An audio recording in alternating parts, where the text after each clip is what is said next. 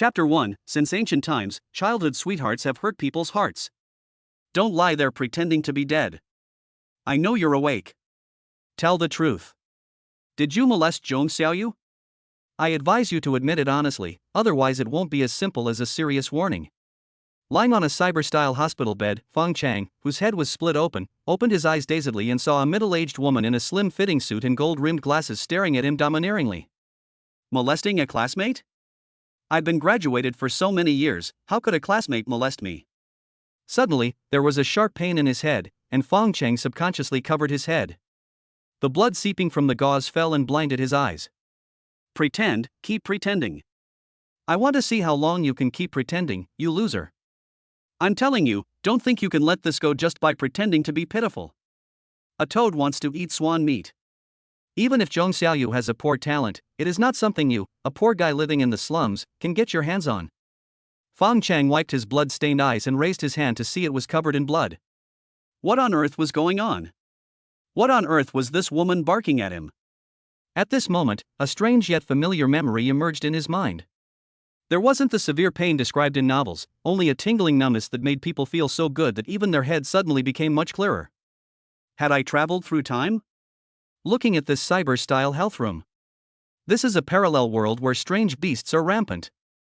500 years ago, Tianyuan came into the world, and a large number of strange beasts and secret places appeared all over the world. Under the pollution of Tianyuan, due to the difference in chromosomes between men and women will automatically awaken their bestial abilities and transform into strange beasts after they turn 18. But as the murderous intent grows, they will eventually lose their humanity and become completely bestial. Men have a certain chance of awakening the ability to taming beasts. After making a contract with a woman, not only can they prevent the woman from completely transforming into a beast, but they can also help each other achieve success, unlock more abilities, and enhance each other's strength. Therefore, every country on the blue planet will hold a superpower awakening ceremony when its citizens reach the age of 18, using human intervention to allow boys to awaken this superpower. Initially it was motivated by humanitarianism to reduce the beastly transformation of women, but later it gradually evolved into a battle for national destiny. Here, the strength of a country mainly depends on how many powerful beast tamers and powerful female beasts it has. But what I'm saying now has nothing to do with Fang Cheng. Because anyone who can truly become a beastmaster must have a supernatural talent of at least sea level. According to development potential, superpowers are divided into 9 levels from F to SSS. The higher the level, the faster the growth rate. However, at yesterday's awakening ceremony, the original owner, a waste, only awakened the second to last E-level talent. As for the old woman in front of him, she was his class teacher named Zhu Guiying. She was not young anymore, but she liked to wear black stockings with exaggerated high heels. She dressed in any way that made her look seductive. She is obviously an old woman, but she always calls herself a queen. It's so disgusting. As for the Zhong Xiaoyu she mentioned, she was a classmate of hers. She was as tall as a dwarf, had big buck teeth, and couldn't even cover her lips. She was exposed to the wind and sun all year round and looked like a plow. If you say she is excellent at all, except that her father is a school director and her F-level beast transformation talent is even more useless than the original owner. During the first self-study class in the afternoon, Zhong Xiaoyu suddenly ran in from outside and told the original owner that the teacher wanted to see her. The original owner didn't think much about it and went to the teacher's office with Zhong Xiaoyu.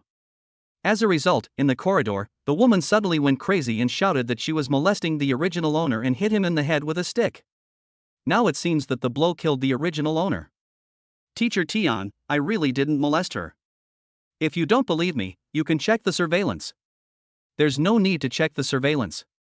I believe Zhong Xiaoyu will never wrongly accuse you. You'd better admit it quickly. Tian Guiying pushed her gold-rimmed glasses and said with disgust. How can I admit to something I didn't do? Fong Cheng also got angry. Zhu Guiying was stunned for a moment. This loser would become timid when he was scared before, so why did he become so tough today? At this moment, she felt her authority was challenged. She stood up and shouted, "What's your attitude? With your attitude and the fact that you molested a female classmate, I can expel you. Of course, a loser like you, even if you stay in school, other than lowering our school's admission rate, what use can you have?" Fong Cheng said in the same annoyed tone, "I can't possibly admit to something I didn't do. Either you check the surveillance footage and convict me, or you get out of here. You, okay, you don't have to come to school tomorrow. Get up and get out of here. You're expelled. Yuqing slums. What's going on with Xiaoqi's mom? Why are officials coming to your house? Did your man do something wrong again? Honestly, please don't get anyone involved. At this time, Xiaoqi's mother, Tian Chunrao, suddenly said proudly, "You bunch of poor damn bastards, if you can't speak, then shut up. I'm not afraid to tell you the truth, my daughter is going to participate in contract training, and the officials came specially to give her combat uniforms." Just blow Xiaoqi's mother. I'm bragging? I'm not afraid to tell you the truth, my daughter's talent rating this time is S level. She's about to soar to the top and become a phoenix. Is it true that Xiaoqi has such a high talent? Hey, Nyoair's dad, look at what this is? She slapped a brand new combat uniform in front of everyone, the authorities even sent my daughter a combat uniform. How could this be fake? It really is a combat uniform. Look at my foul mouth. Congratulations to Xiaoqi's mother. When Fang Cheng returned to the slums, neighbors were gathered in front of Su Yaqi's house to congratulate her. She is also the childhood sweetheart of the original owner, a very beautiful girl, especially her voice is very pleasant. Ever since she could remember, the original owner and she had been going to school together, going home together, and had always been classmates. However, the other person was about to become a phoenix, while she had become a drowned dog. When passing by Su Yaqi's house, Fong Cheng stopped. Since he inherited everything from the original owner, it was reasonable for him to go and congratulate her. Congratulations, Xiaoqi. Su Yaqi, who was enjoying everyone's flattery, was suddenly stunned. Why are you here? Fang Cheng was about to say that he was expelled from school, but suddenly he noticed that Su Yaqi's eyes looked like a thief, and something was not right. So when the words were on the tip of his tongue, he suddenly changed his tone and said, "You seem surprised to see me?" Nothing. I mean, you have classes today, why did you come home so suddenly? No, isn't she my childhood sweetheart? The bandage on my head is still bleeding, and she doesn't ask about my injury, but instead cares about why I came home so suddenly. Fang Cheng carefully recalled the original owner's memory, and with his own perspective, he soon discovered that the so-called childhood sweetheart in front of him turned out to be a bitchy green tea girl. Before the talent test, she had been using all kinds of sweet words to keep the original owner hanging, asking her to be her follower, and even asking the original owner to prepare sanitary napkins for her every month. She was simply a free servant kept by her side. What's infuriating is that while this woman was keeping the original owner hanging, she was also flirting with some rich second generations in the school. The original owner was jealous, so she poohed the original owner, saying that the original owner was stingy and narrow-minded. She felt very disappointed with such a man. As a result, the original owner, that silly boy, actually believed it and was determined to be an open-minded person.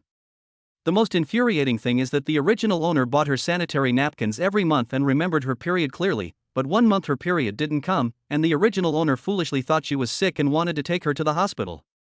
The result is predictable. How could she possibly go?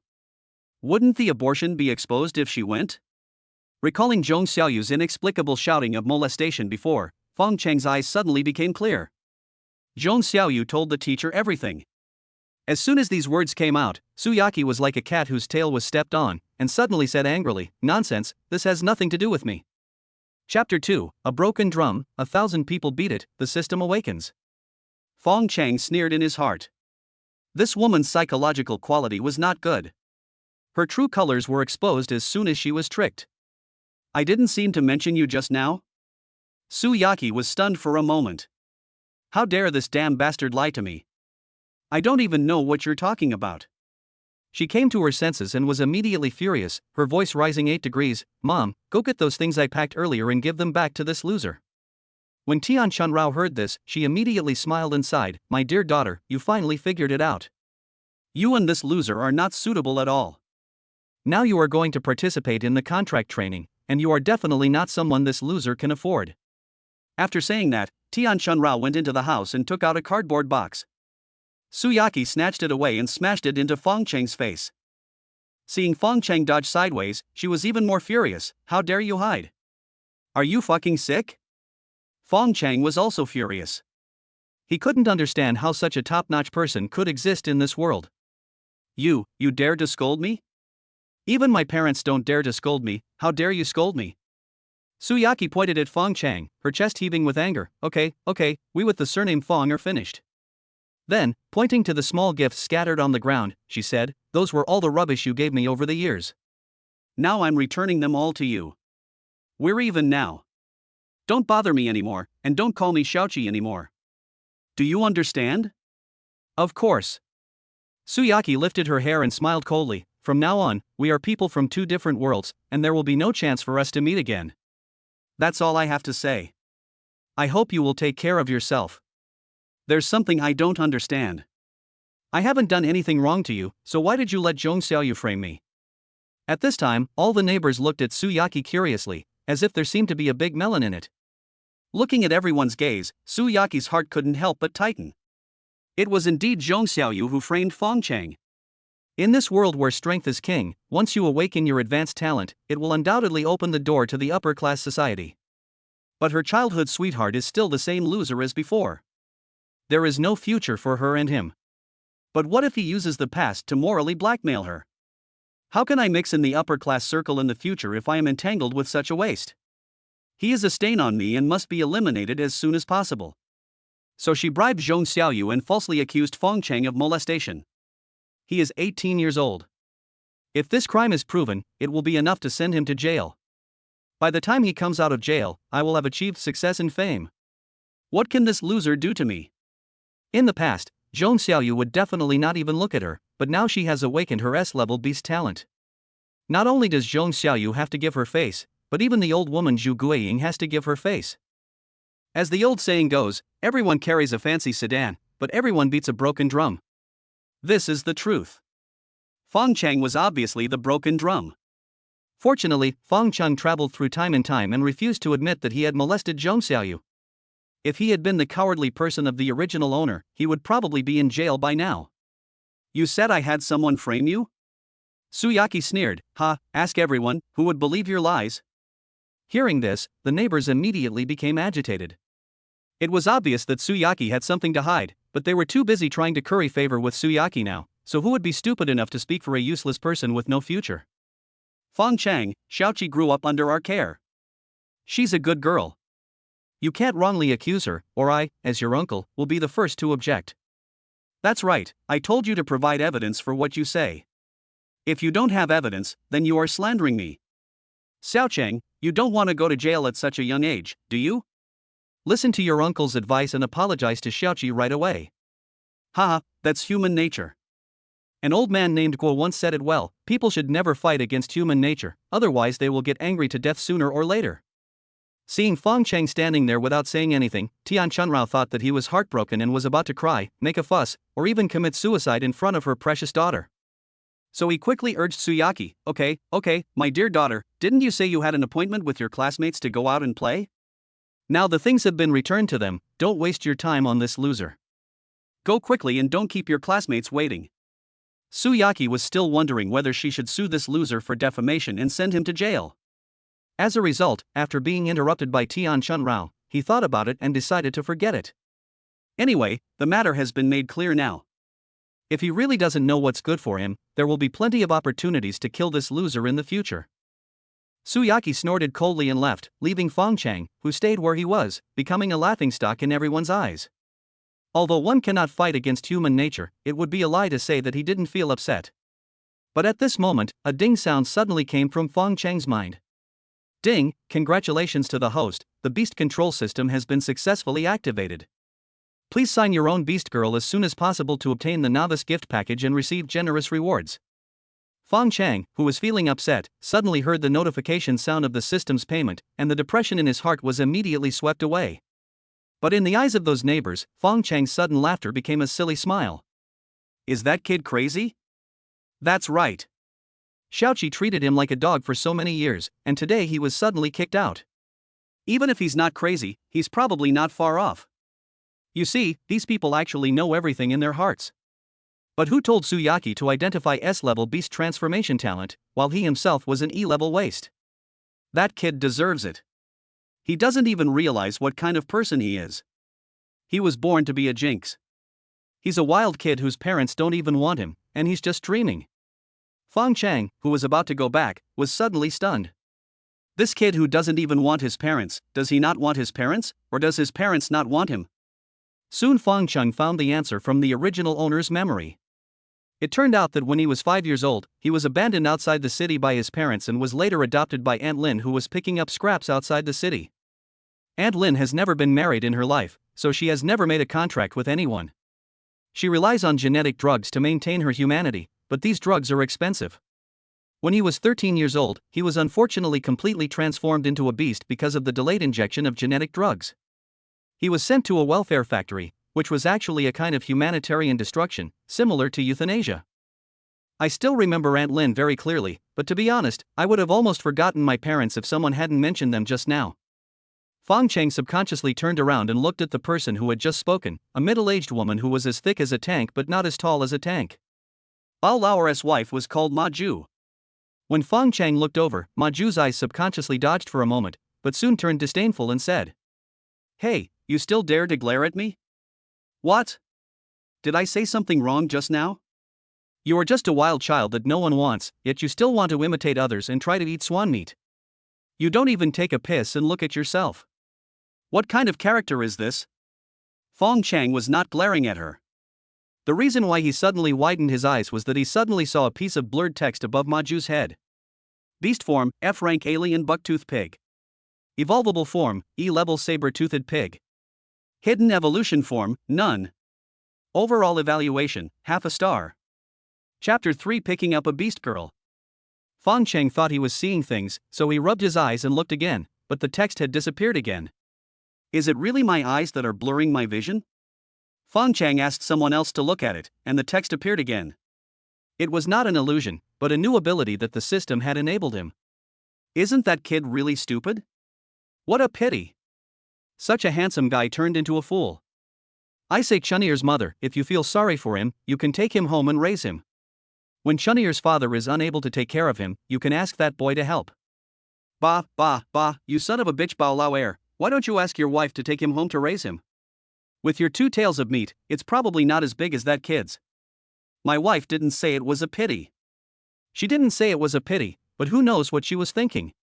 Besides, what I mean by pity is that when Xiaoqi returns home with wealth and glory, that idiot boy will probably still be stupid enough to flatter her. He has no sense of shame at all.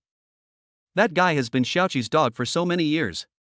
If he still had some self-respect, would he have been Xiaoqi's dog for so many years? Fong Cheng was too lazy to pay attention to the barking of dogs. After figuring out his new ability, he turned around and went back home. He looked at himself in the mirror. Although the original owner was a loser, this appearance was really handsome. He is 1.83 meters tall and his looks are impeccable. Even without the awakening system, his looks alone are enough to make the young ladies send him rockets when he goes live. Strength, 7 normal adult 20. Agility, 8 normal adult 20. Spirit, 17 normal adult 20. Physical strength, 5 normal adult 20. Life countdown, days. I am 18 years old this year, and I can probably live to over 60. In this world where anyone can live to be 100, why can I only live to over 60? In addition, Fong Cheng also saw 2 skills, which should be given by the system.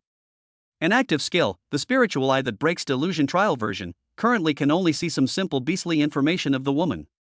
The other is the passive skill ultimate contract, which can 100% prohibit your contracted beast girl from devouring her master and will never betray her.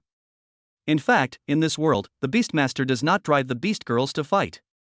The Beastmaster himself is also a warrior with great strength. He is a partner who fights side by side with the beast girl.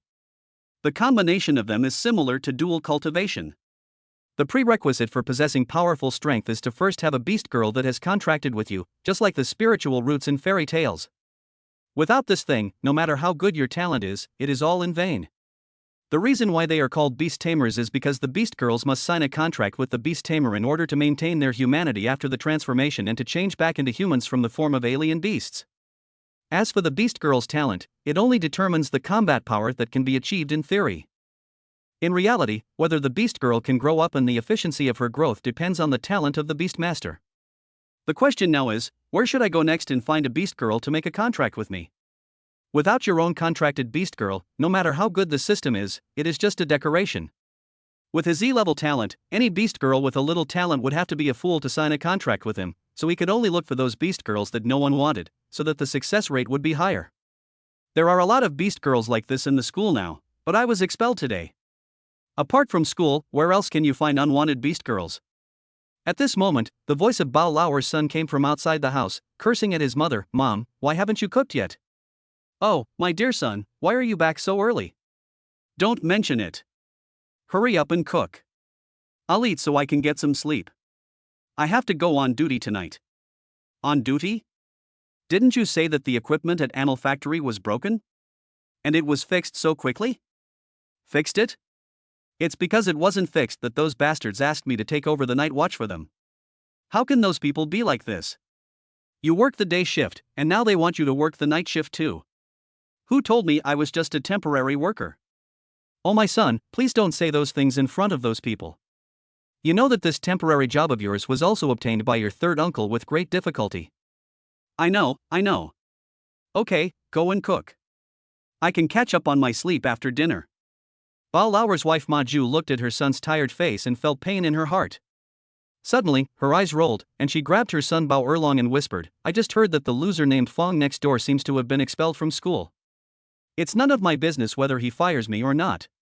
He's been expelled, so he's no longer a student and can't receive official compensation. He'll be out of food next month, no, to be more precise, the day after tomorrow. Let's give him a meal and have him keep watch for you. Do you think he'll do it? Bao Erlong thought about it for a moment, then smiled and said, that's a good idea. Why didn't you say so earlier? When Fong Cheng heard the two people's whispers, he suddenly sat up from the bed in shock. Anil factory, why didn't I think of it? What that place has the most is beast girls. Although they have lost their humanity, they have an ultimate contract, so there is no need to worry that they will devour their masters. As long as you can complete the contract, you will get the system's big gift package. After a while, Bao Erlong came knocking on the door. Although he looked like he was asking for alms, Fong Cheng gladly accepted his proposal. Then let me put it this way. I'll take you on the first half of the night, and the second half will be up to you. No problem, brother. I'll go with you tonight. In the evening, Bao Lauer brought Fong Cheng to Anil factory, took him on a tour, told him the places to punch in and the patrol time, and then handed his card to Fong Cheng. They had agreed to leave in the second half of the night, but when they saw that Fong Cheng had completed the patrol without any problems, they immediately slipped away. After walking around, Fong Cheng found that he had come to the right place. The Anil factory is like a crematorium. According to the regulations of the Anil factory, these beast girls who have been completely transformed into beasts will be humanely destroyed every day. However, because the equipment for humane destruction broke down and has never been repaired, one can imagine how many beast girls are now piled up in the Anil factory. Seeing so many beast girls, Fong Cheng's requirements became higher. He wanted to pick a good one. Beast form, F rank alien beast iron claw rat. Evolvable form, D level alien beast steel claw rat. Hidden evolution form, none. Evolutionary talent, 1.5 stars. Fong Cheng looked through the cages one by one. He had already foreseen that the beast girls here were not very talented. After all, those who were sent here do not have beast masters, otherwise they would not have lost their humanity and turned into beasts before they had time to inject the genetic drug. Fortunately, there are enough of them, so the chances of finding a bargain are high. In the blink of an eye, the night was almost over, and there were not many beast girls left in the Anil factory, but still no beast girl with a hidden evolved form was found. Fong Cheng has already made up his mind. If he really can't find one, he will just pick the taller one among the short ones. In short, he will complete the system's task first, and then change to the female beast when his strength improves. Beast form, F rank exotic beast flower horn deer. Evolvable form, E level sickle deer. Hidden evolution, X level abyssal giant spirit wood spirit. Evolutionary talent, 10 stars. Chapter 4, School Beauty Mom Teacher Moo. Fong Cheng took a look and suddenly stepped back. Through the laser fence in front of him, he saw a snow-white sika deer in an ally cage. It was not big, just over 1 meter tall, but it showed its horns on its head towards him domineeringly, as if it would pounce on him and kill him if there was no laser fence blocking it. Fong Cheng looked again and again. It was indeed the X-level Tianyuan giant spirit with a hidden evolutionary form. It had an overall rating of 10 stars. That's it. Who says there are no leaks? If you really can't find any, it's because the base is not big enough. Suddenly, a flower-horned deer rushed over. Fong Cheng grabbed its antlers and fastened them to the fence. Then he cut a hole in its antlers with his thumb and put a drop of blood on its forehead. Ding, congratulations to the host for obtaining his first beast girl. The novice gift package has been sent to the system space. Please check it carefully. Before Fong Cheng could feel happy, he saw a ball of white starlight rising from the horned deer in the cage and gradually turning into a human shape. Can the beast girl regain her humanity after the contract? Why isn't this in the textbooks? Besides, if this were the only way to restore their humanity, would they really need to be sent to a rehabilitation center for humane destruction? After much thought, the only possibility is his passive skill, the ultimate contract.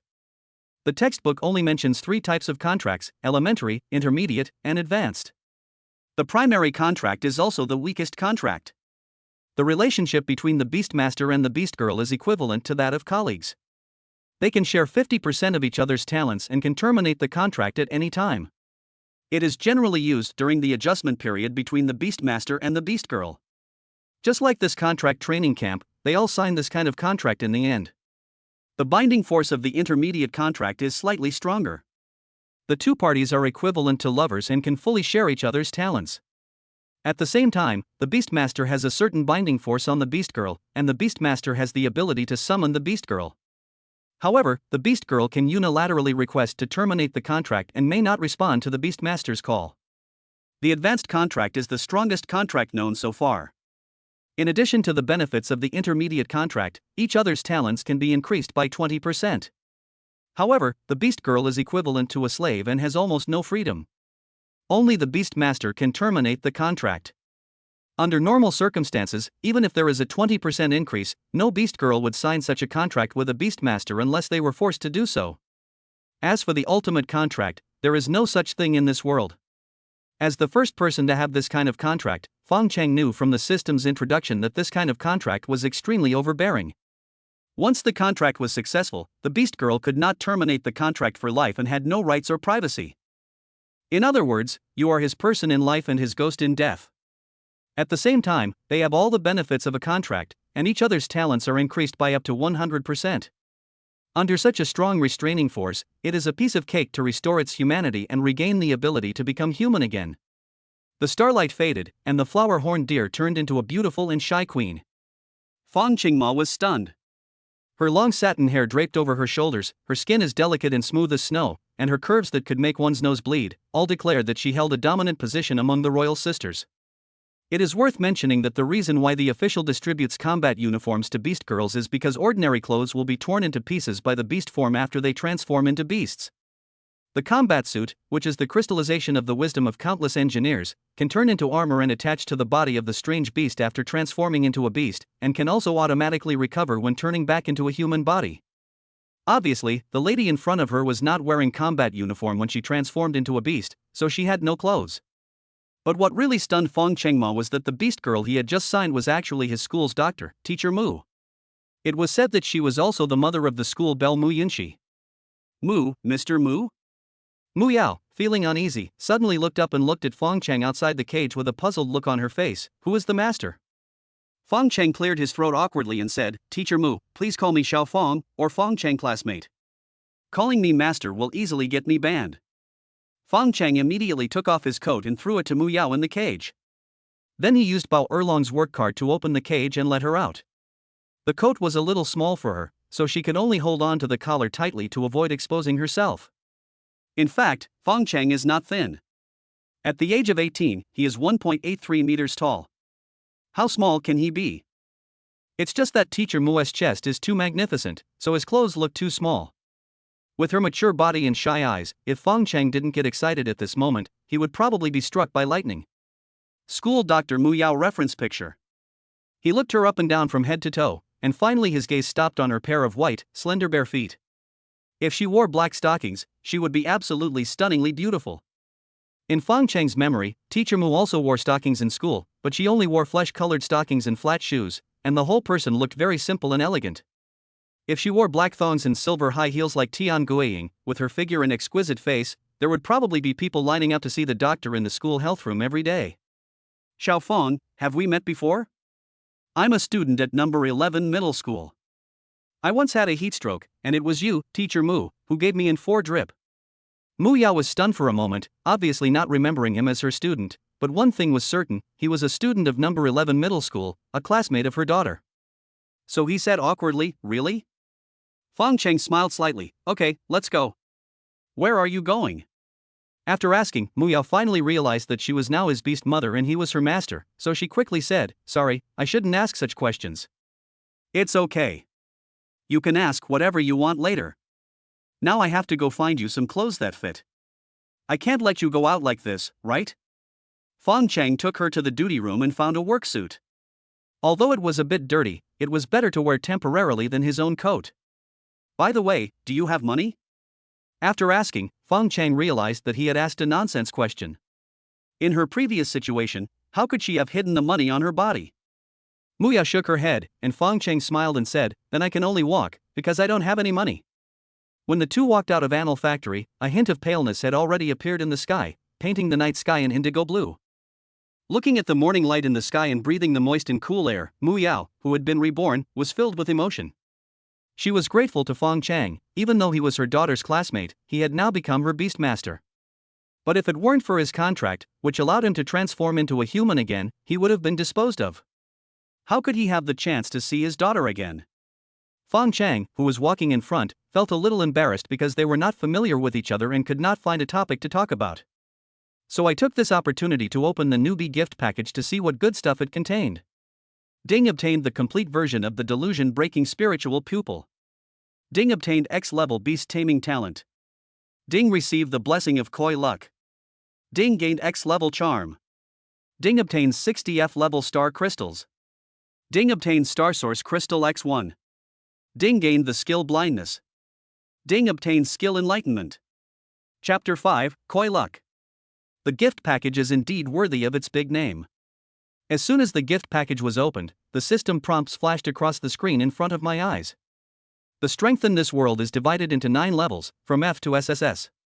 If Beastmasters and Beastgirls want to increase their levels, they don't rely on practice but on a kind of star crystals that explode from strange beasts. As for the Star Source Crystal, it is a necessary item for the evolution of Beastgirls. It usually appears in fragments, and only the big boss in the secret realm above level B has a certain chance of exploding a fragment, and then 30 fragments are used to synthesize a crystal. I didn't expect the system to give me one directly. As for the skill of blindness, it has only one function, which is to conceal the Beast Girl's true identity. I have to say that this system is very considerate. You know, Mu Yao's hidden evolutionary form is the X-level Tianyuan giant spirit wood spirit. Taking it out when your strength is low is just courting death, isn't it? Now she has the skill of blindness to conceal her true identity, so she doesn't have to worry about being noticed. The enlightenment skill is a passive skill that can activate the hidden bloodline in the body and unlock the hidden evolutionary form through interaction with the Beast Girl. There is also the spiritual eye that can break illusions. Now it has been upgraded to the complete version. I don't know how it is different from the previous trial version, so Fong Cheng turned around and looked at Mu Yao. Beast Mother, Mu Yao. Owner, Fong Cheng. Age, 36. Strength level, F. Strength, 17, Agility, 18, Spirit, 27, Stamina, 15.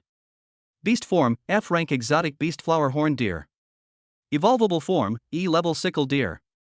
Hidden evolution, X level abyssal giant spirit wood spirit. Evolutionary talent, 10 stars. Skill, none. Favorability, 80. Taming value, 0 until the taming value reaches 100. The Beastmaster cannot evolve the Beast Girl. Life countdown, days. I used to think that Teacher Mu was well maintained, after all, Mu Yunxi is so big now. I didn't expect that when I saw her today, she was only 36 years old. Doesn't that mean that she had Mu Yunxi when she was 18 years old? As for the fact that her life countdown was the same as his, Fong Cheng was not surprised at all. Under the constraints of the ultimate contract, how long she could live depended entirely on how long I lived. If something happened to her, she could only blame herself for her bad luck. There is also the taming value, which is not unique to the ultimate contract, but the eye of breaking delusion has made it concrete. In this world, the role of the Beastmaster is not only to protect the Beast Girls from being completely transformed into beasts, but the evolution of the Beast Girls also depends on the Beastmaster. The Beastmaster's taming value of the Beast Girl is a prerequisite for whether the Beast Girl can evolve. If the taming value is not high enough, even if there is a Star Source Crystal, it will be useless. It is worth mentioning that the primary contract cannot increase the domestication value, only the intermediate and higher contracts can do so. What Fong Cheng finds a bit tricky now is how to increase Mu Yao's domestication value. The answer in the textbook is to have an in-depth communication with the Beast Girl, which is also the only known way at present. His passive skill enlightenment also plays a role in this process. But the problem is that I am not familiar with her now, and her relationship with the school belle Mu Yunxi is unusual, so I can't bring myself to do anything to her. Do I really have to force her? What's wrong, Xiaofeng? Fang Cheng, distracted, almost bumped into Mu Yao, who was walking with her head down. Teacher Mu, you are so beautiful. Mu Yao blushed at Fong Cheng's praise. She didn't even think about whether he had any evil intentions towards her behind his praise. How can the child still be beautiful when he is that old? Everything I said is true. Whether it's her figure or her looks, she can definitely beat all the celebrities and models on the internet. Mu Yao subconsciously touched her cheek and felt a little hot. Facing Fong Cheng's compliments, she was happy. Which woman doesn't like compliments from the opposite sex? Especially when it's a handsome and very attractive boy praising her. However, under the constraints of the ultimate contract, she had not yet adapted to her current identity and did not know how to answer, so the conversation between the two of them came to an end. Ha? What's that? Fong Cheng was embarrassed. As soon as he looked away, he saw a ray of light in the grass by the roadside. When I walked over and took a look, it turned out to be a bracelet. The bracelets in this world are equivalent to mobile phones in the previous life. The more advanced bracelets even have storage functions. This looks like an S-level bracelet. Mu Yao said, but she couldn't understand. Once the bracelet was put on, it needed a fingerprint or password to unlock it. The chance of it falling off was very small. Who would lose their bracelet? Fong Cheng ignored all that and walked over to pick up the bracelet. The identity authentication interface popped up and he found the password authentication. Teacher Mu, how much do you think this secret should be? This.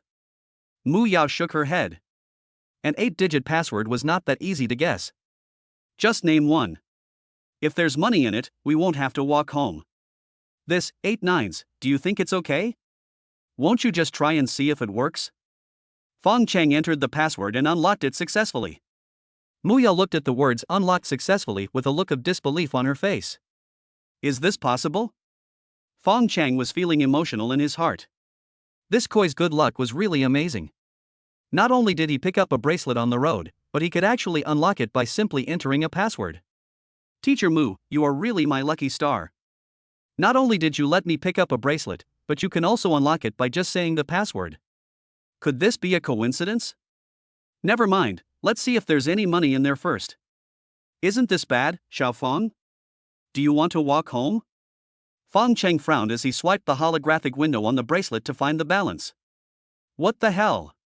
It's an S-level bracelet, but the balance is only 3,000 yuan. Fong Cheng's frustrated look made Mu Yao feel a little amused. Xiaofeng's S-level bracelet has a storage space. Yes, how could I forget this? Fong Cheng's hope suddenly rekindled. Opening the storage space, there was an E-level longsword and a crystal card recording E-level martial arts, and the rest were some trophies from killing strange beasts. Teacher Mu, can you help me see how much these things are worth? The market price of an E-class sword is around 120,000. E-level martial arts are worth around 80,000. As for these spoils, they are all items dropped by F-level monsters. Although they are not very valuable, they should be able to sell for 200,000. 200,000? Teacher Mu, does that count as me becoming rich overnight? In Fong Cheng's memory, the people in the slums were lucky to have a surplus a year, and having a deposit of 200,000 yuan was simply unthinkable. But for a beast master, it might just be a matter of the next dungeon. Xiaofeng, the owner of this bracelet should be an E-level beastmaster. Aren't you afraid that he will cause trouble for you? What are you afraid of? This bracelet is obviously new. I just checked it and it hasn't been linked to my identity yet. As long as I complete the identity linking now, who would dare to say that this bracelet isn't mine? Mu Yao thought about it and it seemed to be true. This little master of hers was so lucky. Fong Cheng looked towards the breakfast shop that had just opened on the roadside, shook his bracelet and said with a smile, "Come on, Teacher Mu, I'll treat you to breakfast." Mu Yao's combat uniform reference picture. Chapter 6 School Beauty Mu Yunxi. At the same time, in the Suiyuan community of Yuqing, the school beauty Mu Yunxi wiped the tears from the corners of her eyes in front of her mother's portrait, changed into a shiny tight combat uniform, and walked out without hesitation. I wouldn't say her looks are the best, but even without makeup, she is enough to outdo all the beautiful female anchors on the internet. But her luck was not very good. She was abandoned by her scumbag father while she was still in the womb, and she had to depend on her mother Mu Yao since childhood. 3 days ago, my mother was sent to a welfare facility because she failed to receive the genetic drug injection in time and was completely transformed into a beast. The euthanasia plant is actually a crematorium, a place where residents who have been completely transformed into beasts are euthanized. Over the years, if my mother hadn't bought the Star Source pill to improve her talent, she wouldn't have taken on a loan, wouldn't have been too late to inject the genetic drug, and wouldn't have been completely transformed into a beast and sent to the animal factory. Even though he had taken the Star Source pill, his talent was only at level D in yesterday's talent assessment, which just barely reached the passing line. I went to attend the training camp today. The school belle who was not to be desecrated in the past has now become a waste. Those who once envied her beauty would be surprised if they didn't take this opportunity to avenge themselves today. But Mu Yunxi no longer cared. Although she only had a D-level talent, it was obtained at the cost of her mother's life. She must not let her mother down. 18 anti-gravity buses were parked at the assembly point in front of the school. As far as the technology of this world is concerned, it is at least 200 years ahead of Fong Cheng's previous life. Mu Yunxi arrived here early and found an inconspicuous corner in the car to sit down. She thought that this would avoid attracting other people's attention, but it turned out that she was overthinking it. Mu Yunxi reference picture. Hey, isn't that our school's belle, Mu Yunxi? A mere D-rank loser actually has the nerve to come and snatch a seat. Su Yaqi saw her from 2 streets away. The reason why Su Yaqi had such good eyesight was that after awakening her beast transformation ability, her attributes in all aspects were improved. Secondly, her jealousy towards Mu Yunxi made her extremely sensitive to her, to the point where she would recognize her even if she turned into ashes. So just as Mu Yunxi got into the car, Su Yaqi rushed up with her new best friend. Although Su Yaqi is beautiful, she was born in a slum and could not get into the core circle of the school. But now it's different. Her talent is assessed to be S-level, which is rare among the 16 high schools in Yuqing. In the past, she had tried her best to break into a circle, but now people in the circle have taken the initiative to extend an olive branch to her, such as her 2 new best friends. Mu Yunxi pretended not to hear Su Yaqi's words and continued looking at the scenery outside the window. Still pretending to be noble here? You're just a D-level loser. Do you really think you're a fairy? Why are you pretending? Lu Shui is right. She's just a piece of trash. Why would you care about her, Chi-Chi? At this moment, the carriage suddenly became quiet. Mu Yunxi subconsciously glanced over here. It turned out that the school's most handsome boy, Shinta Jun, got on the car, which made all the women crazy about him. Before his superpowers awakened, Shinta Jun was already a top student. Now he has even awakened an S-level talent for beast taming.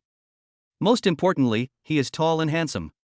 He likes to invite his classmates to have parties in his villa whenever he has nothing to do. Su Yaqi was fortunate enough to be dragged to a pool party by her good sister as a scapegoat. Because she was pretty, she also had an in-depth exchange with Shinta Jun. Later her aunt disappeared.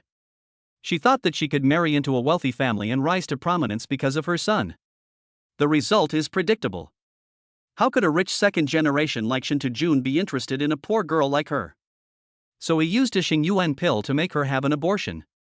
The person Shinta Jun likes has always been Mu Yunxi, but Mu Yunxi has always kept her distance from scumbags like him. He doesn't want to offend you, a rich second generation who brings harm to his family, nor does he look down on him, a scumbag who relies on his family's few dirty dollars to harm girls everywhere. But the situation is different now. Mu Yunxi's beast transformation talent has only reached the D level. Such a talent basically has no future. Whether it is going to the dungeon's secret realm or forming a team to fight in the wild, she is just cannon fodder. If they go to the battlefield in the future, they will be cannon fodder among cannon fodder. Unless she can contract a good beastmaster, such as herself who has S-level beastmaster talent. Su Yaqi also saw the opportunity. She felt that Shinta Jun asked her to have an abortion because she was a poor woman living in a slum. But now it's different. I have S-level beast transformation talent, which is equivalent to an invitation to the upper-class society. I have already got it, and my life is destined to be extraordinary. In addition, since she has a look that is comparable to Mu Yunxi's, and she has had a close experience with Shinta Jun, he will definitely look at her differently. As expected, Shinta Jun looked at him the first time he got on the car and smiled at him. I remember you, you are the one called. Just as Shinta Jun frowned in thought, Su Yaqi quickly said, My name is Su Yaqi, you can call me Xiaoqi. Yes, Xiaoqi, after this training camp is over, I'll have a party at home, and you must come. While Shinta Jun was speaking, he was secretly observing Mu Yunxi's expression out of the corner of his eyes. The result disappointed him. Mu Yunxi didn't take his invitation to Su Yaqi to heart at all. Su Yaqi was so excited at this moment that she wanted to strike while the iron was hot and say a few more words to Shinta Jun, but when she looked up, Shinta Jun had already walked to the corner at the rear of the car. Seeing him go find Mu Yunxi, Su Yaqi was filled with hatred. She really couldn't understand what was so good about a D-level waist. Is it really like what others say, that what you can't get is the best? So that woman is really good at pretending, isn't she? She must be madly in love with him, but on the surface she always puts on a sour face towards Shin Tuesday. Isn't this just like hanging on to that loser Fong Cheng? If I had known earlier at the pool party, I would not have let Shintu succeed so easily, otherwise I would not be in such a passive situation now. Yunxi. Shinta Jun sat down next to Mu Yunxi and spoke gently.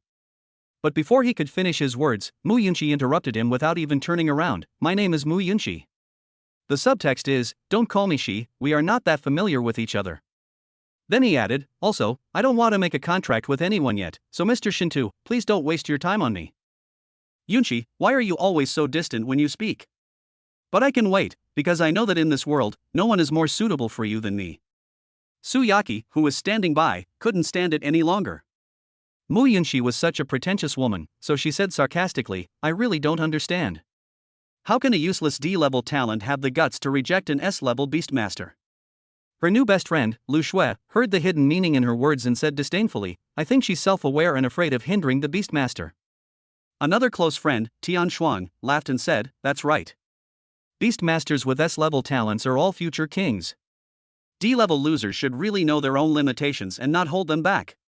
When Shinta Jun heard these words, he not only did not stop them, but he smiled slightly and reached out to grab Mu Yunxi's hand, as if to comfort her. In fact, he just wanted to take advantage of her, but Mu Yunxi dodged him calmly. Yunxi, although you have only awakened the D-level beast talent, I don't dislike you at all, really? As the saying goes, if you lack talent, you can make up for it with supernatural powers. As long as you sign a contract with me, with the resources of my Shinta family, I can definitely make your combat power reach S-level or above. After saying that, he grabbed Mu Yunxi's hand again. He had offered such tempting conditions, and he didn't believe that Mu Yunxi would not be tempted. As a result, this time Mu Yunxi just stood up and left.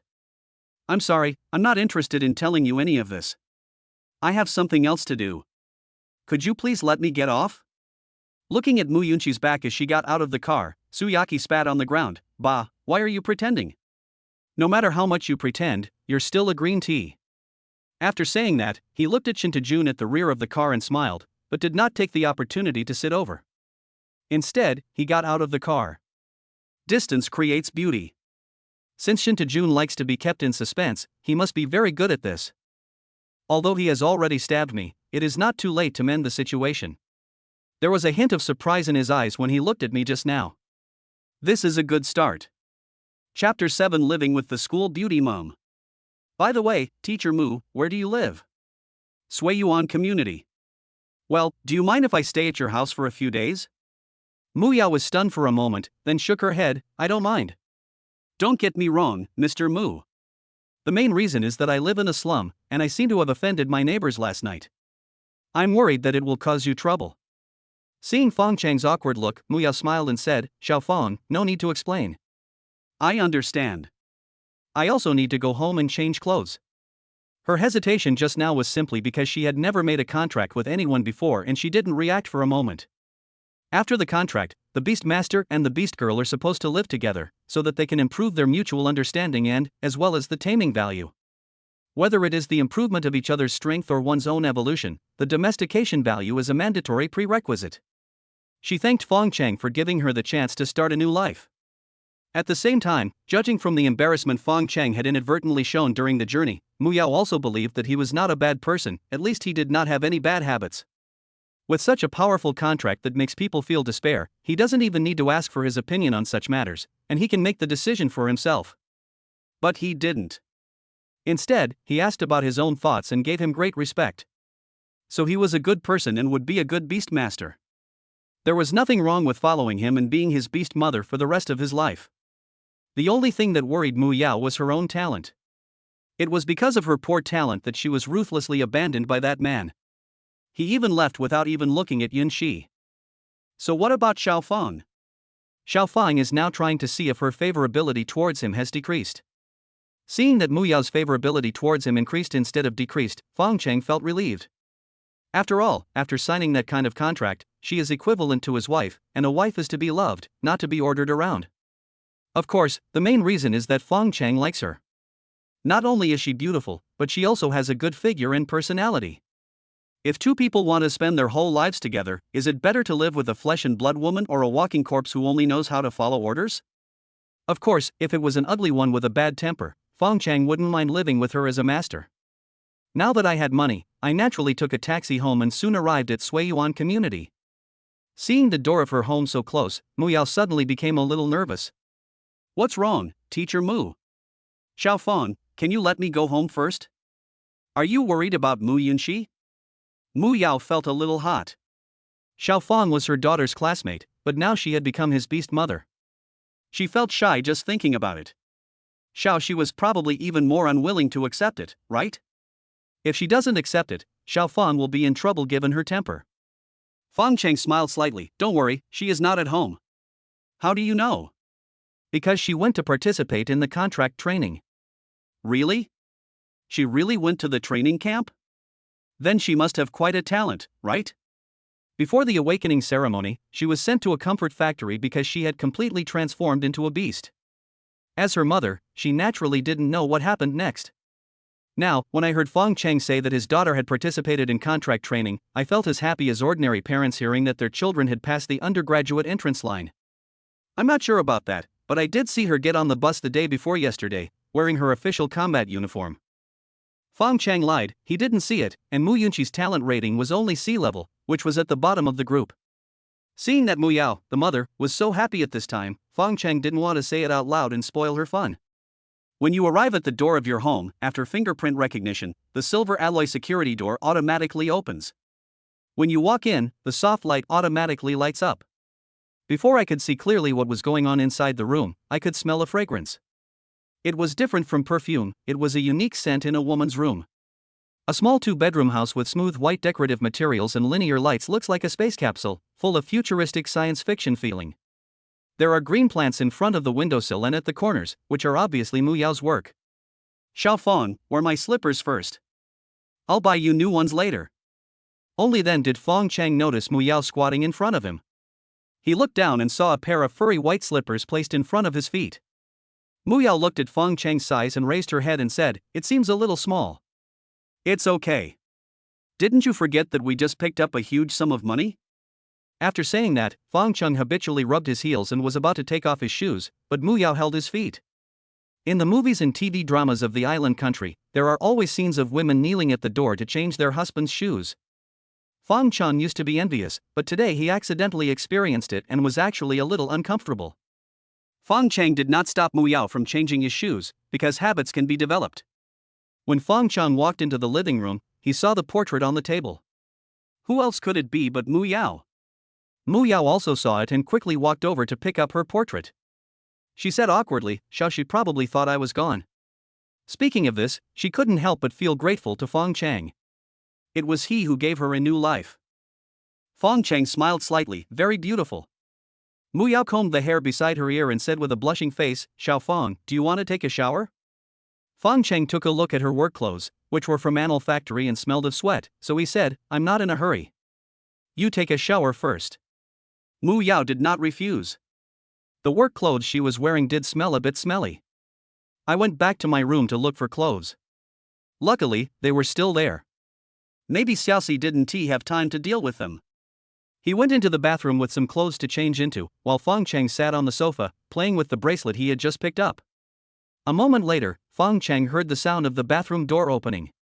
He subconsciously looked up and couldn't take his eyes off. Under the wet long hair was a white silk nightgown. The smooth fabric was shiny under the light, and the proud curves were even more clearly defined under the soft fabric. With smooth white bare feet walking on the shiny metal floor, Fong Cheng's eyesight was really sharp, and he saw the key point at a glance.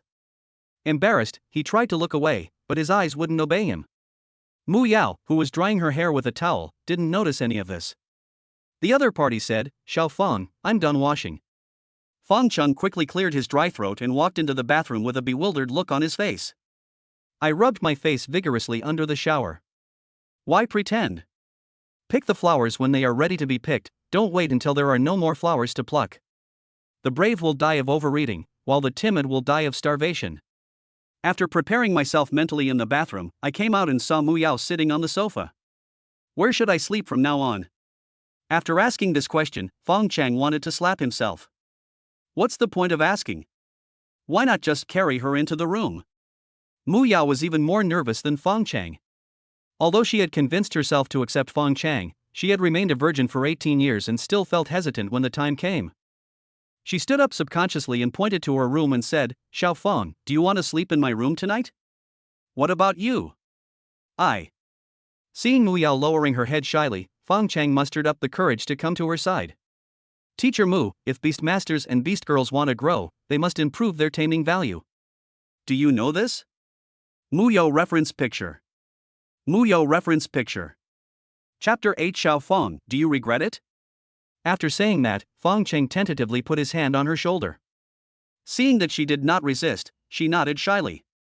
Fong Cheng immediately felt relieved and picked her up by the waist. Mu Yao screamed in surprise, her face full of shyness. Her heart was pounding, and she couldn't find a place to hide, so she had to bury her head in Fong Cheng's arms. At this moment, Fong Cheng was feeling very proud. I didn't expect that Teacher Mu, who has always been gentle and upright, has such a lovely side. I carried Teacher Mu into the bedroom and closed the door behind me. The sunlight poured in from the window, passed through the curtains fluttering in the breeze, and woke Fong Cheng from his dream.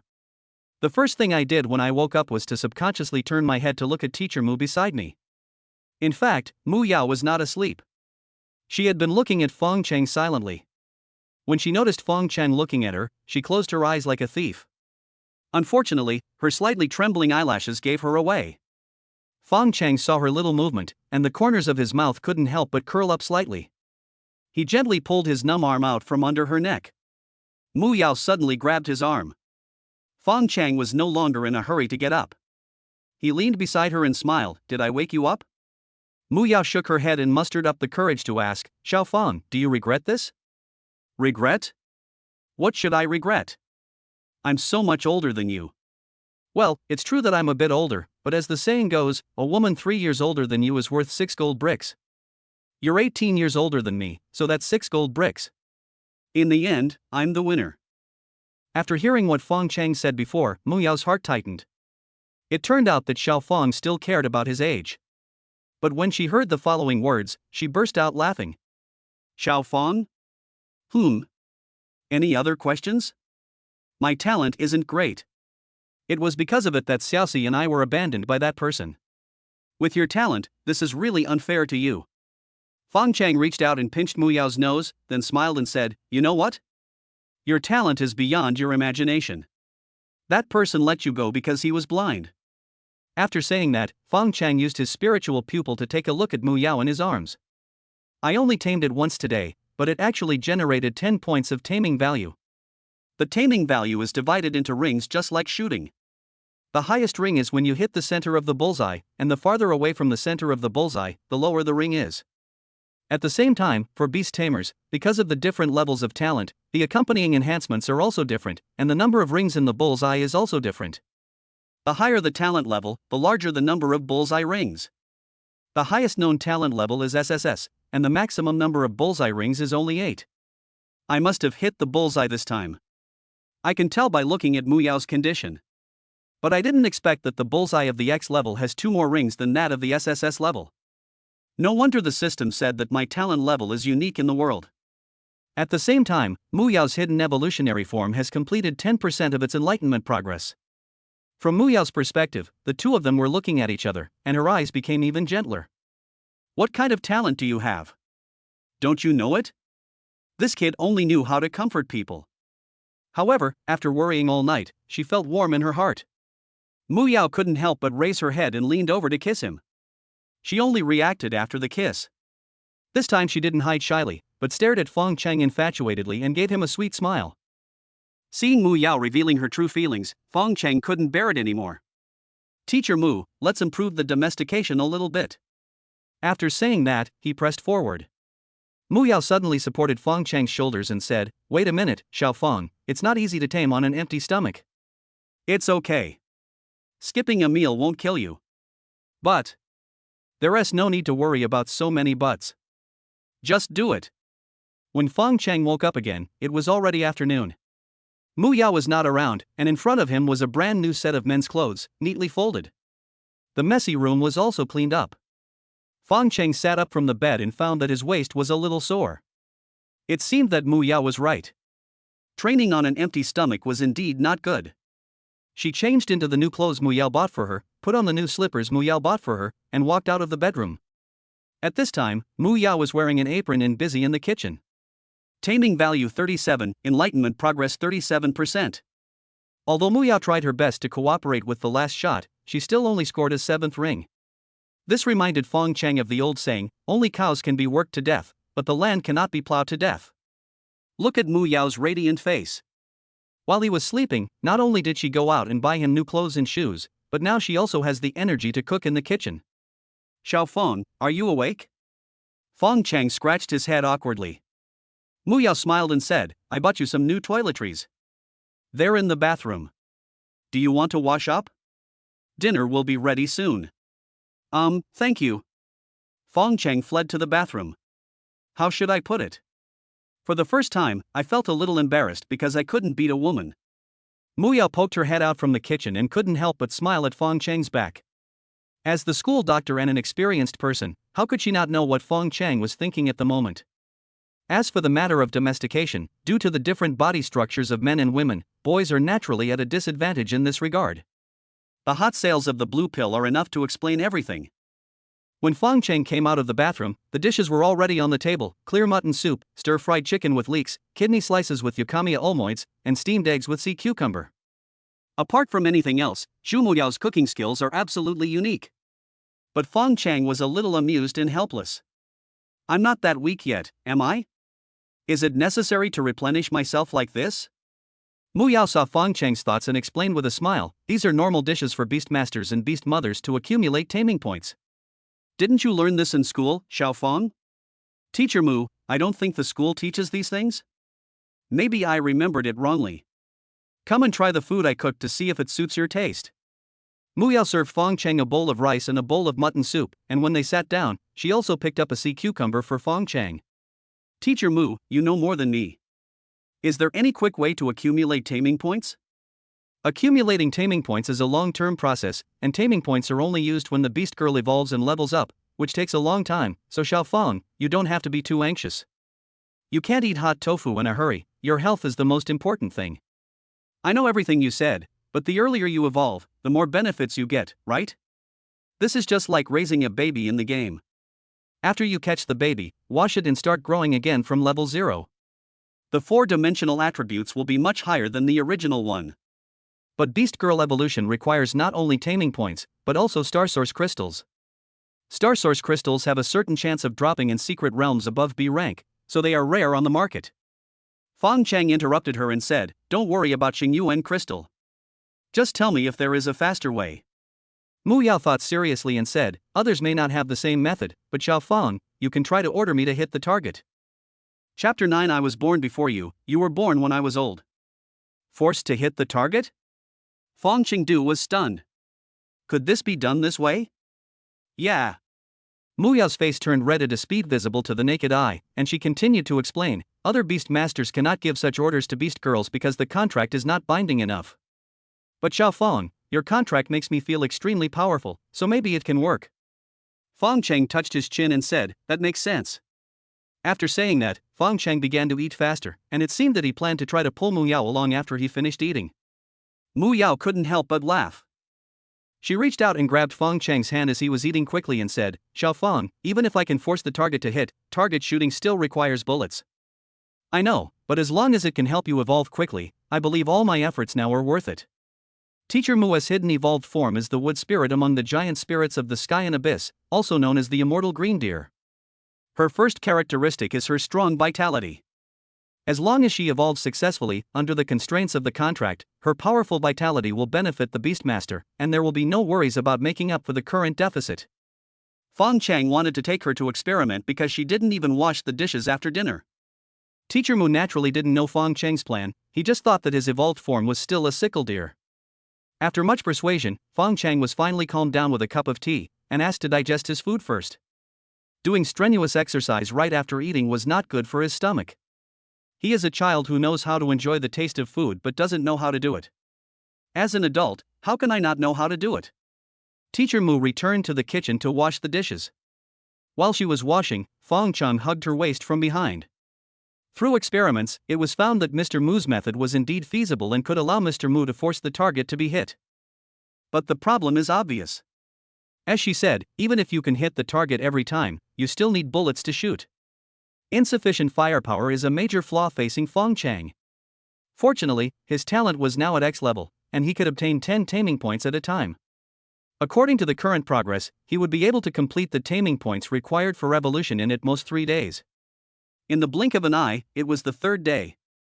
Under the guidance of Teacher Mu, Fong Cheng lived a very regular life during these 3 days. During the day, I practiced martial arts with her in the park, using the E-level martial arts book I picked up, called Crazy Sword Technique. With the blessing of X-level talent, Fong Cheng mastered the essentials of the swordsmanship after only 1 use, grasped the essence in 1 day, and achieved some success after 3 days. However, he hasn't taken the star crystal yet, so he can't unleash the power of the Crazy Sword Technique for the time being. That night, after completing the domestication, Fong Cheng forced himself to take out the Star Source Crystal despite his tired body. Now Mr. Mu's domestication value and enlightenment progress are sufficient. As long as he fuses the Star Source Crystal, he can complete the evolution. Is this the Star Source Crystal? Teacher Mu saw the Star Source Crystal in Fong Cheng's hand as soon as he opened his eyes. Didn't Xiao Fong say he'd always lived in the slums? How did he get this thing in his hand? Fuse it and evolve it, Teacher Mu. Isn't this a bit too fast? If the taming value is not enough, it will only waste this hard-earned Star Source Crystal. Xiao Fong, I know you are doing this for my own good, but haste makes waste in this kind of thing. Fong Cheng smiled and said, the taming value is enough, I promise. Except for Fong Cheng, the taming value is just a vague concept for everyone else. It is a kind of energy formed when yin and yang interact with each other. Whether it is the evolution of the beast girl or the upgrade of her strength in the future, this energy needs to be consumed. But no one knows the exact amount, because they can't see it and can only gamble based on experience and feeling. Fong Cheng is different. He has the spiritual pupil that can see through delusion. In his eyes, the taming value is just a string of numbers, just like he can see through things when gambling on stones. He doesn't need to gamble at all. But I still can't have it. Why? Xiao Fong, I know your talent. It's definitely not just E-level as others say. E-level talent is simply impossible. It's impossible to master E-level martial arts in 3 days without a teacher.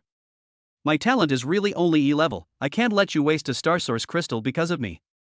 Fong Cheng felt warm at the thought, so he decided to tease her. If you don't want to evolve, then why have you been cooperating with me to accumulate taming points these past few days? Are you fulfilling your obligations? No, I cooperated with you because I like you. You may not believe me when I say this, after all, we have known each other for less than a week. I also admit that at the beginning, I was grateful to you.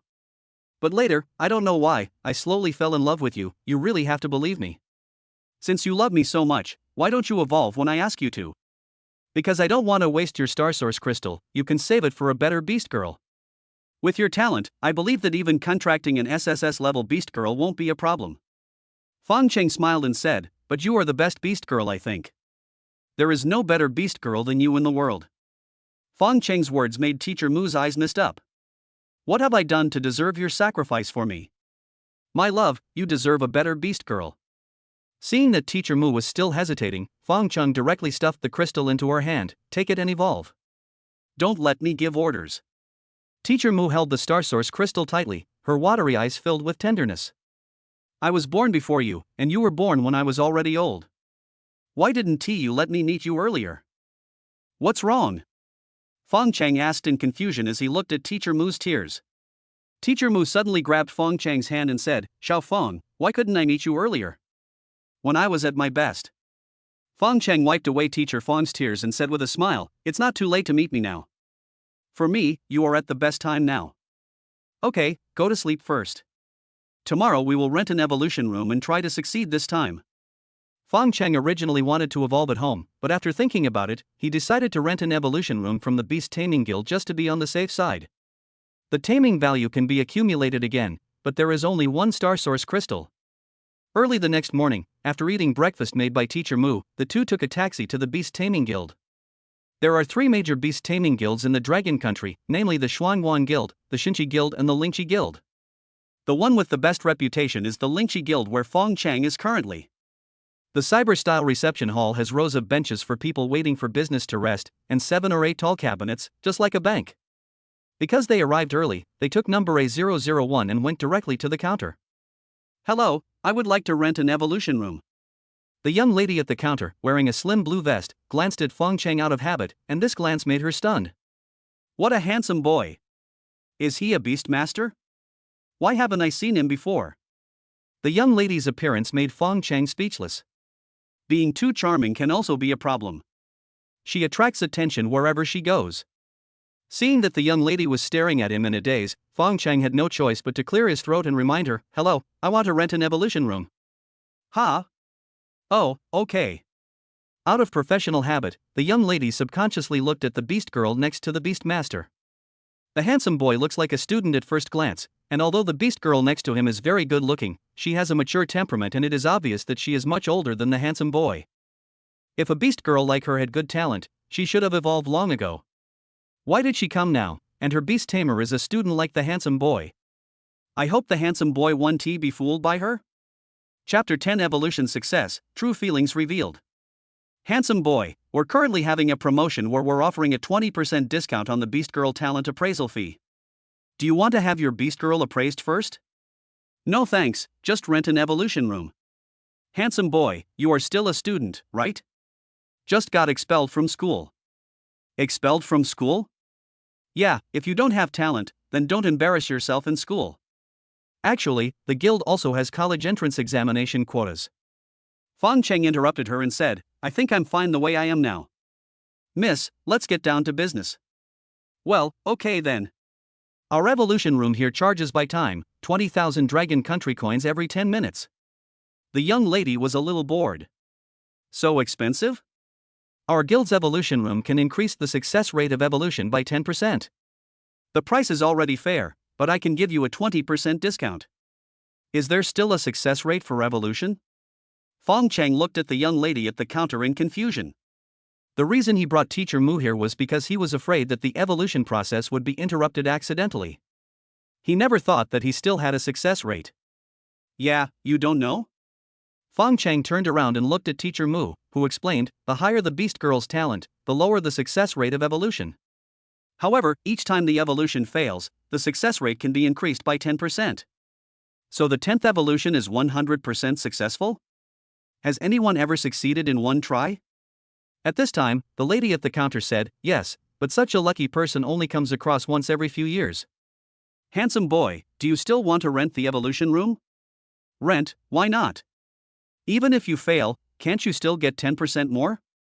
The young lady completed the formalities for Fong Cheng and handed him a room card. Good luck, handsome boy.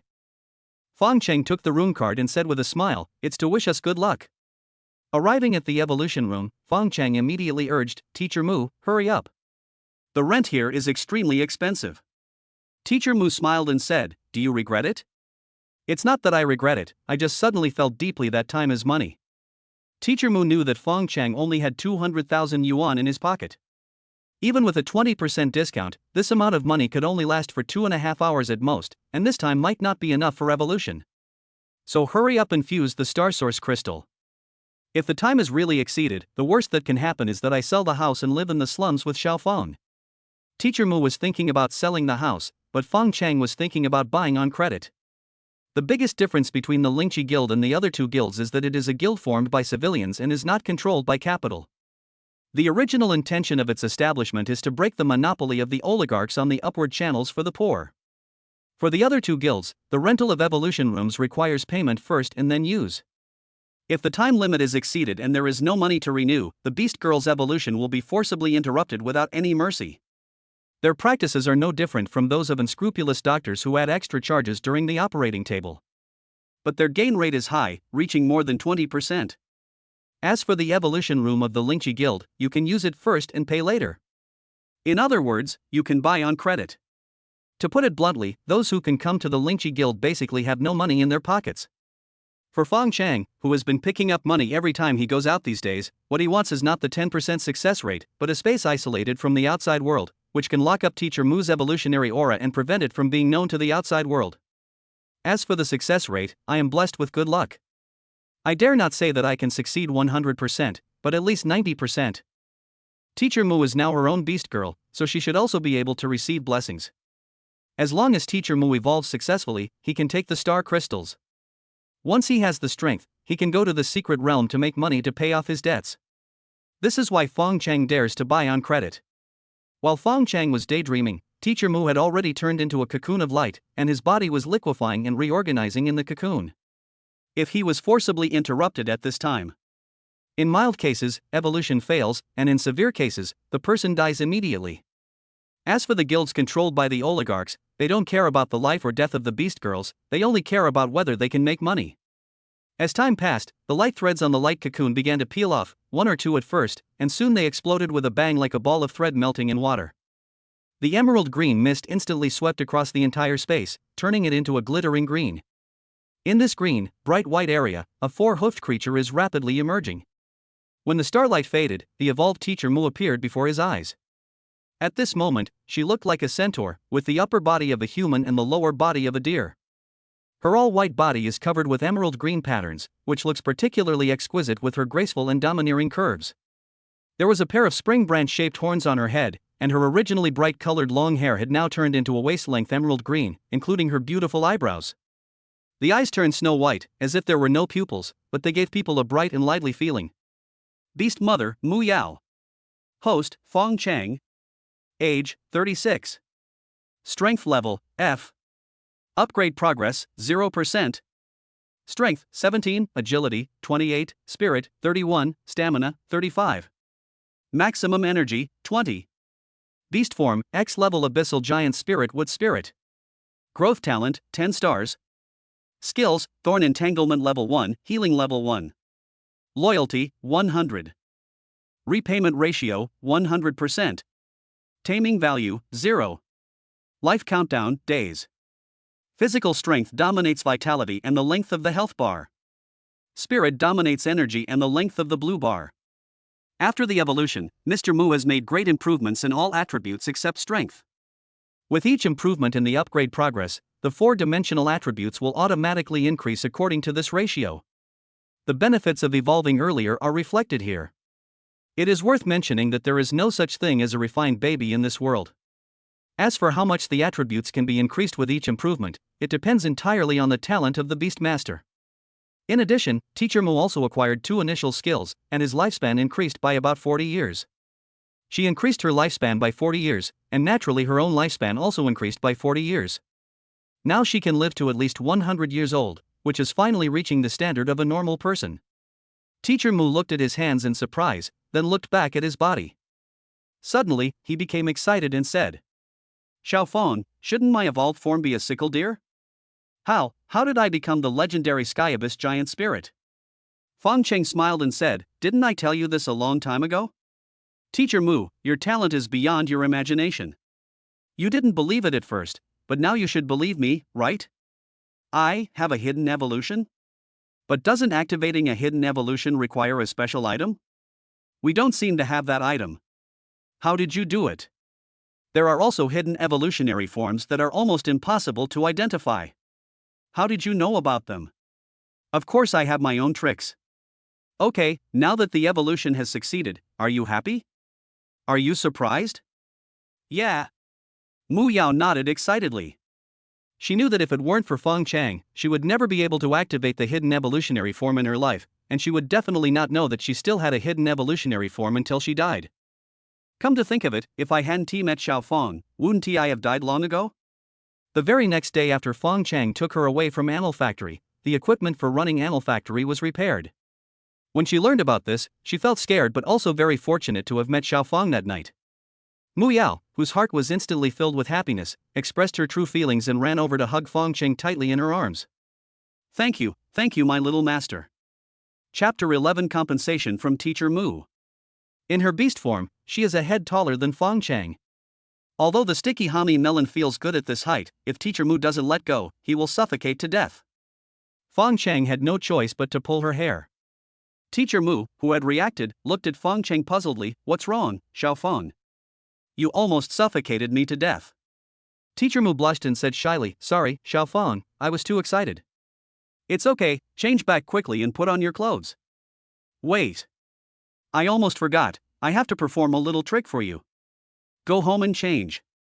Every minute you stay here costs an extra penny. It's too late to go home, so I can only stay here. After saying that, Fong Cheng stretched out his finger and touched Teacher Mu's brow. With the tip of his finger as the center, a circle of ripples quickly spread out. As the ripples spread across his body, Teacher Mu's appearance also changed, transforming into an A-level exotic beast, the thorn deer. Teacher Mu was surprised again and asked, What's going on?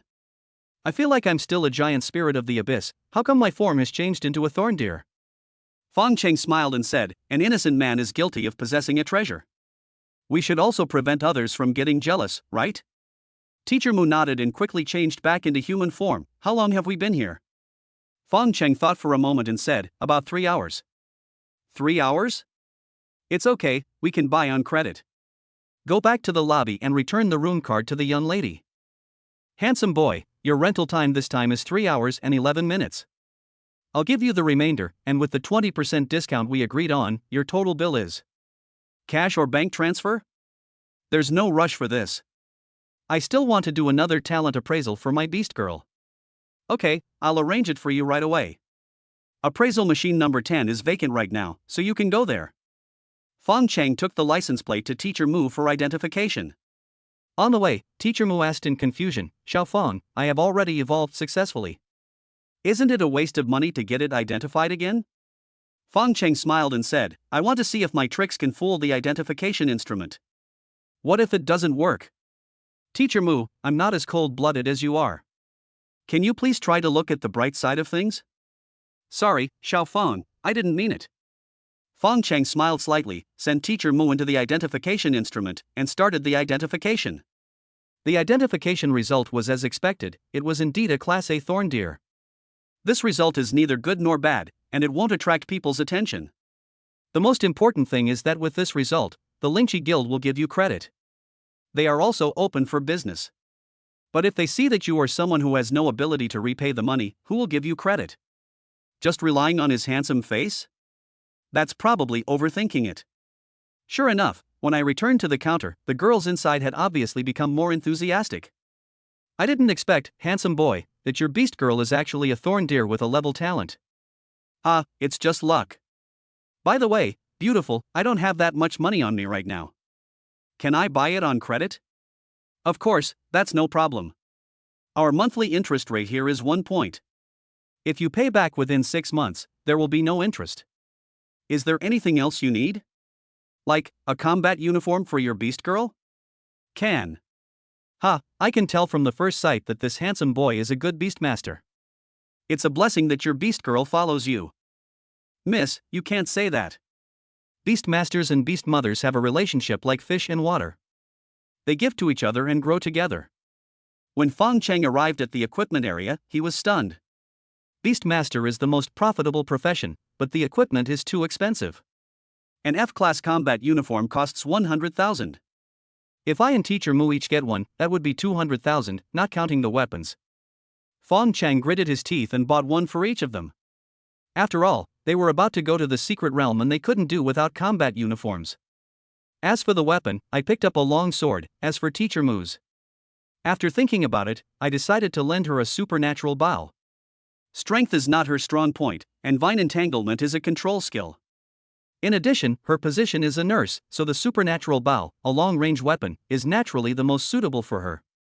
Of course, there is also the long-range weapon, the supernatural rifle, which has the same attack power as the supernatural bow, but it can hit farther. But considering that it didn't match her image and she didn't need to shoot very far, she chose the supernatural bow. Fong Cheng used the 200,000 yuan he had picked up before and all the spoils to pay off his debts. In the end, he still owed the guild 150,000 yuan. After returning home, Fong Cheng took out the star crystal and wanted to try its effect with Teacher Mu. Teacher Mu blushed and said, "Xiao Fong, why don't we improve the taming degree first? Then the effect of taking the star crystal may be better." Is that so? I remember that the taming degree only seemed to increase the maximum attribute value of each level. Doesn't the effect of taking star crystals depend on my talent? How can you know if you don't try it? What if it helps? Fong Cheng looked at her suspiciously. Why was Teacher Mu so proactive today? Suddenly, a flash of inspiration flashed through his mind. Teacher Mu's body had been reorganized today. Could it be that she wanted to? Looking at Teacher Mu's shy look, no matter what her reason is, I can't do anything that will spoil the fun at this time. Seeing Fong Cheng still seemed to be hesitating, Teacher Mu mustered up the courage to pull Fong Cheng's hand. "Please, Xiao Fong." Fong Cheng jokingly said, "Accumulating taming points is the duty of a beast master. Please lead the way, teacher." At this time, Teacher Mu's face was so red that blood seemed to be dripping out, but she still mustered up the courage to take him into the bedroom. This domestication has indeed brought about great changes. In addition to the smaller trajectory, what surprised Fong Cheng the most was his own recovery ability. Teacher Mu's return to herself as a beast girl not only lengthened her health bar, but also gave her amazing recovery ability. In the past, after hitting the target twice at most, you had to use the forced hit, and after only 3 times at most, you had to give up. But today he fired 7 shots in a row, all of which hit the mark. If he hadn't been hungry, Fong Cheng felt he could have fired a few more times. Time passed quickly and it was evening in the blink of an eye. Fong Cheng was about to get something to eat when he saw some bloodstains on the bedsheet. The bloody red color is too eye-catching. This is. When Teacher Mu saw this, he quickly stood in front of Fong Cheng and said, "Xiao Fong, go wash up quickly. I'll clean up here." Is this the reason you're so anxious to accumulate taming points? Teacher Mu nodded shyly. "I just hope to do my best to give you more compensation." What a silly woman. Didn't I say that? I don't care about these things. Besides, what compensation do I need from you? Don't you think of me as an outsider? But I care. Teacher Mu suddenly raised his head, looked at Fong Cheng seriously and said, "Please, can you please make me feel better? Alright, you clean up. I'll go wash my face. By the way, what are we having for dinner tonight? Sea cucumber and wolfberry again? Of course it's good for your health. Never mind as long as you're happy. Mu Yao." The next day, Fong Cheng took out the star crystal. Although Teacher Mu was surprised, she did not ask any questions because there were so many things that Fong Cheng had surprised her with. Without taking into account personal talent, a star crystal of the same level as one's own strength can increase the upgrade progress by 1% and increase 10 attributes at the same time. These 10 attributes will vary from person to person and will be automatically distributed to the 4 attributes. The higher the Beastmaster's talent, the more points he or she will gain. The talent increase below level C can be ignored. Starting from level C, the talent increase increases by 50% for each level upgrade. The SSS level talent increase is 300%, but Fong Cheng's X level talent increase is 500%. For every 1% increase in upgrade progress, Fong Cheng will gain 50 more attribute points, which means 5,000 points for one level. Talent is king, and it is fully reflected here.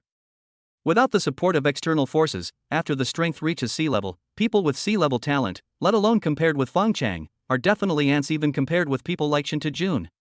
Chapter 12 Another use of Mu Yao. Fong Cheng and Teacher Mu each took 30 star crystals. Fong Cheng's current strength is 390, agility is 450, spirit is 600, physical strength is 380, and maximum energy is 100. Mu Yao's strength is 175, agility is 320, spirit is 425, stamina is 425, and maximum energy is 200. With their current attributes, there is no problem for them to go to the F-level secret realm. The two took the city train and came to the Red Maple secret realm outside the city. The so-called secret realm is actually some special spaces brought to this world by Tian Yuan. Generally, there are two types. One is eternal and unchanging, just like a normal space. It is inhabited by the natives of Tianyuan and is also known as the secret realm of adventure. There is also a secret realm that can be refreshed at any time. After being artificially modified, it becomes a copy for people to level up and brush props. According to the difficulty and the items that dropped, people divided into 9 levels from F to SSS. The higher the level, the greater the difficulty, and the corresponding higher the drop rate of various crystals. At the same time, some rare items will only be dropped in secret realms of a certain level. For example, the Star Source crystal used for the evolution of exotic beasts has a chance of dropping only in copies of level B or above. In Dragon Country, secret realms below level E are open to the public free of charge, while those above level E not only charge a fee, but some are even only open to specific groups of people, such as college students, guild members, and the military. There is a bustling crowd outside the secret realm, with people everywhere looking to form teams and recruit team members. A maximum of 5 beast masters can enter a dungeon at a time. As for beast girls, there is no limit on the number of those with a master, but those who work alone without a master are counted as one quota. Fong Cheng ignored these people, but as he walked through the crowd, he was met with all kinds of looks. Looking at Fong Cheng's childish face, one can tell at first glance that he is a student. At this point in time, all the talented students have gone to participate in contract training. Only those who have no talent and are arrogant will come here, wanting to achieve something with their own strength, and then go back to slap the faces of those who look down on them. But there are almost no students who have this ability. Because everyone present, young and old, was like this. They have been grinding dungeons all their lives and are still grinding at F level. They have already become mentally distorted. When they see a newcomer coming, the first thing they think of is how to cause trouble for him, under the pretext of teaching him how to behave. Fong Cheng didn't know this because these things were not taught in school at all. But Mu Yao knew. On the way here, Teacher Mu had already introduced this knowledge to Fong Cheng. Although the official has designed protection measures in the copy, you can forcibly teleport out of the copy when your health is low. But even so, many people die in dungeons every year, and most of them die when good items are dropped. Those veterans who have been playing F-level dungeons all their lives have already figured out the mechanisms of the dungeons. They have plenty of ways to kill people and plunder in them. My dear little brother, our team is only short of a beastmaster. If you have the horses, we can start the battle. It's absolutely fair to split the spoils equally. Would you like to consider it? An old man suddenly stood in front of Fong Cheng, with a smile on his face that was even warmer and more sincere than that of a farmer. Fong Cheng glanced at him. Wow, he's only 32, and he looks so old? He was also dark and thin, with an E-level talent and E-level strength. The Beast Girl actually signed 4 contracts, and her life countdown is only 344 days. No wonder she is so thin and old. It turns out that she was exploited by the Beast Girl. He has less than a year left to live. Instead of staying at home to enjoy his retirement, he is still thinking about harming others here. Such a person really deserves to die. Fong Cheng ignored him, and then someone else came over and said, "Little brother, you just graduated from school, you look inexperienced, but you were right not to agree to that old man Wang. He said he was short of a beastmaster, but in fact, the team is full of his people. But we are different, each beastmaster leads one beast girl, ensuring fairness and justice." Fong Cheng still didn't say a word, just glanced at him, and passed by Mu Yao. It's not that Fong Cheng is aloof, but people like this, once you talk to him, he will talk to you endlessly until you agree to team up with him. As soon as Fong Cheng left, the short-lived ghost called Wang Lapozi came up and said to the man just now with a smile, "Lu Pianzi, you are ruining my plan, but you still don't get any meat." "Wang Lapozi, are you really trying to rip off my Tai Xiao? That kid must have just been in school and was really angry. Why is he pretending? I don't believe that kid can win alone. When he can no longer brush, then we will know how good our relationship is."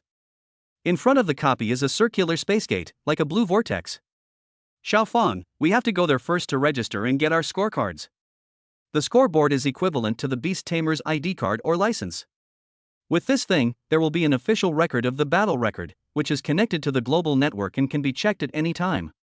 In the future, whether you are taking exams, joining a trade union, or joining the military, your personal achievements will be important reference data for employers and the only condition for special recruitment.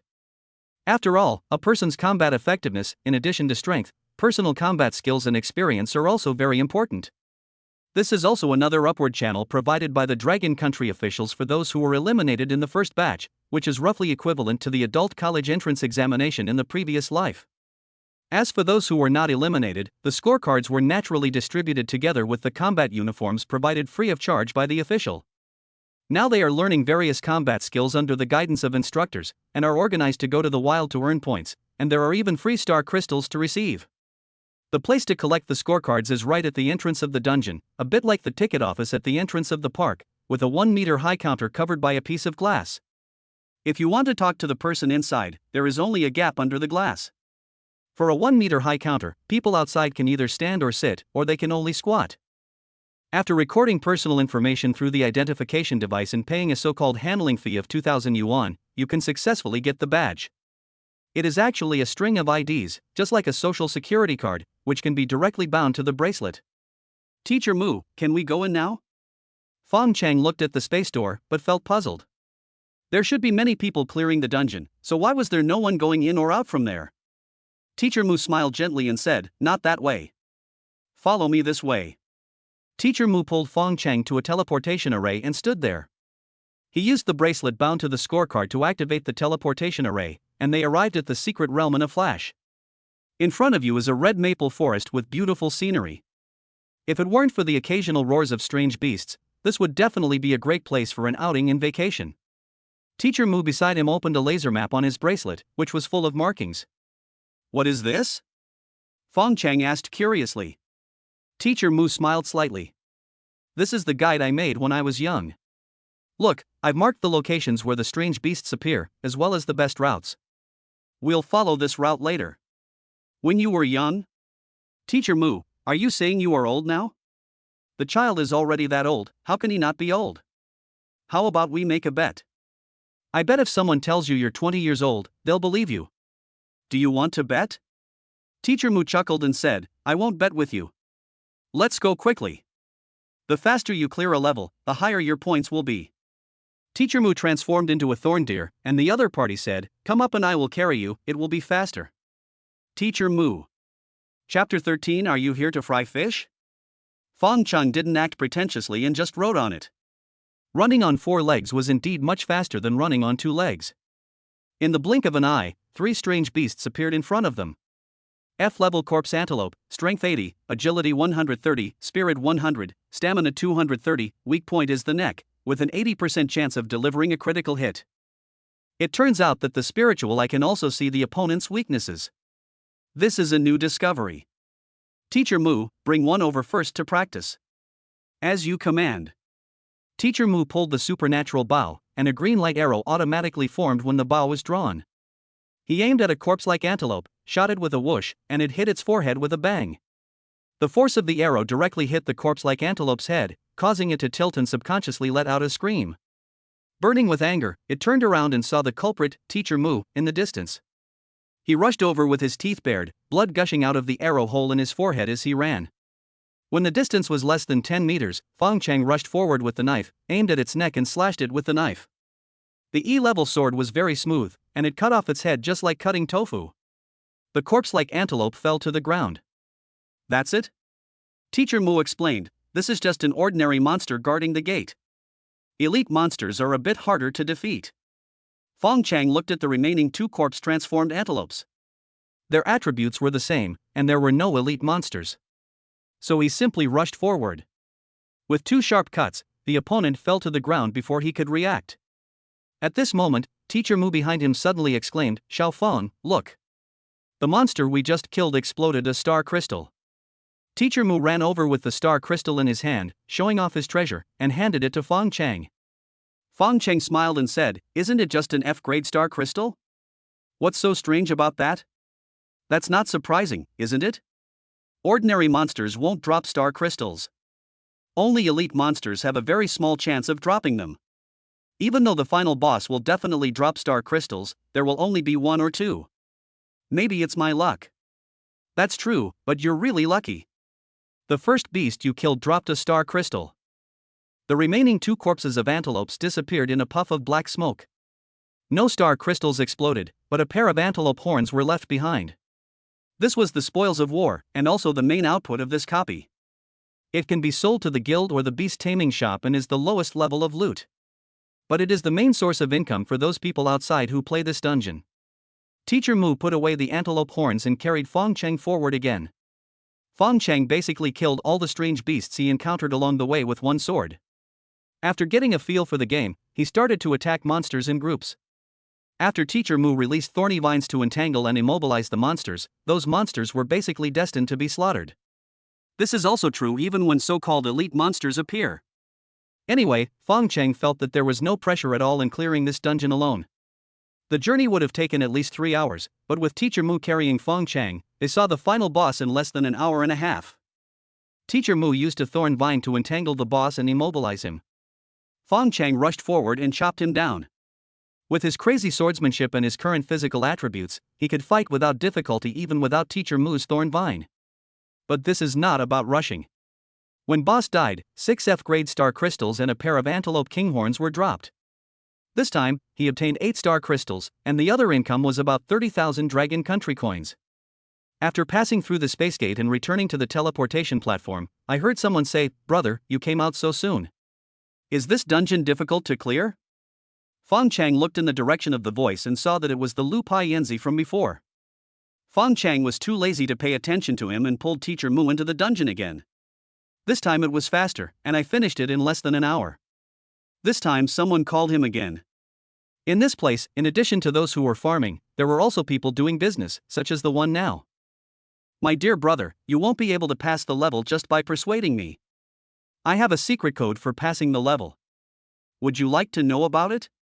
"Not interested." "What about the potions?" "I have both healing and mental health potions." "Don't worry, I'll only charge a nominal fee for the trip. I guarantee fairness." "Potion?" Fong Cheng knew about potions, but he had forgotten them completely. Even if he remembered them now, it seemed that he didn't need them anymore. "I have the powerful recovery ability of the Tianyuan giant spirit wood spirit." "What potion do I want?" The other party immediately became interested when he heard it, and said with a smile, "Little brother, you didn't forget to bring the potion, no wonder you come out faster and faster each time. I'm sorry to disappoint you, but I have no use for this thing." "No need?" The man subconsciously looked at Mu Yao. "Is your beast mother a healing beast mother? Then you must need the mental potion, right?" Fong Cheng was too lazy to talk anymore and pulled Teacher Mu into the dungeon again. Although Fong Cheng had achieved some success in the crazy sword technique, that was only a matter of his brain. His hands, feet, and body movements might not be able to keep up. Simply put, he lacked practical experience. Actual combat is undoubtedly the best teacher. Others do dungeons for money, and of course Fong Cheng is also short of money now, but what he cares more about now is using this dungeon to hone his combat skills. "What's wrong, Lao Chen? Didn't you make any deals today?"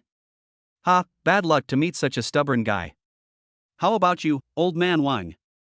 How many people have you messed with today?" "Just like you, I'm just waiting for that kid to hit a wall." "Don't wait, Mr. Wang, that guy is my type." "Lu Pianzi, are you eating shit or drinking urine? Why did that guy become your dish?" "Since I'm here to guard, there has to be a first come, first served, right?" "I'm telling you, aren't you two doing this for the money? Instead of just sitting here and waiting, why not go in and clear a few secret realms? You'll definitely earn some money, right? Old Chen, aren't you talking nonsense? The little money we paid isn't even enough to buy medicine." "Old Chen, stop talking about me and old man Wang.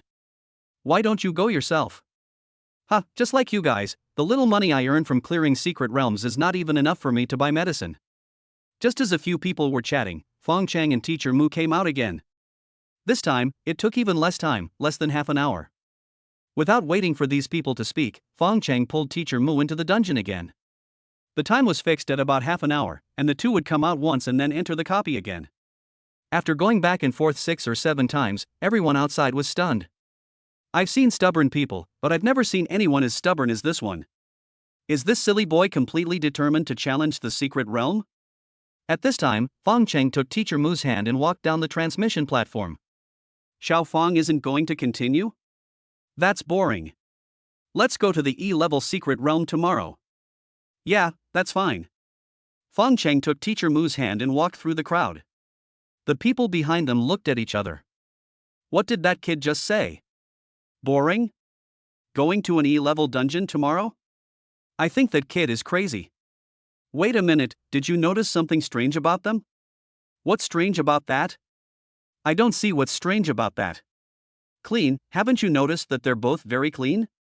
Take you, old man Wang, for example. Even if you brush your teeth 5 or 6 times, how could you be as clean as them even if you brush your teeth once? Tisk, I'm lucky I didn't die in there. After he finished speaking, the others also reacted. Could it be that some talented person from some academy came here on purpose to fry fish? Is that so? There's an information board over there. Just go over and take a look and you'll know. Chapter 14, A Blind Cat Catches a Mouse. A huge group of people gathered in front of the information board, where everyone's battle records in the secret realm and basic information would be displayed. Although they didn't know Fong Cheng, they still found him at a glance. The reason is very simple. For some people, there has never been a team that can clear the secret realm 10 times a day since they were born, let alone people who can clear it alone. The first time, in less than an hour and a half, the secret realm's management system gave a grade A record. The second time took less than an hour and the performance evaluation was S level. The third time was SS level, and all subsequent levels were the highest SSS level. Today I was truly amazed. Someone actually received an SSS level rating 6 times in a row. Is this true? Could the official system have made a mistake? Do you think the official system will make mistakes? Have you ever seen such a fierce person? No, I haven't. I've been guarding this place for almost 20 years, and I've only seen S-ranked people a few times. And they were students from the Martial Arts Academy, and their strength was already E rank. They came here to fry fish. Look at that kid's profile just now. His strength is really F level. Is it fake? They were all authenticated by the authentication instrument. How could they be fake? Strange, look at that kid's talent level. What does the question mark after the E mean?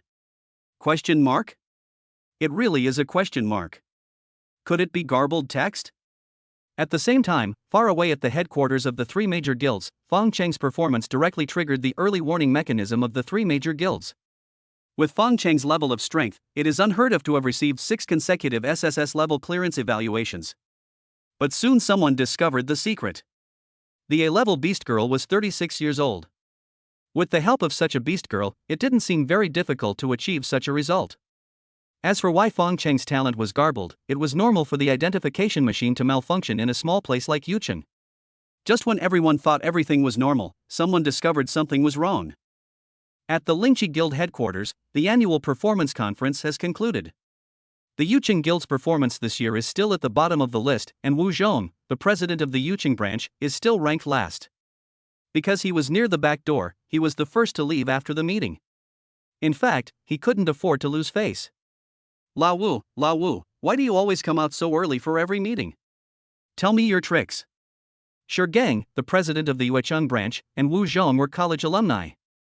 Wu Zhong was their dormitory leader back then and was also the most promising beast master among them.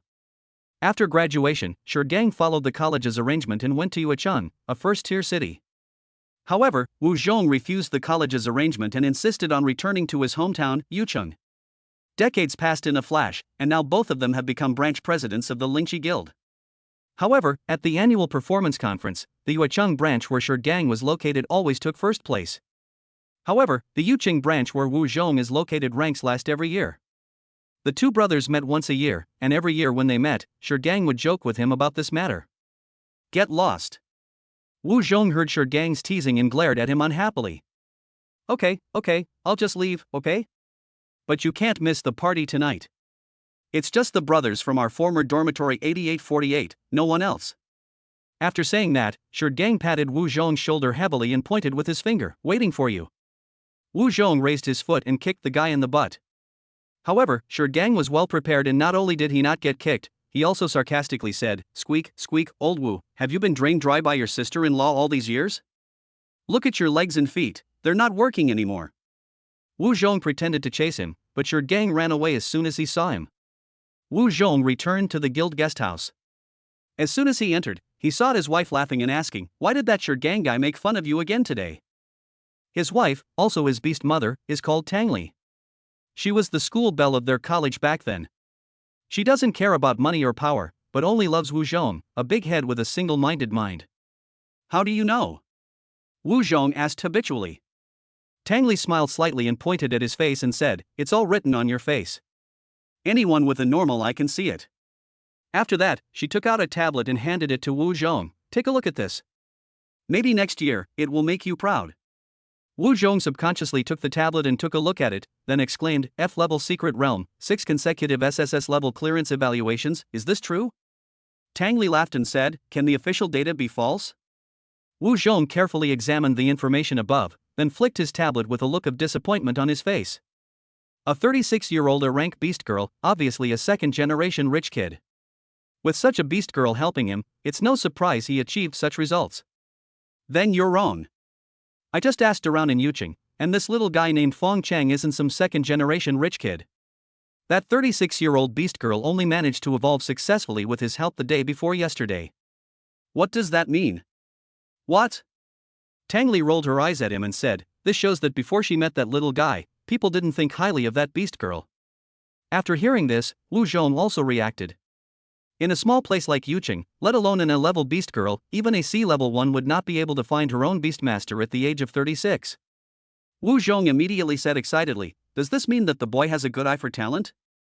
"No, it could be that the blind cat has caught a dead mouse." "You're the idiot. That beast girl just evolved the day before yesterday, which means she's still an F-rank rookie. 2 F-rank rookies managed to get SSS rank clearance ratings 6 times in a row the next day. How could he run into an idiot 6 times in a row? But that kid's talent is only E-level, don't you find it strange? Is it E-class? If you look closely, it's just a garbled code. You also know that the identification instruments in Yuching are all antiques from more than 10 years ago." Wu Zhong became more and more excited as he listened to his wife's analysis. "If Yuching really had such a genius, I would recruit him into the Yunxi guild even if it cost me my life.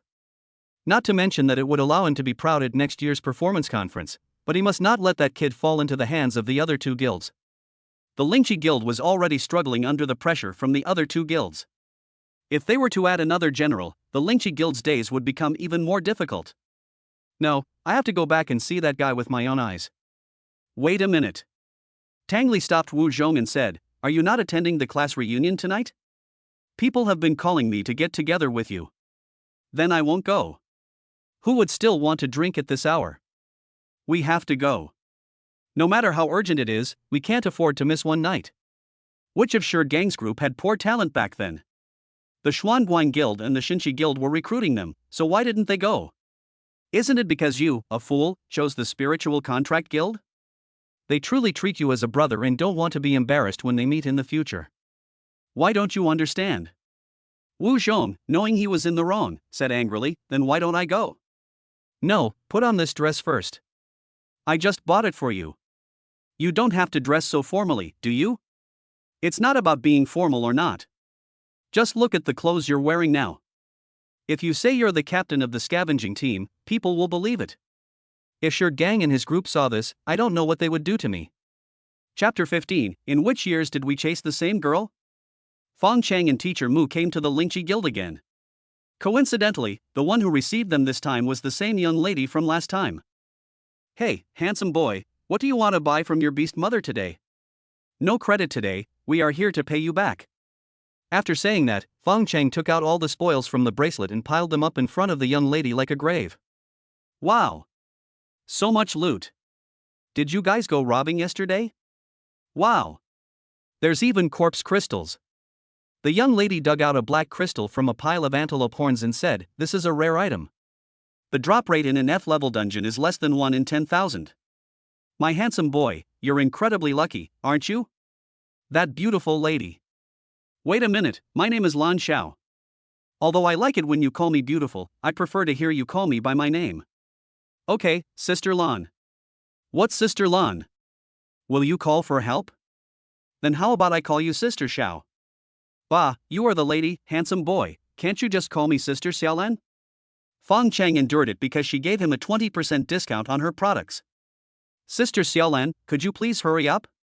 We are in a hurry." "No problem, junior brother, please wait in the lounge with your beast mother. I'll call someone to help me count. Don't worry, our Yunxi Guild is absolutely trustworthy and will not charge you a penny less." Fong Cheng still trusts the reputation of the Yunxi Guild. So he went to the lounge with Teacher Mu to drink tea, but the next moment, the corpse crystal was in Wu Zhong's hands. See, I told you that guy was just lucky. He even managed to pick up a corpse crystal that's so hard to find. Now you believe I wasn't lying, right? In the president's office, besides Wu Zhong, Shanding, Lu Ru and Yen Hong were sitting opposite him. They were all brothers who used to live in the same dormitory, but now each of them has become the president of a regional branch. Today, Gang and the other two are here to rob people. Many people in the three major guilds knew that Fang Cheng had obtained SSS level clearance evaluations 6 times in a row. But when you look at his beast girl, she is a level and 36 years old, and she only cleared an F level dungeon. It's obvious that she is leading the younger ones with the older ones, so it's not surprising that she has such a record. The reason why Gang, Lu Ru and Yen Hong came to snatch people from Wu Zhong can only be blamed on Wu Zhong himself. He got drunk at the party and told his wife's analysis under the influence of alcohol. The 36-year-old A-level beast girl was not one to treat the younger ones with respect. She had just evolved the day before Fong Cheng entered the F-level secret realm. Like Fong Cheng, her strength level was F-level. The most important thing is Fong Cheng's talent identification. The reason why it appears in garbled characters is because Yuqing's identification instruments are all old machines from decades ago. If they are replaced with a new generation of identification instruments, what will his talent be? The first letter of the talent level is E. What else can it be besides X level? X level talents are new talents discovered in recent years and are also known as ultimate talents. No one would find it strange if a beast master with such talents said he could see the hidden evolved forms of beast girls. So they came over overnight to snatch the person away. After Tang Li knew about this, she rolled her eyes at Wu Zhong. From what you said, old Wu, it seems that the boy really just got lucky. In that case, I take him to Yuecheng. Is that okay with you, old Wu? After Gang finished speaking, Lu Ru said angrily, take that kid to Yuecheng? Third brother, have you asked me? Second brother, third brother, stop arguing. I think that boy and I are destined to be together. It would be better for him to come to Yunxi with me. Get out! You shameless thing! Gang and Lu Ru said in unison. Yen Hong said angrily, are you guys bullying me? Do you really think I'm easy to bully? What's wrong with bullying you? All of you shut up. Tang Li suddenly appeared at the door, looking unhappily at the people who were arguing. Hey, sister-in-law, why are you here? Gang asked knowingly. Tang Li glared at him and said, if I don't come soon, this cooked duck will fly away. Then she glared at Wu Zhong fiercely again. It was all this guy's fault. If he hadn't been such a big mouth and talked nonsense everywhere, none of these bad things would have happened. Get out of my way. Tang Li pushed Wu Zhong angrily, drove him out from behind the desk, and sat behind the desk herself. Wu Zhong knew he was in the wrong, so he stood obediently behind her like a quail. When the others saw Tang Li coming, they also behaved themselves. Who said this was the girl we all chased after in those years? Gang, Lu Ru, and Yen Hong, I believe you all know how Brother Wu has been doing these years, and I believe I don't need to say how Brother Wu treated you back then. Now that Yuqing has finally found a good talent, you rush over to snatch it from him. Do you have any conscience? When they were in college, whenever they were bullied, Wu Zhong would always stand up for them. Every time they had a fight, Wu Zhong would always cover their retreat. When they had no money to eat, Wu Zhong always helped them, even though he was the poorest among them and was also an orphan. Wu and Wu have the same pronunciation, so Gang and the others have always called Wu Zhong Lao Wu, and they may have thought that Wu Zhong was the youngest. In fact, this was just a joke, and they had already regarded him as the eldest brother in their hearts. The reason why everyone tacitly joined the Yunxi Guild after graduation was because the second, third, and fourth brothers knew that it was the Yunxi Guild that sponsored Lao Wu to complete his studies. Given Lao Wu's personality, he would definitely join the Yunxi Guild. After joining the Yunxi Guild, because Lao Wu was too straightforward, whenever a good seedling appeared in Yuqing, it would be snatched away by the other two guilds. As a result, over the years, the performance of the guild that Lao Wu belonged to was at the bottom every year. But even so, Wu Zhong never reached out to them. Tang Li saw that the three people were speechless after being asked by him, and a smug look flashed across his eyes. Everyone is busy. Since there's nothing more to say, let's go our separate ways. Gang stood up and sighed. That was an X-level talent, such a good seedling, and he was gone just like that. He really felt unwilling to let it go. Seeing that Gang had left, the others felt embarrassed to sit here any longer, so they all stood up and said goodbye to Tang Li. At this time, Tang Li suddenly said, "Wait a minute, regarding that kid's matter, I hope everyone will keep their mouths shut. Don't be like my wife, who drinks a few cups of horse urine and tells everything out loud. Don't worry, sister-in-law, we won't tell anyone about this even if you kill us." Watching the three people leave, Wu Zhong gave Tang Li a thumbs up with admiration and said, "Wife, I still have to rely on you at the critical moment. You dealt with these guys in just a few words." Tang Li glared at him angrily, "How dare you say that? If you hadn't been such a big mouth and told everyone about it, would this have happened?" Yes, my wife is right. I promise I will never do it again." Tang Li sighed, "Although I fooled Gang and the others away, I still don't know whether that kid's talent is X level or not." "That's easy. I've already brought back a new type of identification device. Just give it to that kid and we'll know." "Take a test? Once you get the result, everyone in the world will know about it. Will you still be included in the list then? Then what do you say, wife?" Tang Li thought for a moment and said, "It must be tested, but the identification instrument cannot be used." "How can we test it without an identification instrument?" "Alright, leave this to me, don't worry about it." Chapter 16, If you are poor, you should take care of yourself. If you are rich, you should help the world. In the lounge, Teacher Mu leaned on Fong Cheng's shoulder and watched the news with him. Teacher Mu doesn't like watching the news, she likes watching TV dramas, but Fong Cheng likes to watch them. However, Teacher Mu will not be bored. When she is with her beloved, even if she is just in a daze, her heart will be as sweet as eating honey. What's more, she has a little secret, which is that the smell of Fong Cheng is like catnip to her, which makes her so obsessed. If possible, she can smell it like this for the rest of her life. At this time, footsteps were heard outside the door. Teacher Mu quickly sat up, combed the hair around her ears in a panic, and sat down next to Fong Cheng in an orderly manner. Lan Xiao opened the door of the lounge, and a very elegant and graceful lady came in. It was Tang Li. "I'm sorry to have kept you waiting for so long." Tang Li smiled slightly, expressing his apology without sounding artificial. Fong Cheng smiled and said, "It's okay, we didn't wait long." Then Tang Li placed the tablet computer on the coffee table and gently pushed it in front of the two of them. "According to our inventory, the total value of the goods you two brought this time is yuan. After deducting the 150,000 yuan you owed me last time, I'll have 10,000 yuan left. How about making it a total of 90,000 yuan for you two?" Teacher Mu had estimated the price of these spoils in advance, and the price offered by the Yunxi Guild was much higher. Fong Cheng glanced at the tablet on the table and said, "In this case, aren't you at a loss?" Tang Li smiled and said, "Just consider it as making friends. I also hope that you two will choose to trade your spoils with our Yunxi Guild in the future. We guarantee fair prices. Don't worry, I will definitely give you priority next time." After Tang Li transferred the money to Fong Cheng, she suddenly seemed to remember something and said, "By the way, my Yunxi Guild is holding a competition recently. The first prize is a B-level supernatural crystal. I wonder if you are interested in participating?" Superpower crystal? The supernatural crystals are divided into 7 levels from D to SSS. The reason why they start from level B is because only secret realms above level B or wild bosses above level B can drop this item. It allows the Beast Master to randomly obtain a special power with a certain probability. The higher the level of the special power crystal, the greater the probability of obtaining a special power after use. Xiao Fong, are you really going to participate in that competition? Outside the Yunxi Guild, Teacher Mu held Fong Cheng's arm and walked on the street like an ordinary couple. Why not? We're going to clear the E-rank dungeon anyway, and we can also participate in their newcomer competition. If we win, we can get a supernatural crystal. No matter how we calculate it, it's a win-win for us. But this dungeon is different. It's a large secret dungeon within the guild, and many people can participate at the same time. I'm worried that you might be in danger. Fong Cheng smiled slightly. Do you know what I just saw in the news? Teacher Mu looked at him in confusion, and Fong Cheng continued, "The quadrennial Tianyuan League has begun." Really?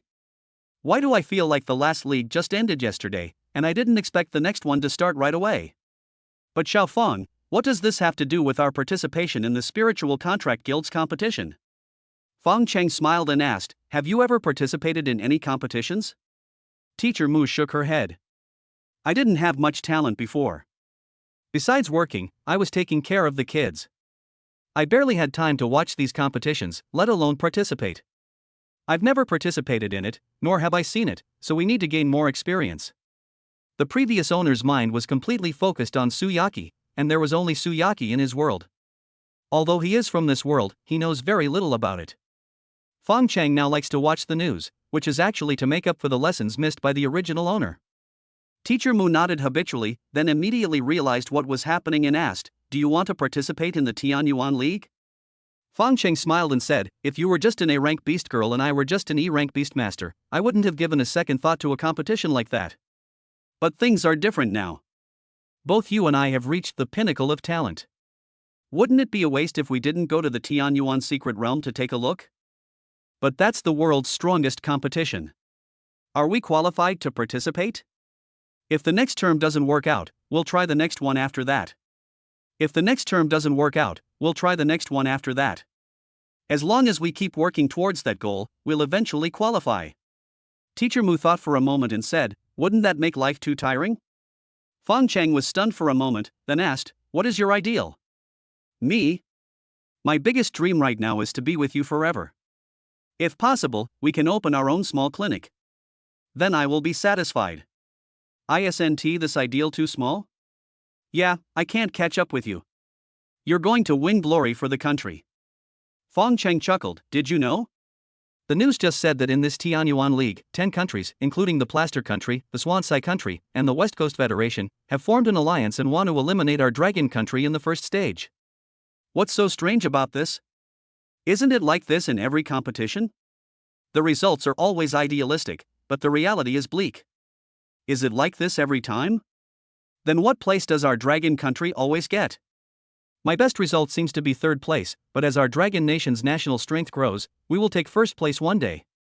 What a blessing it would be if you and I could participate in the competition where our Dragon Country takes first place." Teacher Mu's eyes flickered, and he chuckled softly, "Okay, then let's work hard together." Because he had to participate in the Yunxi Guild's rookie competition tomorrow, Fong Cheng, who had originally planned to go to the E-level dungeon, changed his schedule and returned home with Mu Yao. He took out the star crystal and shared half with Teacher Mu. They consumed the star crystal to improve their strength and prepare for tomorrow's competition. "Xiaofeng, our taming value is low right now. If we rashly take so many star crystals, once we break through to E level, our strength will be greatly affected." The reason why Teacher Mu was worried that the two would break through rashly was because she couldn't see the progress of the upgrade. If you rush to advance without sufficient domestication, the upper limit of star crystals will be lowered. One star crystal of the same level can allow a Beastmaster and Beast Girl with an X-level talent to gain 50 attributes. Once the upper limit of star crystal consumption is lowered, it is equivalent to lowering the strength that can be obtained by one stage. Previously, he and Teacher Mu each took 30 star crystals, and now each of them has received 7. The combined upgrade progress is only 37%. How can this be possible? It's okay, I know what I'm doing. Just eat these 7 star crystals boldly. Teacher Mu hesitated for a moment and said shyly, "To be on the safe side, why don't we increase the taming value first?" This is indeed a slow and arduous process. Rich people can eat 100 star crystals in a day, but they cannot save up all the domestication points in a day. Seeing Fong Cheng silent, Teacher Mu's heart tightened, and he timidly asked, "Do you think I'm?" Fong Cheng found Teacher Mu's shy look funny, and he couldn't help but teasing. "I understand. Isn't there an old saying? Women are like wolves at 30 and tigers at 40. Teacher Mu is exactly at that age, so I understand." Mu Yao blushed instantly after hearing this. She grabbed Fong Cheng's hand and explained shyly, No, I really just wanted to be on the safe side." Fong Cheng chuckled, hugged her from behind, rested his head on her shoulder and said softly, "I know that taming points can't be achieved overnight, they need to be accumulated over a long period of time. So I've decided that starting today, I'm going to make accumulating taming points a daily compulsory course for us." Teacher Mu. Chapter 17, talking about money hurts feelings, and not having money hurts feelings even more. Ah? Can you bear it? No, I mean. Alright, you are my beast girl now. The feedback you gave me is that I have recovered to the extreme, so you don't have to worry about my body at all. Fong Cheng didn't give Teacher Mu a chance to explain and pushed her into the bedroom. It was already afternoon when Fong Cheng woke up, and the room was ablaze with red light from the setting sun. The sudden smell of rice made Fong Cheng's stomach growl. When she arrived in the living room, Mu Yao had already prepared dinner and placed it on the dining table covered with a plate. She was sitting on the sofa, checking something on her bracelet. Seeing Fong Cheng, Teacher Mu quickly turned off the holographic panel on his bracelet, stood up and said, "Xiaofeng, you're awake. Dinner is ready. We have your favorite mutton soup. What were you doing? Nothing, just looking up some information online. About this newcomer competition? How do you know? Just a wild guess. Teacher Mu chuckled, pulled out a chair for Fong Cheng, and said, I'm just trying to cram for the exam and make some strategies. By the way, there are over 200 people participating in this competition, and their strengths are all above ours. Fong Cheng sat down at the table, casually took the bowl and chopsticks handed to him by Teacher Mu, and said, since this is a newcomer competition, it shouldn't be as high as B level, right? No, not really. If it were the rookie competition held by the other two guilds, there might be D-level beastmasters participating, but the rookie competition of the Yunxi guild is full of E-level beastmasters, except for us. Oh, and I also found a map of the secret realm for this competition. Would you like to take a look? Okay, but we have to eat first. At the Yunxi guild, Wu Zhong looked at the list of participants and was still worried that there were no beast tamers above level D participating. At this time, Tang Li walked into his office, rolled her eyes at him and said, Are you still worried about the contestants this time? How do you know? Wu Zhong looked at his wife in confusion. Tang Li said angrily, Look at your lack of ability. Everything is written on your face. How can I not know? Wu Zhong was speechless for a moment, then changed the subject and asked, By the way, are you sure that Fong Cheng will participate? I've brought the message, but I can't guarantee whether he'll attend or not. After Tang Li finished speaking, she saw that Wu Zhong ignored her and asked curiously, What's wrong? Do you think Fong Cheng's talent is X level? Just look at his performance in the arena, and you'll know. Besides, even if he's not X level, his talent is at least S level or above. No matter how we calculate it, we're not at a disadvantage. But you just said that he might not attend. Tang Li was stunned for a moment, then said angrily, You're so good, Wu. I used to think you were honest and loyal, but after just a few years, you're already trying to trick me? Wu Zhong smiled foolishly, Isn't this all because of your good teaching, my wife? I didn't teach you that. People get redder by the company they keep. You didn't teach me, but being with you every day would make even a pig smarter. When Tang Li saw that he compared herself to a pig, she rolled her eyes in satisfaction. If that kid has X-level talent, all the losses we've suffered over the years can be recouped with interest just by him.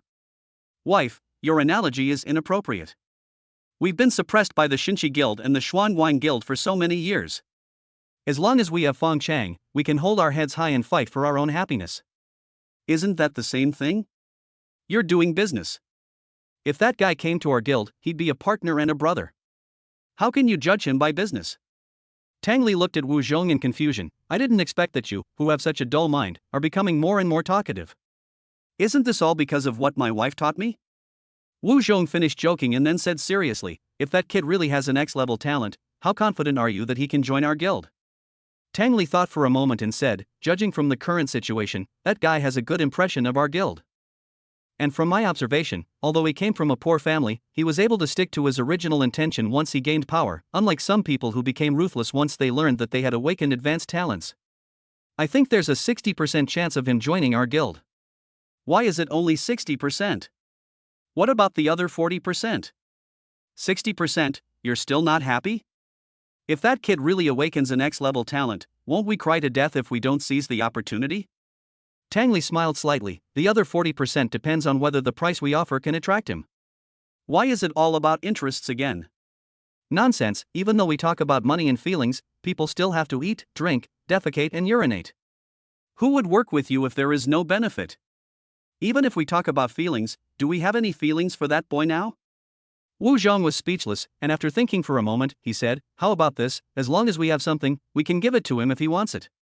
So generous? Money is something outside of our body, which we cannot bring with us when we are born and we cannot take with us when we die. And didn't you also say that? That kid has good intentions and I believe he wouldn't do something like that. But if I really missed out on a good seedling with EX level talent, I would definitely regret it for the rest of my life. Early the next morning, the hall of the Yunxi Guild was as bustling as a vegetable market. There are 200 people participating in this newcomer competition, 100 beastmasters and 100 beast girls. The rest were just there to watch the fun. For first place, the Spiritual Contract Guild only gave a B-grade supernatural crystal. Isn't that too stingy? That's right. The Yunxi Guild and the Xuanwang Guild at least give out an A-level supernatural crystal. With prizes like these, It's no wonder there isn't even a D-level participant this time. Forget about D-level. I just saw an F-level kid joining in the fun. Alas, if this continues, I estimate that there will only be 2 major guilds left in Yuchen. Our income will be reduced by at least 20% in the future. What does this have to do with your income? You're stupid. The Xinchi Guild and the Xuanwang Guild are both more shameful than each other. If the Lingxi Guild didn't have the backing, they would definitely drive down the price of the spoils to the bone. Really? Why don't I feel that way? Every time I see them, they're always blocking the way in the wild or at the entrance to the secret realm to collect them. Price is never a problem, they're just afraid you're out of stock. Brother, may I ask what your level as a beast tamer is? B level, what's wrong? Well, just pretend I didn't say anything. The crowd suddenly dispersed, isolating the Versailles man in the middle. There will be such people in every newcomer competition of Lingxi Guild. They are either from Xuanwang Guild or Xinchi Guild. Soon 4 or 5 such people were separated from the crowd. They smiled at each other, obviously knowing each other. Hao Feizheng, what do you think of the Xuanwang Guild's opinion on this newcomer competition? Hao Feizheng smiled slightly and said disdainfully, stand and watch, what else can you do? Zhou Shaolin, are you from the Xinchi Guild going to lie down and watch? Get lost. If I hadn't been told by my superiors to come and see how they're doing this year, I wouldn't have come to this godforsaken place. Chapter 18 Can I be your beast mother? Hao Feizheng laughed and said, last year I heard there were 1 or 2 new D-level people, but this year I haven't seen any. That's right. I just heard that even F's newcomers are here. The F-class freshmen are here? That's pretty new, high school students, right? If they're really college graduates, and they're F-class, how bad must their talent be? Zhou Shaolin nodded, he's from number 11 middle school. He was expelled from school a few days ago. It seems that he awakened an E-level talent. Hao Feizheng couldn't help but chuckle, really? With an E-level talent, he wants to become a beast master? I was born into a poor family and didn't know how high the heavens were. I guess when I was kicked out of school, I told my teacher, 30 years in Yitong, 30 years in Yunxi, don't look down on the young and poor. I must be holding my breath right now. Why are there so many sayings like, don't bully the young and poor? I guess they've been fed too much toxic chicken soup.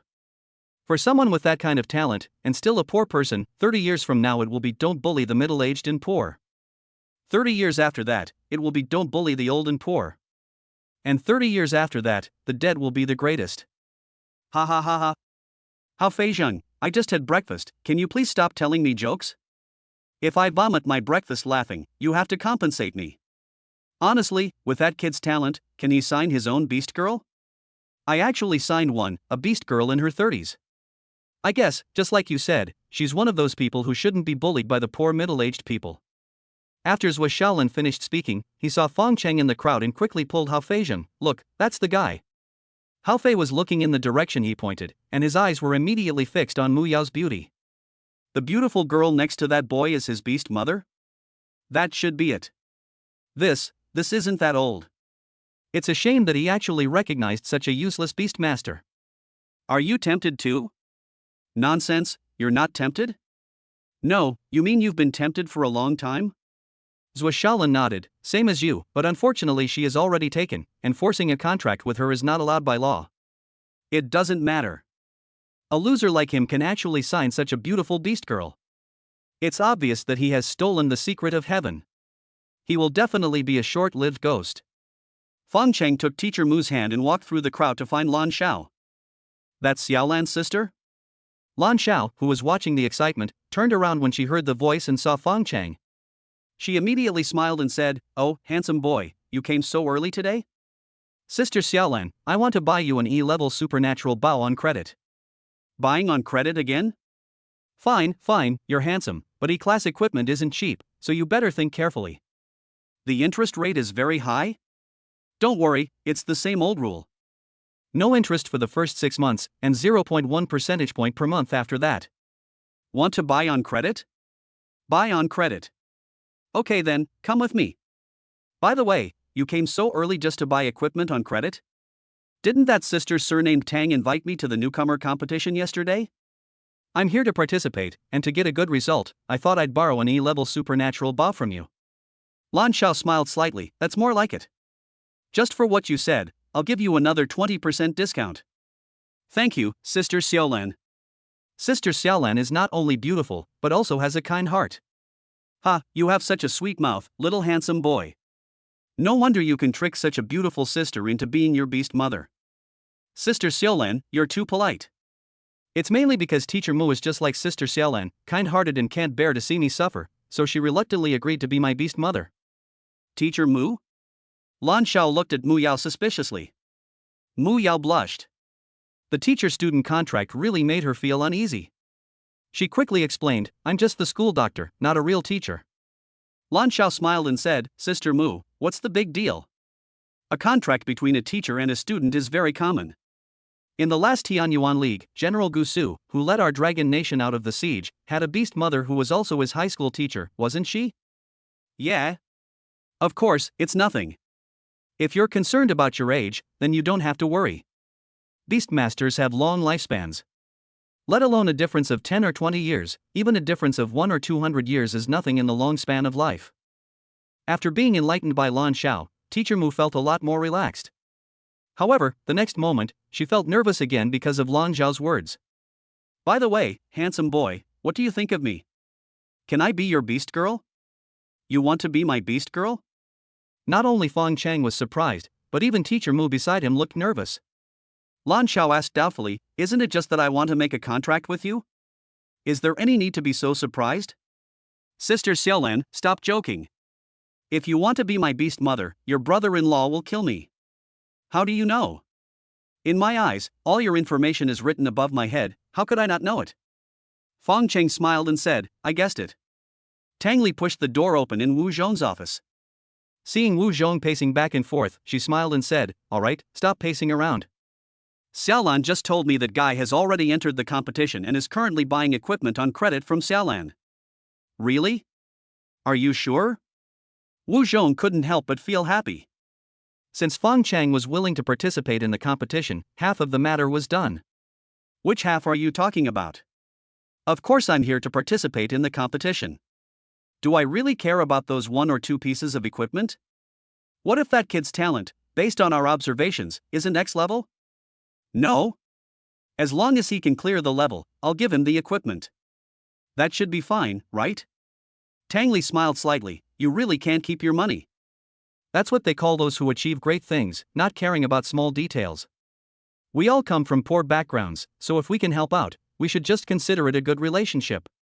Alright, the competition is about to begin. Hurry up and turn on the secret realm surveillance. Let's take a good look and see if that guy is X level or not.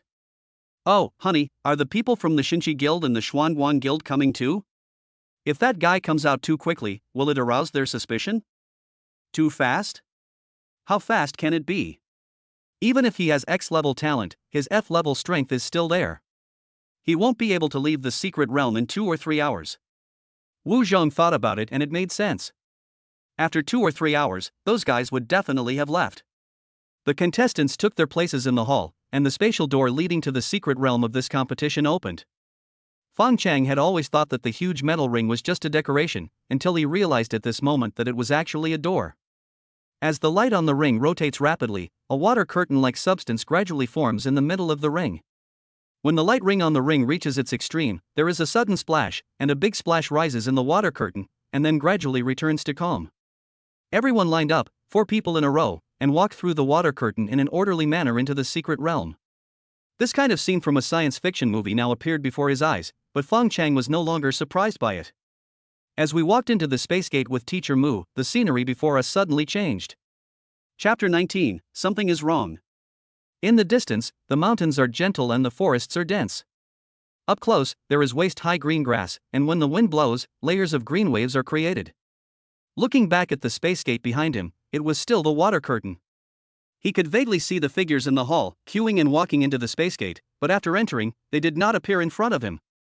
The images in the eye space door feel like movie scenes, giving people a sense of unreality. Where did they go? Fong Cheng looked at Teacher Mu in confusion. This should be a random teleportation.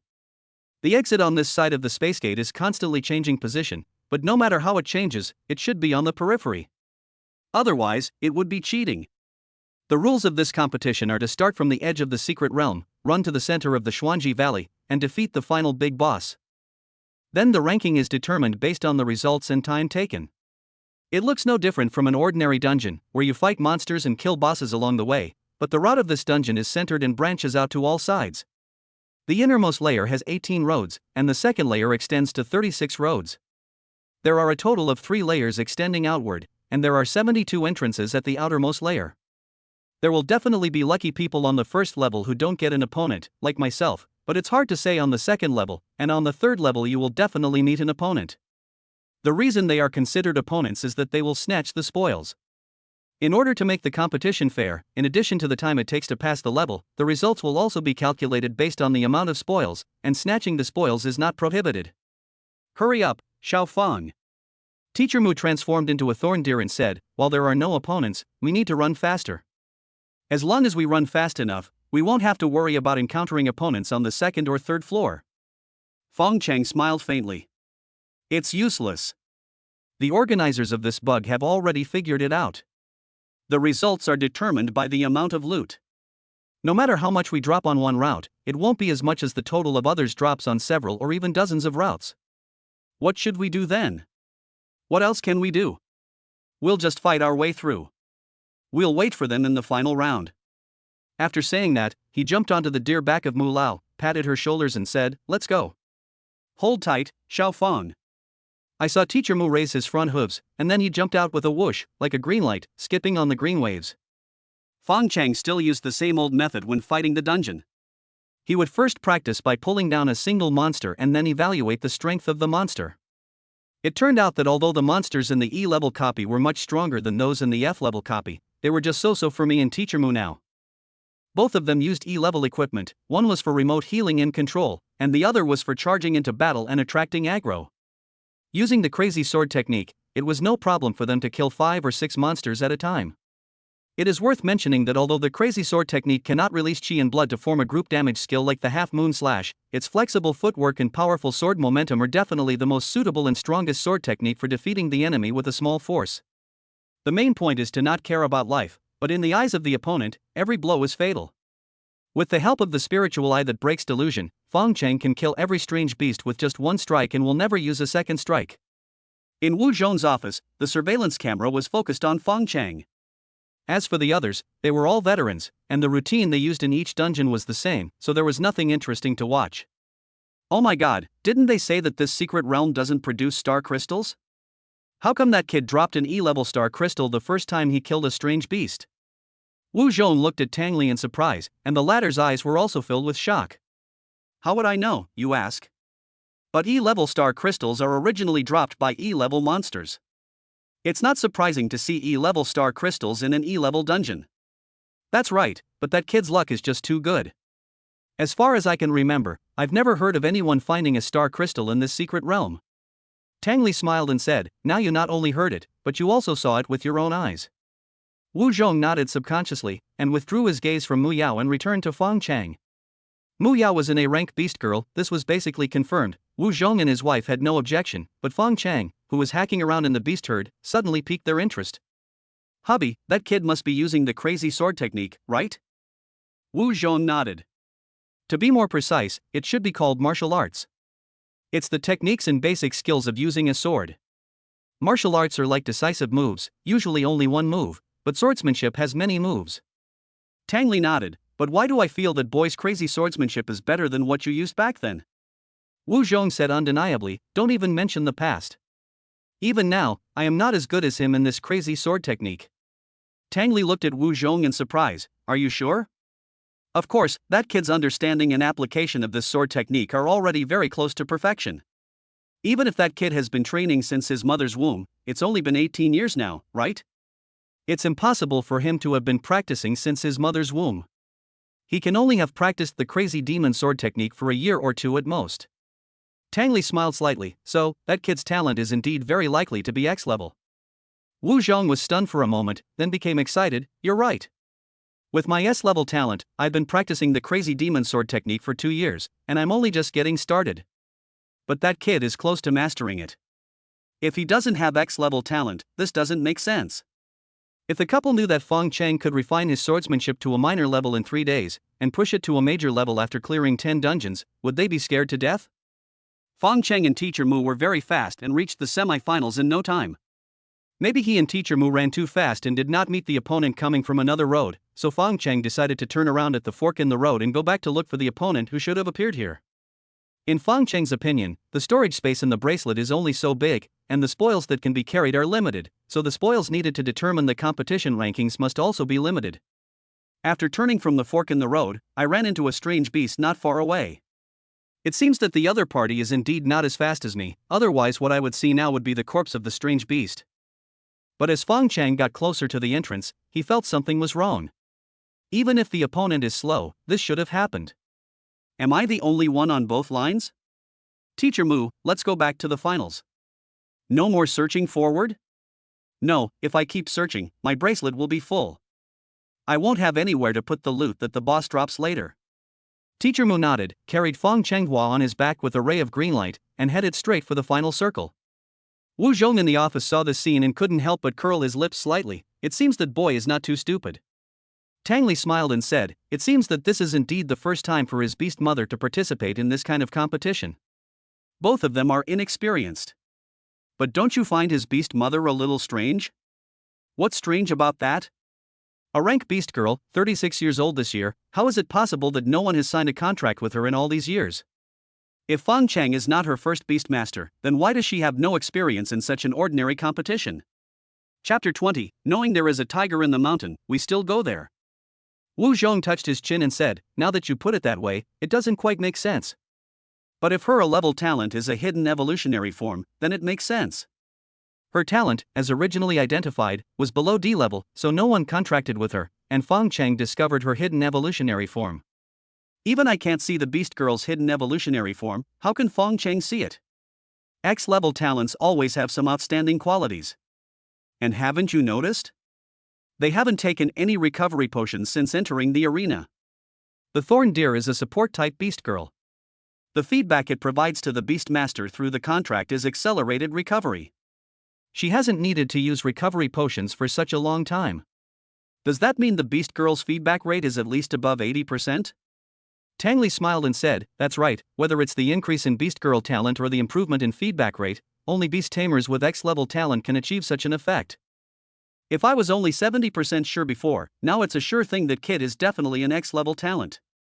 At this time, in the final round of the Secret Realm, except for Fong Cheng and Mu Yao, all the beastmasters and beast mothers gathered here. The results of the competition are based on spoils and clearance time, but friendly competition between players is not prohibited. So the question is, if one person kills strange beasts and collects spoils along the way, and another person waits for you here, the former is already exhausted by then, while the latter is well rested, then all the efforts of the former will not be making things easier for the latter? Also, if no one has any loot, then the only thing we can look at is the time it takes to clear the level? So in competitions like this, experienced contestants would not care about the strange beasts on the road and would run directly to the final circle. This was the first time Fong Cheng and Mu Yao participated in this kind of competition, so they had no idea about this. The contestants gathered together, looking at each other, all knowing that those who could get here so quickly had no loot in their pockets, not to mention that there was still a last-place contestant who had not arrived yet, so no one was in a hurry to take action. Otherwise, if we all start fighting each other now, wouldn't that allow the last one to take advantage? Mu Yao carried Fong Cheng on her back and rode at lightning speed. Just as they were about to enter the final round, Fong Cheng asked Mu Yao to stop. Fong Cheng took out the star crystals, all of which were exploded along the way, only 6 in number. Xiao Fong, this is an E-grade star crystal. At our current level, taking it will have twice the effect of an F-grade star crystal. Fong Cheng looked at Mu Yao doubtfully, I know, is there any problem? We haven't been able to take lesser star crystals these days. We should be advancing soon, right?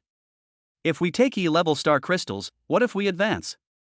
Fong Cheng laughed and said, how can it be that fast? By the way, your estimated data all came from your former colleagues, right? Mu Yao nodded, yes. Teacher Mu, don't you think about the level of your colleagues and our current level? They can advance after eating only a few star crystals, but it's still too early for us. But what if? Teacher Mu felt Fong Cheng's words made sense, but he still had some concerns. The main concern was his lack of experience, and insufficient taming value limited his E-level strength, which would last a lifetime. Are you worried about the taming value again? But we can't increase the taming value here, right? Mu Yao blushed and said shyly, how is that possible? I mean, you can save the E-level star crystals for when you get home. Fong Cheng glanced ahead and said, I think so too, but I always feel that there are people waiting for us up ahead, and there must be quite a few of them. So if we improve our strength now, we will have more protection when the time comes. No way, with our speed, no one should be faster than us. But what if they don't kill any monsters along the way and just run as hard as they can to reach the finals? If they don't kill the strange beasts, where will they get the spoils? You don't know there's actually a bug in the rules of this competition. I just thought of it. If no one has any loot, then the only way to rank them is by the time it takes to clear the level. If we continue to fight against strange beasts like this, we will be at a great disadvantage. By the time we entered the final circle, we were already exhausted. Those who ran directly to the final circle not only took longer to defeat the boss, but they could also take advantage of our rest and snatch our spoils. If everyone thinks this way, and runs to the final circle without collecting any loot, they can still be ranked according to the time it takes to pass the level. This way, neither side will suffer. If it were you, would you do it? Mu Yao nodded, then we will be at a great disadvantage if this happens. So, let's eat these star crystals first, and then go again after we've recovered. Maybe we can even get some bargains. The front door of Boss's house in the final round is a must-pass place for all contestants. I was wondering why that kid hasn't come yet. Could he have been killed by a strange beast on the way? Tian Dabong, if you can't wait, how about we spar first? Sparring with you? You wish. Of course I'm not afraid of you. I'm just afraid of wasting my energy on you. If that happens, I'll be the next one to suffer. Tian Dabong, can we find a place to be alone? It doesn't have to be here. That way, even if you lose, you won't feel embarrassed. No one will see you anyway. Go ahead, Lao Tian. I support you. Right. No matter who wins or loses, I promise not to take advantage of anyone. Tian Dabong said angrily, I don't trust you guys. If you want to go, go ahead. I'll stay here and guard that kid. Because the loot is worth more points than the time it takes to clear a level. Now, not only Tian Dabong, but everyone knows that as long as Fong Cheng can get here, he must have a lot of spoils on him. As long as I can grab his spoils and find a place to hide, I will most likely be the first in this competition. If someone is waiting here for you, and you are forced to leave the secret realm when the competition time is up, then no one will be able to pass the level, and the amount of loot will become the only option for ranking. Look, is that boy here? Everyone who was enjoying the coolness under the shade of the trees stood up at once, put their hands on the shade and looked into the distance. That guy is really fast. Could it be that he has no loot on him, just like we thought? Take a good look. That boy's beast mother is a thorn deer. It's not impossible for her to get here so quickly with her as a means of transportation. That's true, but who's going to go up first? Everyone looked at each other, and finally looked at Tian Dabong at the same time. Why are you all looking at me like that? We've unanimously decided to let you go first. How about that, isn't that considerate of us? Tian Dabong cursed in his heart, isn't this just bullying an honest man? Among these people, his strength is the lowest. If someone else steals the boy's spoils, the others may not be able to catch him. But it's different for me. If I rob that kid of his spoils, I will definitely not be able to escape. Now he regrets it. Why did he join in the fun when he was weak? Xiaofeng, you really guessed it right. They are indeed waiting for us here. What should we do now? Fang Cheng jumped off Mu Yao's back and said, what else can we do? There's only one way out. Even though we know there's a tiger in the mountain, we still go there. When they were about 10 to 20 meters away from everyone, Fong Cheng and Mu Yao stopped. After glancing at everyone, Fong Cheng said, so many of you are waiting for me here, are you planning a group fight? Chapter 21:2 moves to resolve the battle. As soon as Fong Cheng finished speaking, Tian Dabong was kicked out. Patting his butt, Cheng Dao said, boy, you think too highly of yourself. A loser like you need so many of us to beat you up? I'm enough. Fong Cheng sneered, aren't you afraid that after you snatch my spoils, you'll be next? Fong Cheng's words hit Tian Dabang's heart. He subconsciously turned around and glanced at everyone, only to feel his throat become dry. At this time, someone in the crowd urged angrily, why is old Tian nagging him? Go ahead. That's right, old Tian, hurry up. That kid is trying to sow discord. Can't you see that? Listening to the crowd's urging, Tian Dabong was furious. What do you mean by sowing discord? If you didn't think so, would you kick me out to fight him? Old Tian, let's go. Tian Dabang's beast girl said helplessly. Tian Dabong sighed bitterly and walked towards Fong Cheng with the beast girl. When he looked up at Fong Cheng, his expression immediately became disdainful. Boy, I advise you to hand over the spoils obediently, otherwise you will suffer physical pain later. Fong Cheng looked at the two of them and took in all their information. Tian Dabong is an E-level Beastmaster, with a C-level Beastman talent, Strength 300, Agility 299, Spirit 201, and Stamina 230. His martial arts skill is the entry-level 8-step door-breaking sword. E-Class Beast Girl Mawan, a C-Class human-faced spider in beast form, with Strength 320, Agility 210, Spirit 101, Stamina 299, Skill Spider Silk Shooting, and Weakness in the lower back. Is this the strength of an E-rank Beastmaster and Beast Girl? Their attributes are only about half of mine. He probably just got promoted. Besides, his talent is not even close to mine. No wonder he was kicked out as cannon fodder. Teacher Mu, the battle will be the same as usual. Cast Thorn Entanglement immediately, then quickly create distance and provide long-range assistance. But one thing is for sure, although the opponent's beast girl is a melee beast, her skill is spider silk shooting, so be careful. I see. What about you? Just keep an eye on my health bar, don't worry about anything else. Just as Fong Cheng was speaking, Tian Dabong on the opposite side rushed over with a knife in hand. Teacher Mu, be careful of her spider silk shooting out. After saying that, Fong Cheng directly raised his sword and went forward to meet the enemy. The crazy sword technique was all about momentum, and first of all, one couldn't lose in momentum. Since you have already drawn your knife, let's fight it out face to face and die. Tian Dabong was stunned for a moment. An F-level kid actually dared to confront me? However, just as he was stunned, countless vines suddenly sprang out from the ground, pinning him and his beast girl to the spot. Tian Dabong was so angry that he just asked his beast girl to deal with Mu Yao, but Fong Cheng rushed in front of him.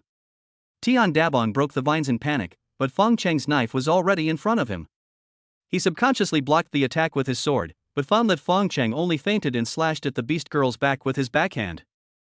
At this moment, the spinner on Ma Wen's but had just spit out a spider silk towards Mu Yao. Her attention was all on Mu Yao, and she didn't notice that Fong Cheng's knife had already been pulled to her lower back. With a bang, Ma Wen's eyes rolled back, his 8 legs suddenly folded into a ball, and he fainted. The next moment, Ma Wen fainted, triggering the secret realm's security mechanism, and she was forcibly teleported out of the secret realm. This is also why killing is not allowed in the arena, otherwise Fong Cheng would not have used the back of the knife when he struck. When the spectators saw this scene, they were all petrified. In the blink of an eye, that kid actually took care of Tian Dabang's beast girl? Tian Dabong and Ma Wen are noobs, but even if we replace them with our own people, it won't be so fast, right? When Tian Dabong saw this, he felt disappointed. Is that kid's strength level really F? What answered him was a cold arrow from Mu Yao, which interrupted his plan to attack Fong Cheng while his old strength was gone and his new strength had not yet returned. Tian Dabong heard the sound of breaking wind and turned around to avoid Mu Yao's arrow. The next moment, Fong Cheng swung his sword at him. In a panic, he instinctively raised his sword to block, but Fong Cheng cut his sword into 2 pieces with one blow. The spiritual eye that can break illusions can not only see the weaknesses of humans and monsters, but also the weaknesses of weapons and equipment. Tian Dabong looked at the half-broken knife in his hand, his head buzzing. Isn't this kid too fierce? I thought it was a soft persimmon, but unexpectedly I got a sea urchin. Before he could react, Fong Cheng kicked him in the stomach, sending him flying. He then fell to the ground with his knees, holding his stomach. Beads of sweat the size of beans appeared on his head, as if they were squeezed out of his skin, and in a blink of an eye, he was covered in sweat. As soon as he raised his head, Fong Cheng's knife was already on his neck. Do you want to leave on your own, or do you want me to knock you out and forcibly send you away? Tian Dabong knew that he had lost today, but he didn't want to lose the battle. He said with a red face and thick neck, "Don't be too proud too soon, kid. I'm just a cannon fodder. Do you really think that if you defeat me, everything will be fine for you? See those people? They are all waiting to kill you. No matter how capable you are, can you defeat all of them?" Fong Cheng slashed him on the cheek with a knife and sent him out of the secret realm. He looked up at the others, and they were also staring at him. This is indeed a difficult matter. There are 100 or 200 people blocking the way. No matter how powerful I am, it is impossible to knock them all down. However, the people opposite him all felt dry in their mouths and were swallowing their saliva at the same time. I originally thought Fong Cheng was a pushover, but he knocked Tian Dabong down in just 2 moves. Is he even human? Have high school students become so awesome these days? Even if everyone attacks together, they will definitely win, but at least half of them will be knocked down by this guy and his beast girl. No one wanted to make things difficult for others, so the scene suddenly became weird. Teacher Mu stared closely at the group of people in front of Fong Cheng. As long as Fong Cheng took action, she would definitely go all out and would never let Fong Cheng get hurt until she fell down. The strong desire to protect the other person in her heart made her forget her fear for a moment, and all she wanted to do was fight to the death with those people. At this time, Fong Cheng put away the knife, took out a pile of spoils from the bracelet space, and put them on the ground. All my spoils are here. As for how to divide them, that's your business. Boy, I thought you were so capable, but I didn't expect you to be afraid sometimes? Fong Cheng smiled coldly. Afraid? Humph, I just don't want to waste time. You have not killed any strange beasts on the road, right? I'll go back now and there's still time to collect the loot. Next time I come, if you dare to block me here again, then we will fight to the death. After saying that, Fong Cheng took 2 steps back. Seeing that everyone was intimidated by him, he did a backflip and landed directly on Mu Yao's back. Teacher Mu, let's go. Everyone looked at Fong Cheng's departing back, and no one dared to chase him.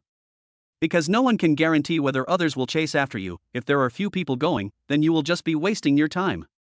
On second thought, the guy has already taken out the spoils, so there is no need to chase him anymore. Wouldn't it be better to just take the spoils and pass the level?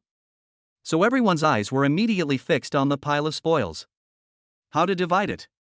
Of course, the powerful ones are the leaders, how else can they be divided? So everyone rushed forward. Chapter 22, Strategies Need Strength as a Backing. At this time in Wu Zhong's office, Wu Zhong was rubbing his hands excitedly and walking around the office. He witnessed the whole process of Fong Cheng and his beast mother cooperating with each other in killing Tian Dabong and his beast mother with 2 moves. Such a talent, even if he doesn't get a ranking this time, the Yunxi guild can't let him get away. Tang Li, watching Wu Zhong walking around, was in a good mood and couldn't help but tease him. What's wrong? Are your hemorrhoids acting up again? Wu Zhong rolled his eyes. What? How can a woman speak so vulgarly? How dare you call me vulgar? It turns out that no man is a good thing. When you were pursuing me, you praised me like a flower, but now that you have me, you think I'm vulgar. Oh, honey, that's not what I meant. I was just kidding you. What if that guy doesn't like our guild? How should I know? Do you think I should let him choose whatever he wants from the warehouse? You're crazy, those things aren't yours. But am I not also recruiting people for the guild? You said you were recruiting talent for the guild, but if you really do that, won't that kid think the guild belongs to him? Then he won't be a talent, but a nuisance. I don't think that guy is that kind of person. Human nature is the most fragile thing. He may not be like that now, but if you really do this, it's inevitable that he will become like that in the future. Then you are harming him now. But if we can't show enough sincerity to impress him, a talent like him will most likely look down on our guild. There are many ways to impress people, and it doesn't have to be material things. How about this? I've saved a lot of personal belongings over the years, so I'll pick out a few that he can use right now and give them to him. It's your dowry, right? We've been living beyond our means these past few years. What can you possibly save? What do you care? This is called investment, don't you understand? Oh, and get rid of those people down there. I have a feeling Fong Cheng isn't someone who'll suffer so easily. He must have a trick up his sleeve. Mu Yao was carrying Fong Cheng on her back when she ran to the fork in the road when she suddenly heard Fong Cheng say, "That's it, Teacher Mu." That's enough. Mu Yao was so fast that her 4 hooves instantly supported the ground. She slid a long way before steadying herself. She turned around and looked at Fong Cheng with a puzzled look on her face. What happened to Xiao Fong? Fong Cheng jumped off her back and said, "This place is far enough. There's no need to run any further. Aren't we going to collect the spoils?" Fong Cheng shook his head. "No, just sit here and wait." Mu Yao still didn't react. That's the crystal that can give you superpowers. Don't you want it? Fong Cheng smiled slightly. The spoils I gave away are only a small part.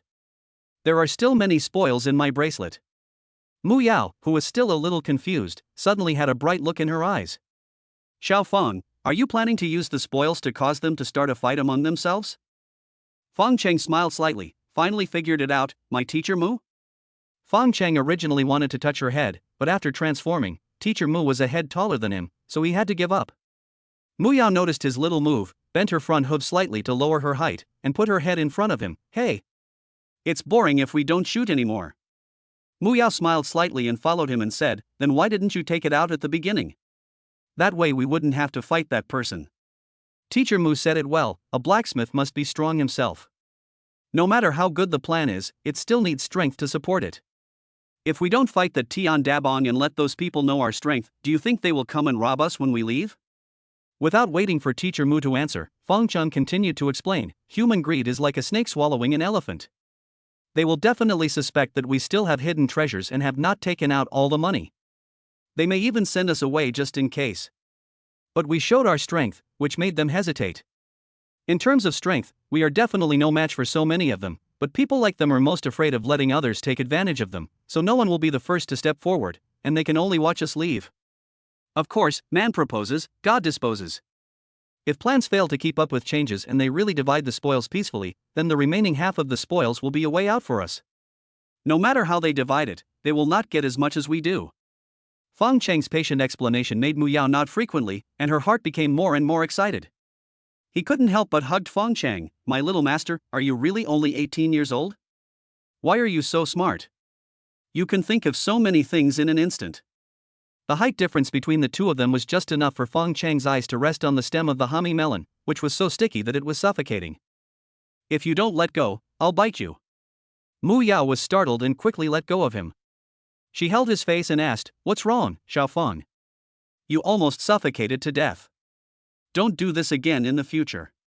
A hint of pink appeared on Mu Yao's face, and her long green hair, the elegant fragrance was so charming under the blue sky.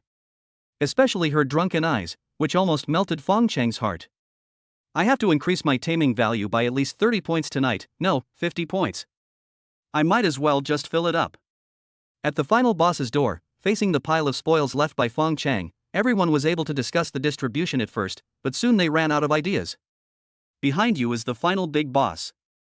Killing the final boss will not only pass the level, but also give you a bunch of loot. But whether this pile is a large pile or a small pile is random. This is a variable. If we cannot get the largest share of the distribution and gain absolute advantage now, with this variable, everything we have done before may be in vain. Besides, no one knows when Fong Cheng will come back, so there is no time to waste arguing here. Since we can't reach an agreement, let's just fight over it. Whoever grabs more gets it. Because everyone was in a hurry, the melee became more intense. There was no testing at all, and everyone defeated the enemy with one move. The first round of sneak attacks alone knocked down at least a quarter of the people present. In the chaotic battle that followed, they had to deal with their opponents, prevent sneak attacks from others, and rush the clock.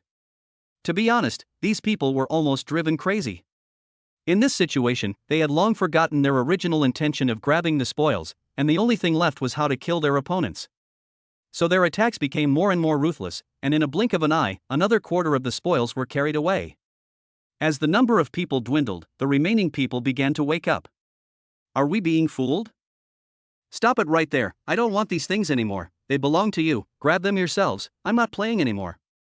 After the man finished speaking, he was about to take his beast girl and fly away, but when he turned around, he was dumbfounded. At this time, the others also reacted and looked in his direction. They were all dumbfounded. Chapter 23, The Human Heart is Evil. On the small hill in front of me, Fong Cheng was standing there riding a thorn deer, watching the show. I don't know how long he had been watching. Fong Cheng smiled coldly, Teacher Mu, since they don't want to play anymore, it's our turn to play. Okay, Xiao Feng.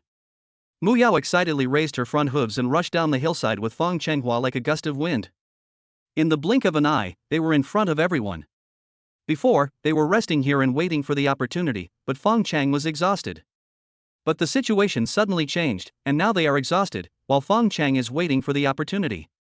Fong Cheng suddenly jumped up from the back of the thorn deer, and with the help of Mu Yao's impact, he fell into the crowd and knocked a group of people away on the spot. With a crazy sword technique, he killed 4 or 5 people in an instant. Teacher Mu took advantage of his speed, walked outside the crowd, drew his bow and arrow, and kept shooting arrows into the crowd. If they saw Fong Cheng being surrounded, they would immediately wrap a vine around him to freeze him, and then Fong Cheng would send him away one by one. At this moment, Fong Cheng in the crowd was like a crazy butcher, and none of his subordinates could match him. At the same time, he can accurately dodge the Beast Girl's various skills and traps. In addition, everyone has to be on guard against the sneak attacks from his Beast Girl at all times. At this time, someone targeted Mu Yao, who was shooting arrows from the outside, but not only could he not catch up with her, but he also exposed his back to Fong Cheng, who caught up with him and stabbed him and killed him directly. Finally, someone couldn't take it anymore. Is this a game? Even a war couldn't be this terrifying. That kid Fong Cheng is a madman, and a very calm madman. As these people were sent away one by Fong Cheng, everyone's psychological defenses finally collapsed. The Beastmaster didn't care about his Beast Girl, and the Beast Girl didn't care about her Beastmaster, and they all scattered like birds and beasts. Mu Yao ran back to Fong Cheng. "Xiao Feng, are you okay?" Fong Cheng sheathed his sword and smiled slightly. "We are in tune with each other, how could you not know if I have something wrong?" Mu Yao blushed slightly. "She just cared about you. Teacher Mu, pack up the spoils and go fight the boss." In the guild office, Wu Zhong and his wife stared at the monitor intently, not daring to breathe. Both of them were dumbfounded. Wu Zhong swallowed his saliva and turned to his wife. "Did that kid really use the E-level martial art crazy sword technique? Haven't you practiced that before? Don't you know? But that's too scary, isn't it?" Even through the screen, I broke out in a cold sweat. Tang Li smiled slightly. "Do you regret not continuing to practice the crazy demon sword technique now?" Alas, if I had known earlier that the crazy demonic sword technique could be this powerful after mastering it, I would never have thrown it away no matter what. It's not too late to continue practicing now.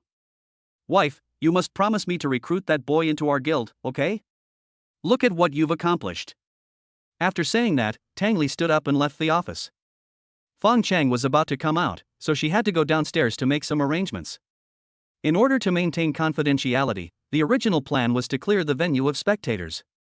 But she seriously underestimated the unreasonableness of those people.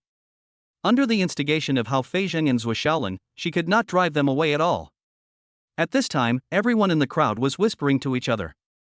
It would be fine if the Yunxi Guild's newcomer competition was not broadcast live, but they even had to clear the venue. There must be something wrong. Although the Yunxi Guild's explanation was that there was a technical failure, ordinary people might believe it, but people like them who came specifically to inquire about the news would never believe it even if they were beaten to death. So, under the instigation of the two of them, everyone now believes that the Yunxi Guild did this in order to manipulate the situation behind the scenes. In fact, the rankings of the competition had already been determined, and the competition was just a formality. Every contestant who enters the competition has a few relatives and friends waiting outside for the results. In addition, people's hearts are treacherous. Those who watch the fun may not like to see others get promoted or rich, but they definitely like to see others lose everything. This gave the two of them room to operate. As long as they could prove that the Yunxi Guild was organizing a fake match, which could bring bad luck to the Yunxi Guild, I believe many people would be willing to step in and take action. Now that the news of the shady dealings in the game had come out, the crowd was in an uproar. Tang Li came to the scene and tried to appease them, but it was no use. They simply wouldn't listen. If there is no conspiracy, why let us go? I heard the rankings were already determined, and the others were just there to make a show. You guys in the Spiritual Contract Guild are usually so righteous, giving discounts here and there, but at the critical moment you actually resort to such tricks. It's really disheartening. They usually just pretend. Don't you think any of you really believe it? Tang Li was very angry. Ever since she and her husband took over the Yuqing branch of the Yunxi Guild, they had always taken the initiative to make concessions in various transactions with these people, and their main goal was to make friends with as many people as possible. As a result, with a little encouragement from others, these people completely forget all the advantages they had taken in the past. It's totally bullshit. In the secret realm, the final big boss was killed by Fong Cheng with a knife that stabbed his crotch. Suddenly, a rosy glow ignited and the spoils exploded all over the ground. 5 E-level star crystals exploded, as well as various materials. The most valuable ones were boss parts, which were excellent materials for refining potions and equipment. According to the rules, all the spoils obtained in the competition can be taken away for free. With this wave of money, not only can he pay off all the debts owed to the Yunxi Guild, but the rest is more than enough to buy a 3-bedroom apartment in the city. Xiao Feng, take a quick look at this. Is it a beast soul fragment? Teacher Mu picked up an inconspicuous crystal from the spoils and ran to Fong Cheng excitedly. Beast soul crystals can increase the skill level of beast girls, and 30 fragments can be combined into one. Fong Cheng nodded. this is indeed a beast soul fragment. Did you find it here? Yes, it exploded together with these spoils. But aren't beast soul fragments only found in B-rank dungeons? Can they also drop in E-rank dungeons? Mu Yao nodded. I also find it strange, but this secret realm is the inner secret realm of the Yunxi Guild. Maybe there is something different, otherwise it wouldn't be an inner secret realm. It's a pity it's just a fragment. It would be much better if it was a complete crystal. Your thorn entanglement can only entangle the opponent now, without any additional damage. After upgrading, I think there's a high chance of inflicting sustained damage. Well, that way it will be easier for Xiao Fang to kill strange beasts in the future. But some things can't be forced. As long as we keep working hard, sooner or later we'll be able to clear B-level dungeons. Then, why worry about not having crystals? As the countdown for the copy ended, Fong Cheng and Mu Yao were sent out of the secret realm. As soon as I returned to the guild hall, I realized something was wrong. It was as noisy as a vegetable market. Although it was noisy before, the noise now sounded more like a quarrel. At this moment, Accusation saw Fong Cheng in the crowd and immediately said in a high-pitched voice, "Hey, look, they said there was no shady dealings, but the first one to pass the level was actually that F-rank kid." When Zhuo Shaolin saw that it was Fong Cheng, he immediately chimed in, "An F-rank kid cleared the level in less than 2 hours. Do you believe it?" "We don't believe it. Anyone who believes it is a fool." "Yeah, you really take us for fools." "That's right. Forget about anything else, just look at this E-rank dungeon. An F-rank loser was able to clear it in 2 hours. Who would believe this if there wasn't some shady deal going on?" Fong Cheng was dumbfounded. "A conspiracy? What conspiracy? How come I didn't know about it?" "Xiao Fang, please take the beast girl to the lounge to rest. I will take care of things here." Fong Cheng didn't want to meddle in other people's business, so he followed Tang Li to the lounge, but the rebels refused to let him go. Led by Accusation and Zhuo Shaolin, they suddenly rushed over and trapped the three of them in the middle. Chapter 24, Unexpected Disaster, Wailing Everywhere. "We can't let this kid go. The Spiritual Contract Guild must give us an explanation." "Yes, you must give us an explanation." Listening to the shouting in the crowd, Fong Cheng roughly understood what these people meant. They suspected that there was something fishy going on in this game. Especially now, they, who had the lowest strength level, were the first to pass the level, which made them more convinced, or simply unable to accept it. Having said that, if it were the family members and friends of the contestants making a fuss here, it would be fine, but that is obviously not the case. The ones shouting the loudest are those who are just joining in the fun. What the hell does this have to do with you? To put it bluntly, they just want to see the Yunxi Guild lose face. This is human nature. You can't bet on the goodness of human nature, but you can bet on the evil of human nature. The fire started when someone with ulterior motives added fuel to the fire. But no matter what, I definitely suffered an unexpected disaster. I didn't want to meddle in other people's business, but I don't know how I got myself involved. Now it's surrounded by people inside and outside, and there's no way to leave. These people are now inciting a lot of excitement. If it weren't for the people from the Yunxi Guild who were desperately protecting them in front, these people would have rushed over and tore themselves apart. Who did I offend? Fong Chengdu couldn't help but start to feel a little unsure. He scanned the crowd and soon spotted the two guys who were standing the farthest away and shouting the loudest. Since I don't know them at all, it doesn't mean they have any grudge against me. They are mainly targeting the Yunxi Guild. I have really suffered an unexpected disaster and become their pawn. What's this young lady's name? Fong Cheng suddenly asked Tang Li. Oh, my name is Tang Li. It's Sister Tang. Didn't many people come out early before? Where are they now? When Tang Li heard this, her eyes suddenly lit up. How could I have forgotten about this? So she immediately shouted, "Everyone, stop and listen to me. Accusation, Zhuo Shaolin, I know you're the one stirring up trouble. If you don't shut up, don't blame me for being rude." "Oh, you still want to hit someone?" Everyone heard it, right? The Spiritual Contract Guild is furious and ready to hit someone. Just shut up, everyone. Suddenly, a loud shout came from upstairs, like the sound of a huge bell, making everyone's ears numb. Fong Cheng was the same, he was almost shocked to the point of bleeding from all 7 orifices. Looking in the direction of the sound, I saw a burly man standing on the corridor on the 3rd floor of the hall. He had a broad build, a flat head, a face full of stubble, his brows were furrowed with a look of great sorrow and grief, and he was looking down at the hall. Fong Cheng found this person familiar, but he couldn't remember where he had seen him. After all, there was only Su Yaqi in the original owner's world, and he rarely cared about other things. Teacher Mu recognized this person at a glance. It was Wu Zhong, the president of the Yuqing branch of the Yunxi guild. Wu Zhong's loud shout made everyone shut up. Only then did Tang Li have the opportunity to speak. I think everyone knows whether our Yunxi guild is engaging in shady dealings in the competition, but in order to clarify some people's rumors, you can come with me to ask the participants. Why was brother Fong Cheng the first to pass the level? You'll know once you go in and ask him. Only those who have passed the level normally like Fong Cheng can be teleported to the lobby. Those who were forced to leave the secret realm were teleported to the medical area at the rear for timely treatment. Tian Dabong and his beast girl Ma Wen were the first to be sent to the medical area. At that time, Fong Cheng slapped him in the face with a knife, turning his face into a pig's head. The pig's face, which was originally purple and black, has now lost its swelling. At the beginning, he was pushed out as cannon fodder by everyone because he was the weakest, and he still feels resentful about it. Now he is very happy. With his hands behind his back, he walked with Ma Wen between the beds, looking at these unfortunate people who were much more miserable than him. He felt as proud as a pig walking on a country road. The ubiquitous wailing sounded to him like the most beautiful music in the world. He would never have thought that Fong Cheng was so powerful. He could fight 1 against 100. No, it was 1 against 200, and beat all of them into pig heads. Look, this guy's leg is broken, and he is lying on the bed holding his broken leg and screaming in pain. Compared with this guy, my pig-headed face seems to have gotten a great bargain.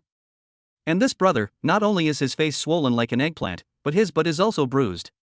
Was he killed by a knife? There were also some beast girls who were injured by Fong Cheng. Their delicate wails made people think about something else. There are quite a few good-looking ones among them. I really don't know how that guy could do that. Squeak, squeak, squeak. Tian Dabong shook his head with a gloating look. It's so cruel and completely unscrupulous. But now that I think about it, we really got a great bargain, hee. Ma Wen nodded enthusiastically in agreement. Isn't that so? I never thought that young man was so powerful. Now that I think about it, he was showing mercy to us. Hearing this, Tian Dabong was also frightened. If Fong Cheng had tried to kill him at that time, with his strength, even if he used the back of the knife, his head would probably have been no different from a watermelon under his knife. Look at these guys in front of him, many of them are almost at level D, but they were still dealt with by him with 1 blow. Thinking of this, he suddenly said to Ma Wen, "Wife, have you noticed? They all seem to have only been stabbed once." After being reminded by Tian Dabong, Ma Wen also reacted and looked carefully at these howling guys. Although the symptoms of their injuries were strange, the damage was caused by a knife, and only 1 knife. Although we didn't see the scene of their fight, the thought of Fong Cheng in the crowd, chopping one person with his sword like cutting melons and vegetables, was chilling. Is that guy really an F-rank beast tamer? Isn't that ridiculously strong? In addition, there were dozens of people who came out earlier, and they were cursing, saying that they had fallen into that damn evil trap. They hunted geese all day long, but they didn't expect to be pecked in the eye by a goose today. They were tricked by that guy. I don't know how much resentment I have in my heart, and the curses I'm hearing are more harsh than the last. Tian Dabong stood aside and looked at these people, laughing foolishly. When Fong Cheng took out the spoils, it caused an internal conflict among everyone. These people were sent out by their own people. In Tian Dabang's opinion, they should be thankful. Look around them, those who were sent out by Fong Cheng personally, who was not worse off than them. Just then, footsteps were heard outside the gate. Tian Dabong and Ma Wen looked in the direction of the sound. The next moment, they both shuddered as if they had seen a ghost. Why is that kid here? Behind Tang Li, they saw Fong Cheng at a glance. There was no way out. They were really scared by Fong Cheng. Now they were extremely sensitive to Fong Cheng and couldn't help but see him. Quick, quick, stop cursing, that kid is coming. Tian Dabong tried to kindly remind everyone, but they refused to appreciate his words and shouted, even if the Jade Emperor came. He accidentally caught sight of Fong Cheng out of the corner of his eye and was instantly stunned, with the second half of his sentence stuck in his throat. Could it be that the boy didn't beat me enough just now and wanted to beat me again? Chapter 25. A group of white-eyed wolves. Led by Tang Li, everyone came to the medical area in the backyard. At first, I heard a lot of noise inside, with people cursing and wailing, just like a vegetable market. As a result, as soon as everyone came in, all the noisy noises disappeared miraculously. Everyone lying on the hospital bed raised their heads and looked over here like groundhogs. What are you looking at? What is so good here? No, how could they be injured like this? At a glance, it seemed that except for that kid Fong Cheng, all the contestants were lying here. You still dare to say there's no conspiracy? Hao Feizheng, as if he had won the lottery, desperately squeezed out from behind the crowd, pointed at the group of wounded, and said to Tang Li, "You still dare to say there's no shady dealings in this match? Can you imagine which other match has so many people injured? I bet everyone except that guy surnamed Fong is lying here right now, right?" The wounded were also dumbfounded when they heard this. A shady deal? What shady deal? Wasn't it Fong Cheng who beat him up? At this time, Zhou Shaolin also squeezed out from the back and said, "I waited outside for a long time, but no one came out. It turns out that they are all lying here. A Miri-level dungeon can cause so many people to lie down. Do you, the Spiritual Contract Guild, think we are all fools?" When the others heard this, they immediately reacted and spoke at once. So many people are lying down, and only one F-rank kid made it through. Can you, the Spiritual Contract Guild, please do it in a more shady way? Who would believe this? The E-rank ones are all lying down, and I don't believe that an F-rank kid can pass it. That's right. I don't believe it either. The Spiritual Contract Guild must give us an explanation. Tang Li's brows knitted in anger, and he gritted his teeth and said, "If there's any shady dealings going on, you can find out if you go over and ask. Why are you all talking nonsense here? You think I don't dare? Of course we have to ask. Let's go ask. With so many people here, I don't believe the Spiritual Contract Guild can kill us all. At this time, if someone takes the lead, others will follow." A group of people ran to the wounded as if they were herding ducks, and asked questions in a flurry. "Old one, how did you get hurt like this? Who beat you up? Is it someone from the Spiritual Contract Guild? Don't be afraid, there are so many of us here. Even if the Spiritual Contract Guild is so powerful, can they still beat us all to death? Don't be afraid, Laojiu. I've already started a live broadcast. Did the Spiritual Contract Guild set up an ambush to beat you all up in order to promote that kid?" These wounded soldiers were all stunned. Is this a shady deal? Is the Spiritual Contract Guild organizing this competition to propel Fong Cheng to the top, and to beat us all? So many people, and all of them are veteran beastmasters who have been in society for many years, were beaten into a mess by a kid who just graduated from school. If people knew about this, wouldn't I be so embarrassed? I can't admit it, I absolutely can't admit it. Haven T, you even thought of an excuse for yourself now? He was not beaten by Fong Cheng, but the Yunxi Guild, in order to help that guy get promoted, had shady dealings in the competition and ambushed people in the secret realm, which was why everyone was beaten into pigs' heads. That's right, there's something fishy going on in this competition. We were all beaten up by the people from the Spiritual Contract Guild. With one person taking the lead, the others also reacted, because they were beaten by a kid who had just graduated from school. It was really embarrassing. We were ambushed as soon as we entered.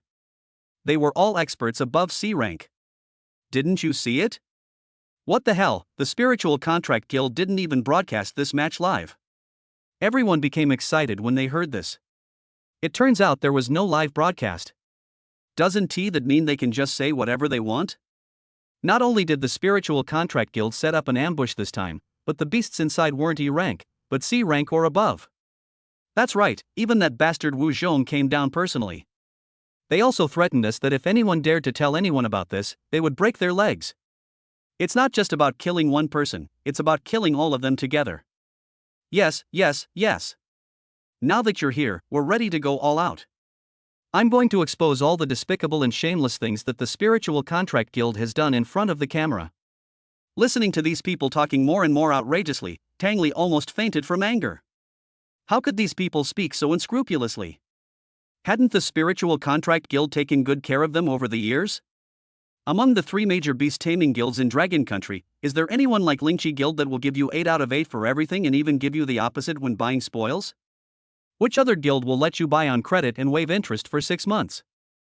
I originally wanted to make friends with many people, but I didn't expect to raise a group of ungrateful people who could never be tamed. Those who are currently broadcasting live, originally there were so many people in the live broadcast room that they could beat people to death, but as these guys in front of them cried and complained, the number of people in the live broadcast room kept increasing. Is it really necessary to have shady dealings in a newcomers competition? The Yunxi Guild has always had a good reputation. Could they possibly do something like this? Oh, you can only judge a person by his appearance. I've long said that the Spiritual Contract Guild harbors evil intentions. Do you believe it now? A rookie competing in a competition is actually engaging in shady dealings. How degrading. At school, it was study time again because those who had participated in the contract training had not returned yet. Fong Cheng's former class teacher, Zhu Guiying, threw the book in her hand onto the podium, said coldly, "Study on your own," and then sat on the podium with her legs crossed, watching online videos. Suddenly she stood up and looked at the laser screen on the bracelet with an incredible look on her face. Fong Cheng, that loser, went to participate in the rookie competition and was the first to pass it. If this isn't a shady deal, what is it? The next moment, she quickly waved her nimble fingers and wrote in the comments, "As far as I know, Fong Cheng is not only a loser, but also a gangster. How can such a loser get first place? There must be no shady dealings. From now on, my aunt will not come again." Not long after this comment was sent, the phone in the bracelet rang. I took a look and saw that it was the principal calling. Zhu Guiying glanced at the students who were absorbed in their studies, walked out of the classroom with a cold face, and answered the phone. "You idiot, we're in class, why are you calling at this time? You're pregnant? What do I have? Aunt is gone? Pft, pft, pft. What are you talking about? I'm saying that if the Spiritual Contract Guild hadn't done anything shady this time, then they'd let me do that. What are you thinking? I was so scared, I thought someone was killed." Yuching Education Bureau, Director Zhou Jianyang is a very ambitious man, but unfortunately he has bad luck. He has been stuck in the position of local director for decades and is about to retire. He was very angry about this. Today, as usual, he was bored in watching short videos, when suddenly a live broadcast piqued his interest. Is it true that the Spiritual Contract Guild's newcomer competition involves shady dealings? Mr. Zhou, what's true or false? A colleague named Zhu Hongchen just came in with a thermos cup and saw this scene. "Hey, in the newcomer competition of our Yuching Lingqi Guild, a kid who just graduated from school won first place." A kid who just graduated from school? Aren't all the capable students in training right now? If you don't believe me, come and see for yourself. Coincidentally, someone actually gave the camera to Fong Cheng at this time, and there was a lot of cursing below, and it seemed that they wanted to ruin the reputation of this beneficiary of the shady dealings. Xu Hongchun came over to take a look, then pushed up his glasses to take a closer look. "Hiss, why does this guy look so familiar? Have you seen it?" Chapter 26, One by One, Fight Me Again If You Dare. I remember now. Isn't this the kid who just got expelled from number 11 middle school? What a coincidence. He's a student of my cousin's. I think his name is Fong Cheng. Yes, this kid was expelled from school? Well, a loser with only E-level talent who also molested the girls in the class. A few days ago, number 11 middle school sent me the expulsion documents. I personally approved them. There's no mistake. After hearing this, Zhou Jianyang fell into deep thought. A loser with only E-level talent, who had even molested a classmate, could be said to have no character and no talent. How could such a loser from the Spiritual Contract Guild be involved in such a shady competition? What's their real purpose? In the Lingqi Guild, Tang Li was so angry that she was going crazy. She grabbed Hao Feizhen, who was standing next to her, and started to fight with her. It was a real fight between women, pulling hair, scratching faces, and necks. If she really drew her sword to fight this guy, or transformed to fight him, Hao Feizhen would definitely draw his sword to fight back, and the nature of the situation would change, and what was right would become wrong. But the way she is now, making herself look like a wronged little woman, Hao Feizhen really can't do anything about her. After all, this is not the wilderness, and the Dragon Country officials are watching. No matter how big the Shinchi Guild is, it is not bigger than the official. If they really dare to draw their swords and fight with others in the city, they will at least be detained, and at worst, they will be sent directly to work on a sewing machine. Is anyone in charge or not? You crazy woman, I won't argue with you. If you come again, I'll fight back. Fuck, Zhou Shaolin is here too, why don't you hit him? Zhou Shaolin, who was originally watching the fun, was frightened when he heard this and quickly hid in the crowd. "Old Hao, I have no grudge against you, why are you trying to harm me? You crazy woman, if you don't stop, I'll really fight back." Seeing that Hao Feizhen was about to lose his mind after being caught like a pig's head, Fong Cheng came over and grabbed Tang Li. "Sister Xiao Tang, there's no need to bother with this kind of person." Tang Li said angrily, "You know nothing. If you can't explain this matter clearly today, you're done. To be honest, Tang Li really regrets now why he didn't broadcast the entire competition live. Although his original intention was not to let people discover Fong Cheng, this good seedling, to put it bluntly, it was also due to selfish motives. He was afraid that the other two major guilds would snatch people from him. But now, even though Fong Cheng's talent has been concealed, if this matter cannot be clarified today, not only will the reputation of the Yunxi guild be ruined, but the reputation of Fong Cheng will also be ruined. But how can I clarify? With so many mouths, I can't win at all, and those bastards even started a live broadcast, and now they are scolding me online. Even if I had a mouth all over my body, I still couldn't explain it clearly. Okay, leave it to me. Fong Cheng said in a deep voice. Leave it to you? Tang Li was stunned for a moment, then said unhappily, what can I do if I leave it to you? Those people won't listen to any explanations now. Even if you have a lot of tricks up your sleeve, it's useless. Who said I had to explain it to them? After saying that, Fong Cheng walked up to a guy who was acting pitiful in front of the camera, under Tang Li's puzzled gaze, and pulled him up from the hospital bed. The man was shocked at first. He had seen how powerful Fong Cheng was, and he had an instinctive fear of him at this moment. But when he thought about how many people were here, what could Fong Cheng do to him? So he started to cry out, look, everyone. This kid is going to kill someone to silence them. Fong Cheng drew his knife and knocked over the bed. The explosion suddenly made the surroundings quiet. Shut the fuck up, everyone. Didn't you say there was something fishy going on in this competition? Okay, every one of you, get up and fight me again. I'll let you see for yourself if there's anything fishy going on here. I'm injured now, so I definitely can't beat you. If you have the guts, you, wait until I'm healed. Okay, Sister Tang, did you hear me? Hurry up and get these bastards healed. They want to fight me again to prove whether there is any shady dealings here. Tang Li's brows lit up when he heard this. Yeah, such a simple solution, why didn't I think of it? One more fight and everything will be revealed. As for Fong Cheng's talent, let's just say he is SS level. Anyway, these people have never seen this level of talent, so they definitely won't think of it as X level. At this moment, the man grabbed Fong Cheng's hand and struggled desperately, saying, I won't fight with you. Let me go, I want to go home. Go home? No one can leave until things are cleared up today. Sister Xiao Tang, close the door. If they don't fight me again today, don't let any of them go. Tang Li smiled and said, don't worry, no one will escape today. At this time, the people around were puzzled. An F-level trash wants to fight with you. Why should you, a dignified E-level, be afraid of him? Old 9, are you confused? What are you afraid of with an F-rank loser? Go ahead. This guy is so arrogant. If you don't kill him, how can you swallow this anger? Old 9, go fight him. I'm live streaming here. If the Yunxi guild dares to do anything sneaky, the whole Dragon Nation will know about it, and then they'll be completely finished. That's right, Lao Jiu. AF rank loser, can't you, a dignified E rank beast master, kill him? Lao Jiu was sweating profusely at this time. You have never fought with him before. I don't want to be beaten to death by him again. So Lao Jiu got scared and said, I was wrong, big brother, I was wrong. What I just said was forced by these guys. Everyone was unhappy. Old 9, do you know what you were going to say? Lao Jiu got angry, of course I know what I'm talking about. If you have the guts, fight this guy. At this point, Lao Jiu quickly said to the other party, brother, you have seen it too, I was really forced by them. You fight them, and if they're not hurt, beat them to death, and I'll bury them. Lao Jiu now dares to say anything, just asking Fong Cheng to let him go. Fong Cheng sneered, threw Lao Jiu aside, and turned to all the contestants and said, I still say the same thing. Every one of you here counts as one. If you have the guts, fight me again. If you don't have the guts, don't talk nonsense here.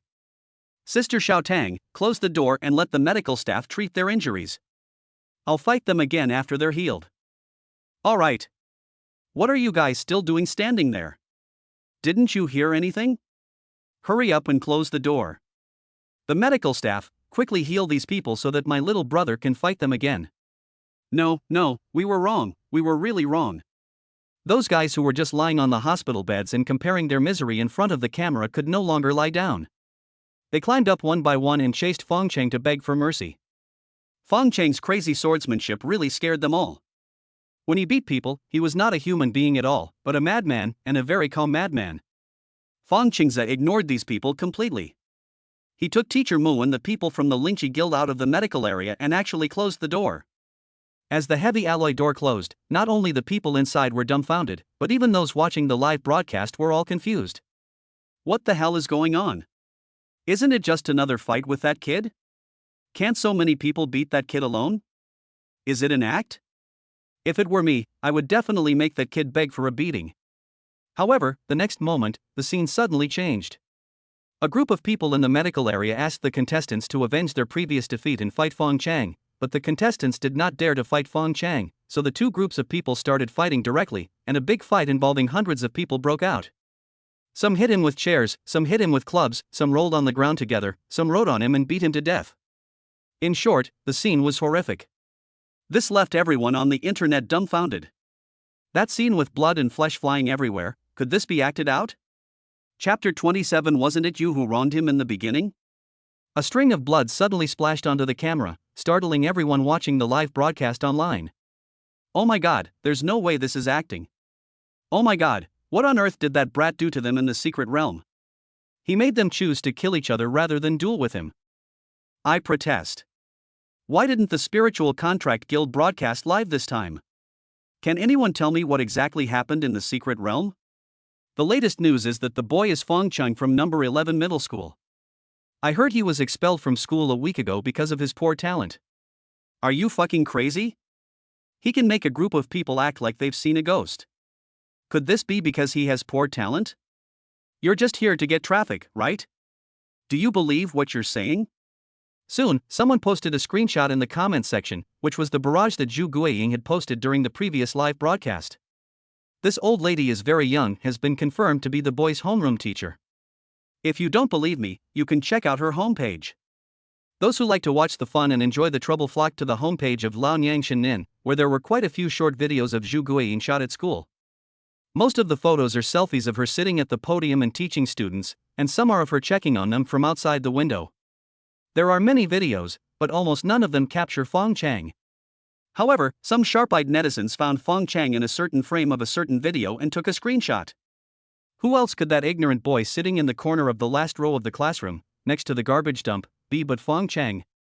Oh my god, is he really Fong Cheng's teacher? Now everyone believes it, right? Looking at where Fong Cheng sits in the photo, we can basically conclude that he's really not liked by the teachers at school. So, he really was fired. I want to know what their teacher thinks now. A guild-run rookie tournament doesn't really mean anything. I'm looking forward to next month's citywide youth tournament. If he can punish all those geniuses his teacher considers him to be like he did this time, that would be a lot of fun. Next month's youth tournament is at the end of the month, so it's only a few days away. Who will you bet on to win then? I will definitely buy this kid this time. I heard that Fu Liang from number 1 middle school, Xing Peng from number 5 middle school, Pang Mao from number 6 middle school, and Shin Tujun from number 11 middle school are all quite talented. Exclusive news, Fu Liang was severely injured by Shin Tujun during training yesterday and will miss this youth tournament. Is your revelation reliable? My aunt is the medical staff for this training camp. She was the one who took Fu Liang to the city hospital last night. Oh, and my aunt is a class A medical technician. Even A-level medical technicians can't heal this injury. Shin Tujun must have been too harsh, right? Can anyone tell me what's going on? At school, Zhu Guiying was initially feeling complacent about the sudden surge in clicks on her videos, thinking that a flood of wealth was about to fall on her head. But suddenly the tone of the video changed, and the comments on the video were full of curses, especially the part where Fong Cheng was shot. There were even people in the comments section who specifically pointed out Fong Cheng and posted him in the comments section. To be honest, if it weren't for this screenshot, she herself wouldn't believe that she would actually include that guy in the video. Because of disgust, every time she took a video, she would subconsciously avoid these trash in the class. There were all kinds of insults in the comments section, but the general meaning was that they were scolding themselves for being so blind that they actually fired Fong Cheng, causing number 11 middle school to miss out on an opportunity to make a big splash. Some people even scolded her, saying that she was just a teacher. If she were in a high position, who knows how much talent Longwo would lose. Zhu Guiying was unhappy about this. If this matter got to the ears of the education department, would she still be eligible for this year's Outstanding Teacher Award and Model Teacher Award? so she quickly posted a new video. In the video, she was wearing a khaki slim fit suit, gold-rimmed glasses, with a few strands of hair hanging down gently, and sitting at the desk with a dignified demeanor. At first glance, he is definitely a good teacher who is both knowledgeable and respectable. But if you look closely, the putty-like foundation on her face, the thin eyebrows she drew on, and the lipstick that was as red as blood all looked awkward. Dear netizens, please do not be fooled by Fong Cheng. His talent was only E-level after being assessed by the school. He is not a genius at all. The school expelled him not because of his low talent as he said, but because he molested his classmates in school. For such a student who has no ambition and extremely bad character, expelling him is already a mercy beyond the law. Of course, as his teacher, I didn't teach him well, so I also bear responsibility. On behalf of our number 11 middle school, I solemnly apologize to all netizens. I also ask all netizens to be rational when using the internet and not believe or spread rumors. Xu Guiying was very satisfied with her performance in this video. She watched it several times before posting it. She believed that with this video, public opinion on the internet would definitely be one-sided, and everyone would condemn Fong Cheng, the jinx. The result was contrary to her expectations. Not many netizens bought her video after watching it, because Fong Cheng in the screenshot looked so honest and did not look like someone who would molest a classmate. As for the fact that his talent was only E-level, no one believed it. Because those who participated in the Qiling Guild's newcomer competition this time were now as scared as if they had seen a ghost when they saw him. How big a shadow must Fong Cheng have cast in their hearts to make them so scared?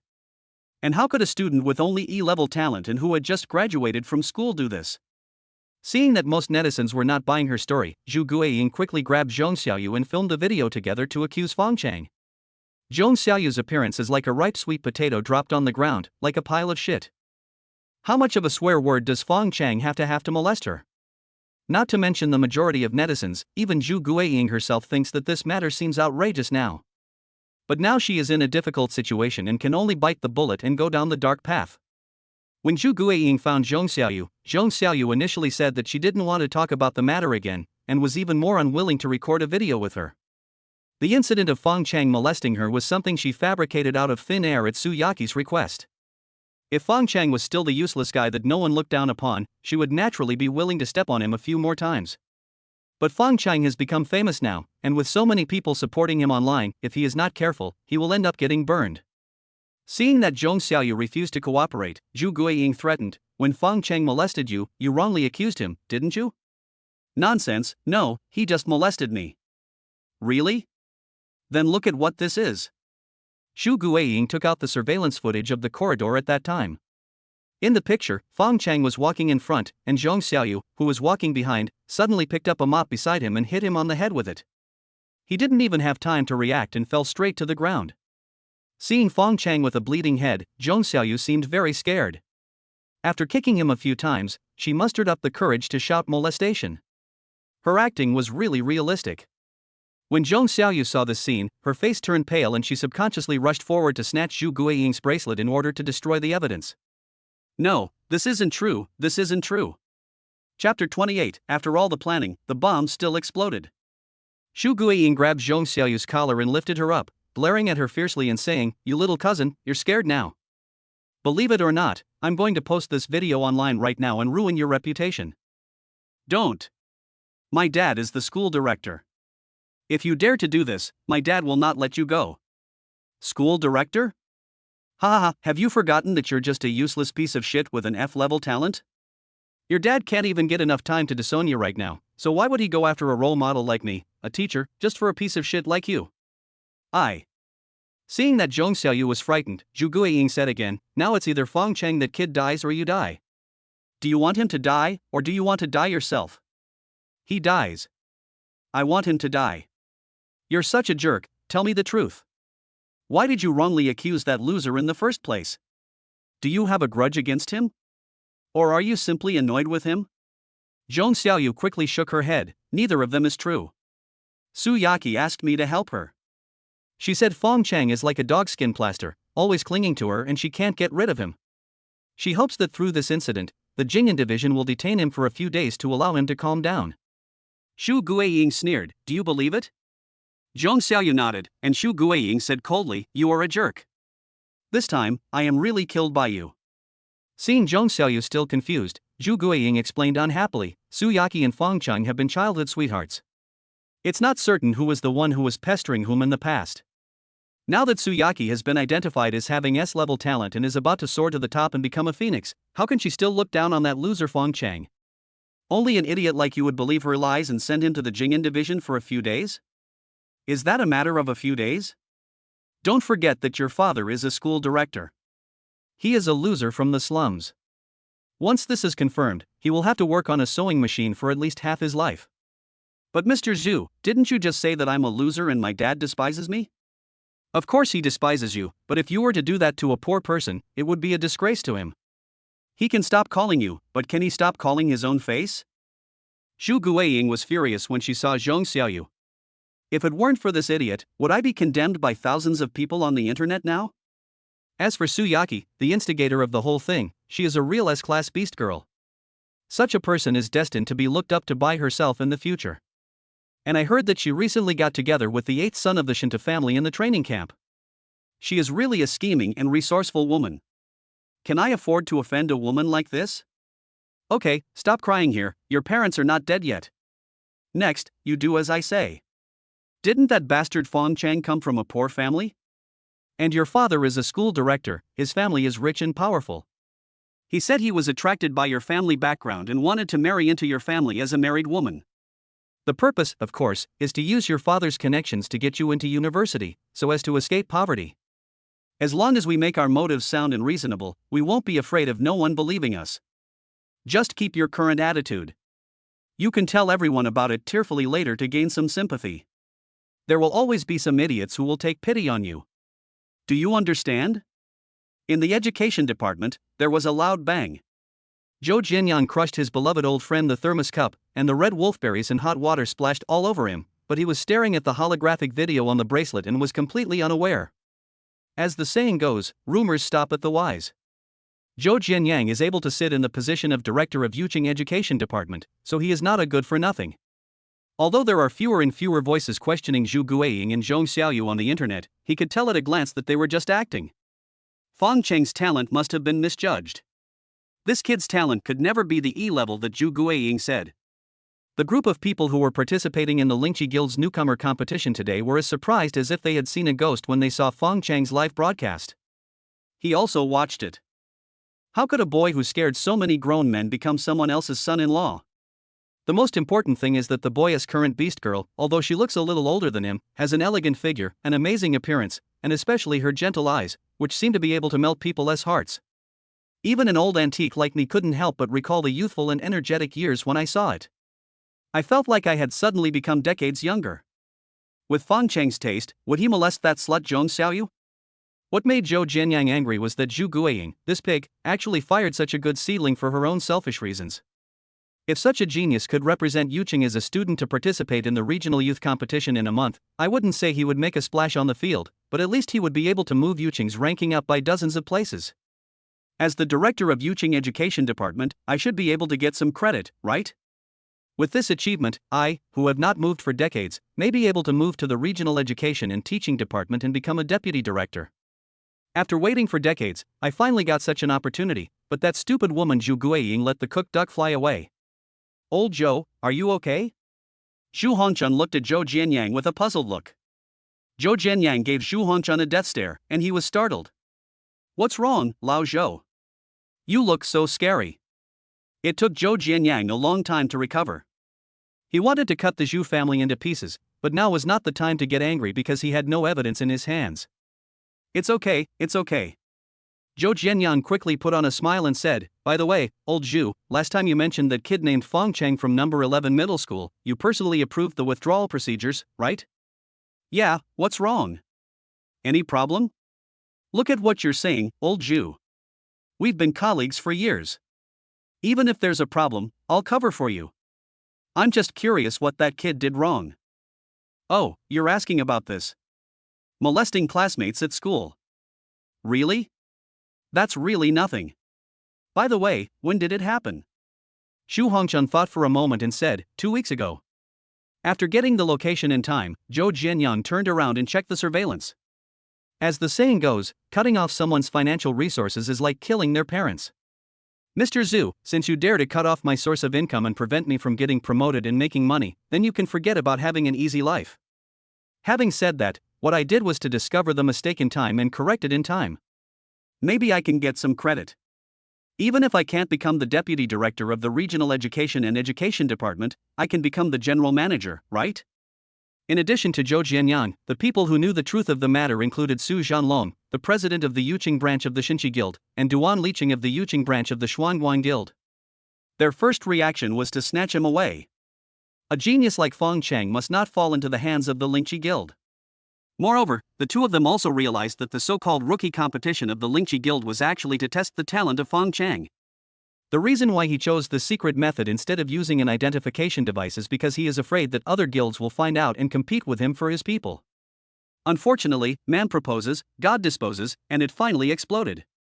Su Zhanlong and Duan Liqing, almost at the same time, notified Hao Feijing and Zhou Shaolin who were in the Lingqi Guild, and ordered them to recruit Fong Cheng no matter what.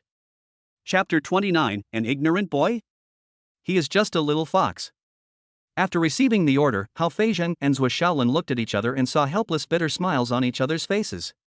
They were only interested in discrediting the Lingqi Guild, but ignored Fong Cheng's value. I told you long ago that the people above would definitely recruit that kid. You still didn't believe me. Now it's come true, right? Zhou Shaolin glared at Hao Feijing angrily. Stop talking nonsense here. When did you say that? Why didn't I hear it? Okay, let's think about what to do now, shall we? What should we do? Zhou Shaolin sneered. How, have you forgotten that our two families have never been allies, but rivals? Okay, then we'll each rely on our own abilities. Hao Fei went to knock on the door angrily, but the people who came in were actually a group of people from the Jingyan division. As soon as these people came in, the leader of the group shouted through a loudspeaker, the Jingyan division is investigating this case. Everyone, keep your heads down and squat. While the team leader was still shouting, the people behind him rushed out and started to arrest people. What's going on? They actually notified the Jingyan guard? Before Hao Fei could react, he was kicked in the popliteal fossa. His legs went limp and he was pinned to the ground. Zhou Shaolin, who followed closely behind, received the same treatment. In the chaos, the two of them once again looked at each other in tacit understanding. Why the hell did the Lingqi Guild not play by the rules and actually inform the Jingyan division? Do they have any shame? The first thing Tang Li and Fang Cheng did after leaving the medical area was to ask Lan Xiao to notify the Jingyan division. No matter how powerful the guild is, it is still a guild of Dragon Country and cannot be greater than the national law. If someone is causing trouble and notifies the Jingyan division, no one will find fault. If anyone dares to bring this up in the future, they will be going against the authorities. Tang Li had finished all her work before she saw Wu Zhong arriving late. Honey, are you okay? How dare you come here? Your wife was in there just now and was bullied. Where the hell were you? Wu Zhong is also very angry now. Which man can stand seeing his wife being bullied? But at the beginning, Tang Li glared at him and told him not to come. He knew that his wife was afraid that he would not be able to bear it and make things worse. But he regretted it, and now he regrets it to death. Forget about the overall situation. The wife is the most important in the world. But saying this now would seem a bit like hindsight, so Wu Zhong said nothing. Facing his wife's scolding, he could only endure it, but he could not tolerate those people in the medical area. Without a word, he rushed to the medical area, but was stopped by Tang Li. Where are you going? Come back. Wu Zhong gritted his teeth and said, I'm going to beat those two guys to death and vent your anger. You're here to help me now. What were you doing before? I've already notified the Jingyan division, so please don't cause me any more trouble.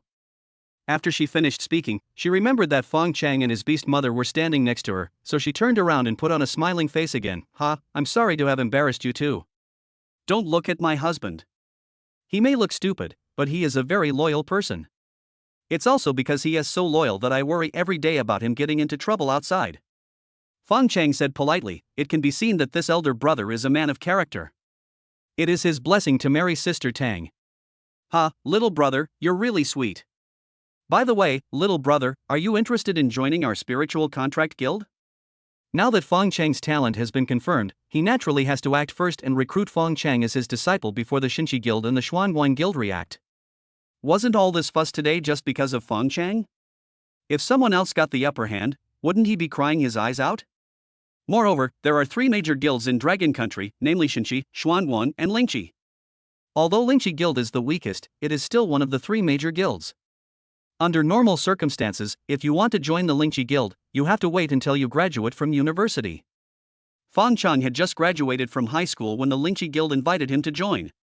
It was like a Fortune 500 company in Fong Cheng's previous life, recruiting him directly while he was in high school.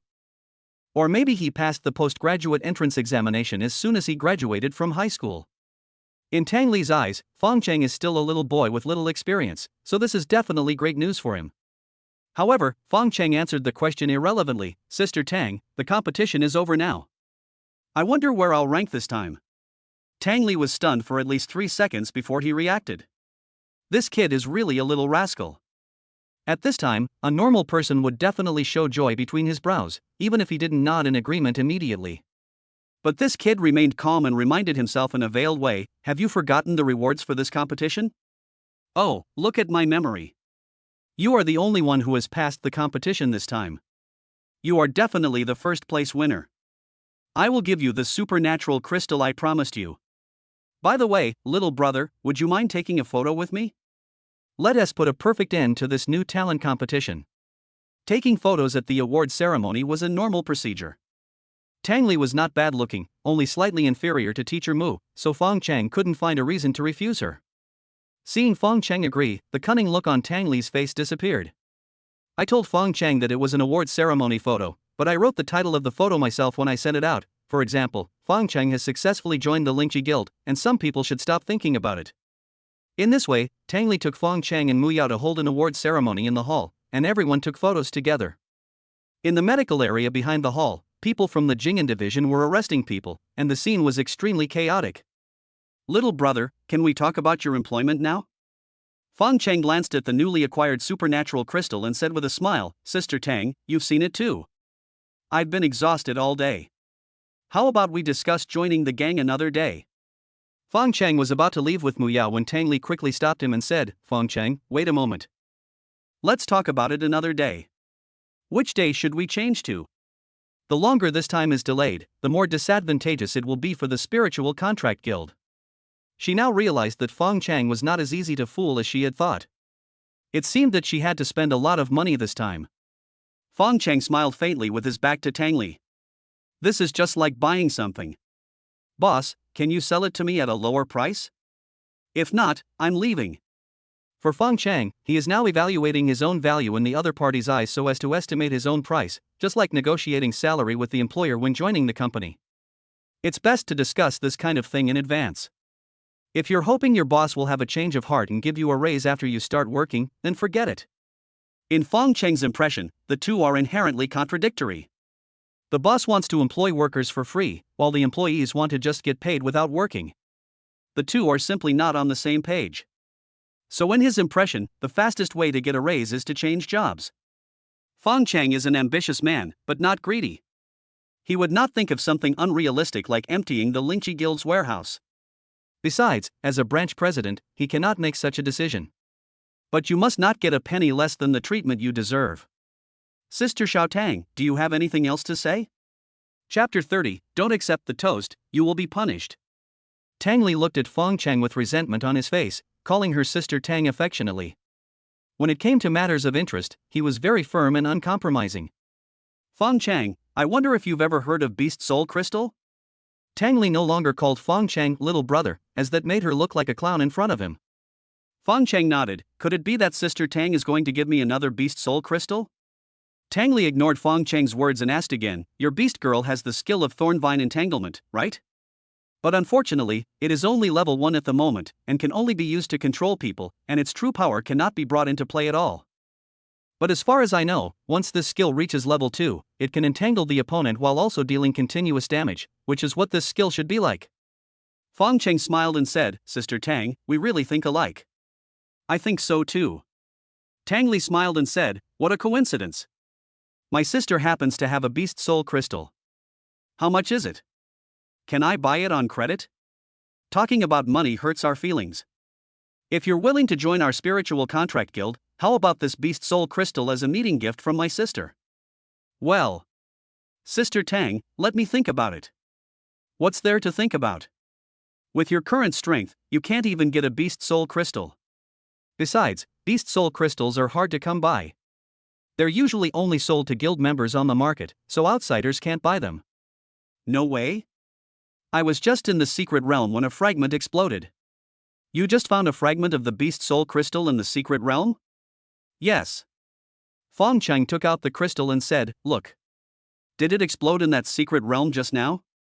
Of course, if Sister Tang doesn't believe me, you can go watch the battle replay. Tang Li looked at Fong Cheng in disbelief. This kid's luck was too good. He could actually find something from a B-level copy in an E-level copy. Tang Li cleared his throat and said, "You also know that beast soul fragments only have a chance of being found in at least a B-level dungeon. You were able to find this thing in an E-level dungeon, it was pure luck, but can you guarantee that your luck will always be so good?" Fong Cheng shook his head, "No, but that doesn't mean I have no chance at all, right? Then how long will it take you to collect a crystal? Also, dungeons above E-level aren't open to ordinary beastmasters. Don't you know that?" Fong Cheng smiled and said, "So? Sister Tang, do you have anything else to give me?" Tang Li was immediately furious. "Even if you want something, can't you be more reserved? You're asking for it openly, how can I bully you into not asking for more? Xiao Fong, my husband, and I are also very poor, okay? We really don't have anything left, but we can maximize your membership benefits. Can you be more specific? Normally, the base salary for an F-level member is 80,000. I can give you 160,000. In addition, you will have priority in exchanging for all rare items in the guild. Everything, including the venue, will be discounted by 40%. You can choose any guild mission you want, and you don't have to do the monthly membership missions. Besides that, I'll also give you a villa and 1 million in starting bonus. How about that?" To put it bluntly, as long as Fong Cheng joins the Yunxi guild, he can just get a salary without doing any work, and he can also enjoy the privilege of priority access to the guild's resources. According to the guild system, he is indeed a branch president, and he has been given all the privileges that can be given, which is the utmost he can do. Just as Fong Cheng was hesitating, he suddenly heard someone say, "Brother Fong Cheng, our Shinchi guild will give you all these conditions. In addition, we will tailor-make a set of D-level equipment for you and your beast mother. Brother Fong Cheng, please join our Shinchi guild." Tang Li frowned at Hao Feizheng's sudden intervention. Wasn't the Jing'an division arresting someone inside? Why hadn't they arrested this guy? As Hao Feizheng finished speaking, Zhou Shaolin continued, "Brother Fong Cheng, our Xianguang guild will give you everything that the Shinchi guild can give you. In addition, we will help you break through to E-level and double your base salary. Brother Fong Cheng, please join our Xianguang guild." Hao Feizheng immediately said angrily, "What do you mean, Zhua? Your Xuanguang guild can afford it, but can't our Shinchi guild afford it? Brother Fong Cheng, we can also recommend you to E-level, and at the same time, we will double your base salary based on that of the Xuanguang guild." Zhou Shaolin said angrily, "How, do you think this is interesting?" The two of them started arguing back and forth, and soon they started quarreling fiercely. But when Fong Cheng saw that they had finally agreed to stop arguing, he looked at Tang Li and said, "Little sister Tang, did you hear that too? The Xuanguang guild and the Shinchi guild are very sincere. I wonder if little sister Tang could show a little more sincerity." Seeing that Fong Cheng seemed to be tempted by their conditions, Tang Li gritted his teeth and said, "We can also customize a set of D-level equipment for you and your beast girl. The base salary can be as high as 240,000. At the same time, our guild will cover all the star crystals you and your beast girl need to upgrade to E-level. What do you think?" This was already paid out of Tang Li and Wu Zhong's own pockets, or to be more precise, her dowry. But now, she was no longer sure that Fong Cheng could choose the Yunxi guild. Because the Yunxi guild is too poor compared to the other two guilds, even if Fong Cheng's guild is given priority use of resources, its resources are not as abundant as the other two guilds. Take the beast soul crystals and supernatural crystals for example. If Fong Cheng needs them in the future, the Yuqing branch may not be able to provide them in time. But it's different for the other two guilds. As long as you have enough contribution points, you can get items below S level at any time. Before, she could still bully Fong Cheng for not knowing this, but now that she has discovered that this kid is very cunning, how could he not know? The reason why I chose to increase my bet was simply because I was unwilling to give up and wanted to take another gamble. Okay, it's a deal. What did you say? Tang Li looked at Fong Cheng in disbelief. Fong Cheng smiled and said, "I say deal." This time, Hao Feizheng and Zhou Shaolin also heard it clearly. The two who were arguing stopped and looked at Fong Cheng in unison. Then I heard Hao Feizheng say, "Brother Fong Cheng, you have to think it through." Zhou Shaolin then sneered, "Given your current reputation, the Spiritual Contract Guild may not be able to protect you." Fong Cheng looked at Zhou Shaolin in surprise. "My current reputation? What does it mean?" "Ha, you don't know yet, do you? Your teacher has already exposed you for molesting a female classmate at school. Now the whole internet knows that you were expelled from school because of molesting a classmate." Hao Feizheng added, "The classmate you molested is called Yunxi, right? You know what her family's financial situation is like. Otherwise, you wouldn't have done something as disgusting as molesting a classmate just because you wanted to marry into her family. If this matter is confirmed, which guild would dare to hire you? You can expect to go to jail." Fong Cheng sneered, "Are you trying to bribe me and threaten me?" Chapter 31, A Promise Worth 1,000 Pieces. It doesn't matter what Zhong Xiaoyu's family background is, what matters is who said this. Now that these words came out of the mouths of Hao Feizheng and Zhou Shaolin, it meant that the Xinchi Guild and the Xuanguang Association were going to make a big fuss about this matter. To put it bluntly, it's like a bandit who thinks that if I can't get it, no one else can either. "What do you think?" Fong Cheng looked at Tang Li. He didn't call her sister Tang anymore at this time, as that would make him look stupid and unable to distinguish the important from the unimportant. Tang Li also put away the smile on his face and said seriously, "I believe you are not that kind of person. This is actually not a question of whether to believe it or not, but a question of making one's stance clear and whether one is willing to take the blame for Fong Cheng." Hao Feizheng and Zhou Shaolin had just made it very clear that if Fong Cheng was unwilling to join them, he would have to wait for their revenge. When Tang Li said she believed in him, she actually promised to take the blame for him. In other words, she wanted to break off relations with the other two guilds. Fong Cheng heard her reply and smiled again. "Sister Tang, you're offering such a good salary, do you really not need me to do anything?" Tang Li also smiled and said, "I just hope that you can do your best for the guild when you are able, just like I did today." "No problem, do you want to sign the contract?" At this time, Hao Feizheng and Zhou Shaolin became anxious again. Even though they had been very aggressive in slandering Fong Cheng before, Fong Cheng's talent was obvious to all of them. If such a person joined the Lingqi Guild and grew up, he would be a huge threat to both the Xinchi Guild and the Xuanguang Guild. Moreover, the president also issued a strict order, requiring them to recruit Fong Cheng to their guild no matter what. If you succeed, it will definitely be a great achievement. If you fail, then be prepared to face the wrath of the president. "Mr. Fong, you better think carefully. A spiritual contract guild may not be able to protect you." After Zhou Shaolin finished speaking, he saw a black screen in front of his eyes. Wu Zhong, who had been like a transparent man, suddenly stood in front of him like an iron tower. "Whether I can protect you or not is not up to you to decide, only my decision counts." Wu Zhong had had enough of this bullshit. Even if his wife tried to stop him, he would beat these two guys until he was paralyzed. After saying that, he slapped Zhou Shaolin's face. Zhou Shaolin's heart instantly rose to his throat. What do you want to do?" Tang Li glanced at Wu Zhong and said, "Don't fight here." After that, she smiled at Fong Cheng and said, "Little brother, come upstairs with me to complete the membership procedures. I still have the guild badge to give you, and also the things I promised you before. Don't worry, although our Lingqi Guild is poor, we never default on our debts." Watching Tang Li take Fong Cheng and Mu Yao upstairs, Hao Fei was about to slip away, but Wu Zhong grabbed him from behind and said, "Did I let you go? My surname is Wu, but I'm from the Xinchi Guild." Before Hao Feizheng could finish his words, Wu Zhong exerted force with his hand, and the rest of his words were stuck in his throat. Then he dragged Zhou Shaolin with one hand and Hao Feizheng out of the guild hall with the other. "My wife said we can't fight in the guild, so I can only drag him out and beat him up." As soon as I arrived at the door, two black luxury cars drove towards me from the left and right and stopped suddenly on the street in front of the door. As soon as the car stopped, Yang Shang, president of the Yuqing branch of the Xinchi Guild, and Lu Kuan, president of the Yuqing branch of the Xuanguang Guild, hurriedly opened the car door and rushed out. They were worried that Hao Feizheng and Zhou Shaolin would do something bad, so they came to recruit Fong Cheng in person. Now they saw that these two losers had really messed things up. "Wu Zhong, what are you doing?" Lu Kuan and Yang Shang asked in unison. Wu Zhong glanced at Hao Feizheng and Zhou Shaolin in his hands and said, "These two bastards came to my house to make trouble. I'm going to break their legs now." "What's wrong? How dare you? We are members of the Xinchi Guild. We will discipline them and will not tolerate anyone else interfering." When Wu Zhong said he was going to break their legs, he was actually slapping the faces of the two guilds. Although Hao Feizheng and Zhou Shaolin are not popular figures or celebrities, they are also B-level beastmasters. In Yuqing, they are the backbone of these two guilds.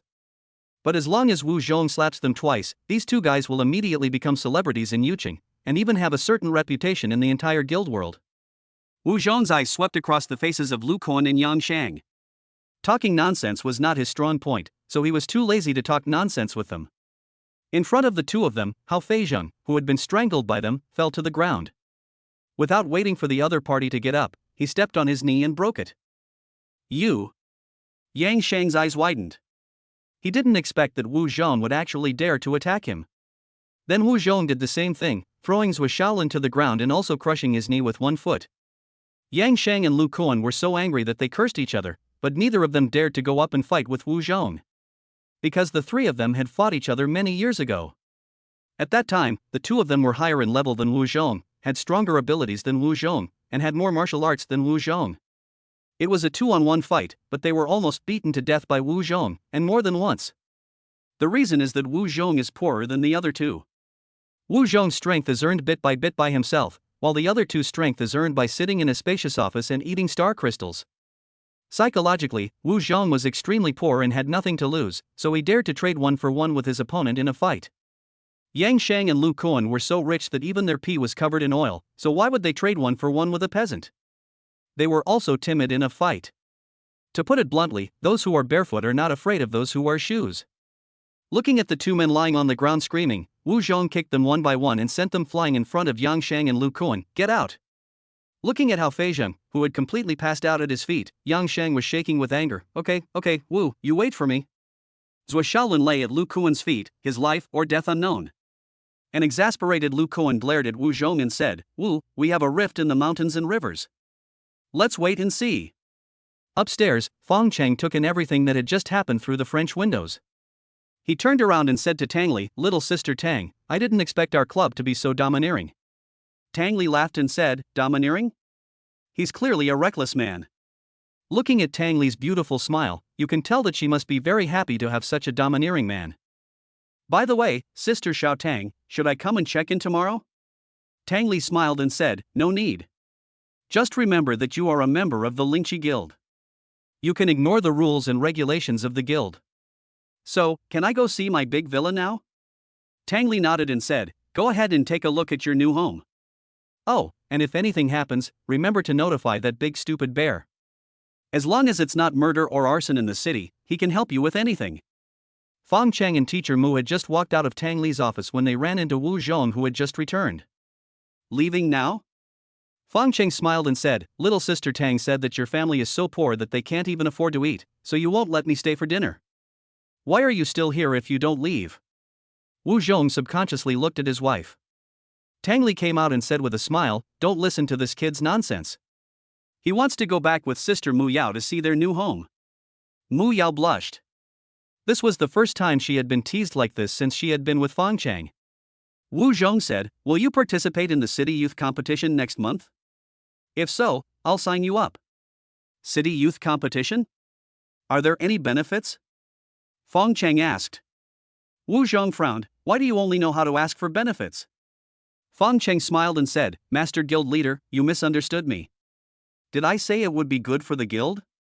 Wu Zhong's face lit up with a smile as he said, that's about right. The first place prize this time is 2 of 3, a supernatural crystal, a beast soul crystal, or an evolution crystal, plus a 5 million yuan bonus. That's it? Chapter 32 I want to be the one who loves you the most among all your beast girls. Seeing Fong Cheng's bored look, Wu Zhong explained, the crystals this time are all S grade, which is impossible to buy even with money. How can you only have this? If you don't want it, you can give it to me. Tang Li said, how about this, if you can still take first place this time, you can pick any A-rank martial art from the guild. Fong Cheng looked at Tang Li suspiciously, there's only one A-level martial art in our guild, right? Tang Li's face flushed slightly, and he said unhappily, how is that possible? Even if our guild is poor, it's still one of the 3 major guilds. How could we possibly only have one A-rank martial art? Are you going or not? Go, this is something that will bring honor to the guild, why wouldn't I go? After seeing Fong Cheng and Mu Yao off, Wu Zhong turned around and said to his wife, didn't they say that kid was born in a slum? How come he's not even interested in S-grade crystals? His standards are too high, aren't they? Tang Li smiled and said, it's true that he was born in a slum, but who could be as lucky as him? In his first competition, he obtained a supernatural crystal and a beast soul crystal that no one else has ever seen in their entire life. Wu Zhong nodded thoughtfully. Isn't it typical of a dandy mentality that his son ruins his family and he doesn't feel bad about it? What you said seems to make sense. It seems we need to teach that kid a lesson, otherwise this good seedling will grow crooked. Wu Zhong smiled and said, it's okay, didn't that kid already agree to participate in the city youth competition? The city youth competition is not our rookie competition, and there is no shortage of talented people participating. The age range is wide, anyone under 25 can participate. There are quite a few C-level beastmasters among them. With less than a month left, do you think that kid can reach C-level? So this time, you're only planning to let him participate alone, without preparing a team for him? We always come in third anyway, and it's pointless to win it for so many years. Might as well take this opportunity to teach that kid a lesson and let him know that the sky is high and mighty. Otherwise, if he keeps not treating his bean buns as solid food, something bad will happen sooner or later. Tang Li nodded, that's fine too. At least there will be officials watching over the competition, so nothing will happen to that kid. On the way home, Fong Cheng looked at the anti-gravity cars flying close to the ground on the road. He had driven cars with wheels by himself, but he had never tried a car without wheels flying close to the ground. Is it time to treat yourself to an entire car? I turned around and wanted to tell Mu Yao about this idea, but I saw that she was looking down at the video. No wonder he didn't say anything along the way, it turns out he was busy surfing the internet. Fong Cheng looked at the holographic screen on her bracelet curiously. Who else could the people in the video be but Zhu Guiying and Zhong Xiaoyu? What Fong Cheng saw at this time was the clip that Zhu Guiying forced Zhong Xiaoyu to record, saying that Fong Cheng wanted to molest her because he was attracted by her family's conditions and wanted to have an affair with her to get close to her. At this moment, Mu Yao noticed something strange about Fong Cheng. She turned around and looked at him and said, how could they slander you like this? Are you angry? Fong Cheng couldn't help but laugh when he saw Teacher Mu's angry look. You are so heartless, aren't you? People are slandering you like this, and you still laugh? This is the first time I've seen you angry. To be honest, before this, I thought you wouldn't get angry. Xiao Feng, I'm not mad at you. I'm mad at these two women. I even want to kill them now. Stop joking with me. I'm telling the truth. What I said is true. Fong Cheng nodded. If you want to kill them, you can't do it in the city. There are surveillance cameras everywhere. It's not worth it to risk yourself for these two bastards. Mu Yao felt that what Fong Cheng said made sense. The official rules of the Dragon Kingdom were the most important in the world, and everyone had to abide by them. So the other party said seriously, Xiao Feng, think of a way to take them out to the wild. I want to ask them why they slandered you. If they can't give me a satisfactory reason, I will kill them myself. There's no need for that. We won't do such a thankless task as suppressing one problem only to have another pop up. At best, they are just clowns being used by others. If we compete with them, we will only play into their hands. What we need to do is to get rid of them once and for all and hit them where they are weak. Xiao Feng, you mean they were instructed by someone? Fong Cheng nodded, it's my childhood sweetheart, have you heard of her? Mu Yao shook her head. Although they were in the same school before, Fong Cheng was not very noticeable before. She was the school doctor, not Fong Cheng's substitute teacher. She stayed in the health room every day. There were so many people in the school that she didn't notice Fong Cheng. Since you two are childhood sweethearts, why would she treat you like this? Fong Cheng smiled and said, because she has awakened her S-level beast transformation talent, I have become a waste in her eyes, a stumbling block in her pursuit of glory and wealth. Do you understand what I mean? Mu Yao nodded, didn't the school identify your talent? Maybe the school's identification device is broken. Xiao Feng, no matter if you are a genius or not, I will never leave you. I really swear. Even if you want to leave me now, it's impossible. But you can abandon me, Xiao Feng, please promise me that you will never abandon me, okay? Looking at Teacher Mu's pitiful appearance, Fong Cheng couldn't help but touch her cheek and said softly, don't worry, it definitely won't happen. Teacher Mu leaned into his arms and said tenderly, well, this is what you promised me, that you would never abandon me. Fong Cheng smiled and said, but in the future, I may have many beast mothers. Then I must be the one who loves you the most among all your beast girls. You have no objection? Why should I object? Isn't it normal for a capable beast master to have many beast girls? Not only will I not object, I will also make delicious food for you every day to nourish your body. Since you are so sensible, I will let you be the eldest sister from now on. I don't want to be the eldest sister. It makes me look old. By the way, what's the name of your childhood sweetheart? Su Yaqi, what's wrong? Muyao silently memorized these 3 words in her heart, and at the same time, she smiled and said to Chang, when I meet her one day, I must thank that idiot for giving me such an excellent person like you. As Muyao's beast master, Fong Cheng could sense that she had already developed murderous intentions towards Su Yaqi. Fong Cheng didn't want that idiot to affect Teacher Mu's mood, so he said, by the way, Teacher Mu, let's go buy a car? Buy a car? Why buy a car? Being a beast master is very expensive. What I mean is, there's no need to waste that money. I can carry you wherever you want to go, inside or outside the city. Fong Cheng pointed at the beast girls on the street and said with a smile, do you see any beast girls transforming in the city? But there's no official rule that prohibits transformation in the city. I don't discriminate against eccentricities, but will this eccentricity make people think that I, a beast master, am a pervert? Then can you please not buy an off-road vehicle? I still want to be your transportation in the wild. Fong Cheng smiled slightly, pinched her chin and said, don't worry, when we get home later, I will make sure you vomit by carrying me. I want to be the one who loves you the most among all your beast girls. Chapter 33 Teacher Mu, is this a relative's child? After buying the car, Fong Cheng did not go to see the big villa he had just bought, but returned to his small home in Suiyuan community with Teacher Mu. Because Teacher Mu was worried that Mu Yunxi would not be able to find her when she returned home after the training camp, or maybe she wanted to give her daughter a surprise. For Fong Cheng, nothing is more important than Teacher Mu's peace of mind. Fong Cheng will naturally do his best to meet her small request. There was a cool breeze in the living room, and the endless summer in front of the window swayed in the wind. Muyao lay on Fong Cheng's legs and looked at him with a sly smile. The tipsy eyes are so charming, just like the old saying goes, it's not the wine that makes people drunk, it's the people themselves who get drunk. Fong Cheng said that he would carry her until she vomited. Now it seems that Teacher Mu won. I didn't expect that she, who has always been obedient, would actually cheat. I swallowed back everything I should have vomited out. The white and slender fingers elegantly wiped the corner of her mouth and she gave Fong Cheng a sly smile. Fong Cheng gently stroked her cheek. You only know how to eat, is it delicious? I can't even lie. Really, it's sweet. Sweet? Fong Cheng looked at Muyao in surprise. Do I have saccharine disease? Huh? Muyao looked at Fong Cheng in surprise. She didn't react for a long time and almost vomited all over Fong Cheng with a chuckle. Seeing her quickly covering her mouth, Fong Cheng couldn't help laughing and said, how cute.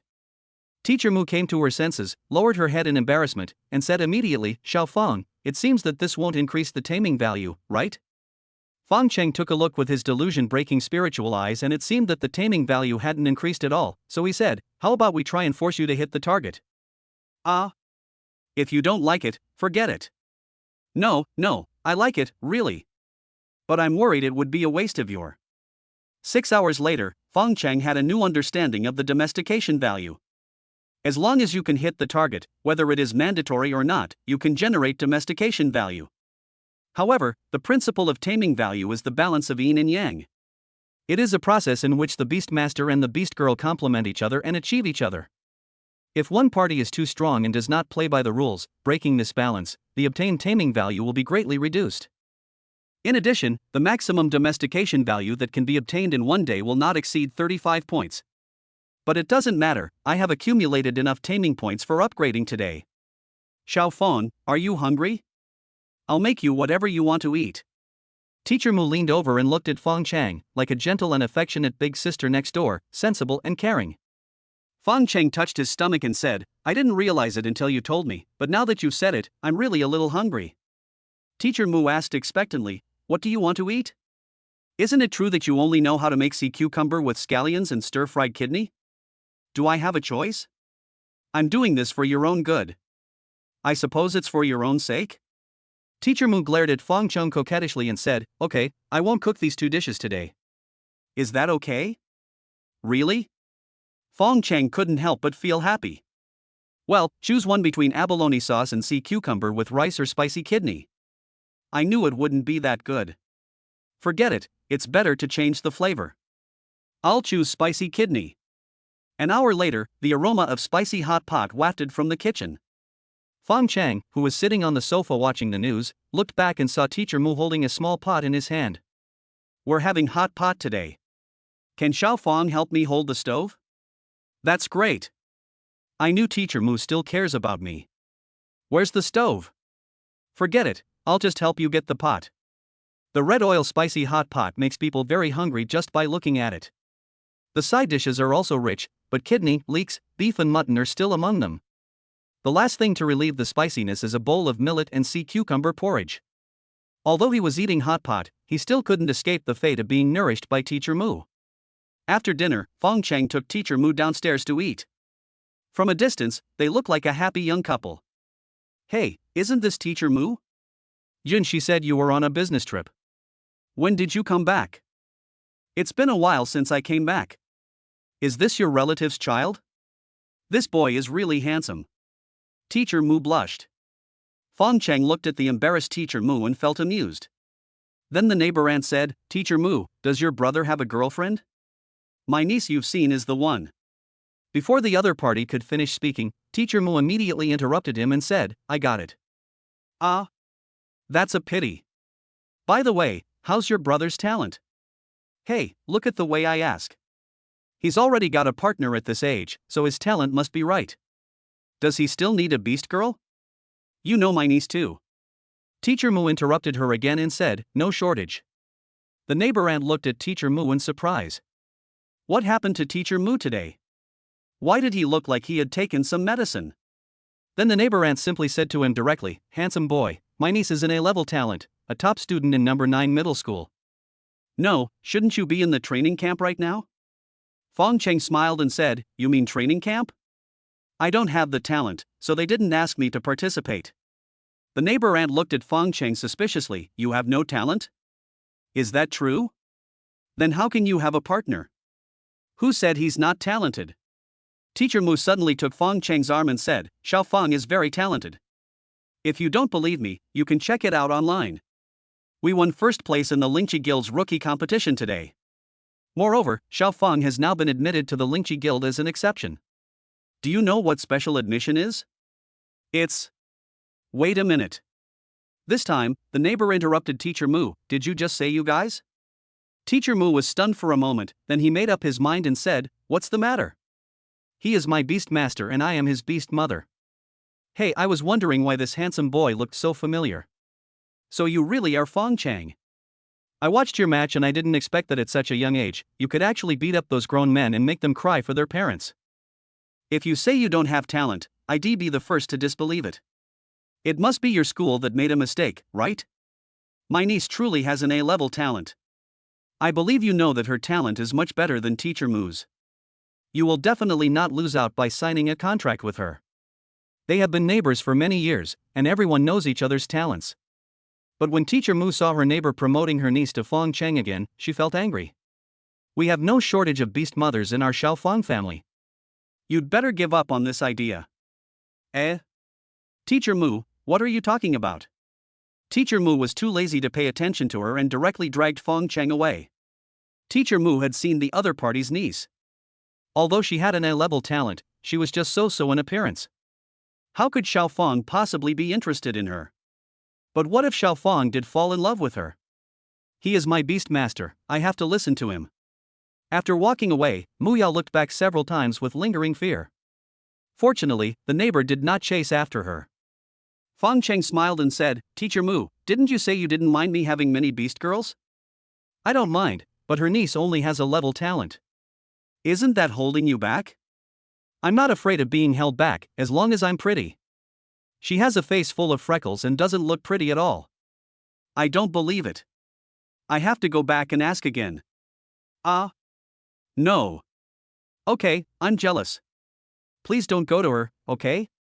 Fong Cheng laughed and said, I was just kidding, but you actually believed it? Xiao Fong, let's stop walking and go home. Teacher Mu was really scared. Many people must have watched the video of today's game. One neighbor was enough for her to deal with. Who knows how many people would hear the news and rush to introduce beast girls to him. What should she do then? Chapter 34: A competition with no winning rate. The elderly often say that we should combine work and rest and relax in moderation. So in the next 2 days, Fong Cheng gave himself and Teacher Mu a short vacation. Every day I accompanied Teacher Mu to eat hot pot, go shopping, watch movies, and taste various street snacks. By the way, I also bought her a big bouquet of roses, which made her very happy. The reason why Teacher Mu was jealous was because she felt insecure about herself. Fong Cheng could see through her feelings at a glance, but Teacher Mu did not have this ability. I always worry that it's just my wishful thinking. So go on a date. Life shouldn't just be about fighting and killing. Do what couples should do and let her understand your feelings. As long as she is convinced that he has her in his heart, in this world, this is more important than anything else for beast girls. They don't care how many beast girls their beast tamers have, they only care whether they have a place in the beast tamers' hearts. On the third day, Teacher Mu prepared breakfast as usual. Xiaofeng, get up and have breakfast. Coming. Fong Cheng walked out of the bathroom. Hey, when did you get up? When you burned your hand on the porridge and touched your ear. Fong Cheng sat at the dining table, took the millet and sea cucumber porridge handed to him by Teacher Mu, and then said, Teacher Mu, let's go to the dungeon today? Okay. Teacher Mu responded naturally, put her hands on her hips and slid down, tightening her skirt while highlighting her plump and graceful curves, and sat down on the chair gracefully. He straightened his back, looked at the breakfast in front of him, and seemed to have thought of something, and said, the city youth competition is less than 2 weeks away. Xiaofeng, do you have any ideas? Fong Cheng took a sip of porridge and said with a smile, it seems that Teacher Mu has an idea. I've looked up some information about the city youth competition these past 2 days. Your classmates will also be participating. When did it happen? How come I don't know? It's the 9th of next month. By then, the contract training will be over. According to convention, they must participate. Yes, Mu Yunxi should be back by then. I'm asking you when you checked these things. How come I don't know about them? While you were asleep, Xiaofeng, this isn't the point. The point is that besides them, there will also be college students, social workers, and guild members.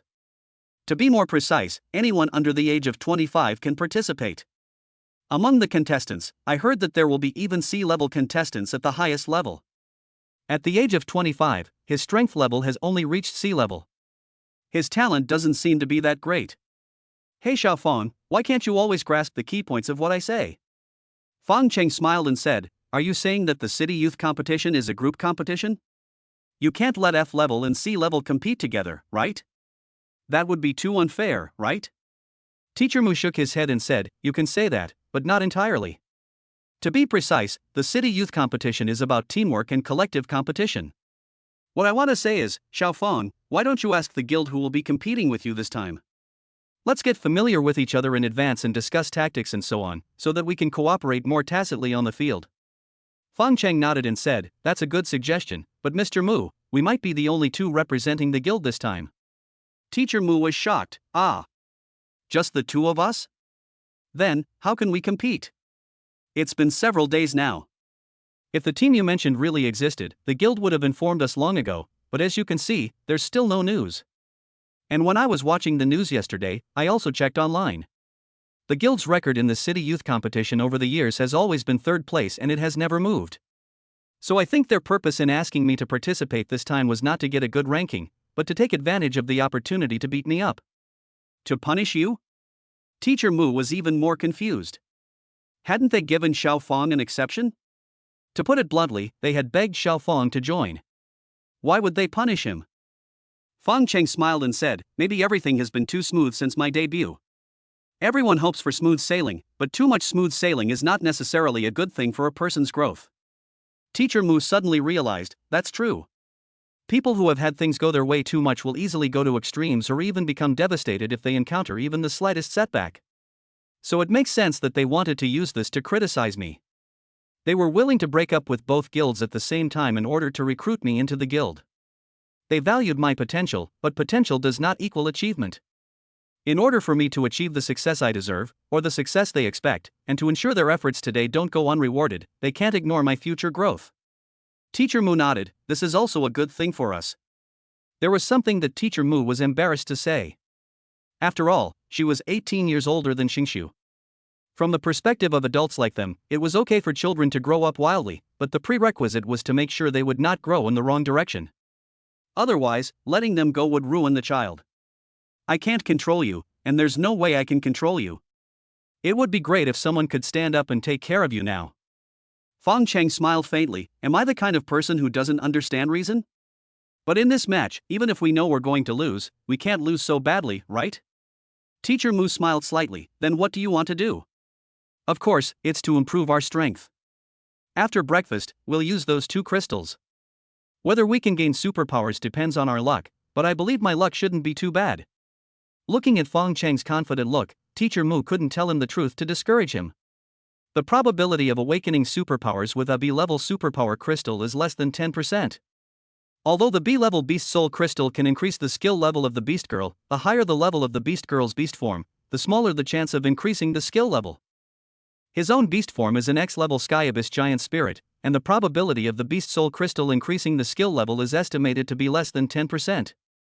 After breakfast, Fong Cheng was about to take out the crystal when Teacher Mu made him a cup of tea. Wait a minute, Xiao Fong, drink some tea and calm down first. Oh, and here's something else. Teacher Mu hurried over again and brought a small incense burner, which they had bought when they were shopping the day before yesterday. At that time, Fong Cheng thought that Teacher Mu liked this exquisite little gadget, but he didn't expect that it was prepared for the use of crystal today. Fong Cheng looked at Teacher Mu busying around, not knowing whether to laugh or cry. Teacher Mu, what are you doing again? Teacher Mu knelt on the ground and lit the incense while gently saying, "It said online that this can increase the success rate of using crystals.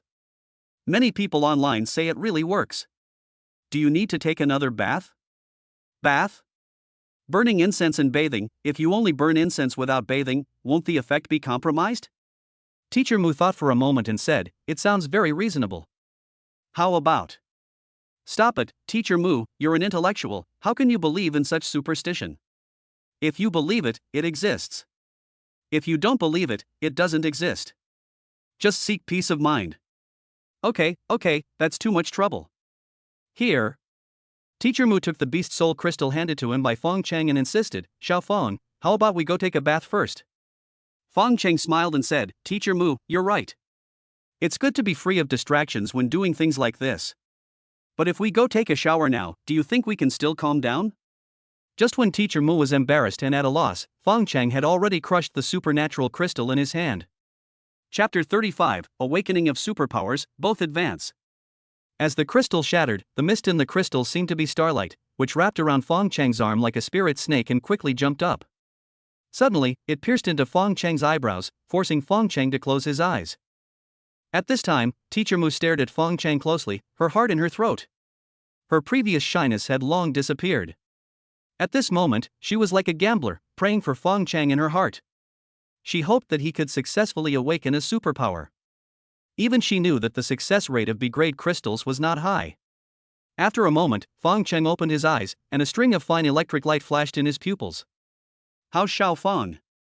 Has he awakened any special abilities? Fong Cheng smiled slightly, snapped his fingers, and a thin arc of electricity appeared at his fingertips. Teacher Mu looked at the blue arc of electricity on his fingertips and was immediately overwhelmed with excitement. He hugged Fong Cheng into his arms and said, "That's great, Xiao Fong. You have awakened a B-level lightning ability. Congratulations. The higher the level of the ability, the greater the power. The lowest level is F and the highest is SSS. At the same time, the level of the ability can be increased using high-level ability crystals. However, in the future, whether Fong Cheng uses the supernatural crystal to awaken new supernatural powers or to improve the level of his existing supernatural powers will depend entirely on luck. All in all, Fong Cheng was lucky enough to use a B-level supernatural crystal with the lowest success rate to awaken a B-level supernatural power. Fong Cheng patted Teacher Mu's shoulders and said, "Okay, it's your turn." Teacher Mu said timidly, "Me? I'm afraid I won't succeed and will waste this hard-earned crystal." Fong Cheng, however, had no such worries at all. He was blessed with good luck and was now in the novice protection period. He couldn't say that the success rate of using the crystal for the first time was 100%, but it was probably at least 80%. So he consoled her, "Teacher Mu, have you ever heard of the novice protection period?" Teacher Mu shook his head. "What is the novice protection period?" Even in a given field or activity, newbies often have relatively good luck, just like the newbie protection period in games. For example, people who play cards for the first time often have ridiculously good luck. Teacher Mu smiled and said, "But this isn't playing cards. Just try and you'll know. Even if you fail, won't it increase your chances of success next time? Okay, I'll try. After saying that, Mu Laoxian also crushed the crystal. The process was the same as Fong Cheng's, but after the mist penetrated her forehead, a emerald green light burst out from her body. After a moment, Teacher Mu opened his eyes, and Fong Cheng quickly asked, "How is it?" Teacher Mu said excitedly, "I feel like my thorn entanglement has already reached level 2. Is there really a novice protection period as you said? Fong Cheng breathed a sigh of relief. Do you believe what I said now? Yeah, I believe it. I always believe it. Okay then, eat all these star crystals. Teacher Mu saw Fong Cheng shake out another star crystal and asked in confusion, "Xiao Fong, you took so many at once, aren't you afraid of leveling up?" Fong Cheng smiled and said, "Don't worry, our taming value is sufficient." Are you sure? You just said you believed me, but now you don't believe me anymore? I did not mean that. Since that's not your intention, then just advance with peace of mind. Fong Cheng counted out 59 star crystals and gave them to Teacher Mu. These star crystals were given by Tangli as she had promised before, to help Fong Cheng and Teacher Mu break through to level E. Fong Cheng didn't ask for more, just 59 pills per person. Tangli was generous enough to Fong Cheng Dao, "If it's not enough, just ask her for more, she will give you enough." It would be a waste to use the previous star crystals after upgrading, so Fong Cheng was not greedy and just wanted enough for himself and Teacher Mu to upgrade. Teacher Mu looked at the small pile of star crystals and asked in surprise, "Haven't we already taken quite a few star crystals? Do we still need this many star crystals to advance?" Of course, eat the last one and you're guaranteed to advance. After Fong Cheng finished speaking, he started eating. Teacher Mu no longer hesitated and followed Fong Cheng, taking the star crystals one by one. Sure enough, after eating the last star crystal, the two of them were illuminated by the upgraded glow at the same time. Teacher Mu looked at Fong Cheng in surprise again. Little Fong's calculations were too accurate, weren't they? They said the number of star crystals was impossible to estimate? But how could he calculate so accurately? Seeing Teacher Mu's surprised expression, Fong Cheng smiled and said, "Now you should finally believe what I say, right?" Teacher Mu lowered her head in embarrassment. Since Xiao Fong could calculate the star crystals needed for the upgrade to the exact number, then if he said that the taming value was enough, then it must be enough. Fong Cheng said this to reassure her. In this world, although the taming value exists as a kind of energy, neither the Beast Master nor the Beast Girl will feel anything. Whether it reaches the maximum value during the upgrade depends entirely on experience. Adding the star crystals needed for upgrading, it can only be estimated roughly, so the status of an experienced master or instructor in this world is quite high. Fong Cheng looked at himself in the mirror. Age, 18. Strength level, E. Upgrade progress, 0%. Strength, 1320, Agility, 1380, Spirit, 955, Stamina, 1000. Maximum energy, 450. Beast Mother, X-level Abyss Giant Spirit Wood Spirit. Growth talent, 10 stars. Superpower, B-level lightning. Skill, crazy sword technique. Beast Mother's return, ultimate recovery. Repayment ratio, 100%. Life countdown, days. Then he looked at Teacher Mu again. Beast Mother, Mu Yao. Host, Fong Cheng. Age, 36. Strength level, E. Upgrade progress, 0%. Strength, 485, Agility, 940, Spirit, 1355, Stamina, 1775. Maximum energy, 720. Beast form, X-level Abyssal Giant Spirit Wood Spirit. Growth talent, 10 stars. Skills, Thorn Entanglement level 2, Healing level 1. Loyalty, 100. Repayment ratio, 100%. Taming value, 0-200. Life countdown, days.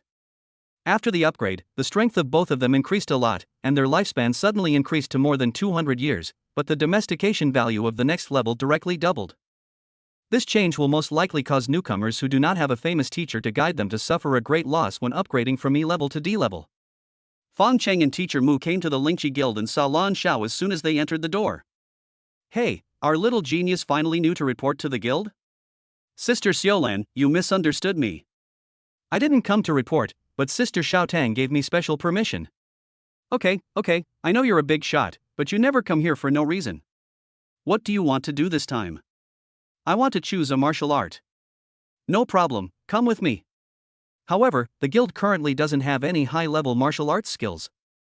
If you want them, you can go find Sister Xiaotang yourself. They need to be allocated from the guild headquarters. I don't have that much money, let me try the cheaper ones first. Lan Xiao and I came to a room made entirely of alloy, which looked like a bank vault from the outside. Lan Xiao passed the biometric identification at the door, and the door opened automatically. Follow me in. Sister Xiaolin, your rank in the guild shouldn't be low, right? Lan Xiao smiled slightly. Last time I said I wanted to be your beast mother, but you didn't agree. Do you regret it now? If you want my brother-in-law to kill me, just say it. Lan Xiao chuckled and said, alright, I won't tease you anymore. Go in and choose any martial arts you want. Chapter 36 The Eye-Crossed Magnetism. Here is a selfie of Teacher Mu. I am about to enter the verification period. Please support me. As the soft white light came on gradually, the whole room was illuminated in white. The room was very big, but it was empty when you looked around. It was so clean that there was not even a hair on the ground. Just when Fong Cheng was puzzled, Lan Xiao reached out and pressed a square on the wall, and colorful light cards appeared on the wall like a kaleidoscope. The ones in front of you are all F-rank combat skills. The further you go, the higher the level of combat skills. However, after a rank, there are only empty cabinets, so there is no need to go any further. What's the price? Fong Cheng asked the question he was most concerned about.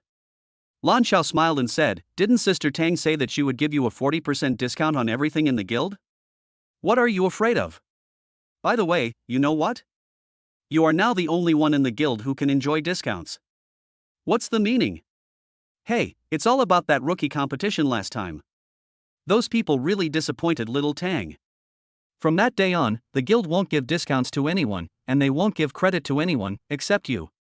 Fong Cheng sighed, a little kindness, a big grain of rice, a grudge. Some people are just a bunch of ungrateful wolves who can never be fed. What about you? Lan Xiao suddenly turned around and looked at Fong Cheng. I will repay a drop of kindness with a spring of gratitude. You said that yourself, I've taken note of it. Fong Cheng smiled and asked, how much do the martial arts here cost? F-class is the cheapest, but of course you wouldn't want to pay any attention to it.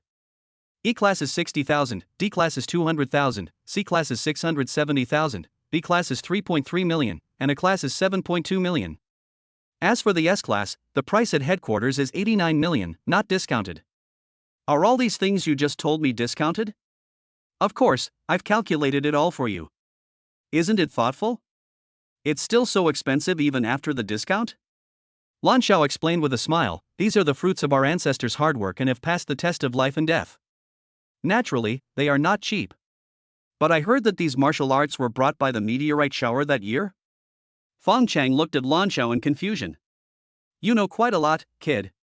It's true that all of these skills are obtained from original star crystals, but aren't original star crystals gone now? These martial arts have become out of print, so the higher price is reasonable, right? Can I buy on credit? You want to buy on credit again? Didn't I just give you 2 million? Mainly, I want to see B rank martial arts. Why pick a B level 1? Didn't Sister Tang promise you that as long as you can win first place in this city youth competition, she will let you choose an A level martial art for free? If you choose a B level martial art now, isn't that a complete waste?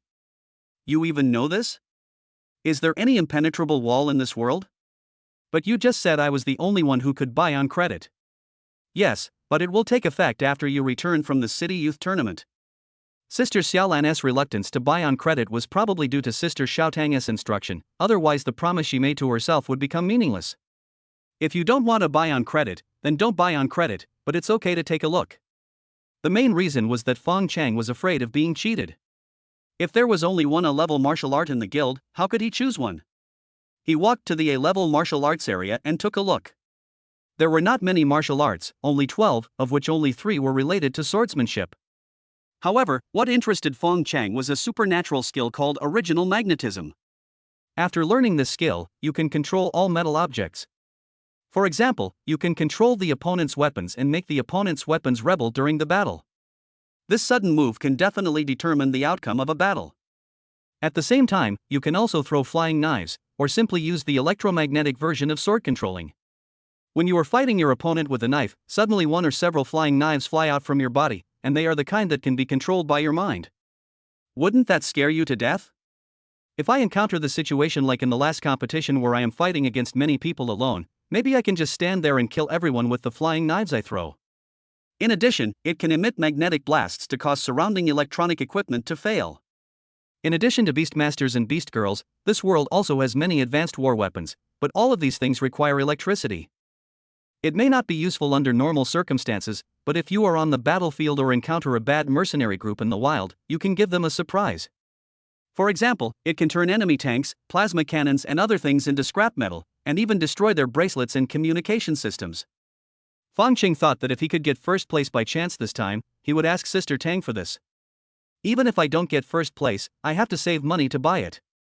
Finally, Fong Cheng chose 2 martial arts in the D-level martial arts area. One was Thunder Slash, a group attack skill with a paralysis effect and a maximum attack power bonus of 180%. The higher the level of the ability, the greater the damage bonus. Based on his current B-level lightning ability, the bonus can be doubled by about 50%.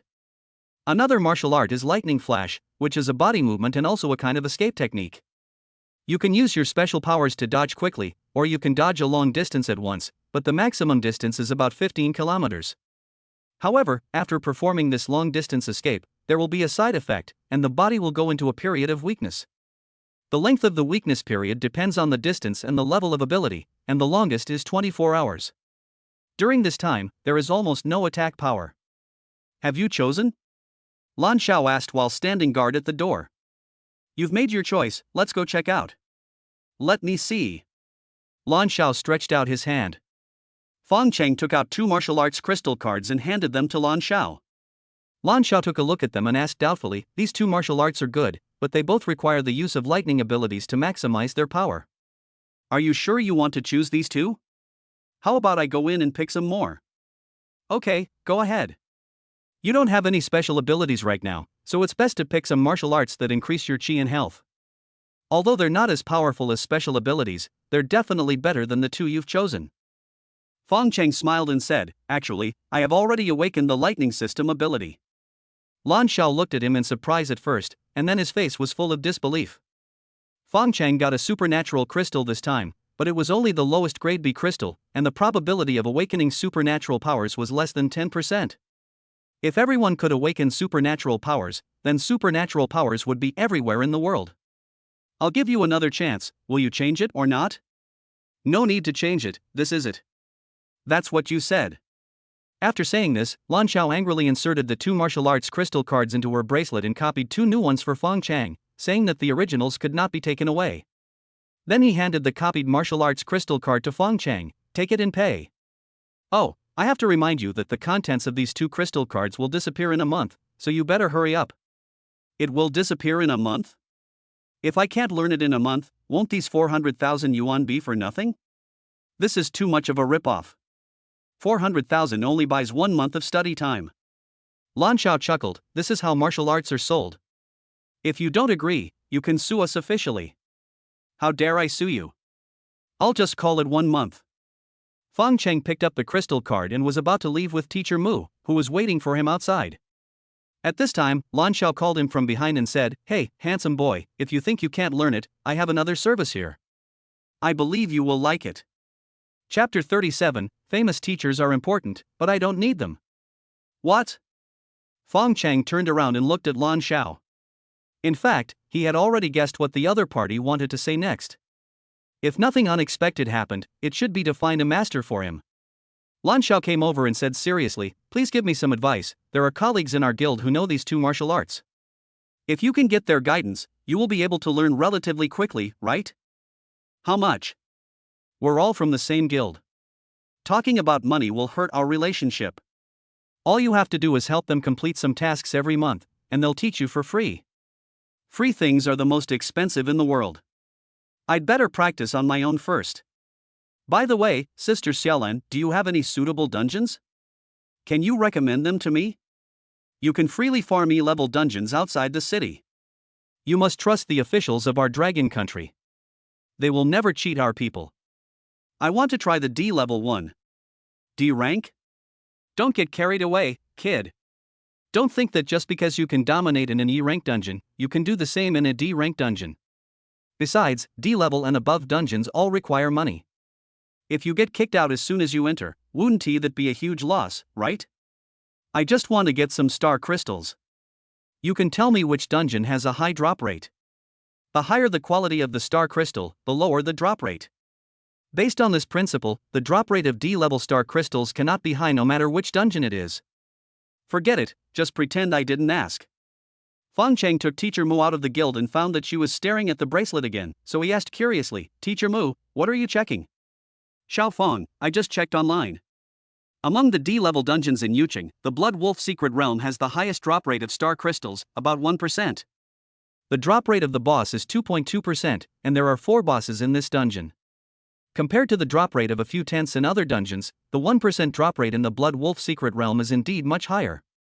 Then let's go to the Blood Wolf Secret Realm. But the Blood Wolf Secret Realm also charges the highest fee, 100,000 per person. If you go there as a team, you'll basically end up spending more than you earn. People's hearts are hidden, we won't team up with others, we will go solo. The two drove to the light rail station first, and then took the city express to the Blood Wolf Secret Realm outside the city. This is the border of the human-controlled area and also Yunxi's first line of defense against alien beasts. A row of sci-fi themed corner forts are lined up from the wasteland to the top of the mountains.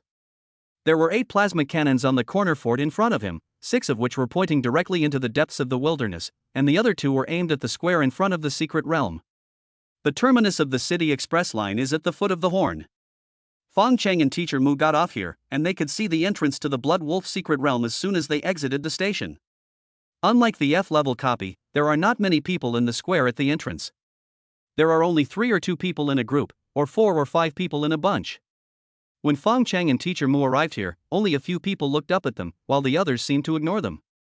The quiet atmosphere makes people feel a little depressed. Xiao Fong, do you feel something is strange? Teacher Mu looked at Fong Chengdao. Teacher Mu, do you feel the same way? This is murderous intent. Murderous look? They must all be adventurers. Their cold eyes show that they have all killed people. This place is just a supply station for them. They are heading to the vast wilderness opposite the corner fort. There are no laws or morals there, it is a dark, barbaric, and primitive world. The only thing you can trust in that world is your own strength. Fang Cheng tried to lighten the mood and jokingly said, they wouldn't kill people here just because someone asked them, what are you looking at? It's not that they can't, it's that they don't dare. Look at those 2 plasma cannons on the bastion. You mean the 2 doors in the square? That's right, that horn fort is the first line of defense against alien beasts, and it's also the boundary marker of the Dragon Kingdom. Outside the boundary marker, you can do whatever you want, but inside the boundary marker, you must abide by the laws of the Dragon Kingdom. And it's best not to get into arguments with people here. Why? Be careful not to be misjudged. Fong Cheng looked back at the particle cannon on the corner fort and nodded in understanding.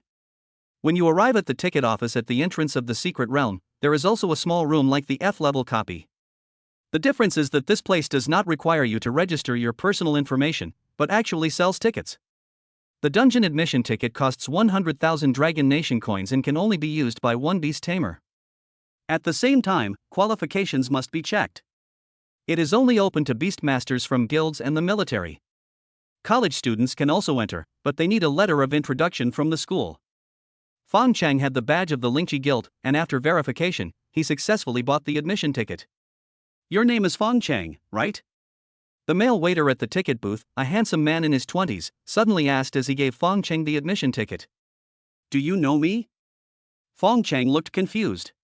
The other party smiled slightly and said, I don't know you, but the Yunxi Guild's rookie competition has caused a lot of noise these past few days. I'm afraid there aren't many people who don't know you now. Fong Cheng nodded without comment. The other party then continued, you're E-level now?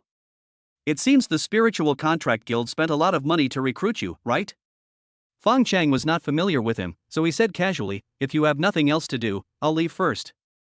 The other party smiled slightly and said, my name is Zhou Yuan. You dare to bring your beast girl to the Blood Wolf dungeon at E-level. Either you are conceited or you have real skills. In any case, I wish you good luck.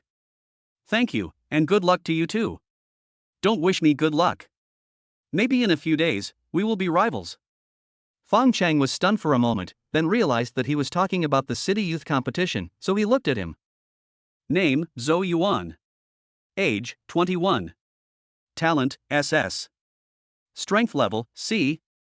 Upgrade progress, 86%. Taming value, 275-400. Strength, 1620, agility, 1480, spirit, 1255, stamina, 2220. Maximum energy, 600. Beast Mother, S-Class Swift Mantis. Growth talent, 7.5. Superpower, B-level speed. Skills, sword slash, cross slash. Weakness, unstable lower body. Beast Mother's return, speed. Repayment ratio, 70%. Life countdown, days. Seeing Zhou Yuan's personal information, Fong Cheng smiled slightly. It is said that talent is king, and this is true. But this guy in front of me may not have the guidance of a famous teacher, or he may have met a mediocre teacher. He has a good SS level talent, but it is almost B level, and his attribute points are not much higher than mine. Moreover, despite his supernatural power of speed, his lower body was unstable. He must have met a mediocre teacher. Spiritual Contract Guild. Is that kid Fong Cheng here today? Tang Li called Lan Xiao to the office and asked. Yes, Sister Tang, I picked up 2 martial arts books and left. What martial arts? For Thunder Slash and Lightning Flash, I paid in full this time, no credit. Tang Li frowned and said, it doesn't matter whether he pays or not, but why did he choose these 2 martial arts? Didn't you remind him that these 2 martial arts can only be used in conjunction with lightning abilities to exert their power? I did remind him, but was it any use? He's as stubborn as a donkey. Not only did he refuse to listen to me, he even said he wanted to take Sister Xiaomu to clear a D-level dungeon. I think he's going to get into trouble this time. Tang Li was also annoyed when he heard this. He said unhappily, it's better to let that kid suffer. By the way, did you tell him about becoming his disciple? What did he say? I did, but that kid said that free things are the most valuable in the world, and he wants to practice on his own. You little brat, you're really too conceited. What's wrong, honey? I could hear you getting mad from so far away. Chapter 38 Headquarters needs someone, Master Gongyu. Tang Li saw Wu Zhong come in and winked at Lan Xiao, indicating that it was okay to leave. Wu Zhong glanced at Lan Xiao doubtfully, then turned to his wife and said, what happened? Did that little girl mess things up again? It's not her, it's that brat Fong Cheng. Lan Xiao just told me that he came to the guild today and picked 2 martial arts. Can you guess what they are? Wu Zhong thought for a moment and said, Overlord Slash is the best match for his crazy demonic sword skill. That kid must have chosen Overlord Slash, right? Tang Li rolled her eyes at him and said, it's Thunder Slash and Lightning Flash. Hiss, did that kid awaken a lightning ability? Tang Li shook his head. The probability of awakening for a B-level supernatural crystal is less than 10%. Do you think it's possible? Honey, have you ever heard of the novice protection period? Don't give me that shit. Did you successfully awaken the supernatural crystal the first time you used it? Wu Zhong shook his head. The first supernatural crystal he used was a grade, with a 20% chance of awakening, but it all went to waste. And as far as he knew, no one had ever succeeded in one go using crystals below SS level. Tang Li continued unhappily, I think that kid needs someone to take care of him, otherwise he'll get into trouble sooner or later. Wu Zhong said casually, as the saying goes, every failure makes you wiser. He'll understand once he suffers a loss. Suffering a loss? Suffering a loss in other areas is fine, but youth is fleeting. If you suffer a loss in attribute accumulation, it will be a lifelong problem. What you said makes sense, but we don't have that talent, so we can't teach it. After saying that, Wu Zhong secretly glanced at Tang Li. Seeing that she was still sulking, he suddenly slapped his head and said, I thought of someone. Do you think it's okay? Who? Gong Yi. Gong Yu. Her? Hasn't she completely transformed into a beast yet? No, I heard that even though he failed to advance last time, he managed to survive. That crazy woman, you asked her to teach that boy, are you serious? Although Gong Yu is crazy, she is definitely better than us in theory. Moreover, her talent is also SSS level, which makes her the closest to that kid's talent. Hearing this, Wan Li suddenly looked at Wu Zhong suspiciously. Gong Yu on the left, Gong Yu on the right, you call her so affectionately? Tell me honestly, what's going on? Why did you suddenly mention her? Well, wife, we are all friends. Didn't I always call her that before? Really? I'll give you one last chance. Tell me the truth. Well, actually, headquarters already knows about that brat. Headquarters needs someone? Wu Zhong nodded helplessly. The headquarters needs people, we can't refuse to give them. After thinking about it, I think Gongyu is the only one who can help us. Besides, Gongyu has never looked for a beastmaster, and this is not a solution. Last time she failed to advance, I heard she almost died. That's what she deserves. Didn't she say back then that she wanted to open up a new path for the beast girls? Even without beast tamers, the beast girls could still stand on their own? But how sure are you? Wu Zhong felt amused, knowing that his wife had a sharp tongue but a soft heart. What do you mean, wife? Nonsense, the old president is her grandfather. If she is willing to endorse us, the headquarters will definitely not dare to come and ask for her. The question is, if she were to make a contract with that guy, do you think she would agree? How can we know if we don't try?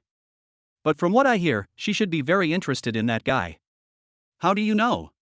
Because she's already on her way here. She didn't come to Yuching for that boy. Could it be that she came here specifically to see us? Time flies, and in the blink of an eye it is the day for the contract training camp to close. That morning, Fong Cheng and Teacher Mu were having breakfast as usual. Xiao Fong, can you take a day off today? Want to pick up Yunxi? Yes. Teacher Mu nodded, and then looked at Fong Cheng with pleading eyes. Is it okay? Fong Cheng smiled slightly. Do you want me to go with you? No need, I'm afraid of her. Are you afraid she won't be able to accept it? Teacher Mu nodded. Fong Cheng also felt that this matter was a bit difficult. He and Mu Yunxi were classmates, but now her mother had become his beast mother. With Mu Yunxi's proud and arrogant personality, she might not be able to accept this reality. Looking at Teacher Mu sitting there, his brows furrowed, his eyes full of confusion, he unconsciously picked at the wontons in the bowl, as if trying to find a hint of the answer from those wontons. Her dilemma really makes people feel pity for her. So Fong Cheng held her hand and said, if you need anything, tell me. If it really doesn't work, I'll try to cancel our contract. Teacher Mu suddenly raised his head and said nervously, No, that's not what I meant. Fong Cheng knew, I know, but I don't want to embarrass you because of me. Xiao Fong, you don't want me anymore? What nonsense! How could I not want you? It's just that if our contract makes you feel embarrassed, I will also be unhappy. I'm not embarrassed. Xiao Fong, please give me some time. I will definitely handle this matter. Trust me, okay? Fong Cheng lovingly scratched her cheek with his fingers and said softly, if I don't trust you, who else can I trust? But don't take on everything alone. I'm your beast master now, and I have the responsibility and obligation to share your burdens. Do you understand? Yeah, I know. Do you need me to leave for a while? No, just wait for me at home, okay? Okay, I'll wash the dishes today. Go clean yourself up quickly, Yunxi and the others will be back soon. Well, thank you, Xiao Fong. Why are you being so polite to me? Mu Yao swept away the depression in her heart, ran into the bedroom happily, and changed into a colorful stepmother skirt, showing off her exquisite figure to the fullest. She also curled her hair into big, fluffy waves, which went around her neck and draped over her right shoulder, making her smooth, white neck on the left look even more slender. The shoulders are of moderate width, which makes her look dignified and elegant, and her chest is plump and well-shaped, which highlights the softness of mature women to the extreme. A small handbag without any decoration was slung over her slender waist. She wore light makeup and smiled at Fong Cheng. Fong Cheng was instantly lost in her warm smile. She went to the door and changed into a pair of silver high heels. Her straight and slender legs were not adorned with any makeup, except for a pair of flesh-colored boat socks on the soles of her feet, which contrasted with her round and perky buttocks, making her look full of feminine charm. She gently hooked the heel of her shoe with her fingers, looked up at Fong Cheng who was admiring her, smiled slightly, and then opened her arms. What? Xiao Fong, won't you give me a kiss of peace? Fong Cheng raised the corner of his mouth slightly, and when he came over, Mu Yao hugged him, and a warm feeling came from his lips. There was no entanglement in pulling threads and pulling nets, because we were in a hurry and didn't have time for that. Teacher Mu looked at him and said seriously, wait for me at home. I'll come back and make dinner for you. Fong Cheng smiled slightly. Well, be careful on the road. Oh, did you bring your keys? Fong Cheng bought a car, an anti-gravity sports car that flies close to the ground. But after buying the car, he remembered that he didn't have a driver's license in this world. So, Mr. Mu has always been both the driver and the mount. Teacher Mu. Chapter 39, Su Yaqi, who makes people look at her with admiration. Yunxi reference picture. Yunxi reference picture. Contract training camp. Yunxi? Yunxi, who was packing her things in the dormitory, paused subconsciously but did not look up. Because she knew from the voice that it was the lingering Jun again. Jun leaned against the doorframe, looking around like a thief, and then said to Yunxi, "Yunxi, why are you doing this? You won't lose a single piece of meat by signing a contract with me. Besides, I already have a beast girl now. She can help me improve the taming value. I will never touch you unless you agree. I swear, will you sign a contract with me? I promise that no one will dare to bully you in the future." Yunxi threw the things in her hand onto the bed and looked up at Jun. "Is Fu Liang still alive? How should I know? You're not really in love with that loser, are you? I've already told all of you that I have nothing to do with him, and don't get involved in my affairs from now on. Yunxi, can't you feel my feelings for you at all? I can't afford it." Seeing that Yunxi was still unmoved, Jun finally got angry. "Yunxi, you know that if you don't sign a contract with me, no Beastmaster will dare to take you. Even if it's a basic contract, it's fine. Even without a Beastmaster, I can still live well. You don't really believe what that crazy woman said, do you? You may not know that if that crazy woman hadn't relied on having a good grandfather, she would have been dead long ago without a burial place. Yin alone cannot produce life, Yang alone cannot thrive. Beast girls need beast masters. This is the truth of heaven and earth, and no one can change it. But I want to try. Are you crazy? I'm telling you, this is your last chance. After today, even if you beg me, I won't want you again." Yunxi frowned, then suddenly looked up at Jun, who couldn't help but be delighted. "How come you finally figured it out?" Yunxi said calmly, "Su Yaqi is coming back soon, why don't you leave?" "Where?" Jun subconsciously shrank his head like a mouse hearing a cat's cry, and looked around hesitantly. "Are you kidding me?" Jun looked at Yunxi in anger. "If you don't leave now, she will really come back." Yunxi's eyes were full of contempt. "Yunxi, just wait for me. One day I will make you kneel down and beg me." Jun left and the dormitory returned to peace. After a while, Su Yaqi came back, looking very proud and happy. It had only been a month, but Jun was already excited to see her, like a mouse seeing a cat. At the same time, in order to monitor Yunxi and prevent her from having the opportunity to be alone with Jun, she also deliberately used means to move into the same dormitory with her. "Hey, our school beauty, are you packing up and preparing to go home in disgrace?" In this contract training camp, almost everyone successfully signed a contract. Su Yaqi and Jun even signed an intermediate contract in advance, making them the only couple in this training camp. Except for Yunxi, it's not that no one wants her. On the contrary, many boys in this training camp don't care about her talent at all, because her stunning appearance is enough to make many boys fall in love with her. Unfortunately, no one dared to approach her. Fu Liang, the first person who had an intention towards her, was beaten seriously and his life or death is unknown now. With such a precedent, who would dare to sign a contract with her? "I'm talking to you, are you mute?" Su Yaqi stood in front of Yunxi's bed with her hands folded across her chest, and said unhappily. Yunxi put the last item into her bracelet, stood up and left, not even bothering to pay attention to the woman. Ever since this woman moved into the same dormitory with him, water would be splashed on his bed for no apparent reason, and his clothes would disappear for no apparent reason when he took a shower.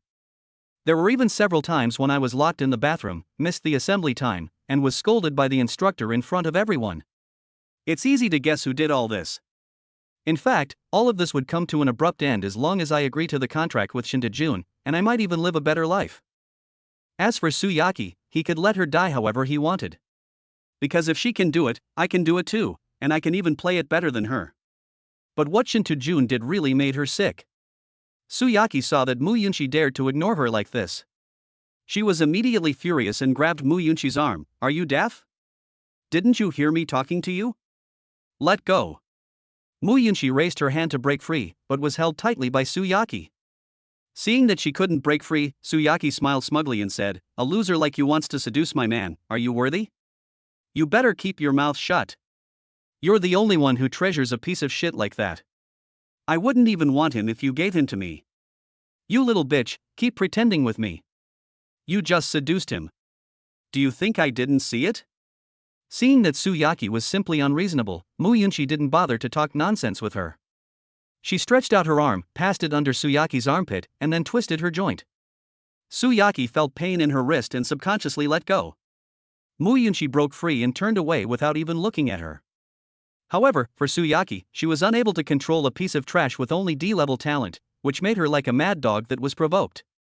He rushed forward, grabbed Mu Yunxi's hair from behind and pulled her over. At the same time, he raised his other hand and slapped her in the face. Mu Yunxi covered her face and looked at Su Yaqi angrily. Su Yaqi first looked at her palm, then said angrily, "What are you looking at? I slapped you, so what? If you have the guts, go to the instructor and tell me, ah." Before she could finish her words, Mu Yunxi slapped her in the face as well. You dare to hit me? Su Yaqi looked at Mu Yunxi in disbelief. Can't I hit him? Go to the instructor and tell him about it if you dare. You, just wait for me. Sooner or later, I will make you wish you were dead. Mu Yunxi smiled coldly, I'll wait. After saying that, Mu Yunxi walked out of the dormitory without looking back. Behind a pillar in the corridor behind her, Shinta Jun secretly looked at her back. You are such a jerk. If you had followed me, how could you have suffered such humiliation? As soon as he finished speaking, he found that his weak spot was suddenly grabbed by someone. The sudden change made him shudder. No need to look back, you will know who it is by smelling the fragrance. At some point, Su Yaqi appeared behind him, reached out and grabbed the dot below the word Tai, and sneered, "Why are you heartbroken? If you're heartbroken, go find her." Shichi, you misunderstood. How could I possibly feel sorry for that bastard? I just felt that the slap you just gave was too light. It would have been fine if Shinta Jun didn't mention this matter, but when he did, she became furious. She slapped Mu Yunxi, but that bitch also slapped her back. Su Yaqi, who was furious, suddenly grabbed with her hand. Shinta Jun leaned his hands against the pillar and put on a mask of pain. Chapter 40, Beautiful and Graceful, Mother and Daughter Resewn. Since you were outside just now, why didn't you come in and help me? You still dare to quibble, are you not interested in that vixen? Shichi, I won't dare to do it again. I will definitely help you next time. Shinta Jun's voice was half cheerful and half sad, and he was as anxious as if he had a stomachache. Su Yaqi heard that Shinta Jun's voice was not right, so she moved closer to take a look, and immediately pushed Shinta Jun away. Damn, this bastard actually got high. Shinta Jun's family is wealthy and powerful. As the 8th son of the Shinta family and the youngest son of the head of the Shinta family, he has seen and played everything. However, for the sake of his own face, he dare not play this. Until Su Yaqi accidentally discovered his secret. After she had crammed for a few nights watching porn movies and acquired knowledge in this area, she taught herself with her extraordinary IQ. Then the two of them signed an intermediate contract. Under Su Yaqi guidance, Shinta Jun also completely let go, and the two of them became the only pair in this contract training camp to sign an intermediate contract, and the only pair to successfully advance. Even if others have enough star crystals, they can only suppress their levels and dare not advance because of insufficient domestication value. Their successful advancement made many people envious at that time. But who knows that the domestication values of the two of them were all generated by Shinta Jun? Except for Mu Yunxi, because she lived in the same dormitory with Su Yaqi, she was seen by her one night when Su Yaqi was admiring her masterpiece. In fact, Su Yaqi did it on purpose. In addition to wanting to disgust Mu Yunxi, it was also because she had no confidence in front of Mu Yunxi. If Mu Yunxi competed with her for Shinta Jun, she would have no chance of winning. The only way is to make Mu Yunxi feel that Shinta Jun is disgusting and she will never be interested in him. Now it seems that she has done it, and has successfully caught Shinta Jun's handle. But she had never hidden this from Shinta Jun. Given the Shinta family's background, if she dared to threaten Shinta Jun like this, she would surely die without even knowing how. The best way is to make Shinta Jun willing to be threatened by himself. This may be crazy to others, but to Shinta Jun, it is the icing on the cake. I have to say that Su Yaqi is a very smart woman. After just a few nights of cramming videos, she understood Shinta Jun's psychology and also learned a lot of skills. On the anti-gravity bus going home, Mu Yunxi sat there alone, with her chin in her hand, looking out the window alone. It was unclear whether she was distracted or just looking at the scenery outside the window. The hair that occasionally fluttered by her ears made her look a little more desolate. The school gate was crowded with parents waiting for their children. The head teacher Jiang Guanglu, along with the senior teachers, stood at the front, habitually with his hands behind his back and a stern face, looking majestic, like a general waiting for his soldiers to return triumphantly. Suddenly, a beautiful figure flashed past his peripheral vision. He subconsciously turned his head to take a look, and this look made him stunned. What's wrong, Director Jiang? What are you looking at so fascinated? Shu Guiying came up and said with a flattering look on her face. Zhang Guanglu finally came back to his senses, cleared his throat and said, "Look, isn't that Teacher Mu? Teacher Mu's daily uniform reference picture. How is that possible?" Director, you might not know this yet, but Mu Laoxian was sent to the animal factory a long time ago because of his beast transformation. Mu Yunxi has a strong sense of pride and didn't dare to tell anyone. No, look carefully, I think that's Teacher Mu. Shu Guiying glanced back with disdain, and this glance instantly shocked her. Is this seeing a ghost in broad daylight? The other teachers noticed something was wrong with the two of them, and they all followed their gaze, looking in the direction of curiosity. Hey, isn't that Teacher Mu? I haven't seen her for a long time, why is she here? Teacher Gon, you forgot that her daughter Mu Yunxi is also attending the training camp this time. Teacher Mu's outfit today actually makes me feel a little ashamed of myself. I told you before that Teacher Mu was absolutely a great beauty. You didn't believe me. Now you know what I said is true, right? Why don't you believe it? Mu Yunxi is her daughter. If her daughter is so beautiful, her mother must be a beauty too. Headmaster Mu hasn't come to school for so long. Did he resign? Director, you're not really going to approve it, are you? That would be really dishonest of you. What are you criticizing? I don't know anything about it. Besides, what business is it of yours whether she resigns or not?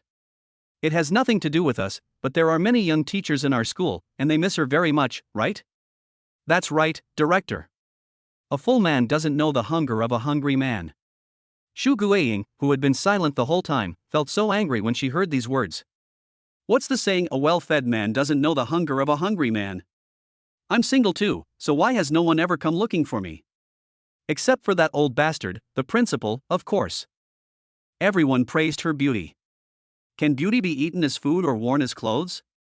I'm such a beautiful woman standing here, are you all blind? You are all teachers, but don't you know that it is very impolite to praise another woman's beauty in front of a beautiful woman? Shu Guiying couldn't stand it any longer, so she said sarcastically, "What's the point of resigning?" He was sent to Animal Factory. Teacher Zhu, were you sent to Animal Factory? When did it happen? Shu Guiying rolled her eyes when she heard this. Teacher Wang, which ear of yours heard that I was sent to the Animal Factory? But didn't you just mention someone else? I thought it was you? Bah, I'm talking about that Mu Yao. Teacher Zhu is so humorous. Isn't Teacher Mu standing there just fine now? Who knows who she hooked up with and why she was rescued from the Animal Factory? Teacher Zhu, are you telling the truth? Of course. If you don't believe me, just ask that useless Mu Yunxi, that girl later. At this time, someone looked at Zhang Guanglu and said, "Director, this is your dereliction of duty." Zhang Guanglu was shocked. Why are you dragging me into this again? Teacher Mu is a teacher in our school, right? She doesn't even have money to buy genetic medicine. Isn't this your dereliction of duty? Zhang Guanglu was speechless for a moment. Everyone knew that Teacher Mu came from a single-parent family. As her boss, he did have the obligation to prevent her from transforming into a beast. But she was sent to Animal Factory without even knowing it. Zhang Guanglu looked at Zhu Guiying unhappily and said, "Who told you that? Isn't Teacher Mu still there? If she was sent to Anlichang, could what we see now be a ghost?" Facing Zhang Guanglu's questioning, Zhu Guiying was immediately furious. These stinky men, isn't it just that Mu is a bit pretty? There's no need to criticize me like this, right? Who told me that? There are so many people who know. If you don't believe me, you can go ask her daughter yourself later. Isn't the car coming? Go ask her right away. More than a dozen buses stopped in front of the school gate. When the students saw their parents, they excitedly rushed down and began to look for their mothers and go back to their homes. It was very lively for a while. Mu Yunxi hadn't seen Mu Yao in the crowd yet. In her heart, she was already an orphan, and her mother's familiar figure had disappeared from her world forever. So she kept looking out the window on the other side, her eyes unfocused, and she didn't look for her parents in the crowd like other people did. When Teacher Mu saw the car coming, she also followed the crowd and rushed to the front of the car and began to look for her daughter one by one. However, as everyone was about to leave, she still hadn't seen her daughter, and she couldn't help but feel a little panicked. At this moment, she finally saw a familiar figure on the last bus, Xiao Shi.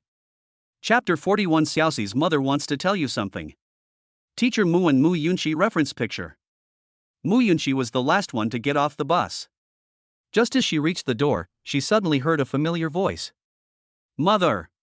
It was like a flash of lightning that passed through her mind in the dark night, leaving her completely stunned. Then she looked up suddenly and searched anxiously in the crowd. Sure enough, she saw a figure in the crowd trying hard to squeeze towards her. Who else could it be but her mother? But wasn't Mom sent to a welfare center? Why is she here? Am I dreaming? If so, please, God, I will never wake up.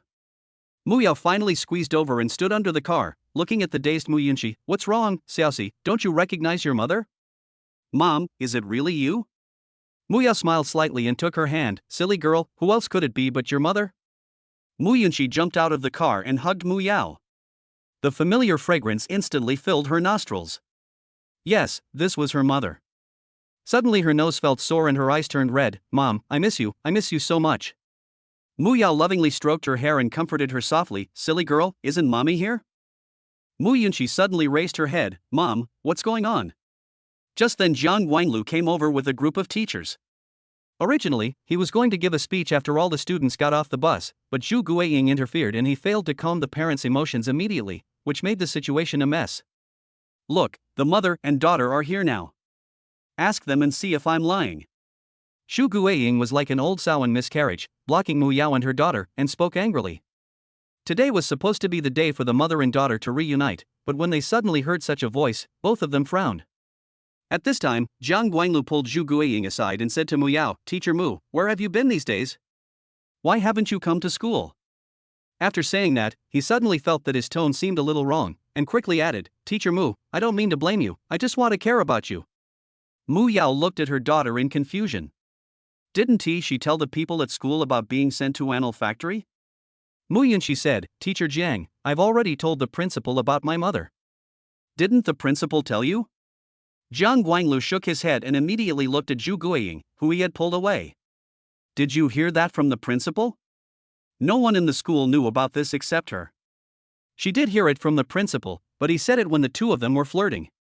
The old man said that even if he didn't make any contributions over the years, he had worked hard, meaning that he had saved Zhu Guiying a lot of genetic medicines over the years.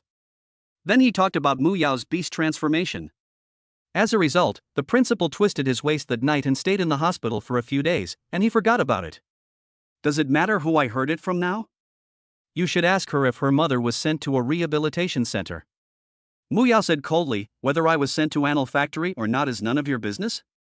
Zhu Guiying was displeased when she heard this. How dare this vixen be so mean to me? Do you think you can be so mean to me? It's no wonder that Zhu Guiying reacted so strongly. When Mu Yao was in school, she always gave everyone a gentle and charming impression, which made her male classmates full of protective desire towards her and never said anything harsh to her. This concerns my innocence. You must explain clearly to everyone today. Have you been sent to the Anil factory? When Jiang Guanglu saw that the atmosphere was not right, he quickly came out to smooth things over and held back Zhu Guiying, who was about to pounce on him. Okay, Teacher Zhu, we all know, everything you said is true. At this time, everyone also echoed, yes, Teacher Zhu did not lie, we all believe Teacher Zhu. Seeing this, Mu Yunxi also wanted to pull her mother away quickly. She couldn't afford to offend that crazy woman Zhu Guiying. But when Zhu Guiying heard the perfunctory words spoken to her by the crowd, it was more painful than killing her. If she let these two women go today, she would never be able to wash herself clean even if she jumped into the Yellow River. Seeing that Mu Yunmu was about to take her mother away, Zhu Guiying rushed forward like crazy and grabbed Mu Yao's hand. You can't leave. I told you you can't leave. Until we make things clear today, none of you can leave. Seeing this crazy woman dare to pull her mother, Mu Yunxi immediately said angrily, Are you crazy? Zhu Guiying was really crazy at this moment. Mu Yunxi, as her student, actually called her crazy. It would be fine if she had good talent, but what qualifications does a D-level waste have to scold me? What did you just say, you loser? Say it again. As Zhu Guiying spoke, she was about to grab Mu Yunxi's hair, but before she could finish her words, she heard a snapping sound. Mu Yao slapped her hard in the face. Everyone was stunned at this moment. In their eyes, Teacher Mu, who was as gentle as water, would actually hit someone. Shu Guiying covered her face and was stunned for a long time before she came back to her senses. This woman who couldn't even bite off water dared to hit me? I'm going to fight you. After saying that, Zhu Guiying stretched out her 10 newly made nails and scratched Mu Yao's face. When Mu Yunxi saw this, she subconsciously wanted to pull her mother away, but she was too late. Her mother was quick-witted and grabbed Zhu Guiying's wrist, twisted it outward, and threw Zhu Guiying to the ground. She couldn't get up for a long time. The speed was so fast that everyone thought they were dazzled. Mu Yao looked down at Zhu Guiying and said, "Are you still going to fight? If not, I'll leave." Shu Guiying knew that she had lost face this time, so she had to lie on the ground pretending to be dead, too embarrassed to see anyone. The moment Mu Yao grabbed her wrist, the force was so great that she felt her wrist bones were about to break. If she still tried to fight with her, wouldn't that be asking for trouble? Mu Yunxi looked at her mother in surprise. Her mother was so cool today. She never knew she was so capable. "Xiaoxi, let's go." "Ha? Oh." Zhang Guanglu and the others were the same, looking at Mu Yao in surprise. In their hearts, Teacher Mu had always been beautiful and gentle, which made the opposite sex full of protective desire for her. Now it is discovered that her skills are so good, who can resist her? Love you, love you. I will be your most loyal fan in my life. When he heard Mu Yao was about to leave, he finally realized, Teacher Mu, wait a moment. Teacher Jiang, I have already resigned and will not be returning to school. Resigned? When all the male teachers heard this, their hearts skipped a beat, as if the most important thing in their lives had suddenly been lost, and they were all heartbroken. Mu Yao took her daughter away, and Zhu Guiying got up from the ground. She didn't know when she was surrounded by people, including students and parents. What made her most angry were the teachers who were watching the fun. Just now they were all watching the fun, and no one helped her. Are you all blind? That woman just beat someone up at the school gate, and you didn't do anything? Zhu Guiying's sudden roar was like a helpless brothel owner being thrown into the street by a bully. It was funny no matter how you looked at it. The people around her who were originally just pointing fingers at her suddenly burst into laughter. Zhu Guiying was completely embarrassed. She was stunned for a moment, then quickly covered her face and rushed out of the crowd. Zhang Guanlu frowned. He had heard people say that Teacher Zhu was annoying before, but now he realized that he was really annoying. The others nodded in understanding, feeling not only disgusted but also disgusted. Mom, is this the car you bought? Mu Yunxi was a little dazed when she saw the sports car parked on the side of the road. Xiaoxi, Mom wants to tell you something. Oh Mom, get in the car first. We'll talk after we get in. I, your daughter, have never ridden in such a cool car before. The roadside was not a place to talk, so I got in the car with my daughter. After the car started, Mu Yunxi glanced at her mother. You're so worried, it must be something important, right?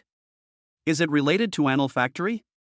Mu Yao held the steering wheel and said after a moment of deliberation, well. Mom has a master. Chapter 42 Xiaoxi, you will like him. Teacher Mu and Mu Xiaoxi reference picture. Oh. Mu Yunxi's calm reaction actually made Mu Yao a little scared for a moment.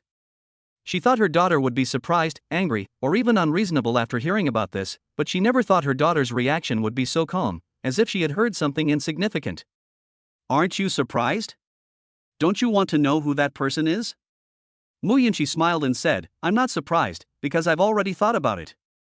Besides making a contract with someone, what other ways can Mom use to rescue you from Anil Factory? As for who your mother's Beastmaster is, no matter who he is, the fact that he can restore your sanity is amazing. After all, even the authorities are helpless to do anything about it. It's simply a miracle. So I want to thank him for creating a miracle for me and bringing my mother back to me. Mu Yao hesitated for a moment, wondering whether she should tell her that her Beastmaster was her classmate. When passing through the city park, she parked the car under the shade of a tree. Mu Yunxi glanced at the park next to her and asked curiously, Mom, why did you park your car here? Mu Yao said, Mom thinks it's better to explain some things to you.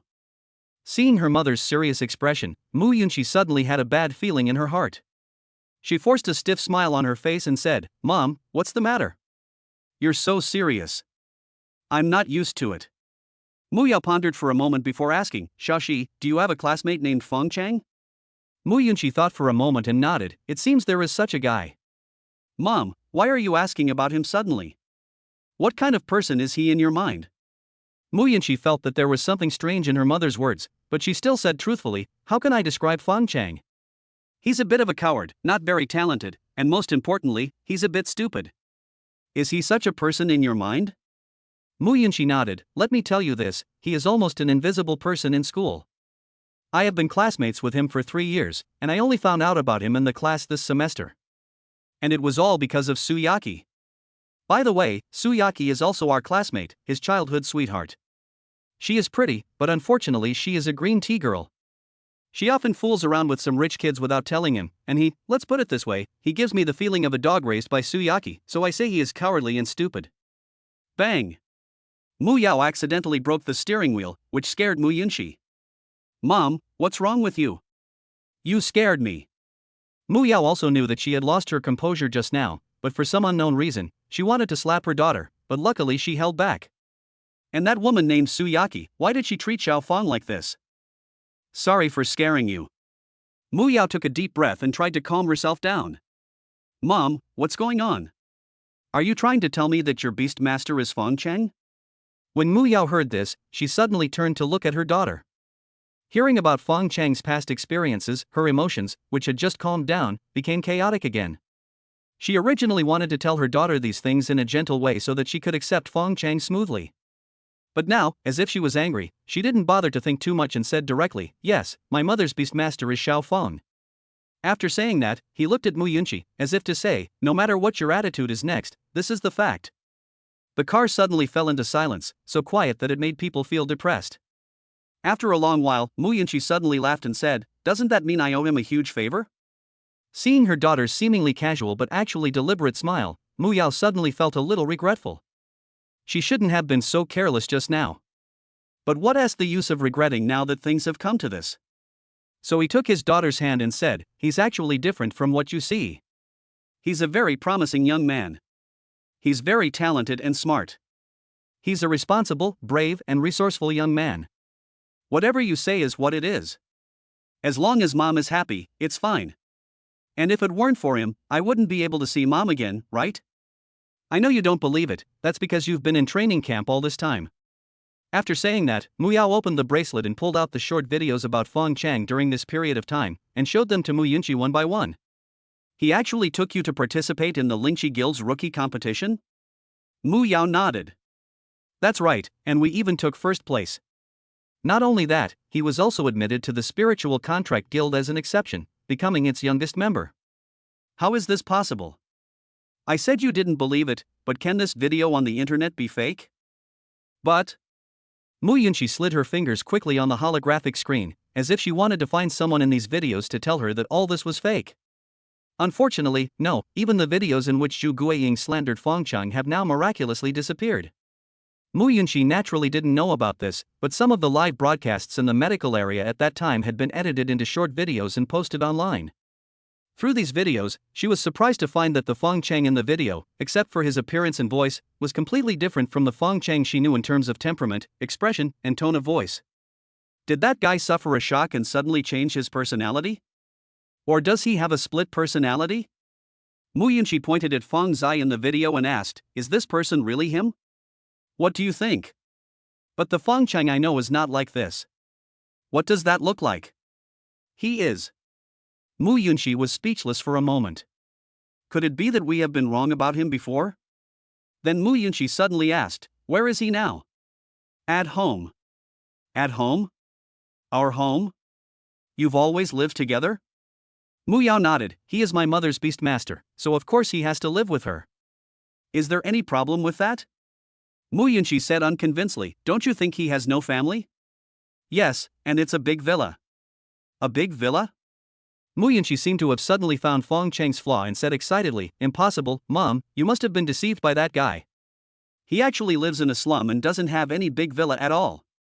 Mu Yao nodded. "I know, he told me on the first day that the big villa I mentioned was a reward given to him by the guild." "You forgot I said he was admitted by the Yunxi Guild as an exception. In other words, it was the Yunxi Guild that begged him to join, so what's the big deal about giving him a villa? The reason he lives in our house now is because I was worried that you wouldn't be able to find me after the training camp, so I wanted to stay home and wait for you." That's why he stayed to accompany me. Mu Yunxi was very confused now. Fong Cheng's change directly overturned her understanding. This was even more surprising than Mu Yao telling her that he was her father.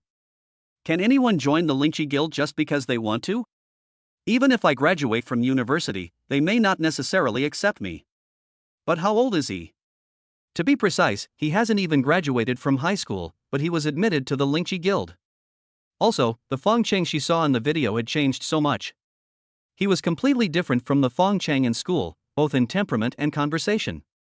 Seeing that her daughter was silent for a long time, Mu Yao held her hand and said, "Shashi, Mom knows you can't accept it right now. But I hope you can get along with him for the sake of him saving your mother's life. You will like him after a long time." At the same time in the ghetto, a taxi drove into the slum, which was definitely a rare thing for people living in the slum. The roads in the slums were narrow, and the car was not driving fast. The dust kicked up by the rear end of the car was like a smokescreen along the way. A group of children were playing and laughing in the dust, chasing the car forward. The taxi finally stopped in front of Su Yaqi's house, and the neighbors around curiously stuck their heads out to look over here. Who is this? With such a big show, he actually took a taxi home. Needless to say, it must be the girl from the Su family. That girl from the Su family? All right, today is the closing day of the training camp. Did that kid Fong Cheng come back with her? I heard that kid Fong Cheng has become very successful recently. Chapter 43. Su Yaqi is furious. The taxi door opened, and Su Yaqi, wearing a combat uniform that fit her skin tightly, stepped out of the car. She looked arrogant and squinted at the neighbors around her, as if to say, "Look at you poor bastards. I just took a taxi back, and you all dropped your jaws. If I come back in a luxury car someday, won't you all be scared to death? Mom is getting off the bus. I'll help you." I only heard her mother Tian Chunrao showing off in the car. "Oh, my dear daughter, this is the first time I sit in such a soft car, I really can't get up." "Okay, Mom, I'll help you."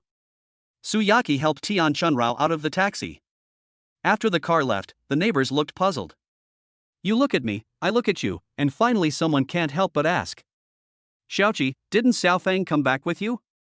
Su Yaqi was stunned and frowned. "Xiaofang? Which Xiaofang?" Neighbor Maju chimed in, "Oh, that's Fong Cheng, the man you grew up with." "Don't mention him to me. He's a vile and shameless gangster. Didn't you all see him last time?" "I have nothing to do with that scoundrel anymore." When the neighbors heard what she said, they all looked at Tian Chunrao in surprise, as if to say, "Old Tian, didn't you tell your daughter that Fong Cheng is now rich?" Su Yaqi also subconsciously looked at her mother, but found that her mother looked like a thief and didn't dare to look at her. How could she have the nerve to tell her daughter that Fong Cheng was no longer the same as before? When Su Yaqi dumped Fong Cheng, she strongly supported it. At that time, she also scolded Fong Cheng, calling him a jinx and a burden. She said all kinds of nasty things to him, for fear that he would still pester her daughter. But who could have thought that he would turn around and make a huge leap forward, not only contracting a beautiful girl, but also taking first place in the Yunxi Guild's rookie competition among so many beastmasters. Finally, he was admitted to the Yunxi Guild as an exception. To be honest, she regrets it so much now. If I had known that boy had this ability, I should have welded him and my daughter together and never let my daughter dump him. Even if my daughter refused, she would have tied them both together. Su Yaqi also felt that something seemed amiss, and quickly asked her mother, "Mom, what happened? Tell me, I have a question for you." My dear daughter, this." Su Yaqi saw her mother hesitating and was so angry that she said angrily, "What's this and that? Why is it so hard for me to listen to you? Tell me quickly, what's going on?" Seeing that Tian Chunrao was too embarrassed to speak, the neighbor immediately took the initiative to watch the fun and said with a smile, "Xiaoqi, don't you know?" "No way, such big news, the whole Yuching knows it, and you don't know it yet?" Su Yaqi said unhappily, "Shi Lao-san, you know, why don't you tell me?" "Just say it. I'm not your mother. What is there for me to be afraid of? Xiaofang is a successful kid now." As soon as he finished speaking, someone immediately responded, "That's right. Now the whole of Yuching knows that Fong Cheng has not only contracted a beautiful bride, but his beastly wife is also much prettier than you." "I'm not lying to you." Another neighbor chimed in, "That's right. His beast girl has a great figure, great looks, and a very gentle personality. Especially her eyes, they melt your heart." Listening to the neighbor's chatter, Su Yaqi clenched her fists tightly. If she hadn't been wearing combat uniform, the veins on the back of her hands would have bulged. How could that loser do that? I dumped him, and he turned around and signed a contract with someone else. Who gave him permission to sign a contract with someone else? Did I agree? Damn wimp, can't you just be a wimp in peace? Why do you have to come and cause trouble for me? Su Yaqi took a deep breath and said disdainfully, isn't it just a contract with someone? He is a waste. Anyone who can make a contract with him must also be a waste. Shi Lao-san laughed and said, but his beast girl is really prettier than you. What Su Yaqi hates most is hearing this sentence, she is prettier than you. Let's not talk about whether she's really as pretty as me. Speaking of which, for a beast girl, can such beauty really be used to make a living? Well, she's also very strong. Neighbor Zhuer rushed to say, Xiaofang is not a bad kid, how could he have contracted such a powerful beast girl? Strong? How strong can that loser be? Su Yaqi said unhappily. Ha, you're really ignorant about this, aren't you? Xiaofang won first place in the Yunxi Guild's rookie competition and is now a full member of the guild. He's a special recruit. Shi Lao-san laughed and said, that's right, Xiaoqi, if you want to join the Spiritual Contract Guild, you probably have to wait until you graduate from college, right? That kid Xiaofang skipped college and joined the Spiritual Contract Guild. Do you think he's impressive now? When Su Yaqi heard this, she couldn't help but exclaimed, he directly entered the Spiritual Contract Guild? How is this possible? Impossible, you can check it online, I'm not bragging. If one person says so, it may be false, but if a group of people say so, and even your useless mother is hesitant, is there any need to check? Calm down. Su Yaqi forced herself to calm down and think carefully about what was going on. But when she thought about how Fong Cheng, that good-for-nothing who was once a jinx in everyone's eyes, had suddenly become Xiaofang's kid, she became furious. I am the only one who is the center of attention and fawned over by everyone. When will it be the turn of that loser Fong Cheng? He won first place in the rookie competition and was specially recruited by the Yunxi Guild. And his current beast girl is actually prettier than himself. Did he ask me? He then went to make a contract with someone else? Who gave him the guts? Mom, aren't you tired of standing there like a mute for so long? I'll help you get home. Su Yaqi pulled Tian Chunrao back into the house without saying anything. After returning home, Tian Chunrao stammered, my dear daughter, What do you mean by I? Your daughter was scolded by those poor people, and you just stood there and watched. You really are my good mother. Tian Chunrao was scolded by Su Yaqi and became angry. But she couldn't vent her anger on her own daughter. If she wanted to be rich and prosperous in the future, she had to rely on this good daughter. Just wait, my dear daughter. I'm going to go out and fight those gossipers. After saying that, Tian Chunrao ran out angrily and started arguing with the neighbors around her. Su Yaqi didn't bother to care about her. She opened her bracelet and checked the internet to find out what those poor people had just said. It would have been fine if he hadn't checked, but now that he did, he was furious. Because his current beast girl is really prettier than himself. Wait a minute, why does this beast girl look so familiar? Isn't this teacher Mu from school? Looking at teacher Mu staring at Fong Cheng with eyes full of attachment and obsession, Su Yaqi felt like her lungs were about to explode. Okay, how dare you steal my man while I'm not at home? Su Yaqi rushed out of the door in a hurry. Tian Chunrao, who was arguing with someone outside, saw her and asked hurriedly, where are you going, my dear daughter? Sui Yuan community. Anyway, don't worry about it. Just fight them quickly. If you can't win, don't call me your daughter anymore. I can't afford to lose face. Provoked by Su Yaqi's words, Tian Chunrao was so scared that her life was in danger that she was forced to start a fight with the other person, scratching her neck and cheeks in a chaotic manner. The scene was like letting the dogs out behind closed doors. Anyway, what Su Yaqi wanted was, if you don't want me to have a good life, then you can forget about having a good life. As for whether her mother has a good life or not, it's none of her business. Chapter 44, Childhood Sweethearts Reunite. Sui Yuan Community. Fong Cheng was sitting at home alone surfing the internet, looking up some information about the City Youth Competition. For the original owner, the City Youth Competition was just a name and had no meaning. Fong Cheng needed to make up for all the relevant knowledge by himself. During this period, he also wanted to find Tang Li and Wu Zhong to ask them for relevant knowledge and experience in person. But the couple, as if they had discussed it beforehand, said to Fong Cheng the following words, little brother, relax.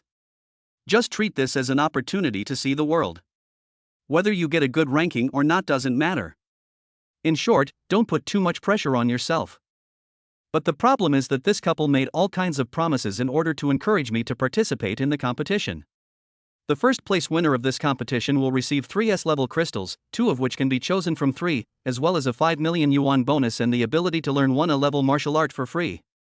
Money doesn't matter, but I have my eyes on the supernatural crystal and the beast soul crystal. Needless to say, the beast soul crystal can improve Teacher Mu's skills. The supernatural crystal can help you awaken another supernatural power, or if you are lucky, directly upgrade your lightning power to S level. The higher the level of the ability, the greater the power. At the same time, Fong Cheng also wanted to awaken a wood-type ability, because Teacher Mu had a 25% ability bonus for him, and he could also share skills with her, but only limited to wood-type abilities. There is also the A-level skill Original Magnetism, which I have been eyeing for a long time and I am determined to obtain it. So no matter what, I can't just go through the motions in this city youth competition, as Wu Zhong and his wife said. Just then, he heard the sound of a door opening. Fong Cheng turned around and saw Teacher Mu pushing the door and going home. "Are you back?" Fong Cheng said with a smile. Teacher Mu leaned on the shoe cabinet to change her shoes and asked, "Xiao Fong, are you bored at home alone?" "I'm not bored." "Why did you come back alone? Didn't our school beauty come back with you?" Fong Cheng stood up and subconsciously went to pick up Teacher Mu, but he was stunned as soon as he turned around. The school beauty Mu Yunxi was standing at the door, staring at him unhappily. "Who is your family now? Do you really think you are the master of this house?" "Xiao Shi." Teacher Mu turned around and frowned at her. Mu Yunxi said unhappily, "That's right. Am I wrong? Am I related to him? How did it become his family's?" Fong Cheng cleared his throat awkwardly. "Sorry, I was just joking with your mother." "This joke is not funny. Don't make it again." "Xiao Shi, how can you talk like this? How did you promise me?" Originally, she wanted to live in peace with Fong Cheng because he saved her mother. But it would have been fine if Fong Cheng didn't mention Teacher Mu. As soon as he mentioned Teacher Mu, Mu Yunxi felt like her mother had been taken away by someone, and she felt very angry. Mu Yunxi said helplessly, Okay, you guys chat, I'm going to change my clothes. The combat uniform is good in every way except that it is too tight-fitting. It is okay to wear it in the wild, but at home, especially in a home with outsiders, it seems a bit ambiguous. Of course, you could also be like Su Yaqi, reluctant to take it off and use it as a way to show off, but Mu Yunxi obviously didn't have such an idea. Seeing Mu Yunxi slam the door shut, the words Mu Yao wanted to say to her were stuck in her throat. When I turned around and saw Fong Cheng, I felt a little embarrassed. Sorry, Xiao Fong, Xiao Shi must still be a little uncomfortable with it. Seeing Mu Yao's embarrassment, Fong Cheng smiled slightly, put his arm around her shoulders and said, I know, and I also know that you have made a lot of efforts so that she can go home with you. I won't blame you, nor will I have any opinion about her. In short, I won't do anything that will make things difficult for you. Fong Cheng's casual remark touched Teacher Mu's heartstrings, causing her face to blush slightly, as beautiful as the sunset in the sky. Her originally calm eyes were now like a lake with a stone thrown into it, rippling with layers of ripples. She gazed at Fong Cheng with affection, and that look seemed to be able to melt everything, containing endless tenderness. Xiao Fong, why are you so nice to me? What should I do if you don't want me in the future? She had been abandoned before, so how could she have experienced such tenderness? You little fool, you are my beast girl, right? To paraphrase your words, no matter how many beast girls I have in the future, you will always be the one I love the most.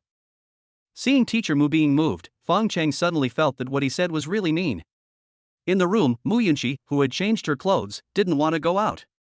The impression the original owner had left on her was already deeply ingrained and could not be changed by watching a few videos. To put it simply, she looked down on Fong Cheng.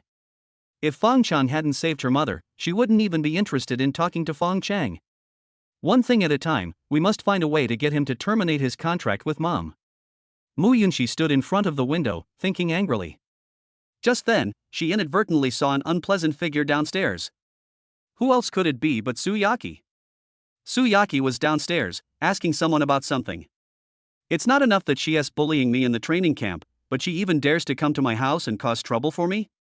Do you really think I have no temper? No, she might not be coming to see me.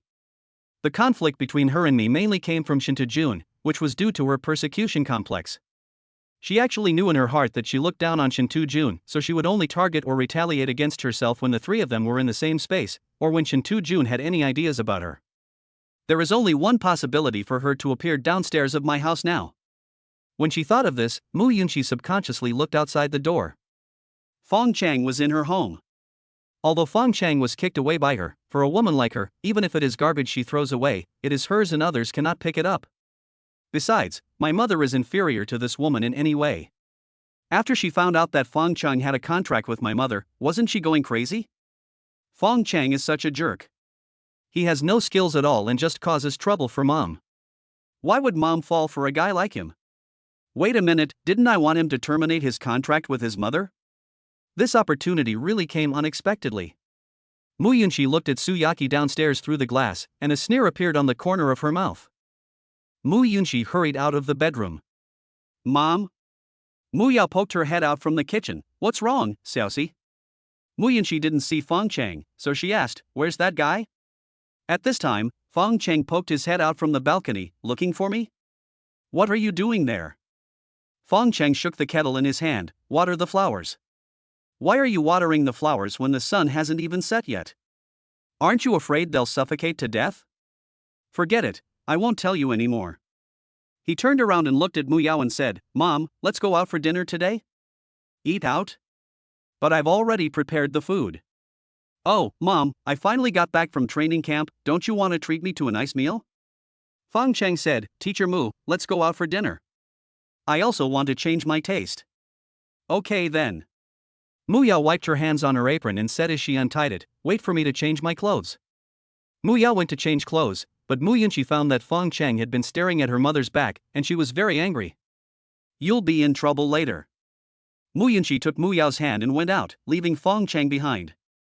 Fong Cheng didn't feel anything, but Yao felt a little uncomfortable. These days, she and Fong Cheng went out together, and she always went out holding Fong Cheng's hand. Now that her daughter was back, she suddenly found that she seemed like a troublesome light bulb. Yunxi calculated the time for the three of them to arrive downstairs just right, and as soon as they came down, they ran into Su Yaqi who was walking towards them. Hey, Fong Cheng, your childhood sweetheart is here, why don't you go say hello? Chapter 45 Yao, he is my happiness now. Su Yaqi's sudden appearance caught Yao off guard. At that moment, her heart sank suddenly, as if a huge rock had pressed down on her. She looked at Su Yaqi's energetic appearance, and her flying hair seemed to be mocking her as an old aunt. Her so-called charm seemed so pale at this moment, and was eclipsed by the youthful and beautiful contrast. An indescribable feeling of inferiority surged in her heart, like a dense vine tightly wrapped around her heart. Before this, she had always believed that Fong Cheng must like her, but now when she saw Su Yaqi, he was not sure. The inferiority in her heart made her subconsciously hold on to her daughter beside her. She turned her head stiffly with her smooth neck and looked at Fong Cheng behind her. Fong Cheng knew that the most important thing at this time was to reassure Teacher Mu, so he walked over to Teacher Mu and gently took her hand. She must be given an explanation for some things, otherwise Su Yaqi's existence will become a permanent thorn in her heart. What childhood sweethearts! We're just neighbors. Fong Cheng said calmly. When Su Yaqi heard this, she frowned. What a good neighbor. I've only been away for a few days, and you're already looking for other women behind my back. Are you trying to rebel? Hey Fong Cheng, who are they? Why are you here? Su Yaqi's face was full of confidence. She believed that Fong Cheng would definitely give her a reasonable explanation as he did before. Even if there isn't one, you have to make one up for yourself. But Fong Cheng said expressionlessly, Su Yaqi, does this have anything to do with you? Huh? Su Yaqi was startled, and immediately said unhappily, why is it okay? I am you. He wanted to say, I am your girlfriend, but when he thought of her current boyfriend being Shinta Jun, he was afraid that these words would reach Shinta Jun's ears and cause trouble for him, so he swallowed the words back. Me what? Neighbor? Don't you think you're meddling too much? What neighbors? Besides, even if they are neighbors, does asking about them mean I'm meddling too much? A tree without bark is doomed to die, and a person without shame is invincible. Su Yaqi's shameless words are really impeccable. Fong Cheng took Yao's hand and said, then let me introduce you, Su Yaqi, this is my girlfriend Yao. Then he said gently to Teacher Mu, the woman Yao was my former neighbor, her name was Su Yaqi. At this moment, Yao truly felt the warmth and strength coming from Fong Cheng's palm. Suddenly, her heart was filled with an incomparable sense of security. She looked at Fong Cheng subconsciously, her eyes full of deep obsession and attachment to him. She wanted to just look at him like this for the rest of her life, but there was a small matter that had to be dealt with. Then he glanced at Su Yaqi, then looked at Fong Cheng tenderly. Is Xiaofeng your neighbor? Why haven't I heard you mention him before? Hey, I'm just an ordinary neighbor. There's no need to single him out to talk to you. If I have the chance to visit the slums, I'll introduce them to you one by one. Fong Cheng looked calm and composed. When dealing with a woman like Su Yaqi, you can't get angry. The angrier you are, the more complacent she will be. On the contrary, the less you care about her, the angrier she will be. Yunxi, who was standing by, looked at their performance with a puzzled look on her face. Mom, are you serious with that kid? I want Su Yaqi to expose his true face. But why was Fong Cheng not afraid at all after seeing Su Yaqi, and even played a double act with his mother? And how did my mom become your girlfriend? Did I agree? My mom is just your beastly mother at best. Wrong. Yunxi suddenly reacted and looked at Fong Cheng in surprise.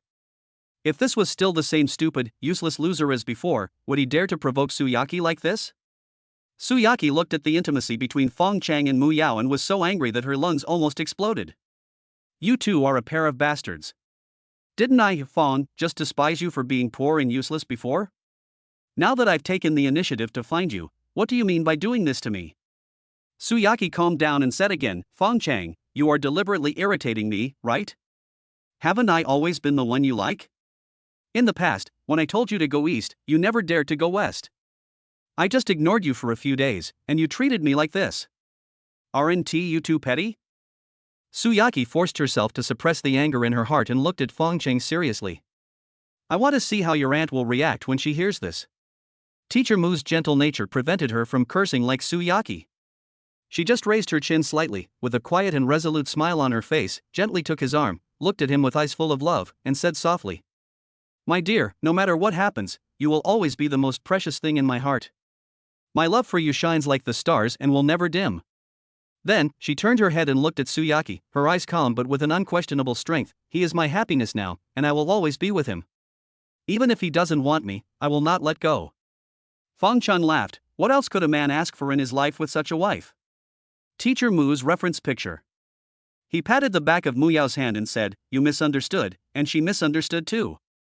I have been an orphan since I was a child, and it was Aunt Lin who picked me up and raised me.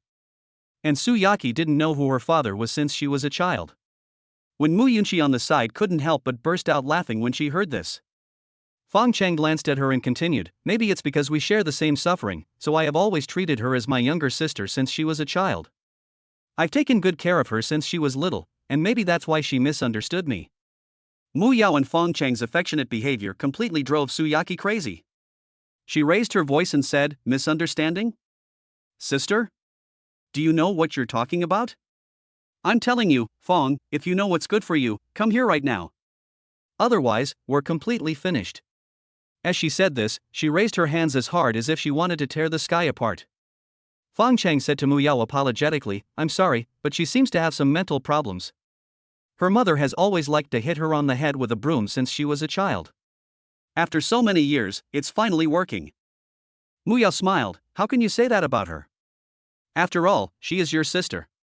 Mu Yao was joking with the first half of her sentence, but the second half clearly showed her jealousy. What brother and sister? That's all in the past. On the day of the talent assessment at school, I drew a clear line between myself and her. Mu Yao feigned surprise and said, No way? She's still not satisfied with having such an outstanding brother like you? Didn't I tell you? Her mother hit her on the head with a broom when she was little, and made her stupid. Fong Cheng and Mu Yao were arguing with each other, which completely drove Su Yaqi crazy. Mr. Fong, I'm going to fight you. After saying that, she pounced towards Fong Cheng with her fangs bared. Fong Cheng subconsciously protected Mu Yao behind him and raised his hand to slap her in the face. Before Yunxi could react, she heard a snap and a crisp sound. Su Yaqi's long hair swung and she staggered and almost fell to the ground. Su Yaqi was stunned. She covered her face and looked at Fong Cheng. You dared to hit me? Fong Cheng laughed and said, Oh, I'm so sorry. I just saw a mosquito trying to bite my girlfriend, but I didn't expect it to hit you in the face. I'm so sorry. The slap was painful, but it finally woke Su Yaqi up. What had happened to me just now? Was this still me? How had I made myself look like a bitch? From the moment I learned of his comeback, I felt like I had lost my composure. That guy Fong Cheng must be feeling very proud when he sees how I look now, right? Su Yaqi looked at Fong Cheng with eyes that became colder and colder. Fong Cheng didn't expect that you actually have such a manly side. This is good, really. Fong Cheng looked at Su Yaqi in confusion. Could it be that I really had a concussion on this woman? But Su Yaqi continued, but I will definitely return everything you gave me today double, I promise. After saying that, she covered her face and walked away. Her face felt burning with pain, but for some reason she couldn't help but want to look back at Fong Cheng again. Fong grew up to be very handsome, and she couldn't deny that. A long time ago, when she didn't know anything, she could stare at his face for the whole day. If he had slapped me earlier, maybe. Su Yaqi didn't think about it anymore, nor did she look back at Fong Cheng. Although she didn't know why that loser had suddenly turned around and was recruited by the Yunxi guild and became a man, so what? He came from a humble background, and no matter how talented he was, he could never compare to Shinta. I will slap you back for the slap you received today sooner or later. And as for that girl next to you, no matter how proud she is now, I will make her regret it soon. After leaving the complex, she took a taxi and, instead of going home, went to Aoshi Villa, the upscale complex where Shinta lived. Chapter 46 Su Yaqi's Capital. Yunxi was very unhappy. Ever since that crazy woman Su Yaqi ran away, her mother actually walked away holding Fong Cheng's hand. They looked so intimate, like a young girl who had just fallen in love. The point is that she completely forgot about her daughter. Mom? Yunxi couldn't help but shout from behind. Yao turned around and smiled. What's wrong, Xiaoxi? Hurry up and catch up. Didn't you say you wanted to have a big meal? After saying this, she looked at Fong Cheng with a smile in her eyes, then leaned on his shoulder, not avoiding suspicion at all towards the daughter behind her. Yunxi stomped her feet in anger. Mom, you are already 36 years old, and your daughter is so grown up. Why are you still acting like a little girl? What's so good about Fong Cheng? He could actually make you so obsessed that he even abandoned your daughter. Yao and Fong Cheng walked forward for a while, and when they found that Yunxi had not followed them, they turned back to look at her in confusion. What's wrong, Xiaoxi? At this time Fong Cheng said, why don't we go home and eat? I like your cooking the most. Yao looked at him and smiled sweetly. Okay. Yunxi was not happy with this and said angrily, no, I want to have a big meal. Mr. Fong, you have to treat me to dinner today. Xiao Shi. Seeing that teacher Mu was about to lecture Yunxi again, Fong Cheng quickly tightened his hand on her waist and interrupted her. Yunxi probably didn't realize it herself. Although her words just now seemed to be criticizing Fong Cheng, she was actually subconsciously beginning to accept Fong Cheng as her stepfather. If a proud person like Yunxi really hated someone, would she go to dinner with him? Fong Cheng smiled and said, no problem, I'll treat you, just order whatever you want. I'm not exaggerating, you can choose from any hotel or restaurant in Yucheng. It just so happens that teacher Mu and I haven't been to such a high-end place yet, so you're just the right opportunity for a country bumpkin like me to broaden my horizons. Is that what you said? Of course, I lied to you that this is it. Fong Cheng pointed his 5 fingers downwards and made a turtle gesture, which made teacher Mu beside him smile. Okay then, I'm going to Xingyao Mansion. No problem. Fong Cheng thought for a moment and said, if I remember correctly, the restaurant is in the city center. It's a bit far. I'll go get the car. Yao suddenly grabbed Fong Cheng and said, Xiao Fong, I accidentally broke the car today. Are you okay? Fong Cheng looked at teacher Mu nervously. Fong Cheng's nervous look made teacher Mu feel sweet in her heart. She shook her head and said, don't worry, I'm fine, really. Yunxi said unhappily, all right, stop hanging around there. I'm still here. After saying that, he angrily passed by the two of them. Aoshi Villa has a huge artificial lake in the middle, with villas scattered around it. It is a famous wealthy community in Yucheng and also the property of the Shinta family. She had been to Shinta villa before, at the last pool party, and was brought here by her best friend to be used as a fire stand. So this time, she was familiar with the place. There was a doorbell in front of the villa, but she refused to ring it and instead punched and kicked the door. Then, from inside the gate, Shinta said angrily, who the hell is that? The door opened and a butler in a suit and tie came out. Miss, are you crazy? Miss? You are the miss, your whole family is Mississippi. Is Shintujuan living here? Call him out quickly. Little girl, do you know my young master? Nonsense, I just heard his voice, don't tell me he's not here. The servant had no choice but to look back at Shintu-jun by the swimming pool. Who is it? Lao Tian. Just as Lao Tian was about to speak, Su Yaqi pushed the door open and walked in. Seeing Shintujuan, she immediately said angrily, "What's wrong with me? You can't even recognize my voice?" When Shintujuan saw Su Yaqi, his heart couldn't help but twitch. Why are you here? Didn't you say you would wait for me to find you? I am your beast mother now. Can't I come to you? Yes, of course. I just wanted to clean up the house and give you a surprise. Seeing Shintajun's helpless look, Lao Tian rubbed his eyes quickly. Is this still the 8th young master of his family? Although the 8th young master was young, he had seen all kinds of women. Why did he seem a little afraid of this little girl? But having said that, this girl is really fierce, like a she-demon. Su Yaqi glanced at Lao Tian, frowned and said, "This is none of your business, go do your thing." Old Tian looked at his young master with a troubled look, and Shintajun quickly waved at him, signaling him to leave quickly.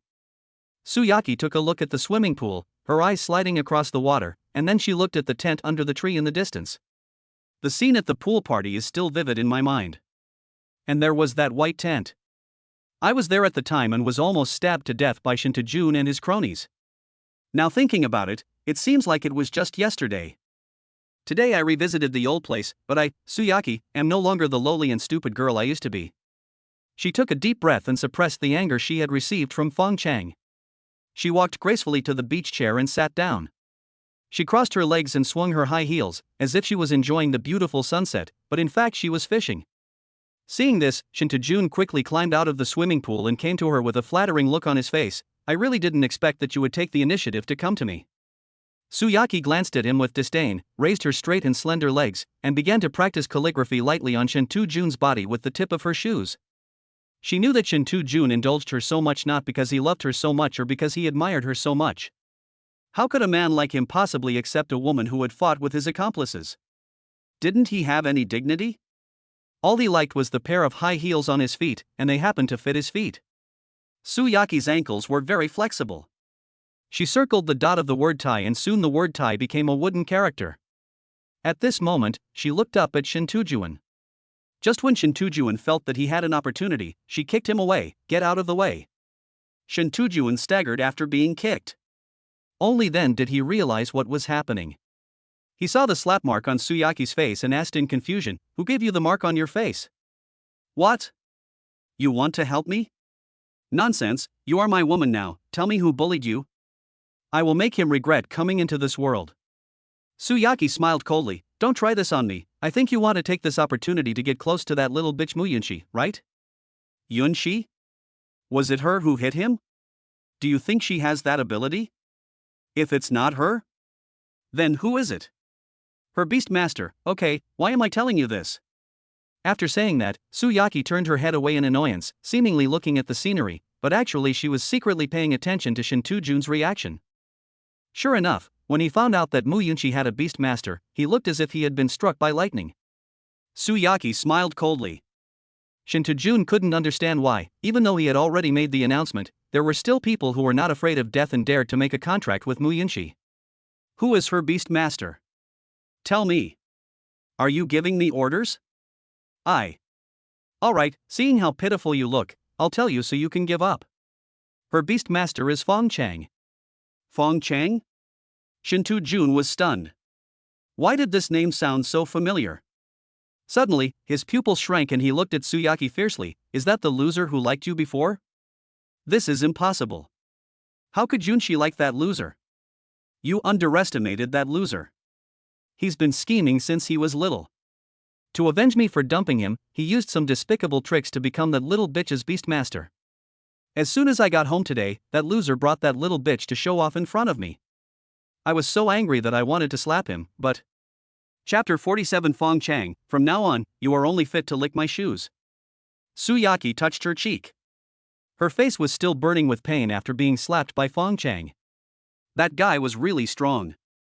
He had no intention of showing any mercy to her and was simply beating her to death. But after knowing him for such a long time, this is the first time I find him so manly. If I were that woman, he would definitely stand up for himself. Oh, ugh, ugh. Why do I keep thinking about these nonsense?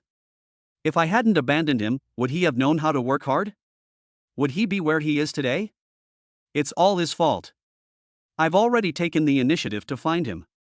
What else does he want? Fong Cheng, since you are so heartless, don't blame me for being ungrateful. She turned around and glanced at Shinta Jun. His face was ashen and he wished he could tear Fong Cheng into pieces. Su Yaqi smiled slightly. This guy's murderous intention towards Fong Cheng was real, but it was not because Fong Cheng hit him, but because Fong Cheng really touched his reverse scale. Yunxi has always been the white moonlight in his heart. How could he tolerate others getting there first? You want to kill that loser? Su Yaqi smiled coldly. You want to protect him? Shinta Jun said with a cold face. Why should I protect him? But you may not know this yet, right? That loser is no longer the useless person he used to be. He can be manipulated at will. What's the meaning? He is now a member of the Yunxi Guild, and he is a talent specially recruited by the Yunxi Guild. No matter how rich your Shinta family is, you are no match for the Yunxi Guild, right? Bastard! Shintu's teeth were chattering, his face flushed red, and the veins on his forehead bulged, as if they would burst at any time. Su Yaqi was right. His Shinta family was rich, but they really didn't dare to mess with the Yunxi Guild. Are you scolding me? Su Yaqi said with a cold face. Shinta Jun glanced at her and didn't bother to pay attention to her. Su Yaqi turned around, folded her hands in front of her, leaned back in her chair and said arrogantly, You never go online? There's news online saying Fong Cheng has been expelled from school for molesting a female classmate. What does this have to do with me wanting to kill him? Su Yaqi turned around and looked at Shintujuan and said with disdain, Do you think the Yunxi Guild would want such a person with bad behavior and corrupt morals? Shintujuan's eyes lit up, but after thinking for a moment, he said, That still won't work. What you know, the Spiritual Contract Guild must also know, but he still joined the Spiritual Contract Guild. That's because this matter hasn't been confirmed yet. With the resources of your Shinta family, it shouldn't be difficult to make this matter a reality, right? I see. Don't worry, just leave this to me. After saying that, the two of them smiled at each other. Okay, that's settled then. I'm leaving now. Su Yaqi stood up and was about to leave, but was stopped by Shintujuan. What will I do if you leave? Su Yaqi glanced at the vertical stroke in the word and pushed Shintujuan away with a disgusted look on her face. What a hassle. Shinta Jun chuckled, Don't forget that you are my beast girl now. You have an unshirkable responsibility to improve the taming value. As a result, in less than 10 minutes, Su Yaqi was polishing her high heels by the swimming pool and they were soiled by the dog again. He casually threw the used tissue into the swimming pool and looked back at Shintujuan lying on the ground. I can help you kill Fong Cheng, but if you want to be with Yunxi, forget it in this life. Don't worry, dear. I only love you in this life. Love only me? How much? Su Yaqi stepped on him, applying a little force with her slender heel, and said with a cunning look at the corner of her mouth. Shintujuan swallowed his saliva with a look of aftertaste at the metallic high-heeled shoe in front of him. He subconsciously wanted to reach out and grab it, but Su Yaqi kicked it away. Get out. After saying that, Su Yaqi turned around and left, but suddenly she thought of something and turned back to ask, Do you have a car? Yes. Shinta Jun's eyes lit up and he quickly sat up and said, Put aside your dirty thoughts. I just don't want to walk back. Do you mind if you give me one? That's no problem, but do you have a driver's license? This question really stumped Su Yaqi. Shinta Jun quickly got up and said, Let me drive you. Su Yaqi glanced at Shinta Jun and thought it would be a good idea to drag this guy in front of those poor people to show him off. Let everyone know that Fong Cheng, that loser, is doing well, and I, Su Yaqi, am not doing badly either. Okay, but you have to behave yourself in the car. Sway Yuan community. Yunxi is trying on the combat uniform Mu Yao gave her. Originally, after the three of them had dinner today, Fong Cheng took her to the Yunxi Guild, wanting to buy her a D-level combat uniform. However, the girl's own strength was too low, and she couldn't wear the D-level combat uniform. When they got home, Mu Yao gave her the E-level combat uniform she had worn before. There was no way she could wear the official F-class combat uniform, which was too low quality. Mu Yao had only worn this combat uniform once, but now it looked like new on Yunxi. Especially after the combat uniform was reshaped by the bracelet, the leather texture that was close to the skin made Yunxi's graceful figure even taller. To be honest, when she stands with Teacher Mu now, they really look like a pair of sisters. Sisters visualization picture. What are you looking at? Haven't you seen a girl in combat uniform? Yunxi saw Fong Cheng staring at her, and her face turned slightly red. At this moment, her anger was more like shyness. Today, Fong Cheng slapped Su Yaqi on her mother's behalf. Although the slap was on Su Yaqi's face, it also hit her heart, making her heart tremble. Fong Cheng has really changed.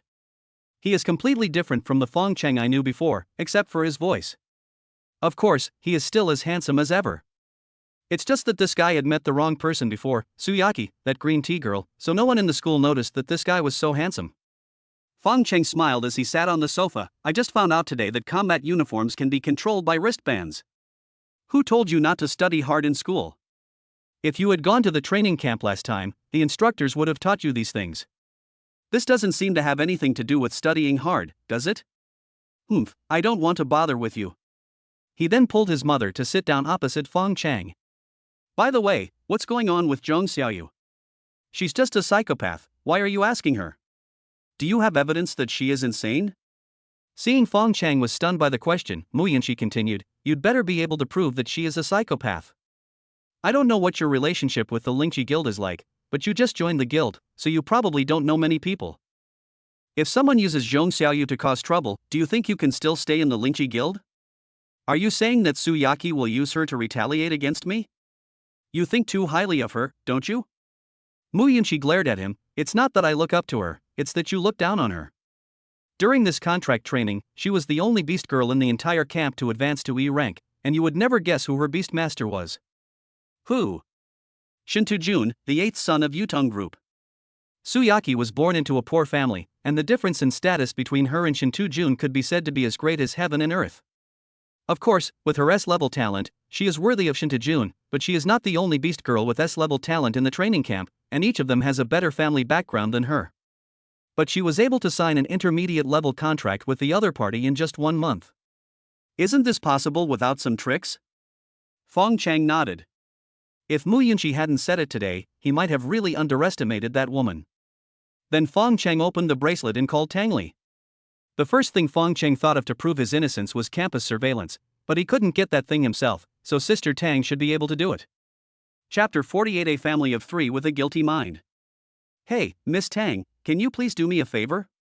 You only call me when you have something to do. Why don't you think of me as your sister at other times? Aren't you afraid of disturbing you and Brother Wu?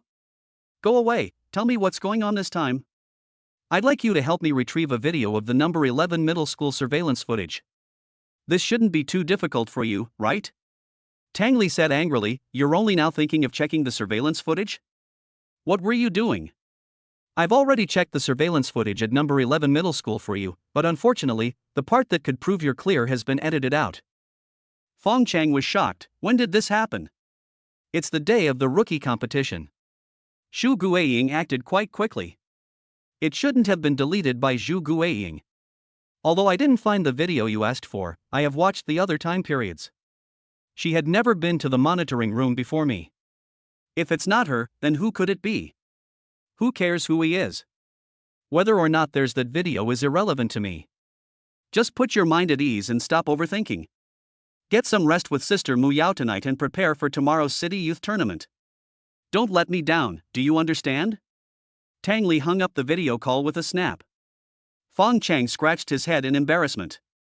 Why did this little Sister Tang speak without considering the occasion? Didn't she see her daughter was beside her? High in the final analysis, I still have something to hide. As long as I have nothing to hide, this sentence will not have any hidden meaning. I subconsciously looked at Mu Yao opposite me. It turned out that she had something to hide, so she lowered her head shyly and secretly glanced at Yunxi next to her. Yunxi glanced at Fong Cheng, then at her mother, and hurriedly picked up the mug on the table, using the motion of drinking water to cover her face. It seems that she knows a lot. What should I do? Should I chase Fong Cheng away, or pretend I didn't hear anything? But he is my mother's beast master after all. It seems that the contract level of both of them is not low, and they have both successfully advanced. The taming value must have been maxed out once without my knowledge. If I chase Fong Cheng away now, won't it seem like I'm making a fuss and being pretentious? I promised my mother not to act silly. I promised my mother that I would not act silly. And Fong Cheng didn't seem to be that bad. He was quite manly when facing Su Yaqi today. Moreover, when he saw Su Yaqi, he was obviously furious, but he still acted calm. This shows that he is still a very shrewd person. His seemingly light words actually hit Su Yaqi's heart, and in the end he also vented his anger. Well, he's pretty handsome too. Yunxi's eyes jumped over the rim of the cup and secretly glanced at Fong Cheng. He is indeed very handsome and capable. My mother is like an old cow eating young grass. TSK, it's not mom who is at a disadvantage anyway, why should I care so much? Yunxi, who finally figured it out, suddenly stood up and said under the astonished gaze of Fong Cheng and Yao, well, I'm tired and will go back to my room first. Don't bother me, both of you. Yao watched Yunxi close the door and finally breathed a sigh of relief. What she worried about most was that her daughter didn't like Fong Cheng, said something harsh to him, or did something to embarrass him.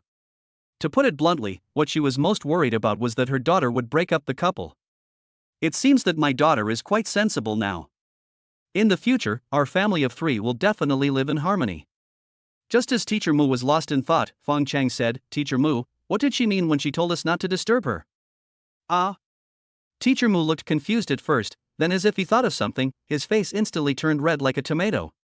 Teacher Mu then summoned up the courage to say to Fong Cheng Dao, Xiao Fong will compete in the City Youth Tournament tomorrow. We should get some rest today. Fong Chengza lifted his butt and sat next to her, holding her shoulders and said, Teacher Mu, do you know? Although Sister Tang seems to be indifferent to Zhong Xiaoyu's matter, if I can't prove my innocence and the guild headquarters finds out about this, I don't think Sister Tang will be able to protect me. Teacher Mu nodded, what should we do then? The reason why Sister Xiao Tang doesn't care is because compared to my worth, that matter is nothing. Similarly, if headquarters can see my value, they can also not care, what do you think? Teacher Mu nodded, that makes sense. So we have to improve our abilities as quickly as possible and strive to achieve good results in the City Youth Tournament, right? Teacher Mu nodded in agreement. How about we eat all the remaining star crystals now and try to break through to D level tonight? That way, the chances of achieving good results will be greater. Teacher Mu, what you said makes a lot of sense, but our taming value is not enough now. Huh? Teacher Mu looked at Fong Cheng in surprise. It turned out that after walking around for so long, this kid was waiting for him here. Isn't this because? Teacher Mu wanted to say, this is not because of you, kid, you have been wasting your time on trivial things recently. He either uses facial cleanser or applies a facial mask, or he secretly digs a ditch behind my back. When I caught him, he still looked confused.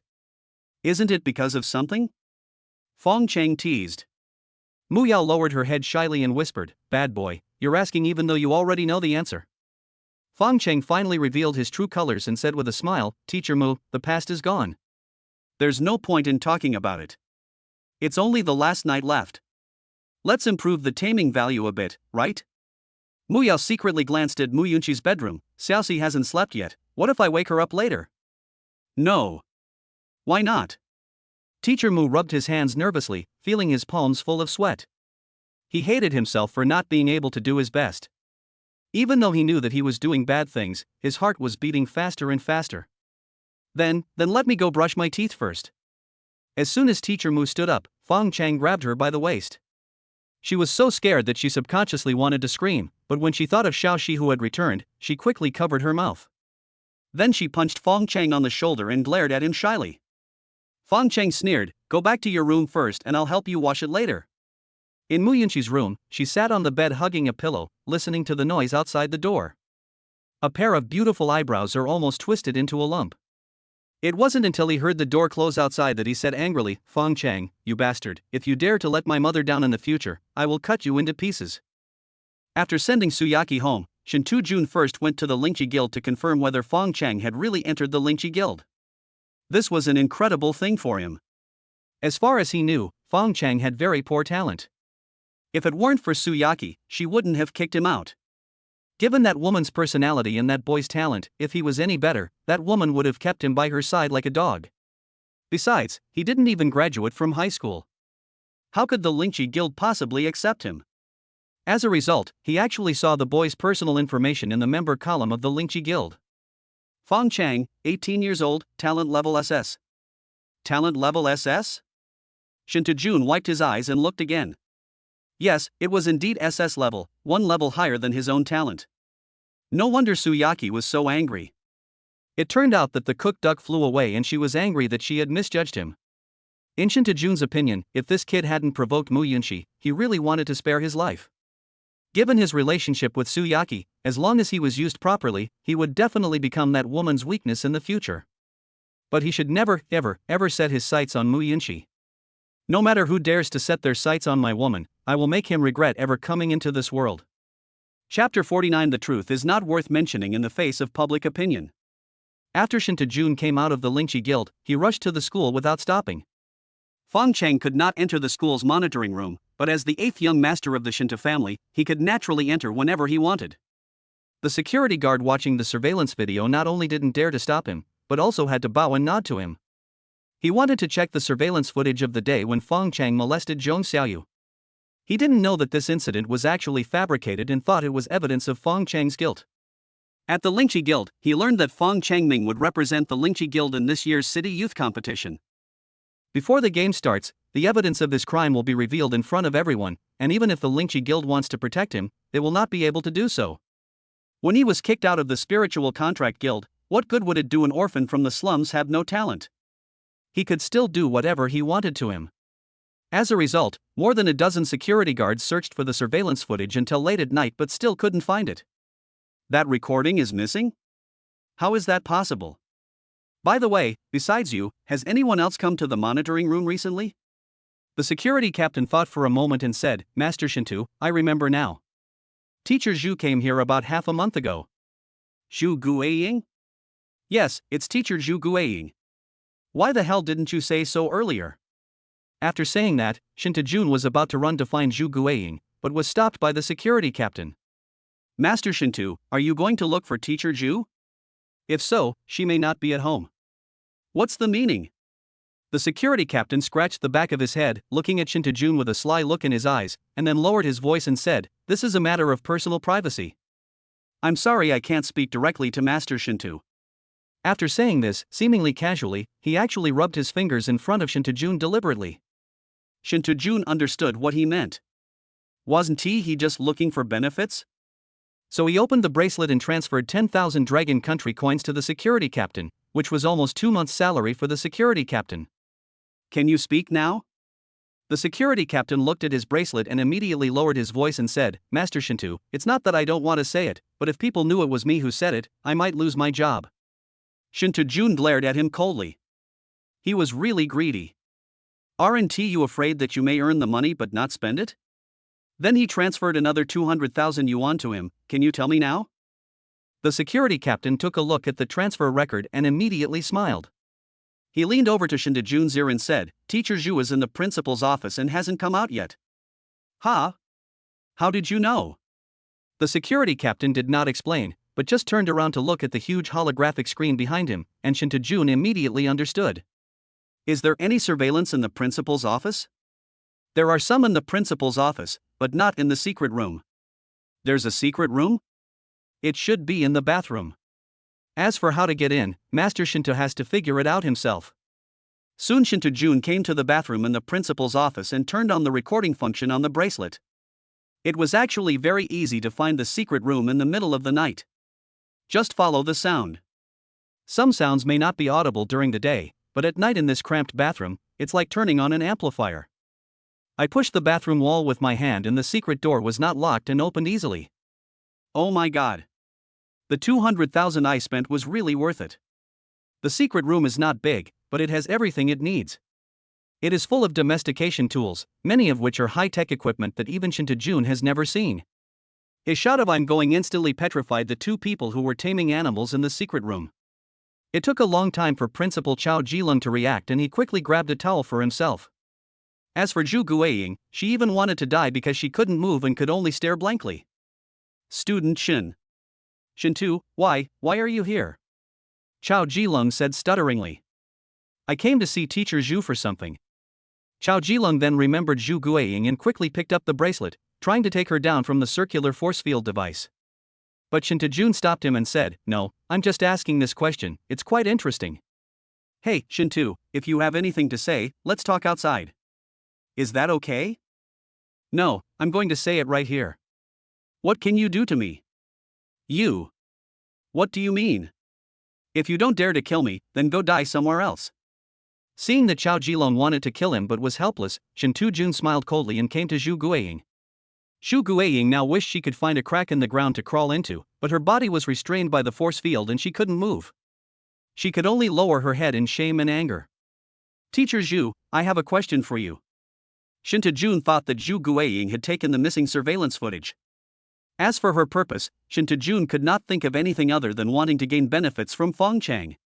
After all, that loser Fong Cheng is now a member of Yunxi Guild, one of the 3 major guilds in Dragon Country, and his meteoric rise to fame is just around the corner. But after a conversation, it turned out that Zhu Guiying originally wanted to take the surveillance video, but she wanted to destroy the evidence. But when she arrived at the monitoring room, the surveillance recording had disappeared. Then Shinta Jun learned from her that the story of Fang Cheng molesting Zhongxiaoyu was completely nonsense. It was Su Yaqi who wanted to get rid of Fong Cheng and deliberately framed him. Is everything you said true? Zhu Guiying nodded wildly. It's absolutely true. If you don't believe it, you can ask Zhongxiaoyu. Shinta Jun touched his chin and looked back at Xiao Jilong, who felt uneasy when he looked at him. What else do you want to do? I'd like to ask for a small favor. Please accuse Fong Cheng at tomorrow's city youth competition so that justice can be served and the innocent victim, Zhong Xiaoyu, can be vindicated. Are you crazy? This didn't happen. What evidence do we have to accuse him? He's a member of one of the 3 major guilds, the Spiritual Contract Guild. Do you know the consequences of falsely accusing him? Shinta Jun smiled coldly and clicked replay on the bracelet. When Zhu Guiying and Xiao Jilong saw the replay, they were stunned again. Delete it for me right now. Before Xiao Jilong could finish his words, someone rushed over and tried to snatch Shinta Jun's bracelet. Shinta Jun raised his hand, dodged it with a beautiful turn, and said with a smile, "Sorry, my hand just slipped and it went online." You. Don't worry, as long as you do me this small favor, I will make sure that no one will know about your affair. Seeing that things had come to this, Xiao Jilong could only take a deep breath and said, "Xiao Ying has already said that Su Yaqi framed Fong Cheng in this matter, and Zhong Xiaoyu also admitted it. Fong Cheng didn't molest her at all, he was just knocked unconscious by her. If you ask me to slander him, you should at least produce some decent evidence, right?" Shinta Jun smiled and said, "This is your business. I can't control it. Anyway, I want to see the results tomorrow." Shinta Jun yawned after saying this. "It's getting late, so I won't disturb you too. By the way, do you want to know how I found this place? How did you find it? You can only blame yourselves for being stupid. Don't you know there are surveillance cameras everywhere in the school? Some people watch the cameras every day, how could they not know about your little shit?" Shinta Jun left the school and ran into the security captain again at the door. "Master Shinta, is this all done?" Shinta snorted coldly. There was really no need for him to bother with a dead person. The 200,000 yuan could be used as a resettlement allowance for his wife and children. As for whether the 2 guys can succeed in the accusation tomorrow, Shinta Jun doesn't care at all. He just wants to make this matter bigger and let all the big guys present tomorrow know about it. By then, it won't matter whether Fong Cheng molested Zhong Xiaoyu or not. Unless he can produce evidence to prove his innocence, the evil nature of human beings will make everyone choose to believe that this is true. Would the Spiritual Contract Guild still want him by then? They might even wish him dead. Chapter 50. Shinta Jun is ready for everything. Teacher Mu prepared breakfast early in the morning, which was mostly snacks that Mu Yunxi liked. As for Fong Cheng's taste, to be honest, she really didn't know. Because she stewed sea cucumbers for Fong Cheng every day, or kidneys, leeks, and lamb ribs. Thanks to Mu Yunxi, Fong Cheng finally had a different breakfast today. "Xiaoxi, these are the soup dumplings that Mom made especially for you. Try them." Teacher Mu picked up one for Mu Yunxi and one for Fong Cheng. "Xiao Fong, you try it too." Fong Cheng looked at the buns on the plate. The bun skin was as thin as wonton skin. It was a puddle when placed on the plate, and a lump when picked up because it was full of soup. "Teacher Mu, I thought you only knew how to make sea cucumber millet porridge, but I didn't expect you could also make soup dumplings." "This is a technical job. How do you put the soup in?" "This is easy. Just add some jelly when making the filling." "I see. Teacher Mu, you've solved my doubts that I've had for years." After saying that, Fong Cheng glanced at Mu Yunxi and found that the girl had a pair of dark circles under her eyes and was absent-minded while eating breakfast. Teacher Mu also noticed her abnormality and asked with concern, "What's wrong, Xiaoxi? Don't you have an appetite?" Ha? No, I just. Never mind, I'll go wash my face first. Teacher Mu looked at her back and muttered, "What's wrong with that child?" Didn't she just wash her face? Fong Cheng smiled and said, do you think it's possible that I didn't sleep well last night? Teacher Mu didn't know what she was thinking about, and a blush rose on her face, which was more beautiful than the morning glow outside the window. Then he lowered his voice and said uncertainly, this can't be possible? I don't think it's possible either. We turned on silent mode yesterday. It's impossible to wake her up, unless. Unless what? Fong Cheng smiled slightly, I won't tell you.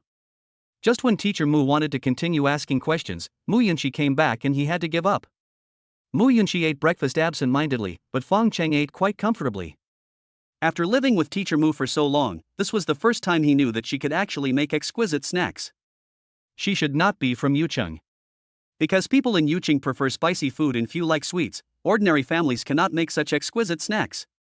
It seems that Mu Yunxi's arrival was not entirely useless. At least it helped improve his food. After breakfast, Teacher Mu and School Bell Mu also changed into combat uniforms. They really looked like a pair of twin sisters. This is the benefit of longevity. In this world, once you are over 20 years old, it is difficult to tell your age from your appearance. Xiaoxi, do you have a team for the city youth competition? Teacher Mu asked.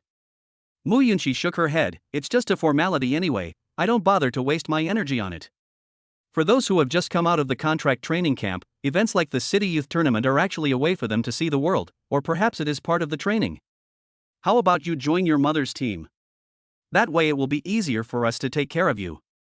Mu Yunxi subconsciously looked at Fong Cheng. Fong Cheng, who was adjusting his collar in front of the mirror, felt as if someone was looking at him and subconsciously turned around to look at the two of them. Mu Yunxi panicked and said unhappily, whatever, it's just a formality anyway. Teacher Mu did not notice the strangeness in her daughter's eyes. When Fong Cheng turned around, she thought that Fong Cheng was looking at her because he minded bringing his daughter, a burden, along. Xiao Feng, Fong Cheng smiled slightly and interrupted Teacher Mu, it's okay. When we can no longer take care of her, it won't be too late for her to withdraw from the competition. Yes, thank you. Why are you being so polite to me?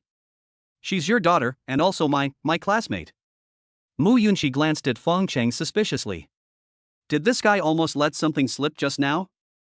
In the slums, Su Yaqi got into Shinta Jun's luxury car in front of everyone's astonished gazes. Xiaoqi, I have good news for you. Today I can ruin the reputation of that kid Fong Cheng. Shinta Jun said confidently while driving. Su Yaqi glanced at him and said disdainfully, are you sure? Of course. Are you still unsure of my ability? When have I ever let you down? Tisk, haven't you disappointed me enough times? Don't mention those things, okay? Besides, you were almost unconscious back then. Did you forget? Shut up, it's not just your first time that's your achievement, what are you so proud of? Okay, I won't say any more. Shinta Jun concentrated on driving. From your appearance, you seem very confident this time? That's for sure. Let me show you something good first. After saying that, Shinta Jun sent the video he took last night to Su Yaqi. Su Yaqi opened the bracelet suspiciously and looked at it. She couldn't help but exclaimed, why are you showing this to me? Do you want to try it too? Shinta Jun touched his nose awkwardly. Xiaoqi, what I want to say is, now that we have this evidence in our hands, do you think those two guys dare not buy our lives? Su Yaqi then looked carefully at the people in the video and suddenly asked excitedly, do you want Zhu Guiying and Xiao Jilong to expose Fong Cheng at the competition? My Xiaoqi is so smart, you guessed it before I even said it. Stop flattering me. Shinta Jun smiled slightly, I heard from Zhu Guiying that it was you who ordered Zhong Xiaoyu to be molested by that boy? Why are you jealous? What's there to be jealous about? I just want to ask someone more reliable to do this next time.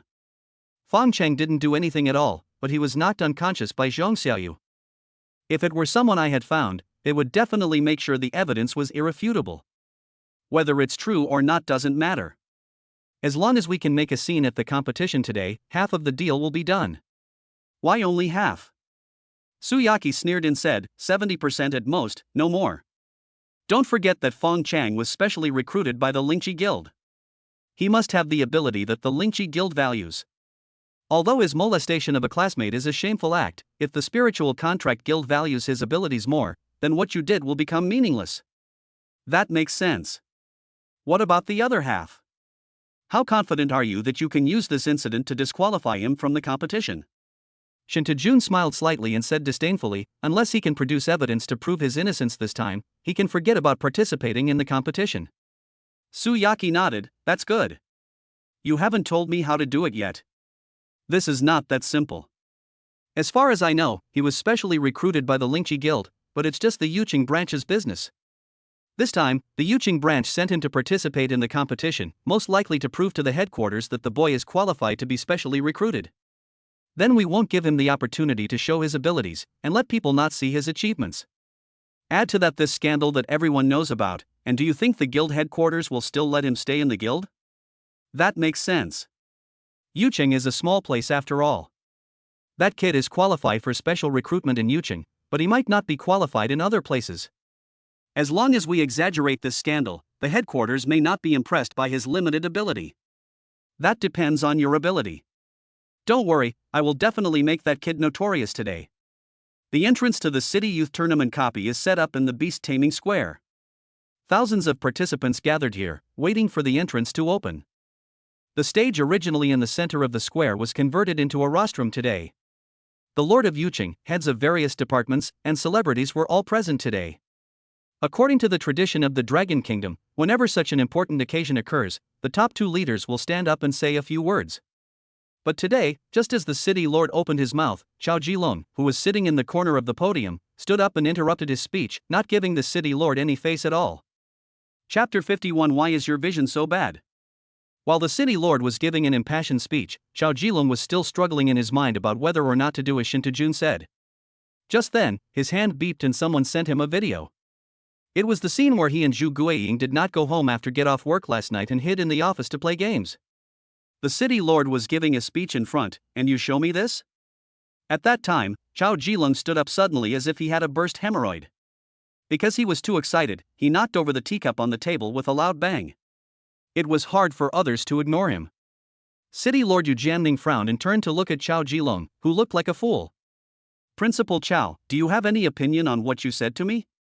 No, that's not what I meant. So you have hemorrhoids and can't sit still? Chao Jilong is now in a dilemma. If he doesn't do what Shinta says, the big screens around the square will probably show him and Zhu Guiying. So he gritted his teeth, stamped his feet, looked at Yu Jianming and said, I think someone is not qualified to participate in this city youth competition. Yu Jianming's face suddenly turned dark. You suddenly stood up just to tell me this? Why did you say it when I was giving a speech to the citizens instead of earlier? Are you deliberately trying to slap me in the face and embarrass me? Who? Yu Jianming said, suppressing his displeasure. Fong Cheng from the Spiritual Contract Guild. Yu Jianming said coldly, go on. Chao Jilong felt his throat dry and swallowed hard, saying, he was originally a student at our school, but was expelled for molesting a classmate. Someone with such corrupt morals has no right to participate. That's it? Yu Jianming realized that he had spoken out of turn after he finished speaking. This kind of thing, if said in private, is not worth mentioning at all compared to today's business. But now, in front of all the people in the city, it was a bit inappropriate for him, as the lord of a city, to say this. So he quickly changed his tone and said, after the competition is over, I will definitely order the people from the Jing'an division to investigate this matter thoroughly. Now, please sit down. No, Lord City Lord, if it was just ordinary indecent assault, I would definitely not bother you, but what Fong Cheng did this time was really too bad. Not only has this caused Zhong Xiaoyu immense psychological trauma, but according to doctors, it has also very likely caused her lifelong infertility, completely depriving the child of the right to become a mother. Yu Jianming frowned. What the hell are you talking about? One moment you're talking about child, the next moment you're talking about mother? But he couldn't get angry in front of the people, so he could only follow his words and say, is that true? At this moment, Zhu Guiying rushed to the stage like crazy and said, Lord City Lord, it is absolutely true. I am their class teacher and I saw it with my own eyes. Since you saw it with your own eyes, why didn't you stop it? I was across from their building at the time. By the time I ran over, it was too late. You have no idea how tragic the scene was.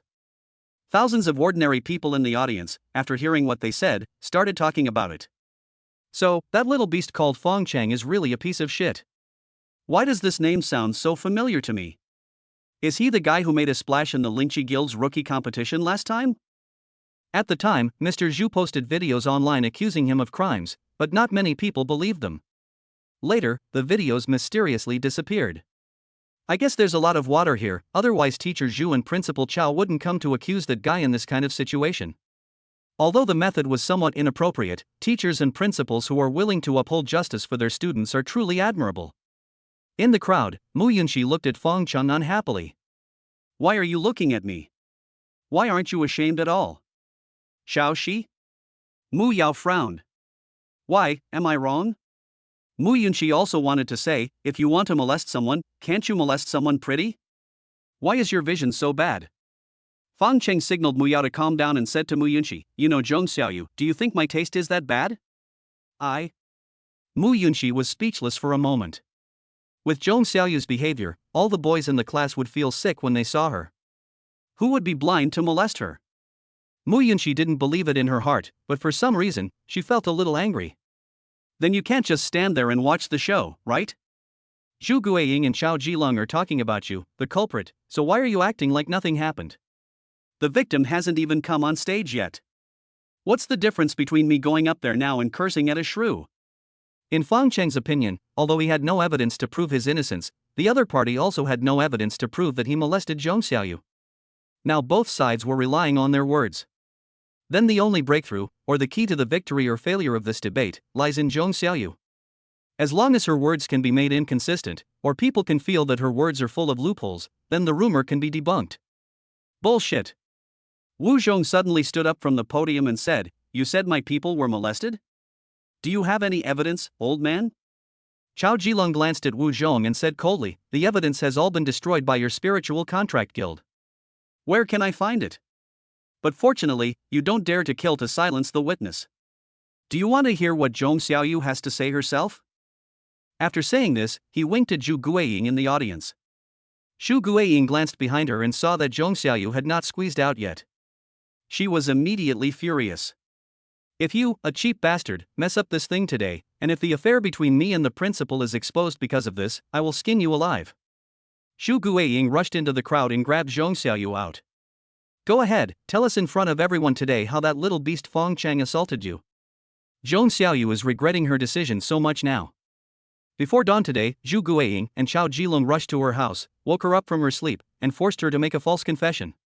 Chao Jilong also knew that when both sides had no evidence, the key to success or failure lay with Zhong Xiaoyu, so whether she could speak well became the key to the success or failure of the matter.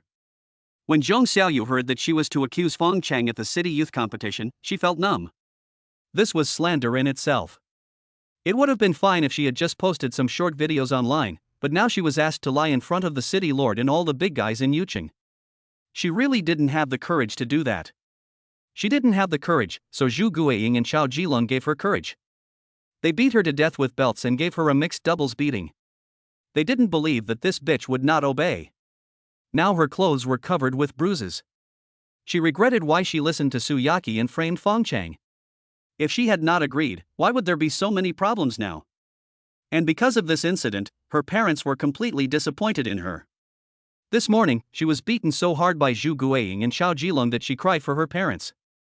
The whole building must have heard it, but they did not show up.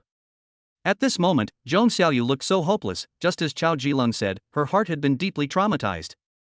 Before she even opened her mouth, she had already won a lot of sympathy. Yu Jianming, who had originally wanted to send the matter to the Jing'an division, subconsciously slowed down his tone when he saw her pitiful appearance and said, don't be afraid, Zhong Xiaoyu. The city lord will definitely take care of it for you today. Tell me what's going on. Chapter 52, Don't let the bad guys go unpunished. Zhong Xiaoyu was like a piece of wood now. Zhu Guiying pushed her and she stammered. Zhu. What Teacher Zhu said is all true. Fong Cheng molested me. Not only did he molest me, he also beat me. He even hit me with a stick. The more Zhong Xiaoyu spoke, the more excited she became, and the more horrific her words became, as if she had risked everything. I don't want to talk about this anymore. Why do you keep forcing me to say it over and over again? Why? That last week roar was so heartbreaking to hear. The camera gave Zhong Xiaoyu a close-up, and now the holographic screens around the square were all showing her desperate and helpless look. The square was eerily quiet. Everyone clenched their fists, wishing they could catch Fong Cheng and tear him into pieces. Su Yaqi and Shinta Jun looked at all this and felt relieved. The effect seemed to be even better than they had imagined. Fong Cheng is finished this time. Su Yaqi's eyes were full of pride. Now she no longer had to worry about him making a comeback. It seemed that my judgment was right. How could he compare with Shinta Jun with his poor status? Shinta Jun was in the crowd, staring at Fong Cheng with his sinister eyes. Do you think you can touch my woman? If you try to steal my woman, I will make you regret coming into this world. Yu Jianming on the stage looked back at Wu Zhong. He had a good personal relationship with Wu Zhong. Although Wu Zhong looked like a fool, he was a very loyal person. Moreover, his wife was really beautiful and could cook very well. He had to consider the Buddha's face instead of the monk's. He really didn't want to make things difficult for Wu Zhong unless it was absolutely necessary, but now he was in a dilemma. Just as he was about to speak, Wu Zhong looked at Zhou Jianyang unhappily and said, "Old Zhou, if you don't stand up and say something, the promise I made to you will be null and void." Zhou Jianyang is the director of Yucheng Education Department. He and Wu Zhong have nothing to do with each other, but from his tone just now, it seems that the two are not only familiar with each other, but also seem to have reached some kind of deal. Not only Yu Jianming was confused, but Tang Li, who was sitting next to Wu Zhong, was also confused. What kind of promise did her man make to others behind her back? Zhou Jianyang sighed and stood up with an extremely reluctant look. Seeing him like this, Wu Zhongyi became unhappy again. All right, stop talking. It's like I'm forcing you. Zhou Jianyang perked up when he heard this and said hurriedly, "Don't, Lao Wu, didn't we already agree on this? You can't go back on your word now. Now everyone is even more curious. What are they talking about? And how does this relate to the current situation?" Chao Jilong and Zhu Guiying were also stunned. What did that guy mean by bringing up the director of the education department? Could he really call a hen a duck just by talking? Or do you want to use the director to put pressure on us? If it were in private, whoever had a higher rank would definitely be right, but now in front of so many people, whoever dared to show favoritism would be killed. Su Yaqi suddenly had a bad feeling in her heart, and Shinta Jun comforted her, "Don't worry, the only surveillance video that can prove Fong Cheng's innocence has been deleted. The way they look now, it's obvious that they've reached some kind of deal. Even if he says something fantastical later, no one will believe him." At this time, Zhou Jianyang on the stage cleared his throat and said, "Maybe some of you here don't know me yet, let me introduce myself again. I am the director of the Yucheng Education Department, and my name is Zhou Jianyang. I can guarantee with my character that Chao Jilong and the others are lying." As soon as these words were spoken, the square exploded. Just like what Shinta Jun said, no one believed what he said. Fong Cheng is from the Yunxi Guild, and Wu Zhong is the president of the Yucheng branch. Everyone heard what he just said to Zhou Jianyang. It is obvious that the two of them have reached some kind of ulterior motive. You say they are lying, so they are lying. Do you think we are all fools? Zhou Jianyang helplessly stretched out his hand and said, "Everyone, stop arguing and listen to me. I'm not talking nonsense. I have evidence." What evidence do you have? Why don't you show it to me? If you can't, I think you should quit your job as director of the education department. What bullshit evidence? I don't believe it. Seeing that the crowd was so angry that they didn't listen to him at all, Zhou Jianyang had no choice but to tap on the bracelet a few times, and then swiped his finger from the bracelet forward towards the holographic screens around the square. The disappeared surveillance video immediately played on all the holographic screens. From Zhong Xiaoyu calling Fong Cheng out to the classroom door, to her hitting Fong Cheng with a stick until his head was bleeding in the corridor, to her shouting molest to those around her, everything was recorded clearly. Didn't you say that the surveillance video was deleted? How did it get into his hands? Su Yaqi was so angry. She saw that Fong Cheng was going to be unable to recover forever, but then Cheng Yaojin showed up out of nowhere. Shinta Jun was also dumbfounded. How did this surveillance video end up in Zhou Jianyang's hands? He was the director of the education department, so what on earth did this have to do with him? Not only did he think so, Chao Jilong and Zhu Guiying also thought so. He had nothing to do with this matter from beginning to end, so what did it have to do with him? So when Zhu Guiying discovered that the surveillance video was missing, she racked her brains but couldn't think of Zhou Jianyang as the culprit. Zhong Xiaoyu didn't react much, because she was already disheartened. If she wasn't afraid of being beaten to death by Zhu Guiying and Chao Jilong, she wouldn't have come here. She wanted to die, but there were many ways to die, and being beaten to death was undoubtedly the most painful in her opinion. Now when she sees someone telling the truth, she feels relieved. No one will force her to lie anymore. At this moment, someone suddenly held her shoulders. She subconsciously looked back and was stunned. She thought it was Zhu Guiying, but she never expected that the person who put his hand on her shoulder was Fong Cheng, whom she had always slandered. Fong Cheng actually felt that this woman was quite disgusting, but the matter could not end here. Holding back his nausea, he slowly said in his magnetic voice, "You must have been in a lot of pain during this period. So many people forced you to lie." This sentence instantly resonated with Zhong Xiaoyu, and tears fell one by one like beads with broken string. Zhu Guiying next to him suddenly became anxious. Although Zhou Jianyang's surveillance video could prove Fong Cheng's innocence, as long as Zhong Xiaoyu didn't make any accusations, this matter had nothing to do with her. At most, I mistakenly believed the student's lies, but on the other hand, if I take a student's words seriously, I am still a good teacher who cares about students and a model of teacher ethics. Fong Cheng, what do you want to do? Stay away from my students. Before Zhu Guiying could finish her words, she had already pounced forward like a mad dog, but Teacher Mu grabbed her hair, pulled her back hard, and then knelt down to grab her and pin her to the ground. The whole set of movements is so smooth. You. With a loud slap, Mu Yao slapped him, interrupting what she was about to say. "You'd better behave yourself until Xiao Fang tells you to." Fong Cheng smiled slightly and said to Zhong Xiaoyu, "See, she is not that scary." I'm sorry, I'm really sorry. I didn't mean to slander you. I really didn't want to do this, but it's bullshit, it's still okay." Seeing Zhong Xiaoyu got stuck again in the middle of her words, Fong Cheng had no choice but to patiently say, "I forgive you. Actually, we are both victims, but we can't let the person who hurt you go unpunished, right? If the matter ends here, the two guys can only be convicted of false accusation, which is not what Fong Cheng wants." Chapter 53: Borrowing a Knife to Kill and Counter Borrowing a Knife to Kill. This time, Zhong Xiaoyu cried so sadly that she subconsciously wanted to lean on Fong Cheng's shoulder. Fong Cheng would not let her take advantage of this, so he pulled Mu Yunxi over to block her in front. Mu Yunxi glared at him, but Fong Cheng pretended not to see it. He even winked at her, asking her to quickly guide Zhong Xiaoyu to tell the truth. Mu Yunxi was completely unprepared and didn't know how to start. But lying on Mu Yunxi's shoulder, Zhong Xiaoyu felt unprecedented peace of mind, as if she had someone to rely on. So she sobbed and said, "It was Teacher Zhu and the principal who forced me to do this. If I didn't agree, they would beat me. They would really beat me to death." After saying that, Zhong Xiaoyu rolled up her sleeves. Her arms were covered with bruises. When she opened her shirt, her neck was also covered with bruises. It was obvious that she had been beaten with a belt. The wound is still fresh, most likely from the beating that morning. So she wasn't lying, she was forced into it, but what does that have to do with me? Were you also forced into it in the beginning? The camera gave her another close-up. Now, a holographic screen in the square showed her scarred appearance, which made everyone in the crowd, regardless of gender or age, indignant. It's a pity that her appearance is really not flattering. If she could be half as beautiful as Mu Yunxi, and considering what she had experienced, I guess all the men present would rush out regardless of everything to vent their anger on her. Fong Cheng felt that this was not a good idea.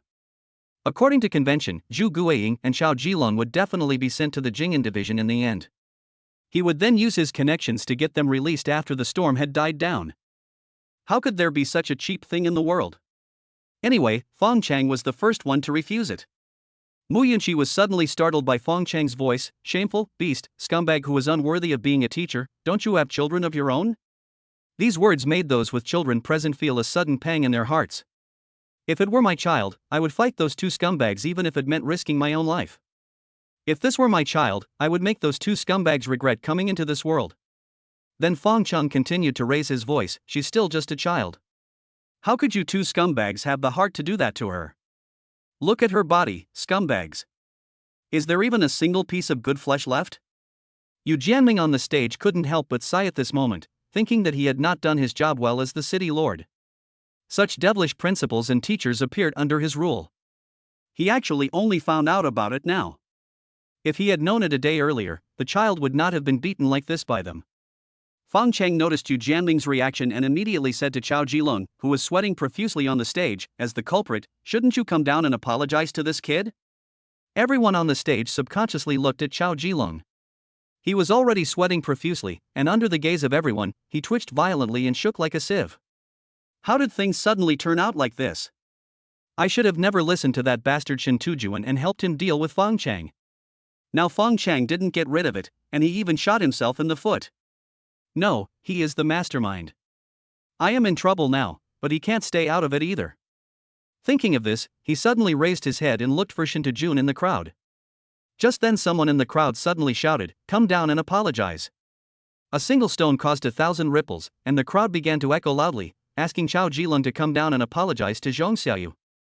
Fong Cheng didn't need to look back to know that the person who took the lead in asking for an apology was Shintujun. He is Su Yaqi's beast master. If Su Yaqi wants to take revenge on him, there is no way he won't help.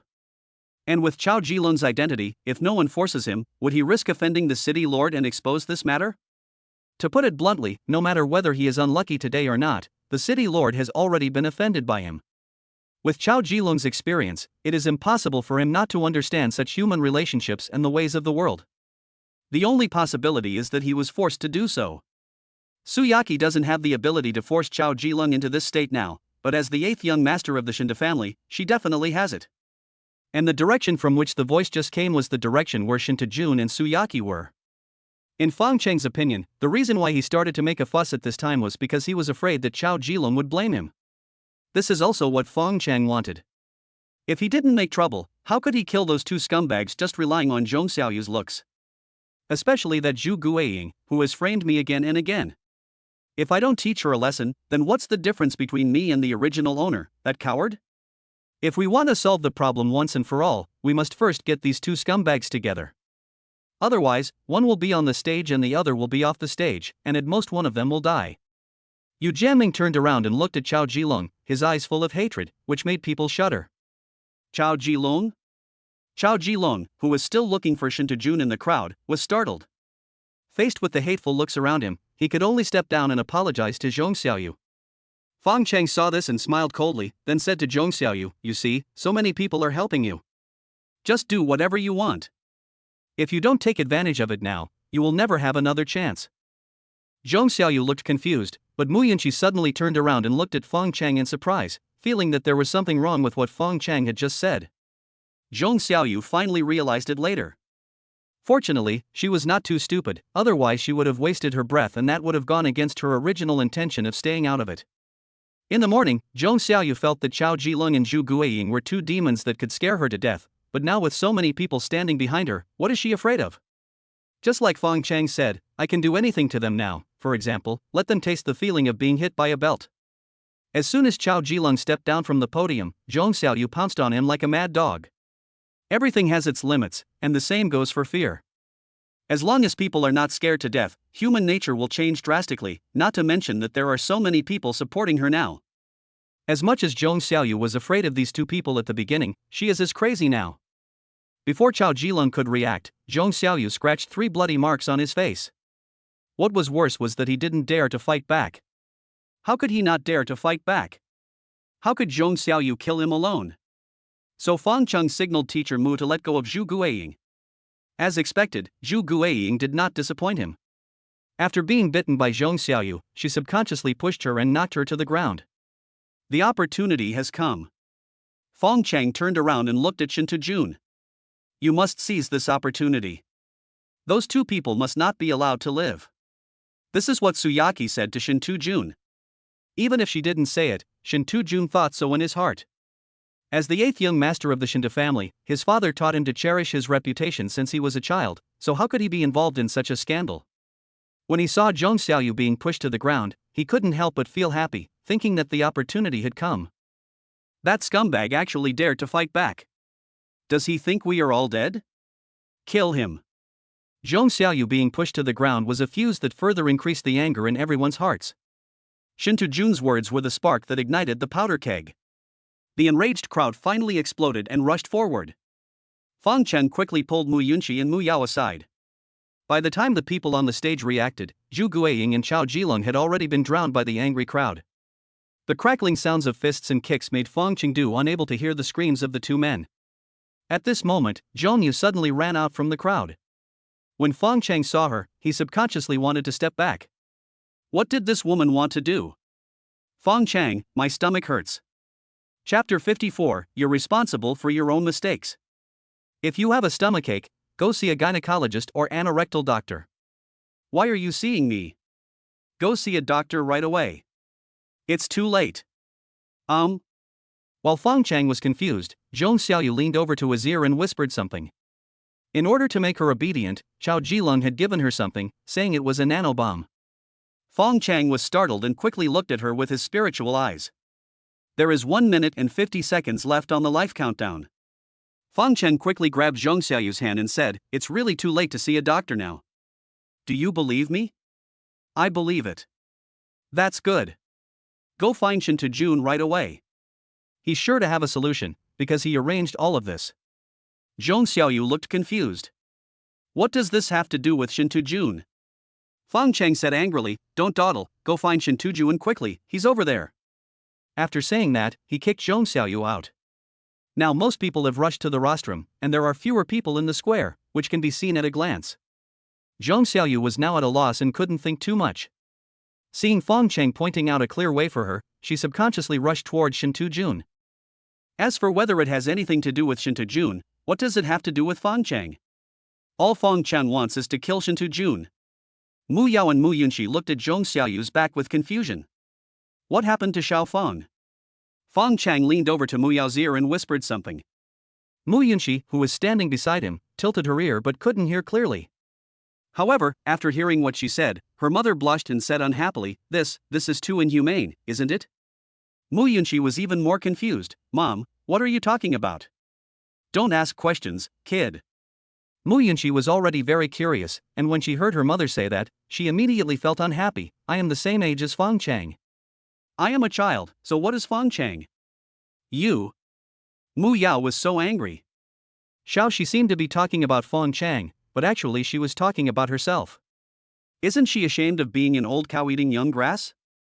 Seeing that Mu Yao was angry, Fong Cheng quickly stepped out to smooth things over. All right, it's just a little bomb, isn't it?" "Teacher Mu, don't be angry, don't take it personally." Mu Yunxi felt unhappy when Fong Cheng called her a child, but for some reason, she just glared at Fong Cheng and asked, "What little bomb?" "I'll tell you this later. Let's stay away from the bomb for now, because I don't know how powerful it is." Now everyone's attention is on the chaotic crowd. I wonder if Xu Guiying and Chao Jilong are still alive. Including the Jing'an guards, they are now desperately trying to push out the crowd, trying to pull Xu Guiying and Chao Jilong out, otherwise there will be no complete bodies left. No one noticed Zhong Xiaoyu, including Shinta Jun and Su Yaqi. Now there is one last trouble. Su Yaqi looked at Shinta Jun and said, "Are you talking about Zhong Xiaoyu?" Su Yaqi nodded. Shinta Jun had only forced Xu Guiying and Chao Jilong, but the source of the whole thing was with her. If the truth were to be revealed to the world, the image she had worked so hard to build would be ruined. By then, given the Shinta family's usual style, would they allow a tainted woman like herself to become his son's beastly wife? Having lost Shinta Jun, she had to start all over again. When could she make Fong Cheng regret his actions? When could she make Fong Cheng crawl back like a dog, wagging his tail and begging for mercy? At this time, Shinta Jun smiled slightly. "Didn't I tell you? You can trust me to do the job. I have thought about this a long time ago." "Ha?" Su Yaqi looked confused. Shinta Jun smiled slightly and whispered in her ear, "Do you remember that I left for a while before? Aren't you going to give Chao Jilong a suppository? What is enema?" This silly girl actually believed it. No wonder she is so ignorant. In fact, after he learned the truth of the whole matter, Shinta Jun never thought of letting Zhong Xiaoyu live. He didn't want to lose someone like Su Yaqi, a beast tamer who was not only capable but also a good beast girl. Most importantly, he didn't want anyone else to know his secret. After saying that, he took out a remote control and pressed it lightly in front of Su Yaqi, and then there was the scene where Zhong Xiaoyu came out and said she had a stomachache. "What is this?" Su Yaqi asked curiously. "This is a surprise for you." "What surprise?" "You'll find out soon, just watch the show first." Just as the two were watching with great interest, Zhong Xiaoyu's voice suddenly came from behind them. "Shinta Jun. Zhong Xiaoyu? Oh my god." Shinta Jun was startled and really jumped up, turning in the air, which directly blocked the words that Zhong Xiaoyu wanted to say in her throat. Su Yaqi looked confused. "What's wrong? I scared you like this." Don't ask any more questions, just run away. Shinta still had some conscience and pulled Su Yaqi to run with him. The two of them were running in front, and Zhong Xiaoyu was chasing them from behind. One was running and the other was chasing, and you couldn't escape even if you had wings.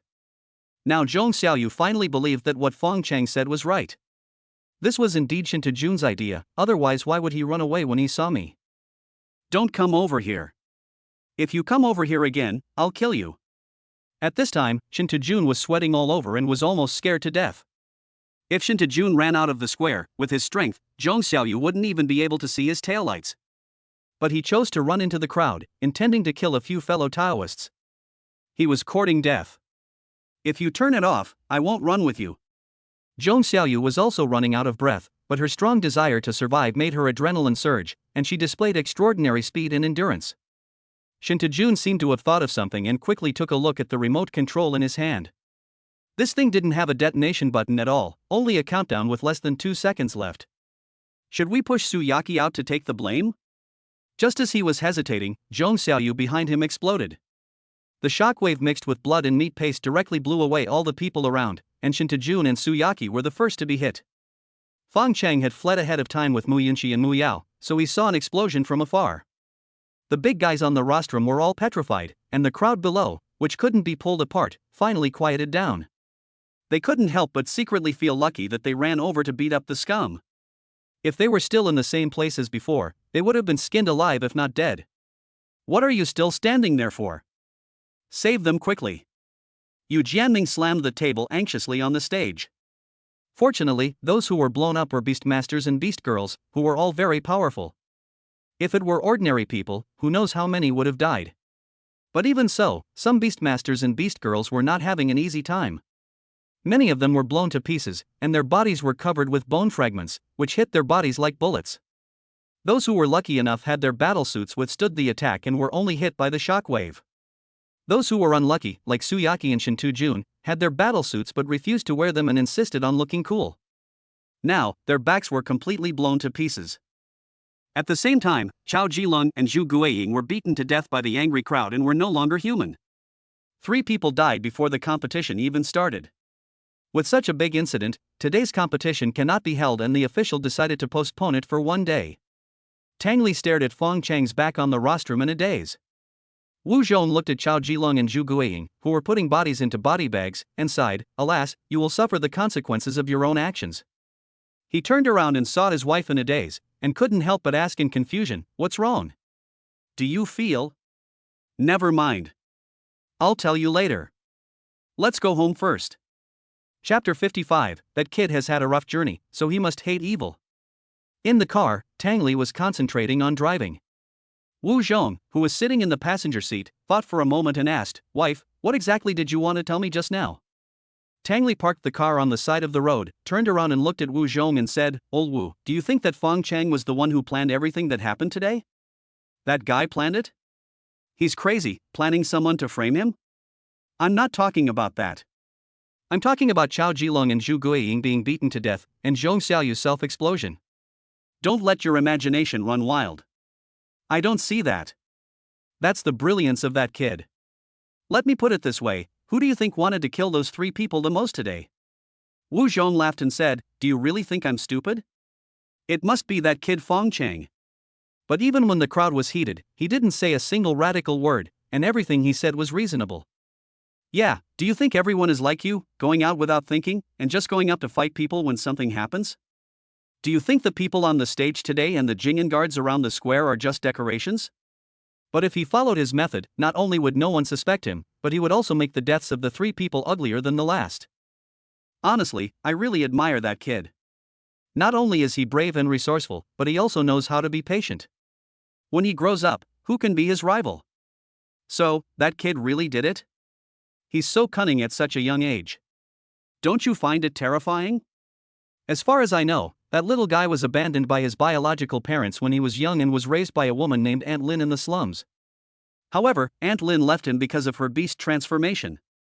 Being falsely accused like today was a common occurrence in his life before. So you suspect he's mentally twisted? Get lost. Have you ever seen a mentally twisted person as sunny as him? So you just said. Tang Li said unhappily, I meant that the little fellow had come a long way, and must be filled with hatred for evil. Are you a bad person? Ah. Have I always been a bad person in your heart? Then why are you afraid of that boy? Wu Zhong said disdainfully, Tisk, I'm afraid of him. If Zhou Jianyang hadn't helped that guy out of my face today, do you think he would have a chance to turn the tables?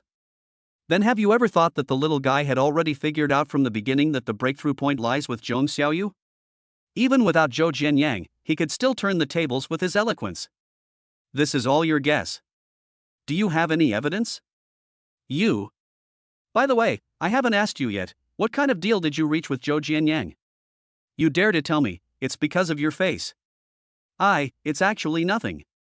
It's mainly because I have a lot of face. Really, don't do it. He took the initiative to come to me. I don't know where he got the information from, and he even has the key evidence in his hands. So he came to me and asked me to do him a favor. What's the matter?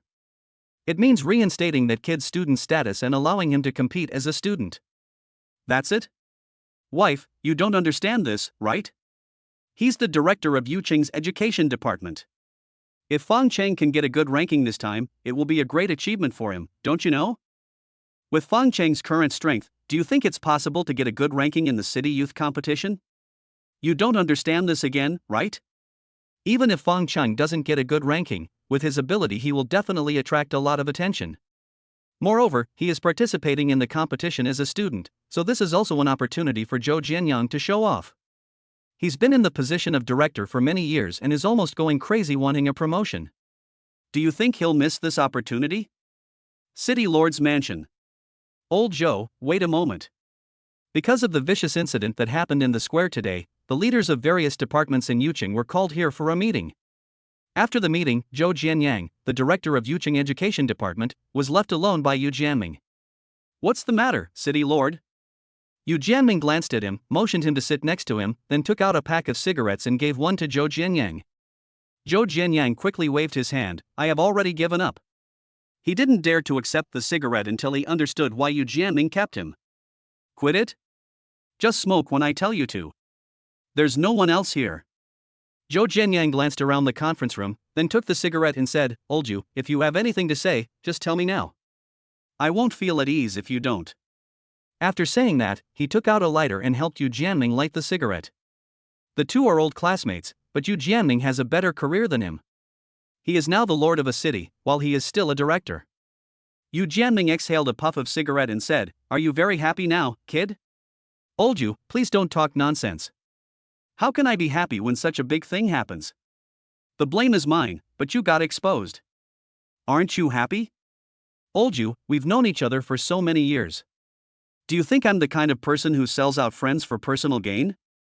At first, I really didn't expect those two scumbags to be so cruel.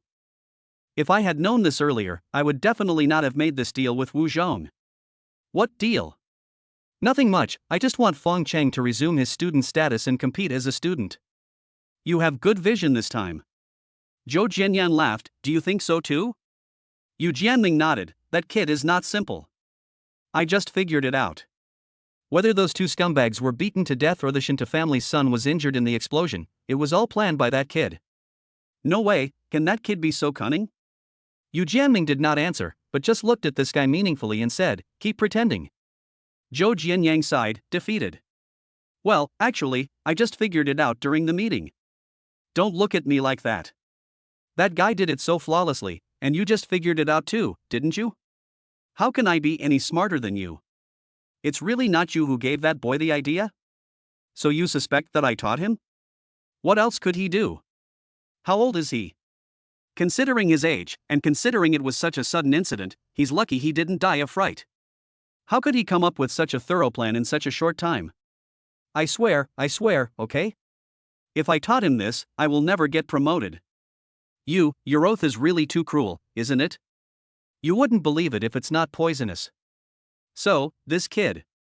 Zhou Jianyang smiled and said, he's a talent, right? To be specially recruited by the Yunxi Guild, his talent and character are beyond words. He's also so thoughtful. As long as nothing unexpected happens along the way, he'll be a pillar of our dragon nation in no time. Yu Jianyang nodded subconsciously, your boy is finally going to be rich this time. I testify for him today, and this friendship is sealed. Zhou Jianyang smiled and said, "It's too early to talk about prosperity now. After all, that kid is still young. Have you ever thought about introducing that guy to the military?" Come on, I think it's better for him to stay in the spiritual contract guild for now. Yu Jianming thought for a moment, nodded, and said, "That's true. Jade cannot be made into a useful object without being carved, and it cannot be of great use without weathering the storm. To be honest, I'm worried that it's easier to avoid an open attack than to guard against an arrow from the dark." When Yu Jianming heard this, he seemed to be frightened and subconsciously looked around. Zhou Jianyang smiled and said, "What are you afraid of? Didn't you say there are no outsiders here?" "There are no outsiders, but there might be ears." He Zhou Jianyang sneered and answered the question irrelevantly. "In this Tianyuan League, our dragon country's performance was not very good, you know? There's nothing we can do about it." My dragon country doesn't lack famous generals, but we do lack famous commanders. Ever since Zhuge Jinyan failed to advance 30 years ago, the Zhuge family hasn't produced a decent talent. So what do you think of that kid Fong Cheng? Him? How old is he? Are you comparing him to Zhuge Jinyan? Zhou Jianyang smiled and said, "Yeah, how old is he?" Chapter 56, It turns out I've been stuck in a bug. Oh, what a pity. Fong Cheng, who was sitting on the sofa surfing the internet, suddenly slapped his thigh. What a pity. Yunxi sat next to Fong Cheng and asked curiously. Fong Cheng pointed at the holographic screen on his bracelet and said, "Shintujuan and Su Yaqi were not killed in the explosion. Don't you think it's a pity?" The report of the incident was playing on the holographic screen. In the announced death list, there were only Chao Jilong, Zhu Guiying, and Zhong Xiaoyu. Fong Cheng did not see the names of Shintujuan and Su Yaqi, which was a great pity. Yunxi smiled slightly. "It's a bit of a pity." "Really? You think so too?" "Yeah, is there any problem?" Remember to work harder next time and don't let anything slip through the net again. "I don't know what you're talking about." "I don't know, forget it. By the way, what kind of food do you like?" Fong Cheng looked at Yunxi suspiciously. "Why are you asking this? Didn't you say my mom only knows how to stew sea cucumber for you? I'm in a good mood today. Tell me what you want to eat and I'll make it for you." "I didn't realize you could cook?" Fong Cheng's eyes were full of disbelief. "Didn't my mom tell you? I'm usually the one cooking at home." "Really? What's your specialty?" "Fish-flavored shredded pork, minced pork and eggplant, and twice-cooked pork. Oh, and there's also pine nut fish. Would you like to try it?" Fong Cheng looked at her suspiciously. Has this girl changed her personality today? Why is she suddenly so nice to him? Are you sure you can do all of this without your mother's help? Just tell me if you want to try it. And if you miss this opportunity, you won't be able to find this shop anymore. Okay, do you want my help? No need, just wait and eat. After saying that, Yunxi happily ran to the kitchen, humming a song. As soon as she went in, Yao was chased out. She looked back at her daughter in the kitchen from time to time with a puzzled look on her face. "Xiaofeng, what were you guys talking about outside just now?" "I haven't seen Xiaoxi so cheerful in a long time." Fong Cheng patted the sofa beside him and asked Teacher Mu to sit over first. Then he lowered his voice and asked, "Can she really cook?" "Yes, I'm usually busy, so she's the one who cooks at home." "That's good. It looks like I'll have a treat in the future." Teacher Mu smiled slightly. "I have stewed the sea cucumber for you, remember to drink it later." "Teacher Mu, I'm not saying anything bad about you, but you're the one who suffers if you keep giving me supplements like this every day." Teacher Mu said unconvincedly, "You forgot that my beast form is the immortal green deer, and my physical fitness is better than yours." "Then don't forget, you are my beast mother. As a beast master, I have 100% of the benefits of feeding you back. But you always fall asleep first." Fang Cheng was no longer happy to hear this and immediately retorted, "That's because I don't want to lose my ambition due to pleasure." "Really?" Seeing Fang Cheng's unwillingness to admit defeat, Teacher Mu deliberately lengthened his tone. "Isn't it? Why don't we give it a try and see who is afraid of who?" Teacher Mu winked and said with a smile, "Hate Xiaoxi is still here." After a while, Yunxi prepared a plate of shredded pork with fish flavor. She wanted to serve it to Fong Cheng to let him taste her cooking skills first, so that he wouldn't always doubt his cooking skills. When she came out, she found that the guy and her mother were not there. A nasty grave happened to fall on the dining table and was killed by her with a slap. I looked back at the green plants in the living room. There were water trays under the flower pots. It had been a long time since my mother changed the water for them. They were now infested with mosquitoes. She had to cook and her hands were busy, so she went to see if her mother was in the bedroom, wanting her to change the water in the dishes. However, she came back just as she walked over. As he walked, he said angrily, "There are so many mosquitoes during the day, how much more at night?" This time she was really angry. She returned to the kitchen with her cheeks puffed up like buns. She threw the spatula into the pot and had no intention of cooking anymore. After a while, I don't know if it was out of curiosity or what, but he quietly lay down at the kitchen door and looked towards his mother's bedroom for a while. A tiger mosquito flew out of nowhere and buzzed in her ear again as if it was seeking death. She slapped it to death in her palm. It's so annoying. I don't know whether I am annoyed by the mosquitoes or the noise. I rushed into the bathroom angrily and took a cold shower to calm myself down. The setting sun slowly sinks to the west, and the dreamy and gorgeous sunset stretches across the horizon. Strands of golden, orange, and red light quietly shine into the living room through the clear floor-to-ceiling windows. The wall seems to have become a huge curtain, gently painted with the colorful colors of the sunset. The afterglow reflected on the smooth metal floor, forming shimmering phantoms, like a piece of dancing flames. Fong Cheng finally won this time and appeared in the living room rubbing his waist. The fish-flavored shredded pork on the dining table had already gone cold. Maybe he was hungry. A plate of cold shredded pork with fish flavor, still covered with lard frosting, made his stomach rumble. Are there people? Didn't you say you were going to make 4 dishes? Why is there only 1? Fong Cheng ran to the kitchen and didn't see Yunxi. He picked up a pair of chopsticks and opened the rice cooker. The pot inside was cleaner than his face. That girl is really unreliable. He held his waist and sat down at the dining table again. In fact, his waist was fine because it recovered quickly enough. It was just that it was sore for a long time, and the sequelae caused by it were simply psychological effects. Through this incident, Fong Cheng discovered that having too strong a recovery ability also has a disadvantage. Any kind of injury can recover on its own, and it is difficult to stimulate the body's self-protection mechanism. For example, if you practice iron sand palm and insert iron sand into your hands every day, your palms will form calluses, which will become thick and thick. Although it may look like they are worn out, your palms will become stronger. But this won't happen to me. Skin injuries heal in a few seconds, so the body's protective mechanism cannot be activated and the body cannot make corresponding adjustments, so calluses cannot form. In other words, I now have a lot of blood but low defense, but the pain after being injured is real. This is no big deal for me. At worst, I can contract a defensive beast girl later to increase my defense. Teacher Mu is in a miserable situation. Let us put it this way, she gets hurt every time she is tamed. At first, Fong Cheng thought he was too reckless, but later he found out that every time was the first time for her. Fong Cheng even suspected that he had encountered a bug. Knowing her weakness, defeating her is just a matter of finding the right timing. Before he knew it, the plate of shredded pork with fish flavor had been licked cleaner than his face by Fong Cheng. Just then the bathroom door opened. Fong Cheng turned around and heard the door slam shut. Why are you in the living room? Yunxi's voice came from the bathroom. Fong Cheng asked with a puzzled look on his face, shouldn't I be in the living room?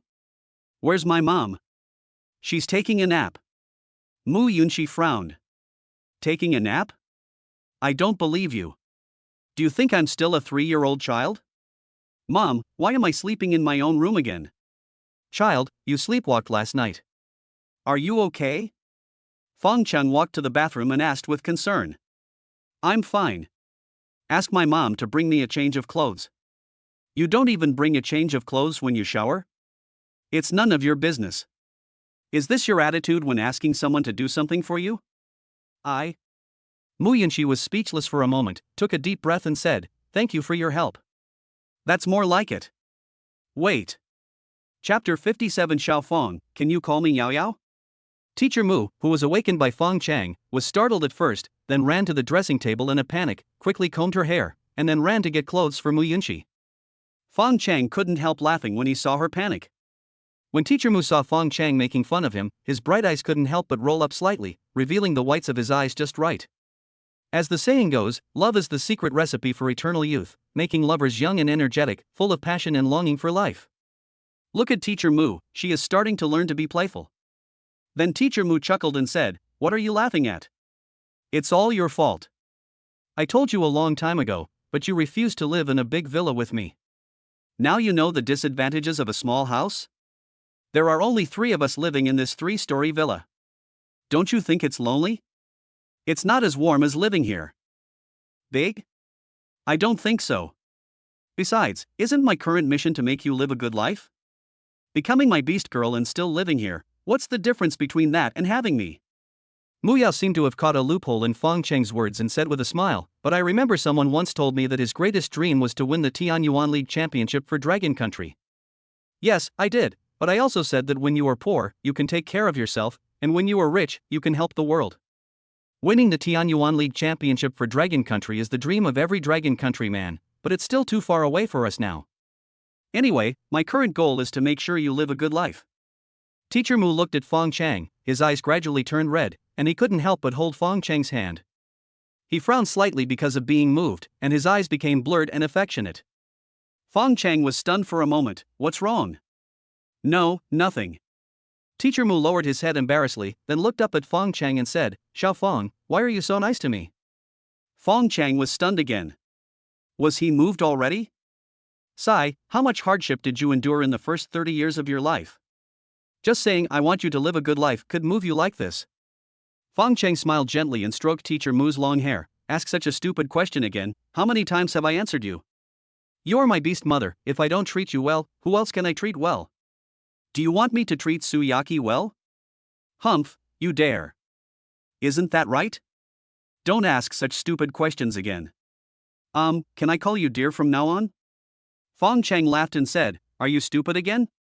Why ask? Just yell if you want to. You're stupid. Have you forgotten that we have a contract?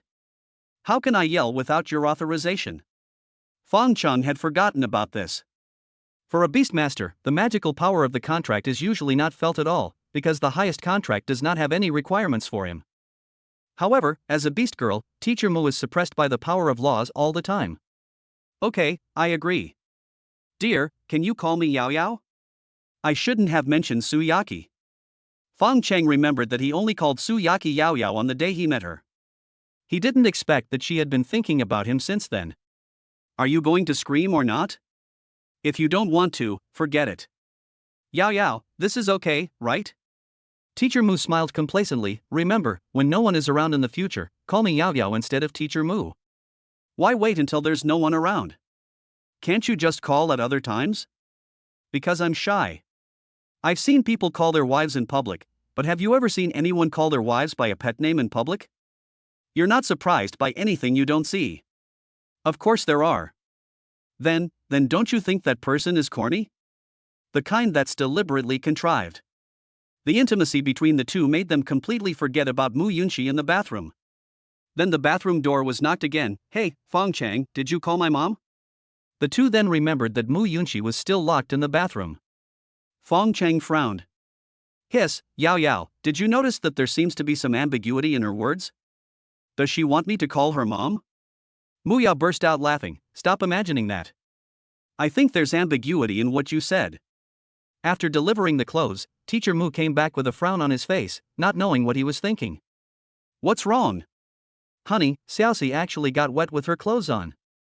Do you think she suffered some kind of shock? A shock? Fong Cheng smiled inwardly and said, hey, don't overthink it. Maybe you accidentally got your clothes wet. Last time you were cleaning the bathroom, you accidentally bumped into the water valve and got splashed with the shower. Teacher Mu nodded. By the way, dear, you must be hungry. I will go cook for you. That's great. If I rely on that girl Xiaoxi, I might starve to death and no one would know. Teacher Mu smiled and said, don't worry, dear. I promise I won't let you go hungry in the future. Do you need help? No, just sit there and wait for your food. Mu Yunxi finally came out of the bathroom. When she saw Fong Cheng, her eyes subconsciously avoided him. But then I thought, I didn't do anything wrong, so why should I be afraid of him? So he looked over again openly, but just looking wasn't enough, he had to say something. Then he saw the empty plate on the table and asked, where's my fried shredded pork with fish flavor? Fong Cheng Dao, eat it. I would have starved to death by the time you cooked. He walked over and picked up the plate. You eat it so cleanly, did you eat it? Nonsense. Is it delicious? Mu Yunxi smiled slightly. She had never smiled at a man before. This was her first time, so her smile looked a little restrained and shy. In Fang Cheng's eyes, her words just now combined with her current expression seemed like she was asking, "Is Dalon's medicine delicious?" Fong Cheng was shocked. "You didn't put rat poison in it, did you?" "You are the one who put the rat poison." This made her, who had just thought Fong Cheng was a good person, suddenly realize that she must have been overthinking. "Then why do you ask?" "Can I just ask?" Fong Cheng glanced at her suspiciously. "It tastes good." "Really?" Mu Yunxi felt inexplicably happy when she heard Fong Cheng say it was delicious. "Would you please stop talking to me like that? It feels weird." "What's strange about that?" "It's creepy." You don't know what's good for you." "If I stay with this guy, I will definitely be pissed off to death by him." I saw her rosy cheeks puffed up slightly, her white teeth gently biting her rosy lower lip, her brows slightly wrinkled, her eyes sparkling, revealing a hint of stubbornness, and a hint of anger that made it difficult to hate her. Then she stomped her feet. It looked like she was going back to her room, but she turned around and went to the kitchen again. She really didn't want to cook any of her signature dishes for Fong Cheng anymore, but since it was her first time cooking for that boy, she had to see it through to the end. The city youth competition has begun again, and the square in front of the portal is as lively as ever. It feels like everyone has forgotten what happened yesterday. This is better, so that people 1T keep thinking about me. Fong Cheng, look over there. Shen Tujuan and Su Yaqi were injured like that yesterday. I estimated they would have to stay in bed for at least a month. How come they recovered in just one night? Fong Cheng looked in the direction of Mu Yunxi's finger, and sure enough, the two of them were wearing a black couple's uniform, and their expressions were solemn as if they were attending a memorial service. How would I know? Maybe his family is rich. You're right, kid. Last night, the Shinta family paid a high price to hire an S-level medical technician from the Yunxi Guild. The sudden sound startled Fong Cheng and the other two. They quickly turned around and saw a little old man with a Mediterranean hair, looking at them with a smile. Fong Cheng Dao said, "Old man, you are from another place, right? You have to be under 25 to participate in this city youth competition. You are late." Mu Yunxi quickly pulled Fong Cheng aside and whispered in his ear, "What nonsense are you talking about? He's Zhou Jianyang, the director of Yucheng's education department. He helped you yesterday, and you've forgotten about him today?" Chapter 58 must come back alive. This was really unfair to Fong Cheng. He had not forgotten this old man. The reason he pretended not to know him was because this old man was not kind. Because in Fong Cheng's mind, he was the one who deleted the surveillance video. Of course, Zhu Guiying was also a possibility, but the time didn't match. Sister Tang went to check the surveillance video the next day, and according to her, no one had been to the monitoring room before her. But the surveillance video from that day has disappeared, and the only place where you can check the surveillance footage without entering the school's monitoring room is the education department. Why did this old man do this? If he wanted to harm himself, he would not have testified for himself at the meeting yesterday.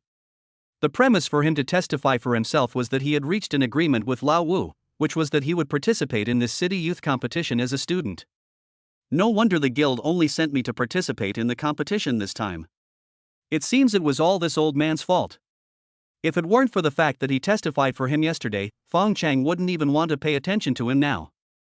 Following the principle of seeing clearly but not speaking out, Fong Ben slapped his head and said, "Oh, look at my memory. I actually forgot." Fong Cheng pretended to be ashamed and said to Zhou Jianyang, "I'm really sorry, Director Zhou, you look much more handsome today than you did on the podium yesterday. Thank you so much for yesterday. If you hadn't testified for me, I would have been doomed." Zhou Jianyang frowned and his eyes drooped, as if to say, "Does your acting have to be so fake? Forget it, I won't bother with this kid." With his intelligence, I think he must have guessed that what he did was not right. The Spiritual Contract Guild told you everything, right? What? Fong Cheng asked knowingly. No way, didn't that brat Lao Wu tell you to represent number 11 middle school in the competition? That's what I said, but I didn't agree to it. Ah? How could that guy be so unreliable? Zhou Jianyang stomped his feet in anger. When Wu Zhong promised him, he patted his chest to make the promise. The competition was about to start, but that guy let him down. Fong Cheng smiled and said, "But Sister Xiaotang told me, and I agreed." Ha? Zhou Jianyang looked at Fong Cheng in surprise, knowing that he had just been fooled by this kid. Let's not talk about this anymore. Zhou Jianyang wiped the sweat off his forehead and said, I came here today mainly because I was worried that you were too young and didn't know how treacherous people are. Yesterday, Shinta not only paid a high price to hire an S-level medical doctor for his son, but also spent a large sum of money to hire a group of mercenaries under the age of 25 for his son. Mercenaries? That's right. If you've been to a D-level dungeon and seen the watchtower, you should have seen those people. Fong Cheng nodded. I don't think I've ever offended Shintujuan. Why would he make such a big fuss and even hire mercenaries to deal with me? Zhou Jianyang sighed, that's why I said you're too young. For some people, they don't need a reason to do something. As long as they think you're wrong, then you're both right and wrong. I see. That means they can kill me in there. Rules are dead, but people are alive, so. At this point, Zhou Jianyang shook his hand, and a diamond-shaped object appeared in his hand, which he handed to Fong Cheng. This is an emergency teleporter. It can passively teleport you 3 times when your life is on the line. You mean to say that using this thing is cheating? That's not the case. The main reason is that this is a military product and is prohibited for civilian use. What's the difference? This. Zhou Jianyang scratched his ear and said, the civilian version of the emergency transmitter can only transmit. The one I gave you can be used when the transmission fails, or when you actively turn off the transmission function. Once the passive teleportation is triggered, it doesn't activate teleportation, but 3 spatial blades that can cut everything within a 50-meter radius, including yourself, in half. After saying that, he stared at Fong Cheng seriously, as if he didn't want to miss any subtle changes on his face. Fong Cheng just thought about it for a moment, then naturally took the emergency transmitter and said, thank you. Zhou Jianyang smiled slightly, you're welcome, remember the 50-meter radius. Fong Cheng nodded. To put it bluntly, this was an alien version of Feng Tian Shangrun or the bomb vest. Giving himself such a dangerous thing is a test for himself, and of course this test has just begun.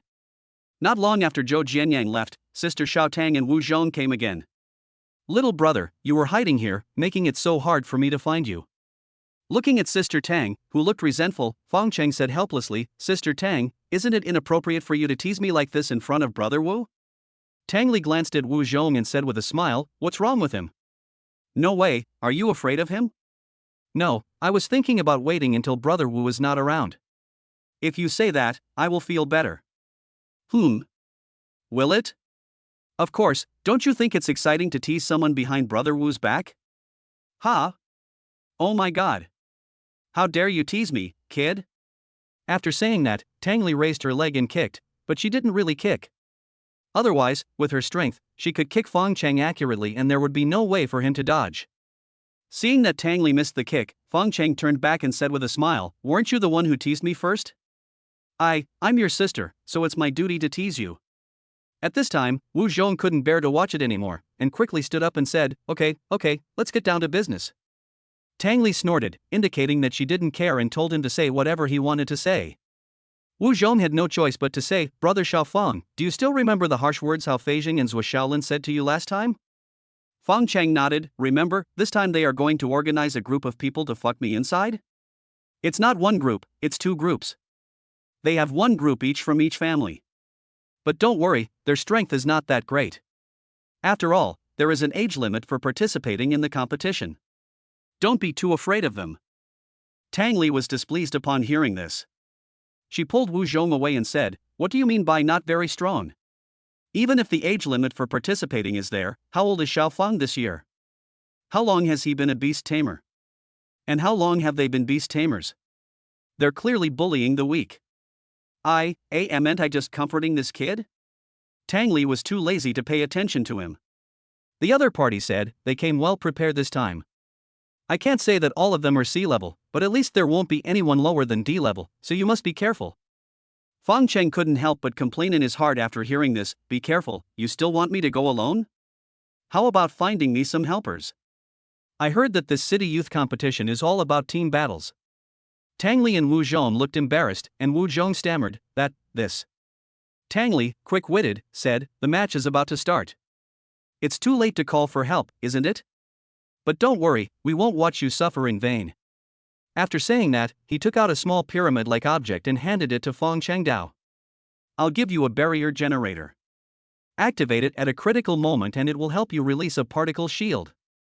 Even an A-rank beastmaster or beastwoman will be helpless against you.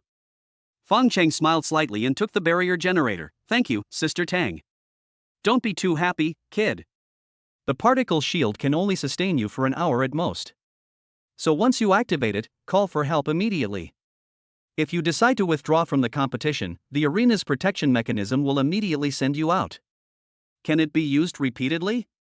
Tang Li looked at Fong Cheng in confusion, not knowing what this kid was up to, but nodded and said, yes, you can, but you can only use it 3 times at most. And the 3rd time, the shield's activation time and defense power will be halved. 3 times is more than enough for me. What do you want to do, kid? I'm warning you, this is for your life, don't mess around. Chapter 59, could it be that the boy wants to travel on public funds? As the huge space door in the square opened, the contestants entered the arena one by one. On the other side of the space gate is a small town. The town's buildings have unique styles, some resemble crystal prisms, and some resemble spiral shells. Strange trees grew on both sides of the street. Their branches were like flowing metal, their leaves reflected a faint light, and the sounds they made when the wind blew were no different from those of ordinary plants. There is also a huge fountain in the central square of the town, but it does not spray water, but a stream of sparkling particles that interweaves dreamy patterns in the air. If it weren't for the traffic lights at the intersection, Fong Cheng would have thought he had arrived at an alien battlefield. Is this the Tianyuan world? Yunxi looked around curiously. Although I have heard that after the advent of the Tianyuan world, many fragments of the Tianyuan world were preserved relatively intact. Some small fragments can be easily controlled and become copies. In fact, every refresh of the copy is a step back in time. There are also some large fragments that cannot be controlled, like the small town in front of you, which is called the Adventure's Secret Realm. In such a secret realm, you can witness the civilization of the Tianyuan world. Xiao Fang heard that here, you can also see the natives of the Tianyuan world. Is it true? Fong Cheng smiled slightly. There shouldn't be any in this small town. The strategy of the Dragon Kingdom to deal with the alien races of Tianyuan is different from that of the countries in the West Coast Alliance that practice genocide. The Dragon Kingdom's strategy is to win over one group, suppress one group, and eliminate another group. Those who identify with the Dragon Kingdom will be won over and those who sit on the fence will be suppressed. As for those who are stubborn and attempt to occupy the Dragon Kingdom, they will be resolutely eliminated. That's why Mu Yao was curious whether she could see the legendary Tianyuan indigenous people, the spirit race, here. It is worth mentioning that the West Coast Federation, the boss of the West Coast Alliance, has a subordinate country called the Plaster Country. On the surface, they were implementing the Dragon Country's assimilation plan, but secretly they were still carrying out the genocide plan. In addition to the two, they also came up with a unique gene fusion plan. They have set their sights on the strange beasts of the sky. It is said that since their Prime Minister, Maji Junin Ujiro, proposed this plan 300 years ago, it has been stuck in the isolation of living plants. Well, let's find a place to stay first. Fong Cheng, shouldn't we go out and earn points first? Yunxi pointed at the crowds of people outside the square. There is a competition inquiry terminal there, where you can view a map of the surrounding area and check the points rankings. In short, you can find everything related to the competition. In this city youth competition, a points system is implemented, and rankings are based on points. The closer to the town, the lower the level of the beast, and the lower the points earned from hunting it, and vice versa. In addition to hunting exotic beasts, you can also earn points by collecting Tianyuan materials. Fong Cheng took a look at the crowd. Most of them were students like Yunxi, who had just come out of the training camp. With their F-level strength, they could only wander around the small town. No. Fong Cheng said firmly. Why? Yunxi looked puzzled. Do you want to sleep on the street at night? What does that matter? It's okay? Okay, then you can sleep on the street. Your mom and I will go to a hotel. After saying that, he supported Teacher Mu's waist and said, "Let's go, Teacher Mu." No, that's not what I meant. What does collecting points now have to do with sleeping on the street at night? Fong Cheng was too lazy to pay attention to her. Teacher Mu smiled slightly and turned back to Yunxi and said, "Okay, stop making trouble, Xiaoxi." Xiao Fang must have his reasons for doing this. Fong Chengza was impressed by the waist under his palm. It was so thin and smooth that he couldn't help but want to slide down and slap her hard on that tight and well-shaped big butt. The three of them asked several hotels in succession, but found that they were all full. Now Mu Xiaoxi finally understood why Fong Cheng wanted to sleep on the street at night. She felt a little guilty, but also confused. How come Fong Cheng is so fast? All the hotels are full? Don't these people go there to earn points? Fong Cheng smiled and said, Is it strange? Isn't that strange? That's because you haven't participated in the competition yet. Next time you will have experience. It makes you look like you've participated in a competition. Fong Cheng chuckled, Your mother and I have participated in the rookie competition. So what? Then I understood a truth, everyone likes to get something for nothing. What's the meaning? You'll know in a couple of days. Now we have to find a place to live. Fong Cheng tapped on the bracelet and a map appeared in front of him. This was a full map of the 1,331 square kilometers of the competition venue, which was more detailed and comprehensive than the regional map at the square terminal. Then he zoomed in to find the town in front of him. At this time, he heard Mu Yunxi ask doubtfully, Is this the competition map? Where did you get it from? Is this considered cheating? The guild gave it to me. As for the cheating you mentioned, believe it or not, there are maps like this in the arena. I'm definitely not the only one. But according to the competition rules, you are cheating, right? So what? If others can cheat, why can't I? But you, stop talking and find a place to stay, otherwise you will have to sleep on the street tonight. Mu Yunxi reference picture. Fong Cheng put away the map, took the mother and daughter off the street, walked into the nearby fire escape, and after several turns, they arrived in front of a 2-story building. The sign at the door reads, Yunxi Guild B11 Area Service Station. Are you Fong Cheng? Fong Cheng and the other two had just arrived at the door and took a look inside. A young lady in combat uniform came out to greet them. Fong Cheng nodded and looked at the young lady in front of him. If he looked at it from his previous perspective, this girl's appearance was still okay, but now that she had Teacher Mu, this girl looked just so-so. My name is Yun, and I'm the liaison officer for this service station. Sister Tang has instructed me to treat you well if you come. What if I didn't come? He smiled and said, Sister Xiao Tang said that if you didn't come then forget it. Forget it? Well, that suits her style. Come in, the room is ready for you. Yuchun Yunxi Guild. Wu Zhong rushed over to Tang Li and said, My wife just got the news that the guy has been admitted to the service station. Really? Yun just sent a message. You said before that it was a good thing that the boy could remember it at night while sleeping on the street. Didn't expect that? The first thing he did when he arrived at the venue was to find a place to stay. Isn't he a newcomer? How did he know all this? Tell the truth, was it you who reminded him? God have mercy on us. We agreed to teach that kid a lesson. How could I possibly tell him this? By the way, do you want to change the time you estimated he would withdraw from the competition? What's there to change? 2 days at most, no, 5. On the 5th day, he will definitely come out. Wu Zhong smiled and said, Then let's wait and see. 2 days passed in the blink of an eye, and Tang Li would still open the city youth competition rankings every afternoon and take a look at them for a while. Today she suddenly slammed the table and said to Wu Zhong, Old Wu, what's going on with that kid Fong Cheng?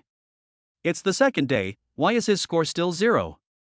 Wu Zhong, who was standing by the window basking in the sunset, smiled and said, This means that the kid hasn't left the town since the start of the competition. Never left town? What on earth does that kid want to do? He's planning to stay here until the competition is over and travel on his own dime? Chapter 60 The real game has just begun.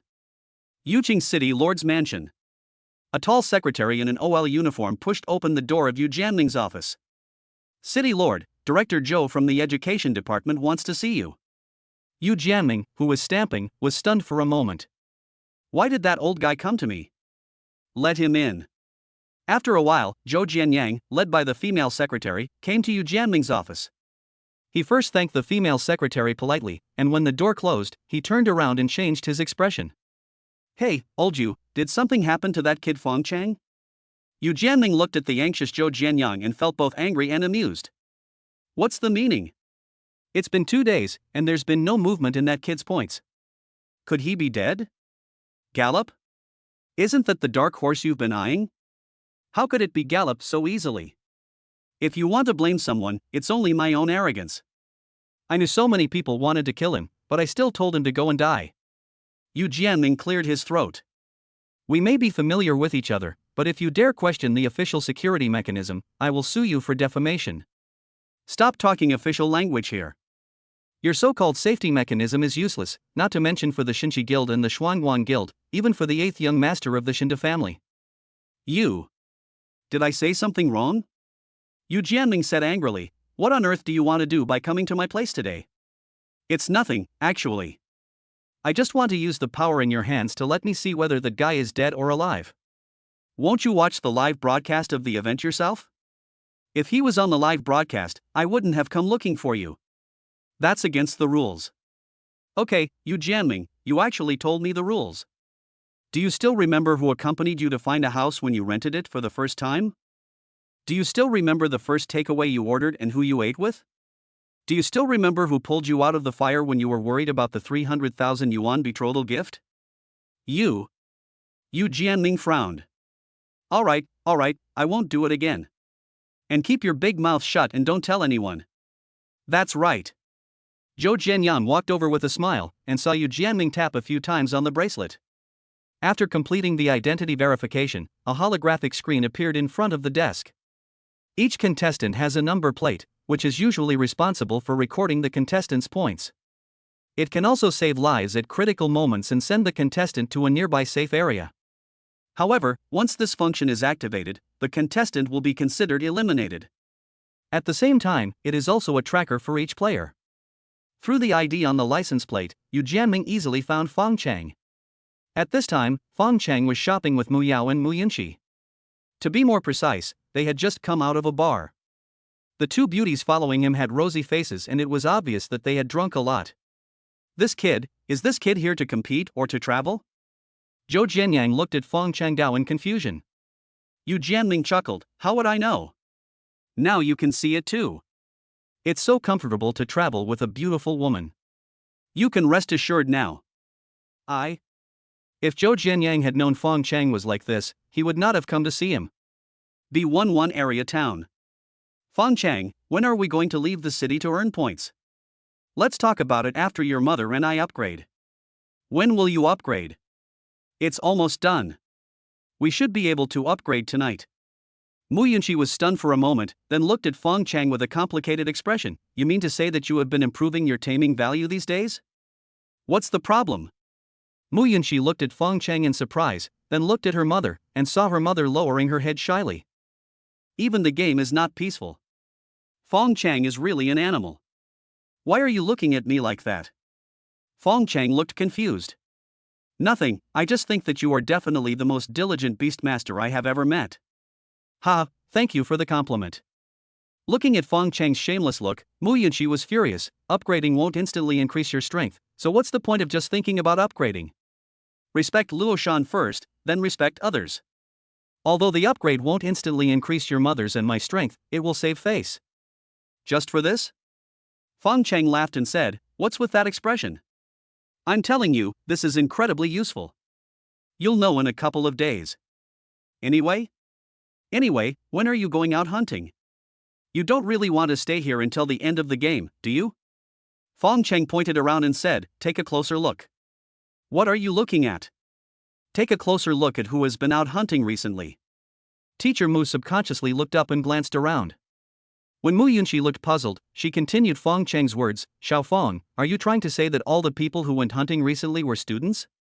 My teacher Mu is really smart. It's true that the ones going out hunting now are all students. None of the experienced contestants have gone out. Mu Yunxi said, it's been 2 days already, aren't they anxious? In a hurry? Fong Cheng chuckled. There's still more than a week left. Why are they in such a hurry? Teacher Mu said, I think I understand. The monsters around the town are all F-level monsters. Killing 1 gives 1 point, so killing 10 only gives 10 points. But there are so many of them, and killing them one by one would be a waste of time for those with higher levels. It would be better to wait until the students have cleared out all the monsters around, and then directly take the points from them. Fong Cheng smiled slightly. I told you, if we talk about smartness, it has to be my teacher Mu. Hearing Fong Cheng's words, Teacher Mu was stunned at first, then a shy smile flashed across his eyes, the corners of his mouth unconsciously raised, and he naturally took Fong Cheng's hand and said, you just know how to make fun of me. Fong Cheng covered her hand and said, I'm not teasing you. What I said is true. Mu Yunxi stood there quietly, watching the sweetness between her mother and Fong Cheng. Her eyes gradually dimmed, and her lips unconsciously pouted slightly, as if she was filled with unrelieved sorrow. Then he crossed his arms over his chest and said angrily and helplessly, "Humph, that's enough. Where are we going now? We've almost explored this town." Sisters. At this time, in a forest outside the city, a group of students were surrounded by 3 E-level beastmasters and beast girls. The students huddled together, their faces filled with fear and helplessness, tears welling up in their eyes. Their leader usually acts like he is powerful, but when he speaks on stage on behalf of the students, he speaks in such a clear official tone that those who don't know him would think he is a big leader. Of course, his strength is also the strongest among these people. But in the end, he didn't even have the chance to surrender in front of these people, and was knocked to the ground by these guys in front of him. Looking at the leader whose life or death was unknown, the students felt sad. It's over. We can't keep the points. Why are we so unlucky? A girl, still not knowing what to do, cried, "We worked so hard to earn our points. Why should we give them to you?" That's right, after waiting for 2 days, someone finally couldn't hold back and came out to grab points. Before the girl could react, she heard a loud slap and a row of her teeth were knocked out by a slap. She fell to the ground and coughed continuously, spitting teeth and blood all over the floor. None of the boys behind her dared to help, and they didn't even dare to breathe. The attacker glanced at the group of cowards and said angrily, "Humph, a bunch of pathetic creatures. Your miserable appearance really makes me happy." At this time, another person shouted impatiently, "Don't dawdle. Hand over the points quickly. Otherwise, I will make sure you all die here today." Chapter 61. Does that guy still need a beast mother? Xiao Feng, don't be naughty. As the sun sets, the sky is dyed a brilliant orange red, and large patches of sunset glow spread out like a dream, like a painting carefully painted by an artist. In the central square of the town, the particle stream ejected by the fountain looks even more beautiful in the air. Under the fountain, Cheng was holding Teacher Mu's slender waist, and Mu Yunxi was taking pictures of the two of them. Okay, it's my turn. This doesn't look like a competition at all, it's clearly a family of 3 traveling. Teacher Mu looked at Fong Cheng and smiled slightly, thinking that her daughter wanted to take a photo with her. However, when Mu Yunxi came, she pushed her away from the middle and said, "Mom, take a photo of me and this guy too." Teacher Mu was stunned for a moment, then smiled slightly, walked over, picked up the bracelet, pointed at the 2 people under the fountain and said with a smile, "Are you ready?" Okay. Mu Yunxi made a scissors gesture. All right. Pass it over here so I can see it. When Mu Yunxi opened the photo, her cheeks puffed up like a cute pufferfish. Her eyebrows were slightly furrowed, with a hint of anger in her eyes. She snorted with a hint of coquettishness. It seems angry, but it is more playful and cute. When Fong Cheng took a photo with me, his eyes were actually looking elsewhere. This could not be considered perfunctory, he was simply ignoring my existence. Hey, you're being disrespectful, aren't you? What's wrong? Fong Cheng came back to his senses, looking confused. See for yourself.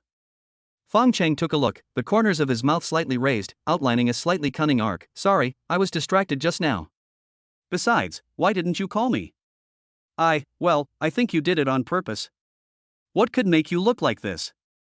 Fong Cheng pointed to the distance and said, "Look for yourself." Mu Yunxi looked in the direction he pointed and saw a group of students returning. Why did they go back to the square? Because all the hotels in the town were full, they could only set up tents in the square. The students all looked depressed, like a funeral procession, and some of them were carrying simple stretchers. What happened to them?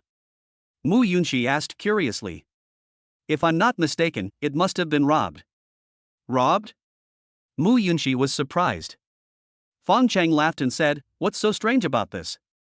There's no rule in the competition that prohibits stealing points. If there's no law prohibiting it, you can do it. Don't you know that?" After saying that, Fong Cheng no longer paid attention to the girl and came to Mu Yao. "Teacher Mu, let's go back." Mu Yunxi caught up from behind. "Fong Cheng, didn't you say that we have to wait 2 days for this to happen?" "Well, I didn't expect that." For example, E-level players are not as strong as the top players, but they are better than the bottom players. If they go to rob with D-level or C-level players, they will become prey. So they have to go in advance, grab the items, and run away. Mu Yunxi glanced back at the students again, a trace of pity in her eyes. She turned back to Cheng Dao and said, "So what are you going to do? You and my mother are also E-level, right?" Fong Cheng smiled slightly and did not answer. I am different from your mother who is at E level. Let me put it this way, Fong Cheng has not been idle these 2 days. While walking around the town, he also looked at everyone in the town, including the 20 mercenaries hired by Shinta. He discovered that although Mu Yao and he were not the highest level, no one could compare with them in terms of personal attributes. There is only one reason. Looking around, there is not even one with SS level talent. How can it be compared with X's talent? I have to say that Yuching is really a small place. Of course, high attributes do not necessarily mean strong combat power. The true combat power can only be known when fighting. However, attributes are the foundation of a person. The foundation is like that. No matter how strong it is, it will not be too outrageous. At night, 2 rays of light burst out from Fong Cheng and Mu Yao's room. Standing outside, it looked like someone was welding inside. Mu Yunxi's eyes lit up, they actually advanced.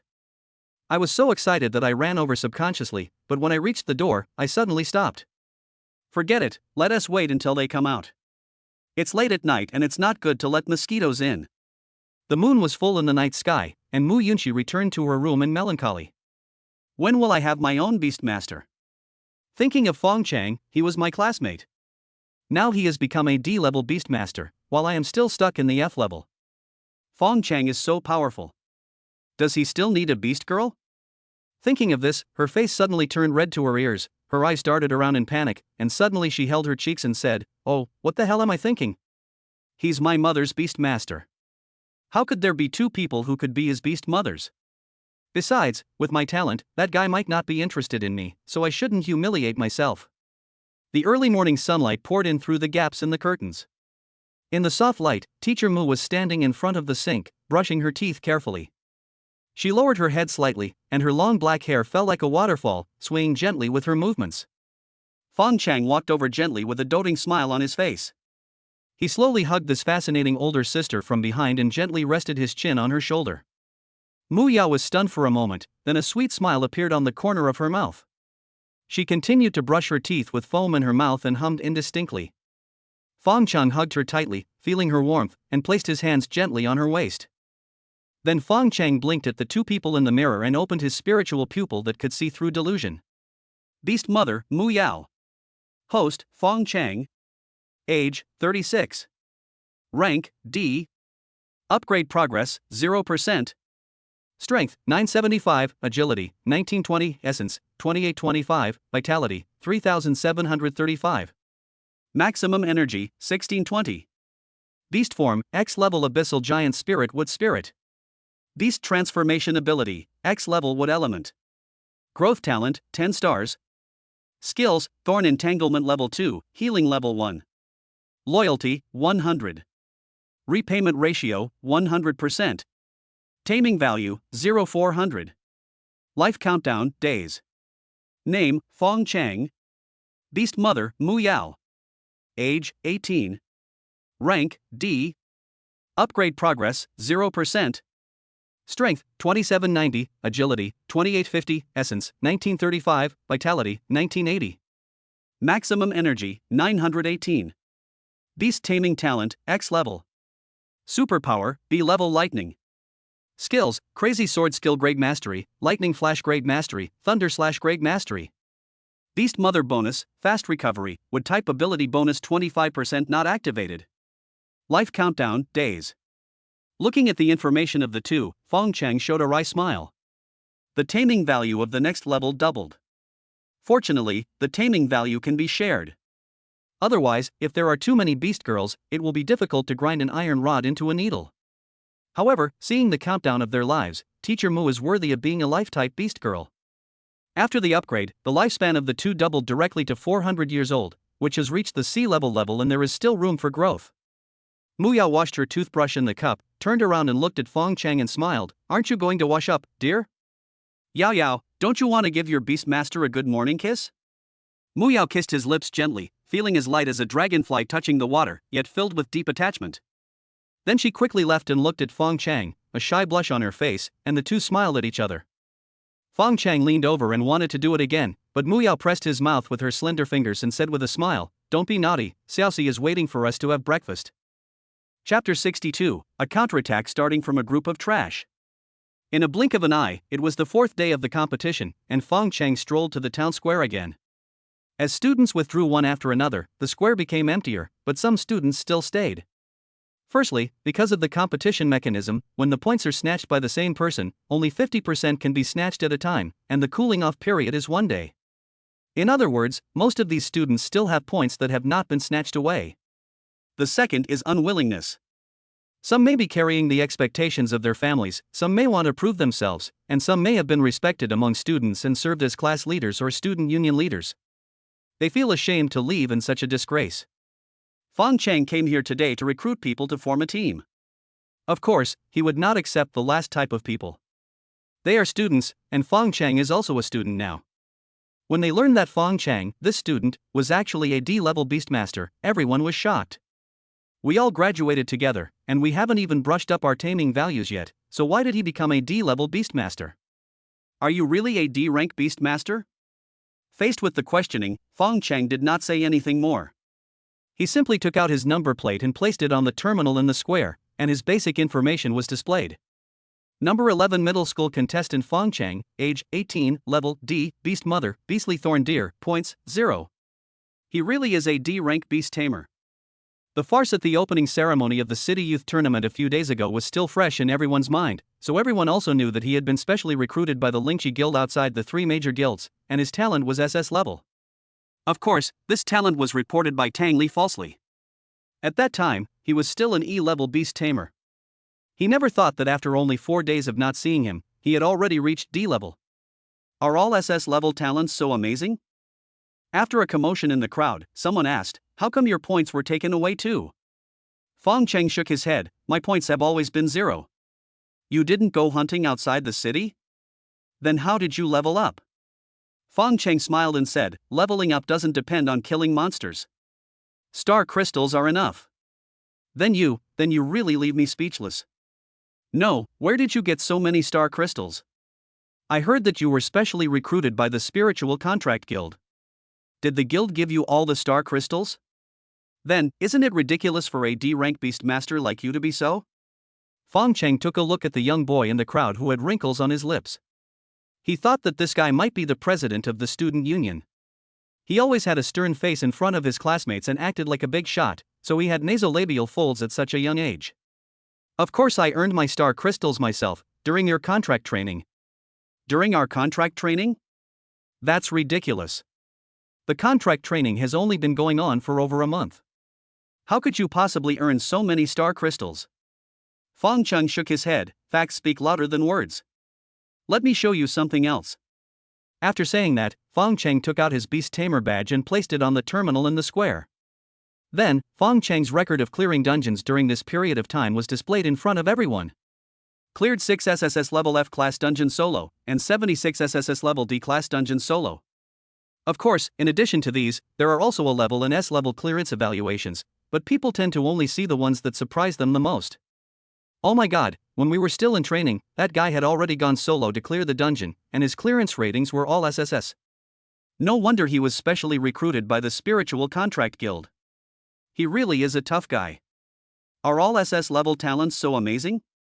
Then wouldn't someone with SSS level talent be incredibly amazing? Fortunately, there aren't many people like them, otherwise I'd want to die. At this moment, someone in the crowd suddenly said, "Are you showing us all this today just to show off how good you are?" After talking for so long, someone finally got to the point. Fong Cheng smiled softly, "Of course not. I came here today to ask you, are you willing to just let your points be taken away like this?" Are you willing? Nonsense, those who are willing have left, and those who are left now are unwilling to accept. Is there any need to ask? Fong Cheng continued, "Do you want to come with me to get it back?" Take it back? Hearing this, many people in the crowd were moved. He definitely couldn't get it back by himself, but with Fong Cheng leading the way, he was a D-class Beastmaster, and had an unattainable record. I couldn't say anything else, but snatching points from the E-class Beastmasters should be no problem. However, at this moment, the young man with nasolabial folds on his mouth suddenly sneered, "Take it back? Who do you think you are? Do you think that just because you are a D rank, you are invincible here?" Fong Cheng frowned, "You don't have to go, is there anyone willing to go with me?" Everyone, don't fall for his tricks. The young man suddenly raised his hands and shouted, "From the beginning, this guy never thought about leaving the city to compete for points, but now he jumps out and wants to take everyone with him to rob." Don't you think there's something wrong? Fong Cheng's guess was correct. This guy was the president of the student union of number 2 middle school in the city, and his name was He Gang. According to his own words, he was admired by thousands of people in their number 2 middle school.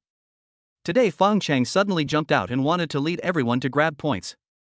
This was undoubtedly a slap in his face and a challenge to his prestige in everyone's hearts. To put it bluntly, he himself has no ability and can't stand others having ability. If Fang Cheng takes all these people away, he will be left alone. As the president of the student union, he was used to being flattered.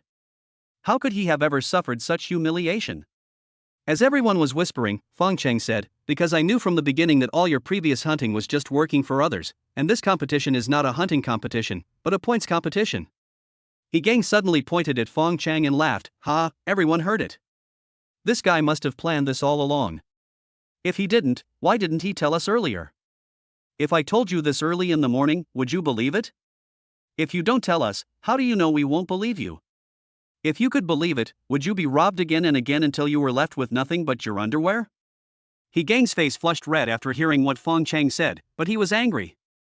This was the first time in his student career that a student dared to contradict him, the boss. "You?"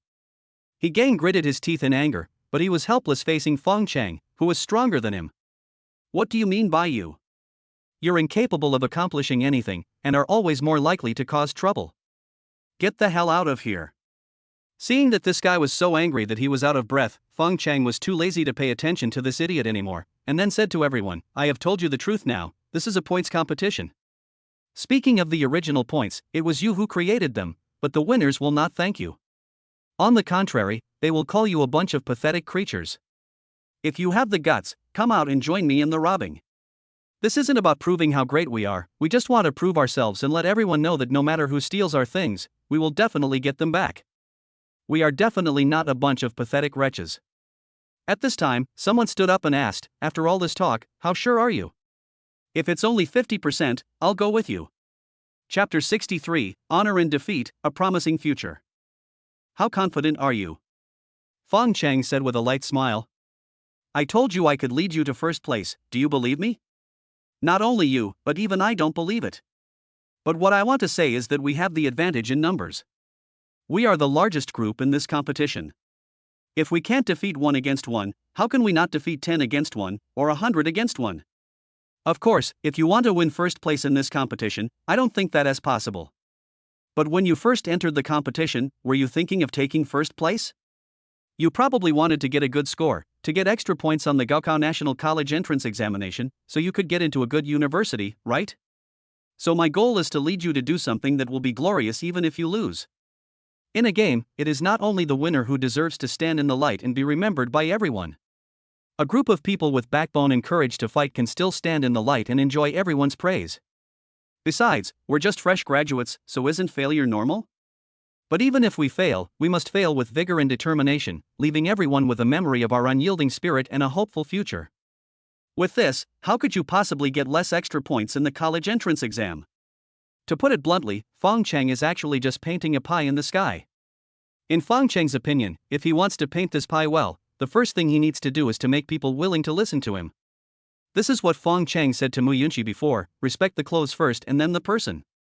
Regardless of whether you succeed or not, you must first make yourself presentable so that others will respect you before you even open your mouth. The second is to circle the crowd. This is why, even though people were robbed starting from the second day, Fong Cheng didn't come until the 4th day. What he wanted was to let those who had no fighting spirit and ambition leave first. People with fighting spirit and ambition are often more easily deceived. The third is bribery. It is unrealistic to ask them to take first place, but even if we take a step back, it is still possible to give them extra points in the college entrance examination, and this is what they need most urgently at the moment. After he finished speaking, the crowd fell silent, but Fong Cheng was not worried at all. Instead, he was full of confidence.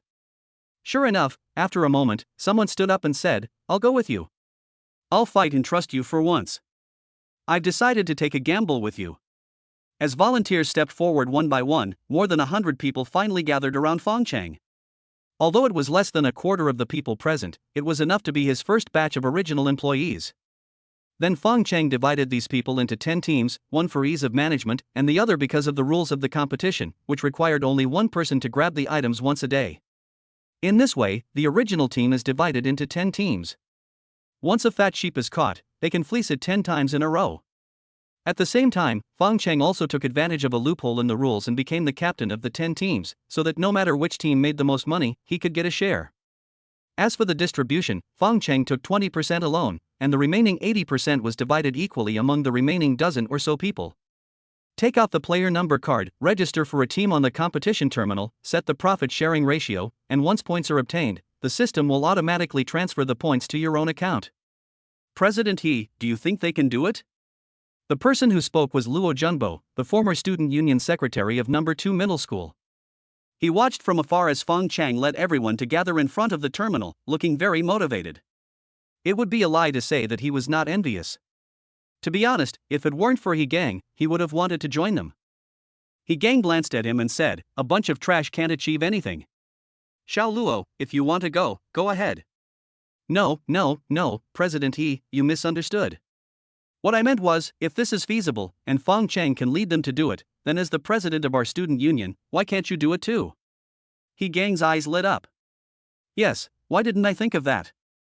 Subconsciously looking at Fong Cheng who was talking in the crowd, He Gang narrowed his eyes slightly. According to him, their advantage lies in the number of people. What matters is not the ability, but the organizational ability of the leader. Although I am not as talented as that kid, I have been the student union president for many years. I heard that before his talent awakened, that kid was a loser in school and was not even a class monitor. In terms of organizational ability, he was not even worthy of carrying my shoes. Thinking of this, He Gang's confidence increased greatly. He looked at Luo Junbo with a smile on his face. He patted his shoulder and said in a condescending manner, "Xiao Luo, it seems that all these years of my training in you have paid off. You always give me an epiphany at the critical moment." Luo Junbo immediately said with a flattering look on his face, No, this is all thanks to the president's good cultivation.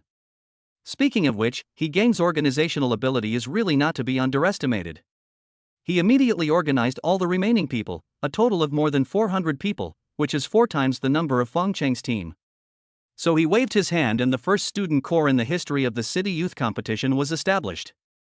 He served as the corps commander, and Luo Junbo and several other secretaries served as deputy corps commanders. The crowd suddenly erupted in excited cheers. Fong Cheng heard it and subconsciously took a look, wondering, what are they doing? I don't know. Never mind. Captain, go on. Lin Jiang, your beast girl is AB rank lava scorpion, right? Yeah, I haven't told you how you knew that yet. This is not difficult. I can tell with my spiritual eyes that can see through delusion. Not only do I know her beast form, I also know her initial ability. It's lava ray, right? Lin Jiang nodded, that's right, but the first level lava shot is not very powerful. Fong Cheng laughed and said, who said that? You think it has no power, that's because you don't know how to use it. Don't know how to use it? Everyone looked at Fong Cheng in surprise. How could this be possible? Captain, you haven't participated in contract training. You don't know that during training, the instructors provide specialized guidance based on each person's characteristics. How could they not be able to use it? Yunxi also nodded subconsciously, and then looked at Fong Cheng with a worried look, worried that he would blow his own trumpet.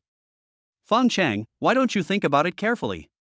This is not what you meant. Fong Cheng said, just listen to what I have to say first. Then he looked at the other one beside him and said, Fan Bing, your beast form is Crystal Frost Butterfly, and your initial skill is Ice Ray, right? Yes, so what? Yes, so what? Everyone looked at Fong Cheng in confusion. Fong Cheng said, have you ever thought about letting these two rays with opposite properties collide with each other? Fan Bing and Lin Jiang immediately showed strange expressions on their faces, but Lin Jiang smiled and said, hey, Captain, I thought you would say something else, but it turns out to be this. The instructors have long said that when two rays of opposite properties collide, the stronger one wins. If both sides are equally strong, the rays will cancel each other out. Really? Have you tried it yourself? Is it the same as what the instructor said? That's not the case, but since the instructor said so, the result must be right. I don't believe it. How about we try outside the city? It would also open my eyes. Okay, let's give it a try. So a group of people ran out of the town. Yunxi followed Fong Cheng and wanted to say something but stopped herself several times. She was really worried that Fong Cheng would make a fool of himself. Teacher Mu, on the other hand, was full of confidence. As Fong Cheng's beast girl, she had 100% trust in all of Fong Cheng's decisions. Everyone arrived outside the town, and both sides took up their positions, preparing for a bombardment test. Chapter 64. This is what fascinates me about him. Fong Cheng felt that such a confrontation was too dangerous, so he decided to let the two beast girls aim at one place and shoot, to avoid the situation where one side missed the target and hurt the other. Everyone thought it made sense, so the two beast girls aimed at a huge rock 20 meters away. It weighs about 20 to 30 tons. Under normal circumstances, the ice ray fired by Fan Bing's beast girl can only leave a layer of frost on it at most, and the lava ray fired by Lin Zhang's beast girl may not happen when it hits it. But this time, when the beast girl's rays met the boulder, a violent explosion occurred. The exploding rubble smashed the faces and noses of the people 20 meters away, leaving them bruised and battered. But no one cried out in pain. After the explosion, everyone looked intently at the huge rock. At least 3/4 of the rock was blown away without a trace. How could this happen? Everyone was stunned. At this time, Fong Cheng walked out leisurely from behind the crowd. Everyone was bruised and battered, but he had hidden away early and nothing happened. It seems my guess was correct. Captain, what's going on? The rays they emit are pure energy, not physical objects. If they were physical objects, they might cancel each other out, as you describe. But as for energy, if the two are mixed together, they will become extremely unstable, and explosion is the inevitable result. At the same time in the city lord's city, Yu Jianming's expression changed as he looked at Fong Cheng. This kid is quite good. I thought he just had a good character, but I didn't expect his comprehension to be so high. At this age, he has already comprehended the knowledge of compound tactics. Zhou Jianyang, who was standing by, laughed and said, "What's the big deal? Didn't the military already know about this? How can this be the same?" The military's composite tactics originated from an accident. Later, based on this, years of research were conducted, which led to the current composite tactics. As for Fong Cheng, he figured it out solely through his intuition. Zhou Jianyang chuckled. The better Fong Cheng performed, the happier he was. By the way, do you think that kid's plan will work? Yu Jianming thought for a moment and said, if it's just as he said, letting people see the performance of these students and giving them extra points in the college entrance examination, I think there's no problem. But if he wants to take advantage of these students and get him a good grade, I think it's doomed. After all, they are just a bunch of F-rank students. What good does it matter if there are more of them? How can we fight against those C-rank teams if our foundation is too weak? After returning to the outside of the town, everyone was not surprised after listening to Fong Cheng's explanation. Instead, they were all more shocked. Is it necessary for the gap between people to be so big? When everyone was at F level, it was okay for you to be promoted to D level, but now your understanding of beast girls and combat experience are even better than the instructor. I have been harmed by the instructor. If I had known that the two energies with opposite properties would produce a more powerful explosion when intertwined, my points might not have been snatched away. While feeling surprised and regretful, everyone's belief in Fong Cheng also reached a new level. Next, Fong Cheng used this as a basis to divide everyone into combat groups and plan a combat plan. Outside the crowd, Yunxi looked at Fong Cheng, who was talking in the crowd, and her eyes gradually became obsessed and admiring. At this moment, in her eyes, the sunlight fell on Fong Cheng. He stood there with an upright and handsome posture, and his voice was bright and infectious. He spoke clearly and passionately, exuding a unique charm that attracted everyone around him and made them listen attentively to his words. The sunny smile on her face seemed to be able to dispel all the haze. See? This is what fascinates Mom about Xiaofeng. The sudden voice startled Yunxi, and she subconsciously tucked the hair beside her ear. What? I wasn't looking at him just now. Really?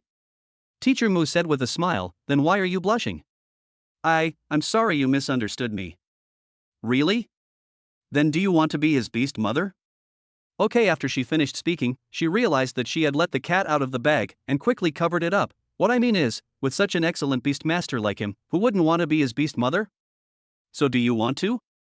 Yunxi hesitated, and after a moment she asked, Mom, do you mind? Don't get the wrong idea, girl. What I meant was that I wanted you to share my taming points, let Xiaofeng be your master, and help you level up. It's not the kind of relationship you think. Besides, with your talent, if you want to sign an intermediate contract with Xiao Fang, he may not be interested in you. So that's all you were talking about? I thought you were a nobody. Teacher Mu pinched Mu Yunxi's head with her finger and said unhappily, "Don't forget, I'm your mother." Mom, you are so lucky. Teacher Mu smiled slightly. I often feel this way too. Meeting Xiao Fang in my life is definitely my greatest luck in this life. Mu Yunxi sighed and said in her heart, "Yes, my daughter is a little jealous of my good luck." Fong Cheng established a communication group with everyone and then dispersed everyone, and the hunt began. For the first time in the history of the city youth competition, a hunt from low level to high level was launched. But for Fang Cheng, these people are actually the hunting dogs he released. After all, the entire stadium is more than 1,000 square kilometers. How can he improve efficiency without raising more dogs? Of course, whether you can catch the hunter in the end depends on yourself. At least in the early stage, you must use victory after victory to build confidence for everyone. Only by making them feel that they are all possessed by the Emperor of O can there be a possibility of turning the tide. What are you guys talking about? You seem so happy. Teacher Mu saw Fong Cheng approaching alone and everyone else had disappeared, so he changed the subject and asked, "Where are the others?" Let him out to find fat sheep. Mu Yunxi asked doubtfully, so you are using them? What's the use of that? It sounds so ugly. We're collaborating, mutually beneficial, okay? They're responsible for finding prey, and we're responsible for hunting. It's that simple. You misunderstood. I don't blame you. Besides, if someone can be used, it means he still has some value, right? Otherwise, wouldn't he be a waste? Fong Cheng was shocked. The sun rose from the west today, and this girl was actually speaking for him? Subconsciously, he placed his hand on Mu Yunxi's forehead. She didn't hide, but looked at Fong Cheng curiously. What's wrong? Are you sick? Mu Yunxi was stunned for a moment before she realized what was happening. She quickly slapped Fong Cheng's hand away and said arrogantly, "You're the one who's sick. You can't tell the difference between good and bad words." Fong Cheng smiled slightly. It seemed that this girl had really changed her personality. Just then Fong Cheng's bracelet rang. When he looked up, Fong Cheng was happy. Mu Yunxi came over with a curious look on her face and asked, "What's wrong?" "We found a fat sheep." "So soon?" "There's strength in numbers." After saying this, Fong Cheng swiped his finger from the bracelet into the air, and a holographic map appeared before his eyes. Number 2, take cover. All personnel, report your positions. Chapter 65, First Battle Victory, Emperor Possessed. Fong Cheng divided everyone from Team 1 into 10 teams. He was the captain of each team. Each team also had a deputy captain. In order to facilitate command, he numbered these 10 deputy captains from 1 to 10. Number 2 is Sun Feng, the deputy captain of the second team. As the coordinates of each team were reported to Fong Cheng, red dots appeared on the holographic map, roughly distributed in a fan shape with his current location as the center and extending forward. The search range of this shape is definitely not as wide as the circular one, but it is the first time after all, so safety should be the top priority. The search range is compressed, but the distance between each other is closer, making it easier for them to take care of each other. Number 2 reports the location and number of fat sheep. Soon 10 blue dots appeared on the map. There are 5 beast masters and 5 beast girls, whose strength is unknown. But those who were still wandering around the town at this time were not that strong. Those who were strong went deep into the arena to hunt higher level beasts and earn more points. To say that this was a battle for points was just a lie from Fong Cheng. The fight for points was just a side job. There would always be people hunting exotic beasts, and there were only so many points a group of students could earn. Even if they took them all, they might not get more than others. The reason why Fong Cheng lied to them and described the city youth competition as so cruel was, to put it bluntly, that there was no boss who didn't lie to his employees. If he didn't lie to his employees, how could they be obedient? If they were disobedient, how could they work hard for him? Number 1 and 3 will approach number 2. Once they reach the designated location, number 2 will act as bait to lure the enemy south, while number 1 and 3 will provide support. As Fong Cheng spoke, he marked the map and sent it to number 1, 2, and 3 respectively. Numbers 4 to 10, quickly head north to the valley. Numbers 7 and 9, use your expertise to set traps in the valley. I'll be there shortly. After that, he copied a map for these teams and marked the direction from which the prey would come in and the approximate area where the traps would be set. After finishing all this, Fong Cheng looked at Mu Yao and teacher Mu and said, "Let's go." Mu Yunxi asked in confusion, "More than 100 people, hunting 10 people, there's no need for such a big show, right?" Fong Cheng chuckled and said, "Honestly, your mother and I are enough, but this is their first match, and we have to give them confidence, so no matter how exaggerated, it won't be an exaggeration." Mu Yunxi nodded, not quite understanding, but saw that Fong Cheng had already ridden on the thorn deer. Seeing that Mu Yunxi was still in a daze, Mu Yao said, "Come up, Xiaoxi, what are you still doing?" For some reason, seeing my mother turned into a mount, even though that person was the one I liked, I still felt a little weird. "No, I can do it myself." After saying that, Mu Yunxi transformed into a cat demon. This was Fong Cheng's opinion. Overall, it looked human, but had a cat's head and claws. When it crawled on the ground, it looked like a big orange cat with spikes. Sea-level beast form Swift Cat, hidden evolution form X-level Sky Abyss Giant Spirit Fire Spirit. Seeing Fong Cheng distracted by his own beast form, Mu Yunxi smiled slightly. "Meow, what are you looking at? Let's go." After saying that, he exerted force with his limbs and jumped a long distance. His speed was comparable to Mu Yao's, but I don't know how his endurance was. According to Fong Cheng's plan, number 2 was responsible for luring, and number 1 and number 3 were responsible for providing support. However, when they arrived at the valley, they saw 10 people chasing 30 or 40 other people, who were running towards this side crying all the way. Those people's levels are actually not high, they are all E-level, and the strongest one has only upgraded to 68%. However, the group of students they were chasing were of a lower level, only F grade. The most important thing was probably that they had just come out of the ivory tower and had never seen the world, and they had also been beaten before and had psychological trauma.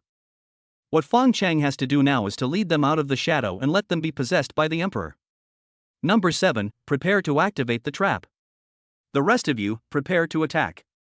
Team 7 consists of Earth-attributed beast girls. Although they only have basic skills now, they are still very useful for digging holes or creating swamps. The captain of the team at the foot of the mountain was already balding at a young age.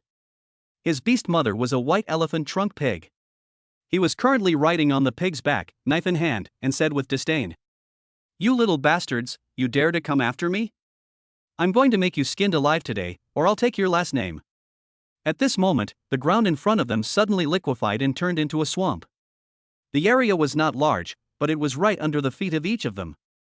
As a result, the pig stumbled and threw the captain headfirst. The others also fell to the ground. Pa.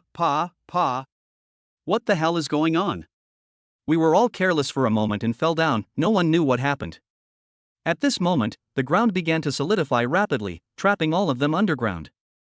Such a trap could not trap them, but the time gained was enough for number 1, 2, and 3 to escape. Those who were stuck in the mud screamed in anger, and one by one they broke free from the shackles of the mud and soared into the sky like pulling onions in dry land. As soon as he landed, he was trapped by overgrown weeds and vines.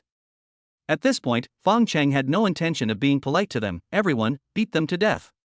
Rays of light intertwined in the air and exploded in the valley. Although many of them missed the target, the sound was so loud and deafening that even if they didn't kill people, they would at least stun them. Sure enough, in less than 10 minutes, all 10 people below were stunned. Then all the beastmasters and beast girls came together, and those with long-range attacks were responsible for killing the beasts from the outside. Half an hour later, the 10 people were pinned to the ground and beaten by more than 100 people. This may sound shameless, but for these students, it greatly boosted their morale and stimulated their bloodiness. In the following period of time, this group of former lambs were indeed trained by Fong Cheng into vicious wolves.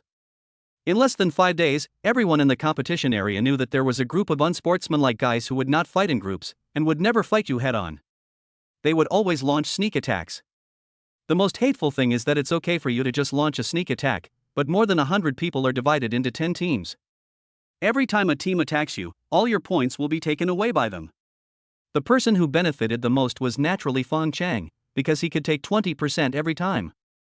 5 days later, his ranking went from outside 5,000 to within 500. That morning at the Lingqi Guild, Wu Zhong opened the tournament leaderboard as usual. Wow, Fong Cheng is not bad. He has already made it into the top 500 today, Wu Zhong said to Tang Li while pointing at the ranking list. Tang Li was also happy. A few days ago, she still thought that Fong Cheng would be a nobody in the competition. Unexpectedly, in recent days, he suddenly became active and his points soared like a rocket. When I woke up this morning, I saw that he was already in the top 500. If he continues at this pace, it shouldn't be a problem for him to get into the top 10. I was right about this guy. Even if he competes alone, he can still bring surprises to others. But when he saw Wu Zhong's smug look, he curled his lips and said, "Isn't it just the top 500? You don't even qualify for a live broadcast. What's there to be proud of? Let's talk about it once we get into the top 100. At the same time, in the city lord's mansion, ever since Fang Cheng led that group of students to victory in the first battle, Zhou Jianyang's face has been filled with smiles like chrysanthemums. Old you, please open the system quickly and let me see where those guys are in the ranking now. Chapter 66. This dark horse is too dark. Yu Jianming said unhappily, "There's a ranking list, aren't you going to check it out?" Ever since Fang Cheng led that group of students to victory in the first battle, everything has been going smoothly for the past few days, and Zhou Jianyang's grandson would come to show off in front of him every day. In fact, it's no wonder that Zhou Jianyang is showing off every day, because Fang Cheng gave him a super gift this time. Ever since the city youth competition began, looking across the entire dragon country, even in the imperial capital where geniuses abound, students in the city youth competition have always been fat sheep, and they are fattened before being slaughtered. Even if there are outstanding students, they will choose to strategically submit, rely on the strong, or recruit a group of mercenaries to work alone like Shinta Jun. Not only did the Yuqing City Youth Competition produce an outstanding student, but this student also brought out a group of vicious wolves from the sheep pen. To put it bluntly, they are the first group of students who can snatch points back since the establishment of the City Youth Competition, and each of them has entered the top 1,000. For Zhou Jianyang, the director of Yuqing Education Department, this was an incredible fortune. Before this, he thought Fong Cheng was just a dark horse, but he never expected that this dark horse was so powerful that he brought out a group of vicious wolves and refreshed the entire educational history of Longhua. Zhou Jianyang chuckled, his face full of pride. Looking at the standings is all text, it's so cold and icy. I can't compare to you. Watching the live broadcast is more interesting. Although Yu Jianming was annoyed by his cocky look, he still opened the competition system and brought up Fong Cheng's live broadcast. You might be so proud, but you won't be able to be so proud for long. That kid has already made it into the top 500. He'll probably abandon the group of students and go it alone soon. After saying that, he secretly glanced at Zhou Jianyang, wanting to see his expression. Zhou Jianyang said as if it was a matter of course, "What's so strange about this?" A capable person would not be depressed and be under someone else's control for a long time, let alone a young and energetic man. From the moment he started gathering those D-level teams, I knew that guy was aiming for first place this time. To put it bluntly, that group of students was just his stepping stone. What he really wanted to recruit were those D-level teams. As the team grew, those students became useless, even a nuisance, and it was only a matter of time before they were kicked out of the team. If he crosses the river and burns the bridge like this, will the students agree? Zhou Jianyang laughed and said, "That kid has his own ways. Besides, he has done his best by bringing a group of fat sheep to within 1,000 or even 500 people. If it were you, would you have the nerve to say that he is ungrateful?" Yu Jianming was speechless for a moment, then he added, "Anyway, I think what that kid did was not decent." "Ungenuine?" Zhou Jianyang sneered, "I think that guy is very authentic. Can't you see that even without that group of students, he can still form his own team? The reason he started with a group of students is completely to return a favor." "Returning a favor?" "Yes, I gave him a peach, and he gave me a plum in return. Aren't you envious?" Yu Jianming was very angry about this, but when he thought about it carefully, Zhou Jianyang was right. He helped Fong Cheng to clarify things at the conference, and that kid gave him a fortune in return. Damn it, why didn't I discover this kid Fong Cheng earlier, letting this old guy Zhou Jianyang get there first? Anyway, Zhou Jianyang now looks at Fong Cheng like a mother-in-law looks at her son-in-law, and the more she looks, the more satisfied she is. Whether it is his character, wisdom, or talent, he is definitely one in a million. The most important thing is that this kid knows how to be grateful. Such a young man will surely have brilliant and admirable achievements in the future. Area B11, outside the town. The more than 400 people led by Student Union President He Gang were now lying along the way like dead dogs. President He Gang was lying at the very end of the team, closest to the town. More than 400 people rushed out screaming, which was really scary. If you meet an ordinary team, you will feel guilty and turn around and run away subconsciously. But soon these people discovered that after running for a distance, the people chasing them were all exhausted, so there was no point in running. I'll turn around and kill you, a bunch of little bastards, and tell them to come out and scare me." Then a miracle happened. The group of students who were almost exhausted saw the people around them being beaten more miserably than each other, so they jumped up and ran, and each one ran faster than the other. "It's too dangerous outside. I want to go back to town." Then a dozen people came and chased more than 400 people, killing them all the way. When they saw the town from a distance, they took down the last 250 people with one sword. He Gang, who was lying on the ground, had actually woken up a long time ago, but he was too embarrassed to see anyone. Why is that kid Fong Cheng so good at fighting, while I have at least 4 times as many people as him? Why am I having a hard time and getting beaten every time? I'm the student union president, who's he? How could I be inferior to him? If he's really that awesome, why isn't he the student union president? There must be a technique that I haven't found. Yes, it must be that I haven't found the right technique. Thinking of this, he jumped up, cleared his throat and said, "My fellow students, we must strengthen our confidence and cheer up. What we are doing is great and glorious. Just think about it. I miss your mom."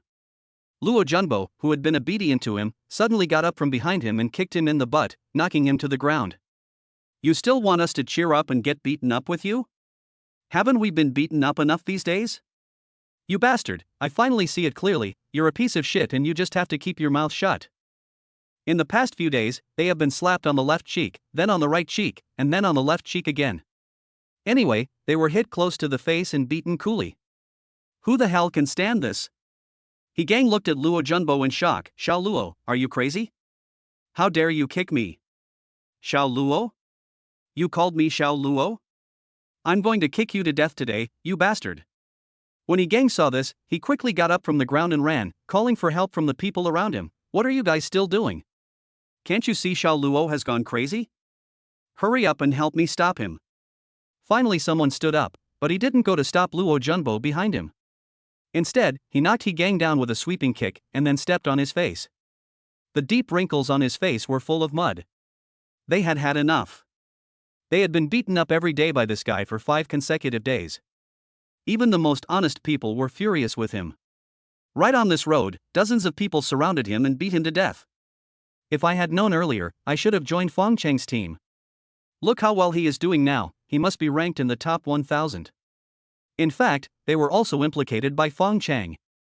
As Fong Cheng began to dominate, more and more people knew that there was a student team in the arena. There are so many of them that they will rob anyone they see, and they have ingeniously divided themselves into 10 teams. No matter how many points you have, as long as you meet them, they will rob you of everything. So the high-level teams were unhappy. Since when did a group of sheep become wolves? He felt that his dignity had been seriously challenged. So they rushed back from the periphery one by one, wanting to teach these rebellious sheep a lesson. If they met Fong Cheng, they would be in big trouble. All the points they had worked so hard to earn by hunting exotic beasts outside were taken away by him, leaving nothing but their underwear. In the end, I was fooled by him and forced to join the team and become involved in the same evil things with him.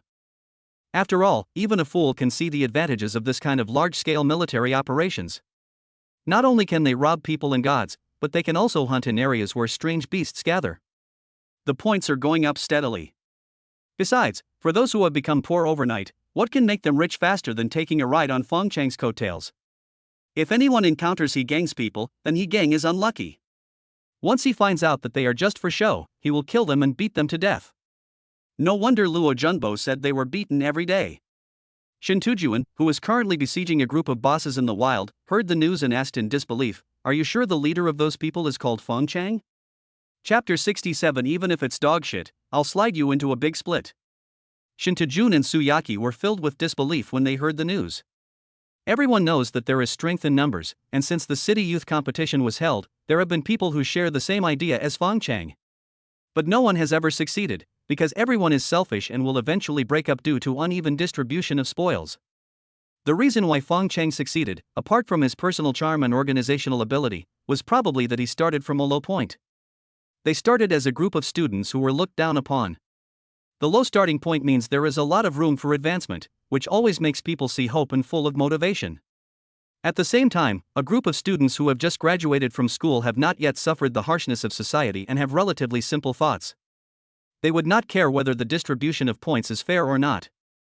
As for those who joined in later, their points were 0 when they joined, and the game time was already half over. If they didn't follow him, who else could they follow? Su Yaqi opened the scoreboard on her bracelet and found Fong Cheng ranked 273rd. He's already ranked 273rd. This news should be correct. Damn it. Shinta was muttering something to himself, looking extremely frustrated and as if he might lose control at any moment. If this news is true, then there are at least more than 100 people around Fong Cheng, not counting the group of students. Even if I spend money to hire mercenaries, there are only 20 of them. How can I fight against his hundreds of people? Why does that bastard always create accidents for himself? If I had known this earlier, I should have waited at the town gate and killed him first. But at that time, he was afraid that someone else would take his first place. His father Shinta spent money to hire mercenaries for him this time, mainly for the purpose of killing Fong Cheng.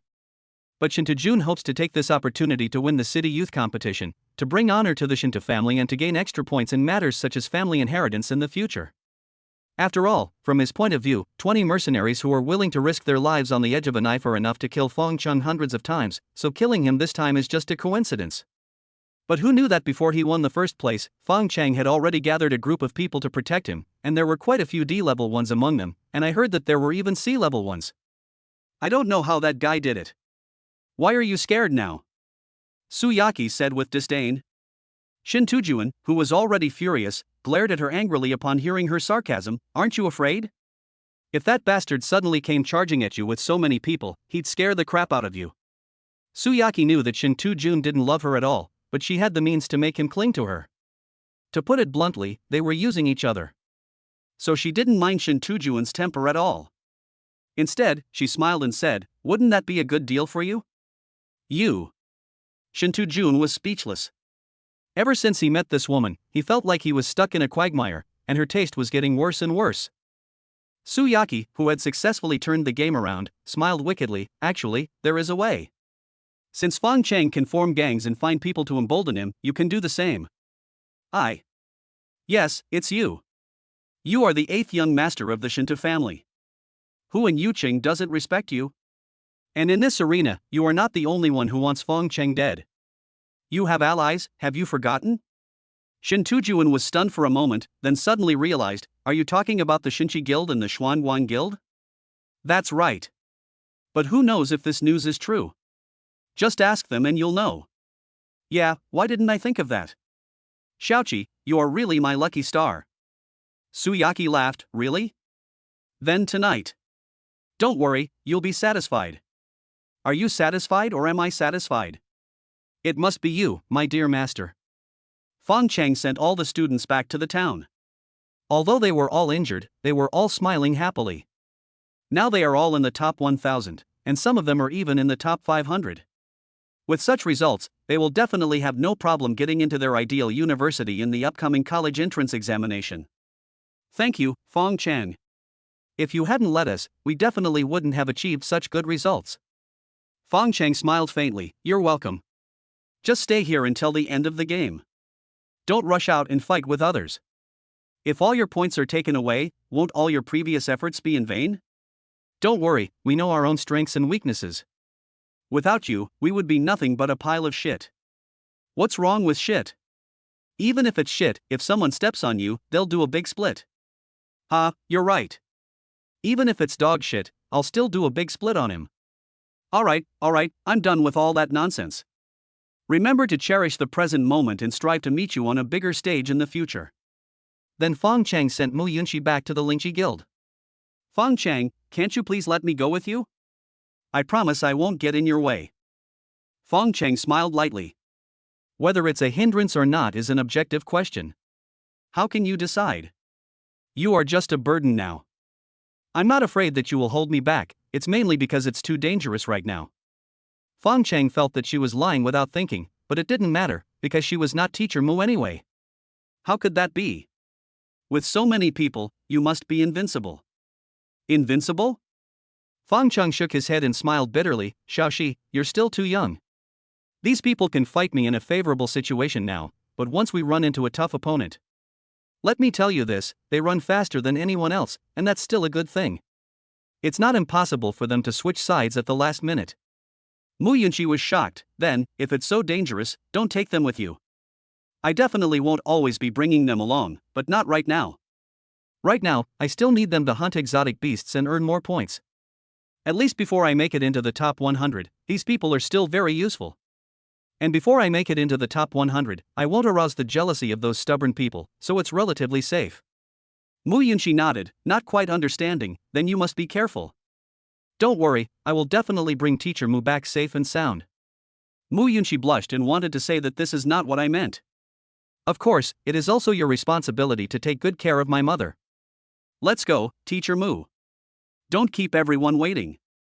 Mu Yunxi stood there quietly, watching her mother and Fong Cheng gradually walk away. The breeze gently blew her hair, but it couldn't blow away the attachment and reluctance in her eyes. At this moment, she suddenly felt empty in her heart. How great it would be if I could become his beast girl. Then I wouldn't have to stand here and watch him leave, but could accompany him all the way. On the way, Teacher Mu thought for a long time and finally said, "Dear, have you ever thought about letting Xiaoxi be your beast mother?" Teacher Mu felt that what he said was a bit arrogant, because Xiaoxi's talent was too poor. How could an excellent beast master like Fong Cheng look down on her? Wouldn't asking such a question make it difficult for Fong Cheng? But when she saw Xiaoxi's lost look just now, her heart ached again. Seeing Fong Cheng silent, Teacher Mu immediately said, "It's okay, I just asked casually."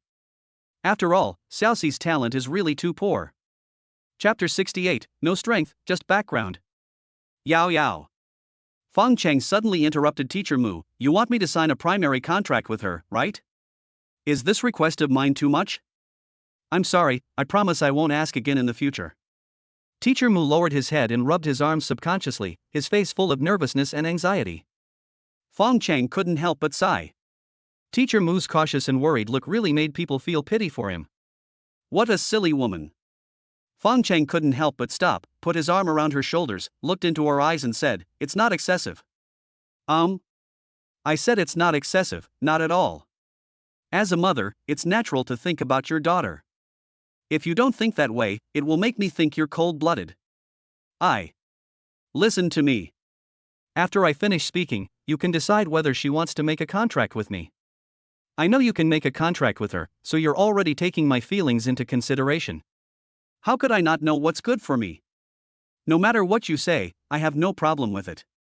Really? Fong Cheng smiled softly. You also know how outrageous the contract between us is, right? You must be wondering how such a contract appeared when there's clearly no such contract in the textbooks, right? Teacher Mu looked confused. She was indeed curious, but what did this have to do with Xiaoxi's contract? Fang Cheng continued, "Because this is the passive skill I gained after awakening my X-level talent." Passive skill? That's right. If you want me to make a contract with Xiaoxi, there will be a certain chance of triggering this contract. So, what are the chances? I don't know about that either. After all, you are my first beast girl. Apart from you, I haven't made a contract with anyone else. Teacher Mu was in a dilemma. It was not because the supreme contract was too binding on Xiaoxi, but because of Xiaoxi and her own identities. Let's go. Fong Cheng took Teacher Mu's hand and pretended nothing had happened. Teacher Mu suddenly grabbed Fong Cheng and said, "Wait a moment. What's wrong? After the contract, the taming value between beast girls can be shared, right?" Fong Cheng nodded. "Usually, we can share 50%. My contract is a bit stronger, but I don't know how much I can share specifically. It doesn't matter, as long as we can share it. I want to take a gamble." "Are you sure you want to take a gamble?" "Yeah, sure. But even if you win the bet, you only share 50%. It's okay, I'll try my best. Have you asked Xiaoxi if she's willing to gamble? And if she's willing to be my beast girl?" Adults are used to making decisions for children, but Xiaoxi is no longer a child now. Fong Cheng smiled slightly. "Let's wait until we ask her." A protective shield that blocks surveillance radars rose in the wilderness, and Shinta Jun was forming an alliance with someone inside.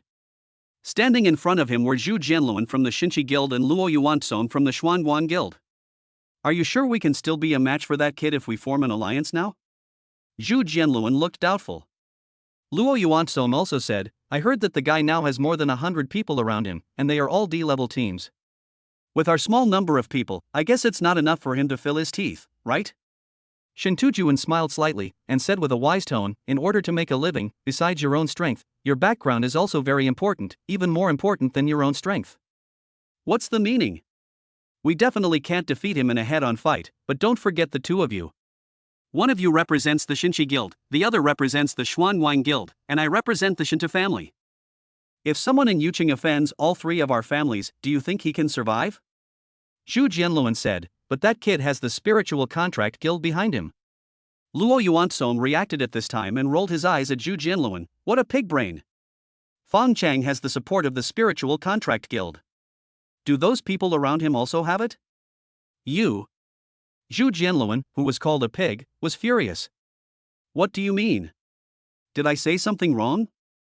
As long as the three of us stand there, the troops that kid has worked so hard to recruit will flee at the first sign of trouble. At the very least, they will just stand aside and not get involved. Alan Shu finally realized at this time that our three-person alliance could not compete with that guy in terms of strength, but in terms of background, that bastard was not even worthy of carrying his shoes. Mr. Shin, how did you come up with this? This is exactly that bastard's Achilles' heel. Shinta Jun sneered, it doesn't matter how I came up with this idea. What matters is that you two have no objections now, right? No problem, of course no problem. When do we start? I think the sooner we act, the better. The sooner we kill that bastard, the better off we'll be. Shinta Jun glanced at the two of them with disdain. I also want to kill that guy as soon as possible, but before killing him, don't we have to find him first? Luo Yunsong said, this is easy. Young Master Shin, you also said that in Yuqing, who dares not give face to our three families? Besides, that kid's points are rising rapidly, and he will soon enter the top 100. Firstly, we can offer a reward and mobilize everyone to help us find that guy. Secondly, once he makes it into the top 100, he'll be eligible for the live broadcast. Then we can just look for him according to the live broadcast location. Why worry about not being able to find him? What's that bastard's current rank? Luo Yuanzong and Zhu Jianluan subconsciously opened the bracelet and looked at it. Oh my god, he's already ranked 110th. If I remember correctly, that guy jumped 30 places in an hour. Shen Tujuan continued, please check again. Has any team's ranking suddenly dropped significantly in the past hour? The two checked the rankings again and shook their heads, no. So, that kid should be hunting now, and it's at least a D-level monster, and there's a boss among these monsters. How do you know? Nonsense, no team's ranking has suddenly dropped during this period, which means no team has been snatched away by him. Then the only creatures that could provide him with so many points at once are those of level D or above, and there are quite a few of them. After saying this, Shinta Jun opened the holographic map in his bracelet and said as he checked the map, there are many places where strange beasts gather, but there are only a few with bosses above level D. Then he pointed to several points on the map that had been marked long ago and said, if nothing unexpected happens, the boy should be at one of these locations. What if something unexpected happens? Shinta Jun glared at Alan Shu unhappily, so we'll go to this area first, and when he gets into the top 100, we'll immediately know where he is. On the other side, Fong Cheng, after a series of hunting battles, finally ranked 99th. This made everyone around him jealous. If their previous points had not been snatched away by Fong Cheng, they would have been ranked in the top 50 by now, and their points would have been far ahead of their opponents. How could it be like this now, just barely ranking in the top 300? But they forgot that when they were snatched away by Fong Cheng, they were ranked outside the top 2000. Without Fong Cheng to organize them, based on their personal abilities, they would be lucky to be ranked in the top 1000 now. Some have even been eliminated. Fong Cheng noticed the changes in everyone's mentality one by one. It seemed that it was time to break up with them. Chapter 69, What I Want is Your Ingratitude. What? Disband. I don't agree to disband. It's a joke. Do you think everyone has your ability to accurately locate the stronghold of alien beasts? If we kill them one by one ourselves, the points we get will help us improve our ranking, and it would be good if we don't drop down. I don't agree with disbanding either. The competition is about to end, and you suddenly tell us to disband. What do you mean? You think you're relying on your good luck and want to go it alone? No way. Fong Cheng looked at everyone indifferently, with the corners of his mouth slightly raised, revealing a barely perceptible sarcasm. When I was working with you, you complained that I earned too many points. After I left you, you found out that you were useless. Anyway, no matter what choice you make, you will feel that you are at a loss. Okay, I was wrong just now. I'm not disbanding, I'm quitting. You guys can continue on your own. You want to quit? Wish you could. Brother Xiaofeng, if you feel that you have too many points, you can adjust it down. Why quit? It's impossible for us to let you work alone. We haven't settled the score with you for stealing our points. Now that you have earned enough points and entered the top 100, you are going to kick all of us out. There is no such an easy thing in the world.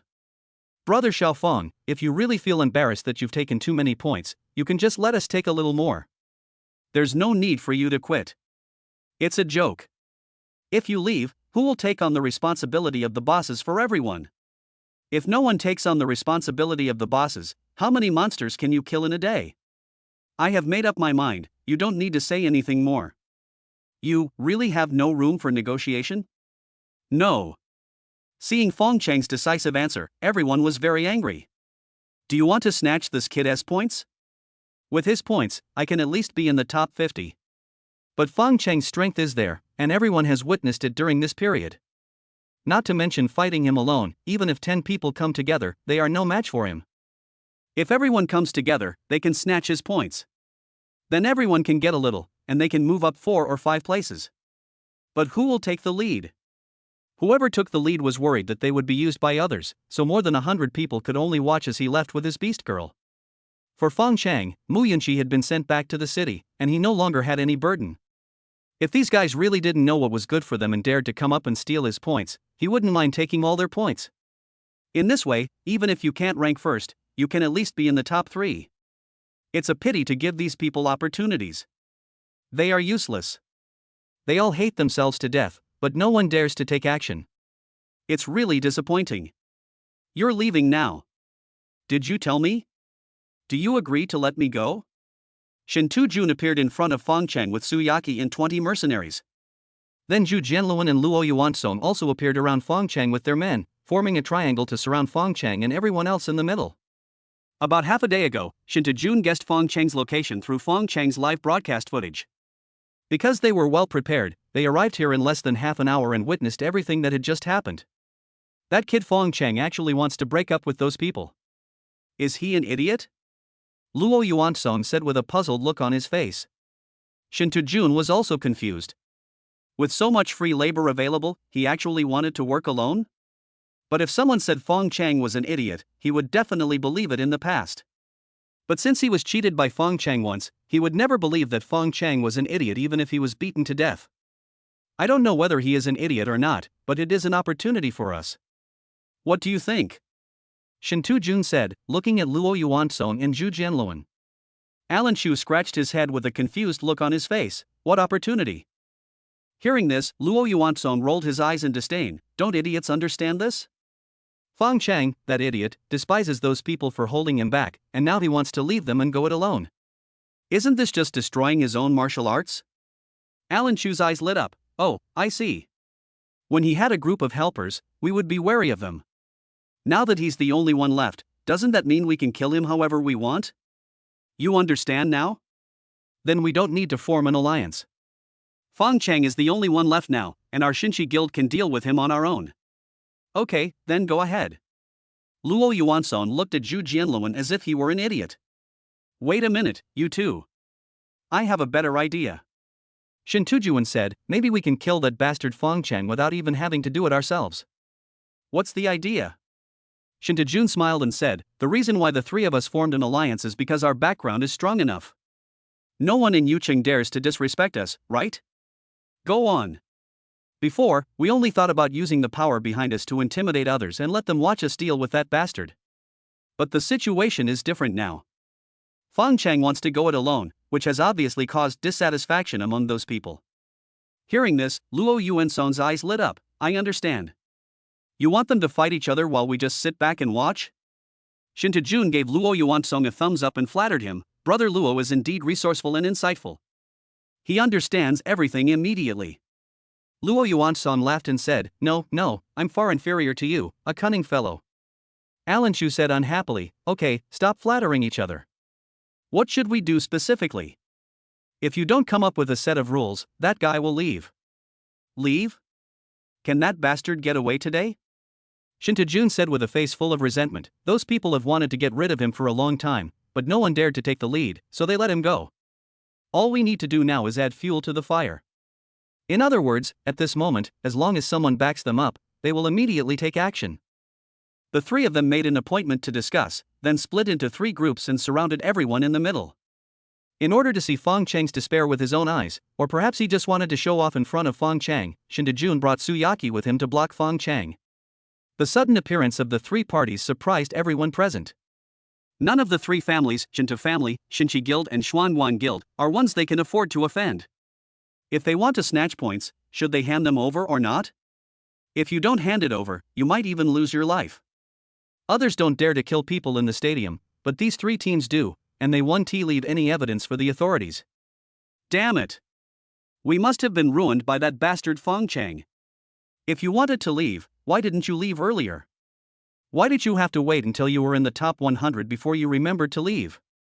By making it into the top 100, one is said to be eligible for live broadcast, but in fact it is a disguised way of leaking one's whereabouts. The points we have must have made these guys jealous. They couldn't find us normally, but now that bastard Fong Cheng has sold us all out. Fuck, I really want to eat his flesh and peel his skin off.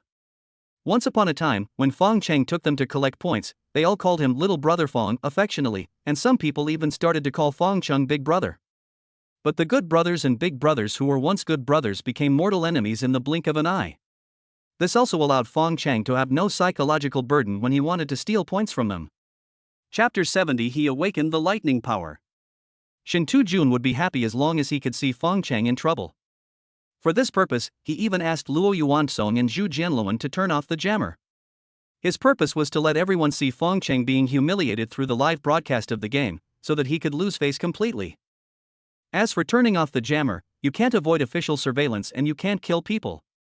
Shinta had his own plan, which was actually very simple, which was to humiliate him first and then kill him without delay. If he could only humiliate him secretly, he would not be able to vent the anger in his heart. To put it bluntly, even if he killed Fong Cheng directly, it would be difficult to eliminate the hatred in his heart. When he stopped Fong Cheng, the next thing he had to do was to dispel the doubts of Fong Cheng's former teammates. After all, after the Shinta family, the Yunxi guild and the Xuanguan guild formed an alliance, they became the overlords of this arena. While instigating them to fight Fong Cheng, some people would inevitably think that they were the mantis stalking the cicada, while they were the oriole behind them.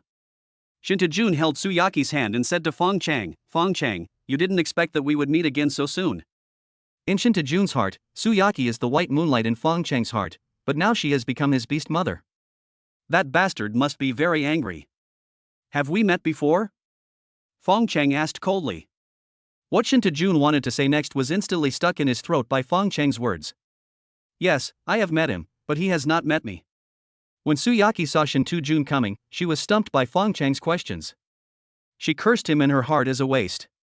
It was bad enough that he was not as strong as others, but now he was even talking nonsense and was stumped by questions when he opened his mouth.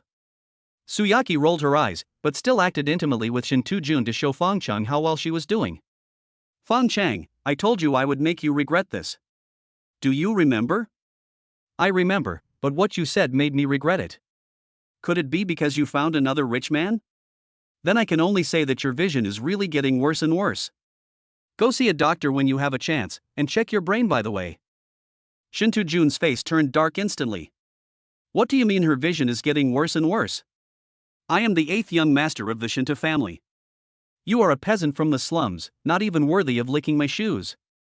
Su Yaqi was stunned for a moment. She was also very angry with Fong Cheng, but not because of Fong Cheng's words, but because of Fong Cheng's reaction.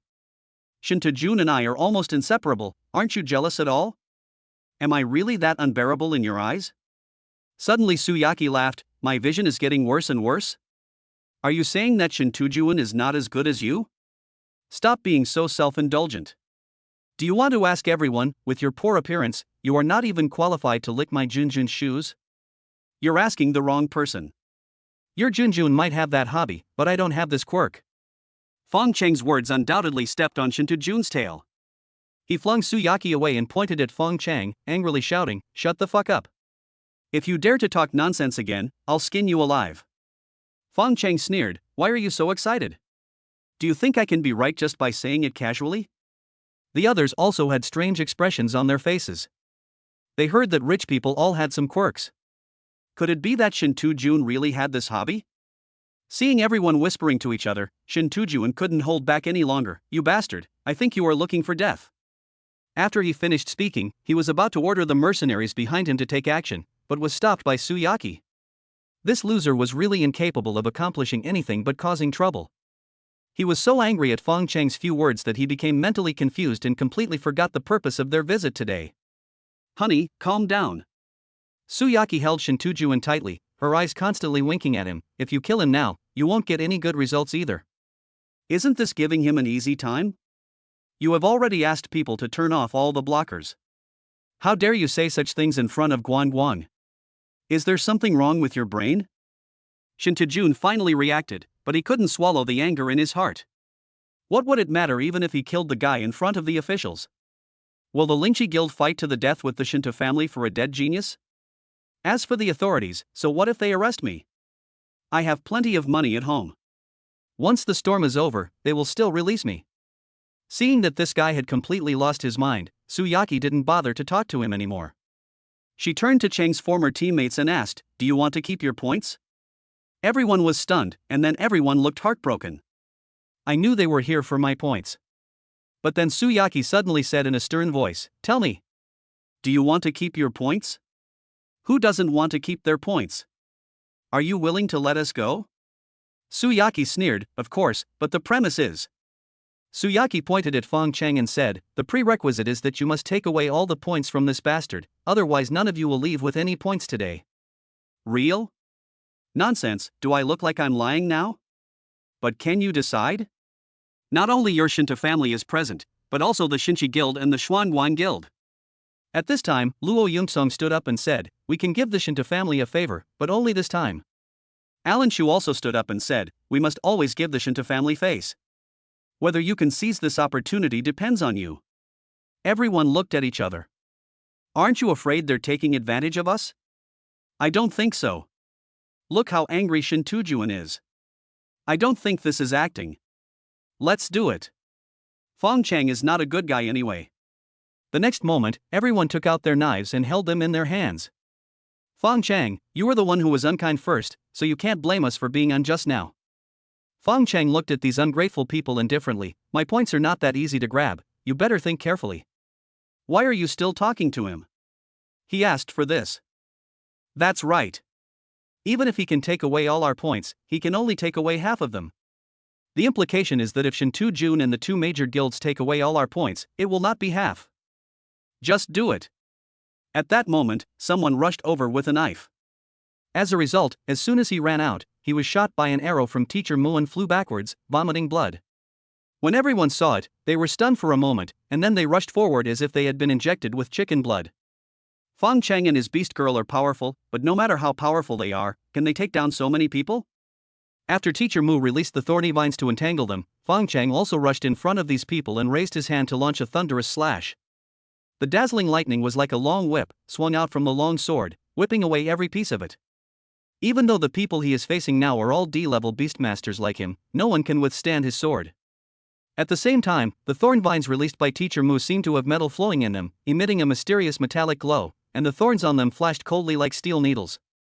Once bound by it, the armor below D will be instantly broken, and it will shrink every 2 seconds, just like pulling out a knife and stabbing it again.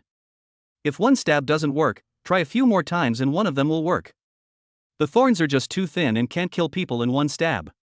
It takes about 20 to 30 seconds to make these people lose their combat effectiveness. He actually awakened the lightning ability? Su Yaqi couldn't believe her eyes when she saw Fong Cheng's thunder slash. Tang Li and Wu Zhong, who were watching the live broadcast, were equally incredulous. Chapter 71. Is this still a human being? When did that kid awaken his lightning ability? Honey, why didn't you tell me? Tang Li was speechless after being asked by Wu Zhong. You ask me, who should I ask? Suddenly she remembered the last time Lan Xiao told her that the boy had chosen 2 lightning-themed martial arts. So it seems that the boy really didn't lie. He really awakened the lightning ability with just a B-level crystal. Isn't this boy's luck too good to be true? If I say that the boy used the B-rank crystal we gave him to awaken his lightning ability, would you believe me? B-grade crystals can awaken superpowers? Do you believe what my wife said? I didn't believe it before, but now I do. Wu Zhong was speechless after hearing what she said. Of course, the lightning that burst out from the thunder slash that the kid just performed was the awakening of his lightning ability, wasn't it? That kid's luck is so good that I'm speechless. Old Wu, have you noticed that the thorn vines released by that kid's beast mother are a bit unusual? Wu Zhong took a closer look and nodded. It's a little unusual. It looks like it has already reached level 2. Normally, with her talent, she would have to upgrade this skill to at least level 5 to be able to break through the D-level suit so easily. It seems that boy has quite a few secrets. Wu Zhong laughed and said, it's normal to have secrets. Who doesn't have secrets? You, just put away your curiosity and don't pry. Do you think I'm the kind of person who doesn't know what's good for him? Wu Zhong smiled softly and pointed at the holographic screen in front of him. If you want to talk about strange things, Fong Cheng himself is the biggest strange one. Have you noticed that he has no defense at all and is always on the attack? Isn't this what all crazy demonic sword techniques are like? The crazy demon sword technique does use offense instead of defense, but I'm not a fool. Especially in a situation like this, where one man is taking on a whole group of people, how can you not defend yourself? Look at that kid, how many times has he been stabbed? Yet, even now, he's acting like nothing happened, completely unaffected. Tang Li carefully watched the live broadcast and suddenly asked worriedly, will he be okay if he continues like this? Wu Zhong shook his head, no, that kid's recovery ability is beyond ordinary people, and his defense is also pretty good. Those people can't inflict fatal damage on him at all. But this must be painful, right? Pain? You were still crying out in pain when you were fighting like crazy? But what if he accidentally kills someone? Wu Zhong said disdainfully, so many people bullied him, and they were all on the same level as him. Even if he killed someone, it was self-defense. In the city lord's mansion, Zhou Jianyang had just returned from the toilet when he heard Yu Jianming yelling at him, hurry up, old Zhou, if you don't come and watch, the show will be over soon. What good show has excited you so much? Zhou Jianyang walked over and took a look, and was stunned. In the live broadcast, people were lying all over the ground, and the murderer was still there, killing people indiscriminately with a knife. This is that kid Fong Cheng. That's right. I just realized today that this crazy demonic sword technique is a perfect match with Thunder Slash. If he were given another powerful sword, I think everyone present would be torn into pieces by him. And that kid's beast mother, squeak, squeak, squeak. The cooperation between the two is simply seamless. It doesn't seem like a newly debuted Beastmaster at all. Without more than 10 years of fighting side by side, you can't have such a combination between the two of them. No one's dead, right? Not yet, but a lot has been wasted. Zhou Jianyang groped for a chair and sat down, saying trembling with fear, in this situation, even if 1 or 2 people were killed, it should be considered self-defense, right? This is a live broadcast. I don't know how many people are watching. Whether it is the rules of the competition or the laws of Dragon Country, killing is prohibited. If Fong Cheng really killed someone during the live broadcast, it would definitely bring him some trouble. Yu Jianming touched his chin, looking embarrassed. Zhou Jianyang was furious. What's all this talk? So many people are bullying him, and if he doesn't fight back, is he just waiting to be torn apart? Besides, in this kind of chaos, can you guarantee that you won't accidentally kill someone? Hey old Zhou, don't get so excited. I didn't say you can't. But if you can avoid killing him, you should try not to. After all, there are so many people watching. I can't just pretend nothing happened and still commend him, right? In the cold field, whether it was Shinta Jun or Luo Yuansong, everyone was stunned. He can fight 1 against 100 people and still chop them all down within 10 minutes. Is he still a human being? It was not until this moment that Shinta Jun realized how big the gap was between him and Fong Cheng. At this moment, his body was shaking with fear. It's so scary. If you can avoid offending such a person, you must never offend him. But once you offend him, you must kill him at all costs, otherwise he will kill you sooner or later. However, Su Yaqi beside him was now completely stunned after being angry and shocked. Her eyes were now filled with Fong Cheng's figure. His fearless aura and courageous attitude made her heart beat faster. His lips unconsciously opened slightly, as if he had forgotten to breathe, and his whole body seemed to be frozen, staring blankly. Her cheeks gradually turned red, and her eyes flashed with obsession and admiration, an indescribable emotion.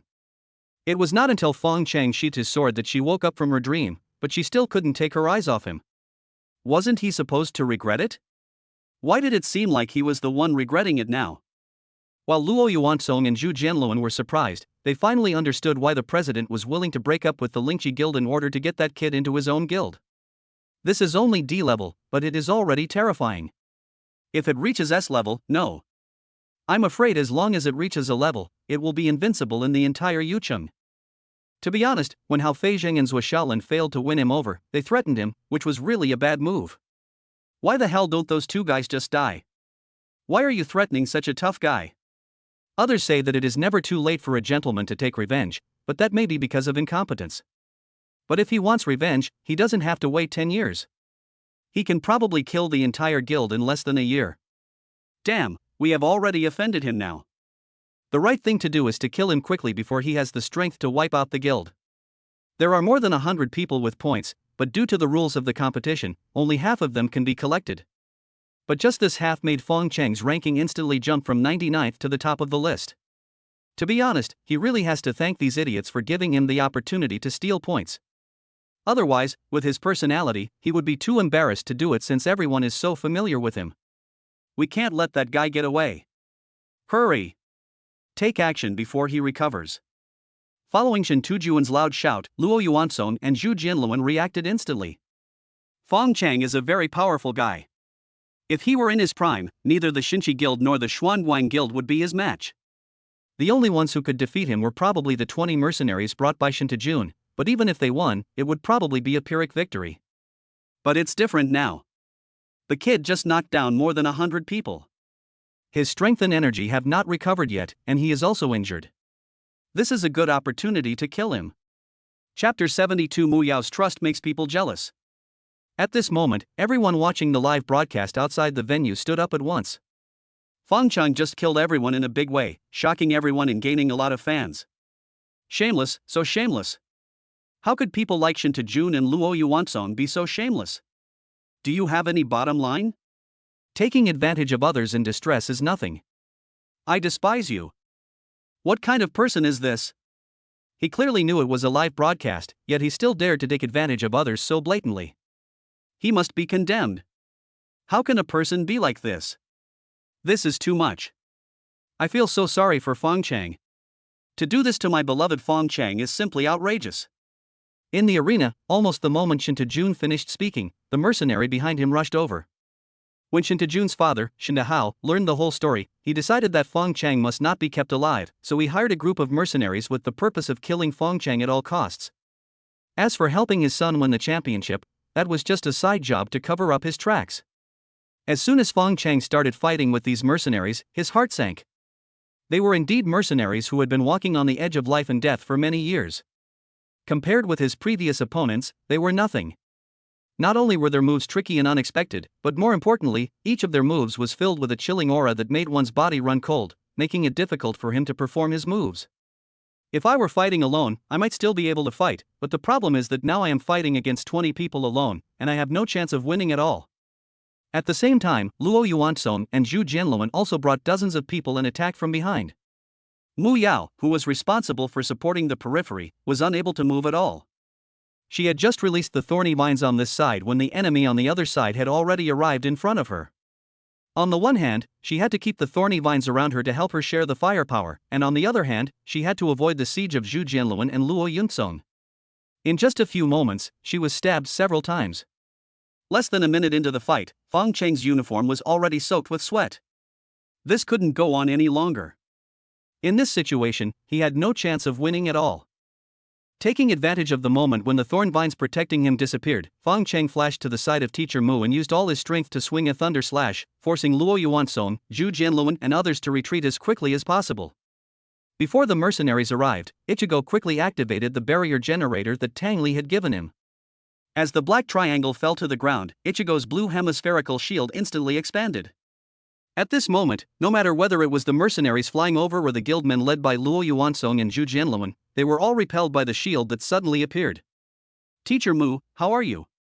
Mu Yao shook her head. It's okay, I can still handle it. At this time, Shinta Jun rushed out from behind and yelled at the mercenaries like a madman. What are you still standing there for? Kill them. The leading mercenary gave him a cold look, which immediately made the frantic Shin Tujuan shudder. Idiot, this is an A-level particle shield. Powers below a level can't break it at all. Then, what should we do? Are you just going to just watch? This shield can only last for an hour at most. 1 hour. Shinta Jun's heart suddenly twitched, and he looked at Fong Cheng in the shield. What if this kid withdrew from the competition? Fong Cheng, you're a coward, hiding in your own asshole shell. I'm right here, come and chop me up if you dare, do you? After saying this, he felt a little pale and powerless, unable to muster any hatred. In order to prevent Fong Cheng from catching a cold at this time, he pulled Su Yaqi into his arms again. Holding Su Yaqi in his arms, he smiled at Fong Cheng and said, Fong Cheng, your beloved woman is in my arms now. How do you feel? What are you doing? Let me go. Su Yaqi struggled angrily. She was very confused now. Seeing Fong Cheng in such a desperate situation, she didn't know why she suddenly felt an indescribable heartache. Shut up, you are my woman, you have to do whatever I tell you to do. After saying that, he slapped Su Yaqi hard in front of Fong Cheng. What about Fong Cheng? Do you really want to kill me now? Fong Cheng smiled indifferently, idiot. After saying that, there was a flash of lightning and he disappeared from the spot. Shinta Jun was shocked and thought that Fong Cheng was out to get him. He was so scared that he quickly hid behind the mercenary. However, he searched for a long time but could not find Fong Cheng. Then, that kid ran away? Shinta Jun was immediately furious, and then suddenly turned around to look at Mu Yao in the shield. Is this the man you've fallen for? You're running away alone when the time comes. You're simply blind to follow a man like this. Teacher Mu remained unmoved and said, I believe in Xiao Fong. Whatever he does, he has his reasons. He ran away and left you here alone. What else can he do? Terminate your contract with him and follow me. I promise I won't do such a beastly thing. Teacher Mu is Mu Yunxi's mother. Shinta Jun has liked Mu Yunxi for so many years, how could he not know it? It is said that first love is unforgettable, and the first love that is not obtained is even more difficult to accept. Shinta Jun is in this state now. If he cannot get Mu Yunxi in this life, he will never be willing to die. As long as there is an opportunity, or as long as he feels that the opportunity has come, he will instinctively try every possible means to get the white moonlight he has been thinking about. For example, now, if we get her mother first, then we can definitely get twice the result with half the effort. Teacher Mu turned sideways, her movements graceful and slow, but anyone could see that she didn't want to have any more entanglements with that idiot. Facing Fong Cheng's departure, she showed no impatience or irritability, but just waited quietly. Her gentle temperament made people feel pity for her. Chase him, that guy shouldn't have run far. The mercenary beside Shinta Jun reminded. Shinta Jun said angrily, Chase? How? Which direction? To put it bluntly, he just couldn't bear to part with Mu Yao and missed the chance to get Mu Yunxi. The hatred between him and Fong Cheng was because Fong Cheng was close to Mu Yunxi, and ultimately it was because he liked Mu Yunxi. So between getting Mu Yunxi and killing Fong Cheng, he would definitely choose the former. However, at this moment, several circles of light suddenly appeared under Mu Yao's feet and spread out like ripples under her feet. Then, a green blow shot up from the circle into the sky, carrying Mu Yao and disappearing from everyone's sight. What's going on? Shinta Jun was stunned for a moment. The mercenary beside him looked at him like an idiot, summoning, after the intermediate contract, the Beast Master can remotely summon the Beast Girl, don't you know? What are you waiting for? Hurry and chase after him. Chase? What are you chasing? Which direction are you chasing? Do you know where he is? With Fong Cheng's current strength, he can use the lightning escape technique to escape 15 kilometers at a time. But there is a side effect, which is that your whole body will feel weak after using it. Relying on his strong recovery ability, Fong Cheng performed 2 consecutive lightning escapes before finally falling to the ground. As soon as his energy recovered a little, he immediately used the summoning technique to summon Teacher Mu out. Fong Cheng, what's wrong with you? Don't scare me. Looking at Fong Zai's pale face, Teacher Mu's heart couldn't help but wrench. Fong Cheng shook his head, climbed up with the help of Teacher Mu, and then climbed onto her back. I'm fine, let's go back to the city. Chapter 73, Dragon Country Special Instructor Gongyu. When Fong Cheng left, Luo Yuansong and Zhu Jinluan were dumbfounded. If I fail to kill Fong Cheng this time, it is very likely that I will be the one to die next time. Shinta Jun was not afraid. They had just seen that Fong Cheng was powerful, but he had just graduated from school and was no match for those mercenaries. But what should I do now? Luo Yuansong and Zhu Jianluan looked at each other with tacit understanding, and saw fear in each other's eyes. What should we do with Master Shinta now? I don't care if you guys die. Shinta Jun was very angry now. Not only did he let Fong Cheng get away, he also failed to find Mu Yao. Seeing that Luo Yuansong had been frustrated, Zhu Jianluan stood up and said, Shinta Jun, what are you talking about? We are allies. How can you be considered an ally if you do this? I'm your ally, get out. Shinta Jun glared at the two of them fiercely, his face as ferocious as a twisted mask, emitting a chilling murderous aura. The 20 mercenaries behind him are Shinta Jun's courage. If they can't kill that bastard Fong Cheng, how can they not kill these two losers in front of him? Shinta Jun was so angry that he wanted to kill someone. If these two bastards dared to say another word to him, he would jump up and kill them immediately. Zhu Jianluan and Luo Yuansong were brave men who would not suffer a loss in front of them. After being humiliated, they left in disgrace with their men. When he left, he did not forget to take a look at the barrier generator on the ground. It was a good thing, but now it has fallen into the hands of that idiot Shinta Jun. Shinta Jun lay on the shield, looking at the barrier generator on the ground, wondering what he was thinking. Master Shinta, what should we do next? Should we continue hunting, or continue to pursue Fong Cheng? Shinta Jun punched the shield, turned around and said, return to the city. Back to the city? That kid has a beast girl by his side, her name is Yunxi. She wasn't with him just now, so she must be in the city.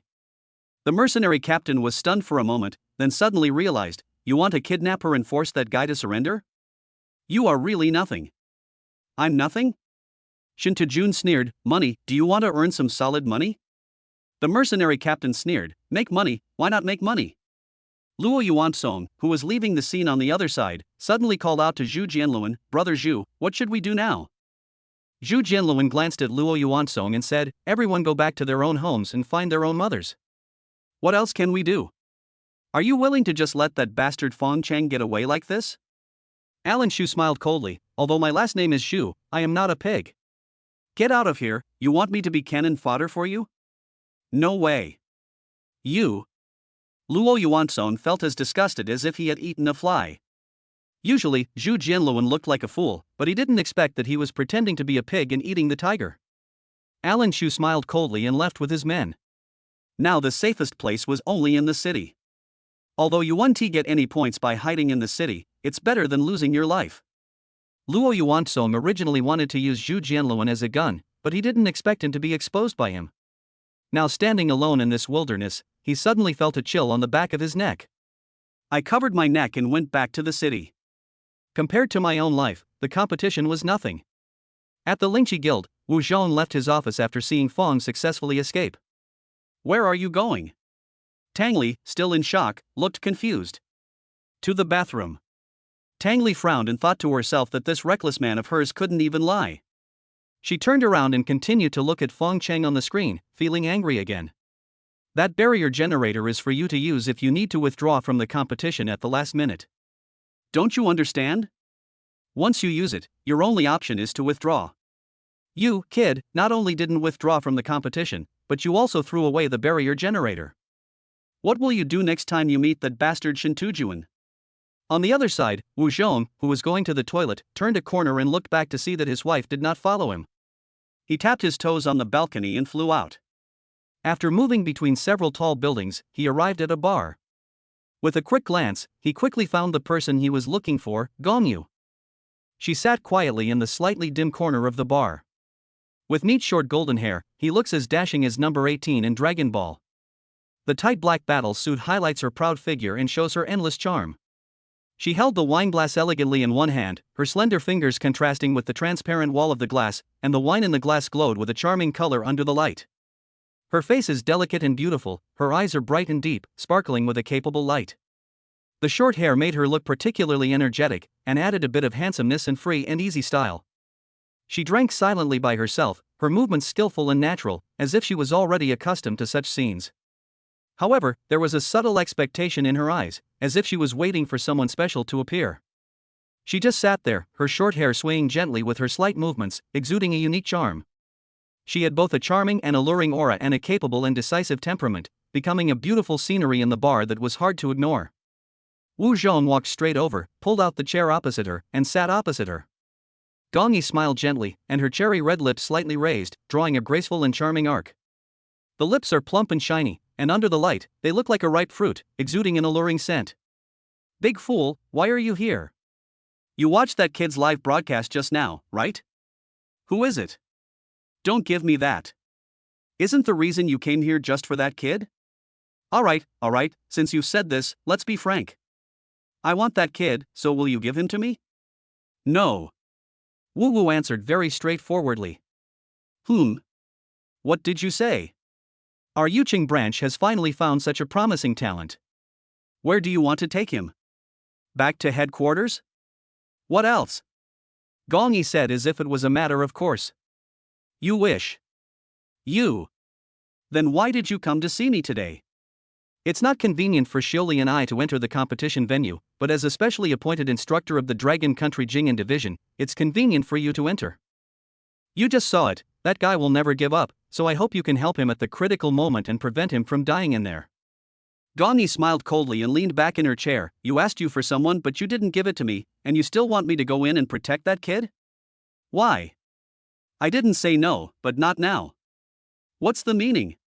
Shaoli and I have staked everything on that kid. If you take him away now, what do you want Shaoli and I to do? Okay, how long will that take? 2 years at most. With that kid's ability, he can change the current situation of the Yuqing Guild in 2 years at most. Gong Yu nodded and extended her hand, saying, deal. Oh, and let's write this down in writing, clearly in black and white, so you don't have to regret it later. Gong Yi reference picture, too charming to be released.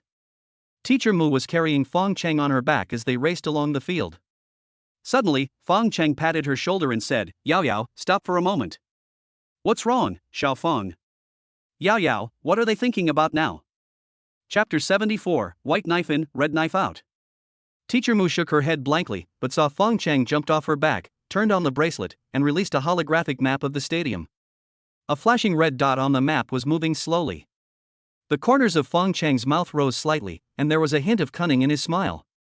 Teacher Mu looked curious. Xiao Feng, what is that? The barrier generator I left behind. Why is it moving?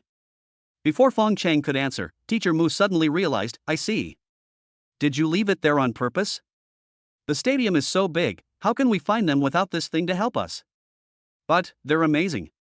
Don't worry, I will only take action if there is a chance.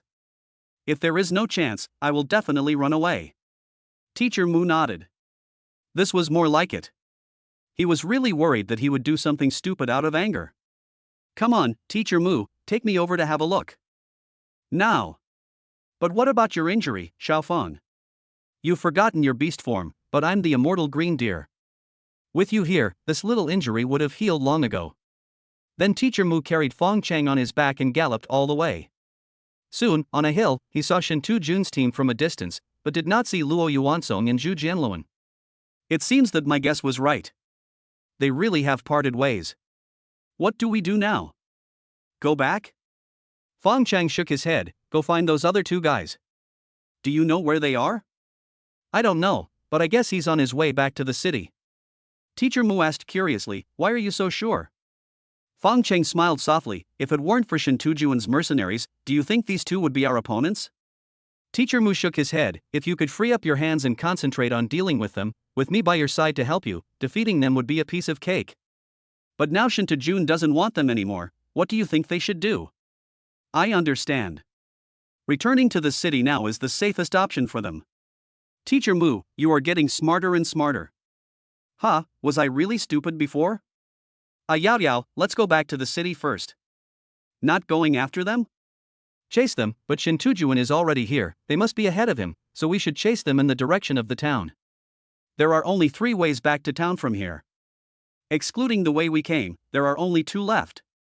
Although we have to choose one of the 2, as long as we are fast, we can definitely catch them before they return to the city. No, Xiao Feng, how do you know that the people from the Xinchi Guild and the Xuanguang Guild are ahead of Shinta Jun? That's easy. When I summoned you, there were still at least 50 minutes until the shield disappeared. Now the barrier generator is in Shinta Jun's hands, which means he left at least 50 minutes later than those 2 guys, otherwise he wouldn't have been able to get the barrier generator. The two rushed back again, and just as Fong Cheng expected, they caught Zhu Jianluan on the road. What Fong Cheng didn't expect was that only Alan Chu and these two guys actually broke up. Now, when enemies meet, they are extremely jealous of each other and there is no need to talk nonsense.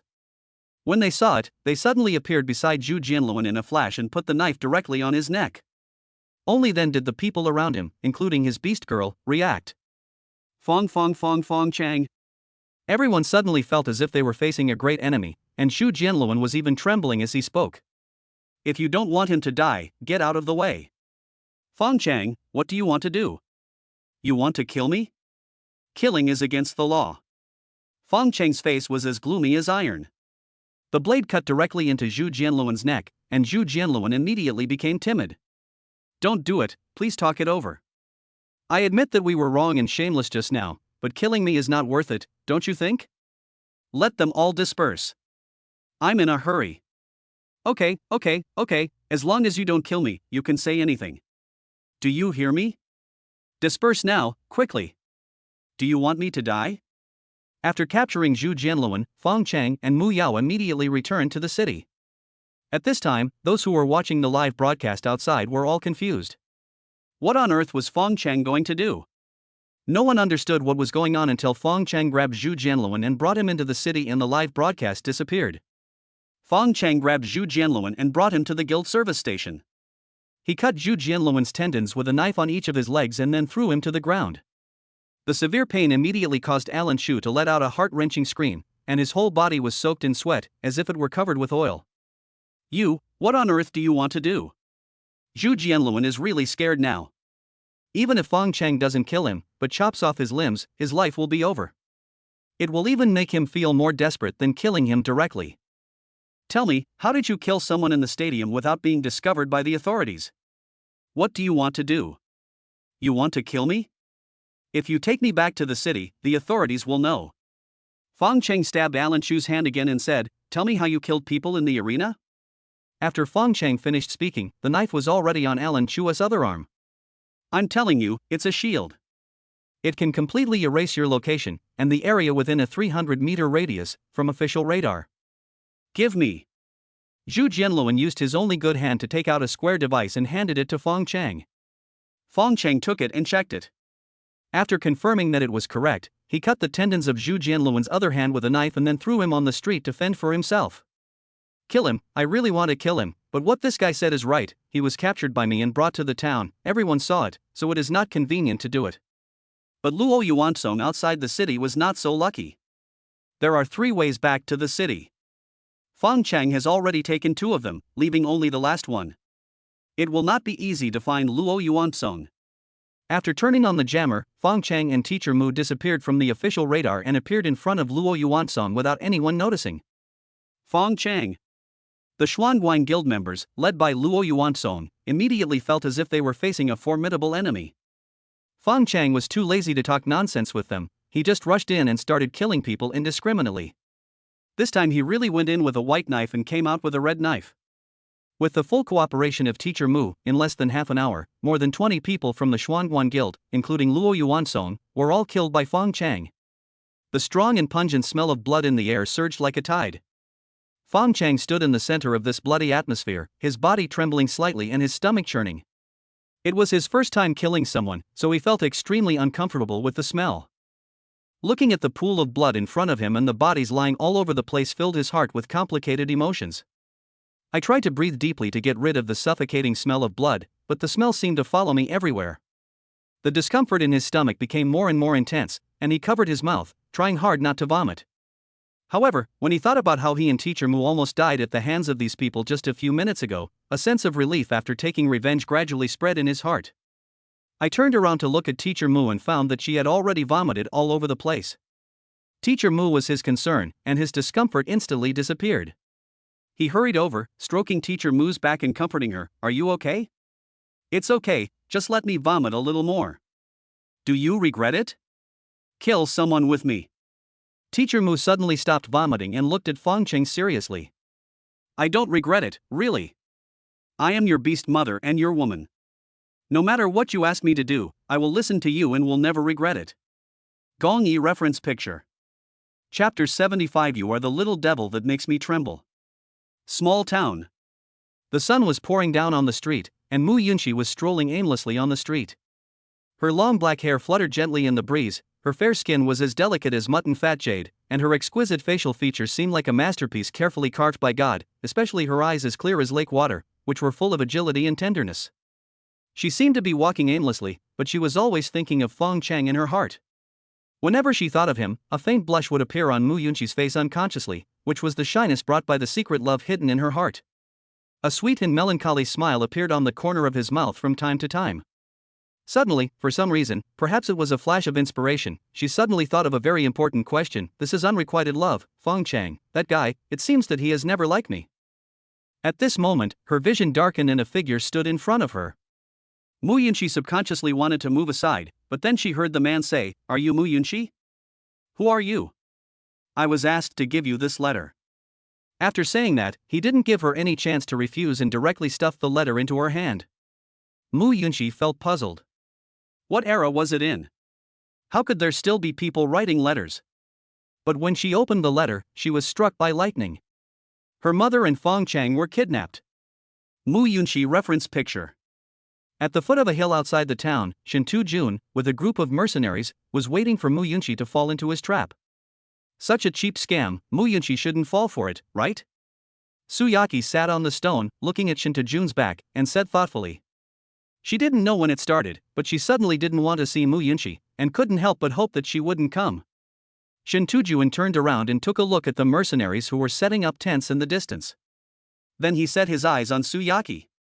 The way the latter reached out to touch her ankle made him feel itchy. "Are you tired from walking?"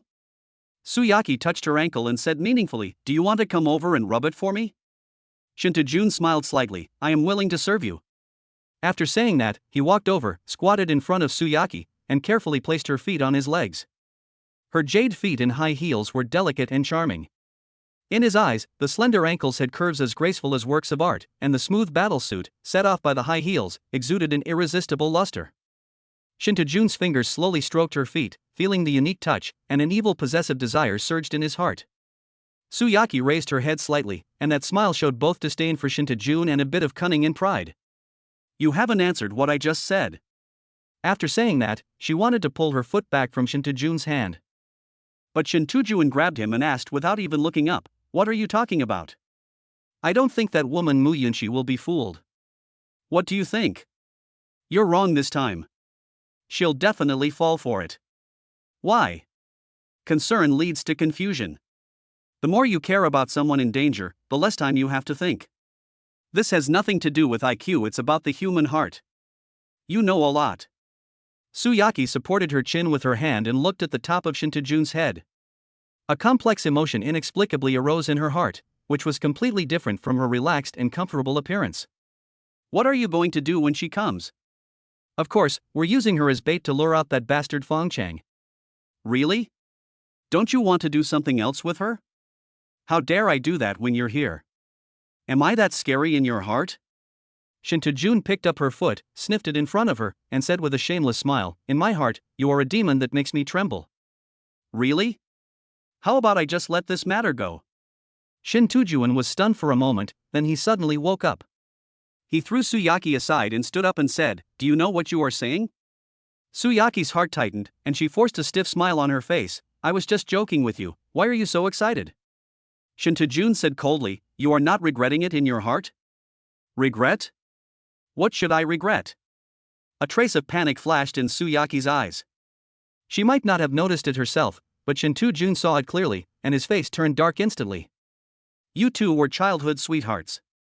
You looked down on him before because you thought he was incompetent and would never make it in his life, right?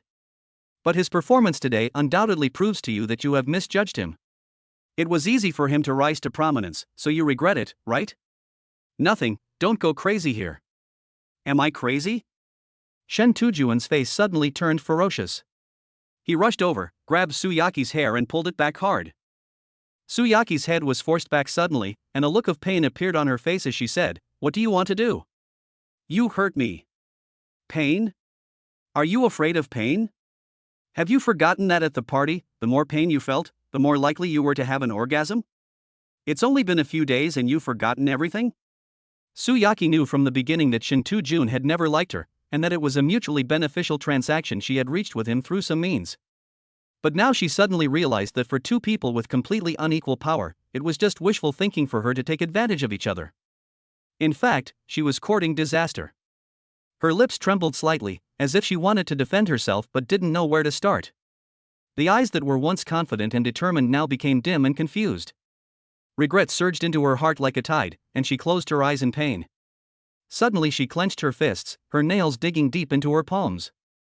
Thinking of the dirty slums, the ubiquitous musty smell made her feel sick, and she was unwilling to give up. I just want to make myself live a better life, what's wrong with me? Suddenly she opened her eyes, and although her originally confident gaze was a little dim, it still sparkled with a gleam of unwillingness to admit defeat. Then she looked at Shinta Jun and smiled evilly. What are you laughing at? Shinta Jun was stunned. Believe it or not, I will whip you to death later. Shinta Jun's heart twitched and he subconsciously let her go.